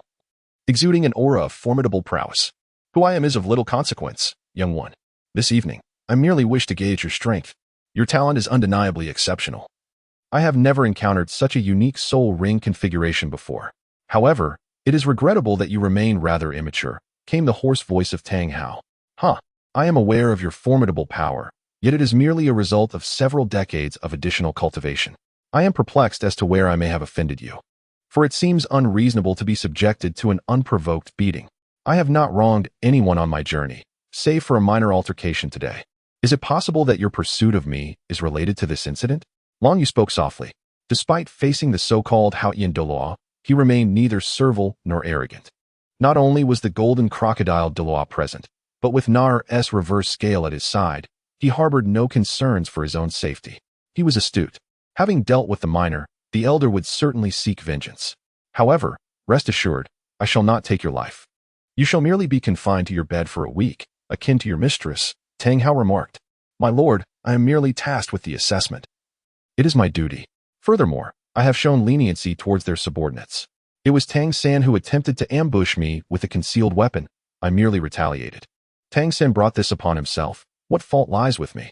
Should I simply accept being harmed by his treachery without resistance? What kind of reasoning is this? Long Yu countered. Reasoning. Let me enlighten you, young one. In the realm of soul masters, might is the ultimate principle, an eternal truth. All I need to know is that you have injured Tang San, and that suffices entirely. Tang Hao replied disdainfully, slowly advancing towards Long Yu. With each step, his aura surged once more, summoning 9 soul rings, 2 yellow, 2 purple, 4 black, and 1 red.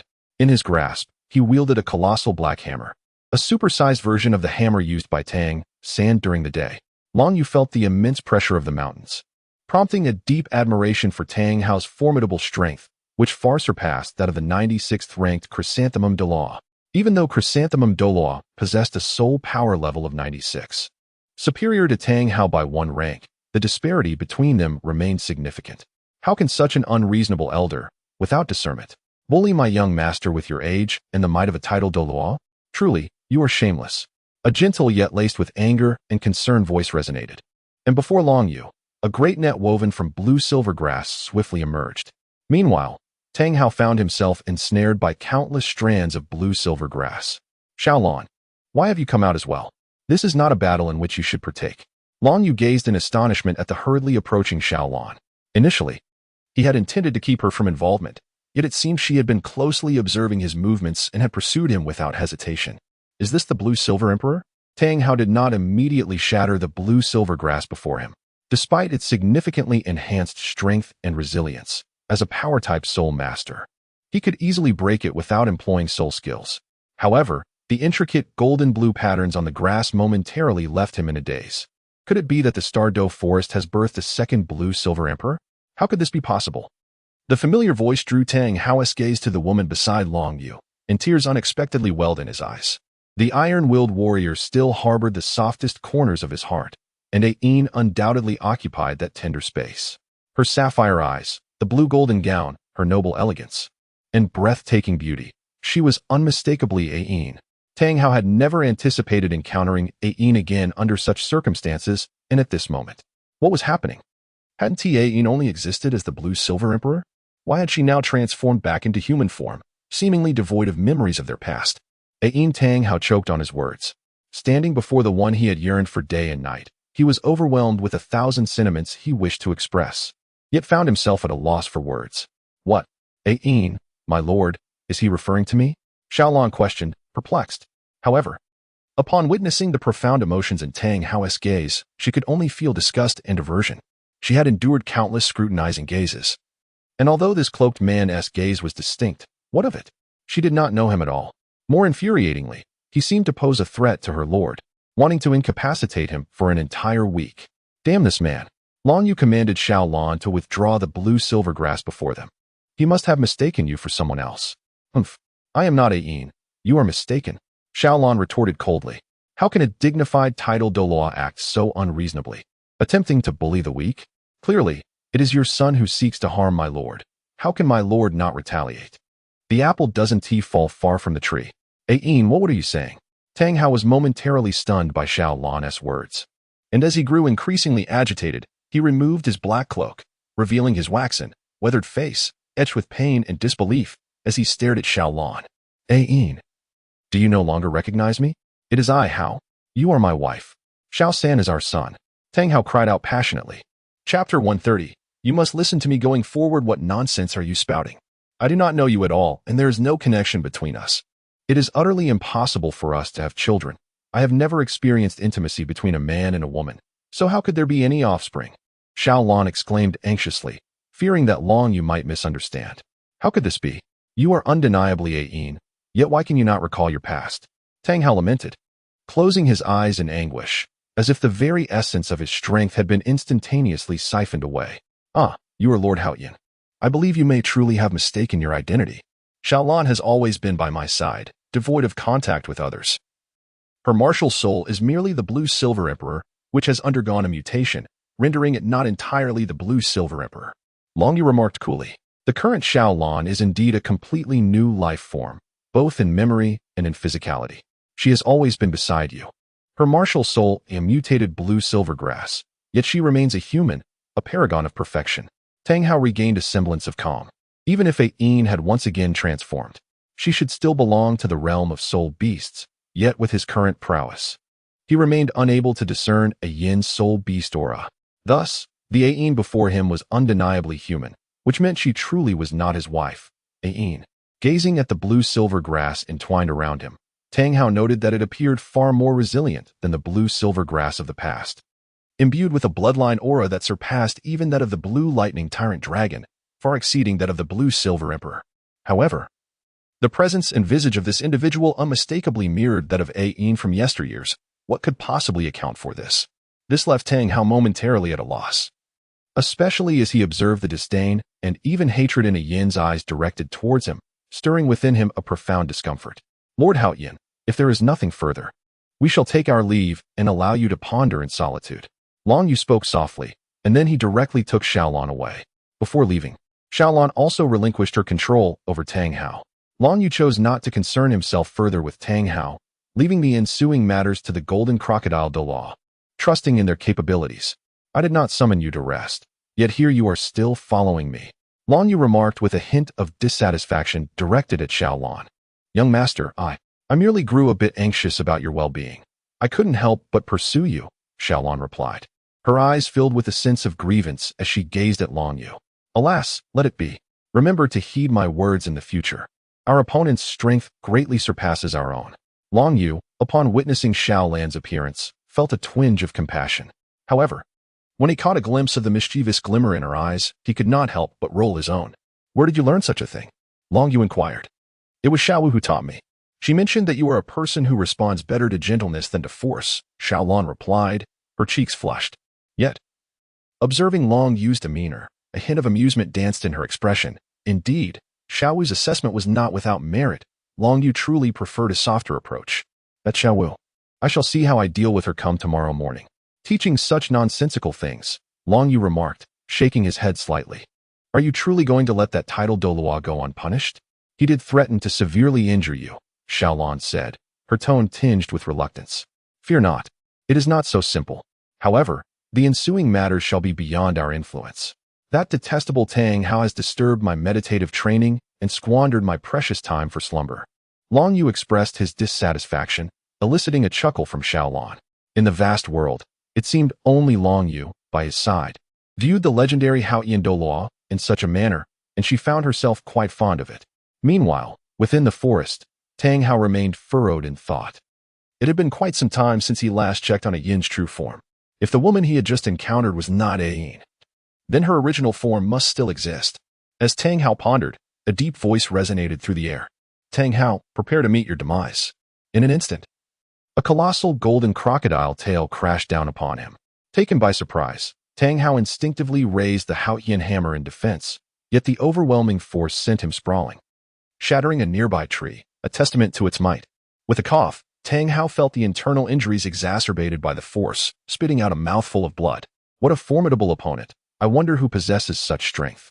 The matter concerning Ain has rendered me unable to perceive even this threat, and I have suffered greatly for it. As he focused, he noticed an elderly man clad in a similar golden robe with silver embroidery approaching, his entire being enveloped in a layer of fine golden scales. Behind him trailed a massive tail, adorned with scales and spikes, each scale standing erect. His white hair transformed into a thick, horn-like covering, shrouding his head as he leaned slightly forward, resembling a gigantic crocodile.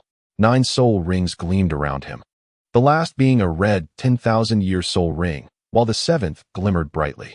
Clearly, his opponent held nothing back, revealing his martial soul's true form immediately. The golden crocodile Douluo fixed his gaze upon Tang Hao, a surge of murderous intent igniting in his eyes. You truly cannot be allowed to leave this place.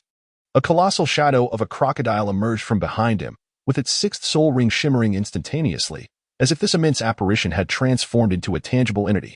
Who are you, to possess such formidable strength? Tang Hao inquired in a low voice. Ha! Tang Hao, I am the 2nd elder of the Spirit Hall, the Golden Crocodile. Today marks your demise. The Golden Crocodile Douluo bellowed with laughter. In terms of seniority, he surpassed both Qian Daolu and Tang Chun, rendering Tang Hao merely a junior among juniors, albeit one of considerable might. Having remained within the Elder Hall for several decades, he now relished the opportunity to stretch his aging limbs. The Spirit Hall? So, you are a wretched spawn of the Spirit Hall. Tang Hao tightened his grip on the Haoyan hammer, veins bulging on his arms and face, his eyes brimming with apprehension. This adversary was exceedingly powerful, far surpassing the earlier Qian Xuanji, likely at the pinnacle of level 98. Were it his prime, he could have contended with the chaotic wind and the great Xumi hammer, though he would still be outmatched. However, in his current state of severe injury, he feared he could not withstand this ancient foe. Now, he must devise a means of escape. Ha ha ha. The Haotian sect is merely a congregation of timid turtles, too frightened by my spirit hall to even venture beyond their gates. You have hidden for so many years. Today, you shall remain forever. The Golden Crocodile Douluo derided. Chapter 131.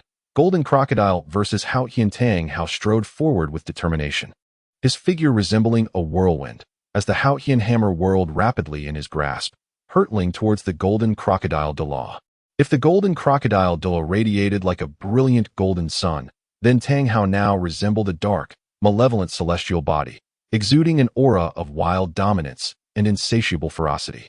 Although the disparity in soul power was vast, Tang Hao was far from defenseless. As the massive tail of the Golden Crocodile Douluo lashed out, the air around it warped and turned surreal, rendering the true position of that elongated appendage nearly impossible to discern. The terrifying gusts of wind emitted a series of sharp howls and explosive sounds. In the state of his martial soul's true form, this was merely the simplest form of physical assault from the Golden Crocodile Douluo. Tang Hao's movements were equally straightforward. He took a decisive step forward with his left foot, crashing it down onto the ground with a thunderous roar that caused widespread fissures to erupt beneath him.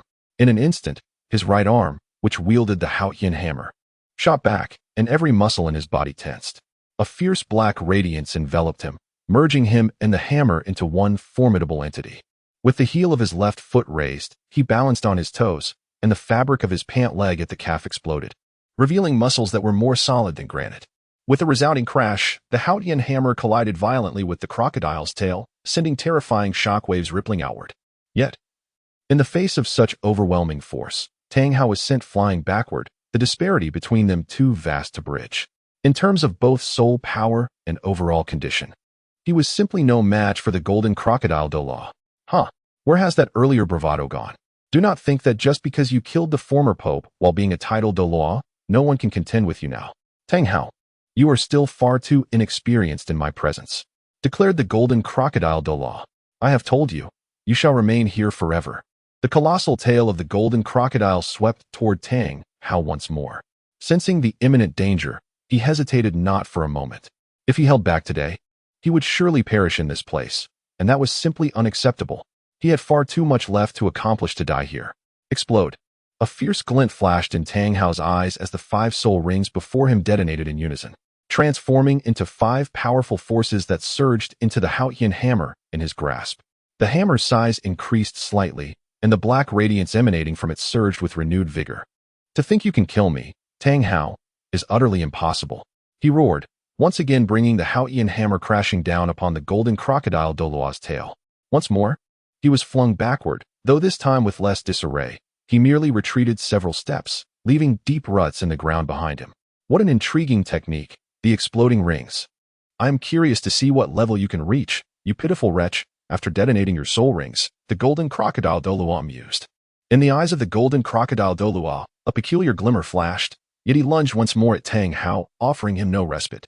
Observing this, Tang Hao steeled himself.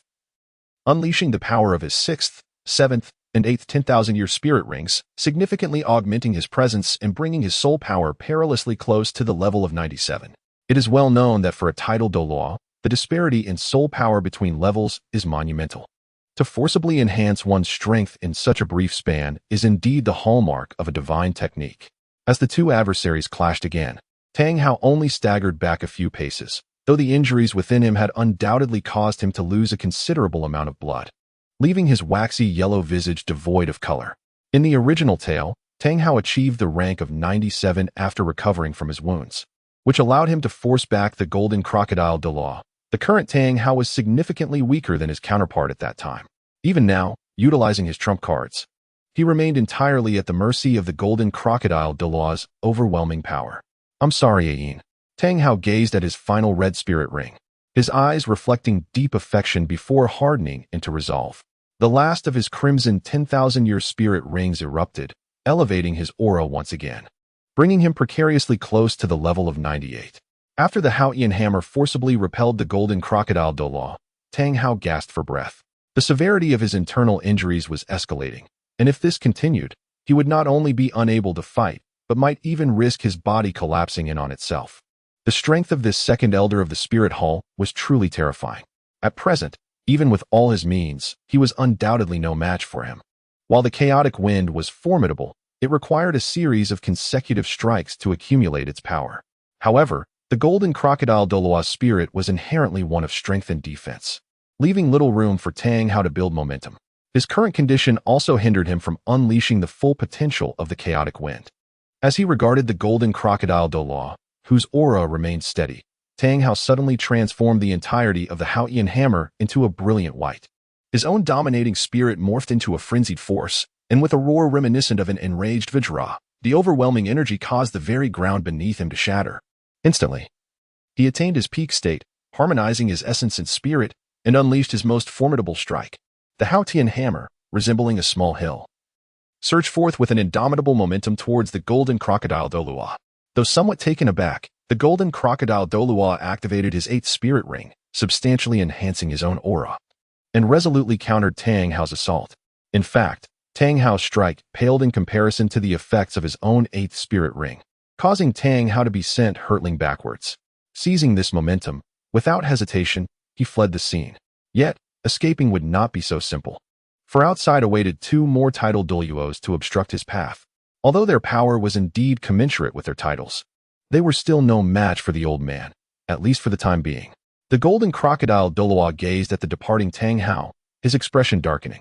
At this moment, he felt a surge of disdain for the widely renowned Haotian Douluo, and soon he gave chase. If he allowed Tang Hao to escape once more, he could not fathom when another opportunity would arise. Thus, the 3 members of the Spirit Hall pursued Tang Hao, who had been fleeing throughout the night. Ultimately, Tang Hao leaped into a tumultuous river at the base of a precipice and vanished. The golden crocodile Douluo's countenance was grim. Indeed, Tang Hao had slipped away. Such deep waters would significantly hinder his perception, and given the swift current, it would be challenging to catch up. However, this situation evidently posed no mortal threat to a titled Douluo, especially one of Tang Hao's caliber. It was clear that this operation had failed. Second Elder, it is our ineptitude that has allowed Tang Hao to escape, remarked the 2 accompanying titled Douluo, casting uneasy glances at the golden crocodile Douluo. I cannot blame you. He sighed. I underestimated Tang Hao's strength. You 2 have yet to reach the level of Super Douluo. How could you possibly hope to stop him? You might even lose your own lives, which is something I fervently wish to avoid. What shall we do next, Second Elder? Inquired the 2 titled Douluo, relieved that he did not direct his ire at them. There is no way around it. The 2 of you cannot thwart Tang Hao. This river extends too far, making it nearly impossible to track him. You should return to Spirit City and report the situation to the Grand Elder. I have matters to attend to before I return to Spirit City, the golden crocodile Douluo commanded with a wave of his hand. Yes, Second Elder, responded the 2 titled Douluo, nodding before hastily making their way back to Spirit City. The golden crocodile Douluo gazed up at the sun hanging high in the sky and sighed deeply. Chapter 132, Ma Hongjun within the confines of Long Yu's personal dormitory. 2 figures locked eyes, and Long Yu displayed no particular surprise. It appeared that the second offering had not fared well. Had Tang Hao indeed escaped? Long Yu remarked with a chuckle. You speak with such frankness, young man. I momentarily underestimated the situation, which allowed Tang Hao to slip away. His strength is such that few within the Spirit Hall can truly contend with him. Particularly, his explosive ring capability is astonishing, allowing for a rapid augmentation of his power. Acknowledged the golden crocodile Douluo. Nevertheless, although Tang Hao has evaded capture, given his previous severe injuries compounded by his current condition, it will take at least 6 months for him to recover to the state he was in last night. This matter concerning Tang Hao must conclude here, and I shall take my leave, stated the golden crocodile Douluo, his demeanor still tinged with dissatisfaction, for Tang Hao had escaped right under his nose.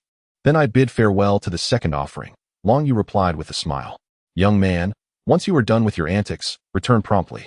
While this place is decent, with one of the esteemed golden iron triangle, Flinder, serving as the dean, it cannot compare to the Spirit Hall, the golden crocodile Douluo remarked before departing. Long Yu then stretched lazily, welcoming the dawn of a new day. As for Tang Hao's escape, Long Yu felt no sense of loss. Opportunities abound. If this one slipped by, there would surely be another, and if Tang Hao were to be eliminated in a single encounter, it would indeed lack a certain thrill. Long Yu opened the door, inhaling the first breath of fresh air, and made his way directly to the playground. With Dean Flander yet to return and Tang San still recuperating, it was left to the students to confidently arrange their own schedules for the day. Meanwhile, Zhao Wujia had departed from Shrek Academy, heading towards the small grove from the previous night.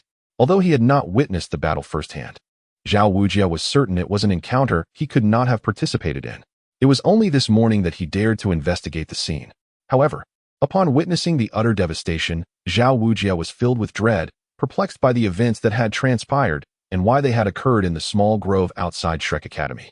Long Yu entered the room of Xiao Lan and Xiao Wu without any hesitation. Xiao Wu, it appears you did not sleep well last night. Long Yu remarked with a smile.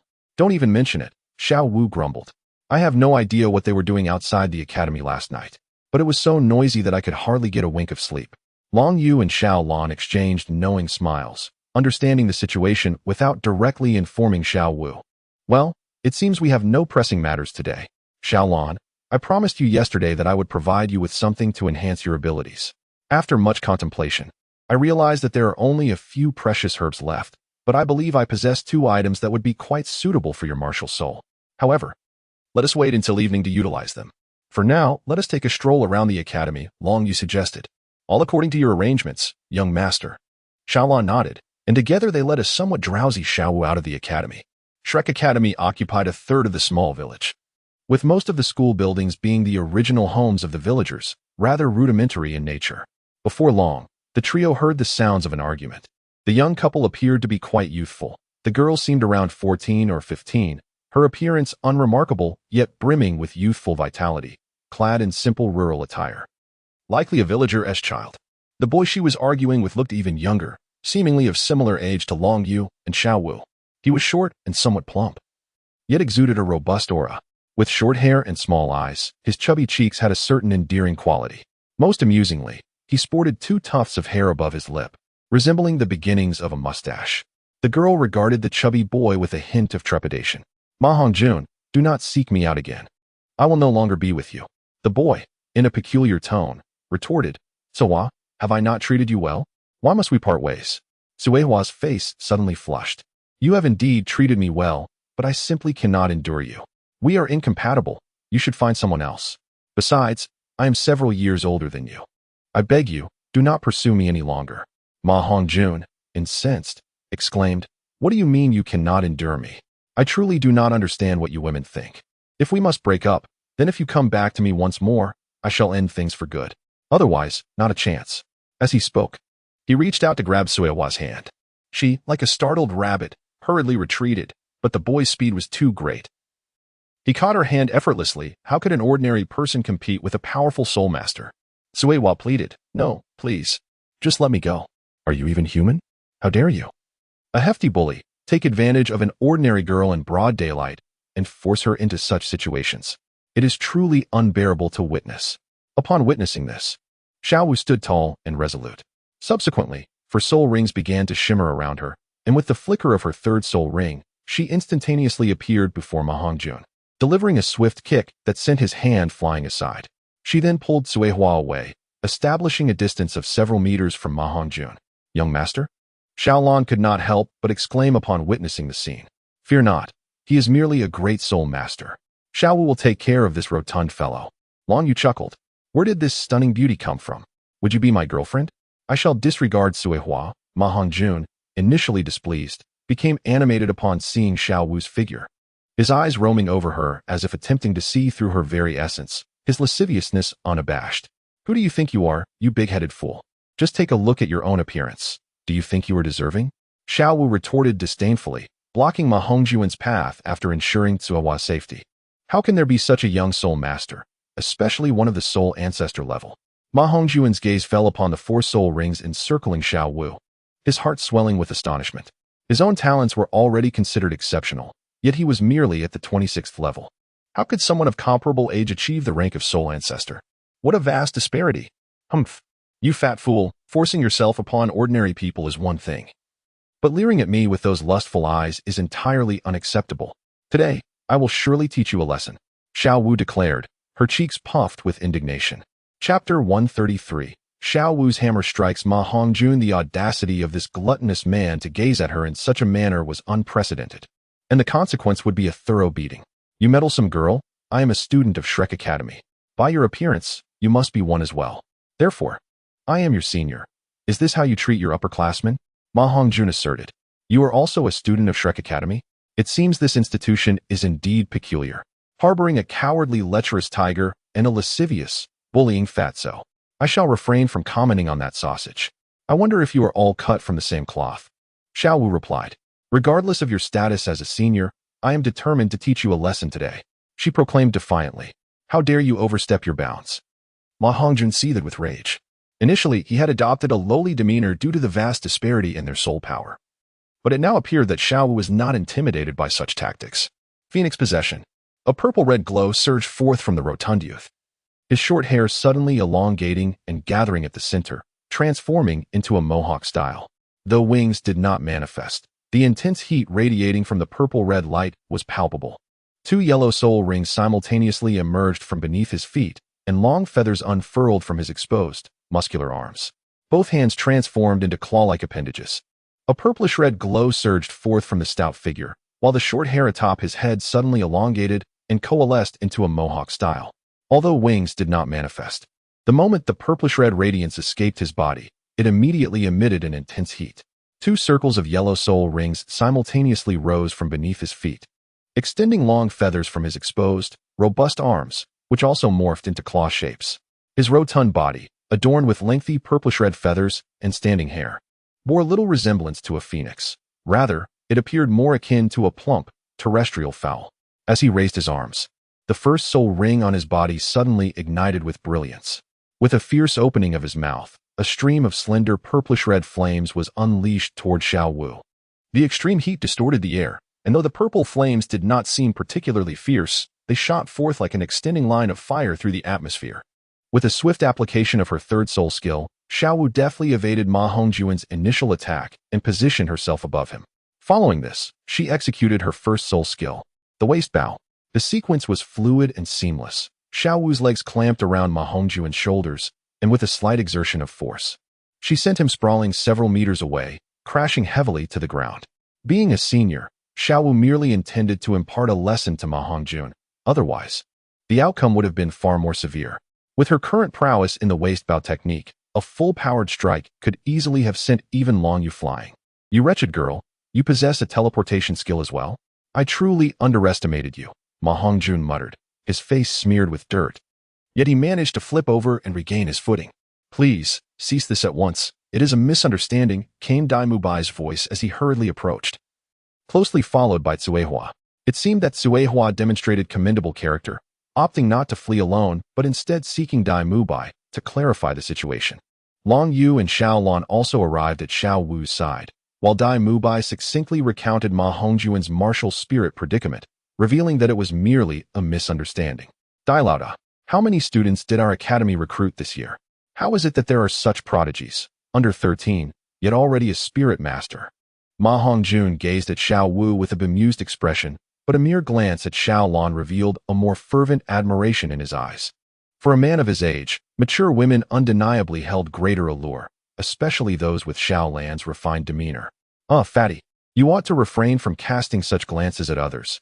It is no wonder you have yet to find a suitable girlfriend. Dai Mubai coughed. Indeed, Xiao Wu could be considered extraordinarily formidable, yet the charming gentleman beside me is even more extraordinary. You must exercise caution. Both Xiao Wu and Xiao Lan are evidently very close to Long Yu.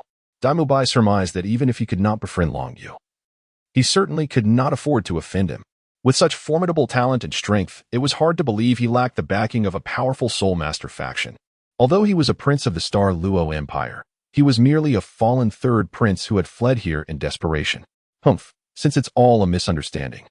That is for the best, said Ma Hongjun, rubbing his rear, which felt as if it had been shattered in two, gasping in shock at how ruthless Xiao Wu was. Subsequently, Dai Mubai introduced everyone, and they parted ways. Dai Mubai then took Ma Hongjun along, claiming they were going to visit another male classmate. Initially, Ma Hongjun was disinterested, thinking there was little to gain from meeting another male, as he had no interest in such matters. However, upon hearing Dai Mubai mention 2 exceedingly beautiful girls in the academy, Ma Hongjun instantly transformed into an enthusiastic senior, exclaiming he wanted to meet the younger students right away. The speed of his change was so swift that even Long Yu felt a tinge of embarrassment. After parting ways, Long Yu continued to stroll through the village with Xiao Wu and Xiao Lan. Brother Yu, this Shrek Academy is truly a peculiar institution. The teachers, students, and facilities are all quite eccentric. I'm genuinely curious about how they educate their students, Xiao Wu remarked. Dai Mubai, at 15 years of age, possessed a soul power of 37, placing him among the elite even within the Spirit Hall Academy. However, how could the Spirit Hall Academy possibly compare to Shrek Academy? Then there was Oscar, a food system soul master whose cultivation speed was inherently slower, yet he was nearing the rank of Soul Zune. And he was merely 2 years older than Dai Mubai. Such talent was indeed astonishing. While the teachers here were powerful, it did not necessarily imply that they could effectively teach students, especially a group of rugged individuals. How could they possibly provide theoretical guidance akin to that of teacher Meng Yun from the Spirit Hall Academy? Given their innate talents, they did not require extensive instruction. A step-by-step approach would suffice, with the academy merely needing to ensure they maintained the right direction. If they were studying at the Spirit Hall Academy, their soul power would not be limited as it currently was. Long Yu shook his head. Before Yu Xiaogang arrived, it was indeed impossible to provide accurate and scientific guidance.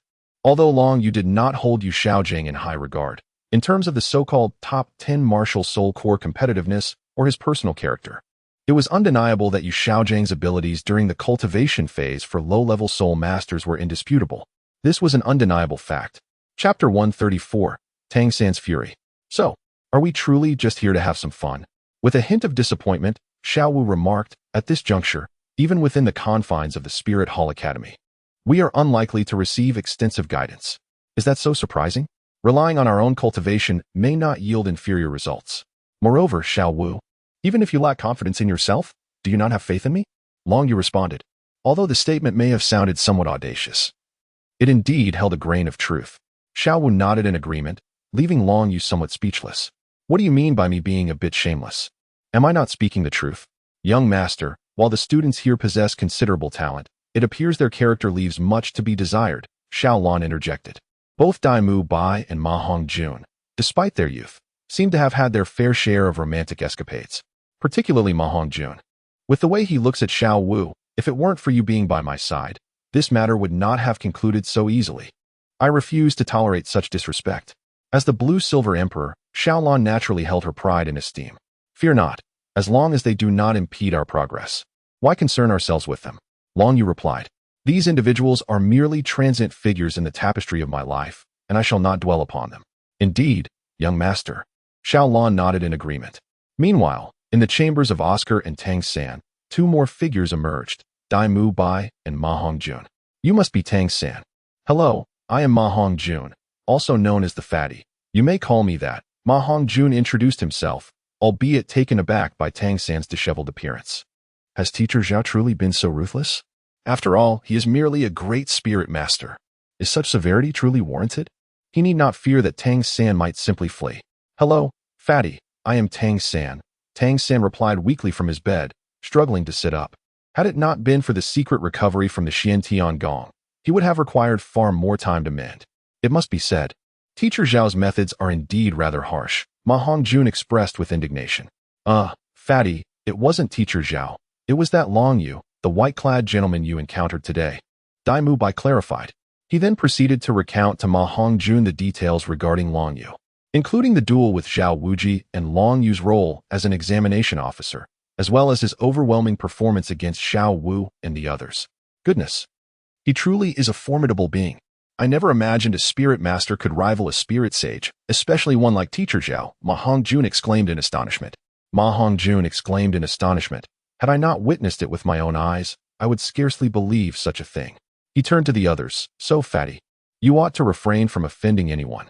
Your lascivious gaze directed at the 2 women beside Long Yu today is downright reckless. Did you not notice the close connections those women have with him? Dai Mubai cautioned. I can't be certain. Long Yu is even more handsome than Boss Dai, and his strength and talent are formidable. I assure you, I shall no longer provoke Long Yu, Ma Hongjun conceded, observing the increasingly ominous expression on Dai Mubai's face. This current cohort of the academy is fortunate to have female students among us. You all must exercise caution. Let me make this clear. That woman in black is mine. So do not entertain any other notions, Dai Mubai declared. Boss Dai, fortunately, I find that Ning Rongrong, with her 7 treasure glazed tile martial soul, is rather beautiful. Oscar shared his thoughts. Of course, it's merely a matter of appearance at this point. It's not that I genuinely harbor deep affections.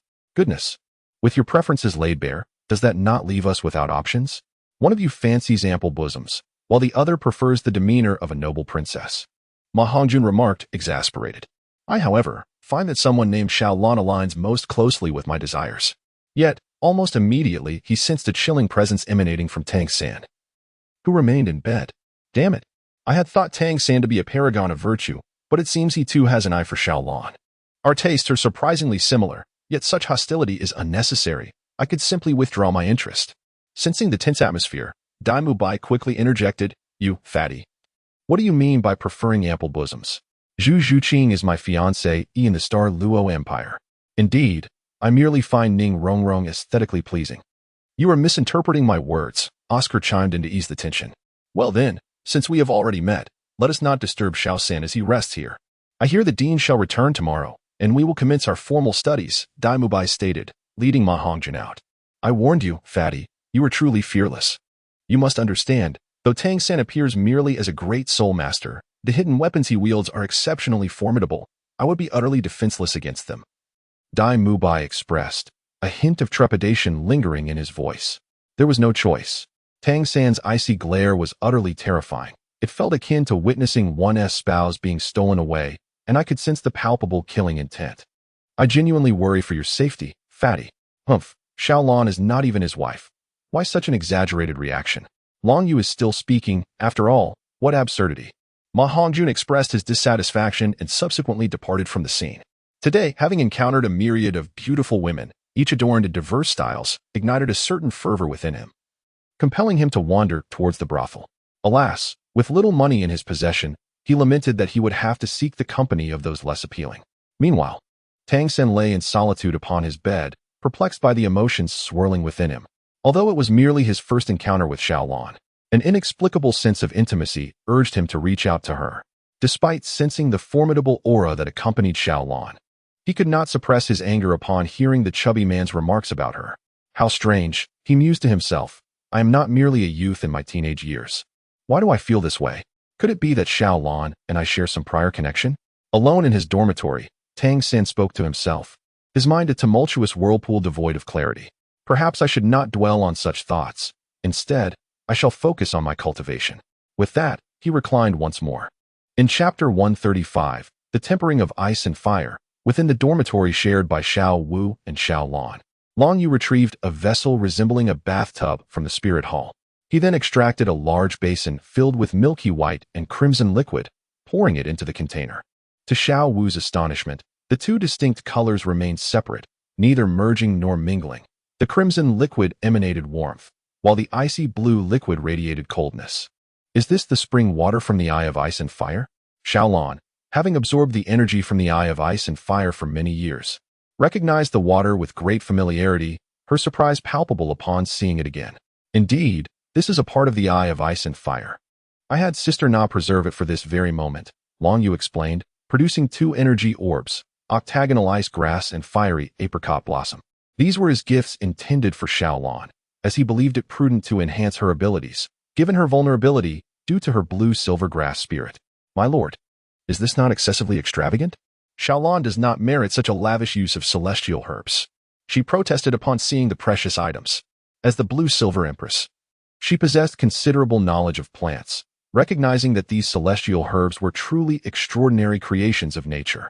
To use them solely for her benefit seemed a tremendous waste. Whether it is deemed worthy is not for you to decide. Celestial herbs, no matter how precious, must be utilized. Otherwise, they become mere lifeless objects. If I declare it worthy, then it is worthy. Accept this gift. Long Yu asserted, his tone firm. What? Do you now dare to disregard my words? Long Yu spoke with unwavering determination. Upon witnessing this, Xiaolan could only nod in agreement, her heart brimming with a mix of emotions as she observed the domineering demeanor of her master. Did she truly hold such significant importance in his heart? Her master treated her with utmost kindness, and the very blood coursing through her veins was a testament to their bond. Now, he had even bestowed upon her the invaluable celestial herbs. If master has said so, then you must use them, Xiaolan, Xiao Wu chimed in. The sight of these celestial herbs filled her with a sense of pride, for she possessed the privilege of choosing the herbs rather than being directly handed them by her elder brother, Yu. I will forever cherish the grace Master has shown me, Xiaolan earnestly declared. The herbs in question were the 8-pointed ice grass and the fiery apricot blossom, each embodying extreme cold and heat, and both classified as highly toxic celestial herbs. Should she successfully absorb them, it would significantly enhance her physical prowess. Xiaolan's innate abilities already surpassed those of a typical soul saint. With this advancement, she could potentially reach the level of a soul Douluo, and more importantly, achieve immunity to both fire and water. This would resolve the primary dilemma associated with the blue-silver grass, offering a chance for an unexpected victory in critical moments. Long Yu remarked. When these two celestial herbs were combined, they could temporarily counteract each other's extreme essences of cold and heat, marking the only opportune moment for consumption. Xiaolan, remember to act swiftly. Long Yu spoke solemnly. Yes, my lord. Xiaolan replied earnestly, nodding her head. Now, remove your outer garments, Long Yu instructed. My lord. Xiaolan blushed as she gazed at Long Yu, taken aback by his request for her to undress. Could it be that this process required a balance of yin and yang? She contemplated whether she could refuse, yet part of her seemed reluctant to decline such an approach, especially since it was for her own benefit. If it were indeed her lord making the request, perhaps it was not so unacceptable after all. Xiaolan thought to herself. What am I pondering? After consuming these two celestial herbs, I should simply immerse myself in the spring waters and gradually absorb their essence. Wearing too many clothes would only hinder the process. Long Yu observed that Xiaolan and Xiao Wu, lost in their thoughts, appeared to be somewhere far away. He sighed, realizing that he had not expressed himself clearly, which could easily lead to misunderstandings. Oh, Xiaolan bashfully lowered her head, her delicate face flushed with embarrassment. What had she just been thinking? She dared not look at Long Yu any longer. Long Yu found himself at a loss for words. Feeling as though he had somehow wronged Xiaolan, he gently lifted her chin, gazing at her before him, and sensed a stirring within his heart.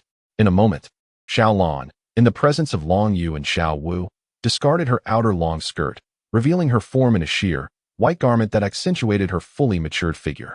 Xiao Wu, watching her with envy, wished fervently to grow up quickly.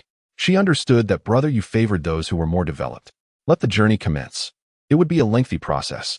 After a few fleeting glances, Long Yu regained his composure and employed his mental power to unravel the seal set by Gu Yuna. Without hesitation, Xiaolan stuffed the two immortal herbs into her mouth, disregarding any semblance of elegance. They melted instantly, transforming into a sweet nectar that flowed down her throat, filling her mouth with a fragrant essence. Contrary to her prior expectations, the experience was not as torturous as she had imagined. Steady yourself, Xiaolan, Long Yu urged, his voice resonating with authority.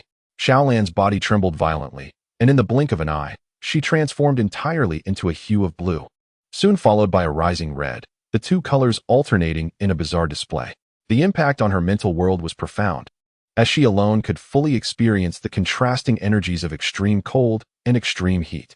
Witnessing Xiaolan's suffering, Long Yu sighed. Xiao Wu, please take Xiaolan inside, he instructed. Xiao Wu, feeling a deep pang of sympathy for Xiaolan, recognized that although she would gain immunity to fire and water, the process was not one that an ordinary person could endure. Her own experience with the immortal herbs had been remarkably gentle.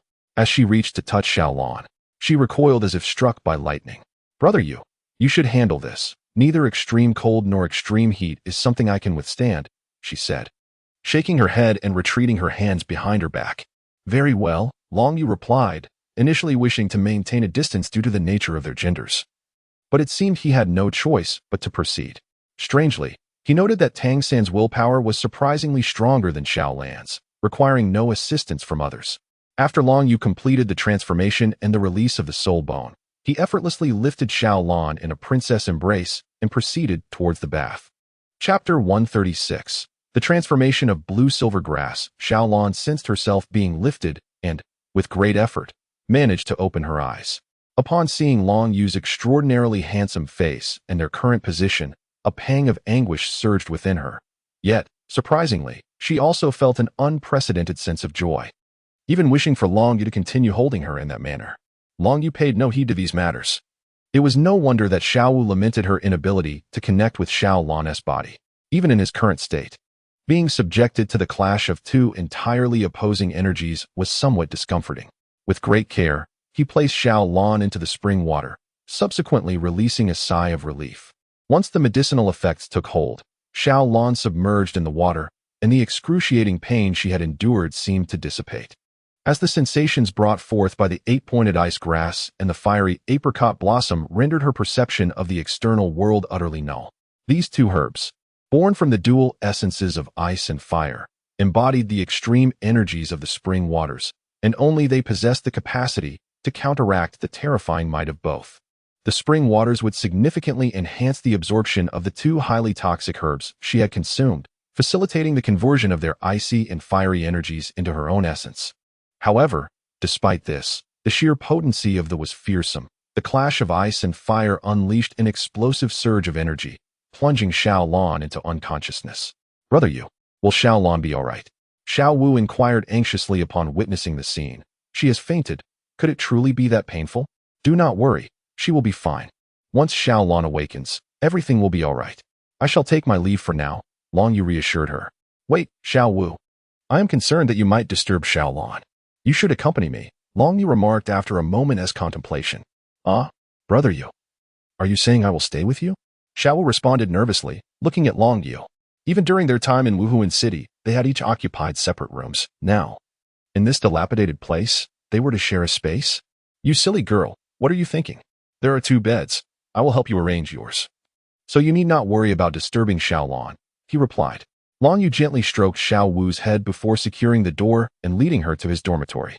The hour had grown late, and after tidying up, Long Yu and Xiao Wu lay down, closing their eyes to embrace slumber.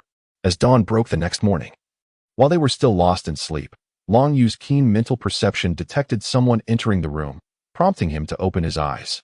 To his surprise, it was Xiaolan. Her exquisite face radiated with intense joy and excitement, yet she hesitated, seemingly reluctant to disturb the rest of Long Yu and Xiao Wu, appearing rather conflicted. "It seems you absorbed it quite smoothly. How do you feel now?"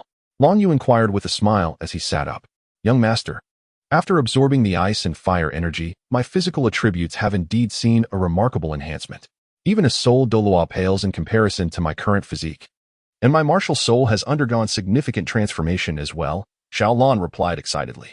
She then conjured forth the tendrils of her blue-silver grass, which now displayed not only golden markings but also a striking blend of dark red and light blue hues, making it appear even more vibrant. Additionally, the grass bore tiny barbs, subtly concealed yet potent. "Young master, my blue-silver grass martial soul, aside from the fire immunity and water immunity you mentioned earlier, has become considerably tougher and now harbors terrifying fire toxins and ice venom. Should my blue-silver grass pierce the skin, the toxins can swiftly infiltrate the bloodstream to wreak havoc. I estimate that even a tidal Douluo would be significantly affected, showcasing the potency of its venom. My blue-silver grass thus possesses direct offensive capabilities," Xiaolan elaborated with enthusiasm. At that moment, Xiao Wu stirred awake and, upon seeing Xiaolan, jumped over to join them, her curiosity piqued. "Xiaolan, after absorbing those 2 celestial herbs, aside from these advantages, did your soul power not receive any enhancement?" she asked. "Even at the soul stage level, those celestial herbs should elevate your soul power, at least by 1 or 2 levels, especially since they are 2 celestial herbs. I did not experience an increase in soul power, but I am exceedingly content," Xiaolan replied, shaking her head. "Xiao Wu, you must understand that for Xiaolan, achieving such a transformation is far more significant than merely elevating a few levels of soul power, particularly with the added toxicity and fire immunity. It greatly compensates for the shortcomings of the blue-silver grass," Long Yu remarked, to which Xiao Wu nodded thoughtfully. "All that Xiaolan possesses is a gift from young master, and she is willing to do anything for you," she declared. Xiaolan gazed earnestly at Long Yu and remarked, "If my previous admiration for you stemmed from your distinguished status, innate talent, and formidable strength, it has now blossomed into something more personal." The warmth and security she felt, particularly when she recalled how he had cradled her in his arms and carried her to the bath last night, filled her with a desire for such moments to recur. "Humph, Xiaolan, in the future, please refrain from speaking in such an ambiguous manner. It may easily lead to misunderstandings by outsiders," Long Yu cautioned. Yet, upon observing Xiaolan before him, it seemed that after absorbing the essence of the 2 divine herbs, she had grown even more regal and enchanting. Reflecting on the breathtaking scenery from the previous day, it was evident that it could not be compared to the youthful innocence of Xiao Wu and her companions. Xiaolan paid no heed to the opinions of others, indifferent to such trivial matters. I couldn't care less, she asserted, which left Long Yu somewhat exasperated. Very well. As long as you are happy. Now, let us prepare and proceed to breakfast. Long Yu remarked as Xiao Wu and Xiao Lan returned to their respective dormitories, while he commenced his morning ablutions. Soon after, he led the two ladies towards the cafeteria of Shrek Academy. As expected, the cafeteria was somewhat larger than the dormitory. At this juncture, Tang San and the others had already begun their breakfast. Upon seeing Long Yu and his companions, they nodded in acknowledgement. Ning Rongrong and Zhu Zhuqing observed Xiao Lan, sensing a subtle change in her demeanor, though they were unable to articulate the specifics, leaving them in a moment of contemplative silence. Meanwhile, Dai Mubai glanced at Zhu Zhuqing and sighed inwardly. Despite having revealed his identity to her, it seemed to have only rendered her colder. Indeed, from Zhu Zhuqing's perspective, his current state would likely appear even more dismal. As time passed, Dai Mubai temporarily severed his connections with the other women, focusing his attention solely on Zhu Zhuqing. Patience was essential. One must proceed slowly, for fine work requires time. With his adept skills in courting women, he was confident in his approach. Tang San, observing the present Xiao Lan, felt an intensifying sensation. Yet her complete disregard for him left him profoundly dejected. What on earth was happening to him? Chapter 137. The Arrival of Flinder Unfazed. Xiao engaged in lively banter with Long Yu, exuding an air of carefree joy as if nothing had transpired. Conversely, Xiaolan, witnessing the intimate rapport between Xiao Wu and Long Yu, felt a twinge of envy within her heart. Every time she beheld the gentle and handsome visage of her beloved, she was reminded of the prior evening's embrace, which had been exceedingly comforting. Her gaze towards Long Yu shifted subtly, leaving her bewildered by her own feelings. Breakfast unfolded in this peculiar atmosphere. Dai Mubai, along with a few others, made his way to the plaza. Although Long Yu had financed the restoration of the chaos left from his battle with Zhao Wujin, the remnants of the fierce confrontation were still evident. Upon their arrival, aside from Zhao Wujin, another figure was present. It must be noted that after shaving off his beard, Oscar indeed transformed into an exceptionally handsome young man. With deep-set peach blossom eyes that imparted an air of profundity, a face likened to that of a jade crown, and a harmonious demeanor, he exuded a roguish charm akin to that of a dashing nobleman. In terms of attractiveness, he surprisingly outshone Dai Mubai, who himself was known for his good looks. According to Dai Mubai and Ma Hongjun, Oscar possessed a somewhat flirtatious appearance, though he still paled in comparison to Long Yu. In an effort to leave a favorable impression on Ning Rongrong, Oscar had meticulously groomed himself, presenting a stark contrast to his previous appearance resembling that of a gluttonous uncle. The individual beside Zhao Wujin was none other than Dean Flinder. He appeared to be in his 50s, possessing a robust physique and a distinctively shaped face. With a protruding chin, broad cheekbones, a somewhat flat facial structure, and a hooked nose, all accentuated by a pair of black-framed crystal glasses that bore a rigid square design. Long Yu felt that the embodiment of a scheming merchant was vividly represented by this Dean, albeit somewhat stereotypically. The bespectacled cat-eagle, Flanders, a level 78 soul sage, was a rare flying-type soul master, capable of flight even at the soul sage level. As he observed the small group before him, he nodded appreciatively, his gaze lingering particularly on Long Yu and Xiao Wu, with a notable focus on Long Yu.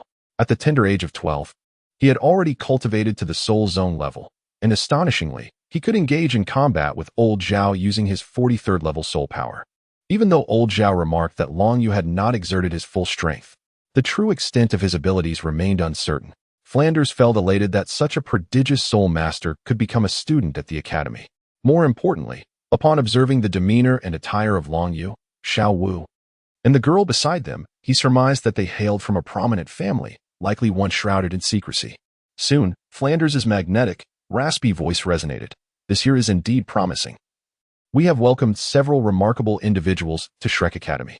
I am Flanders, your dean, and I extend a warm welcome on behalf of the academy. He continued, next.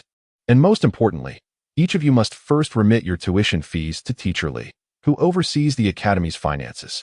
Each fee amounts to 100 gold soul coins. Mubai, please assist with the tuition matters and promptly convey our academy's regulations to them. Everyone should return to rest and prepare yourselves for optimal condition, as your first class will commence tonight. Mubai nodded in agreement, already well versed in the academy's rules. Long Yu, Flanders said, approaching him with a cunning expression.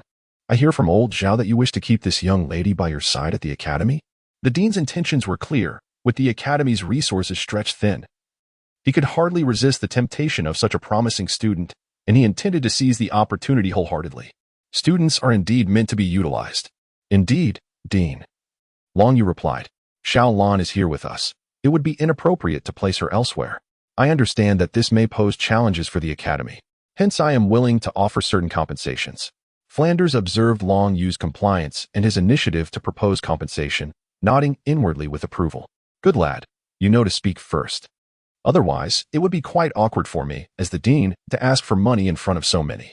Long Yu, you are aware that we have never had such a precedent at our academy, and adding one more person will certainly increase the pressure on us. Flander appeared to be in a state of distress, seemingly pouring his heart and soul into the academy, which prompted Ma Hongjun and Oscar, who were familiar with Flander's character, to roll their eyes in exasperation. Zhao Wujuan, upon encountering him, chose to depart, feeling that he could not bear the embarrassment. Ah, Director. I can help the academy by completely reconstructing all the dormitory buildings. Naturally, this includes renovating your office as well, Long Yu stated.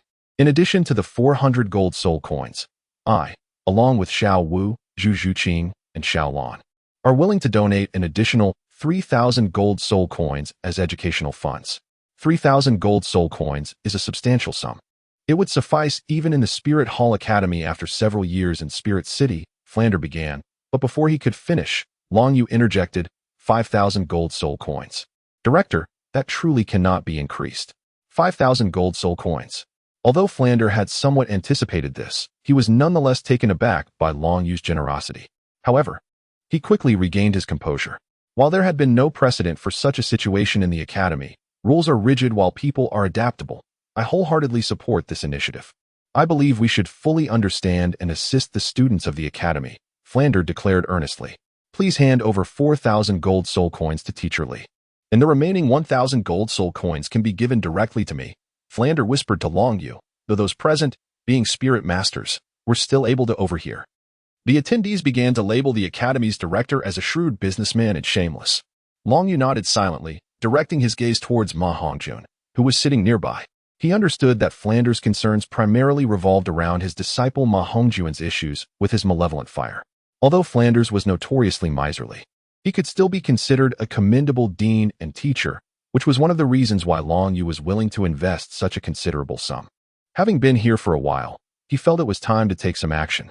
He was affluent, but not afflicted. Chapter 138, Warmth Oscar, Ning Rongrong. You two stay behind for now. The rest may return to rest. Remember to adjust your state to its peak and prepare for the first class tonight, Flanders instructed. Tang San chose not to leave. He was curious to observe how this eccentric dean, who seemed to spare no expense, conducted his teaching. With the assistance of Xiaogang and healing soul masters, his injuries had fully healed. Long Yu, aware of what Ning Rongrong and Oscar were about to do, did not linger and took Xiao Wu and Xiao Lan toward the dormitory area. This dean truly devoured his students without leaving a bone. 5,000 gold soul coins was indeed a hefty sum. Moreover, Xiao Lan, as a soul sage, being here was a rare boon for Shrek Academy. He even used this as an excuse. Even within the Spirit Hall Academy, Xiao Lan could serve as a teacher, particularly for soul masters with plant-type martial spirits. A cunning merchant, a cunning merchant, Xiao Wu murmured as they walked, clearly unimpressed by her initial impression of the dean. Xiao Lan smiled slightly at Xiao Wu's adorable demeanor, believing that Long Yu was not a fool and had his own intentions behind his actions. However, in order to remain here, Long Yu had lavishly spent money, in addition to previously gifting the celestial herbs. Although Xiao Lan outwardly expressed little gratitude, she kept all these matters etched in her heart, her gaze towards Long Yu growing increasingly tender and dreamy. Such an exceptional man treated her so well, stirring her emotions. Given the close bond among the three, Long Yu did not mind chatting right beside the dormitory. Brother Yu, you know so much. What did the dean say about tonight's first class? Xiao Wu inquired. I'm no prophet, so I certainly do not know. However, Xiao Wu, rest assured, for those of our caliber, any class will pose no issue. After all, we have many others below us. If we cannot succeed, they are even less likely to. Long Yu smiled, remarking that it was merely a matter of competing in the soul arena of Soto City. For both himself and Xiao Wu, it was simply an opportunity to earn some money. Within the Spirit Hall Academy, the two of them stood nearly invincible, especially compared to the Soul Masters in such a small locale, where few would even know the optimal soul ring configurations. Oh, brother, you are indeed correct. Xiao nodded in agreement. After several days of training, coupled with the potency of the 8-petal immortal orchid, her soul power had risen to the impressive level of 42. Long Yu, on the other hand, had not made any progress, remaining at 33. At this stage, achieving rapid enhancement in soul power seemed rather unrealistic, as treasures like the immortal herb are rare and typically, an individual can only utilize one such herb. While the three of them engaged in jovial conversation, a distant silhouette cloaked in black observed them intently, contemplating whether to approach, yet hesitating and remaining motionless. Upon sensing the presence of others, Long Yu beheld Zhu Zhuqing and gestured for her to approach directly. Xiaolan also brought over a chair for Zhu Zhuqing to sit beside her, creating a delightful tableau of three stunning beauties alongside Long Yu. Even the mere act of gazing upon them was a feast for the eyes, not to mention the distinct styles each possessed. Xiao Wu, lively and spirited, exuded an innocent charm, unrestrained and carefree. Despite her youth, she had already blossomed impressively. In contrast, Zhu Zhuqing embodied a cool elegance, resembling a captivating ice queen, yet her figure was strikingly alluring, evoking a compelling desire for conquest.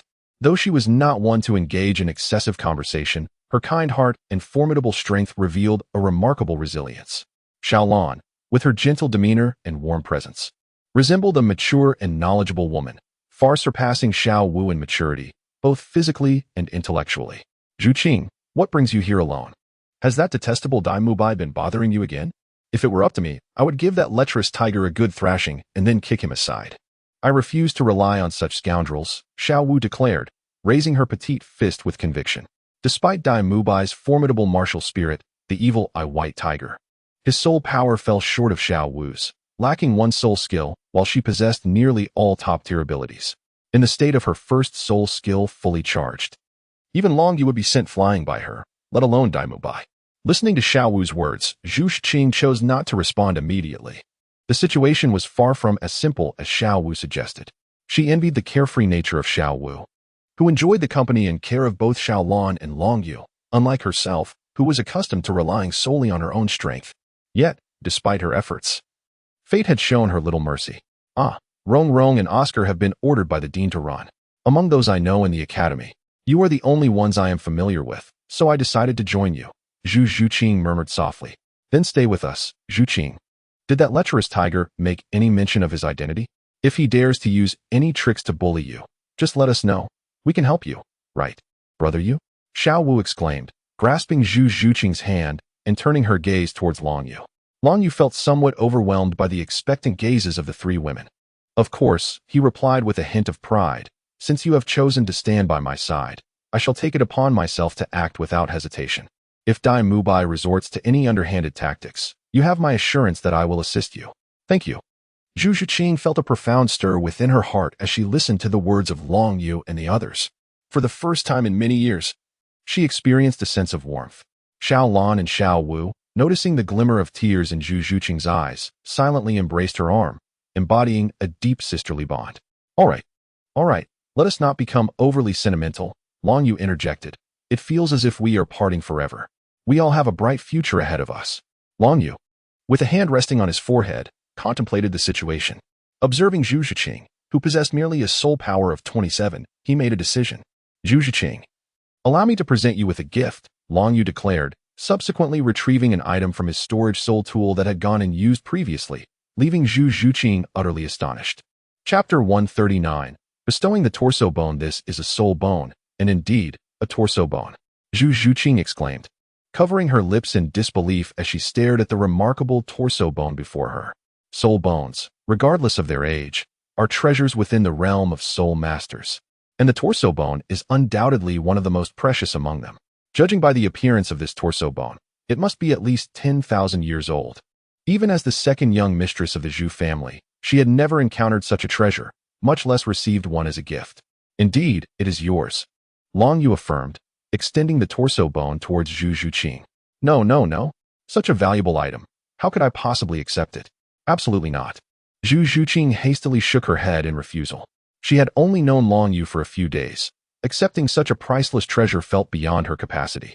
Bamboo Qing, Since Brother Yu has gifted it to you, you should accept it. After all, he himself does not desire it, and neither do Xiaolan and I. It is indeed very fitting for you, urged Xiao Wu. This torso bone is 3,000 years old, derived from the elusive Mou Xinjia insect. As an agile assault-type soul master, your speed is commendable, yet your destructive power and physical prowess remain lacking. By absorbing this torso bone, your strength will see a significant enhancement, and you will even acquire a soul skill. Since it is a gift from the young master, you should graciously accept it. If you wish to seize control of your own destiny, your strength must not falter. In the future, the young master will bestow even more upon you. This is merely the beginning, added Xiaolan. Zhu Zhuqing gazed at the two women with a dazed expression, pondering the audacious words they had just uttered. Long Yu appeared indifferent, seemingly uninterested in having the two souls for himself. Was this truly a matter of desire or mere indifference?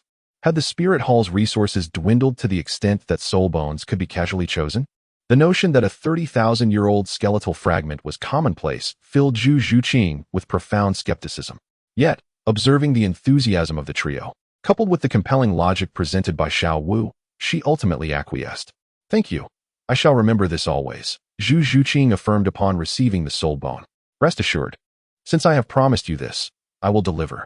This soul bone is merely the beginning. When you ascend to the rank of soul sage, I shall present you with an even greater surprise, Long Yu assured her with a smile. Aren't you curious how Xiao Wu has progressed so rapidly? The secret lies here.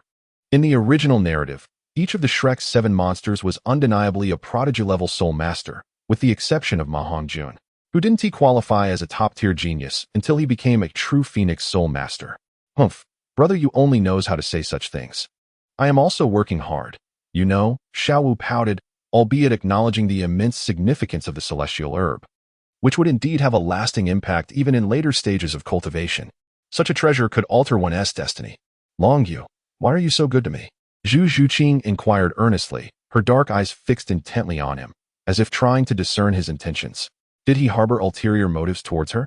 Yet, what could she possibly possess that would attract someone like Long Yu?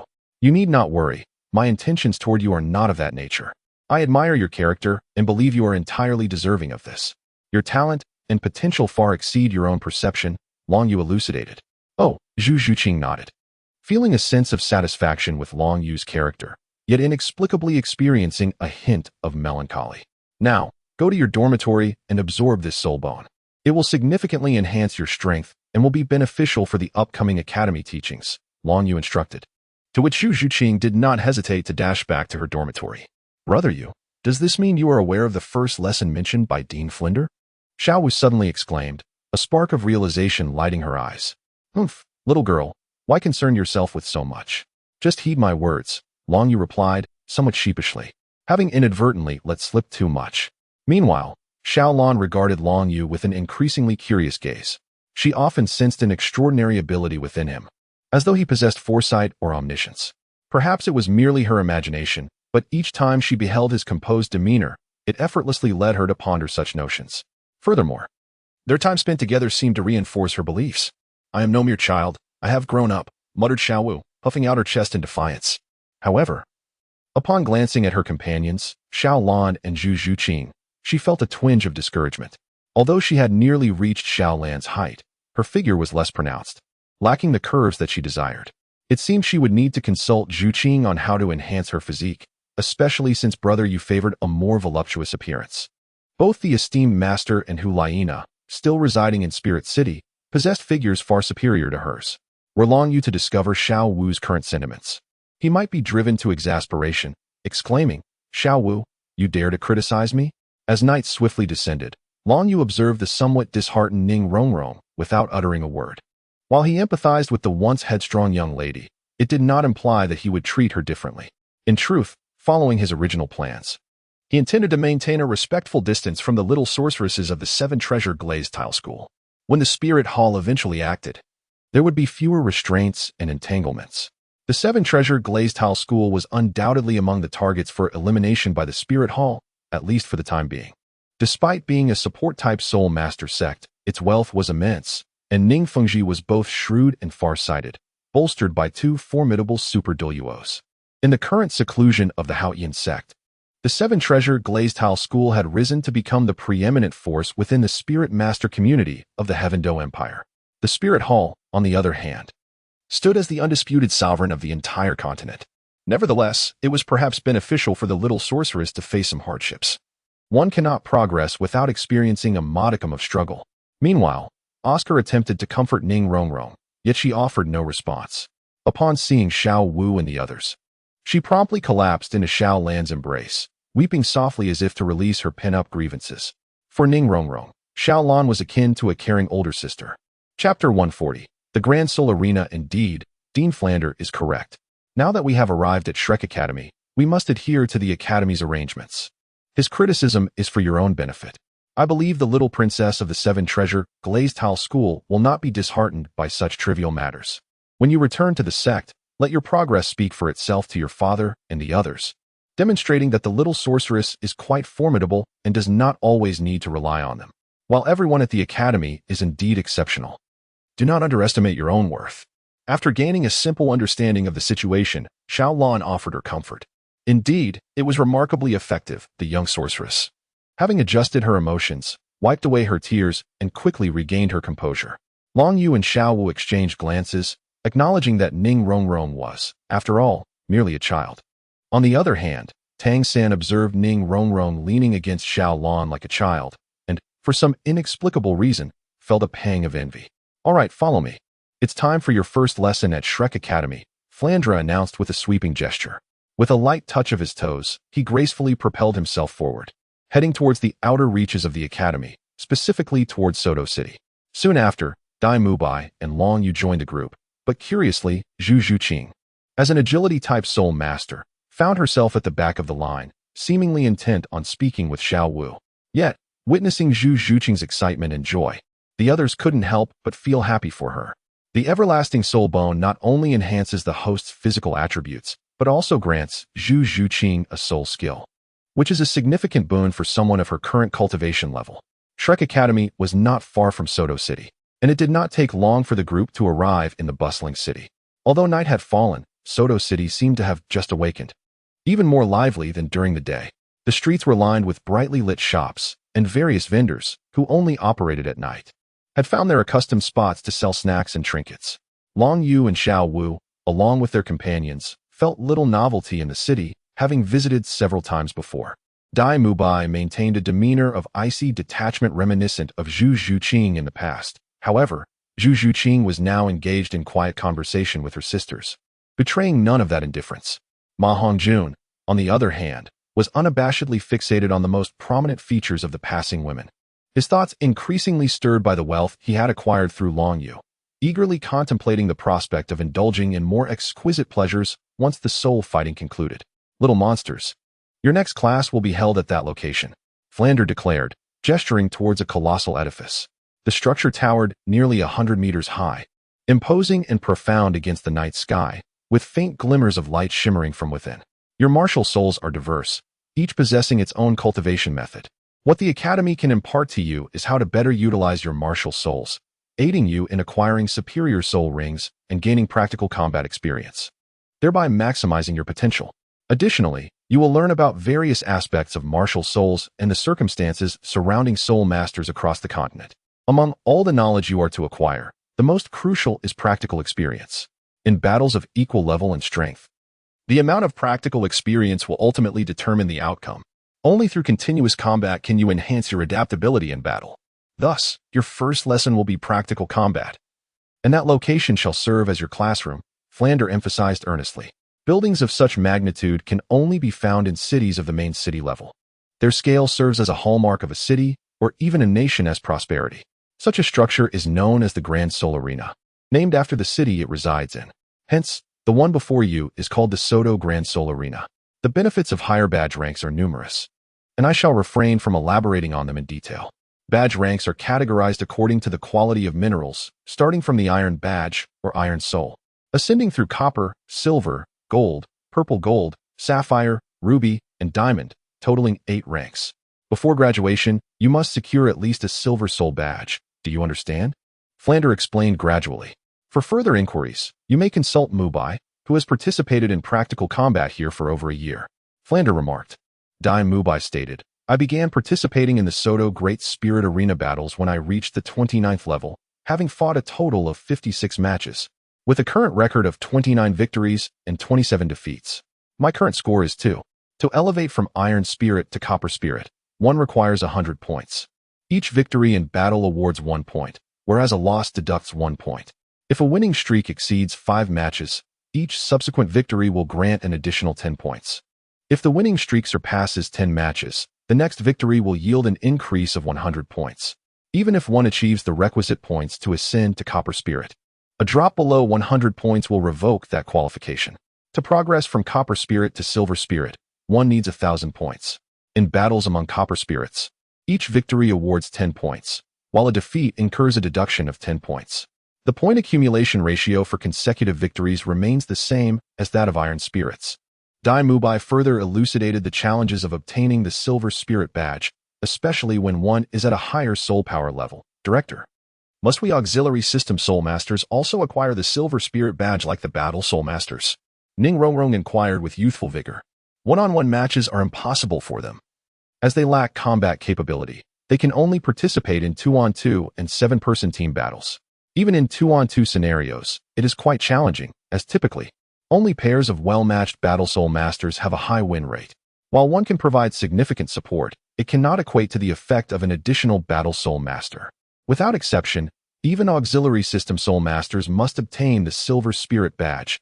You have ample time to strive for it, Flander responded, shaking his head. Observing Ning Rongrong's demeanor, he inwardly nodded. Could this young lady have changed so swiftly? Rest assured, Rongrong, we are here for you, Xiao Wu said, patting Ning Rongrong's shoulder. She also slyly glanced at Long Yu, her meaning clear. Ning Rongrong instantly grasped Xiao Wu's implication. With such a formidable ally to rely on, it goes without saying. Chapter 141. The Long Wu combination. The Soto Great Spirit Arena is predominantly elliptical in shape, towering at a height of 120 meters. Comprising a main arena and 24 subsidiary arenas, it can accommodate an audience of 60,000 simultaneously. Among them are 100 luxurious VIP lounges. This place serves not only as a venue for soul masters to engage in friendly competition and exchange insights, but also as a platform for various factions to showcase their prowess. Enrolling for the Soul Duel is remarkably straightforward. One merely needs to complete a form detailing their name, age, birthplace, and martial spirit to receive the initial Iron Soul badge. Naturally, registration requires each participant to pay a fee of 10 gold coins, and a victory in the Iron Soul Duel awards a prize of 10 gold coins, while a defeat yields no reward. Thus, securing a single victory suffices to recoup the initial investment. Additionally, a soul power assessment akin to that of the Spirit Hall is conducted to determine each participant's level. Following registration, the participants undergo a ranking process for the duels. Flander guided them to the arena designated for competitive dueling, briefly instructing Dai Mubai before proceeding into the arena himself. Naturally, Xiao Lan did not register. With her soul sage level strength, she had no true rivals in this modest Soto city and wished to avoid being treated as a spectacle. Flander was indeed an exceptional rarity among the few. My lord, I have gathered information that while each soul master may participate in only one duel per day, they can engage in various types of duels simultaneously. 1-on-1, 2-on-2, and team battles are all permissible, Xiao Lan reported upon her return. Let us go, Xiao Wu. We shall register for the 2-on-2 and team battle. Zhu Qing, Ning Rongrong, you are welcome to join us. The 4 of us can participate in the team battle, Long Yu suggested.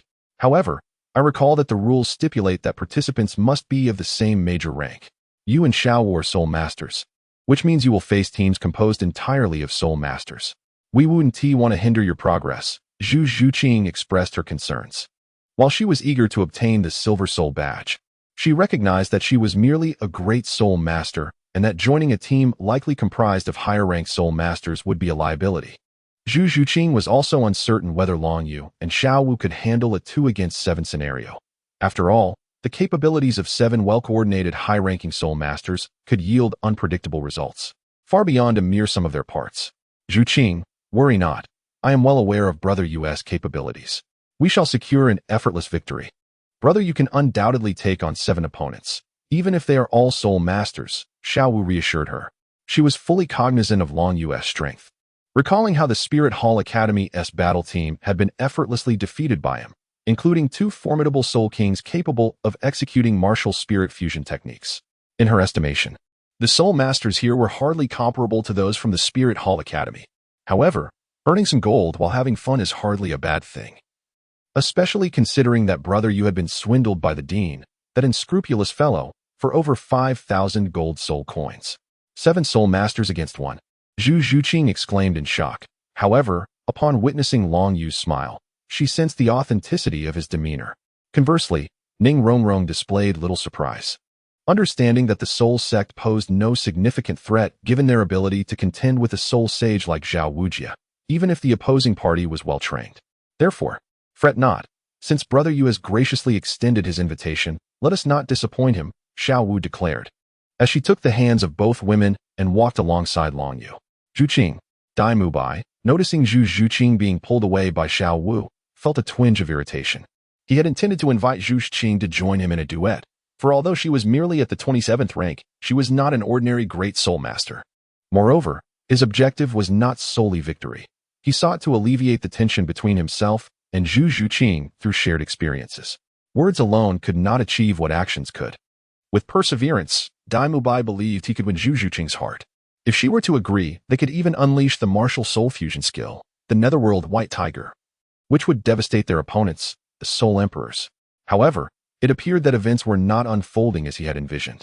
Dai Laodao, let us participate in the duet, Ma Hongjun suggested, only to be met with a direct refusal from Dai Mubai.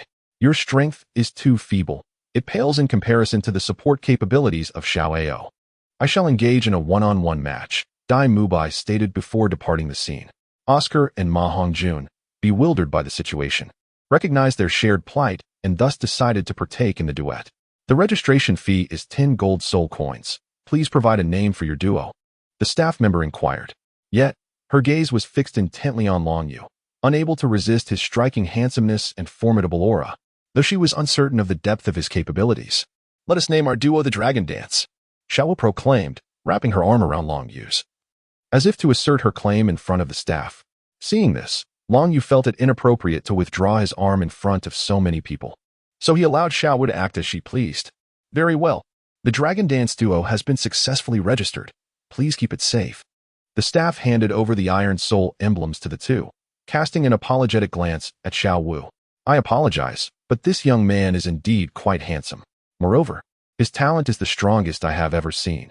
At such a young age, he has already attained the rank of Soul Master, the staff murmured, her cheeks slightly flushed. Xiao Wu snorted lightly in agreement. Thank you for the compliment, but we still have a team battle. The 4 of us must engage in combat, Long Yu replied, offering a gentle smile to the charming young girl. A team battle? However, Mr. Golden Dragon, our team battles require at least 7 participants, and you only have 4. Moreover, according to the data, only you and this young lady are Soul Masters, while your opponents are all Soul Master level. Thus, shouldn't we reconsider? The staff kindly reminded. Thank you for the reminder, but it is unnecessary. Please register us for the 4-person team battle, Long Yu insisted. The young lady momentarily hesitated but, upon observing Long Yu's demeanor, nodded in agreement and commenced the registration. Team name, Dragon and 3 Phoenixes, or perhaps the Upside-Down Phoenixes, Ning Rongrong suggested. For a moment, the surroundings seemed to freeze, and even Long Yu was momentarily taken aback. Upside-Down Phoenixes, what a name. How about we call ourselves the Dragon Dance Qingrong team instead? Zhu Zhuqing broke the awkward silence. Very well, let it be so, Long Yu nodded, gaining a deeper understanding of this little enchantress. She appears so adorable. Yet her words reveal a seasoned experience. Chapter 142. Soul Duel. The matchups in the one-on-one Soul Duel arena are determined by a draw. While other Soul Masters are engaged in duels, those waiting may choose to spectate or rest. Each separate duel arena has designated areas for participating Soul Masters to observe, situated in close proximity to the duel platform. The first to engage in a one-on-one duel is Xiao Wu.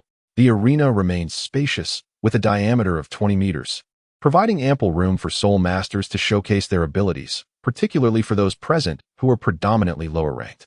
On the duel platform, a middle-aged man clad in a tailcoat stood at the center. He cleared his throat and announced, "Ladies and gentlemen, we shall now commence the first one-on-one duel in our 14th duel arena, featuring 2 Soul Masters. One is Lu Rinjia, possessing the Earth Bear Martial Spirit, while the other is the Rabbit Martial Spirit wielder, the Battle Soul Master Xiao Wu. Will Lu Rinjia achieve a 4-game winning streak? Or will Xiao Wu claim her first victory? Let us witness this thrilling encounter. The audience was notably enthusiastic. For a duel at the Soul Ancestor level represented the pinnacle of competition within this grand arena. Many spectators cheered for Lu Renjia, clearly impressed by his previous displays of strength and prowess.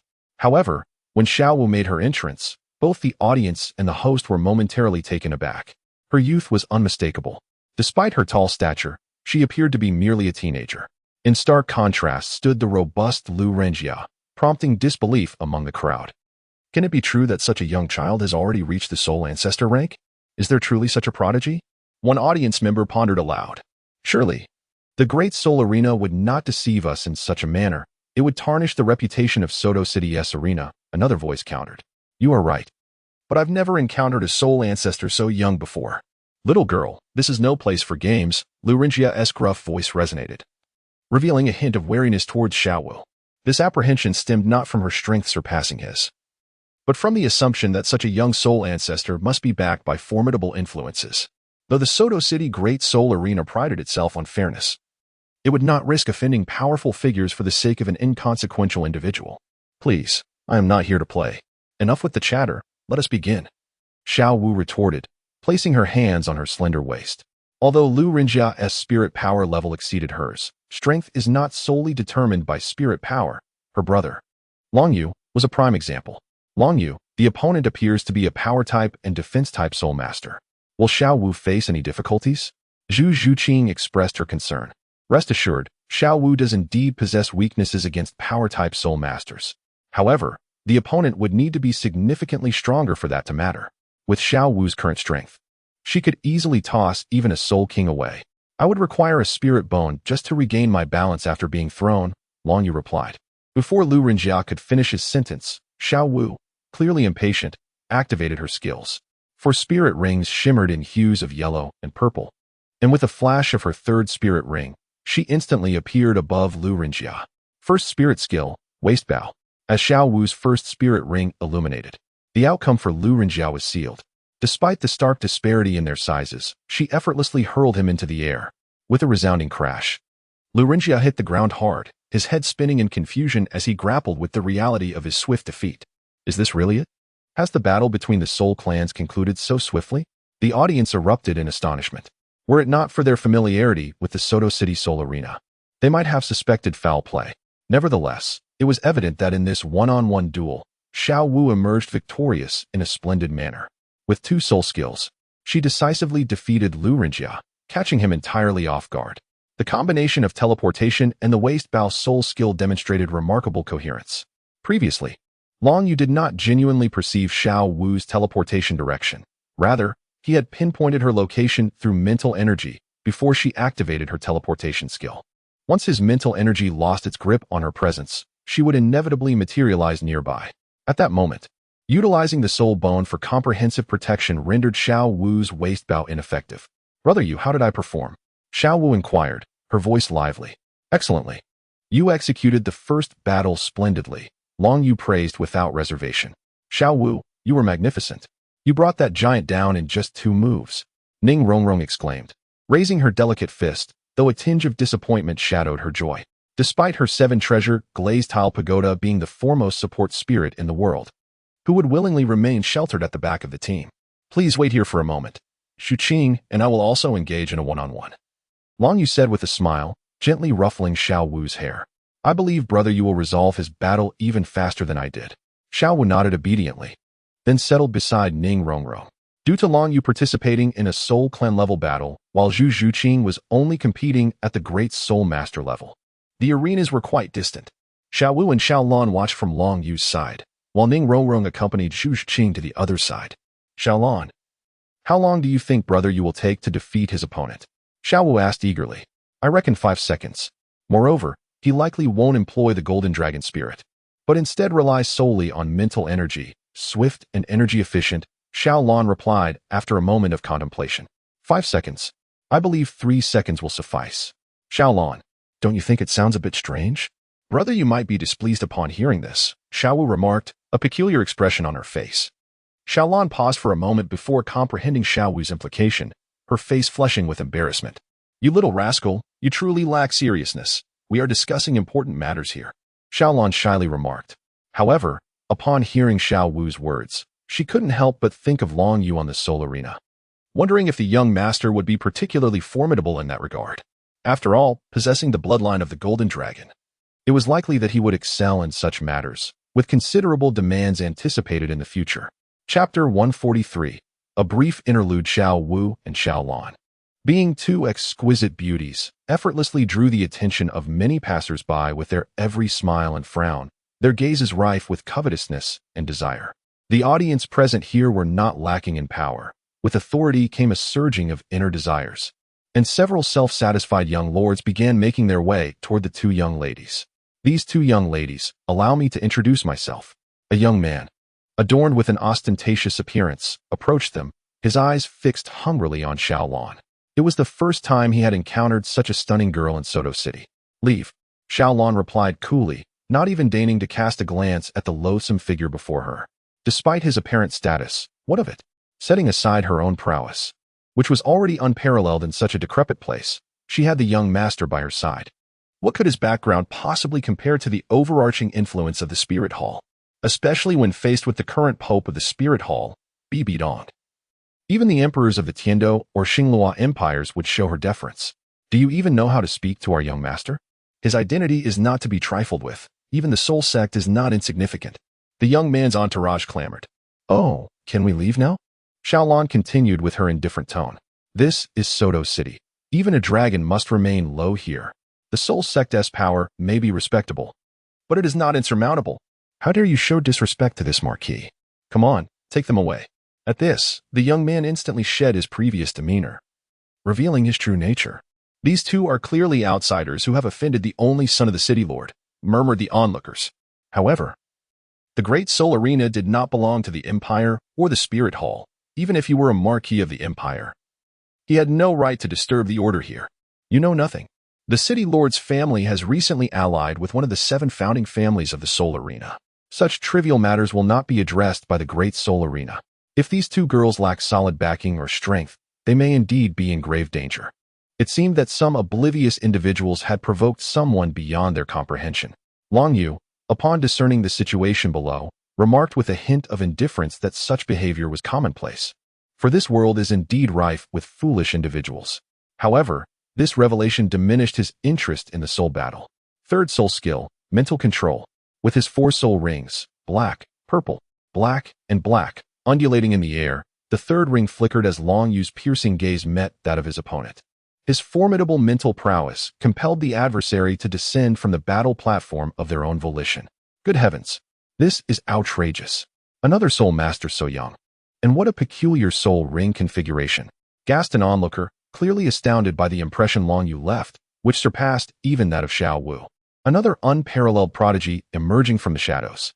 I mean, the previous one was tolerable, but now the opponent, the one in gray attire, has simply stepped down.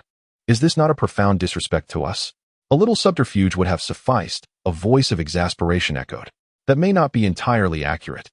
I suspect that young man is a mental-type soul master. With such an unusual soul ring configuration, it is indeed plausible, another interjected. Those 2 enchanting ladies accompanied him. This promises to be quite entertaining. Seeking death. The aura surrounding Xiaolon shimmered with 2 yellow, 2 purple, and 3 black soul rings. She was a soul sage. Soul sage? Several attendants halted, their gazes towards Xiaolon filled with trepidation. In the Barak kingdom, even a soul emperor is a formidable presence. And a young soul sage is an even more terrifying prospect. This seemingly exquisite woman undoubtedly hails from a prestigious soul master family in the Tiando Empire. The group exchanged glances with the young soul master, uncertain of how to proceed. This has become truly intriguing. There is even a soul sage among them. Almost all spectators turned their attention to this unfolding drama, neglecting the battle platform entirely. While soul sages had appeared in the Grand Soul Arena before, it was indeed a rare sight to witness one so youthful. Damn it, what is happening? Another soul sage? What will we do next? The young soul master clenched his fists, grappling with uncertainty. If he cowered now, how could he ever navigate the Grand Soul Arena in the future? Yet, how could he maintain a fa-ade of strength when faced with a soul sage? The derisive gazes of those around him weighed heavily on his conscience, leaving him profoundly uncomfortable. How dare you take my people away? He scoffed, In a mere town like Xiaogang, who dares to speak so brazenly? The voice of Long Yu resonated, and a glimmer of brilliance flashed from his striking eyes, causing several attendants beside the young man to collapse to the ground, leaving their fate uncertain. Young master, you have arrived. This individual intends to abduct both me and Xiao Wu, Xiao Lan respectfully stated, retracting her martial soul and soul rings. Who are you? The young soul master exclaimed in terror upon seeing Long Yu. He realized he had truly encountered a formidable opponent. Rapidly recalling the noble families within the Heavendou Empire that could possibly match the present scenario. You are unworthy of knowing who we are. The last person who entertained such thoughts has already met their demise. Do you wish to follow suit? Long Yu stated with an impassive demeanor. And no, I am a marquis of the empire. No one can touch me aside from the royal family. The young soul master's voice trembled, yet he endeavored to maintain his composure. Gentlemen, this is merely a misunderstanding. Our young master acted impulsively. We hope that you can show mercy and refrain from further actions. We are willing to compensate for any losses incurred by the two young ladies. An elderly voice interjected as a finely dressed old man hurriedly approached. What misunderstanding? This is truly laughable. It is clear that this is not a matter of a day or two. However, as newcomers, we shall not resort to violence. Long Yu replied disdainfully, brandishing the token of the spirit hall in his hand. 6 emblems adorned it. This was the Pope's decree. I greet the elder. The old man exclaimed, hastily bowing upon recognizing the token. Across the continent, only 3 such decrees were known, belonging to the top 3 sections. Those who possessed the Pope's decree wielded the authority of the elders of the Spirit Hall, signifying an exceedingly high status. The sight of a mere teenager possessing such a decree was astonishing. As for its authenticity, there was no doubt. To counterfeit the Pope's decree in public was a matter of life and death. Young master, how have you offended such a significant figure holding the Pope's decree? Our family merely has ties to one of the 7 noble houses, and even that family would not dare to provoke someone of such stature. The old man mentally chastised the young soul master beside him. The presence of a soul sage as an attendant further indicated that this individual likely held a high position within the spirit hall. If there is nothing further, kindly step aside and do not disturb me, Long Yu stated coolly. The old man dared not linger any longer and promptly ushered his companions to retreat. What do you intend to do? I warn you, I am a count of the empire. The young soul master stammered, anxiety mounting as Long Yu approached. He realized he had fallen into a grave predicament, unable to rely on his family's protection. I do not wish to do anything. Had Xiao Lan not been a soul sage, and had I not held such a status, the fate of those ladies would be grim indeed. It is often said that the nobility of the Heavendou Empire are rife with corruption, and today I have witnessed this firsthand, Long Yu remarked quietly. With a sudden brilliance in his, Long Yu unleashed a formidable surge of spiritual power that directly assaulted the mental realm of the young soul master. In an instant, the focus faded from the youth's eyes, leaving him in a dazed state. Moments later, a shadow flickered, and the young soul master collapsed to the ground, writhing in agony like a boiled lobster. Let us depart, Long Yu remarked, leading the 2 women away from the scene. Once Long Yu and his companions had left, the elderly man hastily lifted the young soul master onto his back and swiftly exited the area. The immediate priority was to locate a healing soul master. Perhaps they could attend to the young master's condition. Xiao Wu, Xiao Lan, what troubles you? You both seem unwell, Ning Rongrong inquired, as she approached with Zhu Zhuqing, who had just concluded her battle. Do not mention it. We encountered a self-righteous scoundrel, Xiao Wu pouted, then recounted the events that had transpired, omitting any mention of the Pope's order due to its grave significance. How outrageous! How dare anyone bully my sister Ning Rongrong? Ning Rongrong exclaimed, indignant. She had always been the one to dominate others. It was unprecedented for her to be on the receiving end of such treatment. Calm down, Rongrong. The matter has been resolved. The young master has incapacitated that individual, Xiao Lan reassured her. Humph, that is more like it. But who exactly are you? Ning Rongrong huffed, finally voicing a question that had been weighing on her mind. That is something you need not concern yourself with. Prepare yourselves. We are about to engage in a team battle, Long Yu instructed, waving his hand dismissively. Noticing the expressions of the group, he added, It seems Zhu Zhuqing triumphed quite effortlessly, did she not? Indeed, Zhuqing is impressive. The opponent, a level 29 soul master, was defeated in just 2 or 3 strikes. Her speed is astonishing.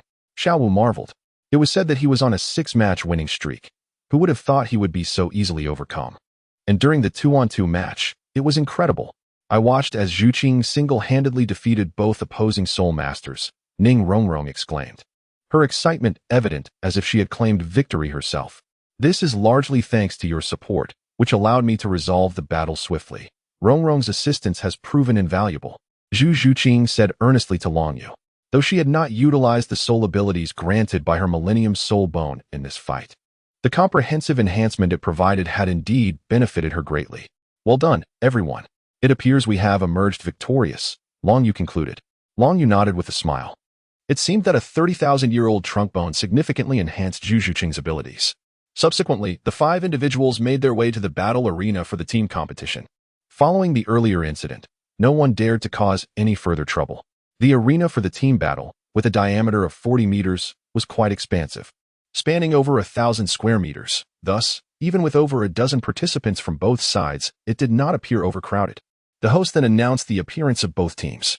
First to take the stage was the well-known Tianyin team, which had achieved an impressive 3 consecutive victories and had a strong chance of securing a 4th. 7 individuals emerged onto the arena, all above the age of 30. Leading the team were 2 individuals with fiery red hair, while the remaining 5 varied in appearance, with only 1 female soul master among them, each possessing the strength of the soul sect. On the opposing side stood a rather unique team, consisting of only 4 members, with merely 2 at the soul sect level and the other 2 being great soul masters. Would this team, named Long Wu Qingrong, create a miracle and secure the first victory in the team battle, or would the Tianyin team achieve their 4th consecutive win? We shall observe with anticipation. As the words fell, Long Yu, accompanied by the 3 women, appeared on the battle stage, making their presence quite conspicuous. Is this truly our opponent? Lin Yan, at the forefront, furrowed his brow slightly, pondering how his adversaries had become so seemingly weak despite not having taken any shortcuts. Do not underestimate them. I believe that the man in white, aside from being quite handsome, possesses formidable strength, remarked a beautiful woman situated in the center of the team. Undoubtedly a control-type soul master. Indeed, I will keep that in mind. Lin Yan replied with a nod, though he remained somewhat dismissive of Long Yu. After all, despite the opponent's prowess, he was merely a 34th level soul sect member, his soul power lower than that of Lin Yan and his teammates. How could one individual, no matter how strong, compare to a well-coordinated team? Lin Yan, 48th level assault type soul sect. As the captain, Lin Yan declared his soul power level, with 4 soul rings, white, yellow, and purple, floating around him, though not the optimal configuration. Long Yu, 34th level assault type soul sect. Long Yu announced his 4 soul rings, black, purple, black, and black, radiating around him, while his eyes transformed into a dual-colored gaze. Xiao Wu and Zhu Qing flanked Long Yu, with Ning Rongrong positioned at the rear of the team. This fellow is indeed remarkable. His soul ring configuration is quite exceptional. Moreover, those 3 girls, appearing to be merely in their teens, also possess the optimal soul ring arrangements. We cannot afford to be complacent, Lin Yan thought. Lin Yan gazed at the hue of his opponent's soul ring, his heart secretly astonished. As for himself, apart from Ruer, there were no optimal soul ring combinations left. Chapter 145. An overwhelming team battle. The 7 treasures turned out to possess the glazed tile, signifying strength and speed.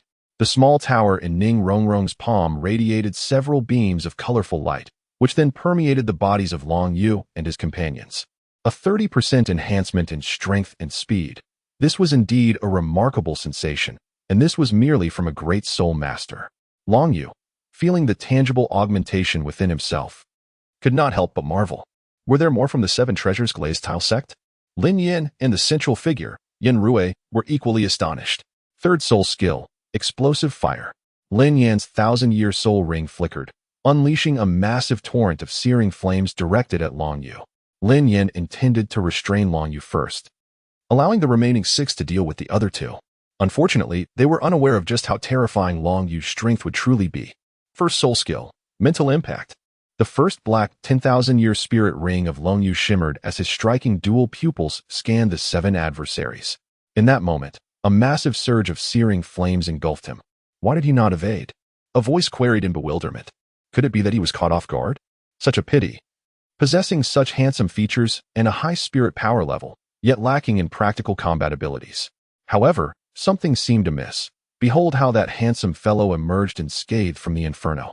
An exclamation arose as Long Yu stepped forth, completely unharmed, while Xiaowu unleashed her first spirit skill, Bow of the Waste, sending their support-type spirit master flying. Simultaneously, Zhu Zhuqing successfully knocked two of their opponents off the battle platform. In an instant, the scene transformed into a 4 versus 4 confrontation. The support-type spirit master in the center finally comprehended the situation, yet little did he know that Long Yu had intentionally moderated the intensity of his mental energy. Otherwise, these 7 would have been rendered foolish or worse. Second spirit skill, Bewitch. Xiao Wu's eyes glimmered with a pink hue, momentarily stunning the control-type spirit master once again. Long Yu, however, was evidently disinclined to squander excessive time in this battle. With the divine wings of the wind unfurling behind him, he wielded the Golden Dragon Spear, weaving through the remaining 4 opponents. The sound of 3 resounding impacts echoed, leaving only Yin Rui standing from the Tianyin battle team. The scene had shifted dramatically in the blink of an eye. Not only was Yin Rui bewildered, but the spectators were equally perplexed. Unable to comprehend how the members of the Tianyin team appeared to act like mere actors, passively allowing themselves to be flung aside without resistance. How did you achieve this? Your spirit ring configuration, and why did Lin Yan's spirit abilities have no effect on you? Yin Rui inquired, swallowing hard as she gazed at the Golden Dragon Spear aimed at her.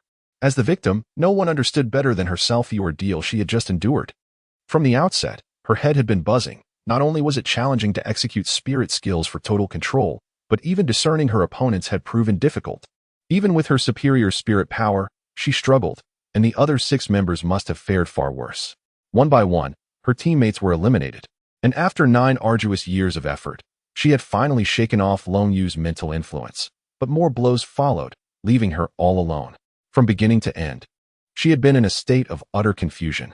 Despite seemingly holding an absolute advantage on the surface, the battle had turned overwhelmingly one-sided, as if the 2 sides were not even on the same level.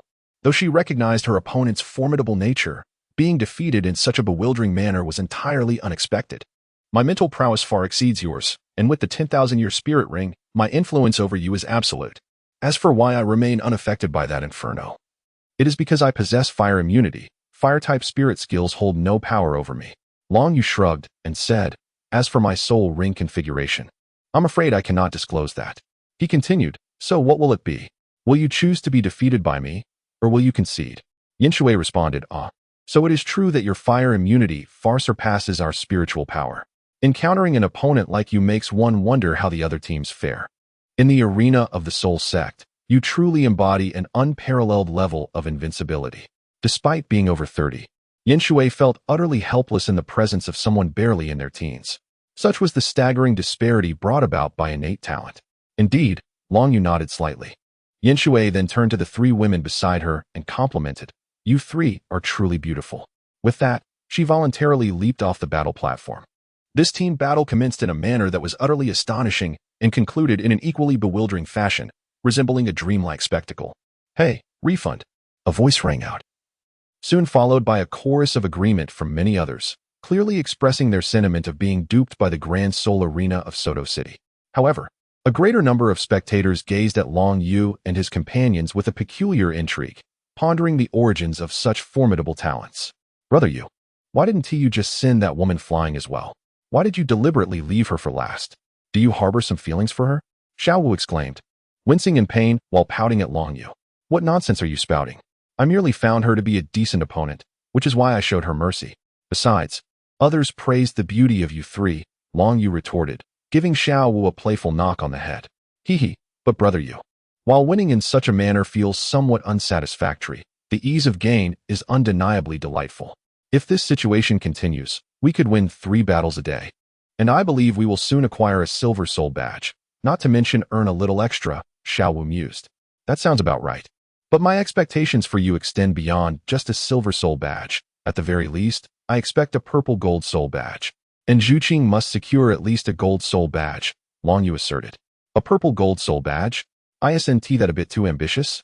That is far beyond what Dean Flander requires, she replied. What? Do you dare to voice an opinion, little girl? Nevertheless, you need not worry. We have ample time. Brother Yu, since we achieved a resounding victory today, can we go out for some food? Of course, we have plenty of time. Essentially, it was Long Yu, and Xiao Wu engaging in conversation, while Zhu Shiqing maintained her usual demeanor, and Ning Rongrong was lost in thought, her resolve growing ever stronger. Long Yu, accompanied by the three ladies, swaggered out of the Soto City Grand Soul Arena. They found a delightful barbecue stall and indulged in a sumptuous feast, eliciting smiles even from Zhu Shiqing, whose typically cool demeanor softened momentarily as she gazed at Long Yu's handsome visage. Zhu Shiqing silently resolved to strive for a swift ascension to the Soul Sovereign rank, for then she would secure Long Yu's promise. From what she gathered through the words of Xiao Wu, this would be an existence even more extraordinary than a soul bone. Chapter 146, A Solution? Time passed slowly as the students of Shrek Academy practiced diligently during the day and engaged in soul battles at the Grand Soul Arena in Soto City by night. Long Yu and Xiao Wu are both remarkable figures in the arena, and their youth leaves an indelible impression on those who witness their prowess. Upon achieving a streak of 10 consecutive victories, their progress accelerated significantly, leading to a substantial increase in their earnings of gold soul coins. Although neither Long Yu nor Xiao Wu is in want of money, the joy derived from amassing such wealth through their own abilities is palpable for Xiao Wu. They have ascended to the status of stars in the Soto City Great Soul Arena, with every match drawing a full house. Numerous noble young ladies have even come specifically to witness their battles, hoping for a chance to interact with Long Yu. In contrast, Zhu Shiqing and Ning Rongrong have not enjoyed such smooth sailing. In their 2-on-2 matches, they occasionally succumb to their opponents, as Zhu Shiqing stands alone in combat. However, with their daily victories in team battles, their points have risen remarkably, quickly surpassing those of seasoned students like Dai Mubai and Ma Hongjun. Through their shared experiences in battle, the bond between Ning Rongrong, Zhu Shiqing, and Xiao Wu has flourished, resembling that of close sisters. After all, no amount of conversation can foster a relationship as effectively as shared endeavors, particularly in the heat of battle. Due to the significant disparity in soul power levels between Long Yu, Tang San, and others, Flinder and Zhao Wujin opted not to allow these academies to engage in team battles, instead permitting them to form their own teams. Tang San and his companions felt hesitant to approach Long Yu's team for participation in team battles, which spared Long Yu the need to decline. Dai, why do you seem so downcast lately? Ma Hongjun inquired, observing Dai Mubai's lackluster demeanor. Mind your own business, fatty. Now that I've come into some money, I frequent the upscale Chunfeng building. I'm not afraid of premature exhaustion, Dai Mubai retorted with a roll of his eyes. Oh, come on. It's not every day you come into money. You should enjoy it, but I've overspent and now find myself nearly broke. Dai, do you truly have a fondness for that voluptuous Zhu Shiqing? Ma Hongjun asked. Fondness? Don't be ridiculous. I've had my fair share of attractions. Yet, for various reasons, I must first secure Zhu Shiqing before I can truly express my nature. She could hardly control me otherwise, Dai Mubai replied. Various reasons? Is our esteemed Dai Mubai unable to win over a girl barely in her teens? Ma Hongjun chuckled lewdly. Ugh, spare me. No matter what I do, Zhu Shiqing remains as frigid as ice. She is truly like a stone. Dai Mubai clenched his fists, producing a crackling sound, clearly dissatisfied. Dai, you are mistaken. Zhu Shiqing merely presents a cold demeanor to us. Observe how she behaves around Xiao Wu. It is entirely different. Moreover, her gaze towards Long Yu is quite peculiar. In a moment of impulsive candor, Ma Hongjun inadvertently spoke, causing a chill to radiate from Dai Mubai, which left him feeling somewhat apprehensive. Well, Boss Dai, I actually have a plan, Ma Hongjun hastily declared. What can a glutton like you possibly propose? Dai Mubai responded, speechless, yet continued, do enlighten me. I am curious to hear your dubious suggestion. Ma Hongjun then leaned closer to Dai Mubai, whispering a few words that caused a peculiar expression to cross Dai Mubai's face.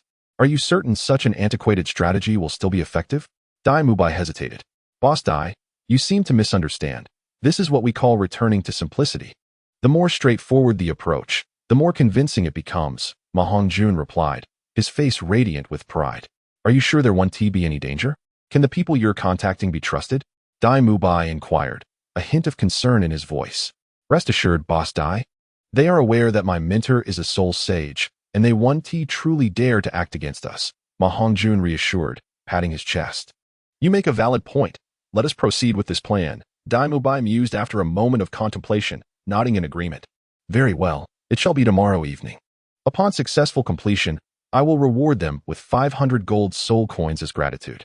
Ma Hongjun grinned slyly, contemplating the prospect of not working in vain. Should he succeed, the rewards he sought would be considerable. Just the thought of Dai Mubai's promised compensation ignited a fervor within him.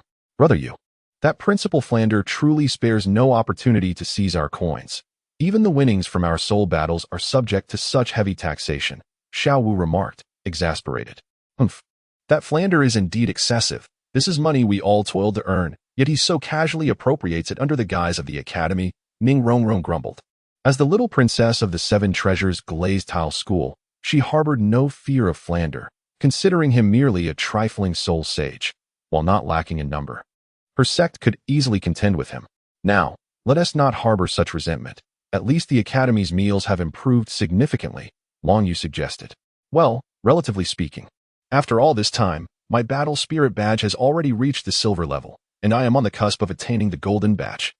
Xiao Wu had lost 2 one-on-one battles, yet her points had also elevated her to the silver battle spirit badge. Long Yu remarked. Having achieved a consecutive victory in 5 matches, one earns 10 points for each win. If one were to extend this streak to 10 victories, the reward would escalate to 100 points per match. Transitioning from Iron Spirit to Copper Spirit necessitates 100 points, while ascending from Copper Spirit to Silver Spirit requires 1,000 points. Long Yu, without a shadow of a doubt, has emerged victorious in every encounter, participating in 3 matches daily. Starting from the 4th day, he can amass 300 points each day, making the ascent to Gold Spirit a mere matter of time for him.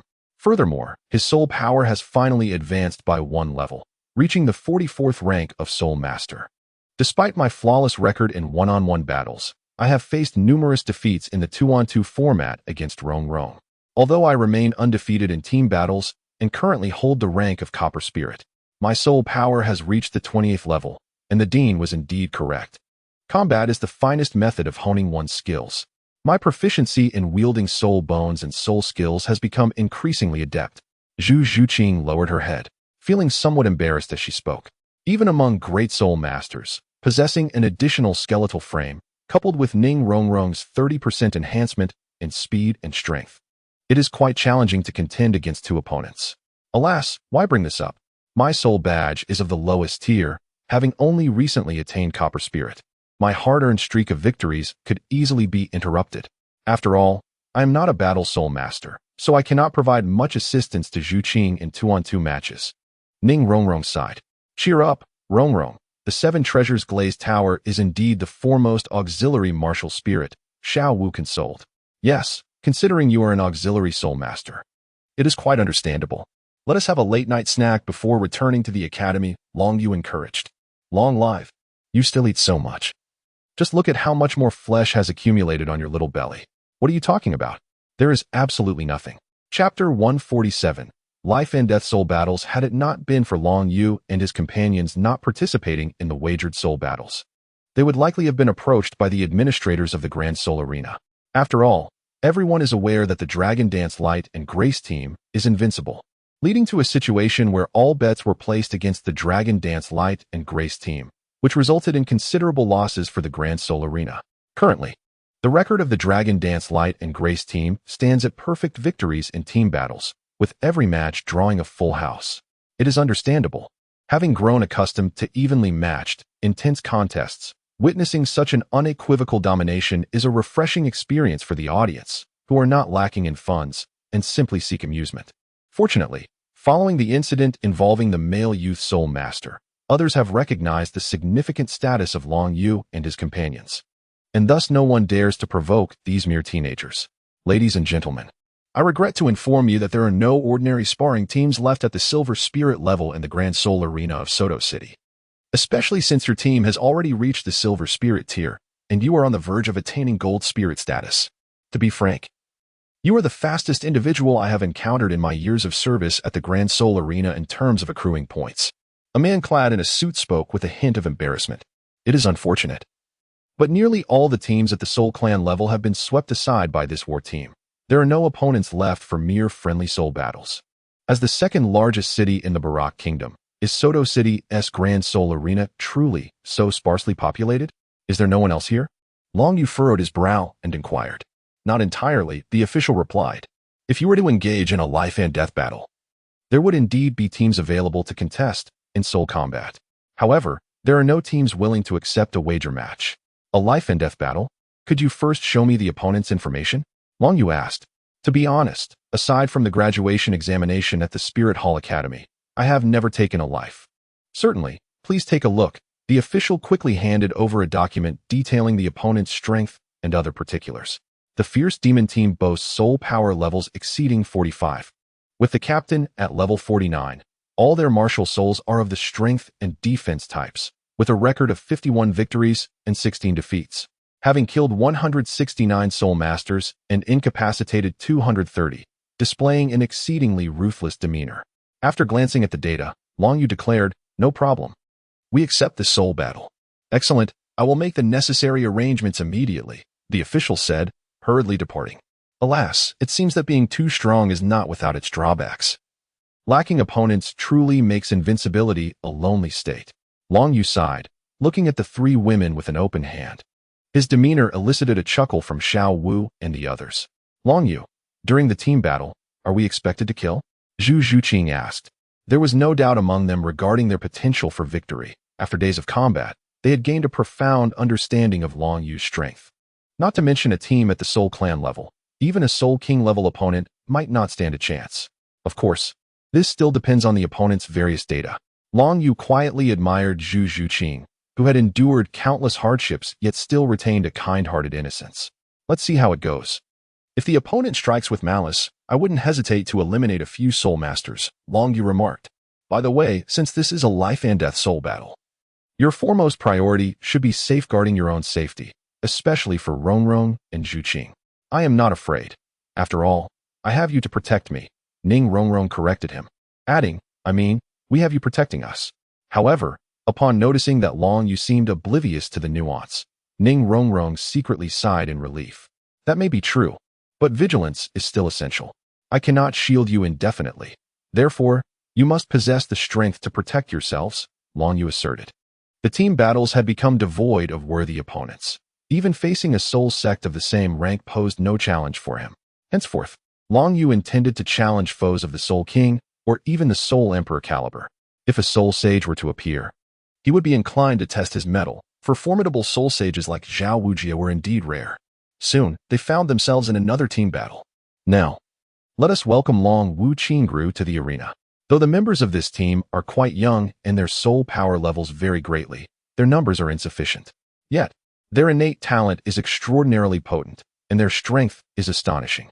They have never suffered a defeat in team battles, with the core member, Jin Long, remaining undefeated in one-on-one, two-on-two, and team battles, maintaining a flawless record.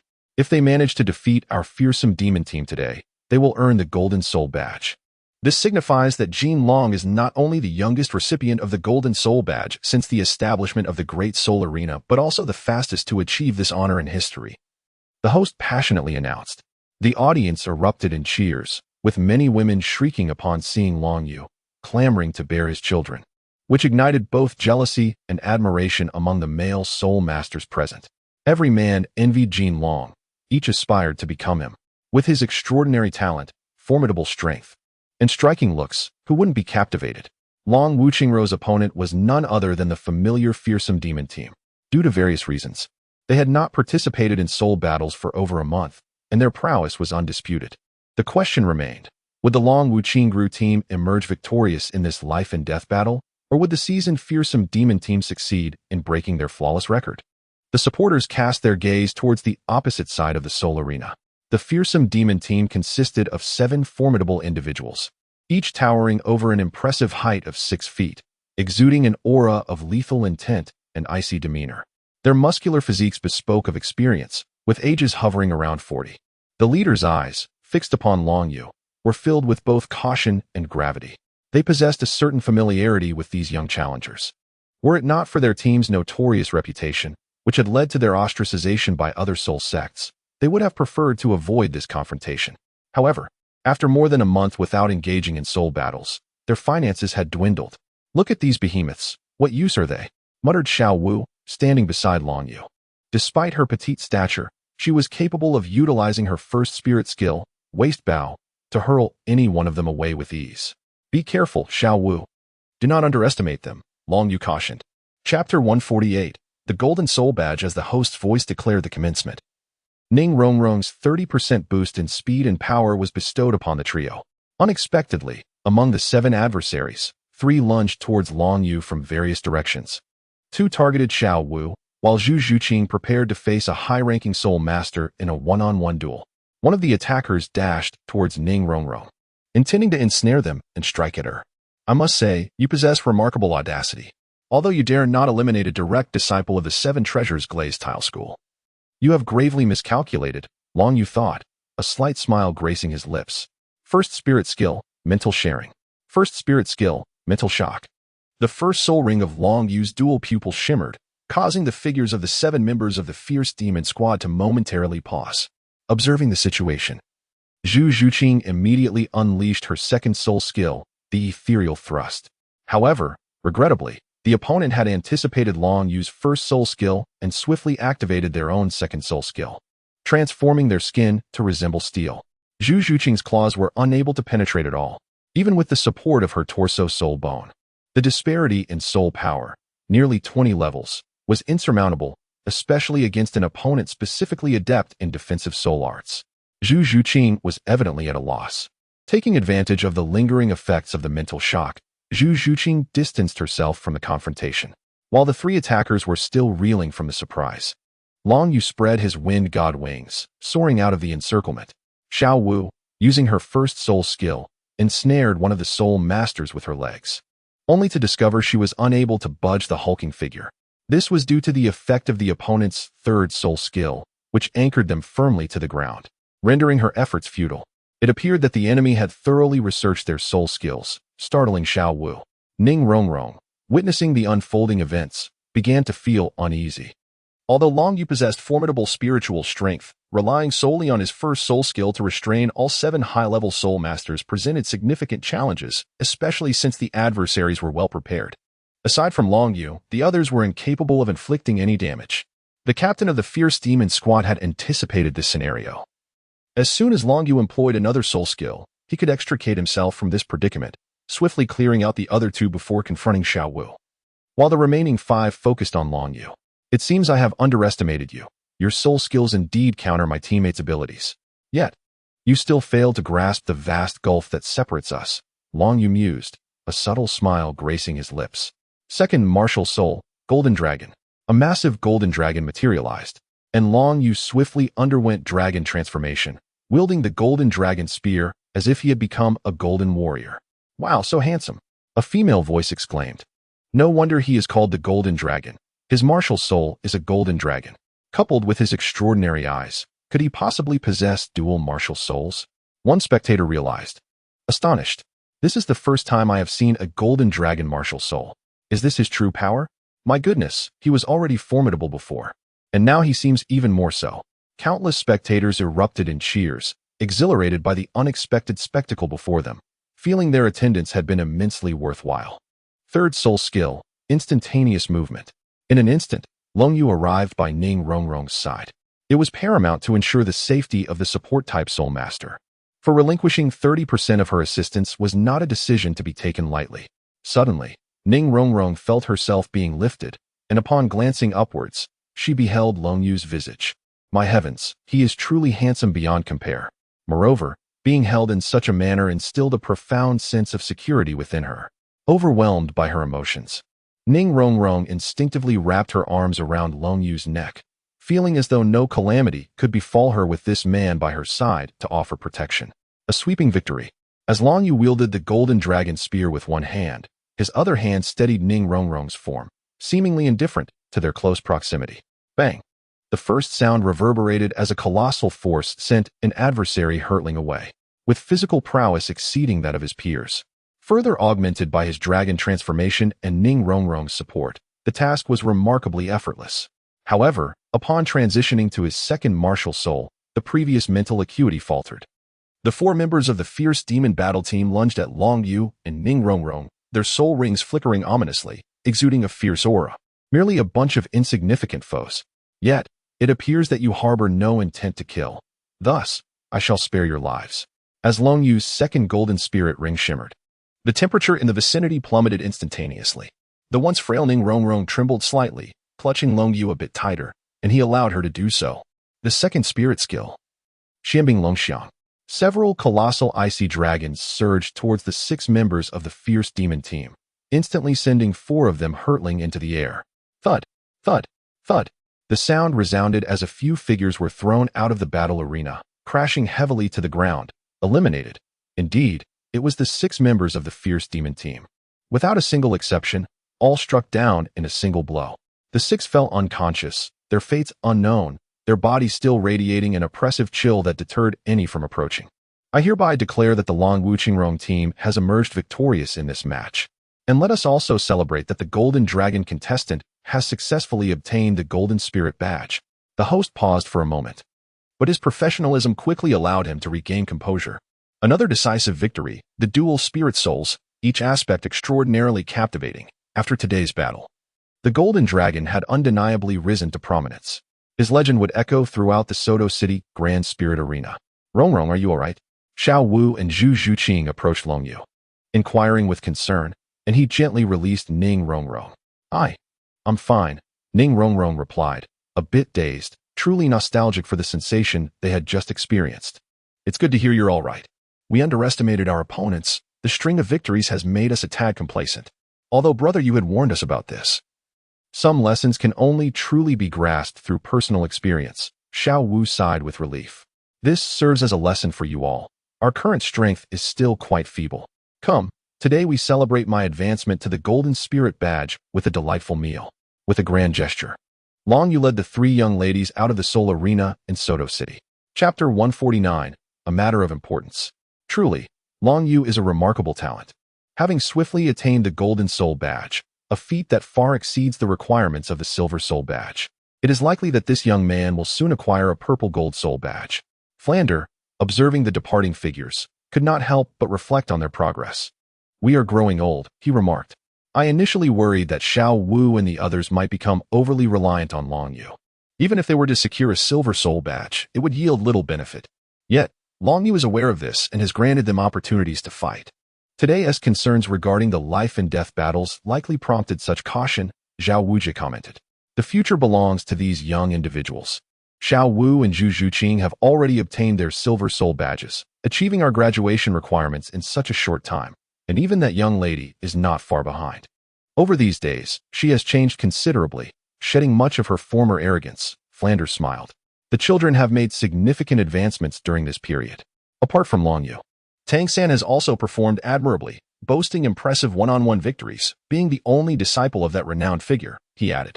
By the way, why haven't Tidai Mubai and Ma Hongjun participated in the battles today? Where could they be? Zhao Wujie queried, puzzled. Those 2 are typically so lackadaisical that I fear they will be left behind by even Zhu Zhuqing and Ning Rongrong. Never mind Long Yu and Xiao Wu. Their lack of ambition is disappointing, Flander huffed in dissatisfaction. Dai Mubai, observing Zhu Zhuqing and the others dining at the hotel, clenched his fists in frustration. He could sense that his fiancée was an unfathomable iceberg when it came to him and Xiao Ao, yet her demeanor softened considerably in Long Yu's presence. If they were all girls, it would be understandable. Deep sisterly bonds are commendable. However, witnessing Long Yu amidst them makes me quite uncomfortable. Although there are no indications of anything untoward at present, one can never be certain about the future. Once I have secured my position, it shall be a different story, he mused, covertly watching the group from a distance. To accomplish this, he knew he must wait until Long Yu and Xiao Wu had left before making his move. Young master, we are being observed, Xiao Lan whispered, causing Ning Rongrong and the others to feel a twinge of anxiety. Fear not, it is merely Dai Mubai. There is no need for alarm. He is likely concerned about me dining with his fiancée, Long Yu replied, shaking his head. This is quite normal. I would also feel uneasy in his position, especially given my own considerable charm, he added with a hint of amusement. Indeed, Xiao Lan nodded in agreement. By the way, Zhuqing, how is that lecherous tiger, Dai Mubai, faring lately? Ning Rongrong inquired about his recent well-being. He had refrained from indulging in reckless revelry and had treated her decently. She sensed a certain seriousness in him, yet the memory of his past actions made her hesitant to engage with him. A frost of 3 feet does not form in a single day, Zhu Zhuqing remarked. Zhuqing, do keep your eyes wide open. Don't let that fellow deceive you again, Xiao Wu added, to which Zhu Zhuqing slightly nodded in agreement. However, as the conversation progressed, the atmosphere shifted noticeably. Long Yu, sensing the change, spoke up. Since we have nearly finished our meal, let us return to the academy. Time is of the essence, and we must not delay tomorrow's training in soul battles. The three women nodded in agreement, and Ning Rongrong silently chastised herself for her indiscretion, which had altered the mood. As Long Yu and the three women prepared to leave for the academy, Dai Mubai hurriedly approached and positioned himself before Zhu Zhuqing. Zhuqing, I have something to discuss with you, he stated. Then let us converse here, Zhu Zhuqing replied, her expression impassive. No, I can only speak with you privately. Dai Mubai insisted earnestly, his peculiar twin pupils radiating an alluring charm. Had it been another girl, she might have been utterly captivated, yet Zhu Zhuqing remained unfazed. Since your matters are unsuitable for our presence, so be it. Xiao Wu, Rong, Xiaolan, let us return, Long Yu declared. Dai Mubai cast a grateful glance at Long Yu, acknowledging his commendable character. Given Long Yu's immense potential, it would be wise to cultivate a rapport with him, as it could prove advantageous in the future when contending for the throne against his brother Davis. Behind such exceptional talent and strength lies a formidable force. Although he had not heard of any prominent dragon clans in the Heavendo Empire, there certainly existed a reclusive soul master power. Establishing a relationship with Long Yu would provide him with a fighting chance against the currently dominating Davis. Oh, Xiao Wu and the others obediently nodded and followed Long Yu as they departed. After walking a short distance, Xiaolan could no longer contain herself and asked, Young master, are you not at all concerned that Zhu Zhuqing might encounter danger? Generally, one need not worry about Zhu Zhuqing facing threats, especially from Dai Mubai, who would likely refrain from any outrageous conduct, given they were all within Shrek Academy. Long Yu waved his hand dismissively. As for the previous matters, Xiaolan hesitated, pondering the implications of granting Zhu Zhuqing private time with Dai Mubai. What if Zhu Zhuqing forgave him? Would that not contradict Long Yu's earlier plans? This left Xiaolan feeling perplexed, although she voiced her concerns subtly. Long Yu cast a fleeting glance at Ning Rongrong, and in an instant, Xiaolan comprehended the young master's intent. Well, you have a point, Long Yu remarked. Xiaolan, quietly follow behind Zhu Zhuqing and ensure her safety. Remember, do not reveal your presence unless absolutely necessary.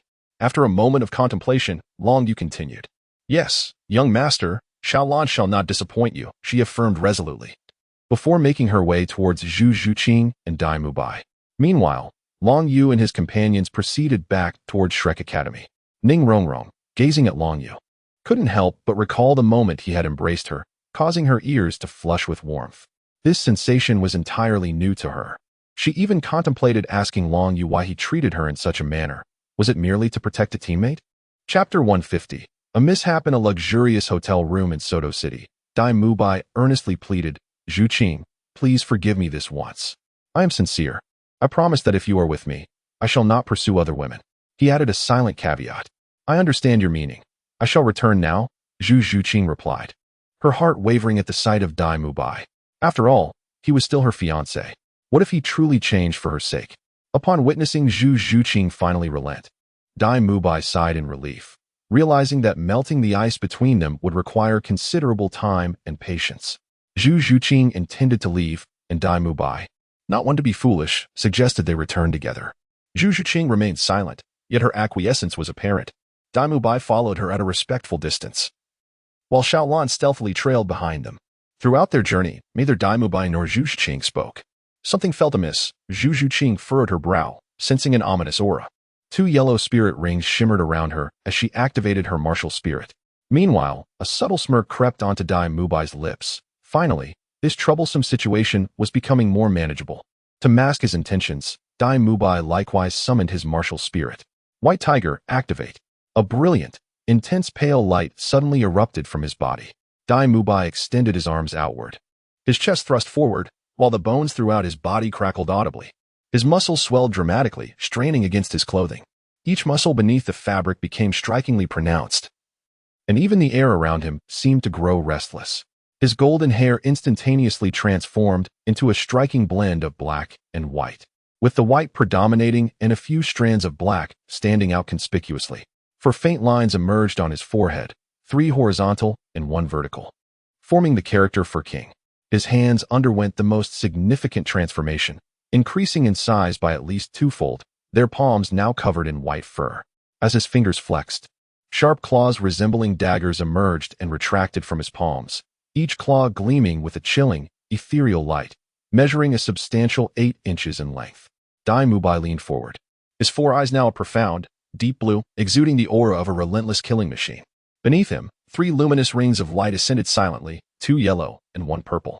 "Ah, it appears this girl is indeed quite stunning," a suave voice remarked as a figure emerged.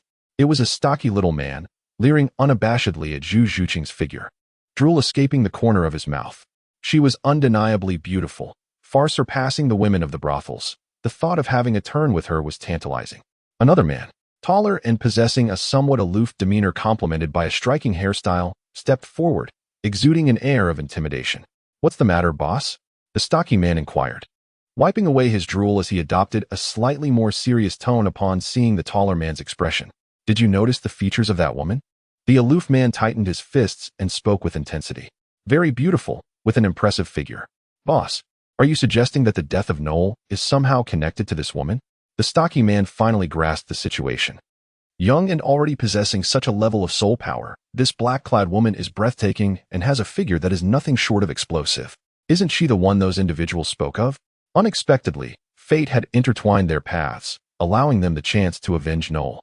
The aloof man smirked, revealing 5 soul rings, white, yellow, purple, and black, indicating he was a soul king.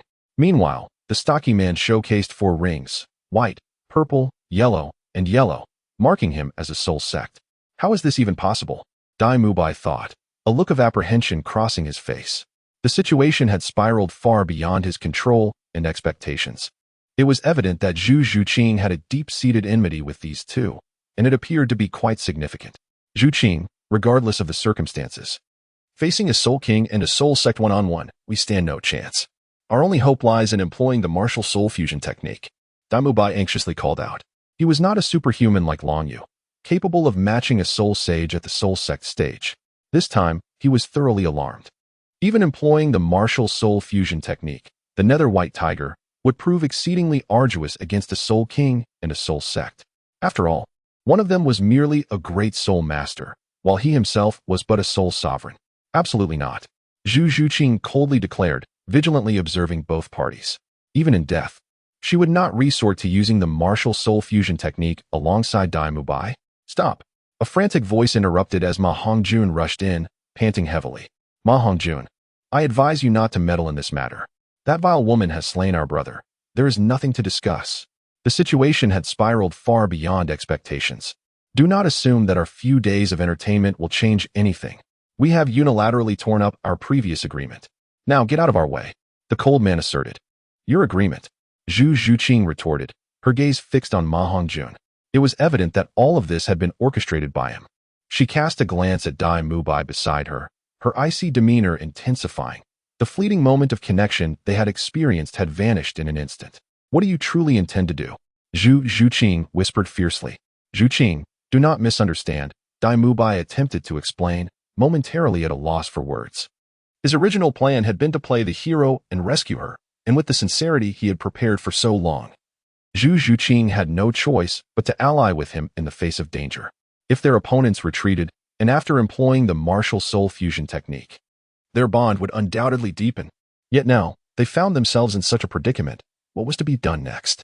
"Do not forget, my master is a soul sage. If you dare to harm us, my master will not spare you." Ma Hongjun revealed his trump card. This was also the greatest assurance for both Dai Mubai and himself to act so boldly. "Knowing your master is a soul sage, and what of it? He is not present here. Once we eliminate this vile woman and you, who will know it was us? Moreover, we shall leave this place, in this vast world. What can a single soul sage do?" The cold man scoffed. 2 great soul masters and 1 soul sovereign against a soul king and a soul sect. Chapter 151. The formidable Xiaolang. "You dare," Ma Hongjun said, his confidence wavering.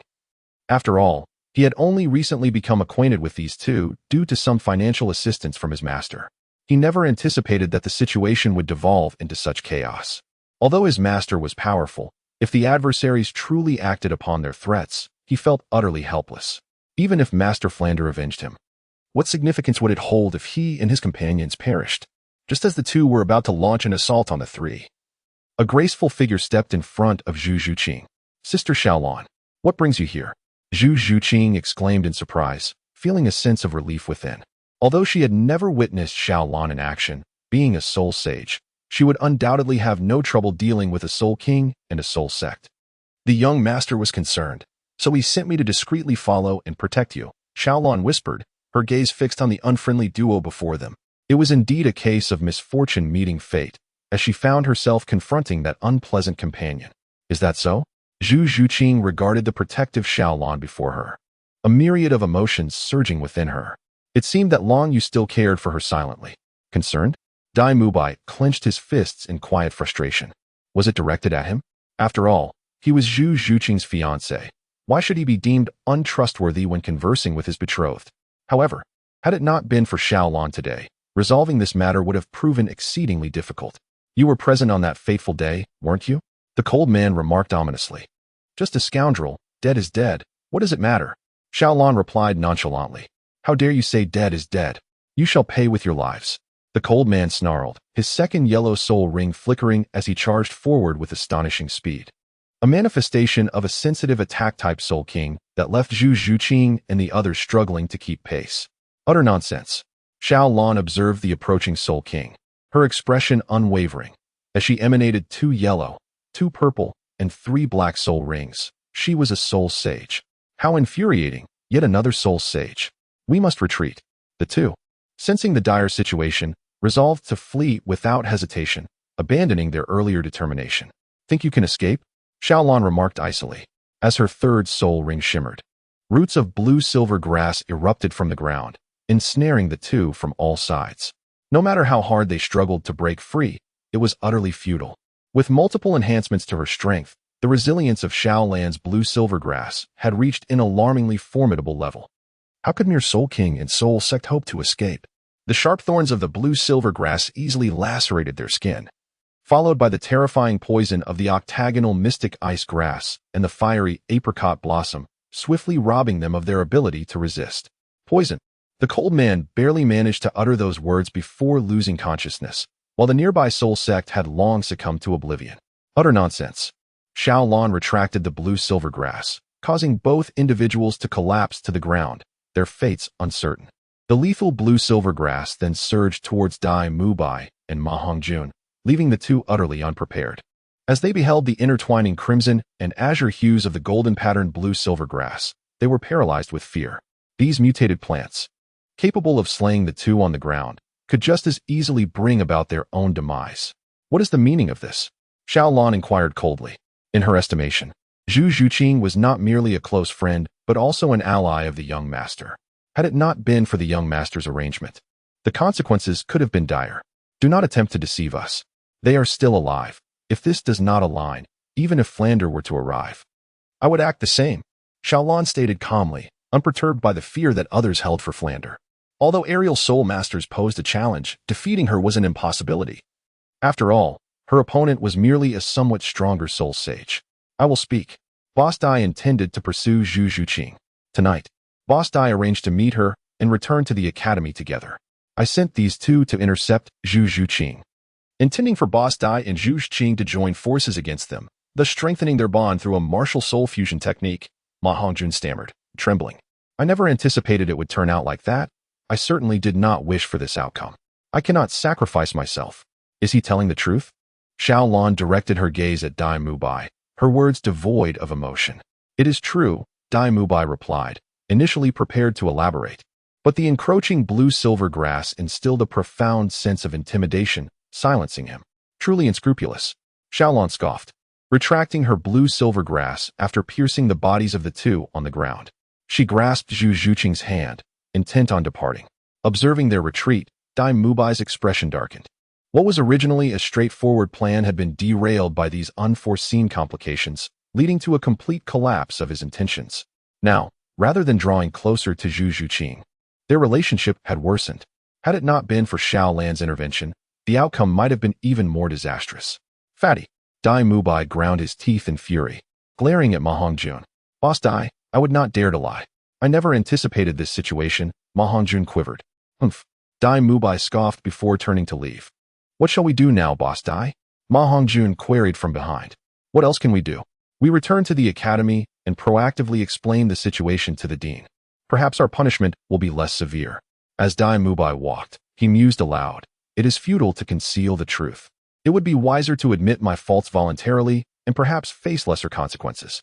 However, today's intimidation from Xiaolan had firmly etched this matter in his mind. He vowed that one day he would exact his revenge.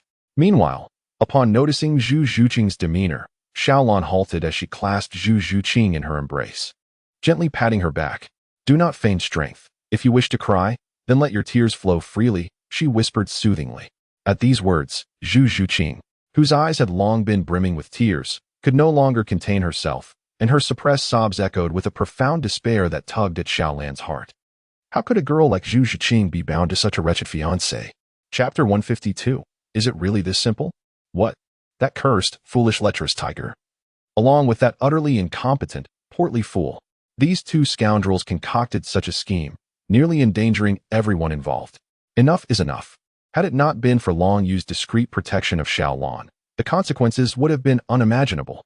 Ning Rongrong's voice rang out, her porcelain doll-like face reflecting her indignation and dissatisfaction. To dare bully my sisters, these two rascals truly have a death wish. Upon hearing Xiaolan's words, Ning Rongrong seized Zhu Zhuqing's hand and made her way towards Flinder's office. Xiaolan, you should accompany us to prevent Dai Mubai and Ma Hongjun from turning the tables on us. Moreover, let us not involve too many in this affair. Moderation is key. Long Yu instructed. Understood, my lord, Xiaolan replied, promptly following suit. In the solitude of his dormitory, Long Yu felt little pressure. Dai Mubai's desire to simply mend the harm caused to Zhu Zhuqing was unrealistic. If such a situation were to arise, he would not allow events to unfold uncontrollably. He would not be the one to bear the brunt for others. Bang! Ning Rongrong forcefully kicked open the door to Flinder's office, storming in with Zhu Zhuqing in tow. Flinder, seated calmly, exhibited no surprise at their entrance, refraining from immediate comment.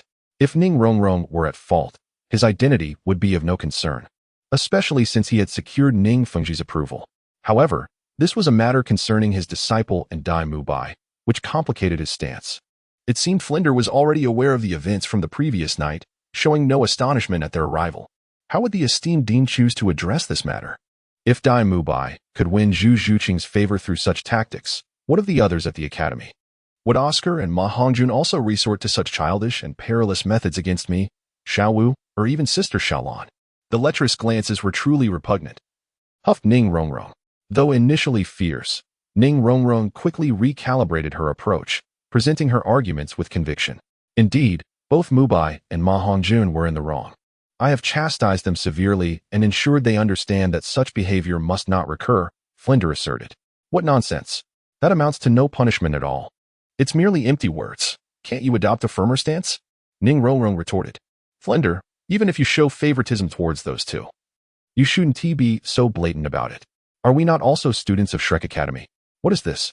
This matter does not involve you, Ning Rongrong. Let Zhu Zhuqing decide for herself, Flinder replied, somewhat irked. As the dean, he felt slighted by being spoken to in such a manner by a student. Zhuqing, do not be afraid. Speak your mind. I am here to support you, Ning Rongrong encouraged, bringing Zhu Zhuqing before Flinder. Zhu Zhuqing regarded Flinder, hesitating before finally stating, Dean, for 2 months, I would prefer not to see Dai Mubai and Ma Hongjun. Is that acceptable? 2 months without any contact? Are you sure that is all you wish for? Flinder inquired, puzzled by Zhu Zhuqing's request. Regardless of what Ning Rongrong said, he would refuse her demands. The fate of those two fools depended on Zhu Zhuqing's stance. Is this your punishment? Zhuqing, do not be too lenient. A first offense often leads to a second. Ning Rongrong murmured softly, let it be, this is how it shall be. Zhu Zhuqing sighed, and as Ning Rongrong attempted to voice her thoughts, she was pulled away by both Zhu Zhuqing and Xiaolan. What a wretched academy, what despicable people. Ning Rongrong grumbled as she departed, leaving Flinder in a state of exasperation. The predicament that the little witch found herself in, all for the sake of those two rascals, was a source of great frustration. Zhuqing, you are far too gentle. Have you considered what might have happened if Xiaolan had not been present last night? What would the outcome have been when faced with those two perverts, had you simply let them go? Just as Ning Rongrong was about to continue, Xiaolan placed a comforting hand on her shoulder and gently said, "Enough, Rongrong, it is as it is now." Sighing, Ning Rongrong fell silent. The matter was to be left in the past, and even Long Yu found it hard to comprehend Zhu Zhuqing's leniency. However, since the situation had unfolded as it had, Long Yu refrained from further comment, realizing the necessity of foresight and arranging for Xiaolan's protection. Unexpectedly, an unintentional act had proven to be of significant consequence.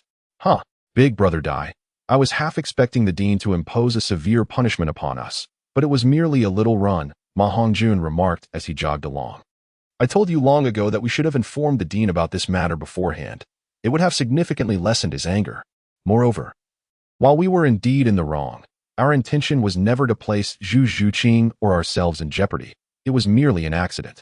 He added, You are the dean's sole disciple, and I have spent considerable time in the academy, spending quite a bit of money to maintain its financial stability. Yet you, my dear fellow, have aligned yourself with such ruffians, even to the extent of threatening our lives, Dai Mubai retorted, casting a sharp glare at him. I know not what to say, but the only individuals I deemed capable were those two. Who could have foreseen the deep-seated enmity they harbored against Zhu Zhuqing? Ma Hongjun sighed. Big Brother Dai, although this affair has been a blunder, I have invested a great deal. What of that promise you made to me? Ma Hongjun leered at Dai Mubai. All right. I recognize this was merely an accident. I shall uphold my promise to you. We will discuss it once the storm has passed, and remember, this matter must remain confidential. If it leaks, we shall be in dire straits. Dai Mubai whispered, scanning the surroundings to ensure that only he and Ma Hongjun were present. Rest assured, Big Brother Dai, I shall keep my lips sealed. Ma Hongjun patted his chest, and as he thought of the matter at hand, a surge of malevolent energy within him became increasingly difficult to contain, causing him considerable discomfort. Just a little longer, and he would be able to unleash that energy. Chapter 153. A break time flew by, with everyone spending their days cultivating their soul power and reflecting on their experiences. In the evenings, they engaged in soul battles, and thus time gradually slipped away. Before long, Zhu Zhuqing and Ning Rongrong successfully obtained their silver soul badges, while Xiaowu became the second individual, following Long Yu, to secure a gold soul badge. The four of them swiftly met the graduation requirements set by Flender, whereas Tang San and his companions lagged behind, still entrenched in their iron soul battles. Although the odds of success in one-on-one soul battles were high, they were limited to just one match each day. In two-on-two scenarios, the chances of winning became precarious, with consecutive victories frequently interrupted. Without the points from consecutive wins, they could only secure 1 point for a single victory, which greatly slowed their progress. Today, Flender gathered everyone in the plaza, clearly ready to announce something of great significance. You all have worked diligently during this period. I have witnessed your efforts. The primary reason for gathering you today is to share some important news. First, both Oscar and Tang San have successfully broken through to the 30th level. Once they acquire their third soul ring, they will be able to advance to the rank of soul ancestor, Flender stated, his expression filled with warmth as he looked at Tang San and Oscar. Congratulations, Oscar. As a food-type soul master, your talent is undoubtedly the finest I have ever seen, Long Yu remarked, nodding at Oscar. Thank you. But there's really no comparison between me and you or Xiao Wu, Oscar replied with a wry smile, feeling somewhat helpless. Even after absorbing the third soul ring and becoming a soul ancestor, he would only reach the 30th level. Compared to Long Yu and Xiao Wu, he lagged by over 10 levels, and they were both 2 years his junior. He was already 14. However, setting aside these two prodigies, Oscar felt he was still quite commendable. Now, for the second piece of news, to ensure that Oscar and Tang San obtained the most suitable soul rings possible, Teacher Zhao and I have decided to embark on a journey to the Stardow Forest. As the largest soul beast forest in the continent, it offers the best choices for soul rings. On this trip to the Stardow Forest, all of you must come along. In the event of danger, Teacher Zhao and I will generally refrain from intervening, and you will need to handle it yourselves. Long Yu, generally speaking, it is advisable for you to refrain from intervening. This serves as an opportunity for growth. Everyone should pay close attention to cooperation and safeguard their own well-being, Flander remarked. The Academy has decided to grant you a 3-day respite, during which you may spend your time as you wish, whether in leisure or visiting family. After 3 days, we shall embark on our journey to the Stardow Forest. If there are no further matters to address, we may consider this meeting adjourned, Flander added. After casting his gaze over these vibrant youths and discerning no issues, Flander took his leave. Long Yu returned to the dormitory with the three girls. Though Zhu Zhuqing and Ning Rongrong appeared somewhat disheartened. "What is the matter, Zhuqing?" Xiao inquired. "It's nothing," Zhu Zhuqing replied, biting her lip. "Xiao, how have you managed to cultivate so effectively? Why is your soul power level so much higher than ours? I am still merely a 27th rank soul master. And Zhuqing has just broken through to the 29th, Ning Rongrong asked. That's a secret. In truth, your cultivation speed is already quite impressive, Xiao Wu replied playfully. I knew you wouldn't divulge it, you cheeky Xiao Wu, Ning Rongrong retorted, playfully engaging with Xiao Wu. Zhuqing, fret not, there is no need to rush. What I promised you will surely come to pass. Long Yu reassured Zhu Zhuqing, who nodded obediently. By the way, Zhuqing, Xiao Wu, and Sister Xiaolan, we have a 3-day holiday. We should make the most of it. We are quite familiar with Soto City, so let us explore the surrounding towns, Ning Rongrong suggested. Yes, brother you will join us, won't you? Xiao Wu asked eagerly. Well, since it is a leisure trip, it would suffice for Sister Xiaolan to accompany you. I wish to remain in the dormitory to meditate and cultivate. With Sister Xiaolan by your side to protect you, that will be entirely adequate, Long Yu declined. He had his own pressing matters, needing to meditate and break through. After days of battling in the soul arena, against various opponents including soul kings and even soul emperors, his soul power had begun to show signs of loosening, and it would not be long before he could break through to the 45th level. Indeed, combat proved to be the most effective means of achieving breakthroughs. As Long Yu's words fell, the surrounding girls were momentarily taken aback. Xiao Wu approached Long Yu, playfully tugging at his arm, and said, "Oh, let us just go out to relax, shall we, brother you? I don't need any relaxation. But we all unanimously feel that we need you following us." She glanced at the three girls, her eyes signaling agreement. Indeed, I believe Xiao Wu is correct. Having a man nearby brings us a sense of security. Ning Rongrong nodded, momentarily forgetting her mischievous demeanor. Long Yu, let us go together. There is not much else to do at the academy. Even Zhu Zhuqing chimed in. Xiaolan, young master, let us join, they urged. All right, but I can't shake the feeling that I'm merely a tool, a mere porter carrying bags and footing the bills, Long Yu lamented. Be more confident. It's not just a feeling, it's the truth, Ning Rongrong reminded him, prompting an eye roll from Long Yu. Meanwhile, on the other side of the boys' dormitory, Ma Hongjun and Dai Mubai glanced around to ensure no one was watching before stealthily closing the door. Boss Dai, we finally have some time, right? 3 days should be more than enough, Ma Hongjun said with a mischievous grin, rubbing his hands together as drool threatened to escape. All right, just these 3 days. I'd rather not have King Yama breathing down my neck. If you're not anxious, I certainly am. I want to be shirking responsibility, Dai Mubai replied, somewhat irritated. Boss Dai, you don't understand the plight of the hungry when you're already full. Ever since that last incident, the money the teacher gives me has drastically diminished. Looking at those old and unattractive women, who could stand it? Unlike you, surrounded by beautiful women who flock to you without you needing to spend a dime. Ma Hongjun lamented. Well, that is just due to your appearance. They are willingly drawn to me. It will be quite easy to call out a couple of girls when we go out, Dai Mubai stated. 2. I knew you would be the best, Boss Dai. Ma Hongjun exclaimed excitedly, only to receive a light slap from Dai Mubai. Keep your voice down. Do you want everyone to know? This matter must remain absolutely confidential. Understood. In the early morning, Long Yu and his companions departed from Shrek Academy, making their way towards the towns surrounding Soto City. Meanwhile, Dai Mubai and Ma Hongjun stealthily left the academy as well, heading towards Soto City. Tang San ventured to the blacksmith shop in Soto City. Driven by an urgent desire to forge new hidden weapons ever since Long Yu had completely deciphered his previous ones. The glory of the Tang sect must not be allowed to fade into obscurity, indeed. Tang San aspired to have the renown of the Tang sect resonate throughout this new continent and world. However, establishing a sect in this realm, given his current strength, resources, and finances, was no trivial task. Thus, he intended to leverage the financial power of the Seven Treasures Glazed Tile School. According to his teacher, the wealth of the Seven Treasures Glazed Tile School was astounding, hailed as the richest sect under heaven, yet its direct disciples and core strength were primarily support-type soul masters. Although many battle soul masters were affiliated with the school, they did not possess the true capabilities of direct disciples. In the event of unforeseen circumstances, ensuring their safety would remain a challenge. However, What if the direct disciples of the Seven Treasures, Golden Tao school were equipped with hidden weapons of his own design? Currently, his crafted weapons were capable of injuring soul sects and even soul kings, and as his abilities grew, so too would the potency of his creations. He had little doubt that such temptation would be difficult for the people of the Seven Treasures, Golden Tao school to refuse, just by skillfully employing hidden weapons. A pure support-type soul master could attain the prowess of a battle soul master. At this moment, the most promising opportunity lay with the young lady Ning Rongrong, who remained at the academy. It was imperative to forge more hidden weapons, proving both his capabilities and the efficacy of his creations.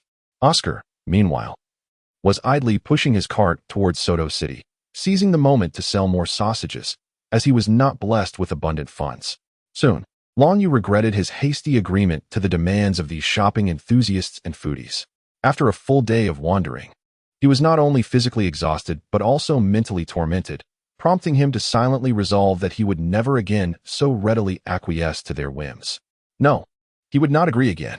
As night fell, Long Yu, weary in both body and spirit, trailed behind the four women back into Soto City, preparing to dine. "Brother Yu, why do you seem a bit downcast?" Xiao Wu remarked, observing Long Yu's despondent demeanor, unable to suppress a chuckle.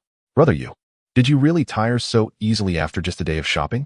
You were not this feeble during the soul fighting," Xiao Wu added teasingly, only to receive a light slap on her head from Long Yu. "Long Yu, shopping for myself, physical strength minus 999, wallet minus 9,999, mental trauma minus 99,999. I would rather participate in a day of soul battles than accompany you all on another shopping spree. You little rascal, how dare you say such things to me? It's truly infuriating," Long Yu remarked, speechless. Upon hearing this, Ning Rongrong couldn't help but chuckle, while Zhu Zhuqing's lips curled up slightly. It was already quite late, and returning to the academy would likely be too tardy. However, it mattered little, as the holiday was still ongoing. "Are you all planning to return to the academy dormitory? Or shall we stay at a hotel in Soto City for the night?" Long Yu inquired. "To be scorned by these beautiful ladies. I must find an opportunity to reclaim my dignity in the future. Let's opt for the hotel. Although it had been renovated recently, I still find that large bed rather hard and never sleep well," Ning Rongrong stated first. As the young lady of the Seven Treasure, Golden Tao school, Ning Rongrong naturally sought the finest of comforts in every aspect. "Brother Yu, I also wish to stay at a hotel, primarily to avoid those two rascals, Dai Mubai and Ma Hongjun," Xiao Wu added. Long Yu then turned his gaze towards Zhu Zhuqing and Xiao Lan, noticing both nodded in agreement. "Very well. If that is the case, we shall stay at the hotel tonight. Having made a decision, let us choose the best one," Long Yu declared. "Hee, Brother Yu. The finest hotel in Soto City is undoubtedly the Rose Hotel. Are you certain?" Xiao Wu reminded him. "The Rose Hotel is indeed exquisite, but isn't it a couple's hotel?" Long Yu remarked with a peculiar expression, then looked at the women, feeling somewhat speechless. "The Rose Hotel is truly stunning and remarkably unique," Xiao Wu exclaimed. "The hotel stands 3 stories tall, and while it may not be overly large, its exterior is adorned in a vibrant rose-red hue, with architectural design reminiscent of a gigantic rose, leaving a striking impression on all who behold it. Sigh, I have no objections, if you wish to stay here." "Then so be it," Long Yu shrugged helplessly, leading the 4 women inside. Upon entering the Rose Hotel, the first sensation was an overwhelming fragrance of roses. An intoxicating aroma that carried a hint of allure, refreshing both body and mind. The interior was adorned in only 3 colors, white, silver, and rose red, creating a warm, charming, and elegant atmosphere that easily won the favor of its guests. Long Yu approached the front desk, where a strikingly beautiful woman greeted him. "Please book me 5 rooms," he requested. The receptionist, momentarily taken aback by Long Yu's handsome appearance, was further astonished by his request. 5 rooms. She cast a glance at the 4 individuals accompanying him. Her eyes filled with admiration and envy, realizing that each one surpassed her in beauty, poise, and physique. The age disparity only made it more apparent that this charming young man was indeed fortunate in his allure. "Apologies, esteemed sir, but our hotel currently has only 1 room available, and it is the most luxurious suite," the receptionist replied earnestly. "However, rest assured, it can comfortably accommodate 5 guests." Her gaze conveyed a clear understanding of the modern youth's adventurous spirit. This handsome gentleman certainly seemed to possess remarkable prowess. Otherwise, he wouldn't have such a bold demeanor. "Excuse me, But I am a serious individual. When I request 5 rooms, I mean 5 rooms. Long Yu quickly interjected, sensing the unusual glances directed at him. A serious person indeed? Very well, here are the keys to the 5 rooms. Should you require anything, do not hesitate to reach out, the receptionist said, handing him the keys with a hint of suggestion in her tone. If she could secure a connection with such a wealthy and youthful gentleman, it would be a tremendous stroke of luck, rendering her current job at the front desk unnecessary. Let us proceed, Long Yu remarked, shivering slightly at the receptionist's exuberant demeanor. Goodness, are women today this bold? Is it perhaps due to my extraordinary looks? In chapter 155, am I being pursued again? Xiao Wu chimed in, Brother Yu. You must be cautious. The receptionist almost had her eyes glued to you. Xiao Wu, are you not aware that men at this age are particularly curious about such matters? Ning Rongrong interjected, pushing the door open without giving Long Yu a chance to respond. This Ning Rongrong truly was a little temptress, daring to speak so freely. The corners of Long Yu's mouth twitched slightly, yet it seemed that, to some extent, this little witch was indeed not mistaken. Long Yu opened the door, revealing a spacious room, with the living area alone exceeding 50 square meters. Within the grand hall, all the furniture gleamed in silver, adorned with exquisite carvings. The vibrant red carpet was embellished with raised patterns of crimson roses. What astonished them the most was the enormous heart shape in the center of the hall, crafted from countless rose blossoms. This magnificent heart spanned nearly 2 square meters, undoubtedly requiring at least 1,000 roses to create. In addition to this heart of 1,001 roses, elegant vases graced various corners of the room, each filled with fiery red roses, saturating the air with a rich, intoxicating fragrance that permeated every nook and cranny, enchanting and dizzying all who entered. Truly, this was a couple's hotel, luxurious as it was. The thought struck him, what was he to do here all alone? Long Yu let out a slight sigh before reclining on the rose-colored sofa. It must be said that leaning against it was indeed quite comfortable. The expenditure was justified. Just as Long Yu contemplated taking a bath, a knock on the door interrupted his thoughts. Upon opening the door, he was surprised to find Xiaolan standing there. Is there something you need, Xiaolan? Long Yu inquired. Young master, Xiaolan stuttered, her delicate face flushed and her gaze cast downward, avoiding Long Yu's eyes. Come in and speak your mind, Long Yu said, ushering her inside. What brings you here? He gestured for her to take a seat. Young master, at your age, is your need in that regard truly substantial? Xiaolan asked, once again lowering her head. What exactly are you trying to say, Xiaolan? You're not being misled by that crazy girl Ning Rongrong, are you? Long Yu felt a slight headache coming on. Being a solitary man and woman in such an ambiguous situation, her words ignited a flicker of frustration within him. No, that's not it. Rongrong is just one aspect. The main reason is that you possess such a pure and potent lineage of the Golden Dragon, Xiaolan explained. She understood that the needs of the dragon clan surpassed those of ordinary soul beasts. If you don't mind, I could. She hesitated to finish her thought. Xiaolan, I am human, not a soul beast. Such matters require emotional connection and a process, not merely a physical desire, Long Yu clarified. I know. And I truly like you, young master. I like you a lot, very much, Xiaolan declared, raising her head with determination. You like me? Long Yu was momentarily taken aback by Xiaolan's words, and then replied, Xiaolan, there is no need for such formality. I have always viewed you not as a subordinate, but as someone cherished. You do not need to force yourself. No, my lord, I speak from the heart. You are so handsome, so kind to me, and your strength and talent are remarkable. Everything I possess now is a gift from you, and your blood flows through my veins.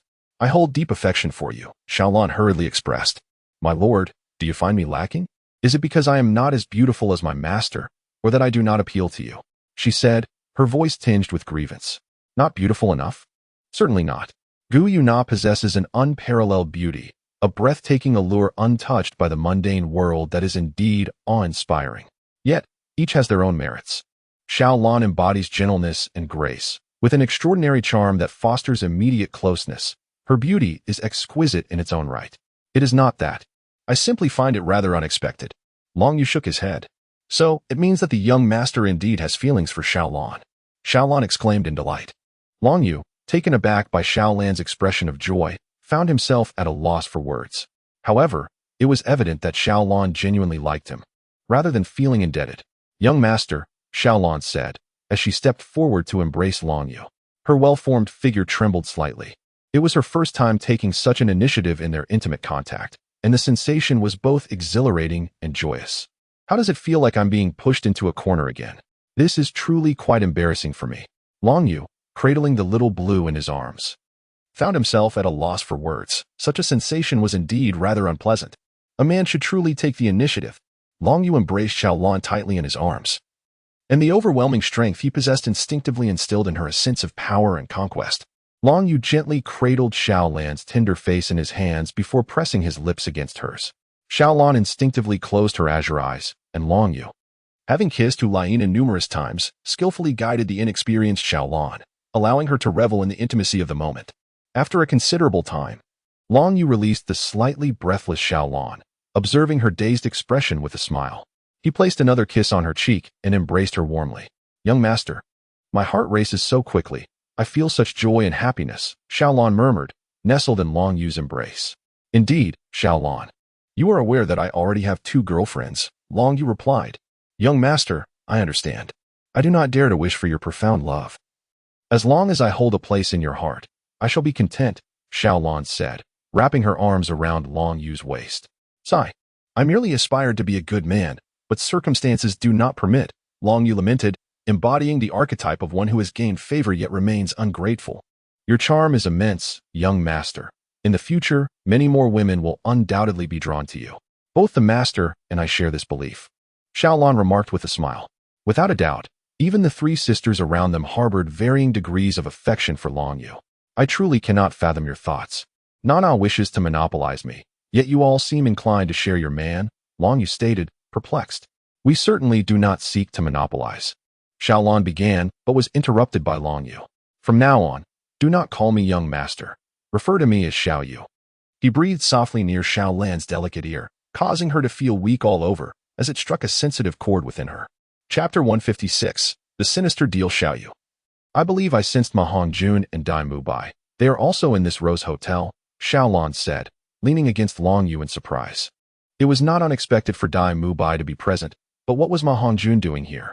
Previously, she had indeed given Flinder 1,000 gold soul coins. But at this time, considering Ma Hongjun's character, he should have spent most of it by now. How could he still have money to come here with Dai Mubai? Was it possible that Dai Mubai had invited him? Long Yu felt a peculiar sense of unease and subsequently released Xiaolan, activating his mental prowess. Soon, he discerned a familiar voice. "Don't worry, I've administered the drug to them. They won't awaken until noon tomorrow," said Dai Mubai, who was also embracing 2 captivating women. Remarkably, these 2 women bore an uncanny resemblance to one another, unmistakably the same pair of sisters from before. "Dai, my admiration for you knows no bounds. You've even gifted me a pair of sisters. Just look at their figures, their faces, and their elegance, truly incomparable to the women of the brothels," exclaimed Ma Hongjun, his lecherous tone evident. Even without seeing him, Long Yu could vividly imagine Ma Hongjun's expression at that moment. It appeared that Dai Mubai had offered his girlfriend to Ma Hongjun. Typically, Dai Mubai's girlfriends would never entertain someone like Ma Hongjun. Yet, what was this peculiar arrangement? Long Yu's expression turned somewhat strange. How despicable! To treat women as mere objects to be given away is utterly contemptible. Xiaolan erupted in indignation, standing up and forcefully pushing open Long Yu's door. The door slammed open with a resounding bang, instantly rousing Xiao Wu and others, who rushed to see what was amiss, prompting Long Yu to follow suit. "All right, just this once. Let me make myself clear. Do not entertain such notions in the future. By tomorrow, I shall break up with these sisters," Dai Mubai declared. To him, these women were merely a fleeting amusement, akin to a comfortable garment, discardable when no longer desired. Yet, after this night, the thought of Ma Hongjun indulging in them caused Dai Mubai to lose interest. Let Dai handle it himself. "But are you not planning to leave?" "I have no inclination to be observed," Ma Hongjun remarked, eyeing the sisters reclining on the bed, swallowing hard. "What opinions do you possess? Tread carefully. Your proclivities are quite peculiar. Be wary of trouble," Dai Mubai replied, preparing to depart. At that moment, a loud crash echoed as the door was forcefully kicked open. Upon closer inspection, it was the furious Xiaolan, followed closely by Long Yu, Xiao Wu, Ning Rongrong, and others, their faces etched with fury and indignation. "What are you doing here? This is my reserved room. Please leave." Dai Mubai initially panicked, but quickly regained his composure, relieved by his imposing stature, which nearly obscured the view. Get out. Xiaolan spoke softly, then directly pushed Dai Mubai aside. Meanwhile, on the bed, Ma Hongjun had already discarded his shirt, revealing his plump, greasy body. Upon seeing Xiaolan and Long Yu, his previously exuberant spirit instantly wilted like a frostbitten eggplant, leaving him momentarily dumbfounded. How could they possibly be here? The thought flashed through Ma Hongjun's mind, quickly followed by the terrifying implications of this situation. Could it be that Dai Mubai had set him up? Yet, that seemed improbable. Such a scandal would yield nothing but detriment. Xiaolan swiftly utilized her blue-silver grasp to toss Ma Hongjun aside, then pressed her hands against the foreheads of the twin sisters, rousing them from their stupor. Upon noticing the crowd in the room, the two women couldn't help but scream, followed by a panicked inquiry. Mubai, what on earth is happening? Why are there so many people here? You two fools, have you not grasped the situation? Your esteemed Dai Xiao intends to offer you as gifts to this wretched fat man beside him. However, his actions were too conspicuous, and we overheard everything. We are here to rescue you, Ning Rongrong declared with a huff. This cannot be true. Mubai, she is speaking nonsense, isn't she? One of them uttered in disbelief, casting a desperate glance at Dai Mubai. Poor woman, still clinging to her faith in Dai Mubai. If the allegations were indeed accurate, then his character was utterly reprehensible. I feel compelled to remind you, the conversation between you and Ma Hongjun has been fully heard by Xiao Yu and me. And Xiao Yu's mental powers can even recite it verbatim. Scoundrel! Xiaolan coldly regarded Dai Mubai. I am sorry. What they say is indeed true, Dai Mubai lowered his head, unable to meet the gaze of the twin sisters. After all, once such a matter was exposed, it would be intolerable for anyone involved. What? How can this possibly be true? The sisters stood in stunned silence, then turned their disdainful and terrified eyes toward the now shirtless Ma Hongjun. The thought of their sister being involved with such a person was unbearable. Dai Mubai, you scoundrel. Remember this. Our bond is severed, and this matter is far from over. One of the slightly older women rose in fury, pulling her sister away from the room. Dai Mubai did not attempt to retain them. He understood that this was the end. As for the fate of the twin sisters, he felt indifferent, believing it would likely fade away without consequence. However, the fact that Long Yu and the others were aware of this incident posed a significant problem. What was to be done now? Two despicable individuals. It has scarcely been a while since the last incident, and yet they have committed another act that stirs both anger and disgust. Truly, a dog cannot change its nature. I am eager to see how Flander intends to address this matter. Ning Rongrong exclaimed, and without hesitation, she descended the staircase. Xiaolan and the others chose not to linger, for they could no longer bear to be in the presence of those two scoundrels. Zhu Qing, Dai Mubai called softly, but Zhu Qing offered no reply. After this incident, any possibility between the two had been utterly extinguished. Chapter 157. Aftermath. Boss Dai, what shall we do now? If the teacher finds out about our actions, he will surely be furious with me, Ma Hongjun fretted. Had it not been for your lecherous and greedy nature, insisting on coming here, we would not have found ourselves in such dire straits. Now look, we are truly in a predicament. Dai Mubai clenched his fists, filled with rage. Ma Hongjun, equally at a loss, could only endure in silence. Although this incident is indeed severe, it is not beyond redemption. Let us return to the academy. Dai Mubai stated, regaining some composure. Boss Dai, I shall follow your lead, Ma Hongjun replied, panicked. After dressing, he hurried after Dai Mubai towards Shrek Academy. At Shrek Academy, Xiaolan and Ning Rongrong rudely awakened Flander from his slumber. Initially dazed, Flander's expression darkened as he listened to the women's account, his face contorting with rage. These two brutes, these beasts. Flander bellowed. Had it been just one person's word, he might have doubted it. However, with Long Yu and the others corroborating the tale, and having heard it firsthand, there was no room for doubt. Teacher, I was wrong. Just as Flander was fuming, Ma Hongjun and Dai Mubai rushed in. And upon seeing Flander, they immediately knelt before him. Teacher, I was wrong. I truly was. I was momentarily bewitched to act this way. I shall never dare to do so again. Ma Hongjun wept profusely, his forehead striking the ground in fervent supplication for Flander's forgiveness. Two fools. Flander was incensed. And these two brainless individuals had the audacity to rush in, seeking punishment. He kicked both Dai Mubai and Ma Hongjun, causing them intense pain. Yet they could only endure in silence, too afraid to utter a word. Let us leave, he declared. Long Yu had lost the desire to continue observing the situation. As for the multiple punishments that Flander would impose, he held little expectation. After all, Flinder was both an experienced instructor and mentor to his disciples. He could scold or reprimand them, but expulsion was out of the question. This was purely a consequence of their own folly, two miscreants. After a disdainful huff, Ning Rongrong followed closely behind Long Yu and the others. "Brother Yu, how do you think Dean Flinder will deal with those scoundrels?" asked Xiaowu. "I understand your anger regarding this matter, but I advise you not to harbor excessive expectations. After all, Ma Hongjun is Flinder's disciple, and Dai Mubai is a long-standing student here. He has contributed significantly to the Academy's stability, and the faculty holds him in relatively high regard. Thus, outright expulsion is simply implausible," Long Yu replied. "What? They won't expel such scoundrels?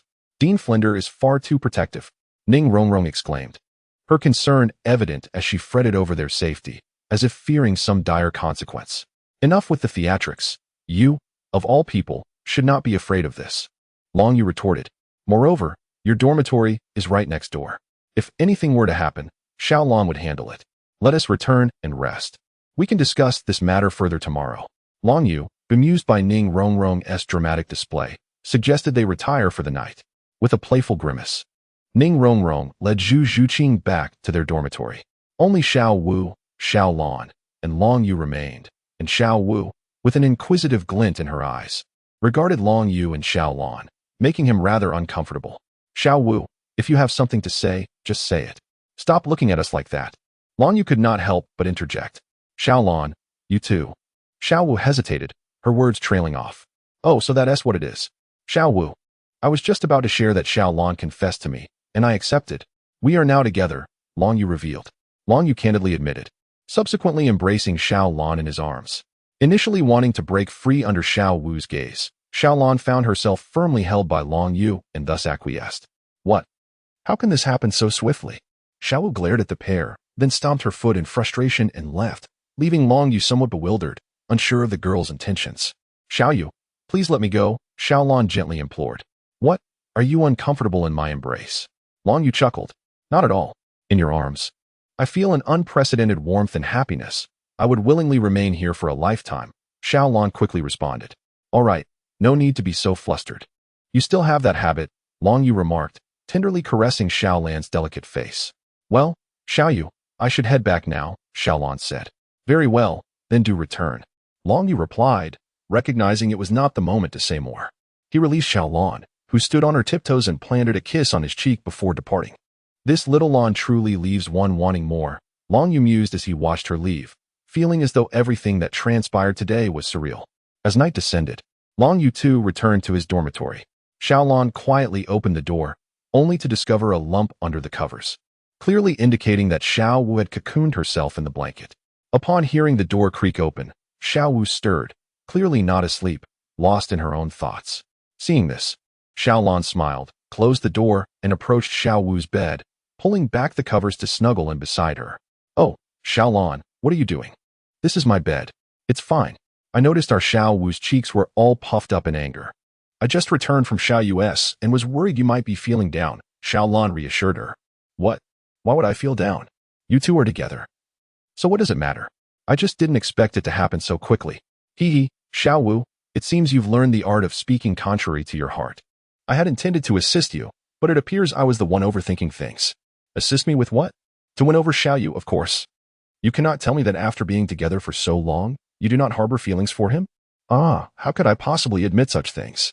"But Xiao Lan, how did you manage it?" Chapter 158, Parents Come Knocking. Author's note. Long Yu also rose early, unable to remain asleep due to the cacophony that erupted within the academy.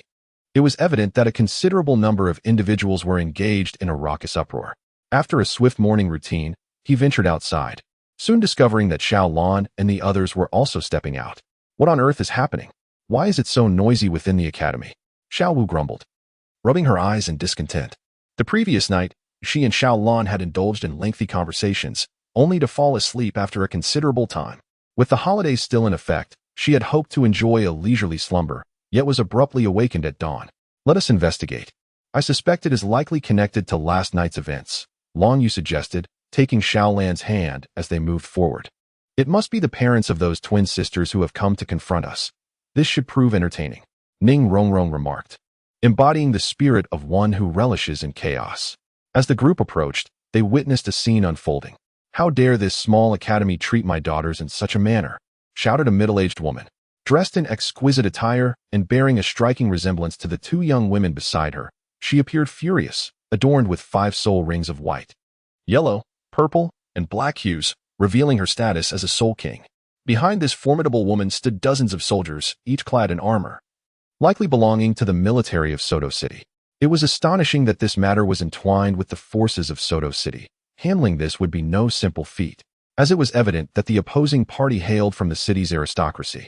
"Madam, please, calm your fury," Flinder attempted to interject, but was swiftly interrupted by the irate woman. "Flinder, I am aware of your status as a soul sage, and I acknowledge that I cannot best you. Even with these fools at your side, it would remain the same. However, as a mother, I must seek justice for my daughters who have been so cruelly wronged. If your daughter were subjected to such treatment by these ruffians, how would you respond to those scoundrels?" Flinder felt a sense of helplessness. If the intruders were enemies, he would have felt no fear, but this debacle was entirely his own doing, an unfortunate consequence of the actions of Ma Hongjun and Dai Mubai. Had the roles been reversed, the offenders would have faced dire consequences long ago. "Principal, I do not wish to make things difficult for you. Simply summon those 2 rascals. I do not intend to kill them, merely to teach them a lesson." The beautiful woman felt a secret sense of relief upon witnessing Flander's demeanor. If he had truly been unreasonable and fiercely protective of his own, she would have found herself at a loss for how to proceed. Within this academy, besides Flanders, there was another soul sage, making them among the most formidable masters in the Balak Kingdom.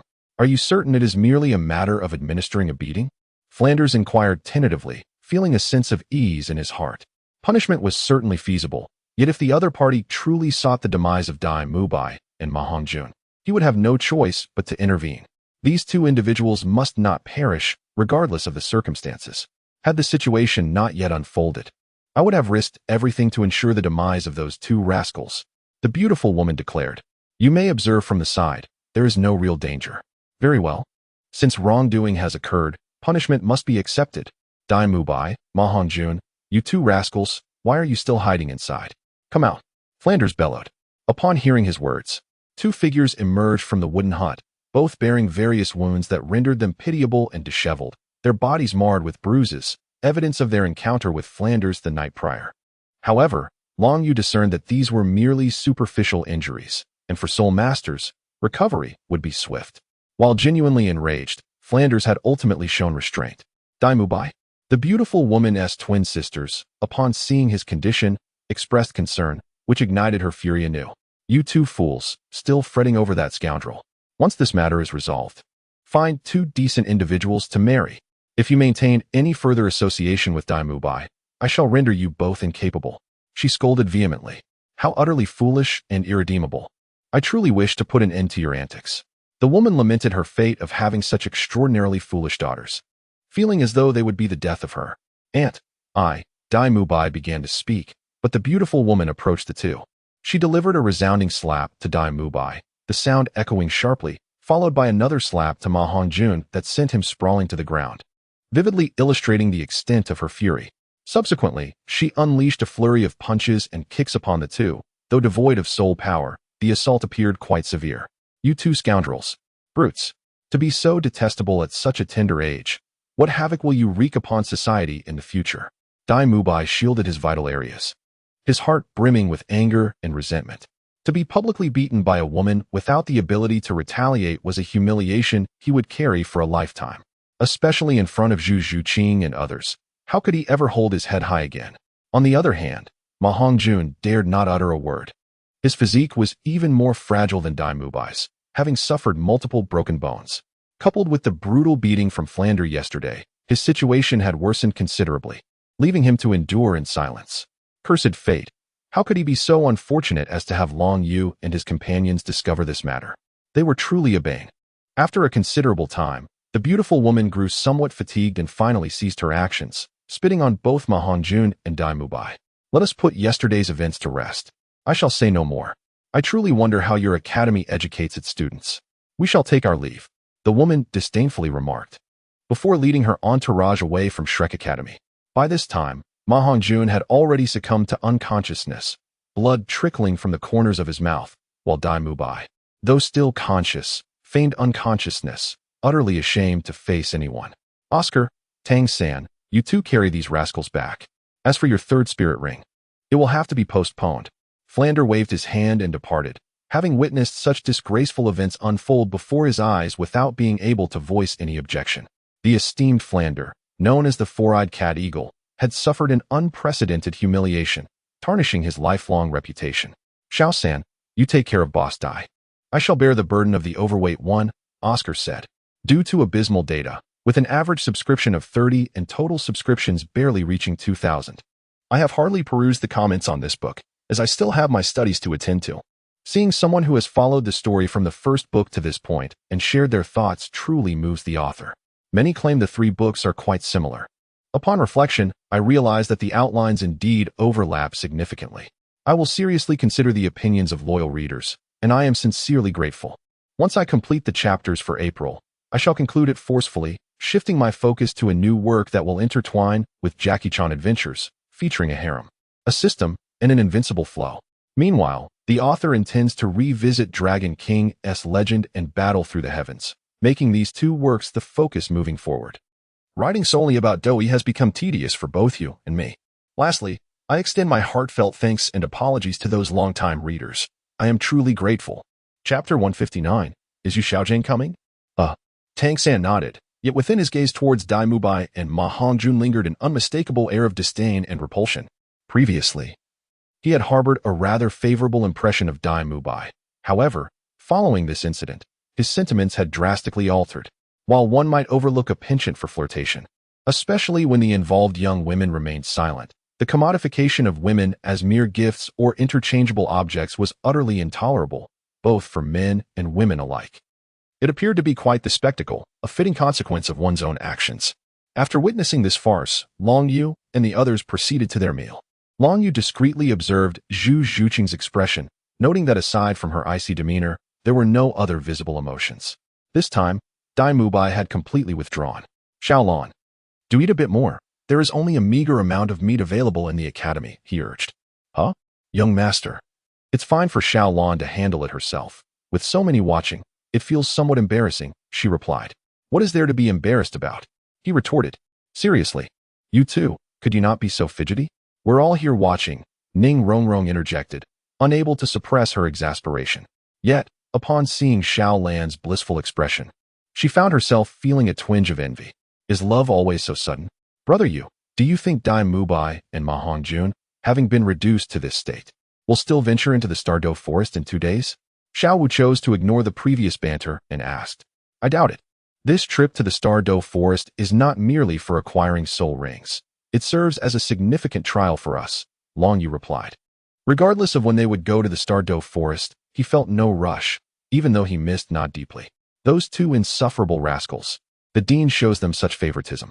If I were the dean, given such an incident, I would not only expel them, but at the very least, cripple their abilities. Ning Rongrong muttered. This left Xiaowu and the others speechless. She seemed so adorable, yet her words were so revealing. Are we still going out these next 2 days? Xiaowu inquired. Forget it. You all can go, but I have no desire to endure yesterday's ordeal again. Long Yu shook his head. His response elicited a chuckle from the girls, but since Long Yu had decided against going, they too opted not to, finding it pointless. While they were still dining, Flinder burst in with exuberance, his face devoid of the previous gloom and discontent, replaced instead by excitement and joy. This piqued the curiosity of Ning Rongrong and her companions. What could possibly have stirred the notoriously frugal Dean Flinder to such elation, completely dispelling his earlier mood? Children, I have splendid news. Our academy will soon welcome a theoretical instructor. Though his strength may not be formidable, his theoretical guidance is undoubtedly top-notch, Flinder announced jubilantly. On one hand, he was thrilled to reunite with an old friend. On the other, the academy truly lacked a theoretical master like Yu Xiaogang. Although these old-timers possessed considerable strength, they were clearly at a loss in this arena, thereby addressing a significant shortcoming within the academy. Yu Xiaogang, it seems, would be arriving slightly earlier than in the original narrative. Nevertheless, this was fortuitous, as Long Yu had grown quite weary of life here. Had Yu Xiaogang arrived much later, it would have become rather tedious. Long Yu gazed at Flander and contemplated that regardless of personal sentiments, the Martial Soul Hall, or his own mentor, he had to confront this Yu Xiaogang. However, At this juncture, he could not simply eliminate Xiaogang, for the latter held a position of considerable significance in his mentor's eyes, perhaps even more so than his own. He desired retribution and an outlet for his frustrations. Yet he was compelled to spare Xiaogang's life. Who is Xiaogang? I have never heard of this individual before. Ning Rongrong mused as she searched her mind for any recollection of Xiaogang, only to find none. Zhu Zhuqing and Xiao Wu, among others, furrowed their brows. All present were prodigies, and persuading these talented soul masters to accept guidance, particularly theoretical instruction, was a formidable challenge. Zhao Wujia's reputation as the unmovable king of Old and Flanders status as 1/3 of the Golden Iron Triangle were paramount, especially since both possessed far greater soul power than Long Yu and his companions. It mattered not if they were unaware now. I believe that in due time, Xiaojiang's name will resonate throughout the soul master community. His theoretical guidance is undeniably reliable. Tang San is his disciple, and you may trust in that. Flander, observing the children's continued expressions of confusion, chose not to elaborate further. The truth would ultimately be revealed through Xiaojiang's own merits. After a few more words, Flander took his leave. Long Yu, have you heard of this person? Ning Rongrong inquired. Through their time together, she had come to understand that Long Yu's strength and talent were formidable, and his theoretical acumen was profound. I have heard of Xiaogang, a master in the realm of soul master theory, whose principles I encountered during my assessments, Long Yu replied. And what do you think of his theoretical capabilities? Ning Rongrong continued, genuinely impressed that Long Yu was familiar with this relatively obscure figure. Well, he's competent. Compared to an average teacher, he is quite good. But he hasn't reached the pinnacle. In fact, I surpass him significantly in theoretical knowledge, Long Yu shrugged. This is entirely credible. Brother Yu's theoretical prowess is indeed top tier. To teach us is no simple task. Listening to him is not as beneficial as heeding Brother Yu's insights. Moreover, even if Tang San is his disciple, his strength and talent are not particularly exceptional. Aside from those haphazard hidden weapons, I wonder if Xiaogang merely studies those aspects, Xiao Wu chimed in. Not quite. Those inventions are Tang San's own creations. Xiaogang solely focuses on theoretical research, Long Yu clarified. Long Yu shook his head, and, noticing the skeptical gazes of the women, cleared his throat a few times. All right, do not look at me like that. Simply await the arrival of Xiaogang with peace of mind. Long Yu cast a sidelong glance, while Xiao Lan observed him with a hint of perplexity. She couldn't shake the feeling that Xiao Yu harbored a considerable animosity towards Xiaogang. Perhaps her perception was simply misguided. Chapter 160, Doubts as night fell.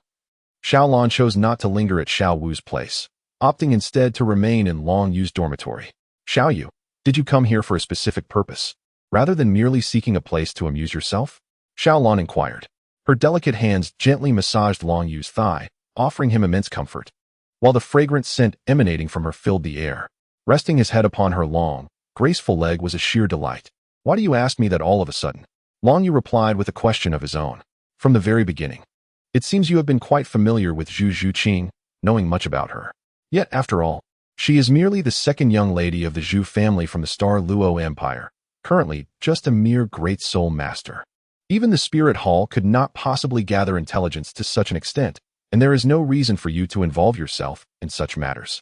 Moreover, you have expended considerable effort to nurture Zhu Zhuqing, convinced that she would attain a remarkable level in the future. I do not believe this is merely the whim of a benevolent young master.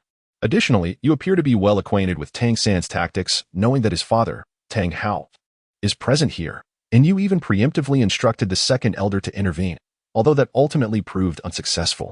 You seem to have prior knowledge of Daimubai and Mahangjun, and I can sense a subtle fluctuation in your mental energy whenever you regard them, indicating that your feelings towards them are not entirely favorable.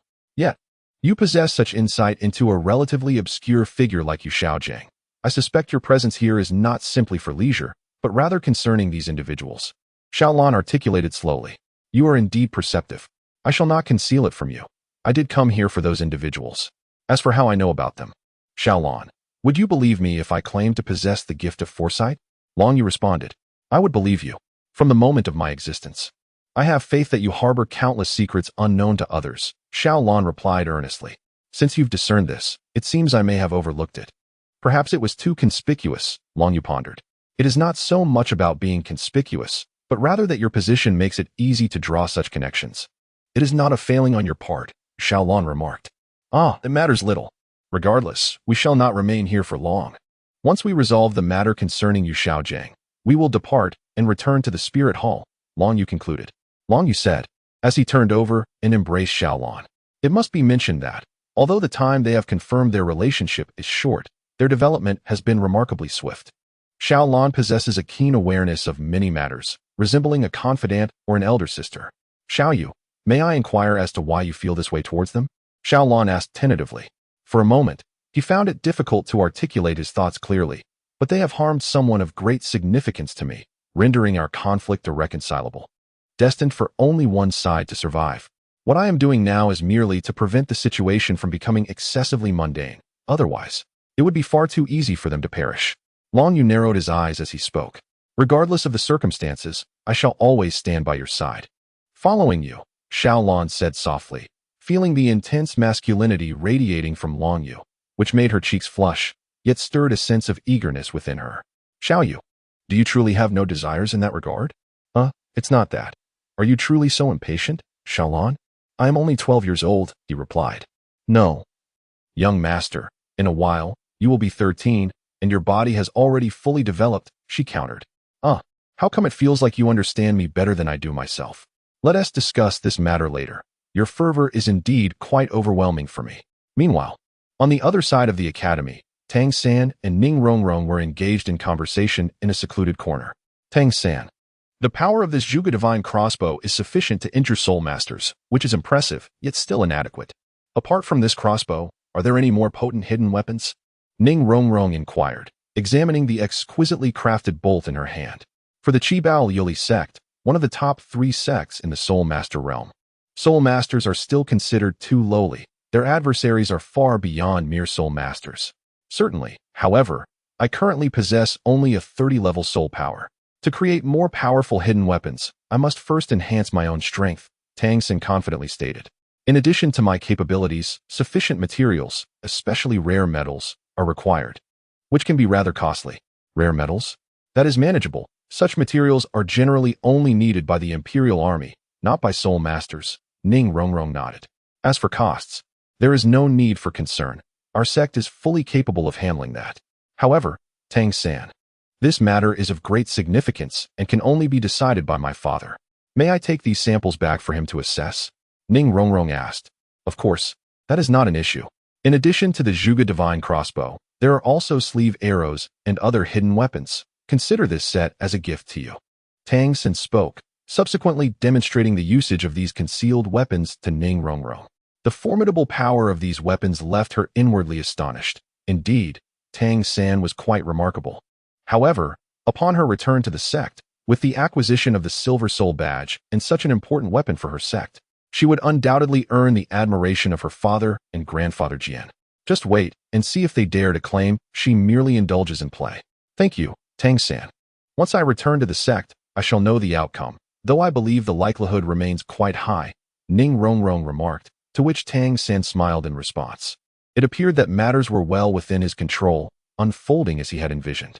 With the support of the 7 Treasure Glazed Tile School, financial constraints would no longer pose a problem, and material concerns could be alleviated significantly. Moreover, the close ties between the 7 Treasure Glazed Tile School and the Tiando imperial family signified a form of assistance from the royal house, whether overtly or covertly. This implied that the Tang sect he was establishing would enjoy an official backing, thereby alleviating numerous potential troubles. Presenting a set of concealed weapons to Ning Rongrong in exchange for her goodwill was indeed a rather advantageous transaction. Tang sect, I shall endeavor to revive your former glory in this lifetime. May the Shanghai epidemic come to an end swiftly. Chapter 161. The arrival of Yu Xiaogang at long last. An important figure has arrived today, Yu Xiaogang. To extend a warm welcome to this esteemed master, Flender arranged for everyone to gather on the playground for the occasion, even summoning the injured Dai Mubai and Ma Hongjun to join. A middle-aged man clad in black approached the crowd, his stiff countenance resembling that of an unremarkable uncle. Yet his straight posture and the anxious gleam in his eyes spoke volumes. This is my good brother, Yu Xiaogang, revered as master in the Soul Master community, Flender introduced enthusiastically.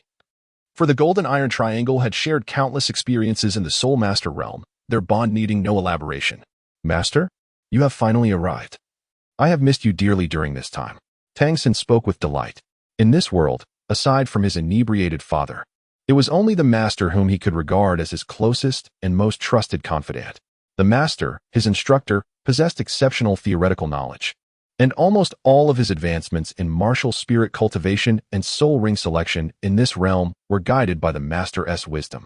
After heeding the master's advice to absorb the first 2 soul rings of his blue-silver grass martial spirit, his strength experienced a significant enhancement.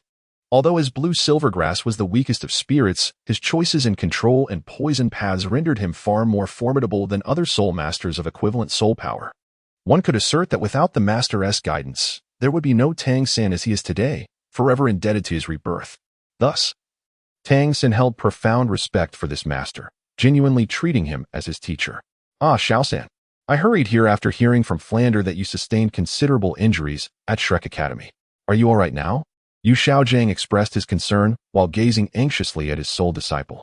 With dual martial spirits, exceptional character, resilience, and tenacity, he had immense respect for Tang San. The master regarded Tang San with great importance and satisfaction, seeing him as the sole hope to validate his theories. It was a fortuitous encounter over 6 years ago that forged their teacher-student bond. He had immediately rushed to Shrek Academy, eager to ascertain whether his disciple Tang San was in any peril. He also wished to discern the identity of the peer who could so effortlessly dominate his proud disciple, pondering the possibility of accepting him as a second disciple. After all, Xiaogang had some understanding of Tang San's capabilities. Teacher, I am fine now. I have embarrassed you. But the strength of Long Yu is truly beyond my comparison, Tang San stated with a hint of remorse, directing his gaze toward Long Yu, indicating to his teacher that this was the peer who had easily bested him. However, the other students of Shrek Academy exhibited a rather indifferent attitude toward this so-called master. Are you certain that Tang San's soul power level 29 at the age of 12 was cultivated by a mid-aged man of the same level? Even if Tang San was indeed mentored by this so-called master, he was still defeated by Long Yu. Dai Mubai even suspected that the chaotic hidden weapons were taught by this so-called master, for how could a 12-year-old child possibly wield or craft such lethal hidden arms? Moreover, he and Fatty had already endured a beating from Dean Flander, followed by a thrashing from that detestable woman, and now they had yet to recover. All for the sake of welcoming a soul master of level 29, Dai Mubai felt an urge to ask, Dean, have you lost your senses? Perhaps you have mistaken the person. Undoubtedly, the primary reason is that Tang San was defeated by Long Yu. As for Zhu Zhiqing, she pays little heed to this middle-aged man. Her only aspiration is to swiftly cultivate to the rank of Soul Master, thereby obtaining the miraculous artifact promised by Long Yu that could significantly enhance her soul power and innate talent. Xiao Wu and Xiao Lan refer to it as a celestial herb capable of seizing the essence of heaven and earth. Moreover, what could a mere 29th level Great Soul Master impart? How can he teach us to break through to the rank of Soul Master? In her eyes, the so-called master holds little significance. As for Ning Rongrong, there is no need to elaborate. She is, after all, a reckless little demoness who would never regard a worthless individual with any respect. Long Yu even asserted that he surpasses this so-called master in theoretical knowledge. Why then do the other members of the 7 monsters exhibit a degree of faith in the master in the original text? Partly, it is due to the exemplary disciple Tang San, who serves as a testament to the master's theoretical prowess. After all, it is indeed astonishing for a blue-silver grass soul master to cultivate at such an accelerated pace. Furthermore, prior to the master's arrival, Tang San and Oscar had already acquired their 3rd soul rings, and by that time, the bond among the 7 monsters had grown considerably strong, a bond akin to brotherhood. No matter their grievances, they would not dare to disrespect Tang San. However, the arrival of Long Yu completely upended this narrative, overwhelming Tang San and redirecting all attention to Long Yu, who became the focal point among the girls, led by Long Yu himself. Additionally, the connections among the current members of the Shrek 7 monsters are rather tenuous, resulting in their indifference towards this so-called master. How can a mere 29th level Great Soul Master dare to claim mastery, especially when his prized disciple has been defeated by another? Do not worry. Failure does not define a soul master, Tang San. Failure at this juncture does not necessarily signify a misfortune, Xiaogang remarked, shaking his head. Yes, teacher. Tang San responded with a nod upon hearing Xiaogang's encouragement. Xiaogang then followed Tang San's gaze towards the striking figure of Long Yu, who stood out remarkably in both appearance and demeanor. Xiaogang, allow me to introduce you. This is Long Yu. He was appointed by Lao Zhao to oversee the assessment when he felt he could no longer continue. It was he alone who triumphed over all these children, even capable of matching Lao Zhao when he activated his martial soul's true form, and he possesses a twin martial soul. In terms of both talent and strength, he is the most extraordinary individual I have ever encountered. He is now a student at our Shrek Academy. Flinder proudly elaborated, his words imbued with a sense of pride. For as the headmaster of the academy, he felt immense satisfaction. What do you mean by no longer able? I was merely in poor condition, Zhao Wujing corrected, feeling slightly embarrassed. What does that matter? If you are unable, then you are indeed unable. Come on, Lao Zhao, you should admit it graciously. We are not strangers after all. Flander chuckled. Nonsense. I doubt you can defeat Long Yu now. You may be able to fly, but he possesses an external spirit bone that grants him the same ability. When it comes to aerial combat, you might not fare better than I do. Zhao Wujia rolled his eyes. Chapter 162, Striking Yu Xiaogang, Part 1, Long Yu. You actually possess twin martial souls. Yu Xiaogang did not pay much attention to other aspects. After all, he had encountered numerous prodigies and had seen countless records in the martial soul hall, but twin martial souls were exceedingly rare. Yes, I do possess twin martial souls. And my second martial soul has already been infused with 3 soul rings, Long Yu replied. Sigh. I truly do not understand what the teacher sees in this individual, who lacks everything. In terms of appearance, talent, strength, and even character, Long Yu could not fathom what made Yu Xiaogang special. Even the theoretical knowledge he prided himself on, in Long Yu's eyes, had its merits but was ultimately rather mundane. Your twin martial soul is likely ineffective. To infuse your second martial soul with soul rings at the mere soul master stage may temporarily boost your soul power, but it obliterates the greatest advantage of possessing twin martial souls, and you may even face the backlash of such an action. You are far too eager for success. If I were your teacher, I would never allow such a thing, Yu Xiaogang lamented. There's no need for such expressions. I understand that the primary advantage of twin martial souls, besides yielding double soul skills, is that the second martial soul can utilize high-aged soul rings. The powerful soul skills derived from these will only enhance my capabilities. I am well aware of this, Long Yu stated calmly. If you are aware, then why would you sabotage yourself? Yu Xiaogang exclaimed, agitated. If this child could take me as his mentor, he would never act so recklessly, jeopardizing his promising future. Alas, it is truly a pity to see such a perfect uncut gem ruined before it has been sculpted. There is no need for haste. Since I understand the issue, I will not make such a mistake. I possess a certain level of expertise in theory. Long Yu waved his hand dismissively. By the way, Xiaogang, Long Yu's second martial soul possesses an unprecedented golden soul ring. I was just about to inquire about this, Flander interjected.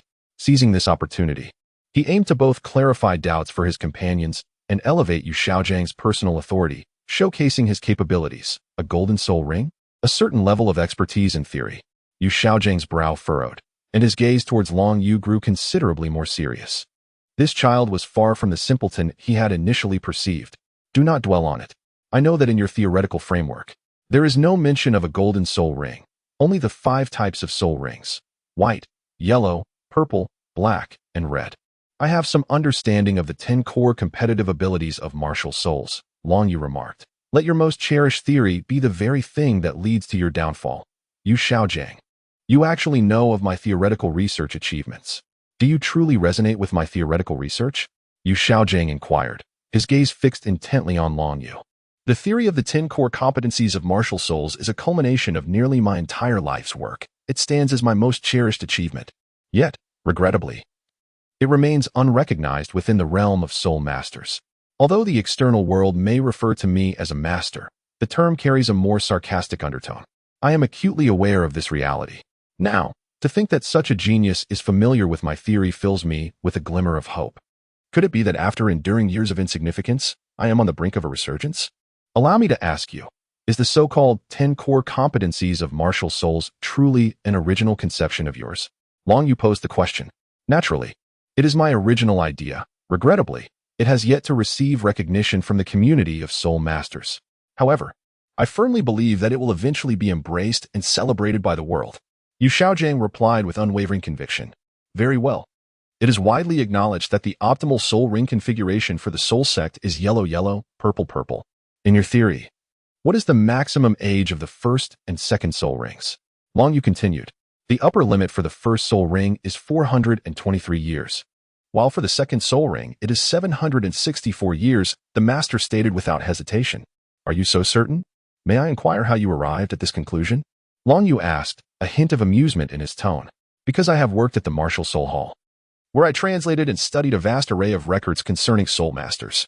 Over the course of more than 10,000 years, I have discerned through extensive data that even the most prodigious soul masters have their first and second soul rings capped at 423 and 764 years, respectively. Thus, I deduce that these figures represent the upper limits of the first and second soul rings, Xiaogang explained. Since you admit that your theory is based on the records from the Martial Soul Hall, why did you earlier assert that it was solely your own creation? Does it not sting to strike your own face? Long Yu scoffed.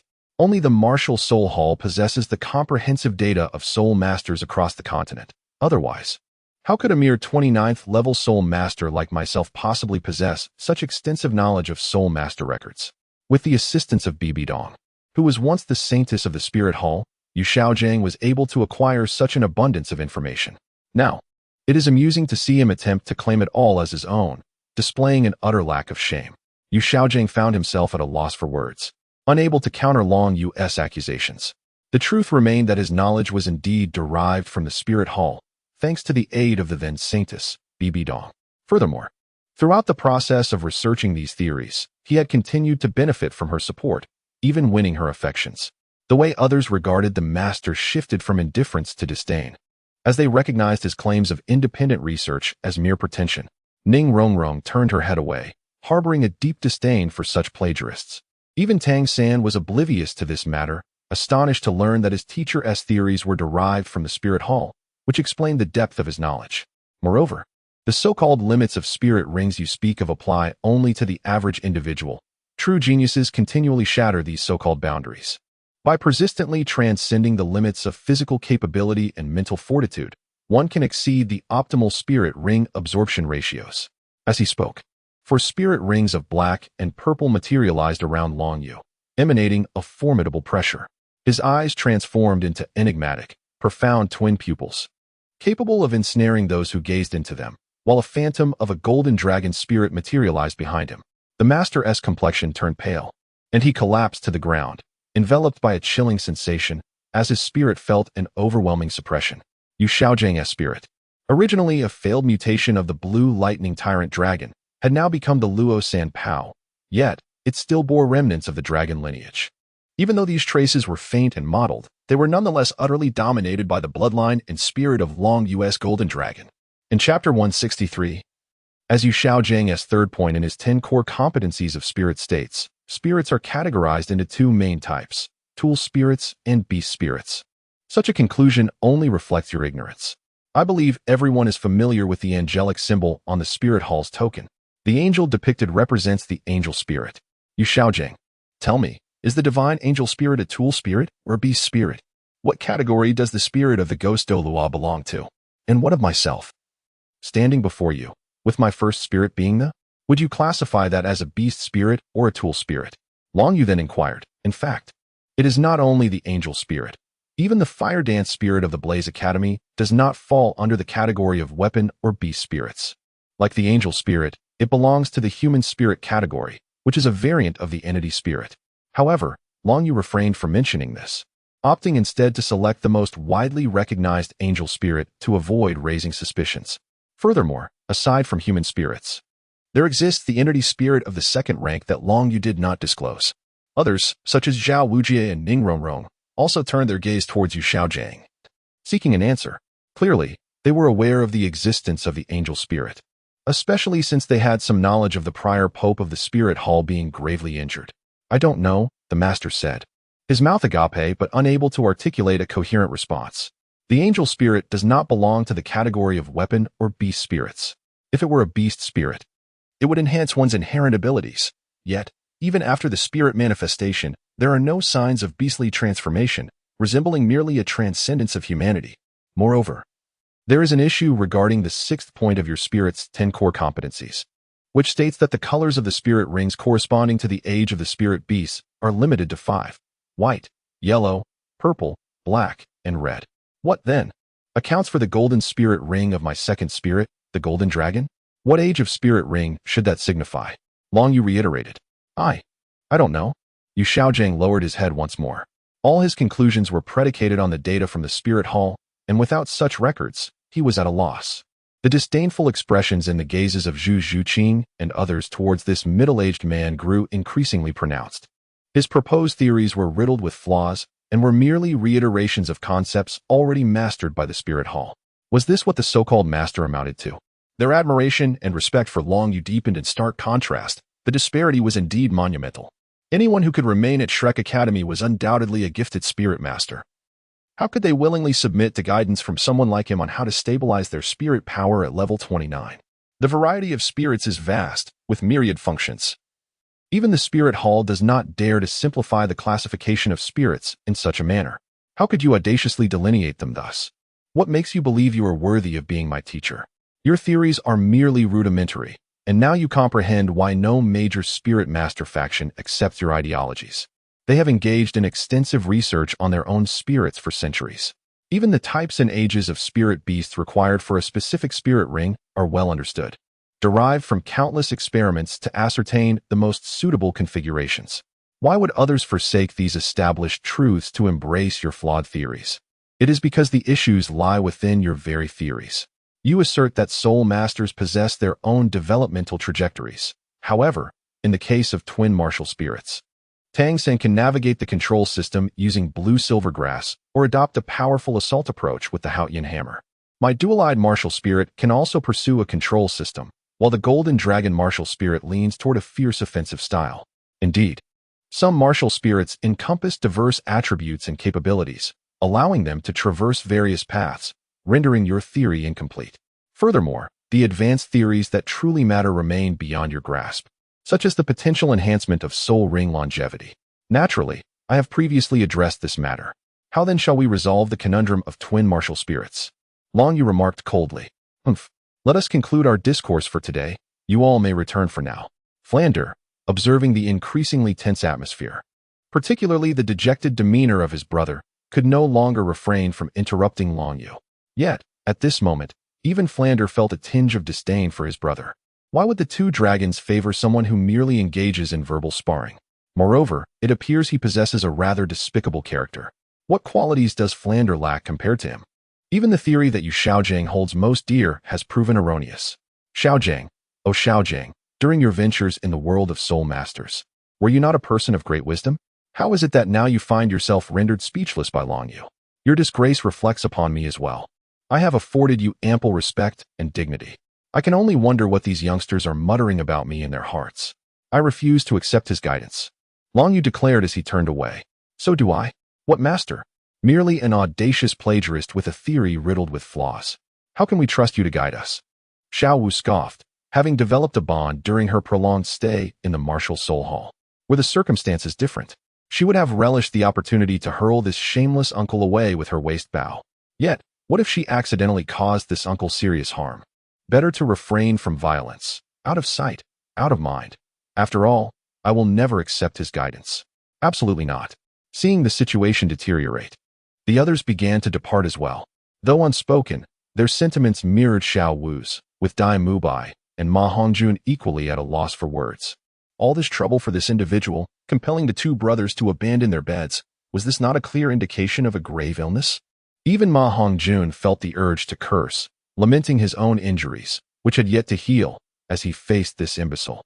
However, perceiving Flander's demeanor, Ma Hongjun wisely withheld his words, prioritizing his own safety. Meanwhile, Tang San, witnessing his teacher's despondency, felt a pang of sympathy. Nevertheless, he encouraged, "Teacher, do not be overly disheartened. I still believe in your theories. Perhaps Long Yu's assertions are merely exceptions." "No," he said. "What he mentioned are indeed thoughts I had never contemplated before, and it is highly probable that his assertions are true. The theory I have devoted half my life to researching is riddled with discrepancies, and to my dismay, I cannot even ascertain whether your martial spirit is blue silver grass. Tang San, you won't hold this against me, will you?" Master Yu Xiaogang spoke with vacant eyes. "Master, how could I possibly blame you?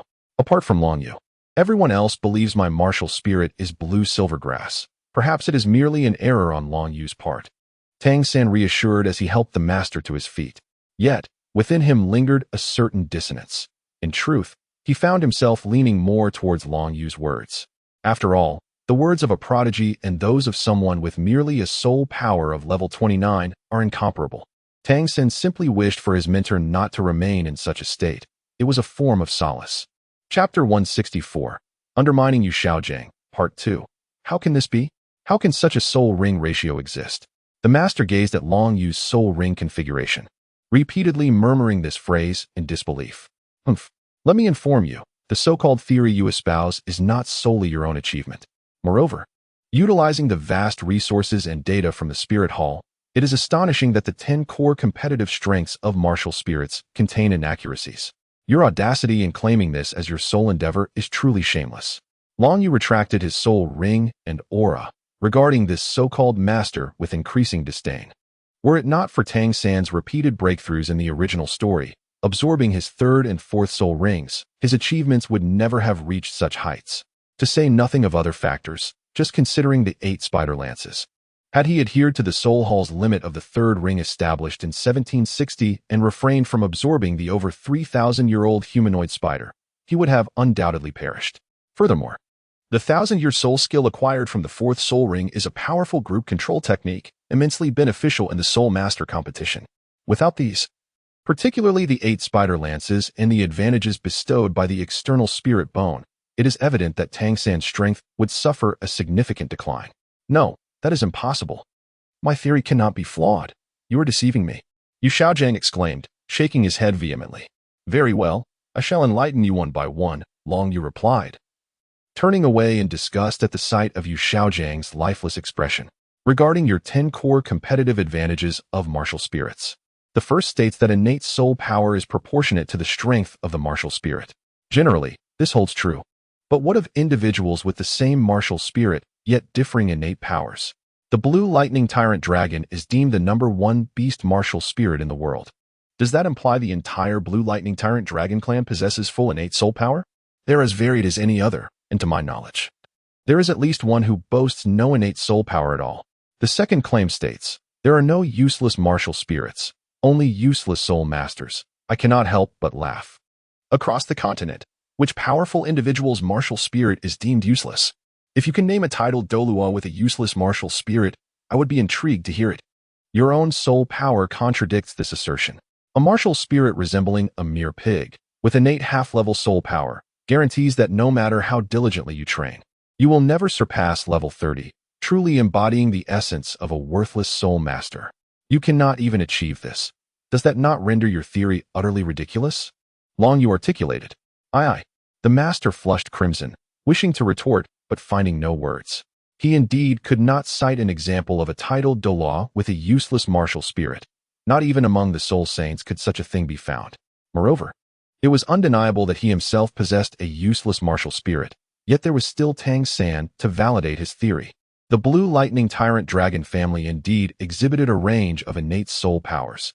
Even the so-called twin stars, Yu Tianheng and Yu Tianxin, did not possess full innate soul power. As for others, especially those like himself with innate half-level soul power, the disparity was glaring. Long Yu, do not go too far. My martial spirit is blue silver grass, which is universally acknowledged as a useless martial spirit, yet my training speed surpasses that of many other soul masters. Although I cannot compare to you or Xiao Wu, this is largely due to the guidance of my teacher. Thus, it is evident that there are no useless martial spirits. Only useless soul masters. At least, this much is certainly true. Tang San gazed at the master with profound sympathy. Yet he could not help but feel a subtle shift in his previously unwavering admiration for his teacher, whose once noble and upright image had begun to wane. The revelation of the master's transgressions, his theft of the Spirit Hall's secrets, led Tang San to reflect upon his own actions, wondering if he too had pilfered from the Tang sect. Why do you believe your spirit is merely blue silver grass? He mused. That is indeed the greatest jest I have ever encountered. It seems you were deceived by this worthless fool. It is well known that when children inherit their parents' martial spirits, a phenomenon of devouring occurs, where powerful spirits consume weaker ones, thus rendering twin spirits exceedingly rare. The emergence of twin spirits necessitates a crucial condition. The qualities of both spirits must be strikingly similar. Tang San, you possess innate full spirit power, and your second spirit is the prestigious Haoyan hammer. How can you possibly consider your first spirit to be the meager blue silver grass? If it were truly only blue silver grass, it would have long been devoured by the Haoyan hammer, and twin spirits would not exist. Long Yu remarked, casting a pitying glance at Tang San. The gazes of the others also shifted, astonished to discover that Tang San secretly harbored the legendary twin spirits. That black hammer was, in fact, the Haoyan hammer, which Tang San had wielded previously but had been thwarted by Long Yu. Ning Rongrong pondered this, while Xiao Wu and the others nodded in agreement. Realizing the truth of the matter, they were simultaneously awed by Long Yu's knowledge, finding it to possess greater credibility compared to that of the master. The theoretical level of Long Yu indeed surpasses that of this so-called master. After all, it is utterly improbable for a blue-silver grass soul master to cultivate at such an accelerated pace. Moreover, Dai Mubai's expression towards Tang San has also shifted. Long Yu, is what you said truly the case? My martial spirit is not merely blue-silver grass. Tang San exclaimed, his excitement palpable. No one wishes to accept that their martial spirit is of a weaker nature, and Tang San is no exception. Why not inquire with your teacher? Is he not renowned for his invincible theories? If I am not mistaken, he must have presumed that your innate full soul power combined with the blue-silver grass martial spirit indicated the existence of a formidable second martial spirit. Such a conclusion strikes me as ludicrous, merely a deception aimed at someone like you, Tang San. Furthermore, what I previously stated is common knowledge among titled Douluos. Anyone who has reached a certain level of cultivation is aware of it. Yet, he is merely a great soul master. It is entirely normal for him to be ignorant. His perspective and starting point are limited to this extent, Long Yu remarked. Teacher, is what Long Yu said true? My martial spirit is not solely blue-silver grass. Tang San hesitantly directed his gaze towards his mentor. To be frank, after Long Yu's words, even Tang San's faith in his teacher's theories began to waver. I do not know. Perhaps it is not, Yu Xiaogang murmured, lowering his head. Could it be that his theories have been erroneous all along? At this moment, he dared not assert that his theories were correct. Long Yu's discourse on the theory of twin martial spirits was indeed beyond Yu Xiaogang's research. He had no examples to study. Furthermore, after departing from the spirit hall, he lacked the capacity to conduct further research. His family would not provide any support, leaving him to rely solely on himself. Yet, confined within the small realm of Nodding Academy, how could one expect to yield remarkable results? Chapter 165, Adjusted? Little San. You should return for now. I need a moment to gather my thoughts, Yu Xiaogang sighed. Seeing this, Tang San could only offer a few words of consolation before departing. At present, his most pressing concern was to ascertain whether his first martial spirit was indeed blue-silver grass. However, if it were not blue-silver grass, what then could his martial spirit be? This appearance distinctly resembles blue-silver grass. If it is not blue-silver grass, does that imply his martial spirit could be akin to that of the woman in blue? It appears that the cultivation of blue-silver grass is far from simple. Its training is exceedingly arduous. Yet, she has managed to reach the rank of soul saint at such a young age, showcasing remarkable strength. Each time I behold her, an inexplicable sense of familiarity and a flow of bloodline resonates within me, which must be attributed solely to the martial soul. Soon, at this grand welcoming event, only Yu Xiaogang and a few others remained, while Zhao Wujie departed directly, as his bond with Yu Xiaogang was not particularly deep, unlike his camaraderie with Flinder, with whom he had traversed the world of soul masters. The revelation of Long Yu's hidden truths left Zhao Wujie with a rather unfavorable first impression of Yu Xiaogang. Were it not for Flinder's reputation, he might have walked away on the spot. Seeing Yu Xiaogang in a dispirited state, Flinder wished to offer some words of comfort to his old friend, but for a moment, he found himself at a loss for words. In matters of theory, he felt no comparison to someone like Yu Xiaogang. If even Yu Xiaogang had been stripped of his fighting spirit, what could he possibly say? He could only stand quietly by his side, acknowledging the truth in Long Yu's assertions. This remarkably gifted young man, in terms of talent, strength, and theoretical knowledge, was proving to be a source of concern for Flinder.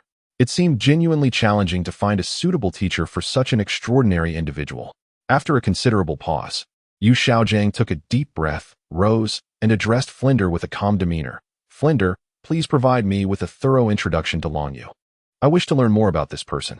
Xiaogang, you have recovered your spirits so quickly? Flinder exclaimed with delight. Perhaps Long Yu is indeed correct. There are certain flaws in my theories. However, I am confident that there are no other errors, and I see no reason to succumb to despair over such matters. On the contrary, having such an exceptional genius at Shrek Academy will not only elevate the overall training of the academy, but also assist me in further refining my theories. My previous mindset was rather immature and narrow, as Long Yu pointed out. Xiaogang replied with a smile. It is splendid that you can think this way. Come, let us head to my office, and I will gradually introduce you to Long Yu. This child is truly a prodigy among prodigies, Flinders said, leading Xiaogang away. Their figures fading from the square. What an utterly shameless old man, boasting that this is his achievement. Xiao Wu huffed indignantly. The Spirit Hall is my second home. With my personality, how could I allow others to bully me? All right, Xiao Wu, no need to be so upset. Xiaolan, Zhu Qing, Rong Rong, everyone prepare yourselves. Tomorrow, or the day after, we shall journey to the Star Doe Forest to assist Oscar and Tang San in acquiring their third soul ring. Long Yu remarked, feeling utterly unfazed by the scene unfolding before him. What is this? Merely a beginning. The days ahead stretch long, and there are far grimmer challenges yet to come. Can we not go? That Tang San is the disciple of that shameless old man, although that sausage-like figure appears harmless. His close ties with Dai Mubai and that rotund fellow are hardly reassuring. Xiao Wu exclaimed with wide eyes. What are you thinking, Xiao Wu? This is no ordinary matter. It pertains to the acquisition of soul rings, a crucial breakthrough. Long Yu retorted with a roll of his eyes. Just venting my frustrations, Xiao Wu pouted playfully. Regardless, I shall not heed the guidance of that Xiaogang. What qualifications does someone like him possess to instruct us? Ning Rongrong asserted. On one hand, it was evident that Xiaogang's demonstrated abilities today were insufficient for their instruction. On the other hand, Ning Rongrong could sense Long Yu's palpable disdain for both Xiaogang and Tang San, despite it being their first encounter. Given Long Yu's stance, she decided to voice her own thoughts, hoping to earn his favor.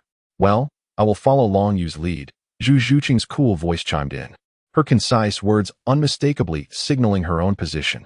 What are you saying? That person was invited back by Dean Flander. You all should return and rest up, Long Yu stated, before heading directly back to his dormitory. The Stardow Forest, I don't think I've ever been there. It sounds rather fun, Ning Rongrong laughed, displaying little concern for the team's safety. After all, with 3 soul saints and 1 individual of comparable strength safeguarding them. As long as they did not encounter a 100,000-year soul beast, there would be no danger. Yet, this was merely an endeavor to obtain the third soul ring. With soul beasts under 2,000 years, how could such peril possibly arise? Though Ning Rongrong often appeared carefree, her thoughts were quite astute. The title of Demoness was not merely a reflection of her mischievous nature. Meanwhile, Xiaolan did not immediately return to the dorm with Xiao Wu. Instead, she knocked on Long Yu's door. At that moment, Long Yu was engaged in a mental exchange with Gu Yuna, holding her reverse scale. Upon seeing Xiaolan enter, he merely hushed her to maintain silence. After a brief while, Long Yu stored the reverse scale, clearly indicating that matters had been resolved. Young master, are you targeting those 2 this time? Are we to collaborate with the soul beasts in the Stardow Forest? Xiaolan inquired. You are quite perceptive, Xiaolan. Long Yu replied. Long Yu chuckled, subsequently drawing Xiaolan into his embrace and planting a kiss on her cheek. It appeared that the young master was reluctant to reveal his true intentions, harboring a palpable animosity towards Tang San and the enigmatic Xiaogang. Was he contemplating a decisive elimination of them both? Xiaolan inquired. Not quite. It is not so simple. I still wish to indulge in some amusement. Long Yu replied with a smile. Although he could easily annihilate Tang San and Xiaogang, it was evident that Long Yu did not wish for their lives to conclude so abruptly. Chapter 166. Departure to the Stardow Forest the following day. Long Yu and his companions were summoned once more to the square for assembly. Xiaogang made a predictable appearance before the crowd, seemingly having recuperated swiftly. Even when he caught sight of Long Yu, he managed a smile, which made Long Yu feel somewhat nauseated. However, adhering to the adage of not striking a smiling face, he restrained himself. Meanwhile, Xiao Wu and the other young women deliberately averted their gazes from Xiaogang, treating him with disdain. These proud and haughty youths must be compelled to rely on their own abilities to earn respect, Xiaogang mused as he sensed the prevailing atmosphere. This journey to the Stardow Forest also presented an opportunity for him to showcase his capabilities. Evidently, everyone had rested well, so without further ado, they would set forth today to the Stardow Forest, aiming to assist Tang San and Oscar in acquiring their third spirit ring. Flender nodded. finding satisfaction in the youthful exuberance of the children. To avoid wasting time, Flinder spared no expense in hiring healing spirit masters to provide comprehensive treatment for Dai Mubai and Ma Hongjun. Although they were both rascals, they remained students of the academy, and one of them was even his pupil. After venting his anger, he still felt a twinge of concern. The Stardow Forest is situated in the southeastern region of the Barak Kingdom, with a small portion bordering it. Soto City itself is also located in the southeast of the Barak Kingdom, merely under 500 kilometers away from the Stardow Forest. However, Long Yu and his group were progressing at a notably sluggish pace, which displeased Flinder and the others, even causing Yu Xiaogang to lose his composure. Ning Rongrong, Zhu Qing. Is your traveling speed excessively slow? You are holding back the team, Yu Xiaogang remarked, his brow furrowed. Please, dear sir, what is your rush? Zhu Qing and I are merely great spirit masters. We cannot possibly match the speed of Long Yu and Xiao Wu, Ning Rongrong retorted, exasperated. Meanwhile, Zhu Qing, bolstered by her spirit bone, possessed physical qualities far superior to those of her peers at the same level. She intentionally slowed her pace to ensure Ning Rongrong did not lag too far behind the group. Then why not utilize Oscar's giant sausage? His spirit food has excellent recovery effects. Consuming one every hour would ensure we arrive at the Stardow Forest within a day, Yu Xiaogang suggested nonchalantly. I would never eat Oscar's giant sausage, such a distasteful spirit curse. Ning Rongrong expressed her dissatisfaction. Truly, it is quite capricious. Oscar is not only your classmate, but also your comrade, in the face of future troubles and dangers. When you inevitably must consume the super recovery sausage to restore your soul power, would you truly choose to perish, watching those around you succumb as well, without partaking? Yu Xiaogang exclaimed. Indeed, even if I were in peril, I would refuse to eat it. Moreover, it is not just me, apart from Long Yu. None of us are willing to consume it. Even your disciple Tang San shares this sentiment. Before you cast aspersions upon us, why not have your disciple Tang San partake first and set an example? Ning Rongrong retorted. After hearing her words, Yu Xiaogang glanced at Flinder and Zhao Wujia, noting their embarrassment, and thus grasped the situation. It seemed these children's relationships were even more fraught than he had imagined. They wouldn't even consume soul power food. How could this be acceptable? They are a team, and if they cannot even share this, how can they collaborate against adversaries in the future? Tang San. Yu Xiaogang gestured towards his side.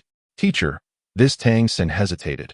He did wish to refuse, but given the distance, relying solely on his own abilities felt sluggish. Observing Yu Xiaogan's encouraging gaze, Tang San understood he could not evade this today. The teacher was demonstrating a lesson for all to see, urging him to motivate the others. Oscar, please provide me with a super recovery sausage, Tang San requested. Certainly. Oscar nodded, activating his soul skill. I have a sausage. He then handed it to Tang San. Although he regretted not allowing Ning Rongrong to partake, this was still a commendable start. This newcomer appeared to be more capable than he had initially presumed. Struggling to suppress his disgust and endeavoring to forget Oscar's soul spell, Tang San closed his eyes and took a bite. The flavor is indeed quite delightful, and along with it comes the restoration of my soul power. Soon, Tang San displayed a demeanor far less reluctant, quickly finishing the sausage Oscar had provided. His previously depleted soul power and stamina experienced significant rejuvenation, allowing him to truly appreciate the might of Oscar's martial soul. Indeed, those who could enter Shrek Academy were no ordinary individuals. Observing Tang San finish the sausage, Yu Xiaogang nodded and took one for himself, consuming it directly. Ultimately, Yu Xiaogang was merely a great soul master, and in terms of physical prowess, he was even inferior to the children present. Now, Ning Rongrong, Zhu Qing, do you still have anything to say? Yu Xiaogang inquired. Nothing to say, but I still shall not partake. 7 treasures glazed tile, 1 for strength, 2 for speed. Ning Rongrong bestowed her enhancements of strength and speed upon Zhu Qing and Xiaolan, before approaching the latter. Sister Xiaolan, I no longer wish to run. Would you carry me, please? I can grant you a 30% boost in strength and speed, she implored, her porcelain-like visage making her request difficult to refuse. Xiaolan hesitated momentarily, casting a glance at Long Yu beside her. Noticing his lack of reaction, she understood that the decision was hers to make. Come here. I will carry you, Xiaolan replied with a smile. Yay! Ning Rongrong exclaimed, leaping onto Xiaolan's back, who supported her with ease, and they proceeded forward. With the enhancements from Ning Rongrong, Zhu Qing felt significantly lighter, and without the need to attend to Ning Rongrong, she managed to keep pace with the group effortlessly. You all, Xiaogang began to voice a thought, but was interrupted when Flinder stepped in. Xiaogang, let's leave it at this for today. There is plenty of time ahead, and we cannot rush things, Flinder advised. Very well, Xiaogang conceded. The Stardow Forest is fraught with peril, and there will inevitably be times when the children cannot cope. I find it hard to believe that they would still insist on pressing forward when faced with real danger. With that, the group continued toward the Stardow Forest, albeit at a slower pace. This world truly harbors many painful experiences, he reflected. Chapter 167. Songhui Academy. Due to their slow progress, the group finally arrived at a small town not far from the Stardow Forest as night fell. Flinder recognized that it was not suitable to enter the forest directly that day and decided to allow everyone to rest for the night. The town was approximately 3 times the size of the village where Shrek Academy was situated. Lacking walls, it resembled a small city.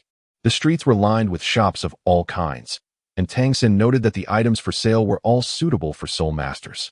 This was indeed a place that thrived by utilizing its natural resources, relying on the Stardow Forest to support the livelihood and development of the town. Soon, they arrived at a modest 2-story inn.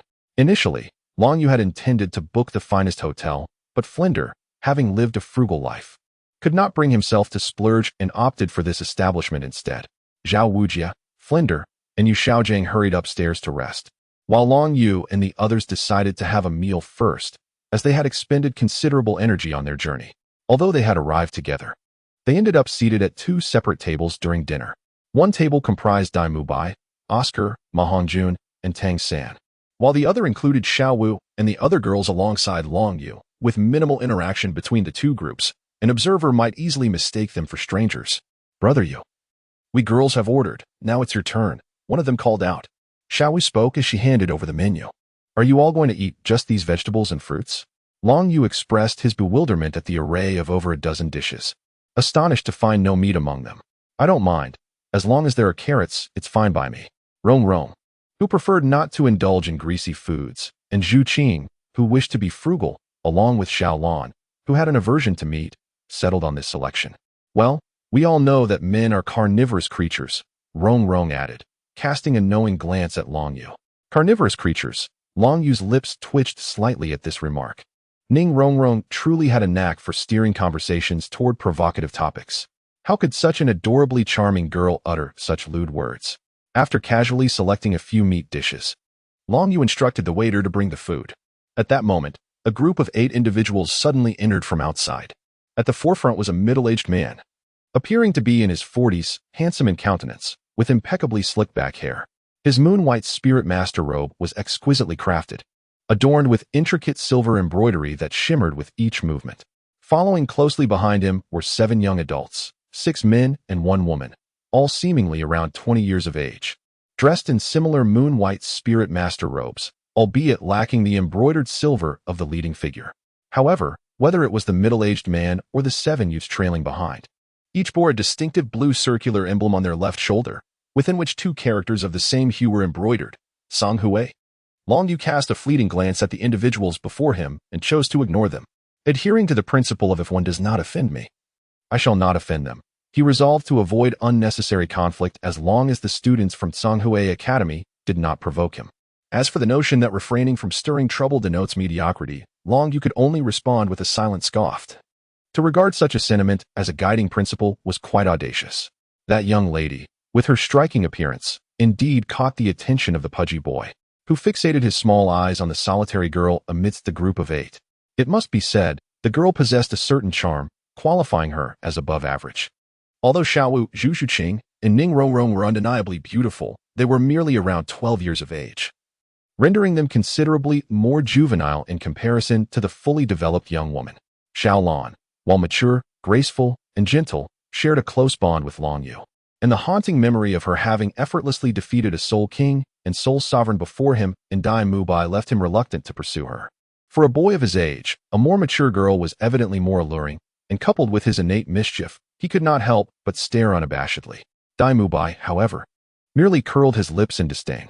After all, it was but a minor institution, Songhui Academy, hardly worthy of such arrogance. Observing Zhu Qing at Long Yu's table, a shadow flickered in his eyes. Zhu Qing, just you wait. Once I have you in my grasp, you shall regret your actions, he thought. perturbed by her audacity to flirt with another man in his presence, a blatant disregard for decorum. His disdain for the students from Tsanghui Academy only deepened, as he sought an outlet for his frustration.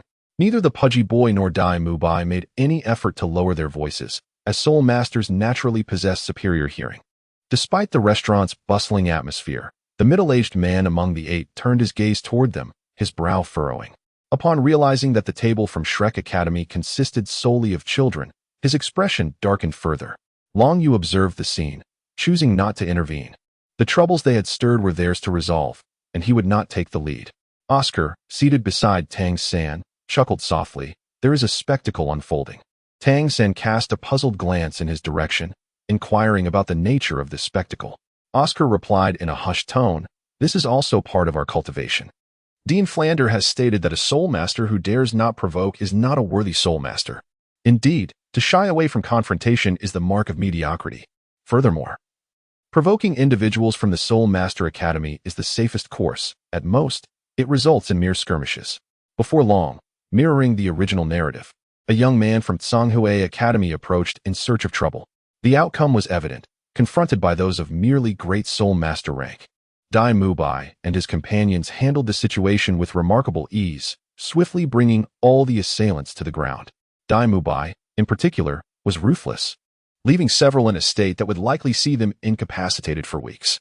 To harass the female soul masters of other academies, to insult rival institutions, and to bully the weak, these actions are utterly devoid of merit, exclaimed the indignant Xiaowu, her sense of justice aflame.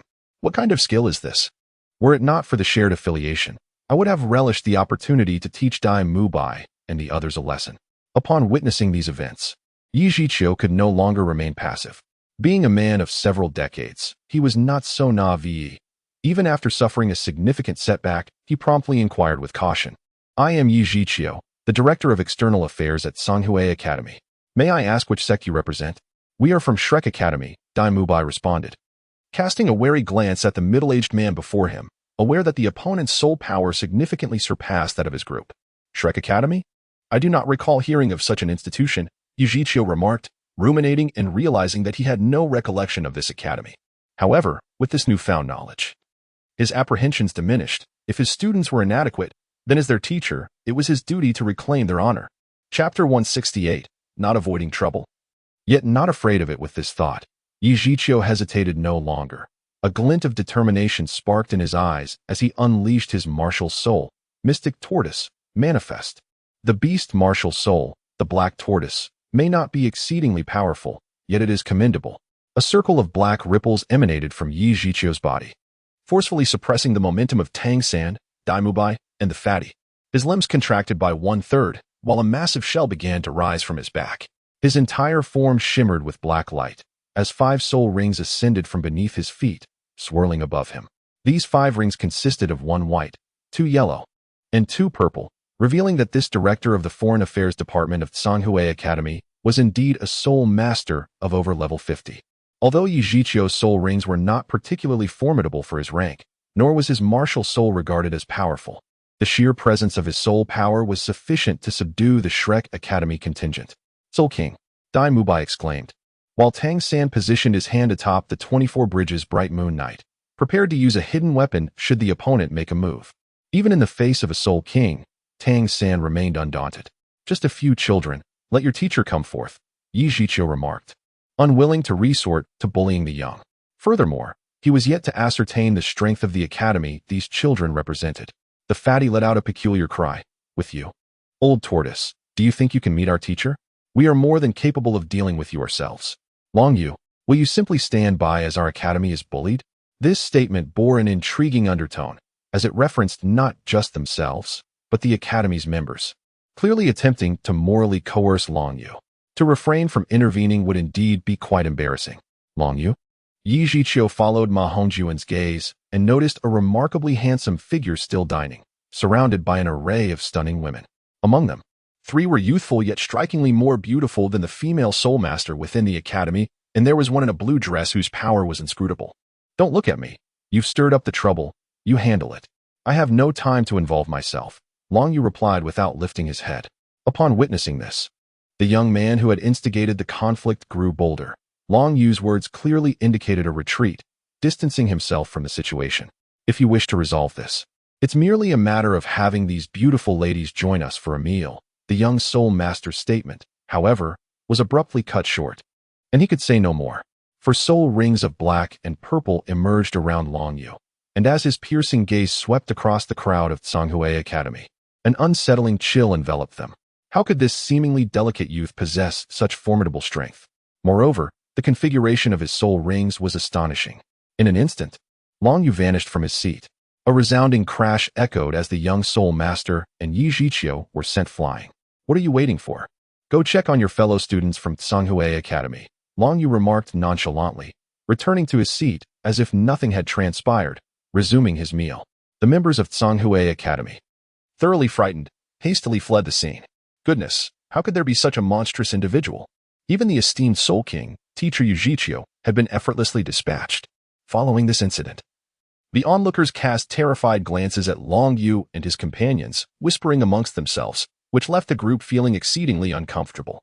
Within a short span, they retreated upstairs. Daimu Bai and his peers were similarly scrutinized by others with unusual gazes, as if they were merely riding on the coattails of Long Yu's prowess. And they too sought refuge upstairs. Meanwhile, Flanders and Zhao Wujia, observing the entire episode from above, felt a myriad of emotions. It appears that Long Yu holds little regard for our school as principals, and he seems to be at odds with Mu Bai and the others, Flanders' side. That may not be entirely fair. I believe this incident stemmed from the actions of the fatty. If they are provoking us at Shrek Academy, how would we respond? Zhao Wujia countered, shaking his head. You've changed quite a bit. The old you would never have said that, Flanders remarked in surprise. Perhaps it's due to the influence of that young man. Zhao Wujia replied with a wry smile. Now that the matter is settled, let us retire for the evening. We have to venture into the Star Doe Forest tomorrow. Flanders and Zhao Wujia then returned to their quarters. The following day, after a period of rest, the group set off toward the Star Doe Forest. Before them, towering trees loomed, some exceeding 20 meters in height, merely the outermost perimeter. The dense thicket offered no clear paths, with shadows obscuring the true nature of the surroundings. As they approached the forest, the air became increasingly refreshing, as if the temperature had dropped several degrees. The invigorating scent of moist earth invigorated their senses. A true essence of nature. There's no need for further discussion. Old Zhao, Xiaolong, Long Yu, and I cannot act recklessly. It is best for you to rely on your own abilities, he cautioned. The Stardoe Forest is fraught with peril, and you may encounter attacks from 10,000-year-old beasts. Therefore, it is imperative that you do not stray more than 20 meters from us, especially you, Oscar and Ning Rongrong. Flanders spoke with gravity, suggesting that after allowing a few individuals to rest a while longer, they would formally enter the Stardoe Forest. Upon their return to this familiar haven, Xiao's spirits were evidently lifted, for this was her first home. Likewise, Long Yu felt a wave of joy at the sight of the surroundings he knew so well. More importantly, being back here rekindled thoughts of that ethereal figure. Nar, it has been quite some time since we last met. I have missed you. As the group ventured deeper, they encountered no formidable foes. The aura Long Yu inadvertently exuded was sufficient to deter most spirit beasts. This unexpected ease prompted unease among Yu Xiaogang and the others, as they pondered the peculiarity of the situation. After all, this was the Stardoe Forest. How could it resemble a human-tamed spirit beast sanctuary? Such an uncanny scene heightened Flander and Zhao Waoqi's vigilance. The unusual often heralds lurking dangers, necessitating utmost caution. After a period of traversing, the absence of suitable spirit beasts compelled Zhao Waoqi to allow the group a brief respite. Something approaches. Long Yu's dual-colored pupils gleamed with insight, a smile gracing his lips. It has arrived. Chapter 169, The Phoenix-Tailed Coxcomb Snake. Though Flander, Zhao Waoqi, and Tang San had yet to perceive any disturbance, they promptly prepared for battle, aware that Long Yu's spiritual acuity surpassed their own. Long Yu, can you discern the level of our impending adversary? Zhao Waoqi inquired in hushed tones. I see it, a flying serpent, though it does not soar high, remaining about 3 meters above the ground. It bore a massive, blood-red coxcomb atop its head, disproportionately large, while its tail was uniquely fan-shaped, measuring approximately 7 meters in length. This was a phoenix-tailed coxcomb snake, estimated to possess a cultivation age of around 1,500 years. Oscar, your third spirit ring awaits, Long Yu declared. And with a powerful flap of his wind god wings, he vanished from sight. In a brief moment, a sizable serpent was deposited before Oscar.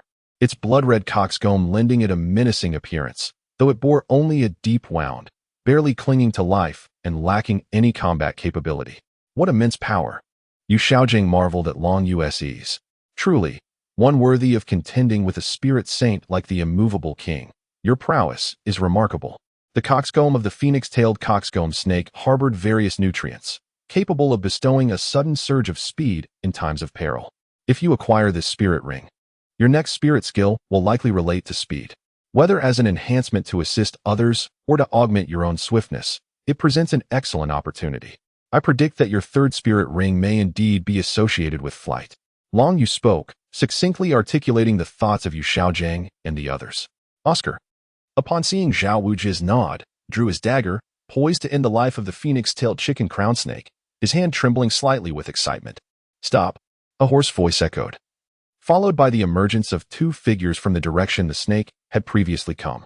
One was an elderly woman, appearing to be in her 60s or 70s, with meticulously arranged white hair.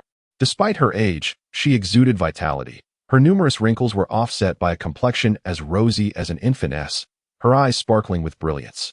Clutching a 3-meter-long snake-headed cane, her 6 soul rings pulsated rhythmically, indicating the activation of her martial soul. Unmistakably, the cane was her weapon.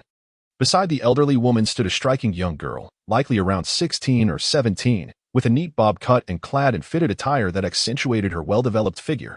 Her deep brown eyes were fixed intently on the phoenix-tailed chicken-crowned snake in Zhao Wuji's grasp, and she too held a snake-headed cane, albeit shorter at 2 meters, adorned with merely 200-year soul rings. Damn it, why have these two shown up again? The phoenix-tailed chicken-crowned snake bore no wounds this time, Long Yu thought, bemused. It seemed the narrative's corrective force remained robust, yet Long Yu intended not to squander time on these seemingly inconsequential individuals. What brings you here? Long Yu approached the two, clearly unwilling to offer any concessions or opportunities. Such handsomeness, Meng Yiran marveled inwardly, and the aura of pressure he emanates surpasses even that of my grandmother. Despite his apparent youth, he radiated a formidable presence. The snake lady, observing Long Yu, nodded subtly before speaking. This young man is known as Tianxiang, and I am called Snake Lady. My husband, Meng Shu, is known as Dragon Lord. We have come to the Stardow Forest in search of a suitable third soul ring for our granddaughter. So, you desire this phoenix-tailed chicken-crowned snake for your granddaughter as her third soul ring? Long Yu replied, his expression impassive. That may prove difficult, as my companions also require this snake, and I have personally inflicted significant injury upon it. We share no ties, and thus, I see no reason to relinquish it to the young lady beside you. How is that possible? Came the incredulous response, by the looks of that young man. Doesn't he seem capable of absorbing a 1,000-year soul ring? The snake matriarch hesitated.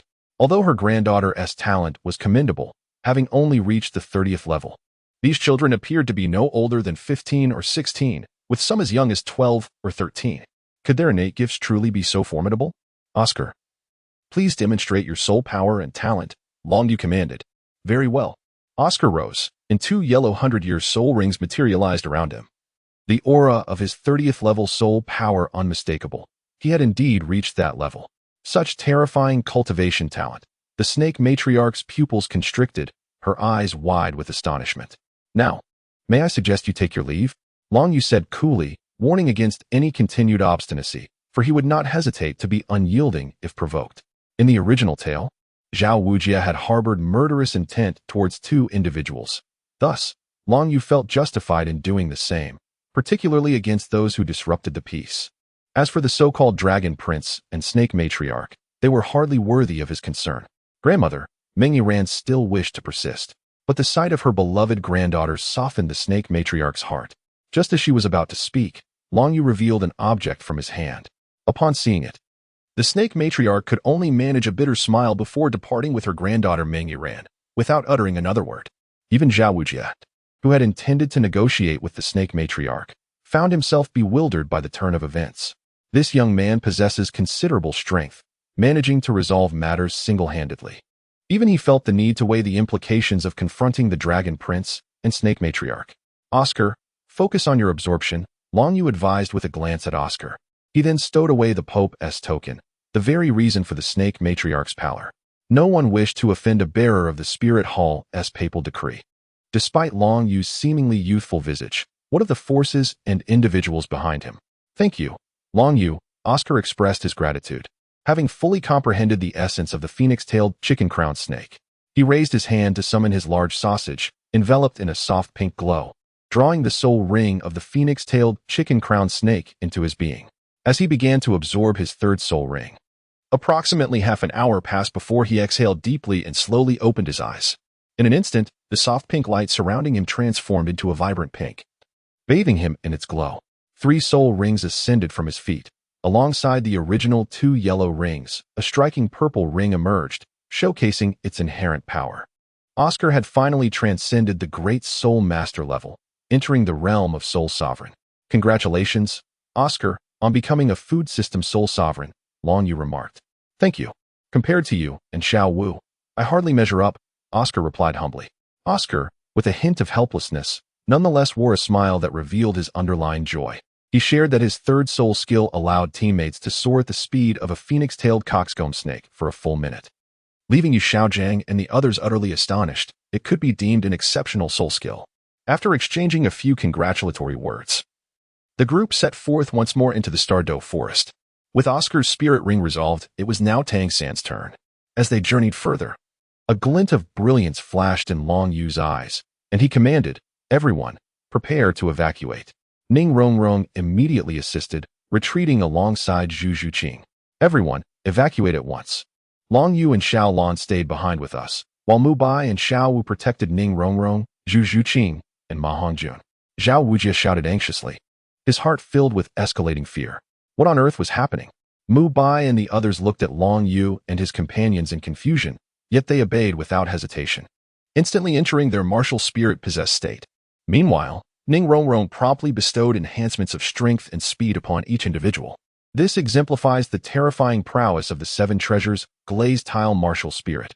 Even Zhao Wujia and others received a 30% boost in their power and speed. An indiscriminate amplification that disregards level differences. This is the king of the forest, the Titan Great Ape. Yu Xiaojiang's voice trembled as he pointed shakily toward a certain direction. There stood an entity as imposing as a mountain, its dark fur shimmering with a faint glow under the dim starlight. Though it was on all fours, its shoulder height undoubtedly surpassed 7 meters. If it stood upright, its height would likely exceed 15 meters. Visually, it resembled a creature that was part monkey and part gorilla. Its entire body enveloped in darkness, save for its eyes, which shone like lanterns with a yellow crystal gleam. In the night, it was nearly impossible to discern its form unless it was in motion.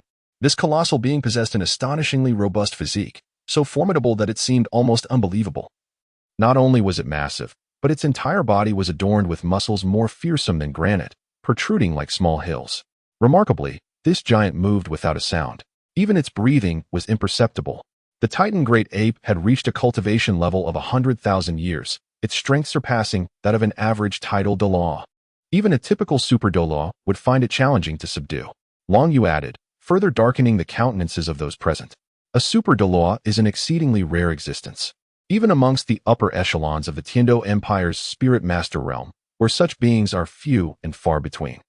The most formidable force among them was merely a soul sage. Despite having several soul sages, facing such a terrifying forest overlord rendered their numbers utterly inconsequential. We must flee at once. Tang San, take Xiaogang and retreat. We will do our utmost to hold it off. Flander shouted, his 7 spirit rings shimmering as he soared into the sky. Erming, how could he possibly be here? Xiao Wu wondered aloud upon seeing the Titan Great Ape. This place was not even the hybrid zone of the Douluo Great Forest. How could Erming have emerged from the core area? As she glanced at Long Yu and Xiao Lan nearby, noting their expressions, she affirmed her thoughts. Although she was uncertain of Brother Yu's intentions, her support was unwavering. Xiao Wu followed behind Ning Rongrong and the others, appearing flustered and desperate. Esteemed king of the forest, we mean no offense. If this is your territory, we are willing to withdraw immediately, Zhao Wujia mustered his courage to declare. The caliber of a super Douluo was entirely beyond that of a soul sage like himself. The Titan Great Ape disregarded Zhao Wujia's words and, upon spotting Long Yu and the others, blinked before advancing towards the fleeing Tang San and his companions. This is the command of the Lord and Sovereign. With its colossal form, the Titan Great Ape quickly caught up to them. Damn it, I will fight to the end. Zhao Wujie inhaled deeply, and his 7 rings radiated brilliantly as he charged towards the Titan Great Ape. The first, second, third, and fifth rings shone simultaneously. Facing such a formidable opponent, the immovable king unleashed 4 of his 7 spirit abilities. The brilliance of 4 rings shining together was blinding, enveloping the Titan Great Ape with gravitational control centered on Zhao Wujie. The gravitational compression, combined with the full activation of his gravity manipulation, sought to restrict the Titan Great Ape's massive form. Simultaneously, he swung his hands, fully activating the powerful diamond palm, unleashing a torrent of potent energy waves. Zhao Wujie propelled himself into the air using a towering tree for leverage, swinging his arms without reservation, charging directly towards the Titan Great Ape. With no turning back, he resolved to fight for the lives of the children, no matter the cost. As Flinder's soul ring flickered, he charged directly towards the Titan Great Ape. However, the vast disparity between them rendered his efforts futile, like a mantis attempting to stop a chariot. Even with the amplification from the 7 treasure glazed tile, it proved insufficient. The Titan Great Ape unleashed its might, breaking free from Zhao Wujin's control, sending Zhao Wujin flying with a single punch, followed by Flinder, who was similarly hurled through the air. Both men crashed heavily against several large trees, instantly sustaining injuries and bleeding from the corners of their mouths. Long Yu and Xiao Lan were also struck by the Titan Great Ape's fist, causing blood to trickle from their lips and their spirits to dwindle. Is this the power of the King of the Forest? It is utterly insurmountable. Lao Zhao, we are powerless. Flinder clenched his fists in frustration. The disparity between intent and capability is stark. Just how could it be this formidable? Dai Mubai glanced back at the colossal beast. His heart filled with shock. He feared that everyone present would perish here today, and he questioned whether he should remain as a rear guard. Memories flooded his mind.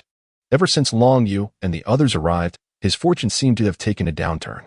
The possibility of a relationship with Zhu Zhiqing had become impossible, particularly given her ambiguous connection with Long Yu, especially after the humiliation of the twin incident. He had little camaraderie with these new classmates. Was he truly willing to perish for them? No. I, Dai Mubai, cannot simply die here. I must survive. My purpose for being here is solely to live. There is no need to sacrifice myself for these individuals. With this thought, a fierce determination ignited in Dai Mubai's eyes.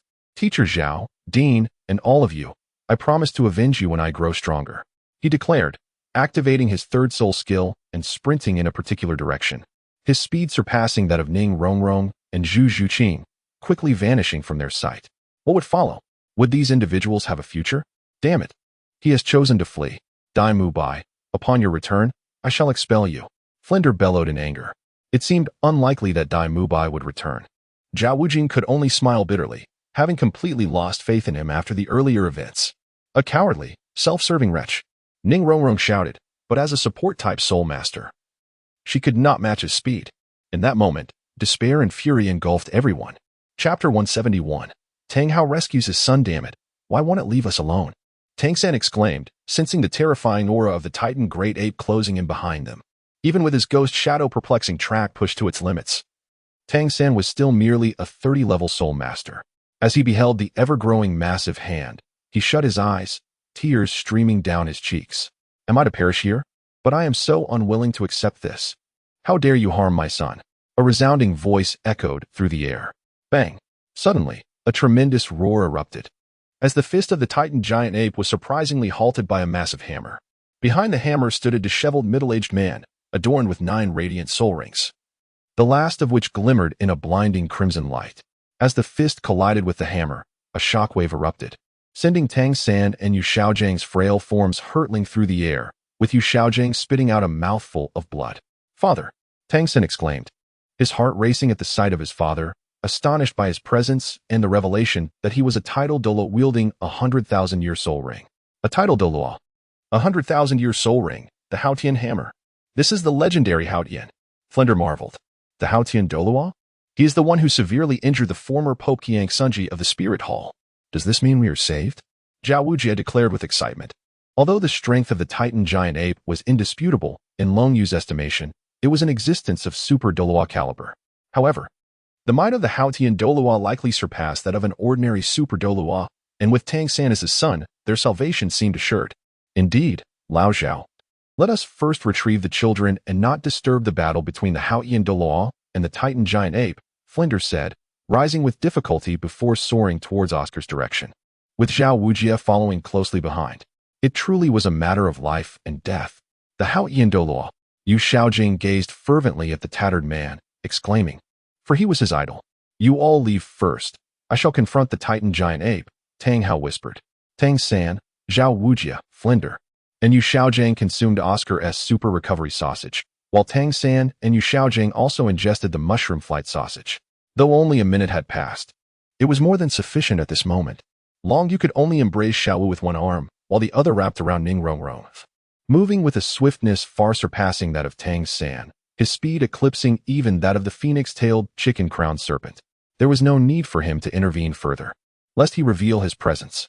Human, do you truly believe you can stand against me alone? The thunderous voice of the Titan giant ape reverberated, causing pain to resonate in the eardrums of Tang San and his companions. How can one know without trying? Tang Hao laughed heartily, his form lunging towards the Titan giant ape, the Haoian hammer raised high, infused with ferocious power and energy, crashing down upon the Titan giant ape. Uninformed human.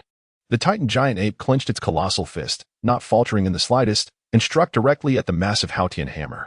A resounding boom echoed, and Tang San quickly turned to the battlefield, witnessing Tang Hao being sent flying, the immense shockwaves transforming the surrounding flora into a chaotic wreckage. Tang Hao coughed up a mouthful of blood, his breath becoming erratic. This strike demonstrated that he was still no match for the Titan giant ape. Foolish human. Daring to clash with me in strength, utterly ignorant. The Titan giant ape scoffed, viewing this human's audacity as nothing short of arrogance. Damn it.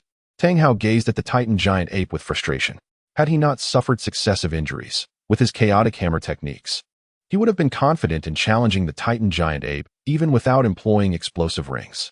However, feeling the pain in his chest and wiping the blood from the corner of his mouth, he realized his body was in a dire state, especially after using the 9 rings to escape, exacerbating his already grave injuries, rendering him unable to confront the terrifying Titan giant ape alone. Nonetheless, his intention was not to engage in a life-and-death struggle with the Titan giant ape, but merely to escort his son to safety. As for the others, once again, Tang Hao charged at the Titan giant ape, and, as expected, he was once more sent flying. Yet, leveraging this force, he propelled himself towards Tang San's position, grasping both Tang San and Yu Xiaogang before making his escape. Haotian, wait! Flander exclaimed anxiously, shocked that the esteemed Haotian Douluo could not best the Titan giant ape and could only manage to take his son and Xiaogang with him. This was dire. If even Tang Hao could not withstand the Titan giant ape, what hope was there for the rest of them? Coward! The Titan giant ape snorted, then pursued them effortlessly, its speed allowing it to easily catch up to Long Yu and his companions. The Titan giant ape's massive hand closed around Xiao Wu, Xiao Lan, and Long Yu, forcing Long Yu to reluctantly release Ning Rongrong, filled with sorrow and despair. Having captured the 3, the Titan giant ape made no further delay, heading directly towards the heart of the Stardow forest. Long Yu, Xiao Wu, Sister Xiaolan. Ning Rongrong cried out in despair, tears streaming down her face, utterly at a loss for what to do next. A swift strike landed upon Ning Rongrong's neck, causing her to lose consciousness instantly. Flinder promptly lifted her, sighing heavily as he watched the Titan giant ape depart, feeling as though he had aged a decade in that fleeting moment. Principal, are we just going to leave like this? Zhao Wujie lamented. He had grasped Flinder's intentions, yet the thought of abandoning Long Yu and the others weighed heavily on his heart. He held a deep admiration for Long Yu. Could they truly forsake him? Given the animosity that soul beasts harbor towards human soul masters, those few were surely doomed now that they had fallen into the hands of the Titan giant ape. Although the reason behind the ape's desire to capture them instead of exterminating them all remained a mystery. Old Zhao, I understand your sorrow. As the principal, my heart aches even more. These children are the future of our academy. With the likes of Dai Mubai having fled, we have nearly lost half of our strength. We are now powerless to act, and can only strive to protect the remaining children as best as we can, Flinder replied, shaking his head. To pursue them now would be tantamount to seeking death. Principal, let us depart. We can only place our hopes in these children. Zhao Wujie murmured as the group made their way out of the Stardow forest. Chapter 172. Return to the core area. Brother Yu. Are we truly being taken away by Erming? If we ever return to Shrek Academy, won't that seem quite strange? Little Wu remarked, perched upon the shoulder of the Titan giant ape. Not necessarily. If we genuinely wish to return, we can certainly concoct a plausible story, and it would not be difficult. They wouldn't really press the matter too rigorously.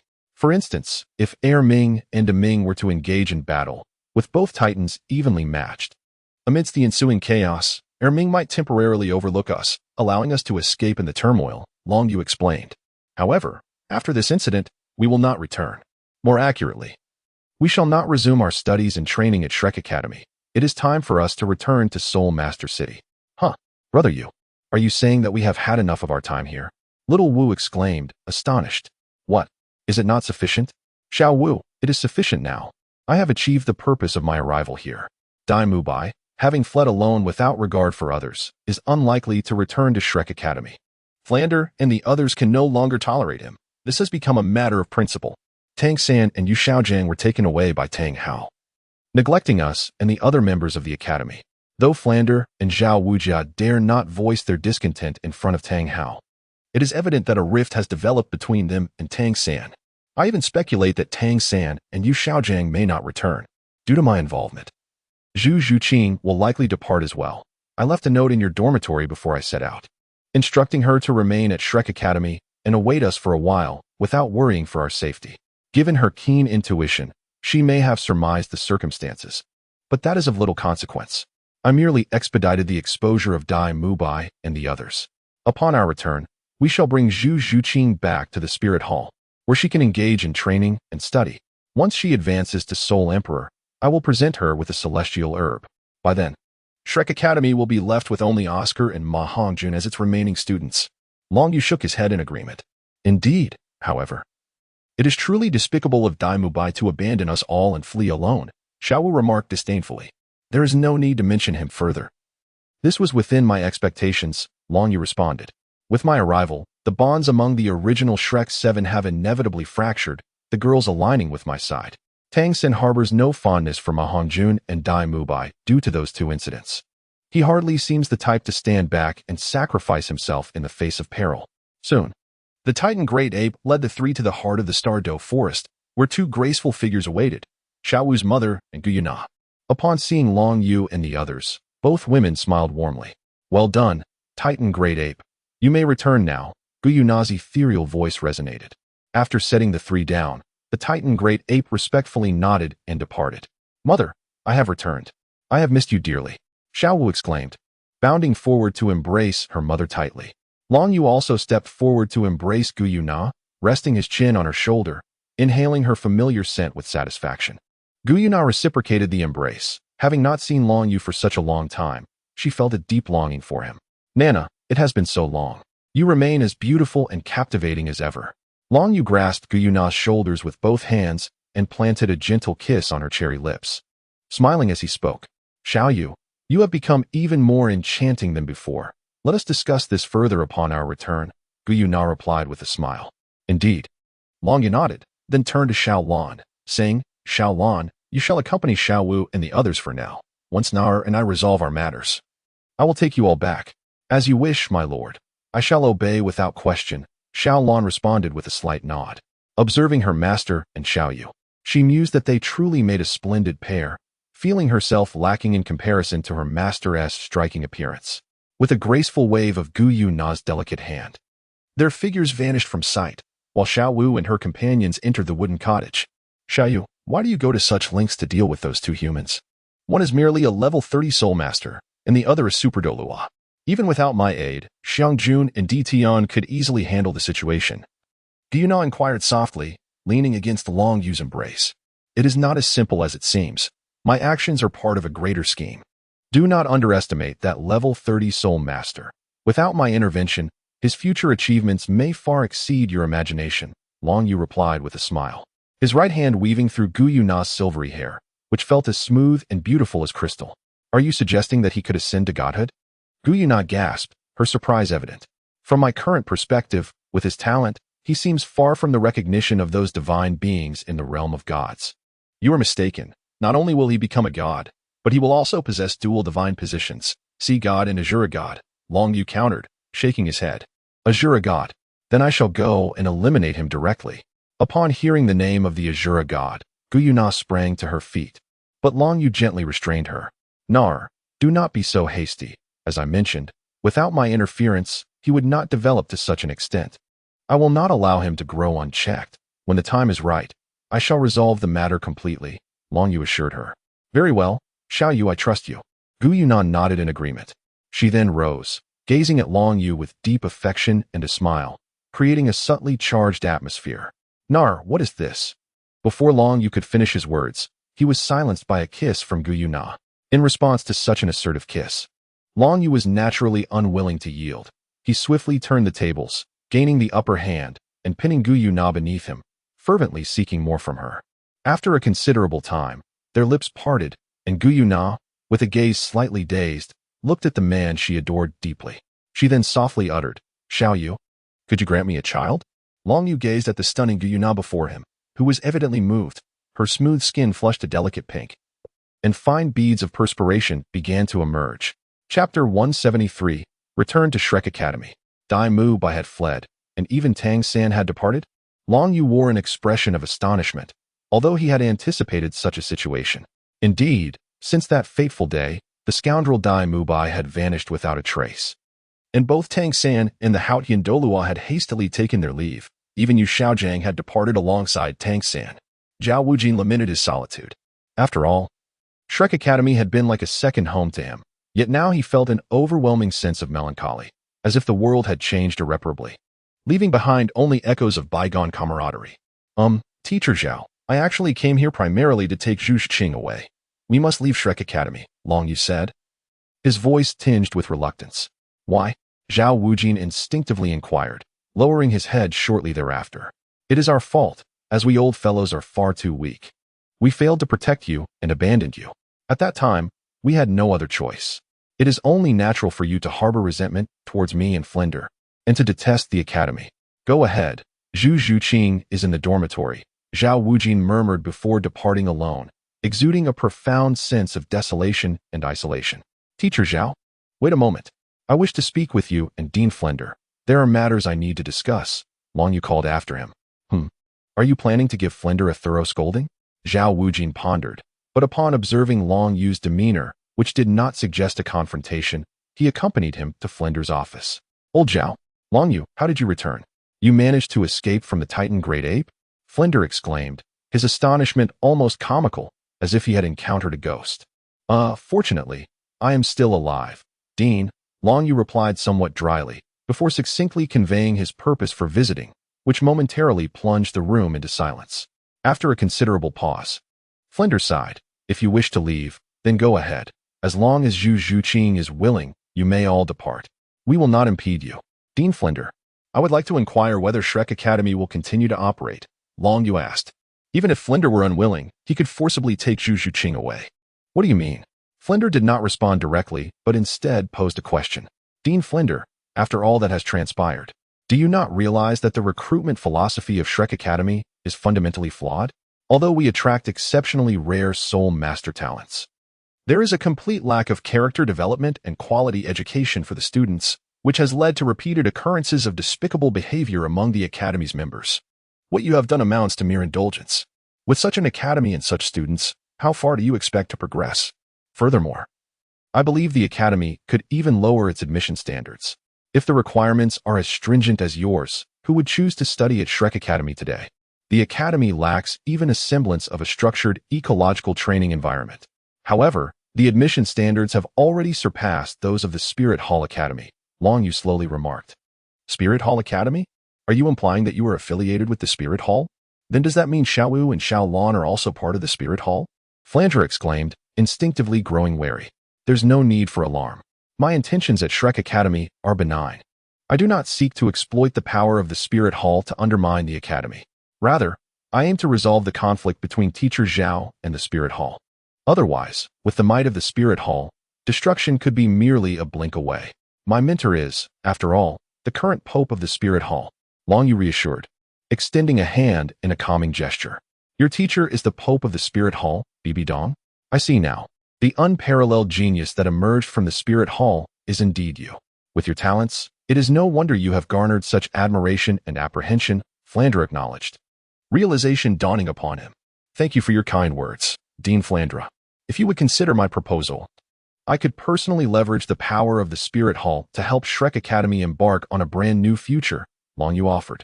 I appreciate your goodwill, but the Academy will not accept assistance from the Spirit Hall, Flandra replied decisively. However, the changes you mentioned could certainly be discussed with them, he added. Then I wish the Academy continued prosperity in the future. I will be taking Zhu Zhuqing with me. Farewell, Long Yu concluded, leaving behind a large bag. Curious, Zhao Wujin opened the bag to find it filled to the brim with gold soul coins. Flandra approached and, upon seeing the contents, sighed in acceptance. These gold soul coins were all acquired from their recent soul battles, and now they were entirely left for Flandra, regardless of the circumstances. Shrek Academy's current predicament was largely a result of his arrival. This could be seen as compensation. Knock, knock, knock. A sound echoed at the door. Upon opening it, Zhu Zhuqing was initially taken aback by the smiling Long Yu, but then, in response to his astonished gaze, she embraced him, her generous form exerting significant pressure on him. Long Yu, you truly have returned. This is wonderful, Zhu Zhuqing said, her voice choked with emotion, tears streaming down her otherwise serene face. Zhuqing Yu, what is this? As Long Yu found himself unexpectedly embraced by Zhu Zhuqing, he momentarily lost his bearings. It seemed that the nature of their relationship had not yet evolved to such an intimate stage. Long Yu, you cannot fathom how deeply I have worried about you during your absence. Countless times, I yearned to rush back to the Star Doe forest in search of you. Xiao Wu and Xiao Lan are like cherished sisters to me, but you hold an even more significant place in my heart. You are not merely my sole hope. You are someone I deeply care for. Zhu Zhuqing trembled as she spoke. Ah, what? Long Yu was momentarily taken aback by her declarations. The fact that the usually composed Zhu Zhuqing had expressed so much was astonishing in itself. Was she, perhaps, confessing her feelings? Long Yu, please listen. If you would not mind, I could accompany you in the future, much like Xiao Wu does, Zhu Zhuqing continued, her cheeks tinged with a faint blush. Was this truly appropriate? Yet, these were the very words Xiao Lan had encouraged her to express. This was the perfect moment to convey her feelings to Long Yu. Perhaps her only opportunity. Long Yu felt a slight twitch at the corners of his mouth. Had he misunderstood, or was it Zhu Zhuqing who had misconstrued the situation? Chapter 174. Making a change. Setting everything else aside, Zhuqing, would you be willing to join us at the Spirit Hall? Long Yu inquired. Of course. I have no other choice.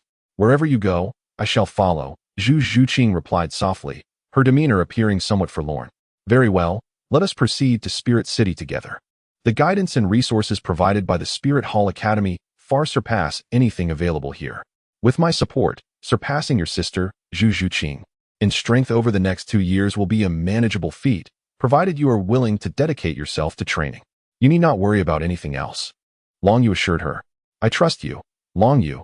Zhu Zhuqing nodded in agreement. Zhu Zhuqing, could you possibly release me now? Long Yu managed to say, finding it somewhat challenging to voice his discomfort. Zhu Zhuqing's figure was undeniably impressive, presenting quite a test for him, even more so than Gu Yuna or Xiao Lan. Gu Yuna exemplified exquisite perfection with her flawless proportions, while Xiao Lan, though mature, could not quite compare to the remarkable presence of Zhu Zhuqing. Long Yu could hardly comprehend how someone could possess such extraordinary attributes. Oh.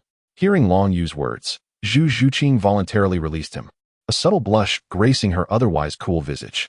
Faced with Long Yu's gaze, she felt a twinge of hesitance, entirely lacking the boldness and decisiveness she had exhibited earlier.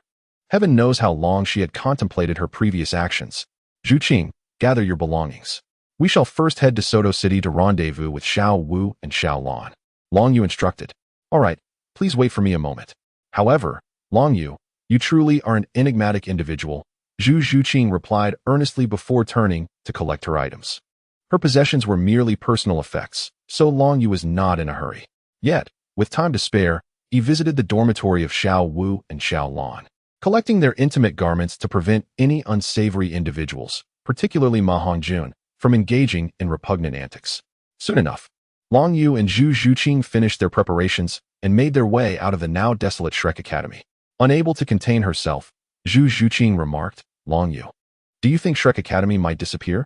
That depends on Flender's choices. Regardless, the funds I provided should sustain it for quite a while, Long Yu replied, shaking his head. The two then departed the academy, heading towards Soto City. Watching them leave, Flender and Zhao Wujin sighed. realizing that only 2 individuals remained within the academy. Flinder, what have you decided? Will you maintain the status quo?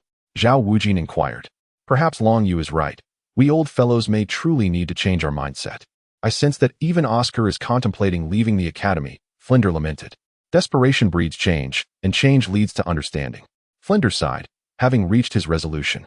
Indeed, we shall strive to develop Shrek Academy further. With a talent like Long Yu emerging from the Spirit Hall, it is uncertain what the future holds for the continent. We have long been in the dark. The future of the continent? Flinder, that seems too distant for us.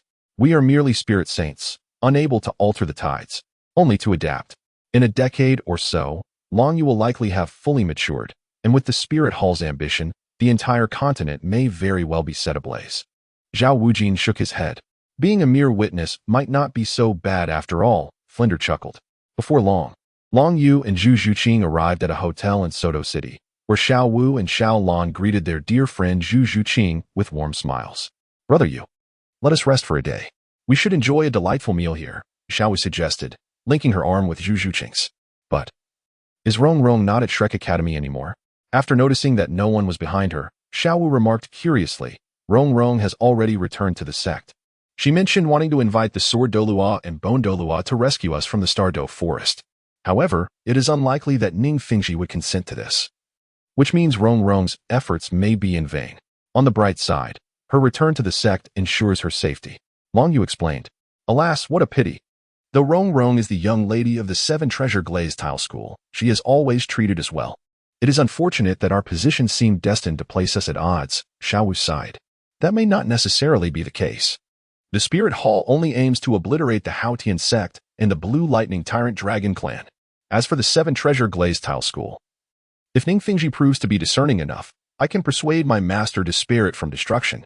Ultimately, it will depend on Ning Fingji's choices.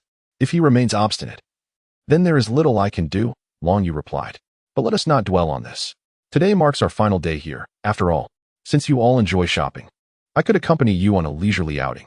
That sounds wonderful, Brother Yu. It has been over 2 months since we bought new clothes, and I feel as though I have nothing to wear, Xiao Wu exclaimed joyfully. Nothing to wear? Xiao Wu, I believe the garments I have accompanied you in purchasing number close to 800, if not 1,000. Is that truly nothing? Long Yu retorted with an eye roll. I feel as though I have nothing to wear. Xiao Wu protested. Oh, I merely feel that my old clothes no longer suit me. She blushed. All right, Xiao Wu. Xiaolan, Zhiqing, let us go together, Long Yu said after giving Xiao Wu a sidelong glance. In a huff, Xiao Wu playfully kicked Long Yu and exited the hotel, with the other 3 following suit. The journey was filled with the cheerful laughter of the girls, while Xiao Lan nestled close to Long Yu, frequently providing him with subtle hints, causing Long Yu to exclaim, I can hardly contain myself. Xiao Wu and Zhu Qing observed the two in their affectionate manner, each lost in their thoughts, though they refrained from expressing them overtly. Thus, they spent the day in this subtly charged atmosphere. In the evening, Long Yu personally cooked outside, purchasing fresh ingredients to prepare a meal that left the 3 girls thoroughly satisfied, exclaiming how delicious it was. After indulging in their feast, the group returned to the hotel to rest, preparing for their journey to the Spirit City the following day. Chapter 175. Return to the Spirit City the next morning. A luxurious carriage departed from Soto City, heading towards Spirit City, with Long Yu and the 3 girls seated comfortably inside. The spacious interior ensured that they did not feel cramped. Long Yu and Xiao Lan sat together, while Xiao Wu and Zhu Zhuqing were paired off. Long Yu and Xiao Wu engaged in the most conversation, with Xiao Lan occasionally interjecting, while Zhu Zhuqing appeared to be lost in thought. What is the matter, Zhuqing? Do you feel a sense of unfamiliarity and fear regarding Spirit City? Xiao Wu inquired with concern. Yes, Zhu Zhuqing replied, lightly biting her lip and nodding. After all, this is Spirit City, the headquarters of the Spirit Hall on the entire continent. And I am indeed the second young lady of the Zhu family from the Star Luo Empire. Do not worry, Zhuqing. Since we have brought you here, we are well prepared. As for your identity, I will explain it to our teacher, who will surely be accommodating, Long Yu reassured her. Your teacher? Does he hold significant power within Spirit City? Is he one of the titled Douluo elders? Zhu Zhuqing asked. No, it's my teacher. I am the second disciple of the current pope of the Spirit Hall, Bibi Dong, so I will handle everything here in Spirit City. You need only focus on your cultivation without excessive worry, Long Yu explained. Bibi Dong is your teacher, Zhu Zhuqing exclaimed, covering her mouth in astonishment. It was no wonder Long Yu's talent and strength were so formidable. He had such a powerful mentor. Bibi Dong remarked, "You may not believe it, but this young man's abilities and talents are not solely attributed to my influence. So, focus on your cultivation. I'll be staying in Spirit City for quite some time." Long Yu continued, "At least until I advance to the rank of Soul King. I will be cultivating here for no less than a year and a half." "All right, I'll follow your lead, Long Yu," Zhu Shiqing agreed, which left Long Yu momentarily at a loss for words. Why does it always seem like this girl has something on her mind about me? What should I do? Seeing Long Yu's silent demeanor, both Xiao Wu and Xiao Lan couldn't help but chuckle, as it was rare to witness him in such a flustered state. In this manner, the group finally arrived at Spirit City. Zhu Shiqing followed closely behind the trio, feeling a sense of awe at this hallowed ground revered by soul masters across the continent. Although it was not as opulent as the capital of the Star Luo Empire, Star Luo City, Spirit City lacked its indulgent and hedonistic atmosphere. Instead, it exuded a solemn, sacred, and dignified aura, brimming with an invigorating spirit of progress. The potential for development here far surpassed that of Star Luo City, which was plagued by decay beneath its superficial prosperity. This was Zhu Shiqing's impression as she accompanied Long Yu and the others. Soon, they arrived at the Pope's palace, where Bibi Dong did not seem particularly surprised by their return. From the moment Long Yu and the others stepped into Spirit City, Bibi Dong had already received reports from her subordinates and had thus made early preparations. "Teacher, we have returned."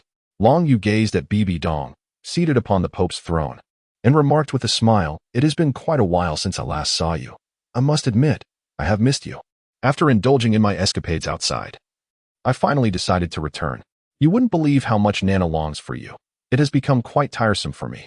Bibi Dong shook her head and replied, "Is this the esteemed second Miss Zhu Shiqing of the Zhu family from the Star Luo Empire you mentioned before?"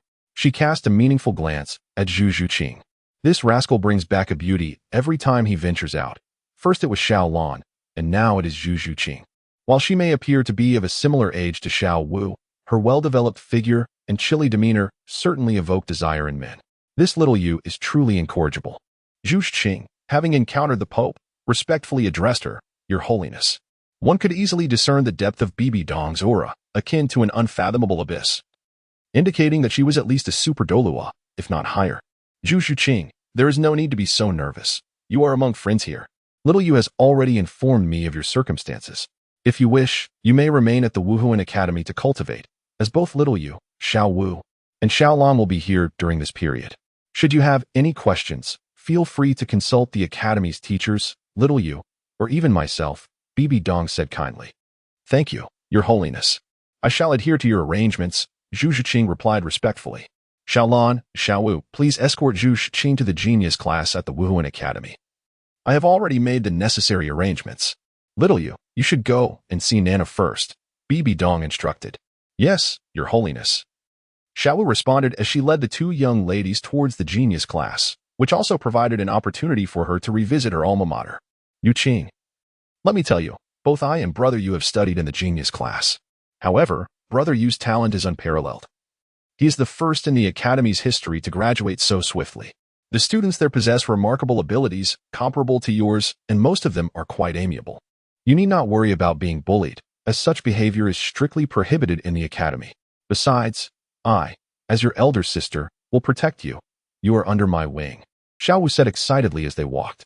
"Teacher, I shall return to visit my senior sister now," Long Yu said with a smile, exhibiting no signs of shyness. "Yes, do bring Zhu Shiqing along later this evening. If you have gone to such lengths to bring her here, you must take some responsibility for this poor girl." Bibi Dong nodded. "Teacher, your words seem to carry a hint of ambiguity. I merely felt sympathy for Zhu Shiqing and offered her assistance. What responsibility is there?"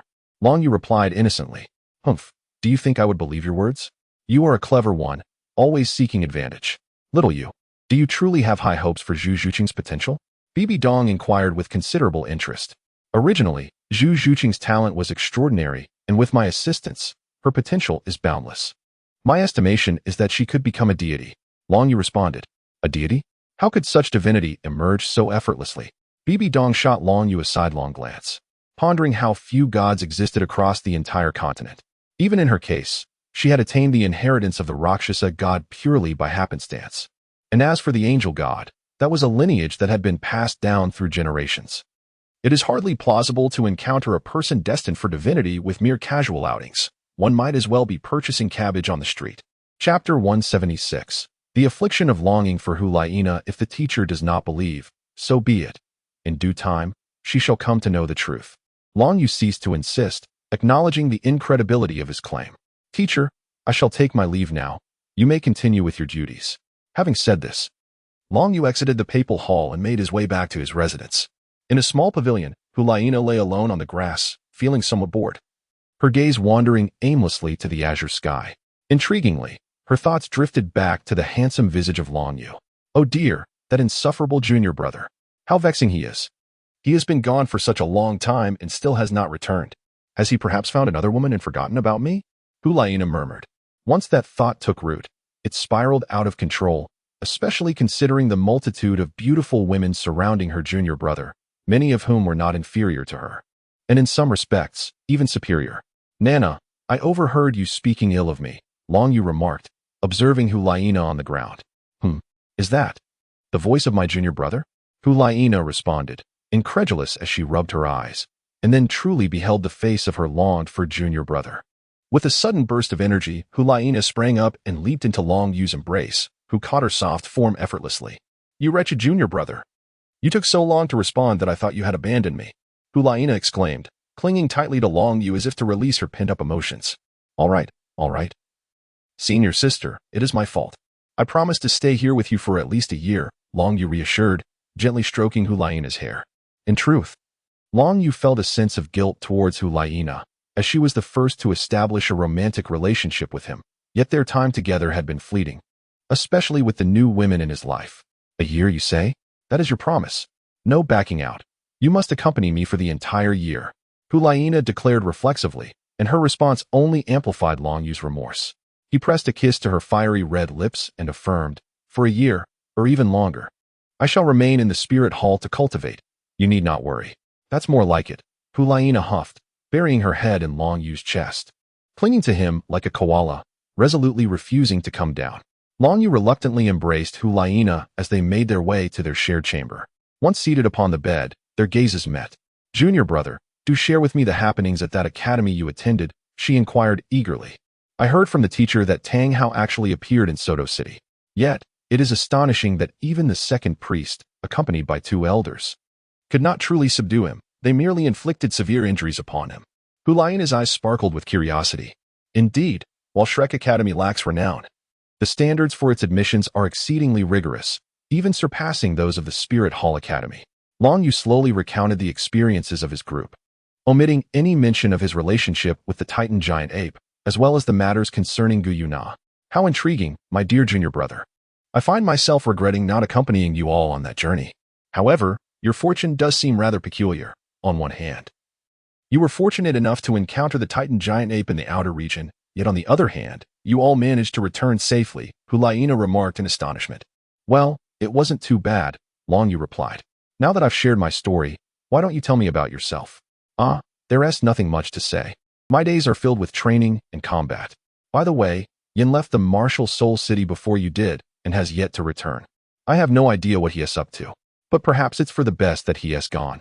It saves me from his incessant bother, Hulaina stated. Missing, you say? Oh, it's of no concern, Long Yu replied casually.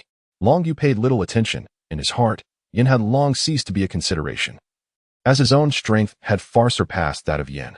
Junior brother, is there an exquisite fragrance emanating from you? It seems to be that of a woman, Hulaina remarked, her delicate nose wrinkling slightly. About that. Nana, there is something I must discuss with you. Long Yu felt a touch of embarrassment as he remarked, is it truly possible to be questioned about this at this juncture?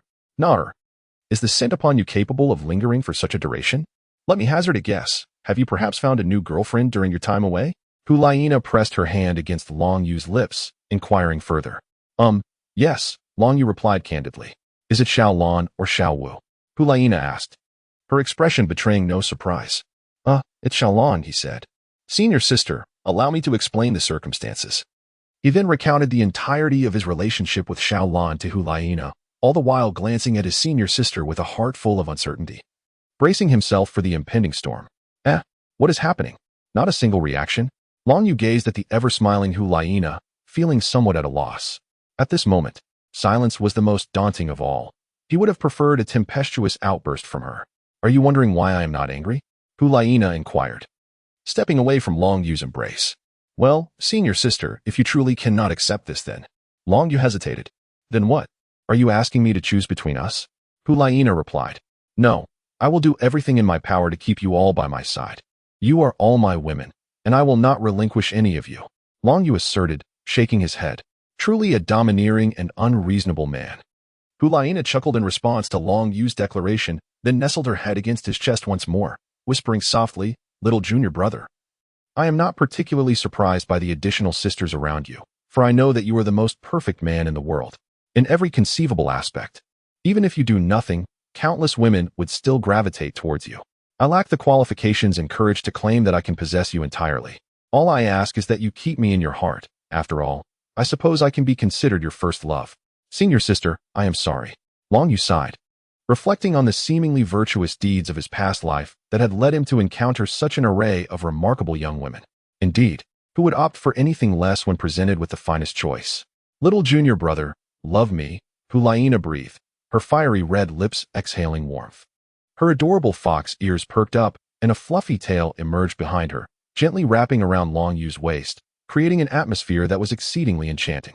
Long Yu did not utter another word, pressing the enchanting Daji beneath him. Chapter 177. Make your own decision. The hours slipped by, and the fierce battle eventually concluded. Gazing at the serene Hu Laina, who was nestled comfortably in his arms, Long Yu could not help but plant a gentle kiss on her alluring visage. At that moment, Hu Laina was indeed a captivating presence that could ensnare the soul. Thus, the king no longer held morning court. Long Yu truly experienced this sentiment. However, as the sky darkened, it was time for dinner. He quietly slipped out of bed, donned his attire, and stealthily closed the door, allowing Hu Laina to rest undisturbed. For she was utterly exhausted. Upon stepping outside, Long Yu discovered several women waiting for him, with a lavish feast spread before them. Xiaoyu, take a seat. Where's Nana? Bai Dong inquired. Senior sister is still sleeping, so I didn't wake her, Long Yu replied, feeling a bit embarrassed. He thought that being questioned directly by his teacher made his cheeks flush. Oh, I see. Young man, while your vigor is commendable, one must also practice moderation. Perhaps you should replenish your energy. As for Nana, I will have someone prepare her meal anew, Bai Dong understood instantly, causing Long Yu to feel a touch of embarrassment. The women nearby had gathered some inkling of what Long Yu had implied, their cheeks flushing with shyness as they glanced at him.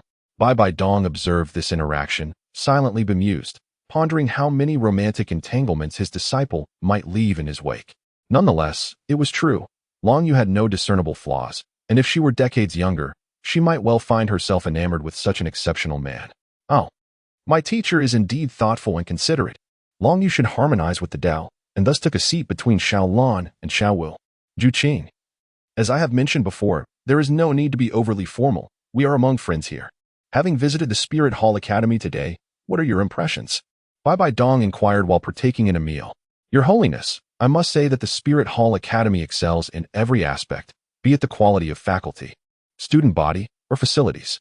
In some respects, it surpasses the Royal Academy of the Star Luo Empire, Juqing replied, her demeanor taut with tension.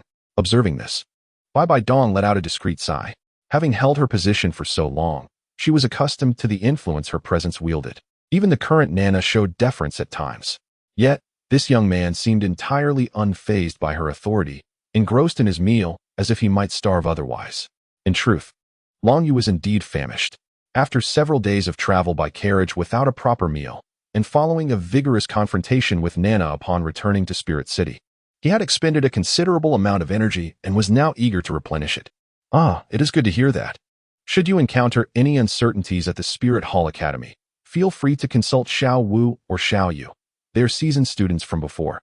Bai Dong affirmed with a nod. Teacher, there is something I wish to discuss, Long Yu stated.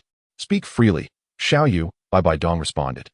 Slightly puzzled by the sudden display of restraint from this otherwise bold young man, who had previously disregarded their gazes in his fervor for food. It concerns Zhu Shiqing. There exists a stipulation between the royal family of the Star Luo Empire and the Zhu family. Therefore, my proposal, teacher, is that during the upcoming Soul Master Tournament, When the Spirit Hall Academy team faces the Royal Academy of the Douluo Empire, Zhu Zhuqing should also be allowed to participate, thus enabling her to triumph over the Royal Academy team. For all other instances, we shall proceed with the original roster, Long Yu articulated. This is not an issue. As the captain of the team, you possess the authority to make such decisions. Should Yin not return in due time, Zhu Zhuqing shall take his place. Bai Dong waved her hand dismissively. She was uncertain how long Yan's training expedition would last. If he did not return before the tournament, it would be of little consequence. After all, the Spirit Hall Academy team was destined for victory, regardless of who participated. Thank you, teacher, Long Yu replied with a smile. Returning to his meal. Thank you, Your Holiness. Zhu Zhuqing expressed her gratitude, recognizing this as a rare opportunity to represent the Spirit Hall Academy. A chance made possible by Long Yu's initiative. Well, you should confer with Xiaoyu on this matter, as he is the current captain of the team. Such decisions are best left to him, Bai Dong concluded. Bibi Dong smiled, observing that the cold-faced girl before her hardly seemed capable of inheriting the divine position. Even if her talent and strength reached such standards, where could one possibly find such a divine seat? Never mind, it would be best to await the outcome. As pondering this now served no purpose, Zhu Zhuqing, glancing at the man beside her, nodded earnestly, seemingly intent on etching this man into her heart and memory. Before long, dinner time had passed. After some deliberation among Xiao Wu and the others, Zhu Zhuqing and Xiao Wu decided to reside together, rather than in the academy's communal dormitory. With the clothes Zhu Zhuqing had brought along, they could settle in immediately. This arrangement was indeed preferable, sparing Xiao Wu the loneliness of sleeping alone, providing her at least one companion to converse with. Meanwhile, Long Yu brought some freshly prepared dishes to their abode. Upon seeing Hulaina, who had just awakened and was gazing blankly at the ceiling, he smiled. At that moment, Hulaina appeared not only alluring but also bore a hint of the charm characteristic of a newlywed, looking somewhat dazed. Nana, what are you thinking about? Long Yu inquired as he approached her with the meal. Nothing much, just reflecting on how I've finally become the woman of my junior brother. If we were to have children in the future, how many could we have? Hulaina's elongated, beautiful eyes curved into a delightful crescent shape. Once I resolve all my matters, we shall see how many we can have. But for now, let's eat something to replenish our depleted strength and energy. Long Yu nodded in agreement. All right, I will feed you, he said gently. The subsequent moments were remarkably tranquil. Aside from cultivating, Long Yu engaged in practice with several members of the Wuhuan Temple Academy's battle team, adhering to their usual routine of having the rest of the team collaborate against him. Zhu Zhuqing primarily focused on enhancing her soul power, but occasionally participated in the battles as well, as she too would soon take to the competition stage, needing to acclimate to the rhythm and dynamics of the team. Thus, this serene period passed for nearly a year and a half, during which everyone made various degrees of progress. Long Yu's soul power level has finally ascended from the 44th rank, Soul Master, to the 50th rank, Quasi-Soul King, mere one soul ring away from achieving the rank of Soul King. Meanwhile, Hulaina and Xiaoyu have cultivated their soul power to the 59th rank, just one level shy of becoming Soul Emperors.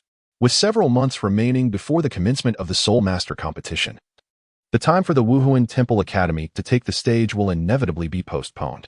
Thus, it is quite promising for the siblings to advance to the rank of Soul Emperor prior to the competition. Xiao Wu lags slightly behind, having reached the 49th rank. Yet with the enhancement from the 8-petal fairy orchid, her progress is still slower than that of Long Yu, leading to some playful jests from him. In contrast, Zhu Zhuqing has already made an early breakthrough to the rank of Soul Master. Shortly after arriving in Wuhuan City, she surpassed the 30th rank. Following the absorption of her third soul ring, she truly became a soul ancestor. Long Yu did not go back on his word, bestowing upon Zhu Zhuqing the water fairy jade skin, which elevated her soul power by an astounding 6 levels. Coupled with subsequent training, she swiftly ascended to the Soul Master rank, now boasting a soul power of level 44. This rapid advancement left both the teachers and students of the Wuhuan Temple Academy in sheer astonishment, as they struggled to comprehend how this newcomer had achieved such remarkable progress, reminiscent of the explosive growth exhibited by Xiao Wu in the past. With such immense assistance, Zhu Zhuqing felt an overwhelming gratitude towards Long Yu, vowing to repay him handsomely.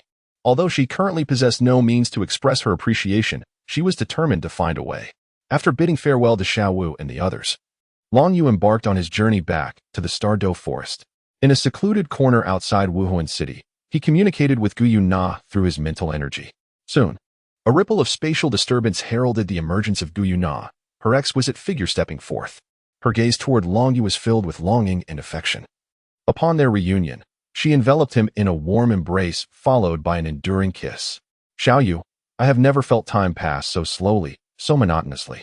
If you had not come to see me, I would have sought you out myself, Gu Yuna murmured against Long Yu's shoulder. I apologized, Nar. My training has progressed more slowly than I anticipated, causing you to wait for so long, Long Yu replied, somewhat sheepishly. It was truly unavoidable. He had intended to focus on his cultivation, yet the distractions posed by the enchanting women around him proved formidable. First, there was the captivating junior sister, followed by the playful and adorable Xiao Wu, and then the amiable yet alluring Xiao Lan, not to mention the watchful Zhu Zhuqing. Having these four women in his vicinity was undoubtedly overwhelming, even for the typically composed Xiao Lan. No matter, at least you have arrived now. Let's focus on the task at hand and assist you in your breakthrough, Gu Yuna gently countered, shaking her head. She then took Long Yu's hand and led him away, for human society presented certain inconveniences. Indeed, Nar, the upper limit for my fifth soul ring is around 80,000 years. However, I am aware that an 80,000-year-old spirit-type soul beast is exceedingly rare, and I am uncertain if one exists here. So I shall refrain from making any specific selections. If such a beast is indeed unattainable, I will set my sights on another exceptional soul beast, Long Yu explained. 80,000 years for the fifth soul ring, while the typical limit for most individuals is merely 12,000 years. An 80,000-year-old spirit-type soul beast. Let me ponder this, Gu Yuna mused, momentarily taken aback. Although rare, there is indeed such a soul beast, a nearly 80,000-year-old demon eye wolf king, which also falls within the realm of spirit-type soul beasts, Gu Yuna informed him. The demon eye wolf king? According to the records of the Wuhuan temple, this soul beast should have long since vanished. How has it reemerged? Nevertheless, it is indeed fortuitous. The eye of the demon wolf king possesses formidable speed, strength, and offensive capabilities, complemented by its eerie blood-red eyes that exert a powerful mental assault. Nar, this is the one, Long Yu affirmed with a nod. Very well. Let us proceed to summon its sacrifice, Gu Yuna replied. With her mental prowess, she scanned the entirety of the Stardoe forest and swiftly pinpointed the location of the demon wolf king. In an instant, the two figures materialized in close proximity to the core region. Before them stood a colossal wolf, its length exceeding 5 meters, cloaked in dark purple fur. Its limbs were robust and muscular, with fangs protruding over 30 centimeters. Its pair of blood-red eyes instilled an overwhelming sense of dread. The demon wolf king, previously lounging quietly upon the ground, sensed Gu Yuna's aura and immediately rose, unleashing a chilling howl before bowing its head. My lord, I have encountered you, rasped the demon wolf king. Although its cultivation had not reached 100,000 years, its early mastery of mental powers endowed it with the ability to articulate human speech, displaying a level of intellect surpassing even that of the Titan great ape. Indeed, demon wolf king, you have been chosen by Xiao Yu as his fifth spirit ring. I command you to offer yourself as a sacrifice, Gu Yuna stated coldly, her violet eyes fixed upon the demon wolf king's form. Should it dare to utter a word of dissent or show signs of resistance, she would not hesitate to employ ruthless measures. The principle remained. Any spirit beast could contribute to the resurgence of their kind through sacrifice, even if it meant their own demise when necessary. Any opposition would be eradicated without mercy. I willingly offer myself as a sacrifice for my lord, to gain the rights and qualifications for eternal life. The demon wolf king proclaimed fervently. Do you possess such unwavering confidence in our success? Gu Yuna inquired, releasing her mental hold on the demon wolf king, who appeared remarkably compliant. I hold profound faith in both my lord and my lady, the demon wolf king fervently insisted. In truth, it thought, I would prefer not to be in this position, yet given your commanding presence, I seem to have no other choice. It would be wise to comply and endure less suffering. Moreover, should my lady truly succeed, I could ascend to great heights.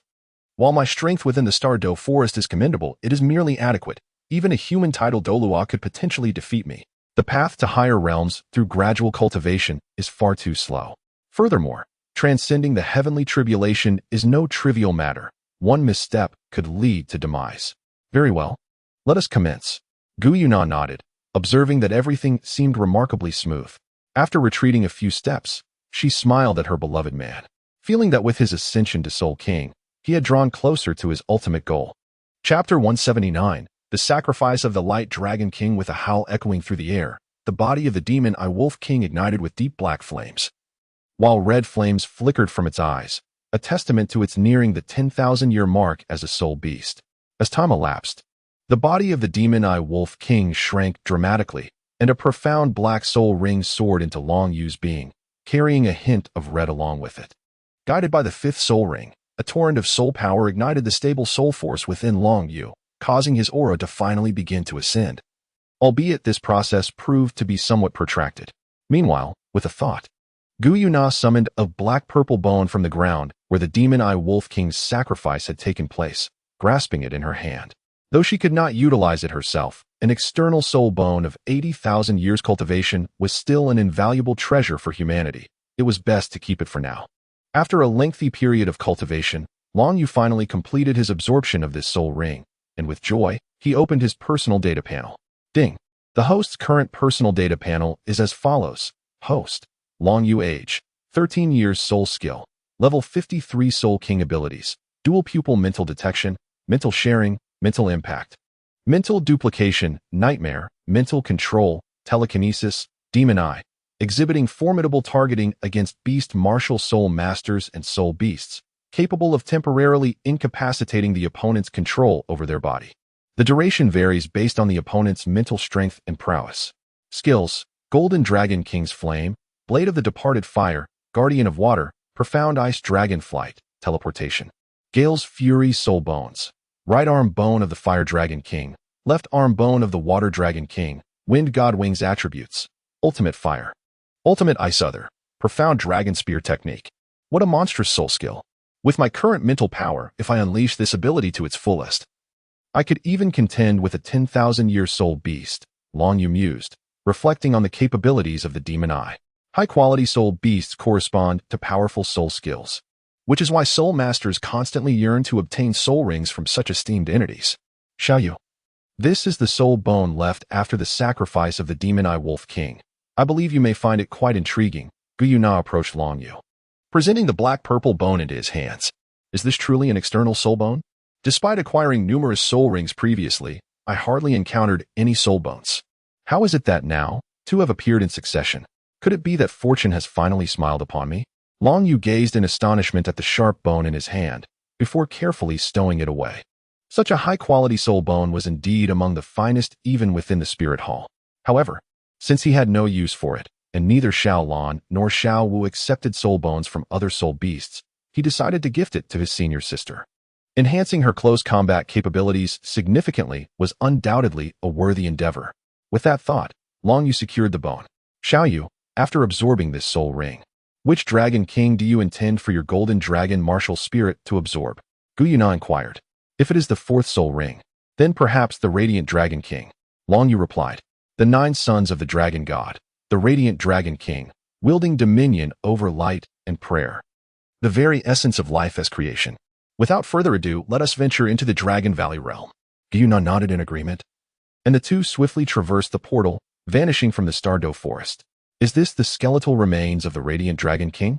Such brilliance and sanctity evoke a dreamlike sensation within me.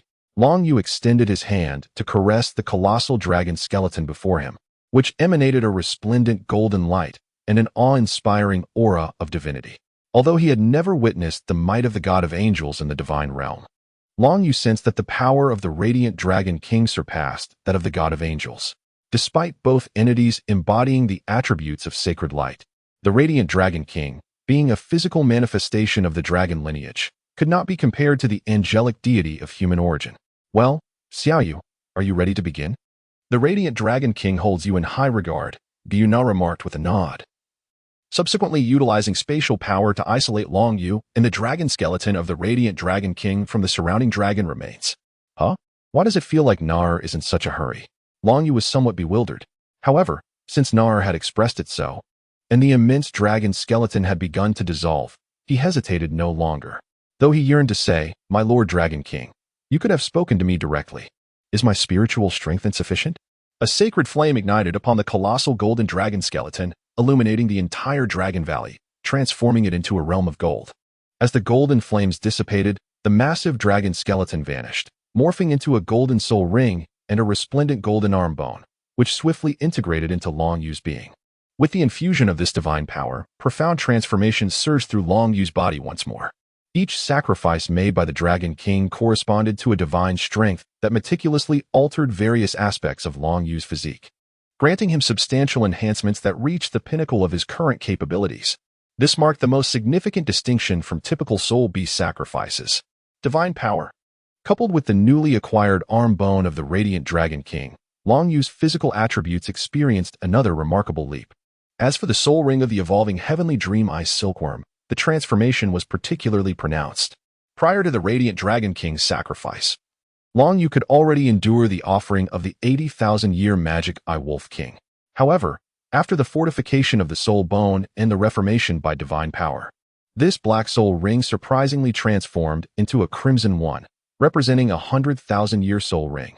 Furthermore, Long Yu's first martial soul, the Heavy Eye, now bore a soul ring configuration of red, purple, black, black, black.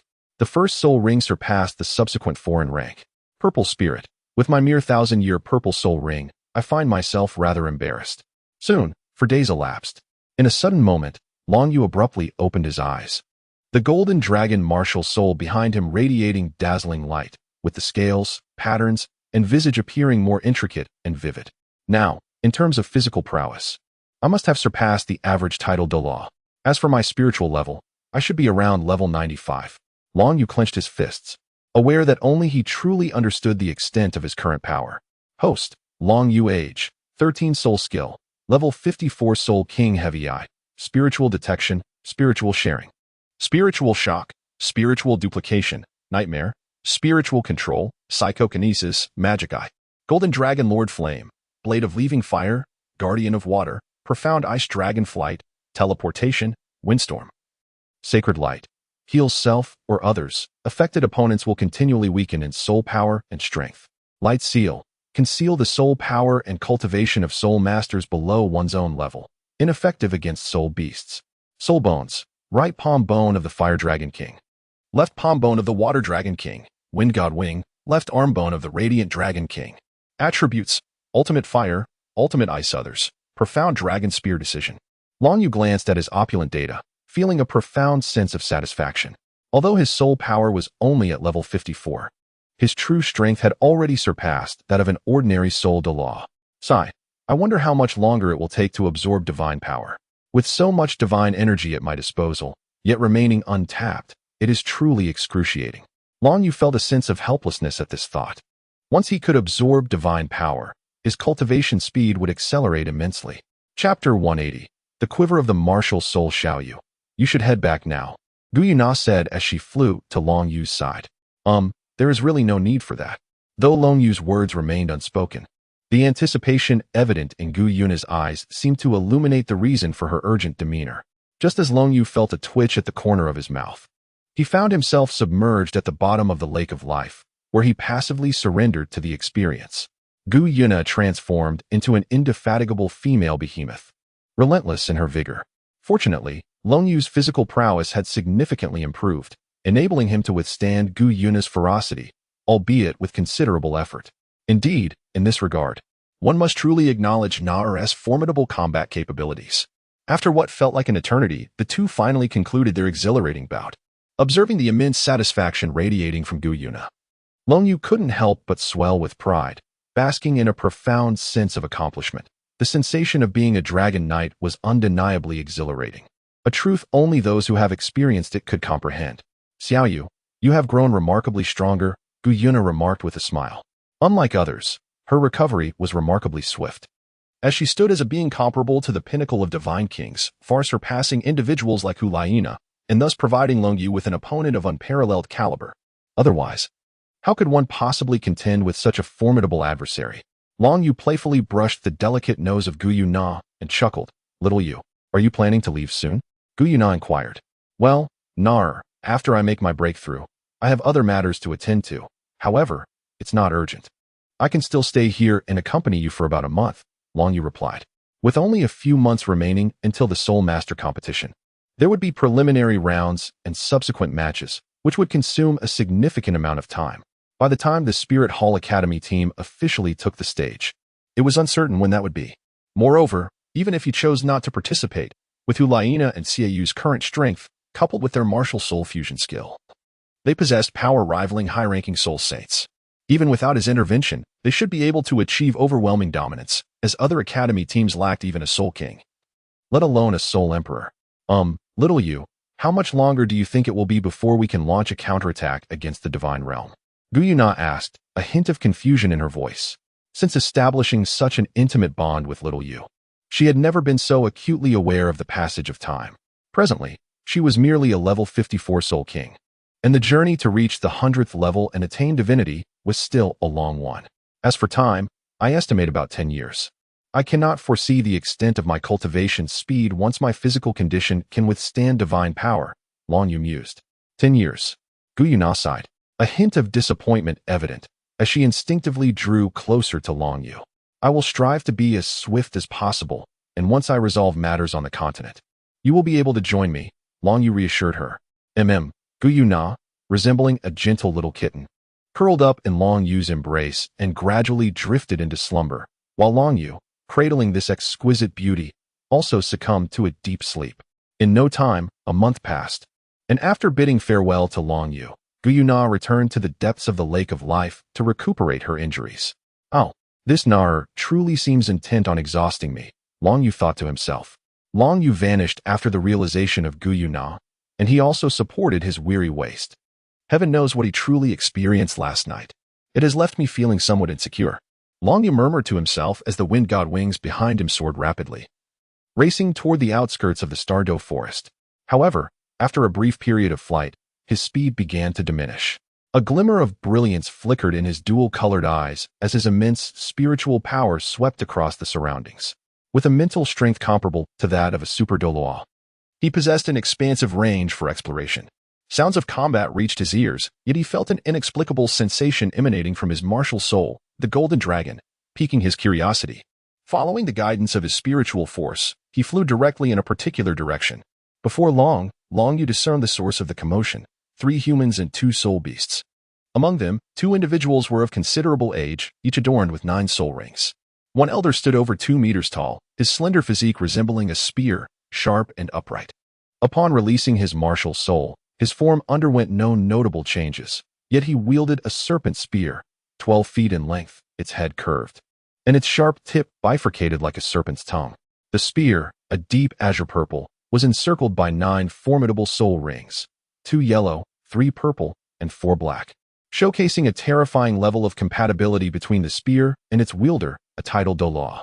The other titled Douluo had a medium build, neither particularly thin nor robust, seemingly unremarkable. However, upon the release of his martial soul, his body expanded as if inflated, with countless purple spikes erupting from within, covering his form.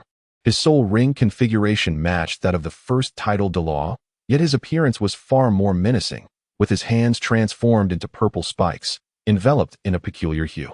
Before them loomed a massive blood-red spider, its body exceeding 4 meters in diameter, with 8 legs nearly 10 meters long, each adorned with a multitude of sharp spikes. The main body was encased in a thick layer of blood-red armor, and its small head bore 8 eyes that exuded a fierce and savage glint, with sharp mandibles showcasing black fangs. Despite facing 2 titled Douluos, the soul beast displayed formidable strength, hardly at a disadvantage. Not far off, a smaller version of the blood-red spider battled with a graceful figure. From Long Yu's perspective, he could discern that the figure donned a resplendent golden gown, with radiant golden hair cascading down. 6 soul rings, 2 yellow, 2 purple, and 2 black, floated around her, while 3 pairs of golden wings unfurled from her back, emanating a divine aura. Her fists radiated golden light, and she wielded a long sword engulfed in golden flames. In terms of speed, strength, and attack power, she surpassed any Soul Emperor Long Yu had ever encountered. However, the formidable nature of her opponent and the cunning angles of its attacks forced her into a predominantly defensive stance, resulting in only a few shallow sword marks on the beast, insufficient to inflict fatal harm. Qianrenshue, the serpent spear Douluo, and the spike porcupine Douluo, He was astonished to find them here, and it appeared that their situation was far from favorable. Qian Rinxue had only recently ascended to the rank of Soul Emperor, yet she faced the formidable blood prison demon spider, aged 60,000 years, alongside a 30,000-year-old variant. The strength of the blood prison demon spider surpassed even that of the human-faced demon spider. Such was the prowess of a divine martial soul, demonstrating extraordinary power even at the level of a soul emperor. The dual pupils of Longyu swiftly surveyed the battlefield. Were it someone else, he would not have paid any heed. Countless spirit masters and soul beasts perish each day in this world, and he certainly lacked the inclination to concern himself with them. However, since they were all from the spirit hall, especially with Qian Rinxue present, he could not afford to turn a blind eye. Chapter 181, Spirit Fusion Technique. Damn it. Why is our luck so abysmal? Qian Rinxue wielded the Holy Angel Sword, continuously countering the assault of the Blood Abyss Spider's venomous legs. Yet, facing multiple attacks at once proved to be exceedingly strenuous, even for her. To make matters worse, the adversary could fly and did so with considerable speed. By distancing herself from the fray, she only exacerbated the pressure on the two elders. Should they falter, her own chances of escape would diminish significantly. She had merely come to acquire a sixth spirit ring, yet found herself confronted by such a terrifying soul beast. Although she had activated the angel domain, without her martial soul's true form, she could not fully manifest its capabilities. Otherwise, she would not find herself in such a passive predicament. In her true form, her strength rivaled that of a tidal Douluo. In a fleeting moment of distraction, Qian Rinxue's movements faltered, and two barbed legs of the spider lunged towards her. Her golden eyes were filled with urgency as she hastily attempted to block with her holy angel sword, managing to deflect one leg, but the other was inevitable. Given the adversary's piercing power, it would surely penetrate her body, inflicting grievous injury, accompanied by the lethal poison of the fourth soul skill, mental telekinesis. The fourth 10,000-year soul ring of Longyu shimmered, and an invisible, formidable divine power momentarily halted the deadly spider legs of the blood prison demon spider. Although Qian Rinxue was unaware of the reason behind this phenomenon, she decisively flapped her golden wings, creating some distance in an instant. However, the blood prison demon spider unleashed a 5-meter diameter white web directly towards Qian Rinxue, leaving her no opportunity for resistance. First soul skill, Blade of Fire. A flurry of short blades, imbued with raging flames, soared through the air. Under Longyu's mental control, they accurately sliced through the web at various points, creating an opening for Qian Rinxue to escape. Someone is coming. They do not appear to be an enemy. Qian Rinxue silently sighed in relief. Following this, 6 colossal ice dragons surged towards the blood prison demon spider, astonishingly pushing it back several meters, causing a significant drop in temperature around them. What a powerful attack! Could it be a tidal Douluo has arrived? Both Snake Spear Douluo and Douluo were utterly astonished. However, within the spirit hall, they were the only two dispatched. Could it be a tidal Douluo from another faction responding to injustice? Longyu utilized his third soul skill to teleport in front of the unsteady blood prison demon spider, raising his golden dragon spear high. Even without the enhancement of a soul skill, his physical prowess was more than sufficient. At the same time, a crimson light flickered in his dual-colored eyes. Fifth soul skill, Demon Eye, with immense suppression over soul beasts and beast martial soul masters. The enormous body of the blood prison demon spider momentarily lost control, allowing the golden dragon spear to pierce through its head. The 30,000-year blood prison demon spider fell, clad in flowing white garments, with a strikingly handsome visage and extraordinary aura. Qian Rinxue's attention, however, was not on this. Instead, she stared in a daze at the 4 golden soul rings encircling Longyu. Golden soul rings? For soul rings? This man is actually a soul master of the soul zone rank. He has effortlessly slain the 30,000-year blood prison demon spider that I have struggled against for so long. Qian Rinxue. Longyu's voice shattered her stupor, bringing her back to reality. You know me? Qian Rinxue instinctively inquired, as her existence was considered a top secret within the spirit hall, known to very few across the continent. Well, let us not dwell on that for now. If we continue, that 60,000-year blood prison demon spider will escape, Longyu replied, his gaze lingering on Qian Rinxue, who was equally captivated. With an angelic visage and flawless fair skin, she could truly be described as perfect. Her features were well-defined, her nose elegantly high, exuding an air of sanctity and nobility, alongside an exceedingly rare aura of heroism in a woman. To be honest, in terms of beauty, aside from Yuntao, Qian Rengshu was undoubtedly the most stunning individual he had ever encountered. Indeed, Qian Rengshu nodded, her gaze shifting to the other side. In light of the demise of her subordinate, the Blood Abyss demon spider, aged 60,000 years, exhibited no hesitation and sought to flee without a trace of delay or desire for vengeance. In its desperate bid for escape, even the snake spear Douluo could not impede its flight, and the toxins of the thorned porcupine Douluo were utterly ineffectual against the formidable creature. Qian Rengshu, do you not sense the profound connection between our martial souls? Our compatibility appears remarkably high, Longyu remarked in astonishment. Martial soul fusion technique. Qian Rengshu acknowledged, forming a favorable first impression of this man she had just met. Moreover, from Longyu's implication, she understood that he alone could not directly vanquish the 60,000-year-old Blood Abyss demon spider. Elders, hold the Blood Abyss demon spider at all costs, Qian Rengshu commanded. Subsequently, she soared into the sky alongside Longyu. A radiant golden light flickered as the two merged into a singular entity, transforming into a divine golden dragon. Combining the prowess of a level 54 soul king and a level 61 soul emperor through the martial soul fusion technique. Originally, the power was on par with that of a soul Douluo, yet neither of them could be deemed ordinary soul kings or soul emperors. Particularly, Longyu had already reached the rank of soul Douluo, and with Qian Rengshu's soul power and the enhancement from her angel martial soul, the actual might of their current martial soul fusion technique defied conventional reasoning. The young lady and that man are actually capable of employing the martial soul fusion technique. The thorn porcupine Douluo and snake spear Douluo gazed in astonishment at the magnificent divine golden dragon, measuring over 10 meters in length. Despite having attained the rank of title Douluo, both could distinctly sense that they were no match for this divine golden dragon.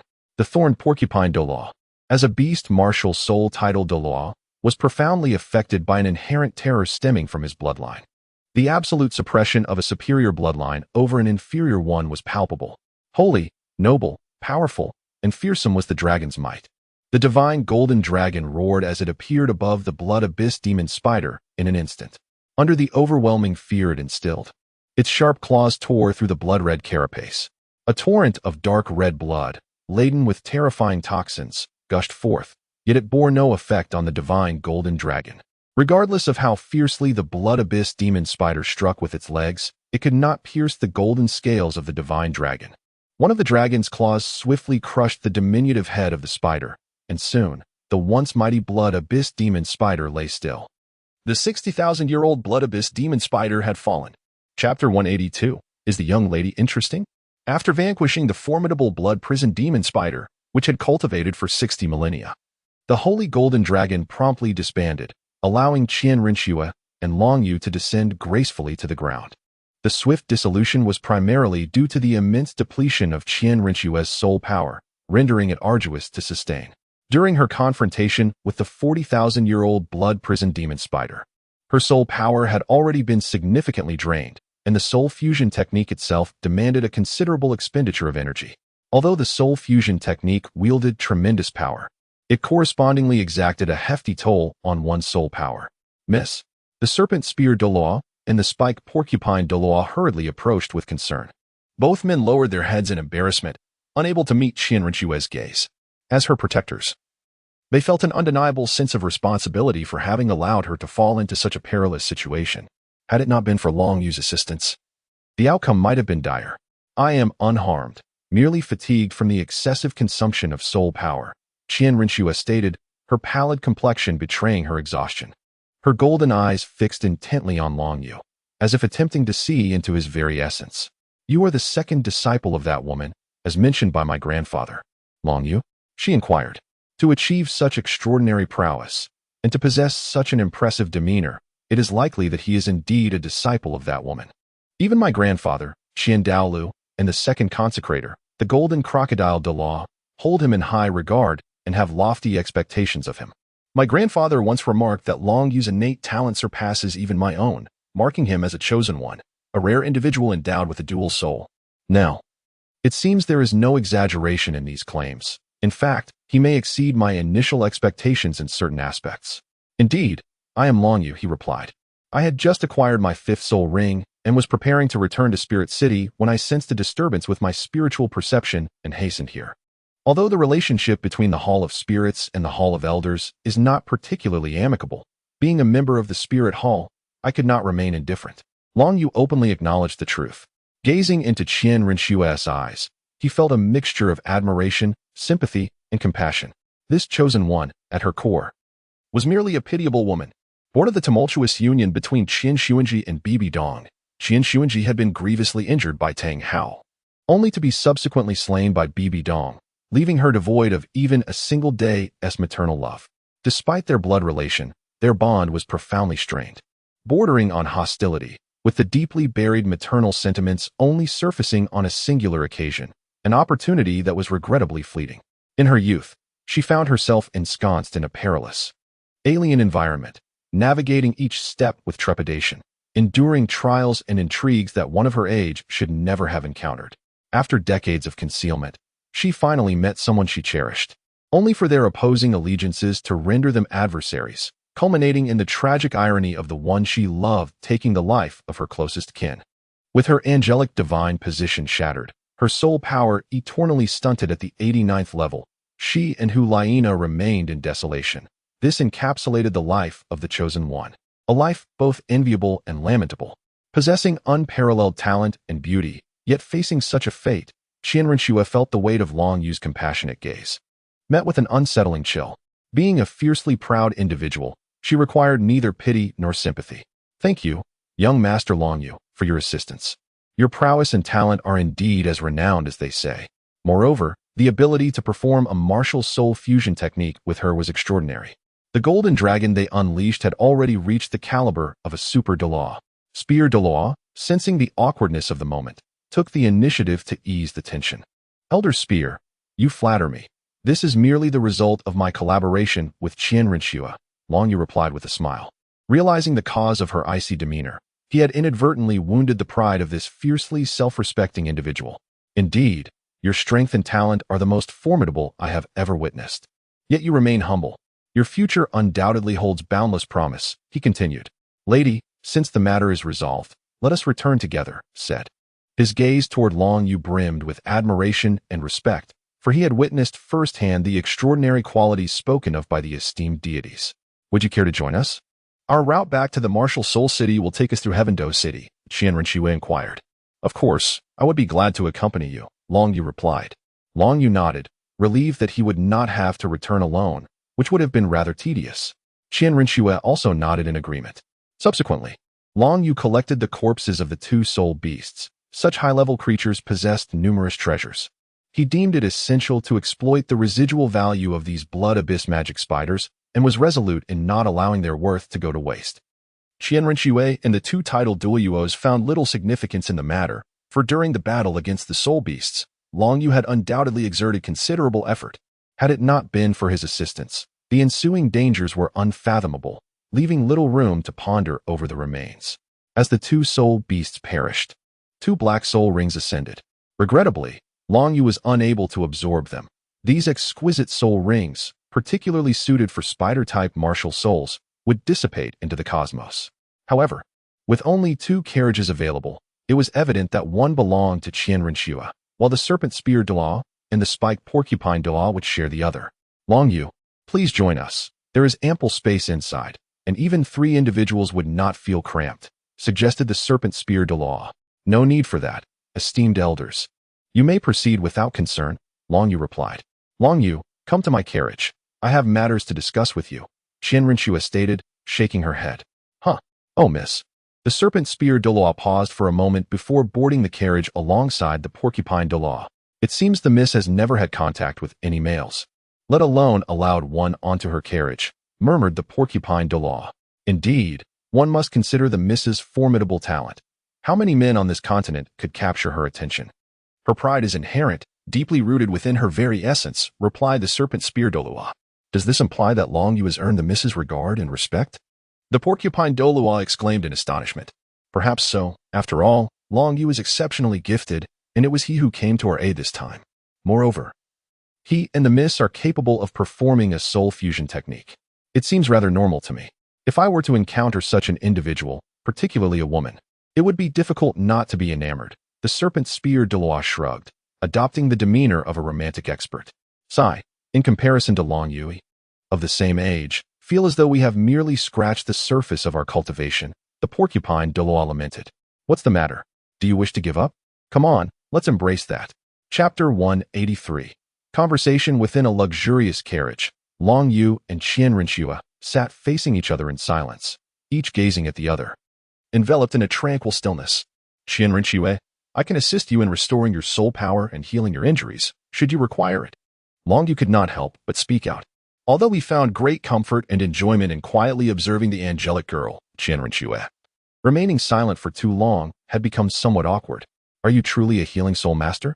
Yet, I recall that your Golden Dragon martial soul belongs to the assault category, while your primary martial soul is inclined towards the mental domain, Qian Rinxue inquired. Is it really necessary to know so much? I am not your enemy. Long Yu thought to himself, feeling perplexed.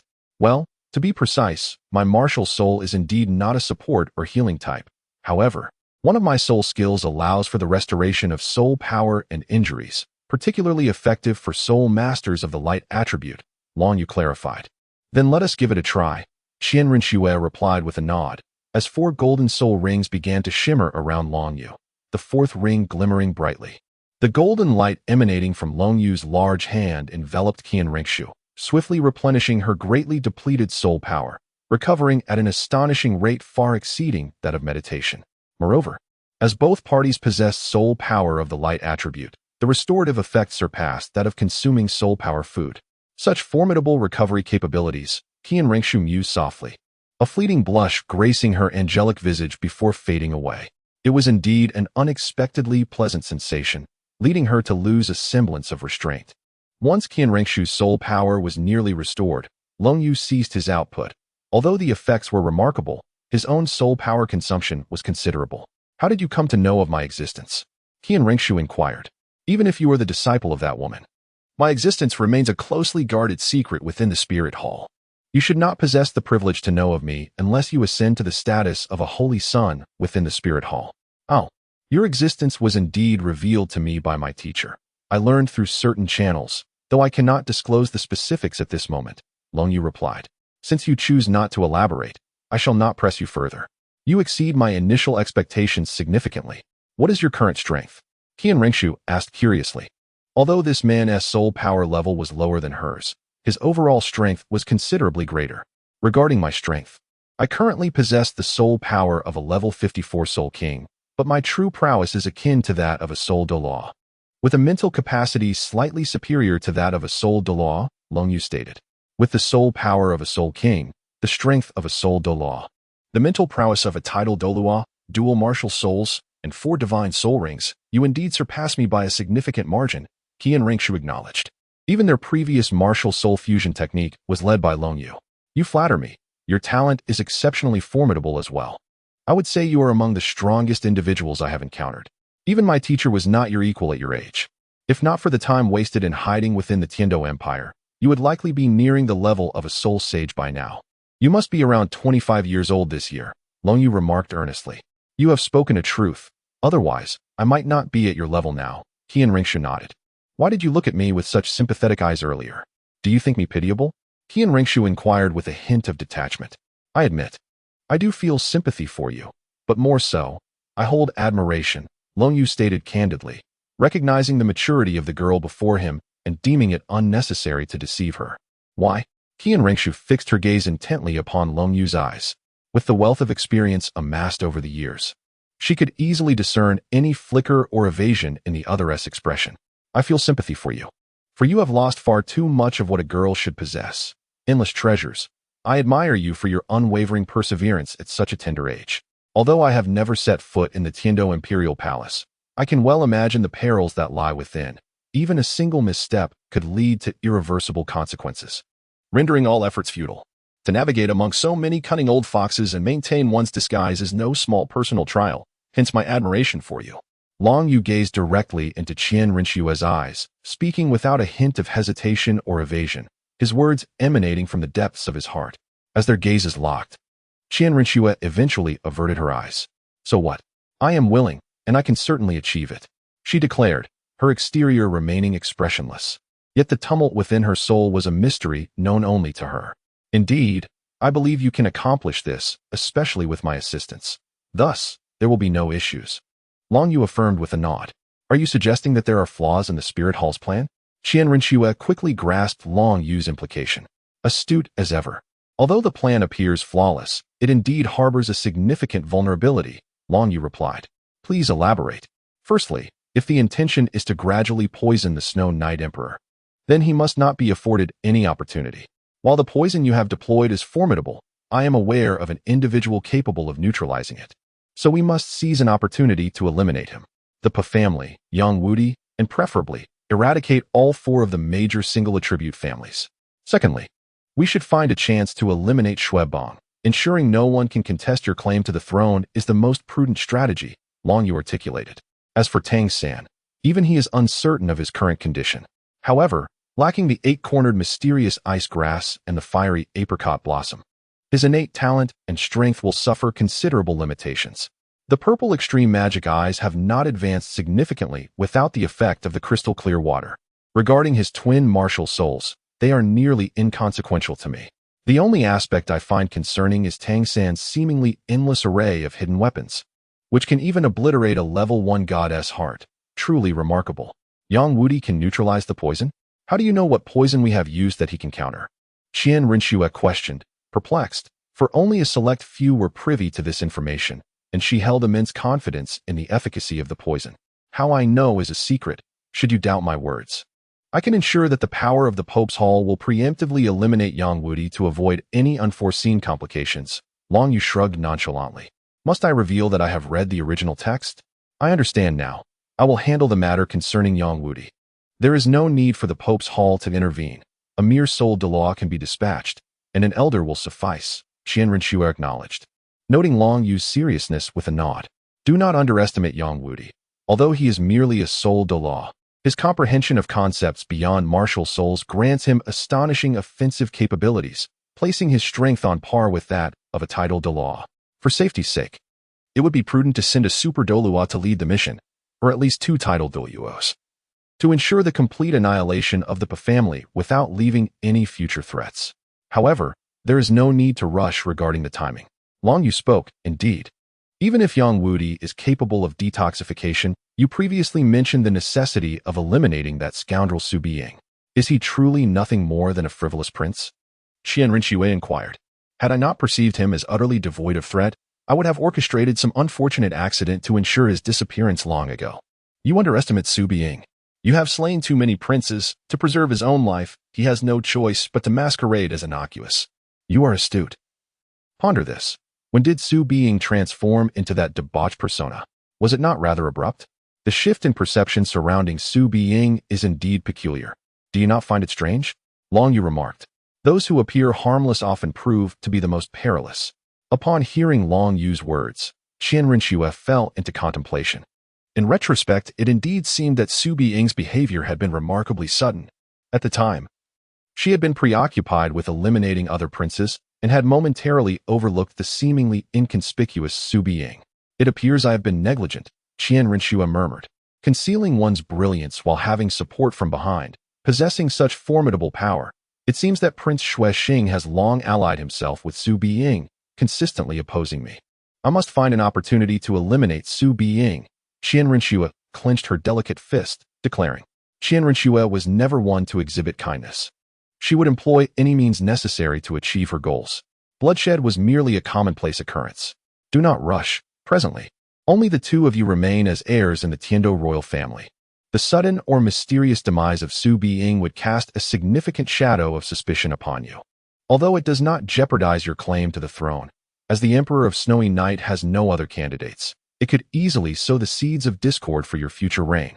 Long Yu cautioned. Yes, I understand. Qian Rinxue nodded, resolute that she would not commit such folly. It seemed she had indeed underestimated Su Biying. However, Qian Rinxue remained steadfast in her belief that once she truly regarded him as a threat, neither Su Biying nor Prince Xuexing would have any chance of survival. It appears you are more competent than I initially surmised, and you harbor many secrets. Even if you do not disclose them to me now, I am confident that one day you will reveal everything, and it will be from your own lips, Qian Rinxue said, extending her delicate tongue to moisten her lips. gazing at Long Yu with the predatory intensity of a hunter. This left Long Yu feeling a blend of fear and resentment. What is this? To be regarded with such eyes? Qian Rinxue, you are quite perilous. I have another question.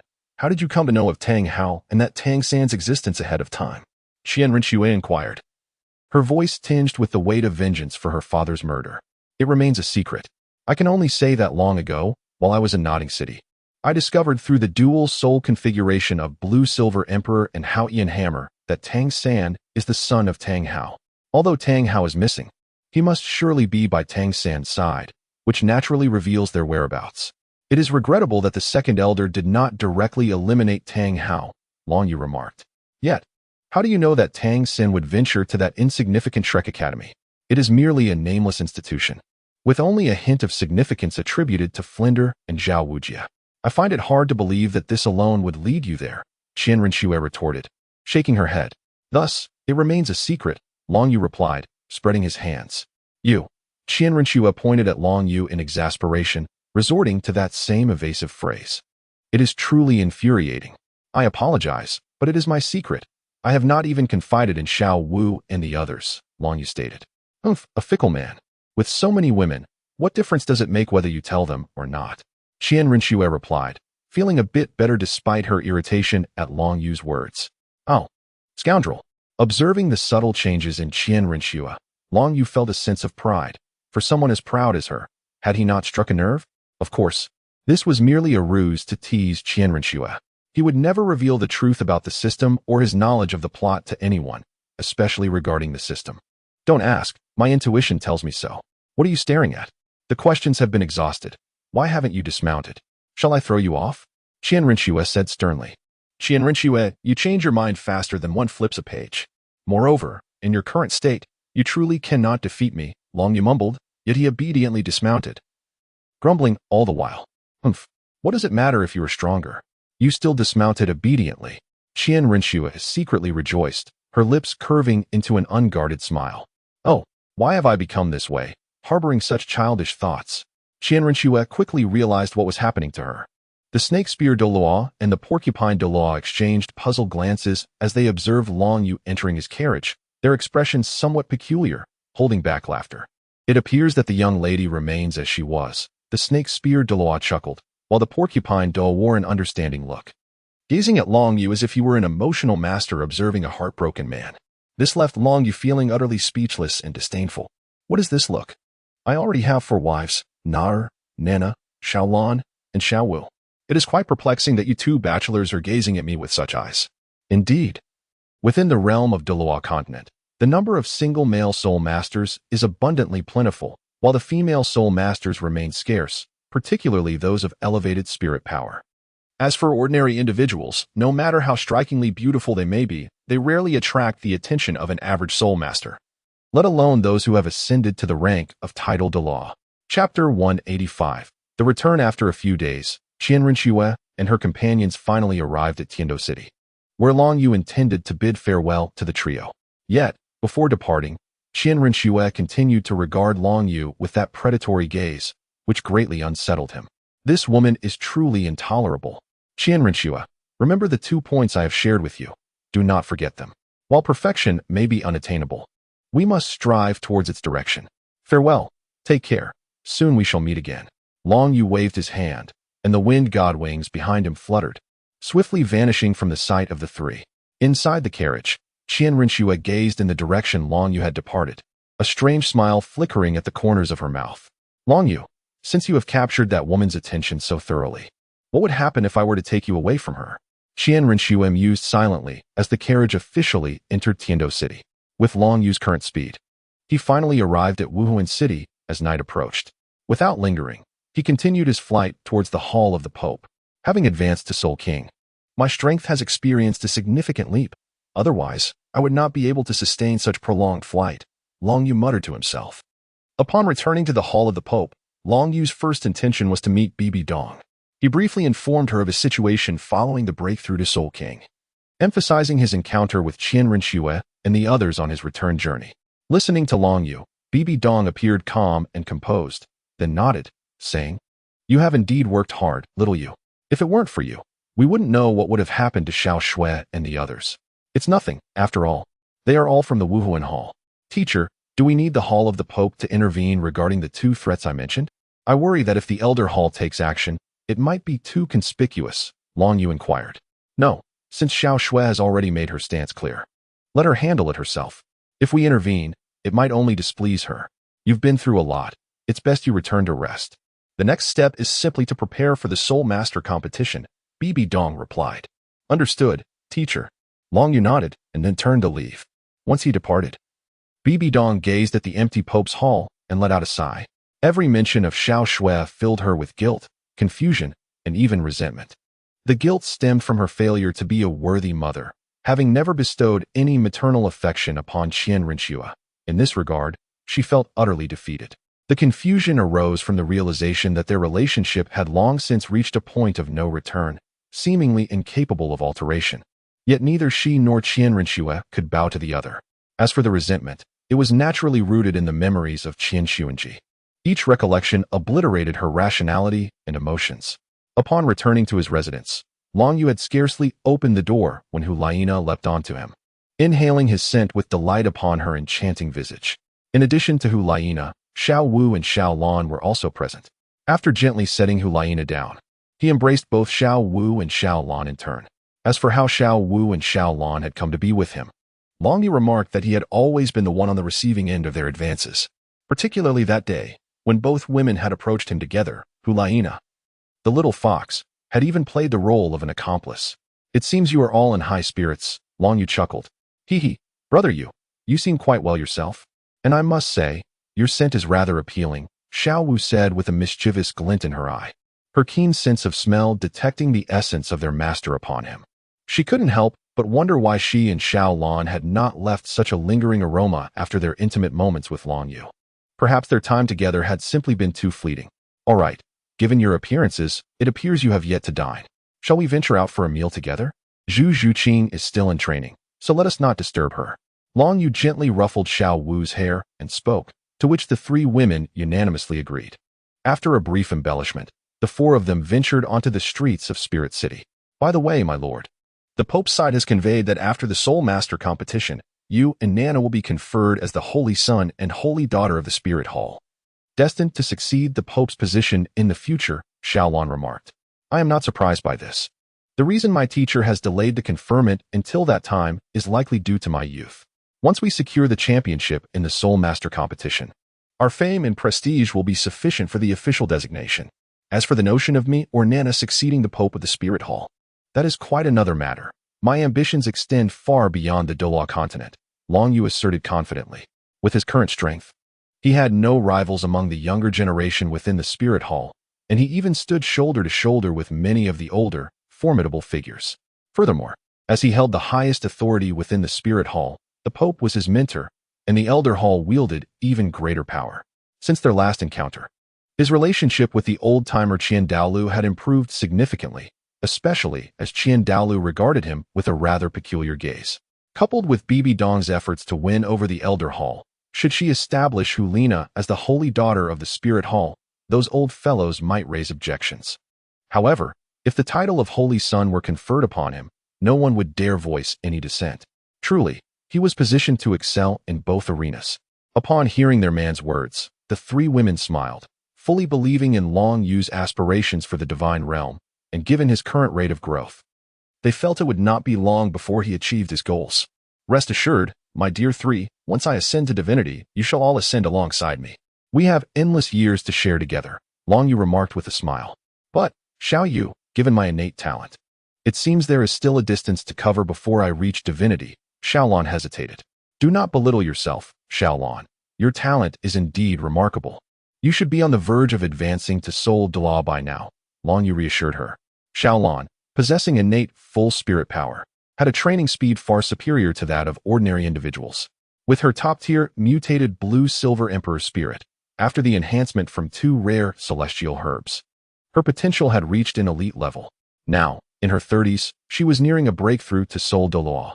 It is noteworthy that achieving the title of Soul Emperor by 30, as Qin Ming did, is a goal pursued by many talented soul masters.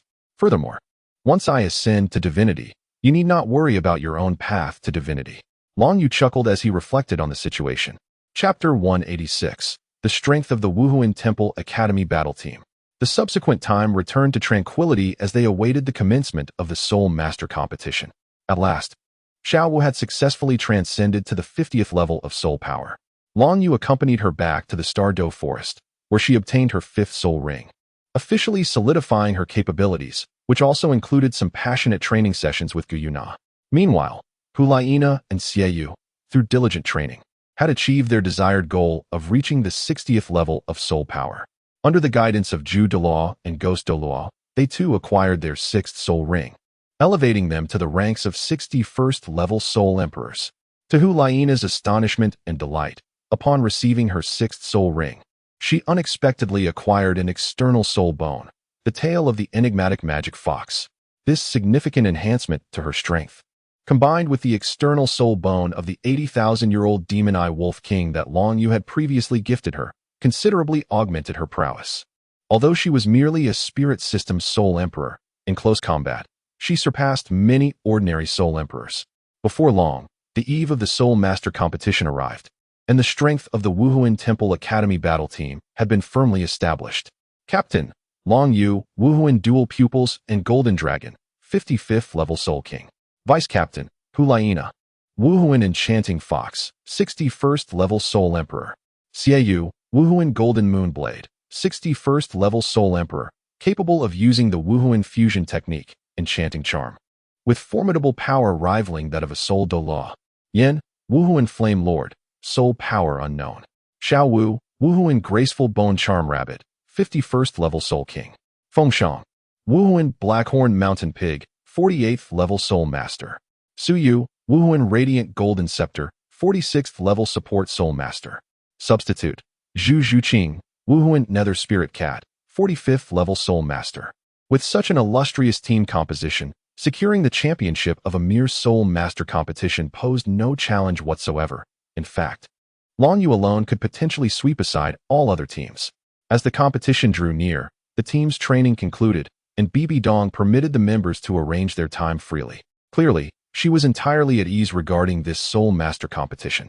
The strength of the Wuhuan Temple Academy team was unprecedented, and it was unlikely that such heights would be reached again in the future. Thus, let Long Yu lead the Wuhuan Temple Academy team to their moment of glory. Within a restaurant in Wuhuan City, Long Yu and several others gathered together. It was peculiar. 2 years had passed, yet Yin had yet to make an appearance. Had he forgotten about the Soul Master competition? Or perhaps he had met with misfortune during his training outside. Little Dance expressed her confusion. This is the Soul Master competition, the finest stage for young Soul Masters to demonstrate their abilities, yet Yin has yet to make an appearance. One wonders what he is up to and to what extent his strength has progressed.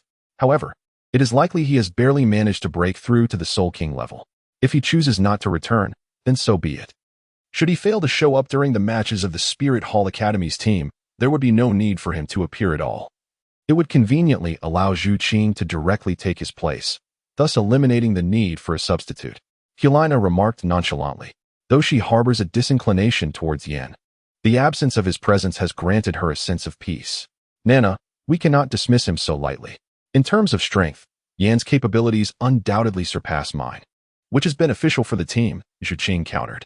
Despite her own standing within the Soul Sect, where she faced few rivals, encountering someone like Yin, a member of the illustrious generation of the Spirit Hall, would undoubtedly prove to be a formidable challenge. He possesses nearly a decade more experience than she does. Even if your strength does not measure up to Yan's, what does it matter? The synergy within the team may favor you, and with our current formidable strength, there is no need for excessive caution or meticulous planning, Little Dance asserted. It is only when one's strength is comparable or inferior that meticulous strategies are required. However, at their level of prowess, they need not devise any elaborate schemes, simply pushing forward with unwavering determination. In the face of absolute strength, all plots and machinations become mere wisps of smoke. I hope this Soul Master competition brings forth some intriguing occurrences. Otherwise, defeating opponents with a mere punch could become rather monotonous.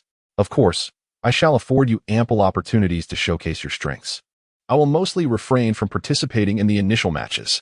I have faith in Nana's leadership and prowess, and I trust you will not disappoint me, Long Yu remarked.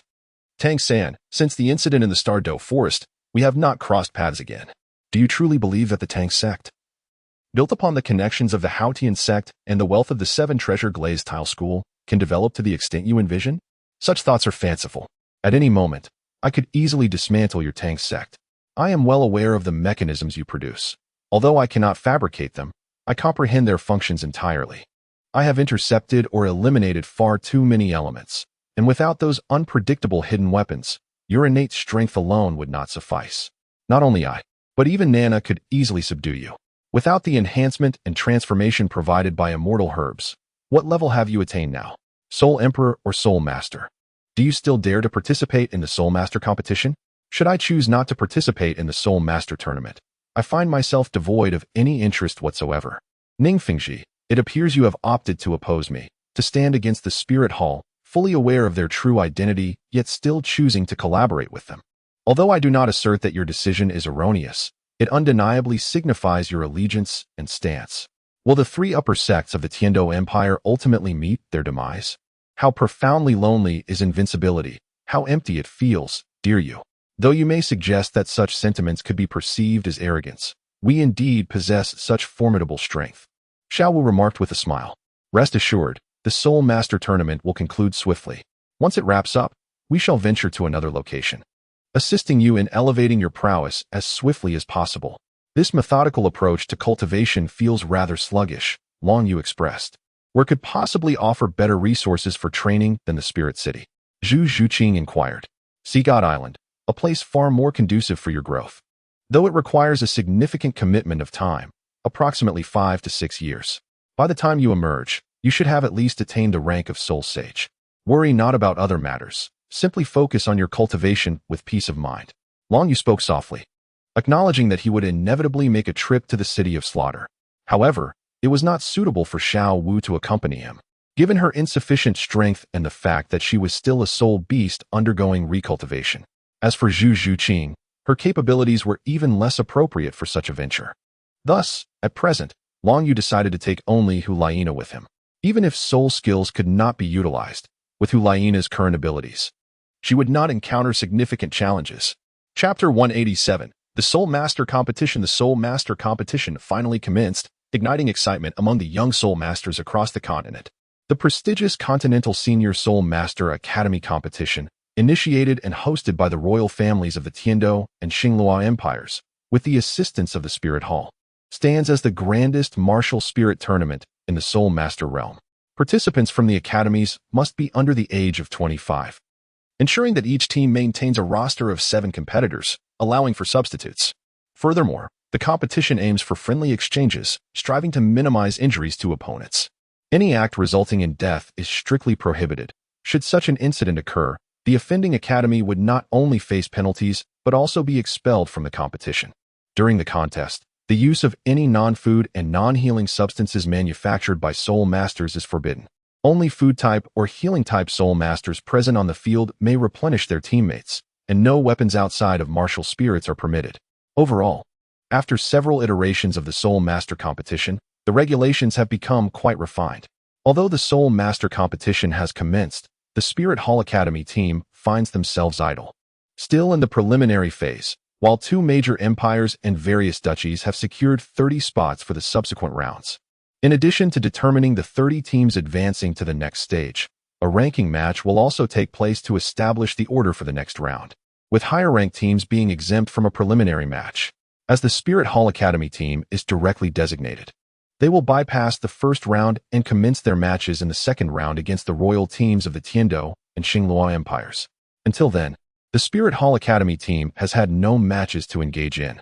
With some leisure time on his hands, Long Yu visited Bibi Dong to acquire the list of all participants in this Soul Master competition, eager to identify his potential adversaries, particularly to see if any old acquaintances were present. Alas, it was regrettable that Dai Mubai and Tang San were absent from the list. Neither participated in the Soul Master competition, which rendered it rather dull. He had anticipated that Xiaogang would bring Tang San to Lamba Academy to join the competition, which was indeed a pity. The absence of Tang San diminished much of the excitement. Long Yu shook his head. Among the participants, there is actually a martial spirit of the Flame Lord? Long Yu's unique dual pupil swiftly scanned the list, making an intriguing discovery. Regrettably, the document only contained names. Martial spirits. In the affiliated Advanced Soul Master Academies, it lacked any record of age or soul power level, as no one wished to unveil their full strength at the outset. Could it be that, aside from Yen, there were others possessing such ancient martial spirits? The name of the Magic Heart Academy's team seemed rather peculiar. After perusing the list, Long Yu set it aside. It appeared that this Soul Master competition might be even more tedious than he had anticipated. Yet, pondering the whereabouts of the Flame Lord, Yen, who had yet to return to the Spirit City, Long Yu couldn't help but wonder if Yen had met an untimely demise during his training. However, if Yen continued to remain absent, Zhu Zhuqing could easily take his place and participate in all the battles on behalf of the Spirit Hall Academy team. Meanwhile, in a certain Soul Beast forest, Tang San could hardly recall how many times he had been plunged into the water pool. The waterfall cascaded down from a height of over 150 meters, and only those who had genuinely experienced its force could comprehend its magnitude. With his soul power sealed, he found it nearly impossible to practice his hammer techniques beneath the waterfall, let alone scale the enormous round stone.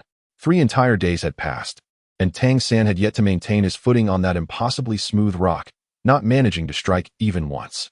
Each day, utterly exhausted, he would finally drag himself ashore to rest, only to return to the waterfall once his energy was replenished. Known for his unyielding spirit, Tang San had never known the meaning of failure and persisted through countless attempts. From above, Tang Hao occasionally observed his son's performance, a flicker of admiration crossing his face. Though Tang Hao remained silent, he felt an immense sense of pride for Tang San's efforts. When Tang San returned to his side once more, Tang Hao produced some simple food and water, urging Tang San to restore his energy. Without hesitation, Tang San accepted the provisions and devoured them ravenously. "You've worked hard during this time, Xiao San," Tang Hao remarked. Ultimately, Xiao San was merely a 14-year-old boy. The demands placed upon him were undeniably harsh. "It's nothing, father. I understand you only wish for me to grow stronger quickly. I harbor no grievances.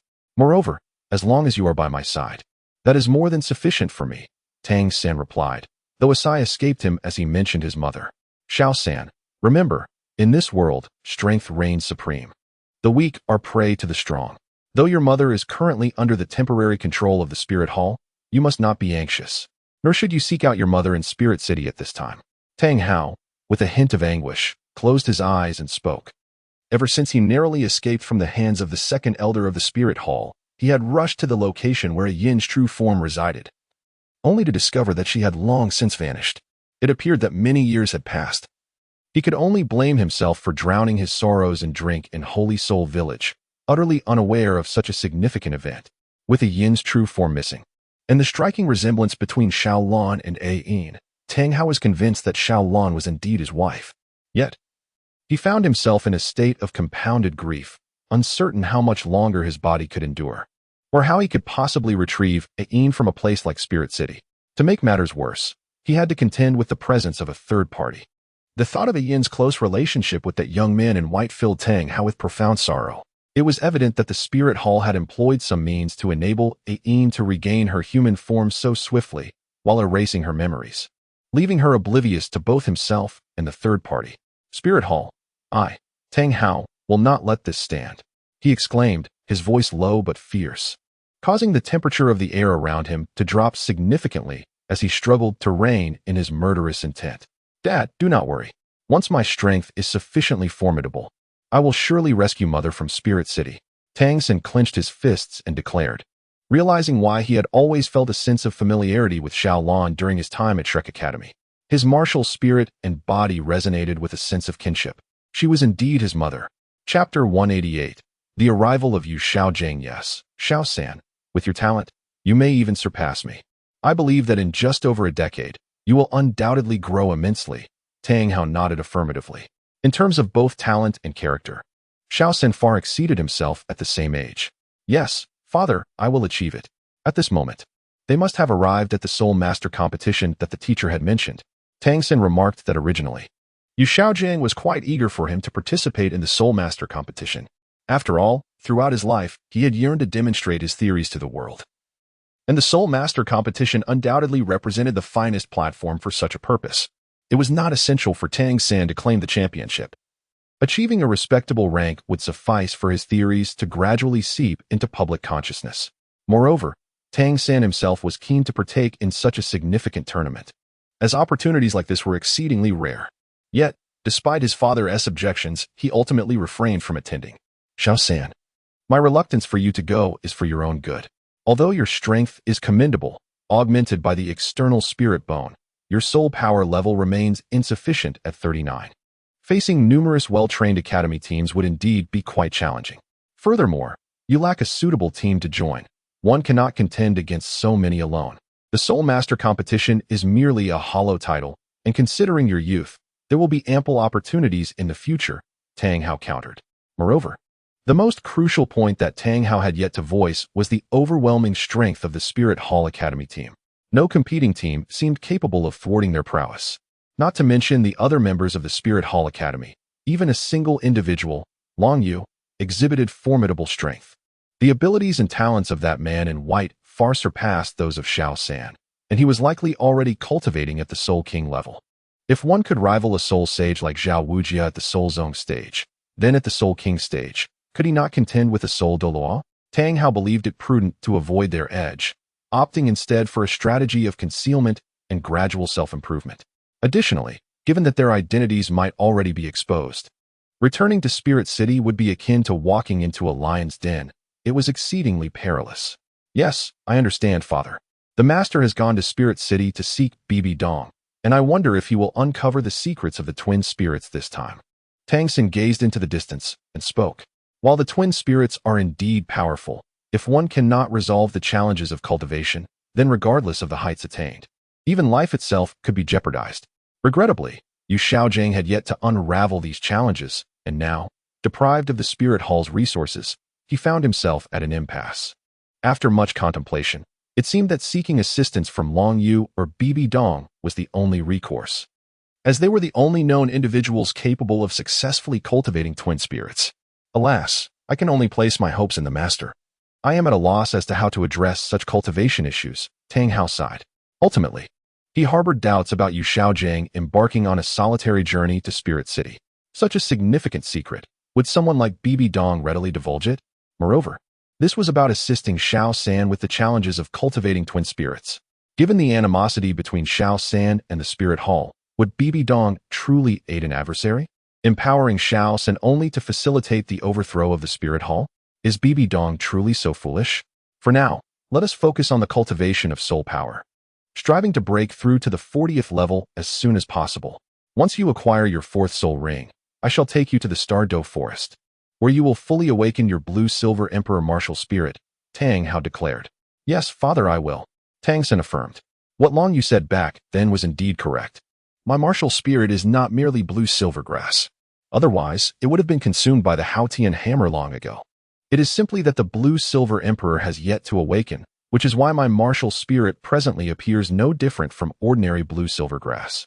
Should I successfully awaken it, it ought to resemble my mother's blue-silver Emperor. Meanwhile, a man clad in black finally arrived at Spirit City, having ridden a horse. Gazing upon the familiar yet alien city before him, Xiaogang let out a sigh. After more than 20 years, he found himself back here. Yet, to address Tang San's cultivation concerns, Xiaogang felt he had no other choice but to rely on Bibi Dong, hoping that she might still remember their past connection and reveal the secrets of the twin spirits to him. Desperate times call for desperate measures. Perhaps success is within reach. Bibi Dong, I hope my journey here proves not to be in vain, Xiaogang murmured as he dismounted and entered the city, making his way toward the Hall of the Pope. In recent days, Long Yu seemed to have little to occupy his time, engaging in playful banter with his 3 companions, leading a rather indulgent life. Nevertheless, cultivation remained his utmost priority. Oh, Yugu, why do you always gaze so intently at my thighs? Xiao Wu shyly remarked, though she unconsciously showcased her long legs even more for Long Yu's viewing pleasure. Compared to Xiao Lan and Na Na, her most prominent feature undoubtedly lay in her legs, and Long Yu had a certain fondness for them. Don't say such things. I merely glanced inadvertently, Long Yu retorted, maintaining a facade of nonchalance. How shameless! Xiao Wu exclaimed, playfully sticking out her tongue at him. You little rascal! Long Yu responded by tickling her, furthering their playful exchange. Just as they were immersed in their antics, Xiaolan returned from outside. She found their playful demeanor unremarkable, having grown accustomed to it. Xiaoyu. A man in black just arrived at the Hall of the Pope. He seems to be someone we encountered previously at the Shrek Academy, one of that person's teachers. I never anticipated he would appear in the Spirit City, and it appears his authority is quite substantial, akin to that of an elder in the Spirit Hall. Xiaolan informed. Hearing Xiaolan's words, Long Yu's expression darkened significantly, halting his playful interaction with Xiao Wu. This was a serious matter. Attending to it was imperative. Although he knew his teacher would not divulge the secret of the twin spirits to Xiaogang, it was prudent for him to make an appearance. Xiaolan. Accompany me to the Hall of the Pope. Xiao Wu, you stay here for now, Long Yu instructed, rising swiftly. With the wind god wings unfurled behind him, he embraced Xiaolan and soared towards the direction of the Hall of the Pope. You Xiaogang, upon your arrival in the Spirit City, not only will you uncover no secrets, but you shall also receive a thorough beating. Chapter 189. Are you crying? Xiaoyu. The gates of the Hall of the Pope are firmly shut. Should we still attempt to enter? Xiaolan hesitated. It is certainly impossible. Since the teacher has closed the gates, it signifies his intent, and thus, we cannot simply walk in. Long Yu shook his head. At this moment, not only was entry prohibited, but even his spiritual power could not be unleashed to probe the circumstances within, for after all, this was a private matter of Bibi Dong-as. As her disciple, he held no authority to intervene in such personal affairs, especially those concerning emotions. However, it was not long before Yu Xiaogang was amicably escorted out by the guardian knights, his mouth filled with words of resentment and accusations of ingratitude. Yet after receiving a couple of reprimanding slaps, he became considerably more subdued and taciturn. Were it not for the fact that this grand soul master possessed the papal order, thus signifying his extraordinary identity, he would have long since faced dire consequences. Unsurprisingly, Bibi Dong still did not disclose to Yu Xiaogang the method to resolve the dual martial souls. Once Yu Xiaogang departed, Long Yu whispered a few words into Xiaolan's ear. She nodded and left to prepare an ambush. Having entrusted the matter, Long Yu entered the papal hall, where the guardian knights offered no further resistance. Upon entering, he closed the grand doors behind him. His gaze fell upon the majestic papal throne, where the familiar silhouette remained. Though at this moment, Bibi Dong appeared more as a sorrowful woman than the aloof, ruthless pope of the Spirit Hall. Teacher, why are you crying? Did that Yu Xiaogang bully you? Long Yu softly inquired as he approached Bibi Dong's side. To be honest, in all the years he had known her, it seemed this was indeed the first time he witnessed such a vulnerable side of Bibi Dong. Even the papal staff was cast aside, and her nails had deeply embedded into her flesh, with droplets of blood seeping through her fingers and falling to the ground. Her delicate pink eyes were somewhat misty, and the redness around her eyes betrayed the extent of her emotional turmoil. Nevertheless, Bibi Dong had a remarkable control over her emotions, and by the time her disciple arrived, she had already managed to temporarily adjust her feelings. No, I merely recalled some past events. Xiaoyu, please do not harm him. Bibi Dong shook her head, expressing her deep understanding of her disciple. She was well aware that he was indeed capable of such actions. Rest assured, teacher, I know that in your heart, Yu Xiaogang occupies a significant place, especially in times of despair, when one clings more fervently to the beauty of the past. However, she continued, what if I were to reveal that Yu Xiaogang is not as admirable as you believe? In fact, his character is rather lacking. After their separation, Long Yu recounted the tale of Lu Erlong, emphasizing her current plight and Yu Xiaogang's callousness. Even now, he had yet to seek her out in Tiando City, leaving her to wait in solitude. It appeared increasingly likely that Lu Erlong would endure a lifetime of loneliness, forever trapped in waiting. Xiaoyu, are you truly speaking the truth? Bibi Dong exclaimed in shock. If what you say about Yu Xiaogang is accurate, then his character is indeed deplorable. Stringing along a girl for over 20 years, he has subjected her to the scorn and ridicule of the world, allowing her precious youth to slip away in endless waiting. Poor Lu Erlong, and to think this was wrought by Yu Xiaogang. Whether true or false, I believe that with your capabilities, teacher, you could swiftly uncover the truth if you desired. Furthermore, I have long maintained that you do not genuinely harbor feelings for Yu Xiaogang. Rather, in a time of ignorance, you encountered a boastful fool, devoid of respect and understanding, and in that exchange, you mistook it for affection. You are a wise person, teacher. There is no need for me to elaborate further, as words would serve little purpose. In many respects, Bibi Dong is impeccable, yet in matters of the heart, She remains exceedingly naive. However, with her intelligence, she requires only gentle guidance, without the need for excessive discourse. Teacher, allow me to help mend your wounds. Long Yu gently grasped Bibi Dong's delicate wrist, which resembled exquisite white jade, yet in stark contrast to the crimson hue of blood. It appeared somewhat pale and evoked a sense of sorrow. Can your fifth soul skill still heal? Bibi Dong inquired, her brow furrowed in confusion. To be precise, it is the fourth soul skill of my second martial soul, known as Sacred Light. It can dissolve the opponent's soul power and also mend injuries. It harbors energy of the light attribute, ensuring that no scars remain, Long Yu explained, as the 4 golden soul rings adorning him shimmered. With the activation of the fourth soul skill, Sacred Light, a stream of golden energy surged into Bibi Dong's body. A warm current swiftly coursed through her entire being, and the wound on her hand soon vanished, leaving only traces of dried blood behind. After Long Yu meticulously wiped away the traces of blood, Bibi Dong's delicate hand was restored to its pristine state, resembling a masterpiece of art. Observing the earnest demeanor of her disciple, she was reminded of the adage that a serious man is the most handsome. Coupled with her disciple's innate good looks, she found herself momentarily entranced, unable to withdraw her hand. Teacher, your hand is truly beautiful. Long Yu instinctively thought, still grasping Bibi Dong's delicate wrist, surprisingly unwilling to release it immediately. With her charming words, it's no wonder he could enchant so many girls. Once Bibi Dong regained her composure, a blush crept across her fair face, and she withdrew her hand. Hee. Such tactics are ineffective against a super beauty like the teacher. Well then, I shall take my leave. Do remember to ponder over what I previously said. Long Yu chuckled before soaring back into the air. That impudent brat, daring to tease me. Bibi Dong cursed inwardly, gazing at the hand recently held by Long Yu. Her heart fluttered, as if she had momentarily forgotten the wounds inflicted by Xiaogang. This mischievous boy-esque grip was surprisingly comfortable, I must admit. Holding the teacher's hand and experiencing her unique fragrance even stirred some whimsical thoughts within me. The sensation was truly delightful. Chapter 190. Is it over? To think Bibi Dong could be so heartless, offering no hints about the twin martial souls.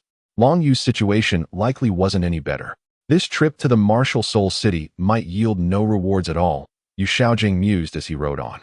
The martial soul palace. Once the dilemma of the twin martial souls is resolved, and when Little San fully matures, it will undoubtedly overthrow your tyrannical rule. Xiaogang glanced at the vast city behind him, pondering silently. Of course, he could neither express nor dare to voice such thoughts here. The number of individuals capable of ending his life in this place was overwhelming, and safety was paramount.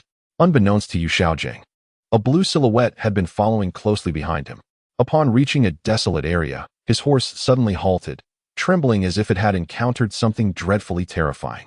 Sensing the anomaly, Xiaogang readied his concealed weapons, such as the sleeve arrows and the zhuge crossbow, gifts from Little San for self-defense, wondering if he would have to employ them so soon. Suddenly, the ground quaked as if something were about to erupt from beneath, and countless golden-patterned blue-silver grasses emerged, swiftly pulling Xiaogang down from his mount, which bolted away in fear. Could this level of blue-silver grass belong to Ayin? The thought flashed through Xiaojiang's mind as the blue-silver grass ensnared him completely, rendering his concealed weapons useless. He was not a master of hidden weapons like Tang San, capable of employing various techniques. Ayin, what are you doing? Let me go? Xiaogang shouted loudly, growing increasingly anxious as he gazed upon the exquisite maiden before him. Even though the Haotian crown confirmed that this Xiaolan was indeed the mother of Tang San, it was evident that she was now closely aligned with the spirit hall, even appearing to be a mere puppet of theirs. If Bibi Dong were to send her to kill him, he would stand no chance against her. Ayin? What Ayin? I am Xiaolan. Her delicate brows furrowed, clearly displeased. The last person to call her that had claimed her as his wife, even asserting they had a son together. What a vile slander. Before her entanglement with Xiaoyu, she had been pure and untouched. How could there possibly be a husband, let alone a child? It was utterly absurd. Fortunately, Xiaoyu seemed indifferent to such rumors and did not despise her. Yet now, another dared to address her in such a way, truly courting death. In truth, what the Haotian crown had said that day was accurate. You are indeed the wife of the Haotian crown, and Tang San is certainly your son. I am Xiaosan's mentor. You cannot treat me this way. Xiaogang exclaimed passionately. Preposterous. Utter nonsense. My only man is Xiaoyu. Xiaolan's eyes flashed with fury, Xiaogang, I initially intended to merely teach you a lesson. But my resolve has shifted. This will not suffice for my wrath. Xiaolan tightened her blue-silver grasp around him, refraining from unleashing the fire and ice toxins. For Xiaoyu had instructed that Xiaogang's life must be preserved. To silence his incessant babbling, Xiaolan decisively used the blue-silver grasp to seal his mouth, rendering him speechless. Xiaogang struggled to vocalize, but could only make muffled sounds. As the blue-silver grasp constricted further, he found himself ensnared, eventually losing the ability to breathe and succumbing to unconsciousness. Xiaolan released Xiaogang, ensuring he did not perish in that moment. Looking at the unconscious man, she suppressed her revulsion and delved into his embrace, retrieving the papal order. The papal order was exceedingly rare, distributed only to individuals of the caliber of Ningfengji, representing the esteemed elders of the Spirit Hall. Xiaogang's order belonged to the Haotian sect, gifted to him by Tang Hao. Without this papal order, how could a mere rank 29 soul master like Xiaogang ever hope to meet Bibi Dan? However, Longyu had no intention of allowing Xiaogang to retain this papal order to exploit the resources of the Spirit Hall, thus instructing Xiaolan to bring it back. After cleansing the papal order several times with her soul power, Xiaolan stored it away, pondering the mystery of how this man had once shared a connection and feelings with the papal crown. It is truly perplexing to comprehend how a remarkable woman such as Her Holiness the Pope could find herself drawn to a man so utterly ordinary, and even contemptible and repugnant. Although Xiaoyu merely instructed me to deliver a beating, as long as I preserve your life, that suffices. You have successfully provoked my ire. Xiaolan remarked coolly. Channeling her soul power, she severed a strand of blue-silver grass, which she then forcefully directed towards Xiaogang's lower body. Though it was merely a strand of blue-silver grass, under the enhancement of her bloodline and soul power, its might was not to be underestimated, resulting in a gruesome outcome. After completing this act, Xiaolan departed from the scene. This level of retribution was not enough to claim a life. However, if he were to fall victim to another's hand or to a beast, that would simply be Xiaogang's misfortune, and even in death, he could not lay the blame at her feet. Her task was deemed complete, and what unfolded next would depend on Xiaoyu's direction. Though she found it difficult to understand Xiaoyu's motives, as Xiaoyu's partner, her role was to provide support. She hoped fervently that he would not perish outright, after all. It seemed that Her Holiness held Xiaogang in considerable regard. Xiaolan mused to herself, soon returning to the Spirit City. The papal decree was finally reclaimed. Sometime later. Upon awakening, Xiaogang was met with excruciating pain emanating from his lower half, and upon inspection, he found it a ghastly sight. A mass of blood and flesh. Given the passage of time, it was likely that even a healing soul master would be incapable of restoring him fully. Did this mean he could never again be a complete man? Curse you, Xiaolan. Damn you, Longyu. Accursed Bibi Dong. Damn the Spirit Hall. I, Xiaogang, will not rest until I have utterly obliterated you all. Xiaogang bellowed in fury, drenched in cold sweat and agony, trembling as he struggled to rise and stagger away into the distance. An endless tide of destruction and suffering was fully unleashed at that moment. Even if Xiaolan was the mother of the third party, he would indeed seek vengeance. Chapter 191. The Demon Heart Academy Battle Team. Within a small room, Xiaoyu. I have completed all the tasks you assigned to me, and I even. Xiaolan stammered awkwardly, handing the papal decree to Longyu. What is it, Xiaolan? You are not one to be bashful. What have you done to Xiaogang? Longyu inquired, puzzled as he took the decree. Xiaolan didn't actually kill Xiaogang, did she? Upon hearing the revelation from Xiaogang, Xiaolan felt a sudden shiver, inexplicably sensing a coolness below. It was truly unexpected that such a gentle and considerate individual like Xiaolan could act in such a manner. Given Xiaolan's current capabilities and the fact that Xiaogang had been unconscious for a period due to oxygen deprivation, it seemed that he was indeed in quite a predicament. Xiaoyu, I am not that kind of person, Xiaolan hastily clarified, her expression reflecting concern as she observed Longyu's somewhat peculiar demeanor.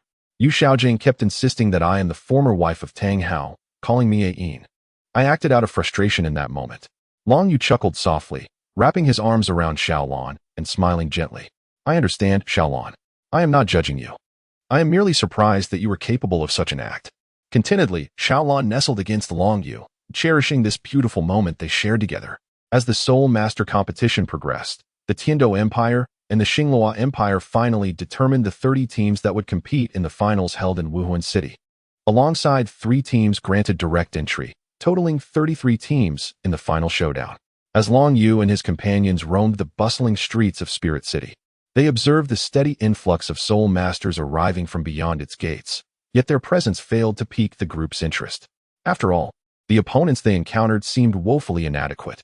However, just as Long Yu and the others contemplated a direct return to the Hall of the Pope, both he and Xiao Lan sensed a disquieting presence in the atmosphere.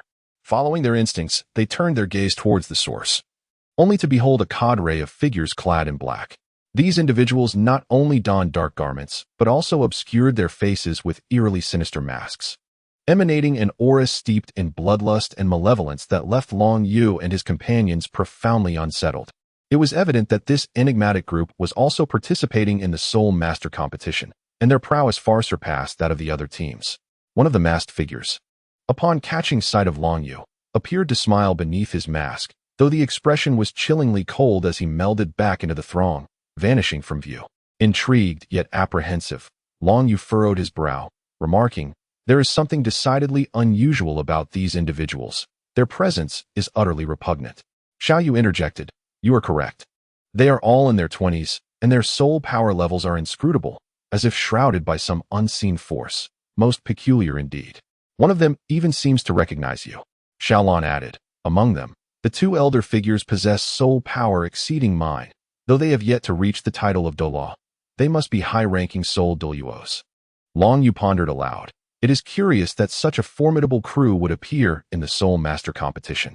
They may well surpass the royal academies of the 2 great empires. Does this imply that the upcoming competition will be particularly challenging? Xiao Wu remarked with excitement. Without any formidable foes, the tournament would indeed be rather dull. However, Hulaina expressed her disdain, stating, "Those individuals are truly detestable, especially the one who gazed at us. There is something both revolting and oddly familiar about that look." Her keen perception seemed to sense a disturbing blend of madness and possessiveness emanating from them. "Indeed. We must exercise caution should we encounter this peculiar team," Long Yu advised. "By the way, Zhu Qing, as Yin has yet to return, you are no longer a substitute, but a full-fledged member of our team. I assure you, I will not disappoint you or the Academy." Zhu Qing vowed earnestly. Though the absence of that individual remained a mystery, Long Yu considered it a fortuitous development. "Let us return for now," he concluded, leading the group back to the Hall of the Pope. In a secluded chamber within Spirit City, the assembly of black-clad figures convened, and a commanding voice emerged from the forefront. "Yan, how many times must I remind you to rein in your emotions?" "Yes, Master Guardian," came the dutiful reply. Yan nodded, his expression beneath the mask strained, as he once again beheld Long Yu and Nana unexpectedly in such a scene. It appeared that Nana and Long Yu had fully united. Yet the latter, despite having Nana, still sought more, surrounding himself with several strikingly beautiful women. How could Nana allow such indulgence? Why did Long Yu deserve such treatment and fortune?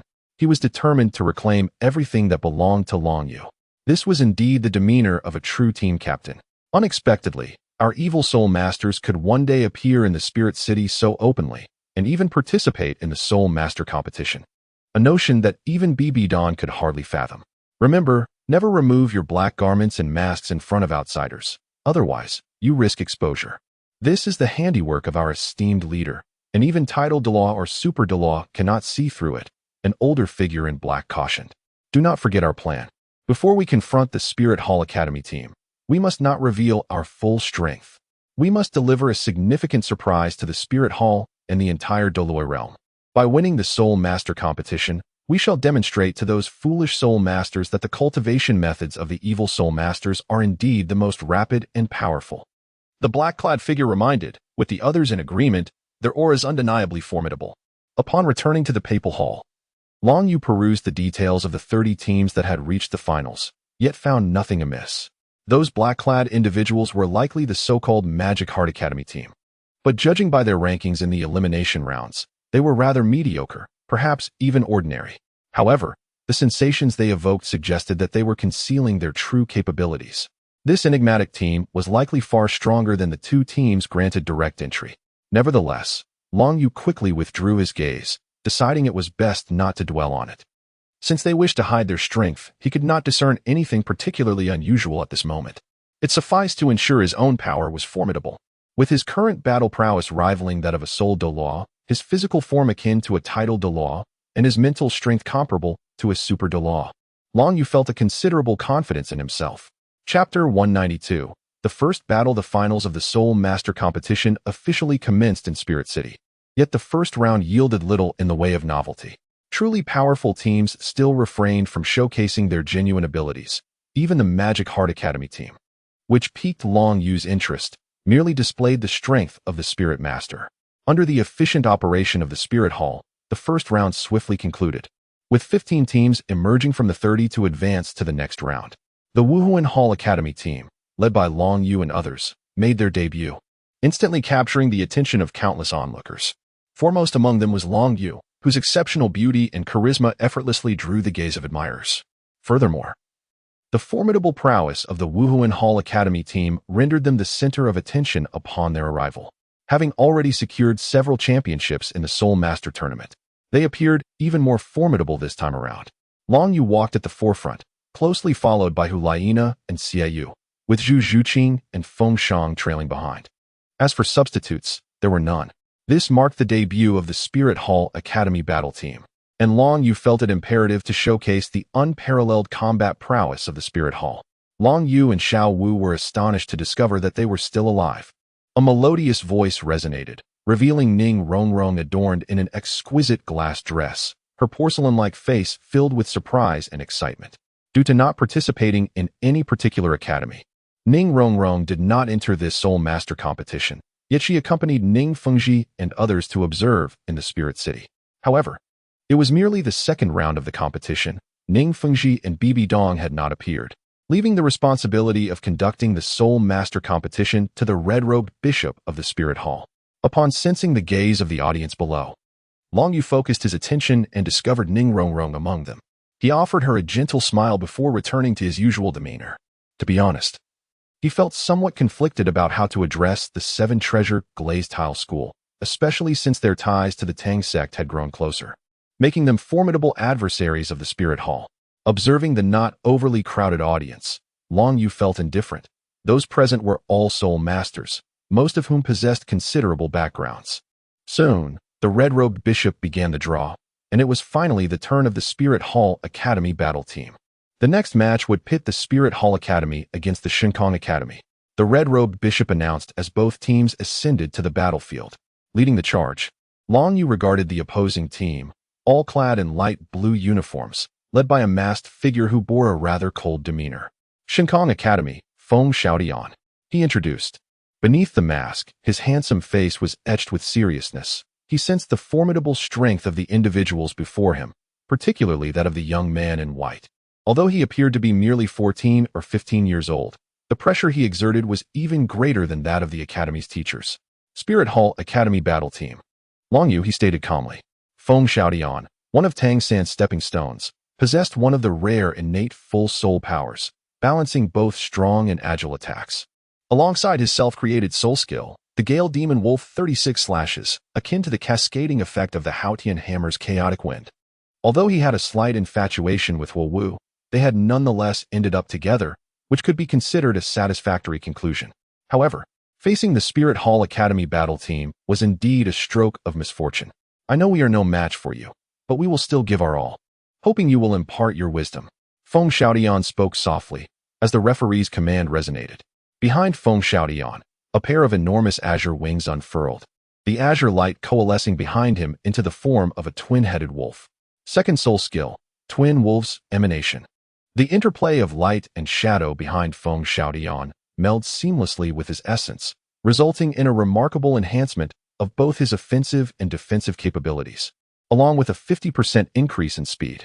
Coupled with the subsequent augmentation from his third soul skill, Gale Wings, Feng Xiaotian elevates his state to its zenith.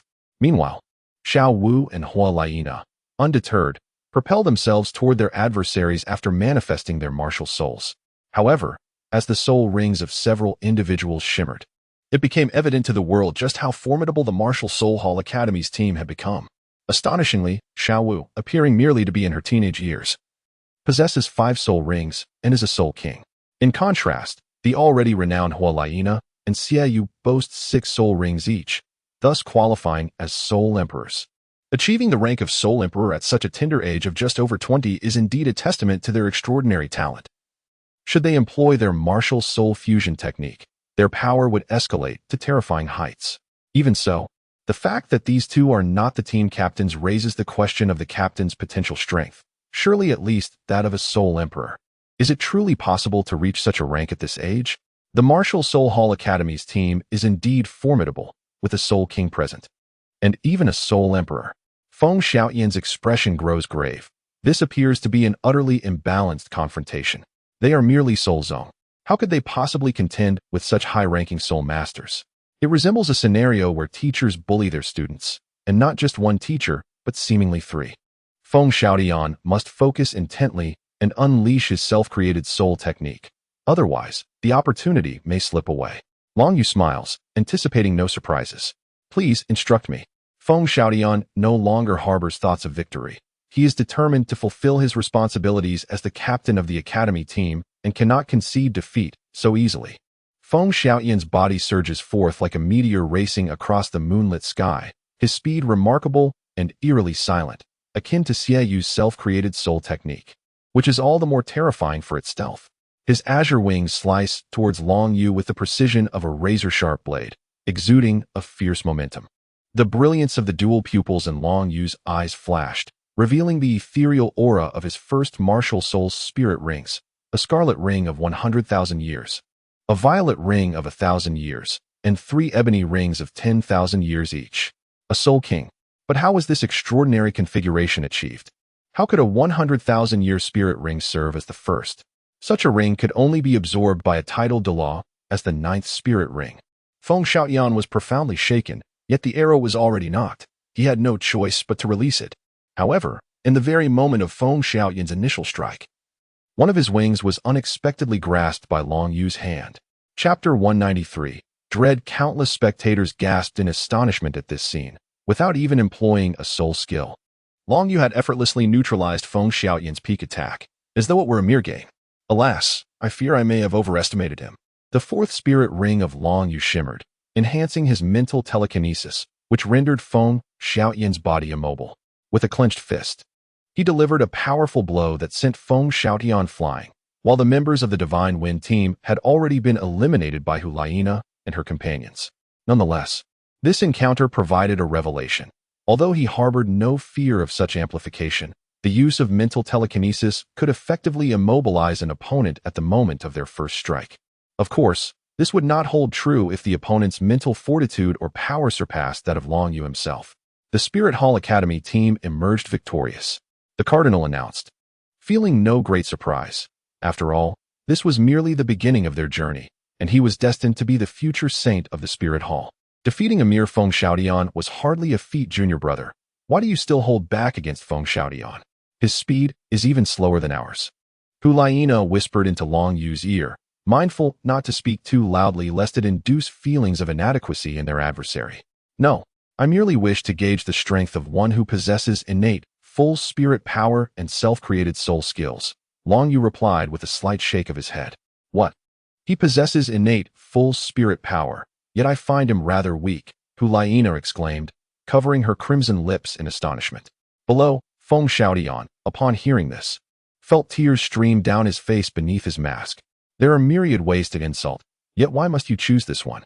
The audience erupted in applause for the victorious Spirit Hall Academy team, while the gazes of the other teams towards Long Yu and his companions were filled with trepidation and fear, astonished at the formidable strength of the Spirit Hall Academy team. How could they possibly contend with such power? All right, let us descend for now, Long Yu said, shaking his head. This Nana is truly a straightforward girl. This encounter served to showcase a significant portion of the Spirit Hall Academy team's strength. Should the opposing teams recognize the disparity and opt for a direct reduction in numbers, it would spare him some trouble. How infuriating. Their strength remains so formidable. Beneath the cloak of darkness, Yin clenched his fists tightly. Despite having endured countless trials and committed numerous heinous acts, sacrificing everything in the process, he found himself utterly outmatched by Long Yu. How could he possibly reclaim all that he had lost under such circumstances? Truly, The leader of the younger generation of the Spirit Hall exhibited remarkable strength and talent. Although merely a spirit king, his abilities were akin to those of a high-ranking spirit saint, as noted by the leading figure in black, regardless of individual prowess. What does it matter? Ultimately, teamwork is paramount in the final competition. Our preparations are thorough, and even if that young man possesses strength comparable to a high-ranking spirit saint or even a spirit Douluo, he shall still face defeat. As for their fusion spirit skills, the same applies. And let us not even mention those other spirit kings and spirit masters, another figure in black scoffed. Nevertheless, shock lingered in the air. Long Yu's talent was far superior to that of the esteemed prince in the sect. Were it not for his age, the prince would surely be no match for this individual. Remember, unless absolutely necessary, do not reveal your true strength. Now, go forth, it is your turn, commanded the leader. Yes, my lord. The 7 responded in unison, proceeding to the battle stage. Meanwhile, Long Yu and his companions were just ascending. Long Yu gestured for Hu Liena and Xie Yu to return first, while he, accompanied by the 3 young women, approached him with poise. Long Yu, Xiao Wu, Xiaolon, Zhu Qing, I see you are all present, and members of the Spirit Hall Academy battle team as well. No wonder your talents are so formidable. But tell me, how did you manage to escape safely from the grasp of the Titan giant ape? Long Yu succinctly reiterated to Ning Rongrong the reasons he had previously shared with Zhao Wuji and others, which made Ning Rongrong's heart race with excitement. Feeling immensely fortunate for the extraordinary luck of Long Yu and his companions. Truly blessed and fortunate, I had initially intended for Grandfather Jian and Grandfather Gu to rescue you. But faced opposition from my father and the others, I sincerely apologize. Ning Rongrong expressed her remorse. It's all in the past, let bygones be bygones. Xiao Wu replied with grace. It has been quite a while since we last met. Let us dine together. Ning Rongrong continued, to which Long Yu and his companions nodded in agreement. Subsequently, they exhibited the etiquette befitting hosts and graciously escorted Ning Rongrong to a high-end restaurant within the Spirit Hall, creating a harmonious atmosphere. Xiaolon, Zhu Qing, Xiao Wu, are you all now together with Long Yu? Ning Rongrong inquired curiously, noticing the evident closeness in their relationships compared to their time at Shrek Academy. Indeed, Xiao Wu and Xiaolon nodded, affirming that their bonds had transcended to the most intimate of connections. I suspected as much from the very beginning, Ning Rongrong remarked, showing no surprise. After all, even she found herself captivated by such an exceptional man. Since you are affiliated with the Spirit Hall, why did you choose to attend a humble institution like Shrek Academy? Ning Rongrong asked with intrigue. As I mentioned before, we went there merely for a brief respite, Xiao Wu responded. Oh, I was simply being mischievous at the time and wished to explore, Ning Rongrong acknowledged. Regrettably, Long Yu and his companions belonged to the Spirit Hall. As the little princess of the 7 treasure glazed tile school, Ning Rongrong was well aware of the strong apprehension and hostility her sect and father harbored towards the Spirit Hall, especially in recent years, as such sentiments had become increasingly apparent. Now, her relationship with them had grown somewhat delicate. Your cultivation speeds are remarkable. Yuqing has already reached the Soul Master level, while I am still merely at level 38, Ning Rongrong sighed, feeling rather ordinary in comparison to her companions. You are doing quite well, after all. You lack the resources that Brother Yu provides us, Xiaolon encouraged, recognizing that Ning Rongrong's talent was indeed commendable, considering she was merely 14 years old this year. Rongrong, I have heard that your sect has established a close connection with the Tang sect. Long Yu suddenly inquired about how to approach the 7 treasures glazed tile school in the future, emphasizing that it would depend on the extent to which the relationship between the two had developed. Chapter 194, The 3 Strong. Indeed, you are correct. My father and the senior leaders of our sect place great importance on Tang San's hidden weapons. After all, these weapons serve as a significant guarantee of safety for the direct disciples of our sect. Ning Rongrong responded.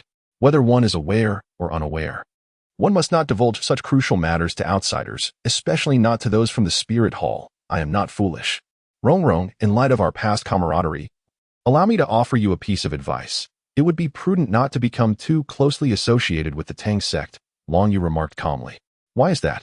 Ning Rongrong inquired, perplexed, as both parties seemed to benefit mutually, and the authority to decide was no longer in her hands. There is no particular reason. I hope you will take my words to heart. Now, let us dine. I find the crabs here to be exceptionally delicious, Long Yu said with a smile. After their meal, Long Yu and the others parted ways with Ning Rongrong, returning to the Spirit Hall to prepare for the next competition. Benefiting from the profound shock of their previous strength, many Academy teams opted to concede when facing the Spirit Hall Academy team, recognizing the futility of opposing such formidable adversaries. Soon, the Spirit Hall Academy team emerged as the first place in the second round, allowing them to bypass the third round of competition. Though Long Yu intended to observe the prowess of the mysterious dark-clad figures from the Magic Heart Academy in the audience, they remained shrouded in secrecy, concealing their true strength even at that moment. Despite Long Yu's attempt to probe their abilities with his mental energy, he encountered an intangible force that thwarted his efforts, thereby intensifying his wariness towards these elusive individuals. The third round of the competition swiftly concluded, culminating in the emergence of the final 6 teams in the Soul Master Tournament, with no further instances of buys. However, even at this juncture, the teams faced with the Wuhuan Temple Academy team largely opted for immediate surrender, placing their hopes on the other competing teams. As for the dignity of the royal family, it would be far more humiliating to be eliminated with a low ranking, including Long Yu, who Liena and others had never anticipated that the Soul Master Tournament would prove to be so monotonous, from the second round of finals until now. The Wuhuan Temple Academy team had scarcely engaged in any real battles. In contrast, the other 5 teams fought fiercely against one another, as only 3 teams could progress to the next round, competing for a meager 2 available slots. Unsurprisingly, apart from the Wuhuan Temple Academy team, the Star Luo Empire Royal Academy team and the previously unknown Magic Heart Academy team emerged, even defeating the Tiando Empire Royal Academy team, much to the astonishment of many.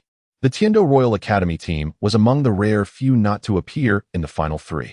As this edition of the Soul Master Tournament approached its conclusion, significant figures such as Bibi Dong, Ning Fengji, and even the Poison Douluo made their appearances, following Long Yu's earlier counsel. The toxin issue concerning the Poison Douluo's Emerald Lizard King was resolved. Moreover, under the diligent efforts of Dugu Bo, Dugu Yan had acquired a spirit bone, enabling her to transfer the toxins into it as a vessel, thus achieving better control over her own poison.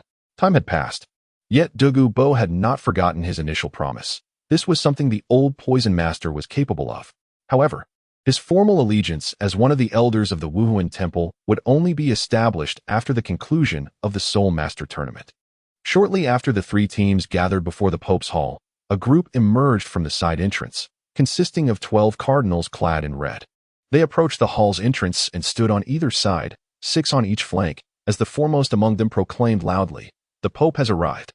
As soon as these words were uttered, all the palace knights and the surrounding Soul Masters erupted in fervent exclamations. For these Soul Masters, or indeed for the majority of Soul Masters across the continent, the Pope of the Spirit Hall represented their ultimate faith. The immense gates swung open, revealing Bibi Dong, adorned in a resplendent golden gown, crowned with a regal purple-gold tiara, and wielding a golden scepter encrusted with numerous gemstones, as she gracefully stepped forth from the papal hall. Her expression was solemn, and the red, blue, and gold gemstones on her gown shimmered brilliantly in the morning sun, while the purple-gold crown radiated a dazzling brilliance. She was already breathtakingly beautiful, yet at this moment, she exuded an unparalleled majesty, a distinct aura reserved solely for the Pope of the Spirit Hall. Long live the Pope! Countless voices cried out in fervor.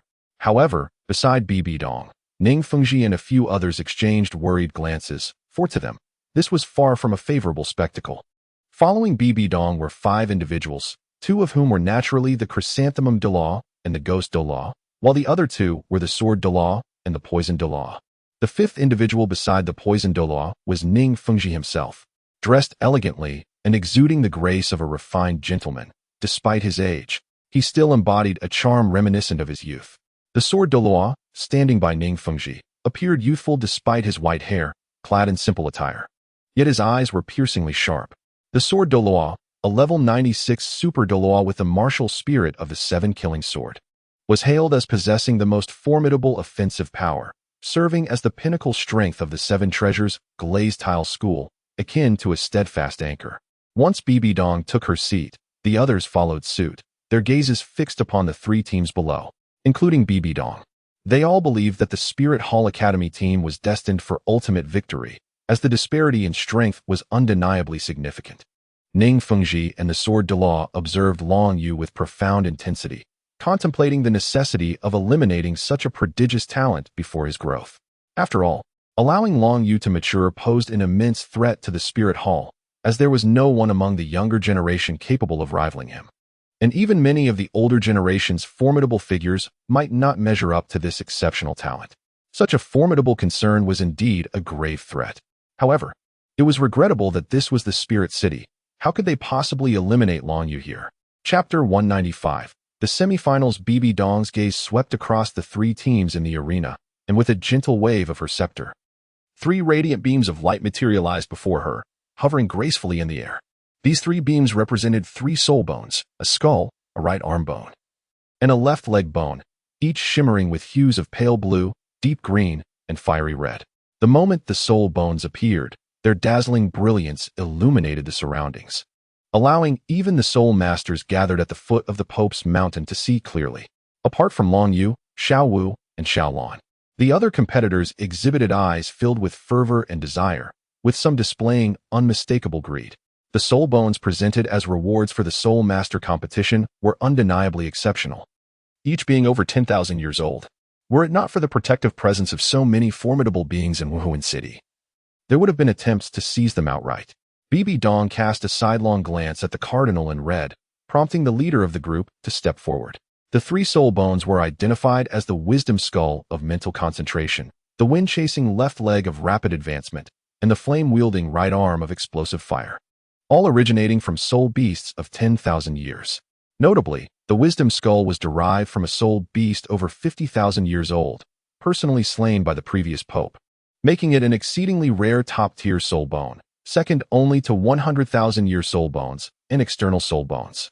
Once the cardinal concluded his remarks, Bibi Dong's voice resonated once more. The soul bones are rewards reserved for the champion. Only the ultimate victor of this competition shall be entitled to receive them. You three are the top contenders of this tournament. I urge you to give your utmost in pursuit of this honor. This morning would feature the individual elimination matches, with the three teams taking turns to send out their competitors. The victorious team would advance to the championship match tomorrow, while the defeated would enter the afternoon's loser bracket for another chance at qualification. Now, let the matches commence. It was evident that these soul bones were originally intended for the three members of the Golden Generation. As for Long Yu, Bibi Dong understood that her disciple held no interest in the soul bones of the Spirit Hall, thus none were prepared for him. By the decree of His Holiness the Pope, the competition shall begin shortly. I request that the three teams proceed to their designated waiting areas, announced the cardinal with a resonant voice. In the individual elimination matches, the first contest would be between the Spirit Hall Academy team and the Royal Academy team of the Xinghua Empire. Please send forth your representatives to the stage for the competition. Brother Yu, are you going to be the first to compete? Xiao Wu inquired. With your strength, you could easily sweep away the other two teams. Indeed, it saves time. If the opponents are wise, they will conserve much time. However, the downside is that we may not encounter the Royal Academy team of the Xinghua Empire, Long Yu replied. Is that team in black truly as formidable as they say? The Royal Academy of the Star Luo Empire possesses a formidable battle team and boasts the unique ability of martial soul fusion techniques. With the current soul power of Davis and Zhu Zhuyuan, their strength approaches that of a soul emperor. In contrast, the Magic Heart Academy's battle team can only be described as mediocre, exuding an air of barely qualifying for the top three. Zhu Zhuqing hesitated, her intuition whispering that the true might of the Magic Heart Academy team had yet to be unveiled. Long Yu shook his head and ascended the competition stage. As he activated his 5 soul rings, his piercing gaze flickered with intensity, a presence so overwhelming that it nearly compelled the opposing team to kneel. The disparity in strength was so vast that maintaining an upright stance became a challenge. We, the Royal Academy of the Star Luo Empire, concede and willingly enter the afternoon's losers bracket, he declared. Upon uttering these words, the oppressive aura dissipated, and the opposing team instantly felt a wave of relief as they returned to their ranks. The Spirit Hall Academy team emerges victorious, announced the Cardinal in crimson. Following this, the Magic Heart Academy dispatched their members for individual eliminations. Yet no one stepped forward. A team leader proclaimed, "We, the Magic Heart Academy team, concede and will enter the afternoon's losers bracket finals." Very well.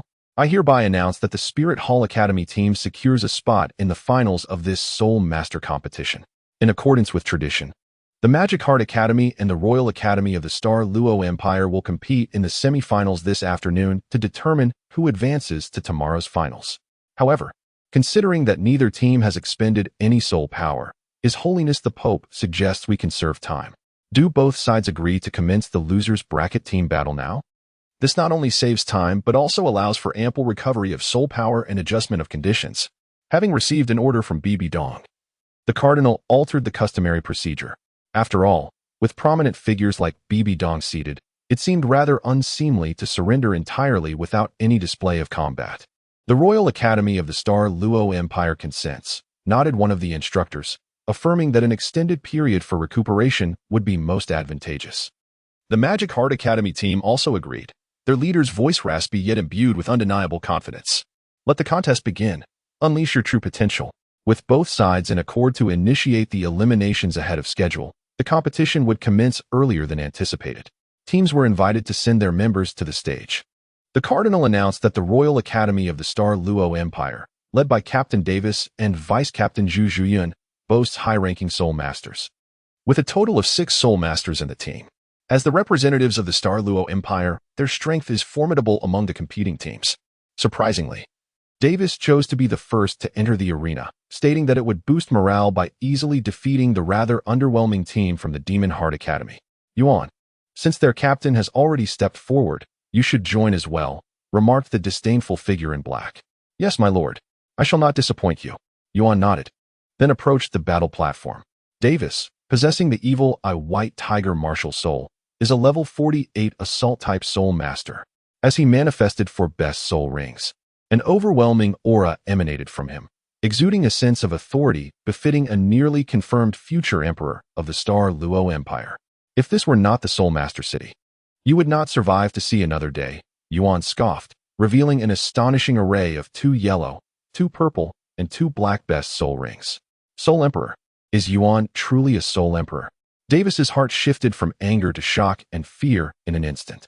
The Soul Emperor's power exceeded his own by over 10 levels. How could a one-on-one elimination match proceed under such circumstances? Wasn't this the domain of the Soul Palace Academy's elite? Damn it, he has been concealing his strength all along. Davis thought anxiously. Initially, he believed that the Demon Heart Academy posed no threat, but it now appeared that they had been deliberately hiding their capabilities since the start of the Soul Master Tournament. Now, in the semifinals, they finally revealed their true strength, leaving Davis uncertain about the extent of their hidden abilities. From the sound of his voice, it seemed that Yuan was also in his 20s. Yet the disparity in soul power was immense. In that moment, Davis's former confidence was entirely overshadowed by Yuan's presence. A Soul Emperor? Such depth of concealment. Xiao Wu and the others gasped, covering their mouths in astonishment. Even with long-used prior words, they had anticipated that the Demon Heart Academy would at most field a Soul King, but to their surprise, they were confronted with a Soul Emperor right from the start. Moreover, based solely on appearances, Yuan seemed even more formidable than Xieyu. Longyu, did you know from the outset that they were hiding their strength? Upon witnessing the unfolding situation, Zhu Zhuqing's expression turned serious as she inquired.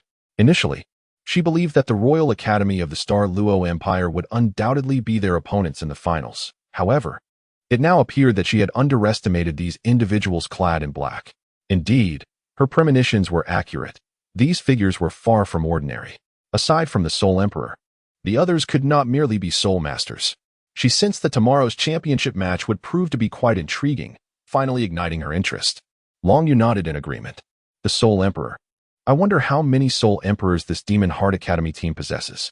Yet, for some inexplicable reason, the sight of these black-clad individuals filled her with an intense aversion, even provoking a desire to confront them directly. Was she truly becoming so ferocious and bloodthirsty?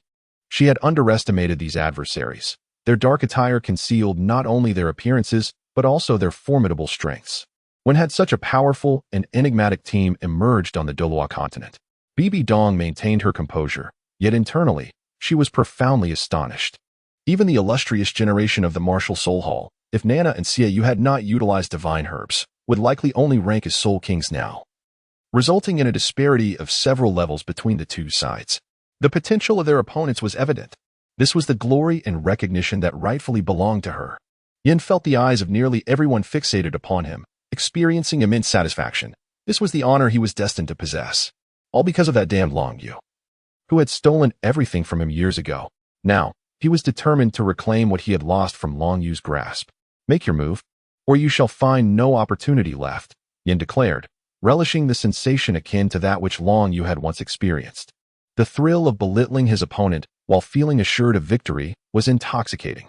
With a flourish, he unleashed his third soul skill, White Tiger's Diamond Transformation. Davis's third soul ring shimmered as his magnificent physique expanded once more, his muscles bulging grotesquely, tearing his upper garments apart and revealing a terrifying muscular silhouette.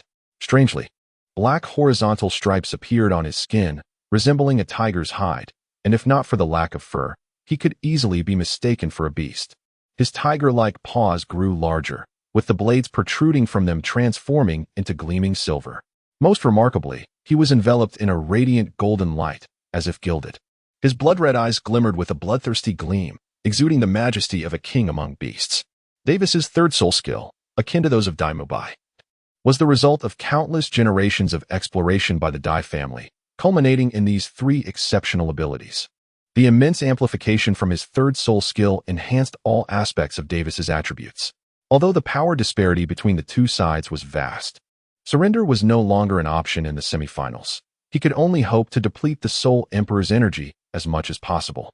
With resolve, he activated his second soul skill, White Tiger's Radiant Wave. A beam of light shot towards Yin, who was engulfed in black flames. His body swelled dramatically, tearing through the fabric of his upper garments, his muscles resembling granite. The temperature in the vicinity surged rapidly. Without employing any soul skills, Yin forcefully struck the White Tiger's fierce light wave with his palm. Even more astonishingly, Davis's second soul skill failed to inflict any damage upon Yan's hand, merely reflecting back as if it were a ray of light striking the ground. Yin wasted no time and charged straight at Davis. First soul skill, Hellish Lava Surge. The first soul ring on Yin shimmered, and torrents of scalding black magma erupted from the ground, propelling Davis into the air. Yan's form then vanished from sight, only to reappear beside Davis. With a resounding thud, Davis's body plummeted to the ground like a fallen leaf, struck squarely in the chest. Several of his ribs were shattered, and he coughed up a mouthful of blood. With just one soul skill, Yin had severely injured Davis, highlighting the staggering disparity in their strength. Prince, the teacher in charge of the team, hurriedly assessed Davis's injuries. Upon sensing that the prince's life was not in jeopardy, he secretly breathed a sigh of relief. His gaze towards Yin filled with trepidation. How has the strength of the younger generation on this continent become so monstrous? First, the unmatched prowess of the Spirit Hall Academy team, and now even this obscure team from the Demon Heart Academy is so terrifying. Even the strongest among them, Prince, has fallen so easily. Surely, there is no one else in the Star Luo Empire Royal Academy team who can contend with this Soul Emperor. Moreover, even if we defeat this Soul Emperor, he has 6 teammates. What if another Soul Emperor appears? Glancing at the team members who were visibly tense and fearful, the teacher finally sighed. On behalf of the Star Luo Empire Royal Academy team, I concede. This marked the first time the Star Luo Empire Royal Academy team had failed to reach the finals, having conceded multiple times. First to the Spirit Hall Academy team, and now to the Demon Heart Academy team. I hereby announce that the team advancing to the finals is the Demon Heart Academy team.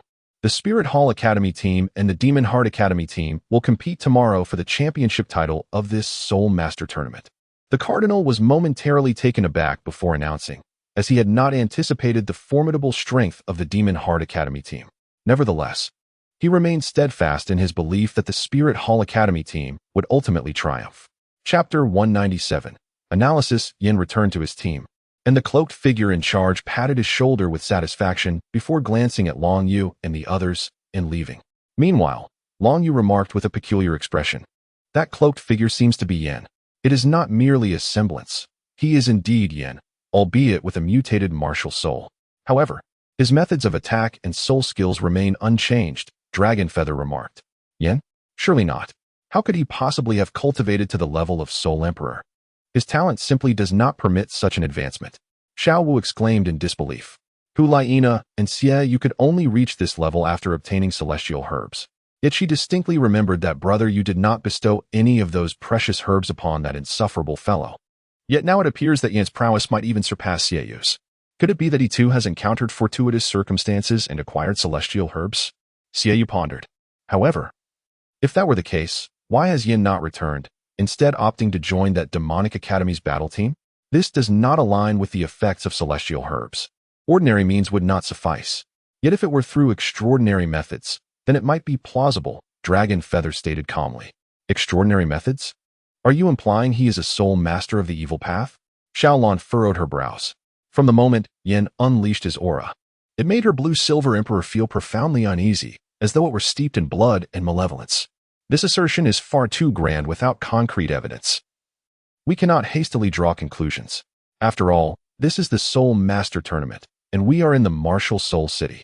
Should it turn out to be a misunderstanding, the Martial Soul Hall would be a target of ridicule across the continent. Nevertheless, we must remain resolute and ensure our strength is sufficiently formidable. Let us return for now. Tomorrow's battle promises to be quite intriguing. Dragon Feather waved his hand dismissively. Long Yu did not return to his residence immediately. Instead, he made his way to the Pope's palace. Approaching Bibi Dong, he softly called out, "Teacher." "Ah, Xiaoyu, you have indeed arrived," Bibi Dong replied. "Pray tell, what is your opinion regarding the Magus Academy's team? From the outset, they have concealed their true strength, presumably to avoid premature exposure. It remains uncertain whether they genuinely wish to maintain a low profile and make a stunning revelation later, or if there are other motives at play. However, their prowess is indisputable, and their dark attire effectively obscures external perception, rendering their soul power levels completely inscrutable. I surmise that within the Magus Academy team, there are certainly several Soul Kings, and perhaps even more than one Soul Emperor." Long Yu articulated. If merely one or two individuals achieved such heights, it would be understandable, as everyone has their own opportunities. Yet, if the entire team comprises individuals under the age of 25 who have reached this level, I find it rather abnormal. Furthermore, when that individual unleashed their aura and soul techniques, it was profoundly unsettling, compounded by my earlier analysis. I even suspect that the figure in dark clothing may be the former Yin. As for how he has ascended to the rank of Soul Emperor, I find myself hesitant. Long Yu mused. An evil soul master, is it not? But if they are indeed evil soul masters, what audacity do they possess to venture into Wuhan City? Is it solely due to the leadership of two soul Douluos or the prohibition against killing in the Soul Master competition? Should they be exposed, such regulations would hold no weight, Bibi Dong added. This is precisely what perplexes me. I am equally uncertain, Long Yu admitted. Leave this matter to me. During tomorrow's finals, I cannot believe they will manage to remain hidden. Once some information is revealed, we will have our answers. However, I am prepared for the worst. We shall fortify Wuhan City. If they are indeed evil soul masters, we shall apprehend them all, Bibi Dong declared. As for the Elder Hall, Xiaoyu, you should address the situation there. Regarding the outcome of tomorrow's finals, I have unwavering faith in your abilities. Yes, teacher, Long Yu affirmed. Long Yu nodded and subsequently departed from the Papal Hall, making his way towards the Elder Hall. Although the current strength of the Papal Hall was commendable, if the adversary truly belonged to the malevolent Soul Master faction, he could not afford to grant them any opportunity. Furthermore, this was the Soul Master City. Should they manage to evade capture, the prestige of the Spirit Hall would suffer a significant blow. The Elder Hall remained the foremost collective of combat prowess within the Spirit Hall. Later that evening, after a tumultuous encounter, Long Yu found himself surrounded by 3 women. Brother Yu, Xiao Wu inquired, if the opponent proves to be exceptionally formidable tomorrow, will we be a burden to you? What are you saying? Long Yu replied, in truth, each of you is already incredibly talented. How could you possibly be a burden to me? Long Yu comforted, observing that his previous emphasis had transformed into apprehension and gravity in the eyes of Xiao Wu and the others. They seemed genuinely concerned that the formidable strength of the Demon Heart Academy team might overshadow their own capabilities. To his surprise, these young women harbored such thoughts. Indeed, we are quite eager to witness the full extent of our junior brother's power when he unleashes his true potential, Hulaina remarked. Even when facing the combined might of the 6 members of the Spirit Hall Academy team, Long Yu navigated the challenge with remarkable ease. The team members were genuinely curious to ascertain the prowess of their captain, the leading figure of the young generation of the Spirit Hall. Well, it all hinges on their performance. Should they merely be Soul Emperors, I must admit, I would be somewhat disappointed. However, given their prolonged concealment, I suspect that the Demon Heart Academy team possesses far greater strength than what they have thus far revealed. Long Yu nodded. Regardless of the opponent's capabilities, He firmly believed that he could dismantle their strategies through his own strength.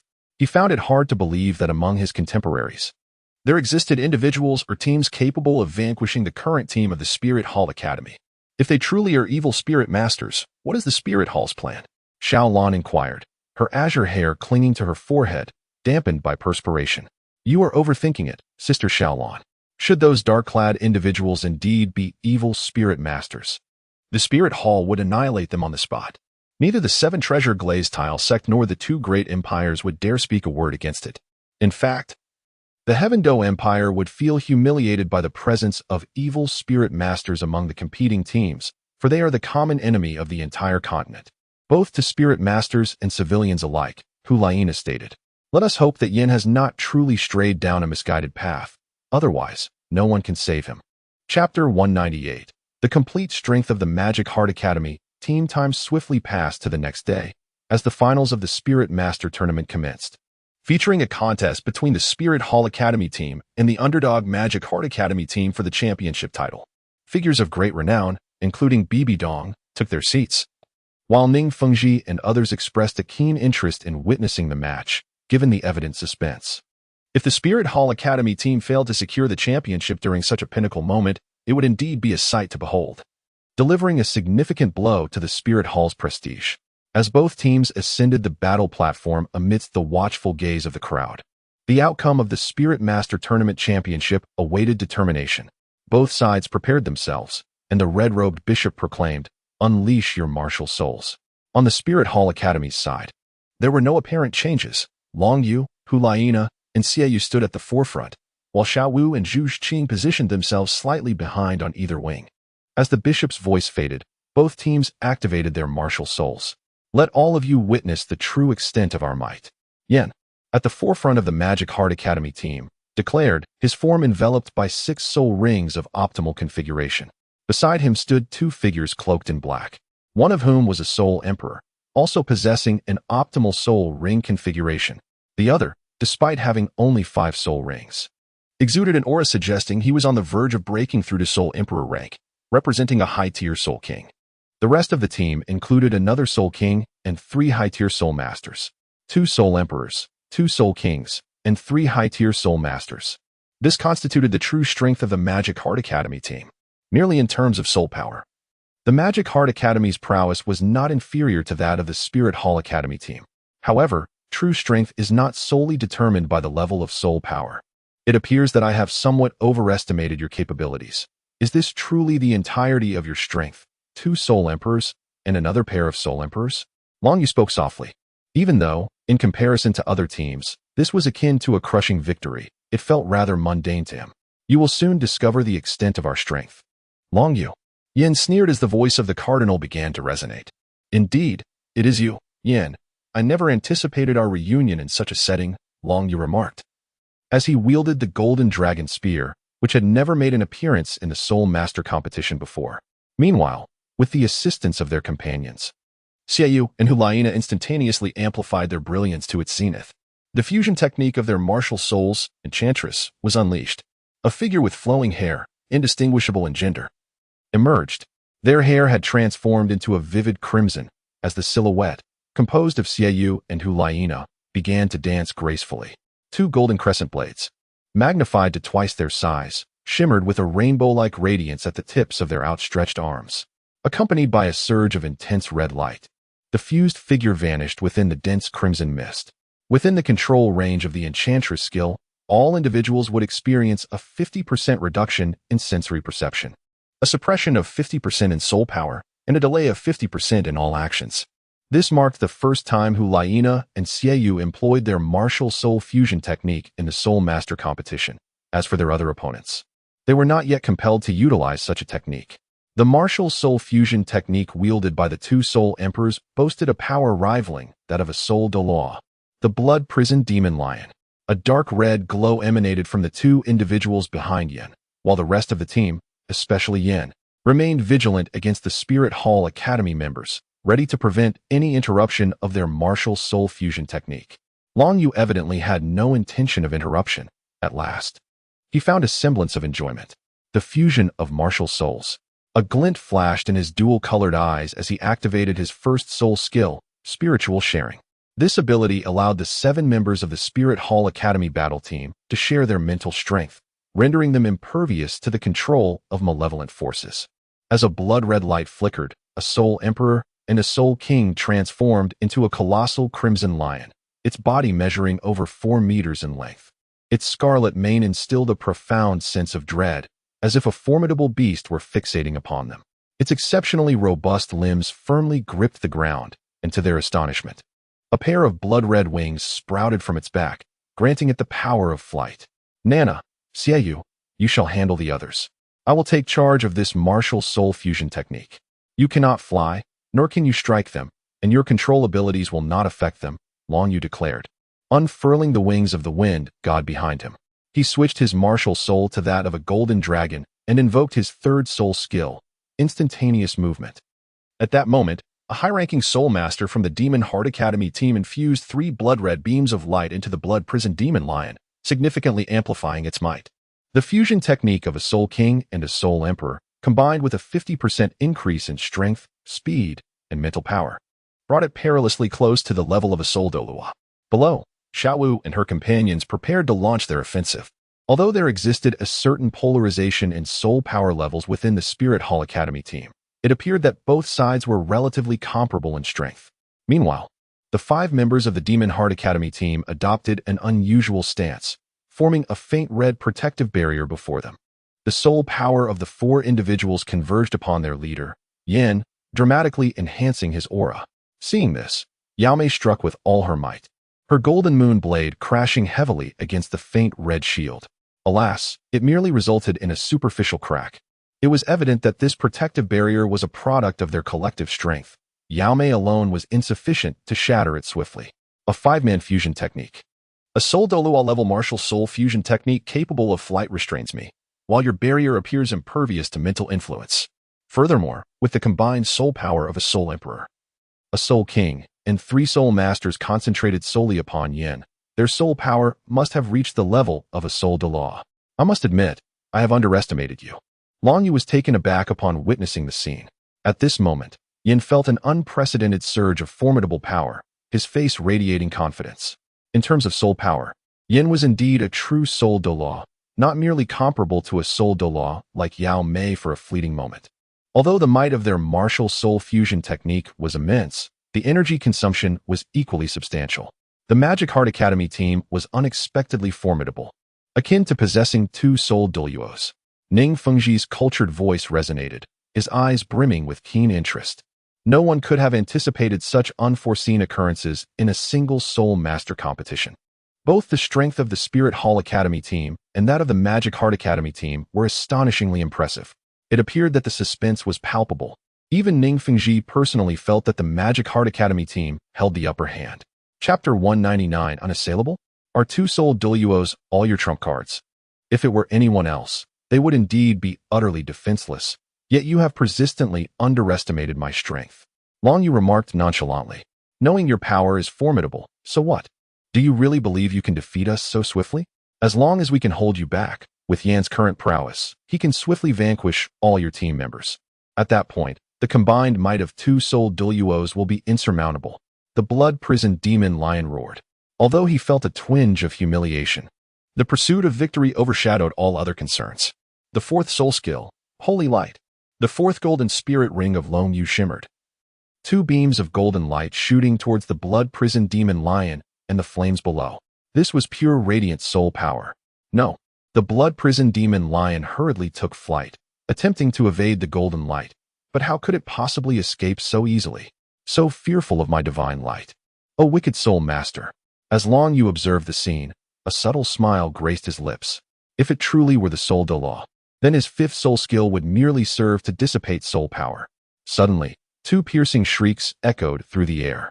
Remarkably, a gaping wound the size of an arm appeared on the once mighty blood-prisoned demon lion, having been struck by a beam of golden light that pierced through its abdomen. Following such a devastating blow, the martial soul fusion technique disintegrated, reverting the 2 combatants back to their previous forms of Soul Emperor and Soul King, albeit now clutching their continuously bleeding midsections. Although not immediately lethal, It was unmistakable that they had lost their combat efficacy. Meanwhile, Yin fared little better. Even in his martial soul's true form, he found himself utterly powerless. His soul Douluo's soul power succumbed to the overwhelming sanctity of the radiant force, and a single strike was sufficient to send him reeling backward. In that moment, disbelief enveloped the spectators, many of whom rose from their seats, mouths agape, unable to comprehend the spectacle unfolding before them. The captain of the Spirit Hall Academy team had dispatched 2 soul Douluo with a single soul skill? How could such a pure and formidable light power exist? The members of the Demon Heart Academy team were gripped by terror. As evil soul masters, the very essence they detested and feared was this divine luminescence, yet Long Yu wielded such might with astonishing potency, effortlessly reducing them all to their base forms. Damn it! Wasn't it said that Long Yu's martial soul was merely a golden dragon, renowned for its physical strength? How could he also possess such terrifying light power? The 2 cloaked figures leading the team gnashed their teeth at the sight. This was a complete elemental suppression. Upon witnessing this, Bibian allowed a smile to play upon her lips before issuing commands to Ju Douluo and Gue Douluo. The 2 elders swiftly departed for the audience section, their bodies shimmering with 9 soul rings as they summoned their martial souls. Countless spectators were left bewildered, questioning the unfolding circumstances at the Spirit Hall. Had they truly been exposed?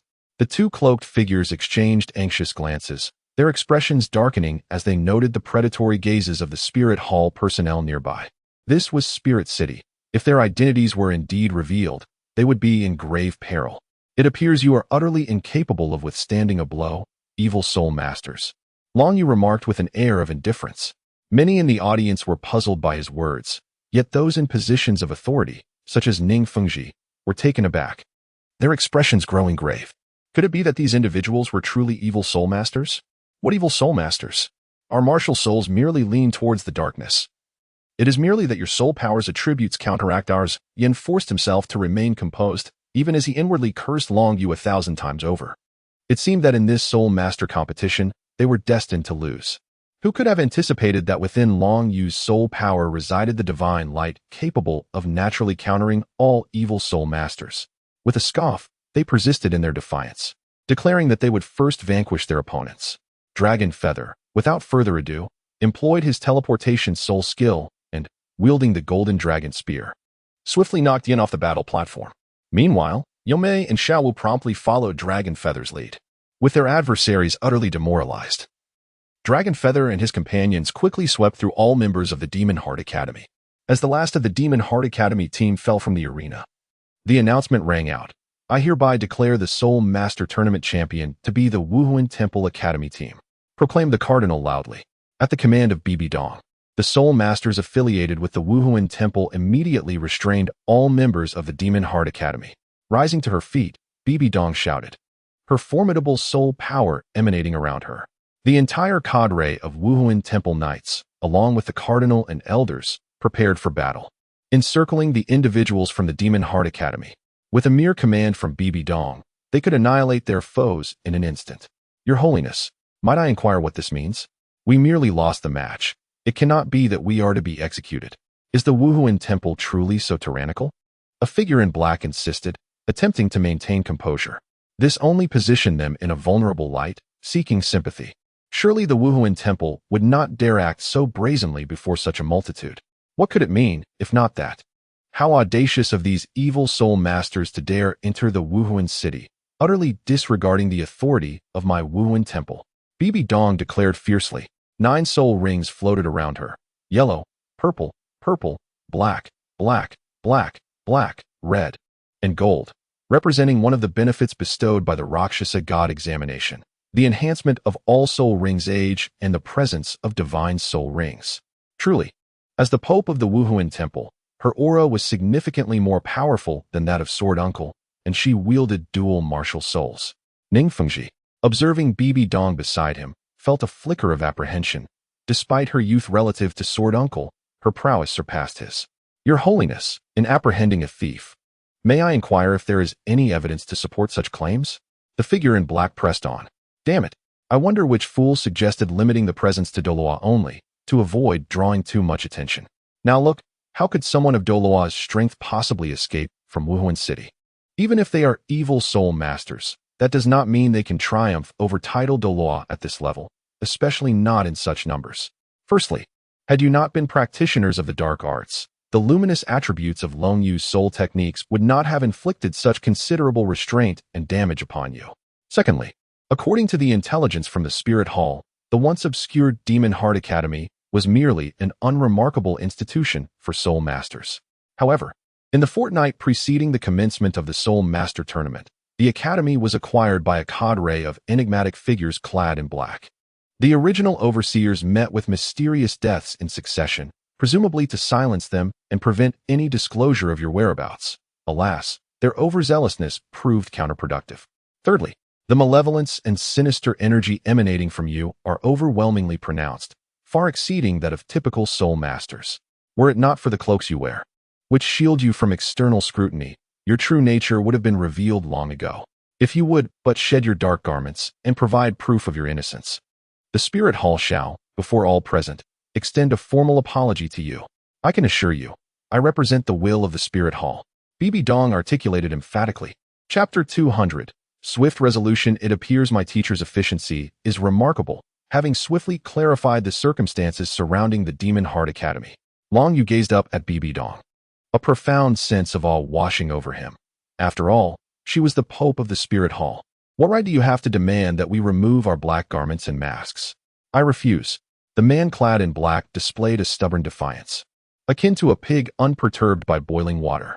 Yet, it was evident that Bibi Dong had no intention of wasting further time. Despite the skepticism of numerous onlookers, she commanded her subordinates to take action. Upon receiving the directive, Zhu Douluo and Gue Douluo surged forth towards the two leaders, while the Cardinal and the Guardian Knights restrained the remaining members of the Demon Heart Academy team. With their formidable prowess, subduing these injured soul kings, soul emperors, and even a soul sect was an exceedingly simple task.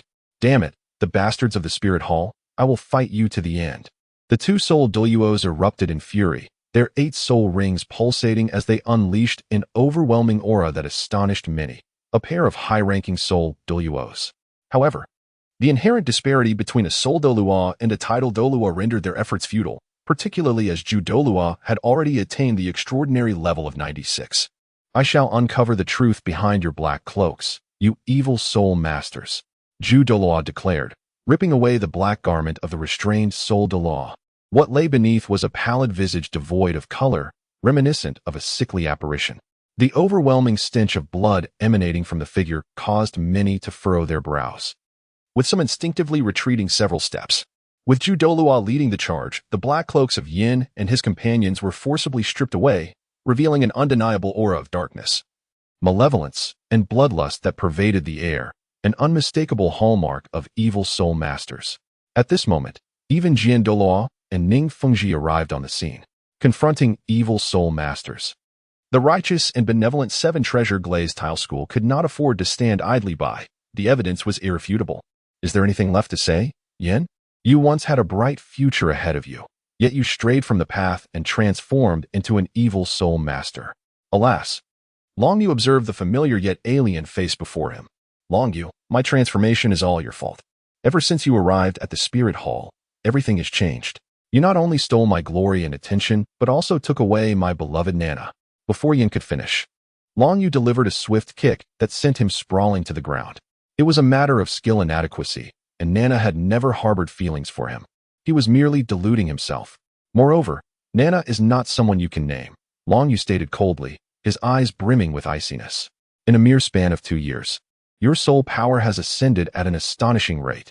Even as an evil soul master, you must have sacrificed something in return, perhaps your lifespan or even your very soul. How laughable and tragic you are, Long Yu continued. I hereby declare that Yin is to be expelled from the Spirit Hall, stripped of all honors and privileges associated with it. All members of the Demon Heart Academy shall be executed, Bibi Dong proclaimed.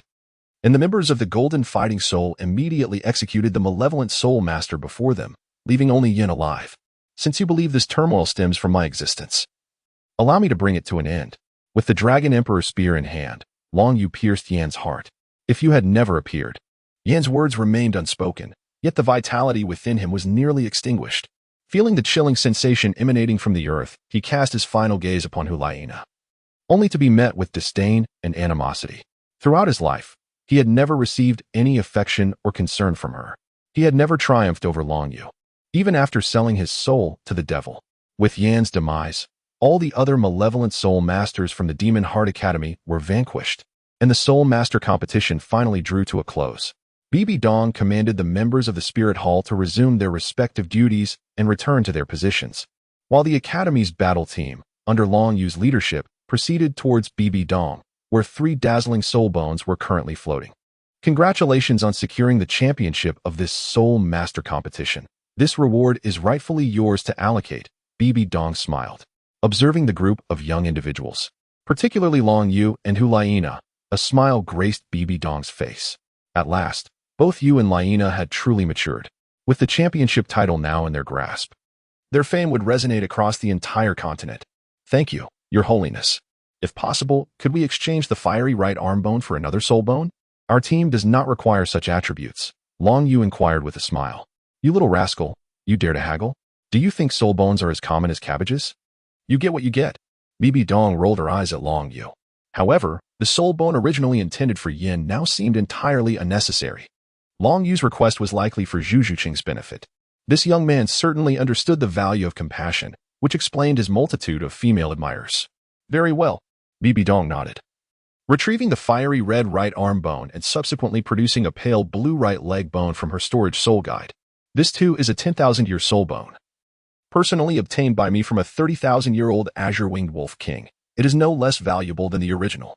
Bibi Dong elaborated. Thank you, Your Holiness. Long Yu chuckled, unceremoniously accepting the 3 soul bones. What followed was the distribution of the soul bone rewards, with the members of the Spirit Hall Academy battle team already aware of their allocations. Undoubtedly, the most significant spiritual skull belonged to Hulaina. The swiftly advancing left leg bone was awarded to Xieyu, while the temporarily substituted right leg bone given to Bibi Dong was designated for Zhu Zhuqing. The remaining members, however, did not receive any soul bones.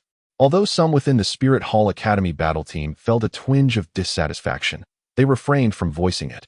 After all, the primary reason they secured the championship in this Soul Master tournament was their immensely powerful captain. Without him, they would have had no means to contend with 2 opponents of the Soul Douluo level.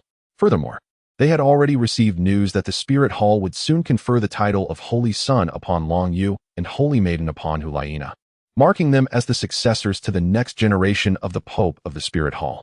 Their elevated status rendered it even more unnecessary to express discontent. After Bibi Dong succinctly summarized the events, she departed, and the audience gradually dispersed, marking the true conclusion of this edition of the Soul Master Tournament. The prowess displayed by the Spirit Hall Academy battle team would undoubtedly resound throughout the continent. Chapter 201, The Conferment of the Holy Sun Nana. How do you feel after absorbing this spiritual skull? After all, it is a rare artifact over 50,000 years old, Long Yu inquired. Hulaina, with her elongated beautiful eyes, nodded and replied, since it was specifically left for me by my teacher, I certainly need not express my gratitude. I feel my mental strength has been elevated several levels. My charm effect has also significantly improved. However, I worry that you, this domineering man, may not appreciate it. Her greatest strength lay in her allure, yet Hulaina had never employed her soul skills during the Soul Master tournament, adhering to Long Yu's repeated directives. Of course I appreciate it. You are my wife, and your charm is meant solely for me, Long Yu declared as he firmly embraced Hulaina. Truly domineering. Yet I find it delightful, Hulaina mused, exuding a fragrant aura, her pink soul power radiating, transforming the atmosphere into something enchanting, igniting a flame within Long Yu, who promptly pressed the alluring vixen beneath him. Following the conclusion of the Soul Master tournament, Bibi Dong granted a rare opportunity for relaxation to a few individuals. After more than a week, she permitted Long Yu to take Hulaina to the Pope's palace. Long Yu and Hulaina entered the papal hall in unison, discovering that a considerable assembly had already gathered. At the pinnacle of this gathering was Bibi Dong, the esteemed Pope of the Spirit Hall. Beside her stood the revered elder, Golden Crocodile Douluo, who, despite his greater seniority, recognized Bibi Dong as the Pope and the highest authority in the open hierarchy. Even in terms of strength, Golden Crocodile Douluo would not dare to claim superiority over the younger Bibi Dong. Beneath the Pope's throne, the members of the Papal Hall, including Zhu Douluo and Gui Douluo, were situated on the left, while those from the Elder Hall occupied the right. Xiao Wu and others found themselves at the very end of the line. Had it not been for their close ties with Long Yu, they would not have been able to attend such a momentous occasion at the Papal Hall. These individuals represented the true core strength of the Spirit Hall, embodying both the current and future might of the continent's elite. Upon noticing the arrival of her two disciples, Bibi Dong nodded in acknowledgement and addressed the assembly. Today, I have summoned you to the Papal Hall to announce two significant matters. The first is the official appointment of the Holy Son and Holy Daughter of the Spirit Hall. My eldest disciple, Hulaina, possesses extraordinary talent, having achieved the rank of 61st level Soul Emperor at the tender age of 22, complemented by an external soul bone and a formidable mental capacity. My second disciple, Long Yu, is astonishingly gifted, although merely 14 years of age. He has reached the 55th level Soul King, with true capabilities far surpassing his peers. He wields dual martial souls, numerous soul bones, and possesses exceptional techniques, including soul rings that transcend the usual standards. His talents and character are exemplary, making him an undeniable cornerstone in the upcoming Soul Master competition. I hereby decree that Hulaina shall be conferred the title of Holy Daughter of the Spirit Hall, and Long Yu shall be designated as the Holy Son. Are there any objections? Bibi Dong surveyed the assembly below. What objections could there be? Neither the Papal Hall nor the Elder Hall would contradict Bibi Dong's decision. Long Yu's extraordinary prowess rendered any doubt absurd. Who else could assume the title of Holy Son if not someone of his caliber? As for Hulaina, while her talents and abilities might pale in comparison to Long Yu's, she remained an exceptionally gifted soul master in her own right. Being both Long Yu's senior and his beloved, as well as Bibi Dong's foremost disciple. After a brief silence, Bibi Dong, satisfied with the lack of dissent, nodded and declared, "Since there are no objections, I hereby proclaim that from this moment forth, Hulaina is the Holy Daughter of the Spirit Hall, and Long Yu is the Holy Son. Let us celebrate this momentous occasion." The esteemed Zhu Douluo was the first to respectfully exclaim, soon followed by the members of the Papal Hall, and then echoed by the Elders' Hall and others. It was truly astonishing that the young boy they had retrieved from Nodding City a mere decade ago had now ascended to the esteemed position of the Holy Son of the Spirit Hall, surpassing even my own status. Moreover, not only in rank, but given the Holy Son's remarkable pace of cultivation, it would not be long before he could potentially eclipse even us old-timers, perhaps reaching the level of Soul Emperor or Soul Sage.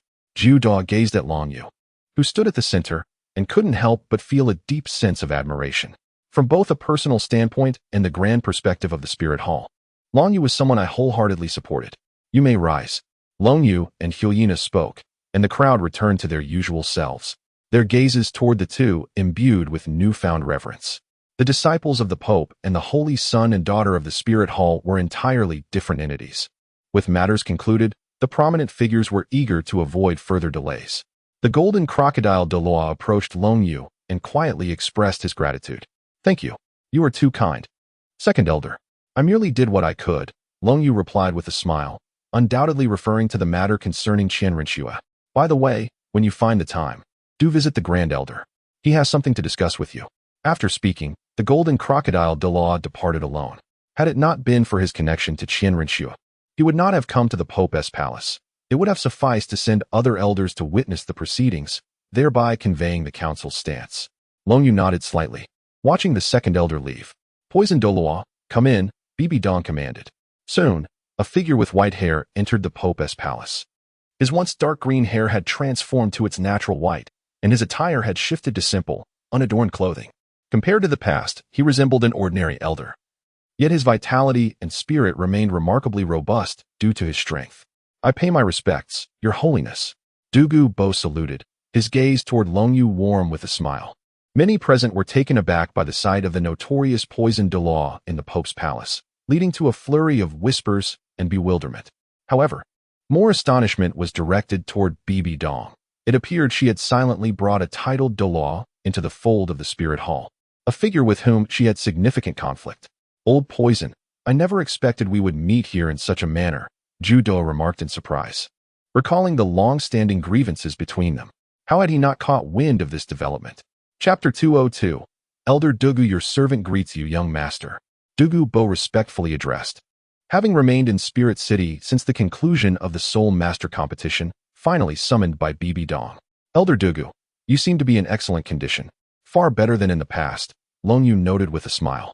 Their brief exchange served as an indirect explanation to the others regarding Dugu Bo's unexpected presence in the spirit hall.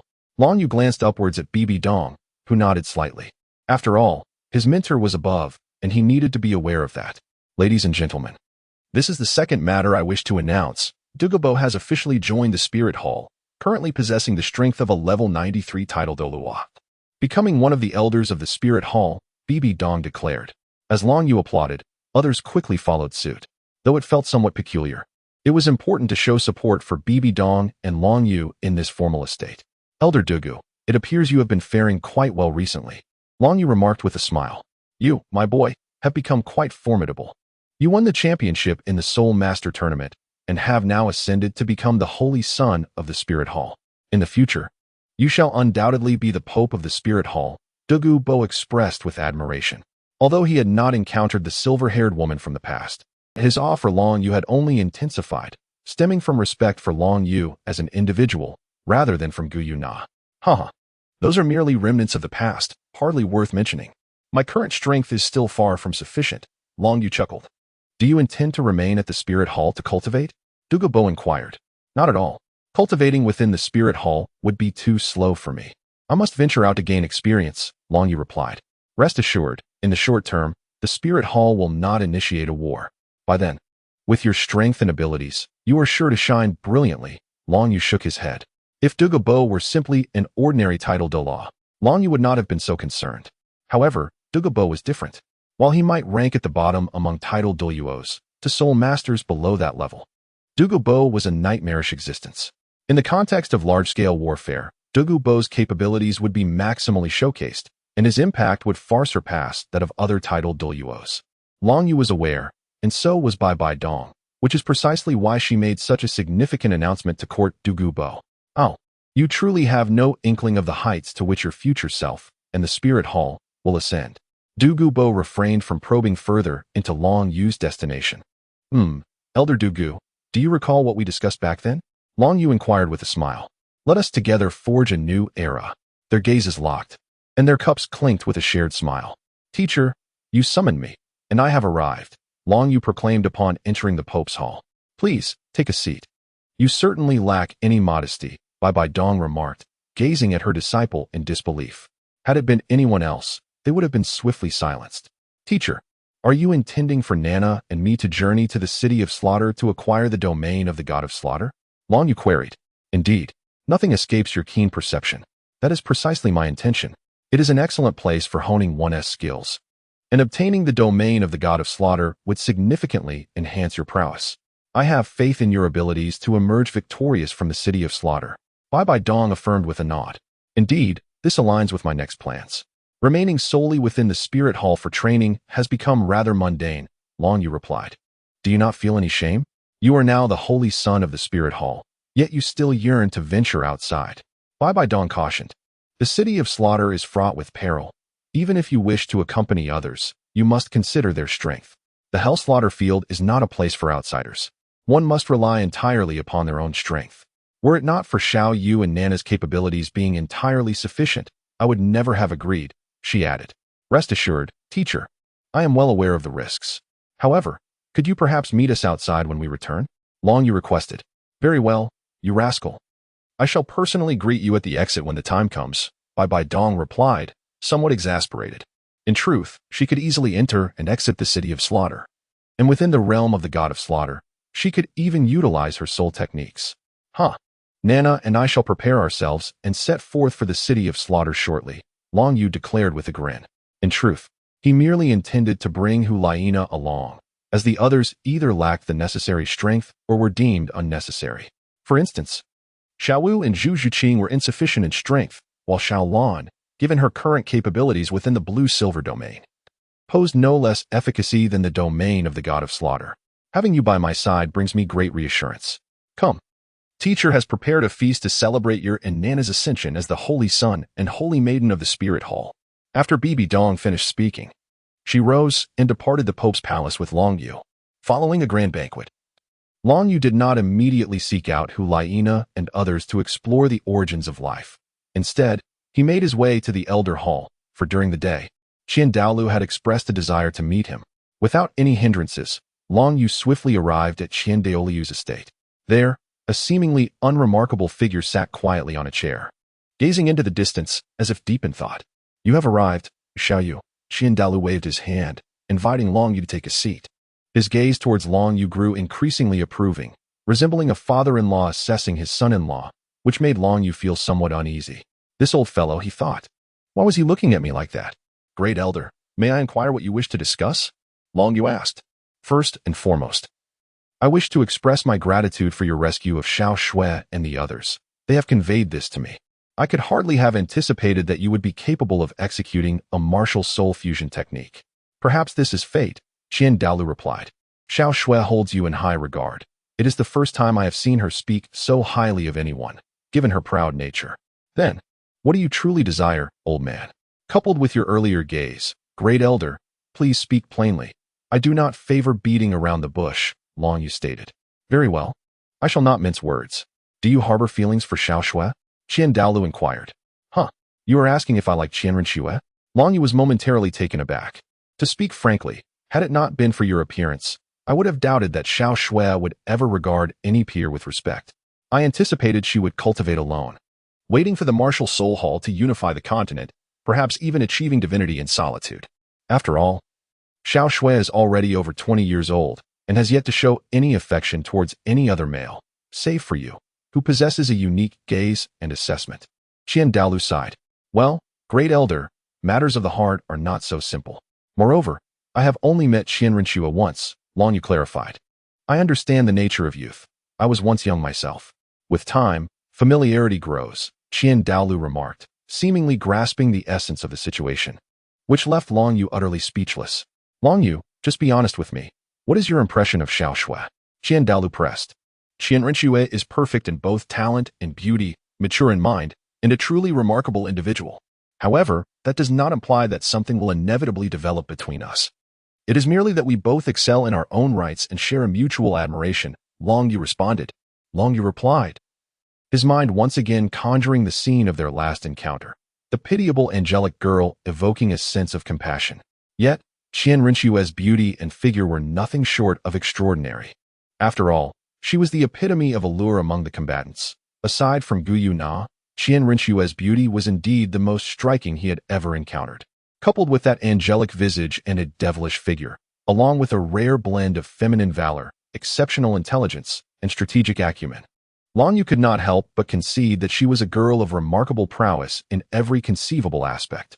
As for her unscrupulous methods, that was hardly a flaw, considering he himself shared similar traits, as did Bai Dong. This mutual admiration between them sufficed, thought Douluo. "A grand offering. I have expressed that feelings are not so simple. Moreover, I already have several girlfriends. How could Qianren Xue possibly accept this? She is the chosen one, so noble and proud. And let me clarify, I cannot abandon Na and the others. Coercion holds no sway over me," Long Yu warned. "You lad, that is your own concern. Rest assured, I would never resort to such base tactics against those young ladies," Douluo remarked. Grand offering, is there anything else?" "If not, I shall take my leave," Long Yu said, utterly speechless at the old man's antics. He pondered how Qianren Xue would react upon witnessing the current circumstances. It was as if Douluo were lamenting the fate of a granddaughter unable to find a suitor. "If time permits, you might consider visiting Tiando City. After all, little Xue is quite lonely there. As her grandfather, I feel woefully inadequate and deeply remorseful towards her," Douluo reflected. "Indeed, I shall do my utmost. But at the very least, I will endeavor to see her once, for I have matters to discuss with her. Grand offering, I bid you farewell." After Long Yu finished speaking, he swiftly made his exit. If he lingered any longer, he could not fathom what further words the enigmatic Douluo might utter. It was prudent to leave. Later that night, following a tempestuous discussion with Nana and others, Long Yu addressed the upcoming arrangements. "Brother Yu, can't Xiao Lan and I join?" Xiao Wu inquired. "I have already stated that it is exceedingly perilous there. At times, even I am unable to provide direct protection. You must rely on your own abilities. Though your prowess is commendable and your soul skills are impressive, in that place, soul skills cannot be employed. Do you truly believe you can vanquish those vicious individuals? Merely relying on your agility will be insufficient." especially since you do not possess a soul bone or any other offensive means, Long Yu replied. Nana, on the other hand, is different. Even without soul skills, she possesses soul bones, and her temperament and combat experience are not ones you can compare to. You must listen. We shall return in approximately a year. Long Yu reassured her. As for Xiaolan, my concern is not about your strength. Rather, it is unnecessary for you to go. The realm of slaughter may not be superior to your own blue-silver domain. Moreover, after Nana and I depart, you can spend time with Xiaowu in Wuhuan City, lest she feels too lonely. Upon my return, if you have not advanced to the level of an 83rd rank soul Douluo, consider yourself in trouble, Long Yu stated. For Xiaolan, advancing 2 levels in soul power within a year should not pose a significant challenge. All right, Xiaoyu, I will heed your advice, Xiaolan replied obediently. For her, acquiring a domain was not of utmost importance. Rather, swiftly breaking through to soul Douluo was paramount. And the city of slaughter was clearly not conducive to such progress. Brother Yu, when do you plan to go to the city of slaughter? Xiaowu asked. In about a week's time, we shall endeavor to depart quickly and return just as swiftly. Upon our return, I will take you to another place where there are no restrictions on power, and it will greatly enhance your abilities, Long Yu explained. What place is that? Sea God Island, where you will remain for approximately 5 years. By the time you emerge, your soul power should reach the level of a soul saint or even a soul Douluo. Brother Yu, I feel invigorated again, exclaimed Xiaoyu. I wish to go too, chimed in Xiao Shidi, and I as well. In the blink of an eye, a week had swiftly passed. Before departing, Long Yu meticulously prepared an array of daily necessities. Although the city of slaughter offered such provisions, he harbored reservations regarding their quality, fearing the potential presence of unsavory elements. Thus, he deemed it prudent to make preparations in advance. Furthermore, Long Yu expressly informed Bibi Dong to closely monitor the evolving relationship between the 7 Treasure Glazed Tile School and the Tang sect, as well as the current status of the latter's development. He instructed her to covertly impede the Tang sect's progress from various angles and to establish a network of surveillance in the vicinity. Should any trace of Tang Hao be discovered, immediate notification was to be made. In recent days, Long Yu has found himself in high spirits, spending his afternoons strolling through the streets with several beautiful women. Occasionally, he visits the Wuhuan Temple Academy to encourage his juniors, sharing tales of his illustrious exploits. He also takes the time to explore the scenic surroundings. As night falls, Long Yu transforms into a formidable warrior, overwhelming 3 beautiful women with his prowess, leaving them utterly disarmed. Both parties revel in the experience, lost in the thrill of the moment. With preparations nearing completion, Long Yu and Hulaina are ready to embark on their journey. Chapter 204, The Tavern Massacre in the Morning, under the reluctant gazes of Xiaowu and the others. The carriage carrying Bibi Dong, Long Yu, and Hulaina departs from Wuhuan City, heading into the distance. Nana, Xiaoyu, remember this. In the city of slaughter, trust no one but the 2 of you. Should you feel threatened in any way, do not hesitate to eliminate the source. The inhabitants here are ruthless and malevolent. Any hesitation could lead to your demise, Bibi Dong cautions earnestly. While she is confident in Long Yu and Hulaina's strength, she fears they may lack the necessary ruthlessness required in such a perilous environment, where mercy can lead to destruction. Fear not, teacher, we shall not show mercy, Long Yu and Hulaina assure her in unison. A few days later, the carriage halts before a small town, and Long Yu and the others disembark. The town appears modest, yet upon entering, Hulaina and Long Yu sense an unsettling atmosphere. They cannot articulate the reason, but they feel an unusual chill emanating from the townsfolk. Bibi Dong, however, remains unfazed, having visited this place before. She leads the pair to a tavern within the town. Inside, the air is thick and murky, and Tang San observes that all the decorations are shrouded in black. Despite the daylight outside, stepping into the tavern evokes an oppressive darkness. The establishment is only about 30% filled, and while the atmosphere is thick, few patrons engage in conversation, rendering the space eerily quiet. However, the moment Bibi Dong and Hulaina enter, the mood shifts dramatically. Their extraordinary beauty captivates every gaze in the room. Desire, greed, and wickedness glimmer in the eyes of the onlookers, resembling ravenous wolves fixated on Bibi Dong and Hulaina, oblivious to the terrifying force they are about to confront. Xiaoyu, Bibi Dong calls softly, and in an instant, Long Yu comprehends her intent, summoning 5 spirit rings around him. First spirit skill, mental shock. For 100,000 years, the soul rings shimmered, and an immensely powerful mental force surged towards the individuals present. Before they could react or express their astonishment, the terrifying mental energy obliterated their spiritual worlds, leading to their inevitable demise. With Long Yu's formidable psychic prowess unleashed in full force, even a super Douluo would feel the repercussions, let alone these mere mortals. Not a single drop of blood was shed. The ground was soon littered with lifeless bodies, creating an eerily surreal scene. This exemplifies the dreadfulness of a spirit master specializing in the mental domain, a true assassin operating in the shadows. Well done, Xiaoyu. You have adapted remarkably quickly, Bibi Dong remarked with satisfaction, before guiding the two to a nearby seat. A terrified attendant clad in black approached the trio and inquired, "What can I serve you, esteemed guests?" Despite witnessing countless acts of slaughter, today a spectacle was unlike any other. The seemingly youthful lad in white possessed extraordinary strength, capable of annihilating all patrons with a single soul skill. It was undeniably terrifying. 3 Bloody Marys, Bibi Dong commanded, and the attendant hurried off to prepare them. In a short while, 3 glasses of murky liquid were presented. The fluid, dark red in hue, emanated a pungent, blood-like stench. Just as Bibi Dong was about to indulge, Long Yu grasped her wrist and gently shook his head. "Xiaoyu, what is the matter?" Bibi Dong inquired, unperturbed by her disciple's hold, trusting that he had a valid reason for his actions. "Teacher, do not consume this Bloody Mary. It serves no purpose," Long Yu advised, releasing her delicate hand. "Junior brother, what on earth is this? Why does it smell so foul?" Hulaina questioned, feeling a wave of nausea and aversion upon observing the liquid. "It is blood, human blood," Long Yu replied. "This is blood," Hulaina gasped, nearly discarding the Bloody Mary in her hand. "How could one be expected to drink human blood?" "Xiaoyu, this is merely the first trial. Do not let me down," Bibi Dong insisted. "No, teacher, this is not a necessary test. We are here to obtain the god of slaughter's domain, not to drink human blood as a measure of our capabilities and mental fortitude. Moreover, consuming human blood within the city of slaughter only complicates our passage through the path of hell. The blood here is toxic. Otherwise, over the millennia, only a mere 8 individuals would have succeeded in traversing the path," Long Yu asserted, subsequently casting aside all 3 Bloody Marys. "Xiaoyu, how could you?" Bibi Dong's brows furrowed, yet reflecting on Long Yu's various displays, she chose not to press the matter further.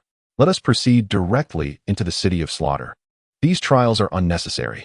Long Yu rose, a blade of fiery essence in hand, aimed it at the attendant, eliminating him instantly. The news of Bibi Dong's arrival here must not be disclosed, and this attendant was no innocent. He was as vile as the corpses littering the ground. Guided by his spiritual energy, Long Yu strode purposefully to the tavern's bar, raising his hand to strike it with great force. The resounding crash shattered the bar into splinters, revealing the cold earth beneath. "Nana, come here. The entrance to the city of slaughter should be right below us." Indeed, beneath the bar lay an emptiness. There was no doubt that this quaint town could not be the city of slaughter. The entrance was the most plausible explanation. With a thunderous roar, a massive hole appeared in the ground, a chilling wind gusting upward from the abyss below. "It seems you are far more prepared than I anticipated.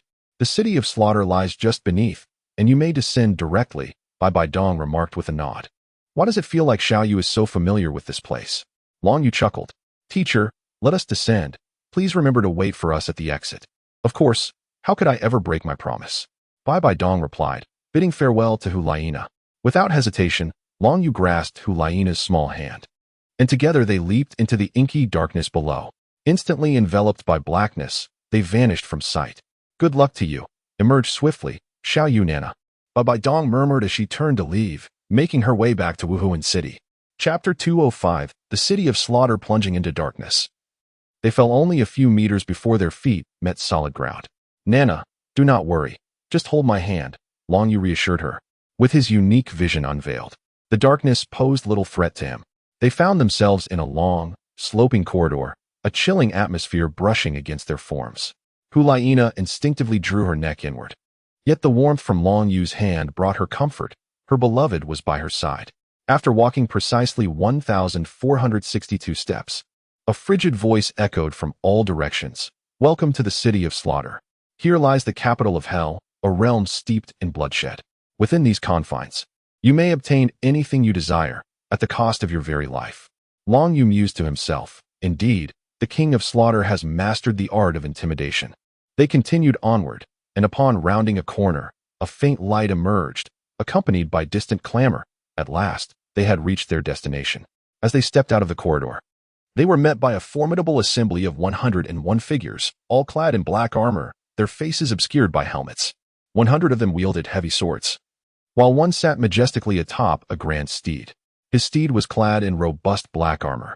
"You have violated the rules," a deep voice resonated, chillingly devoid of warmth, as if not emanating from human lips. It was the black-armored knight seated upon the horse who spoke. "So what? The rules are established by the powerful. I am not obligated to adhere to such so-called rules." Long Yu spoke softly, noting that even the Golden Dragon spear had not been summoned. After all, even Tang San had managed to severely injure this terrifying knight back in his time, and he considered himself far more formidable than Tang San of that era. Behind the terrifying knight lay a city of obsidian. The thick, dark city walls were exceedingly broad, confirming that it was indeed a city. Suspended in the sky above it was a violet moon, hanging low, seemingly less than 500 meters from the ground. Looking upward, everything else was shrouded in darkness, akin to the essence of night. The voice of the black-armored knight remained cold, devoid of any trace of humanity. The adage that rules are established by the powerful held a certain truth: defeat me, and you shall earn the right to enter the city of slaughter. The elongated lance in the knight's hand was slowly raised, prompting the black-armored warriors flanking Tang San to gradually retreat, leaving an open space. "Oh." Long Yu's expression remained unchanged as he released Hulina's hand and unfurled his wind god wings. Although soul abilities could not be employed here, his strength was still more than sufficient, and his soul bones would prove immensely beneficial. "I am the terrifying knight," he began, but before he could finish, Long Yu had already soared to his front. A powerful fist struck the chest of the terrifying knight, sending him flying with tremendous force, causing a significant dent in his armor. One could only imagine the magnitude of Long Yu's strength. "Is it sufficient now?" Long Yu inquired, hovering before the terrifying knight. Should this individual remain obstinate, he would not hold back any longer. "No, it is not necessary. You have already passed the trial. Here are your identity tokens." "Proof of your presence in the city of slaughter," the terrifying knight replied, shaking his head as he presented 2 black tokens to Tang San, which Long Yu casually accepted. Each token bore an engraving of a skull, accompanied by a number, 999 on one and 1000 on the other. "Nana, it's resolved. This is your token. Your proof for the future," Long Yu declared, handing the black token to Hulina. The two then proceeded toward the Black City, lingering not a moment longer. The terrifying knight gazed at the wound on his chest, watching the two depart into the distance. Although soul abilities could not be wielded, the strength of that white-clad youth was still remarkably formidable. The most alarming aspect was his youth. The impending events in the city of slaughter were likely to cause quite a stir, he murmured. The pitch-black city gates exuded an oppressive aura, with the formidable word City of Slaughter prominently displayed above. Before them stood 2 rows of black-armored warriors, silently awaiting the presentation of identity tokens. However, a woman veiled in black fabric emerged from within before they could do so. "Welcome to the City of Slaughter." The voice of the woman was melodious as she gestured invitingly.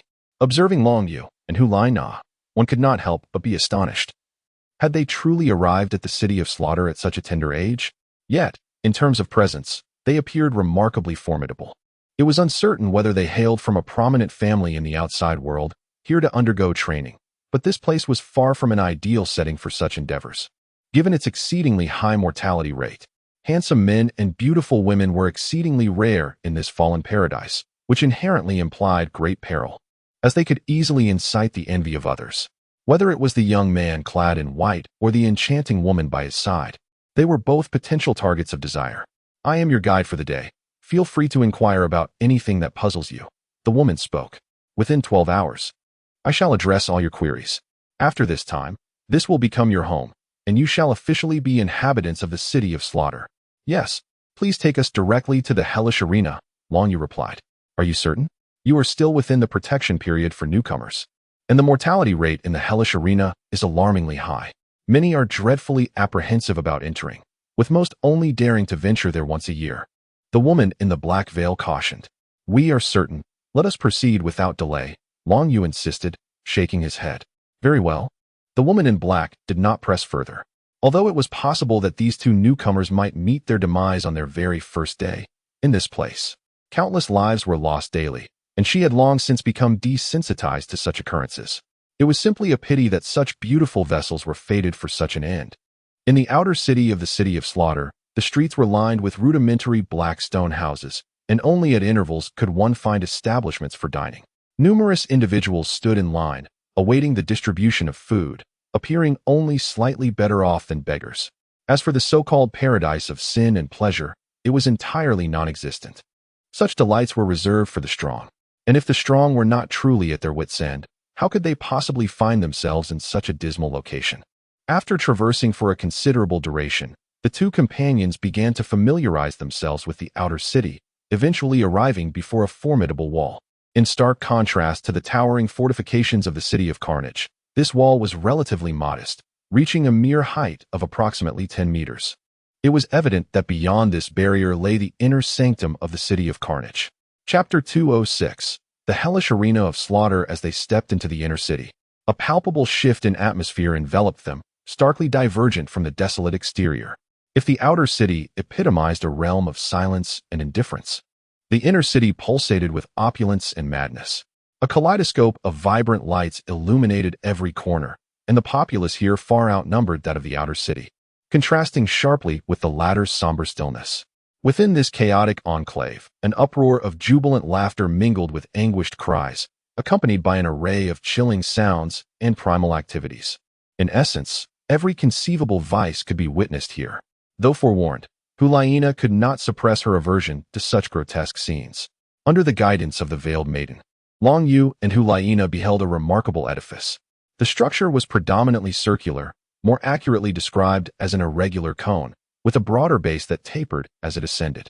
It maintained a consistent diameter at approximately 30 meters above ground, extending vertically to a height of 50 meters. The oppressive aura of the black building was unmistakable. The veiled maiden explained to Tang San that this hellish arena was situated at the very heart of the City of Carnage, underscoring its pivotal significance. This is the hellish arena of slaughter, she cautioned. To emerge victorious, one must eliminate the other 9 adversaries in a deathmatch comprising 10 individuals. Failure to do so results in one's own demise. I understand, he replied. To gain entry for observation, one must procure a Bloody Mary, correct? Long Yu added. Just at that moment, 2 individuals emerged. Without hesitation, he seized the opportunity to procure 2 Bloody Marys. With a resounding bang, the 2 individuals fell lifelessly, and in Long Yu's hands appeared 2 glasses of the crimson concoction. He then entered the arena, accompanied by Hulaina. Inside the hellish arena of carnage, the surroundings were even more rudimentary than they appeared from the outside. There were no barriers. A series of elevated stands encircled the space. Below lay a vast expanse, measuring over 100 square meters, yet the audience was sparse, with fewer than 20% of the seats occupied. Within the arena, the air was filled with the echoes of anguished cries, as slaughter continued in a gruesome and brutal display. The spectators, far from feeling fear or disgust, were instead consumed by excitement and exhilaration, a visual feast for the desperate souls. After registering, Long Yu and Hulaina found a relatively quiet spot to sit, attracting the attention of numerous onlookers, whose gazes were rife with desire, unabashed longing, and contempt. However, in the stands of the hellish arena, mutual killings were strictly prohibited. The nature of other actions, however, remained uncertain. Hulaina felt the weight of scrutiny, and Long Yu himself was not immune to the prying eyes, which made him feel uneasy. Soon enough, it was Long Yu's turn to compete. As he surveyed the 9 adversaries surrounding him, it appeared none regarded him as a threat. Perhaps they had underestimated him. The outcome was predictable. Here, Long Yu could freely wield his soul bones. With 2 divine external soul bones, the dragon claws, he effortlessly dismantled these foes, who were powerless to utilize their soul skills. After witnessing the 9 bodies sprawled on the ground, Long Yu made no delay in returning to the stands. Hulaina's battle was equally effortless. Despite the restrictions on soul skills, her innate soul bones provided a tremendous advantage. The external soul bone, the tail of the illusory demon fox, along with the external claw bones of the 80,000-year demon Wolf King and the spirit skull of over 50,000 years, retained their efficacy despite the limitations imposed on soul skills. Additionally, Hulaina had been deliberately honing her close combat abilities, swiftly eliminating another 9 adversaries. Well done, Nana. Long Yu exclaimed with a smile, and together they departed from the hellish arena of carnage. Heh, oblivious to their impending doom. Upon emerging from the hellish arena of slaughter, Long Yu immediately sensed murderous intent emanating from various directions. Although his unique dual pupils could not harness soul techniques, his vision remained far superior to that of ordinary individuals. The outcome, however, was merely the presence of a dozen lifeless bodies. Long Yu and Hulaina discovered a rather appealing house, and after eliminating its previous occupants, they made it their home. Once they ensured the surroundings were devoid of any threats, Long Yu invited Hulaina to rest on the sofa while he ventured into the kitchen to prepare a meal. Given that this was the city of slaughter, it was best for him to cook personally, as his culinary skills far surpassed the offerings of others. However, unable to contain herself, Hulaina entered the kitchen and embraced Long Yu, their bodies pressed closely together. "What troubles you, Laina?" Long Yu inquired softly. "Nothing, dear junior brother. I merely feel a bit out of place. Yet, with you by my side, I find myself unafraid. In this city of slaughter, it is just the two of us," she replied with a playful smile. Perhaps having witnessed too much bloodshed and betrayal in this place, Hulaina cherished and adored her beloved even more fiercely. "During our time in the city of slaughter, I shall remain devoted to you," Long Yu declared as he turned to embrace Hulaina. He felt a sense of guilt regarding this genuine first love, yet he was determined to cherish her exclusively, a small token of compensation for what had transpired. "I will treasure every moment of this time," Hulaina whispered. As time swiftly passed, in the face of their nearly unmatched strength, the Hell Arena posed little challenge or threat. Gradually, the duo gained considerable renown within the confines of the Hell Arena. Long Yu and Hulaina participate in at least 3 sessions of the Hellish Arena each week, primarily concerned that the ever-increasing aura of death may unduly influence their mental states. While Long Yu manages relatively well, Hulaina finds herself compelled to contemplate the implications. During these sessions, they have undoubtedly taken the lives of countless adversaries, rendering the time spent in the arena a mere fraction of their experiences. Each day brings forth an unknown number of individuals who wish to end their lives, yet the outcome remains invariably fatal. As their renown gradually spreads, the instances of those daring to challenge them have diminished significantly. There are, of course, misguided souls who conspire to eliminate both Long Yu and Hulaina collectively. However, after the demise of several hundred, such ambitions have been quashed, leaving naught but fear in their wake.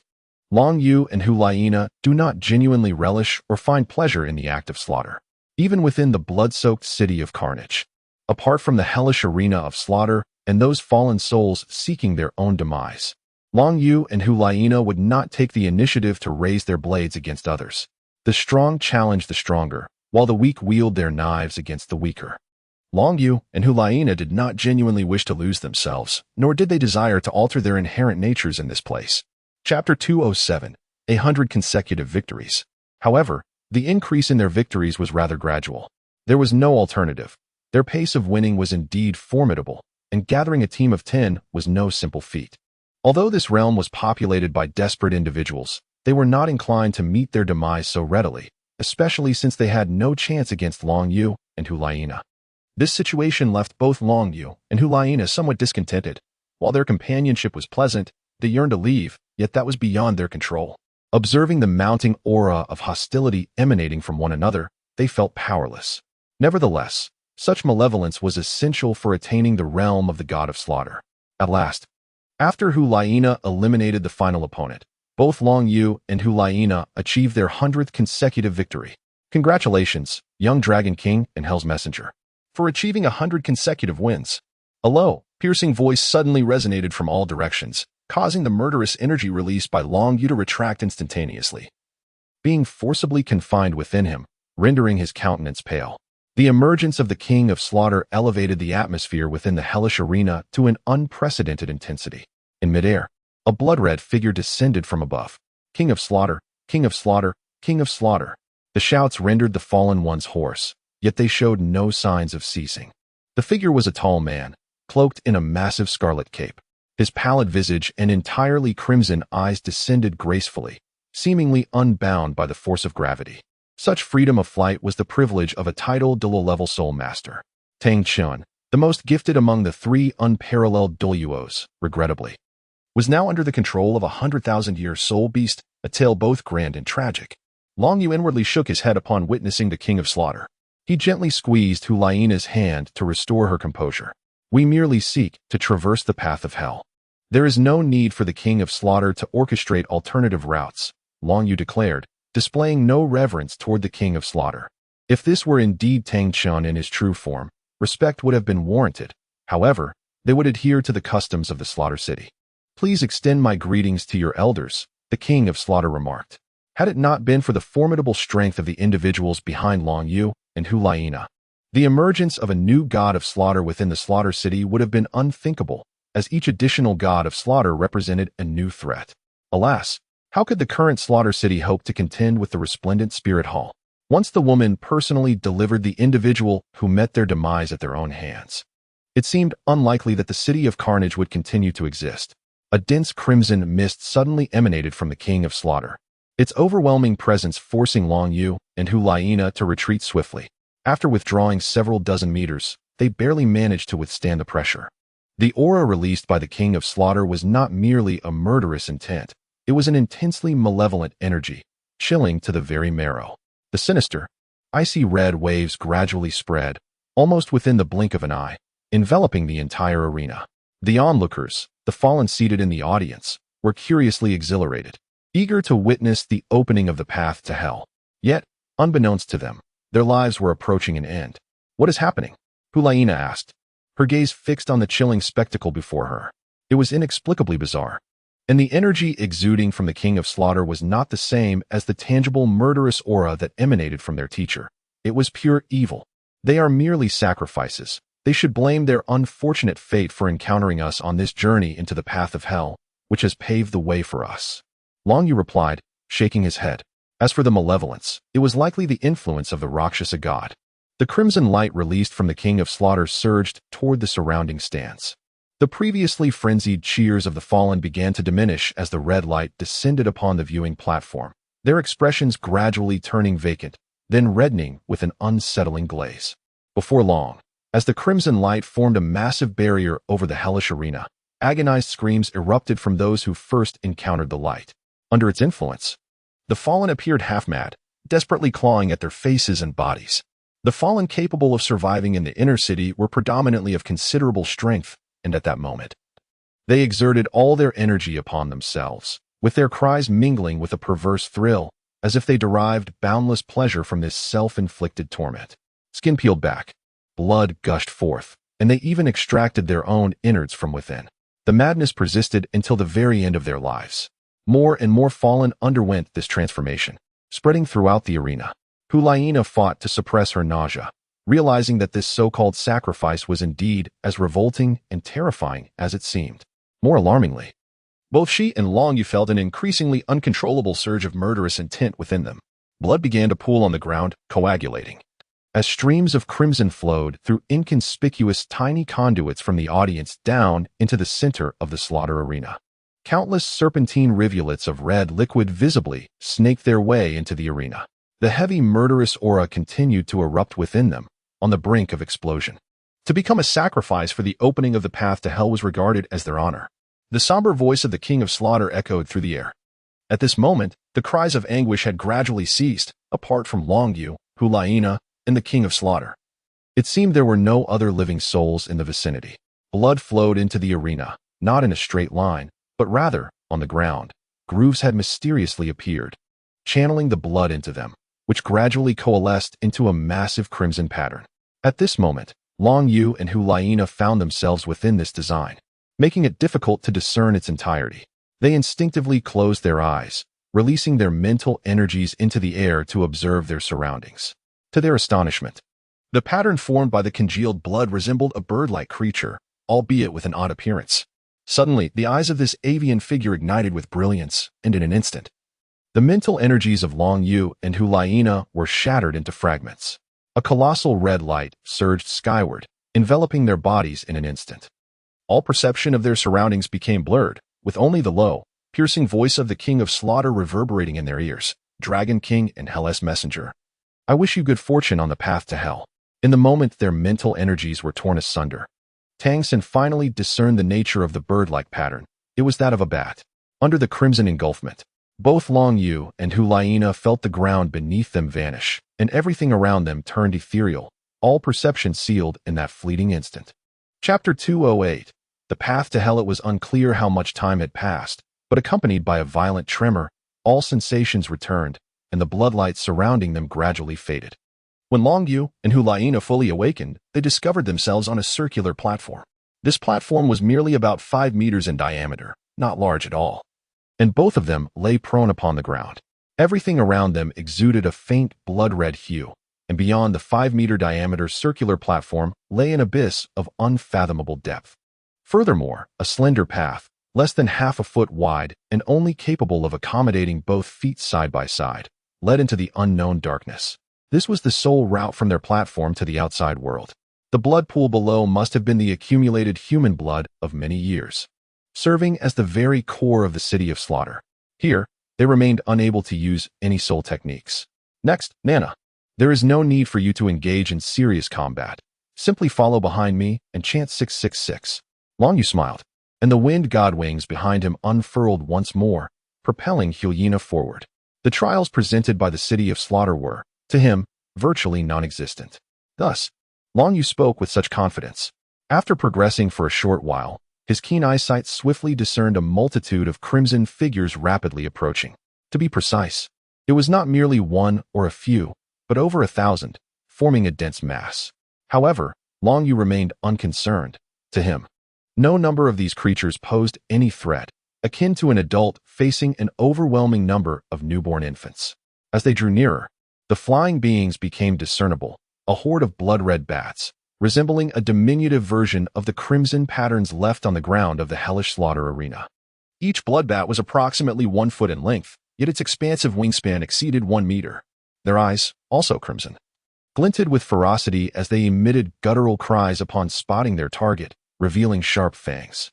The collective flapping of thousands of wings stirred a foul wind, causing Hulaina to feel an inexplicable unease at the sight of such a vast sea of red. Yet Long Yu was undeterred, wielding the Golden Dragon Spear. With the wind god wings fluttering, he plunged into the fray, his dragon claws glinting coldly as he seemed to vanish into the torrent of sanguine creatures. The air was soon filled with a cacophony of explosive sounds, as clouds of blood mist erupted around him, growing ever thicker. Hulaina sensed through her mental acuity that Long Yu was weaving effortlessly through the throng of blood bats, their numbers rapidly dwindling. Oh, this Golden Dragon Spear is indeed a remarkable artifact, continuously replenishing its energy and providing formidable endurance, Long Yu mused as he swept aside the blood bats. These creatures posed no challenge whatsoever. Even barehanded, he could crush them with ease. Before long, having decimated nearly half of the blood bats, the remaining ones, unable to withstand their fear, began to scatter. This individual was simply too monstrous. It was a one-sided massacre. Squeak! A larger blood bat suddenly screeched, prompting the remaining bats to emit piercing cries. Their cacophony was jarring, and before them, suspended above the narrow path, loomed a massive figure, bathed in a soft crimson glow. It exuded a dark golden radiance. This creature measured over 4 meters in length, its enormous claws gripping the narrow path, each claw exceeding 1 meter in diameter. Its sharp talons embedded in the stone. Amidst the shrieks of the blood bats, the dark golden body slowly unfurled a pair of colossal wings, the terrifying wingspan reaching an astonishing 10 meters. With a powerful flap, it released its grip, and its massive form soared into the air. It was an extraordinarily colossal bat, enveloped in a dark golden hue. Most terrifying of all, it possessed 3 heads. A swarm of blood bats swiftly darted through the air, converging behind the immense dark golden 3-headed bat. Even the slightest hint of power from the lesser creatures needed to be dealt with promptly to prevent them from wreaking havoc along the path. Gripping the Golden Dragon Spear, Long Yu resolved to accelerate once more, charging towards the dark golden 3-headed Bat King. Upon witnessing Long Yu's audacious assault, the dark golden 3-headed Bat King was momentarily seized by fury, releasing a wave of dark red ripples that surged directly towards Long Yu. However, it was a futile endeavor. Long Yu's mental fortitude was formidable, rendering even the psychic attacks of a 10,000-year soul beast ineffective against him. The dark red ripples collided with Long Yu, merely causing a brief pause in his momentum before he surged forward, astonishingly quicker than the dark golden 3-headed Bat King itself. The might of his power eclipsed the very mountains and rivers. In a fierce display of power, the golden dragon spear wielded by Long Yu descended with great force, shattering one of the heads of the dark golden three-headed bat king. With a swift motion of his left hand, the dragon claw severed the remaining two heads. The enormous carcass, now devoid of its three heads, plummeted directly into the blood pool. Bereft of their leader, the crimson bat swarm scattered in disarray. Long Yu returned before Hulaina, observing her somewhat dazed expression, and chuckled. "What's the matter, Nana?" "Huh, junior brother, how can you be so formidable? You're so powerful even without employing any soul skills." Hulaina exclaimed in astonishment. "How strong I am. Nana, didn't you already know?" Long Yu replied with an undertone of meaning. After a moment of hesitation, Hulaina finally grasped the implication. "How ridiculous. We are still traversing the Hell Road." With that, she shot Long Yu an exaggerated eye roll, thinking to herself who would want to discuss this with such a shameless junior. "Junior brother, do you wish to take a brief respite?" Hulaina suggested, her confidence wavering slightly. Upon reflection, since entering the Hell Road, it seemed as though she had merely been idly observing, allowing her younger companion to carry the burden of victory alone, which left her feeling somewhat embarrassed. "No need," Long Yu responded. "In truth, dealing with these minor nuisances has not drained me significantly, even without the use of soul skills. Now let us continue. We should hasten through the Hell Road. The longer we linger, the more difficult it becomes to suppress the murderous aura surrounding us. Your eyes and the aura around your body are already tinged with considerable bloodlust. It may not be long before you turn against me." Long Yu spoke with an earnest demeanor. "The golden dragon spear. I scoff. Huh, is it that serious? Then let us quicken our pace." Hulaina glanced at her jade-like hands, realizing that her junior brother spoke truthfully. Her mental state was indeed deteriorating. Chapter 209. The Ten-Headed Fiery Sun Serpent. As Long Yu and Hulaina ventured further, a rustling sound emerged ahead, accompanied by a pair of fiery red eyes. On the narrow path before them lay a dark red body coiled upon the ground. Though its full size was obscured, it was evident through casual observation that it was a serpent, its entire length winding along the narrow passage. The serpent's eyes were not particularly large, but for some reason, it began to glide forward slowly, synchronized with the rustling sound. On its head and back, there were 9 protrusions resembling vivid crimson mushrooms, within which it appeared as though blood coursed. The serpent's underbelly was particularly massive, rising prominently on the narrow path, and its length exceeded 10 meters. As it lay there, its tongue slowly flicked upward, and its golden red eyes suddenly shone like lanterns. "Junior brother, what kind of soul beast is this? I have never encountered such a creature before," Hulaina inquired, gazing at the colossal serpent. As a saintess of the spirit hall, she had seen and experienced much. Yet she was astonished to find a soul beast she had never witnessed before in this place. The ten-headed fiery sun serpent, an ancient and ferocious beast, possesses considerable strength and a potent bloodline. It exerts a strong suppression over all serpentine soul beasts, but for me, it is merely that. Long Yu shrugged and spoke. The 10-headed blazing serpent emitted a sound akin to a baby's cry, while the 9 fleshy tumors on its back began to radiate a golden red luminescence. A fiery red beam suddenly erupted from its mouth, accompanied by an intense fishy odor, swiftly spreading toward the two.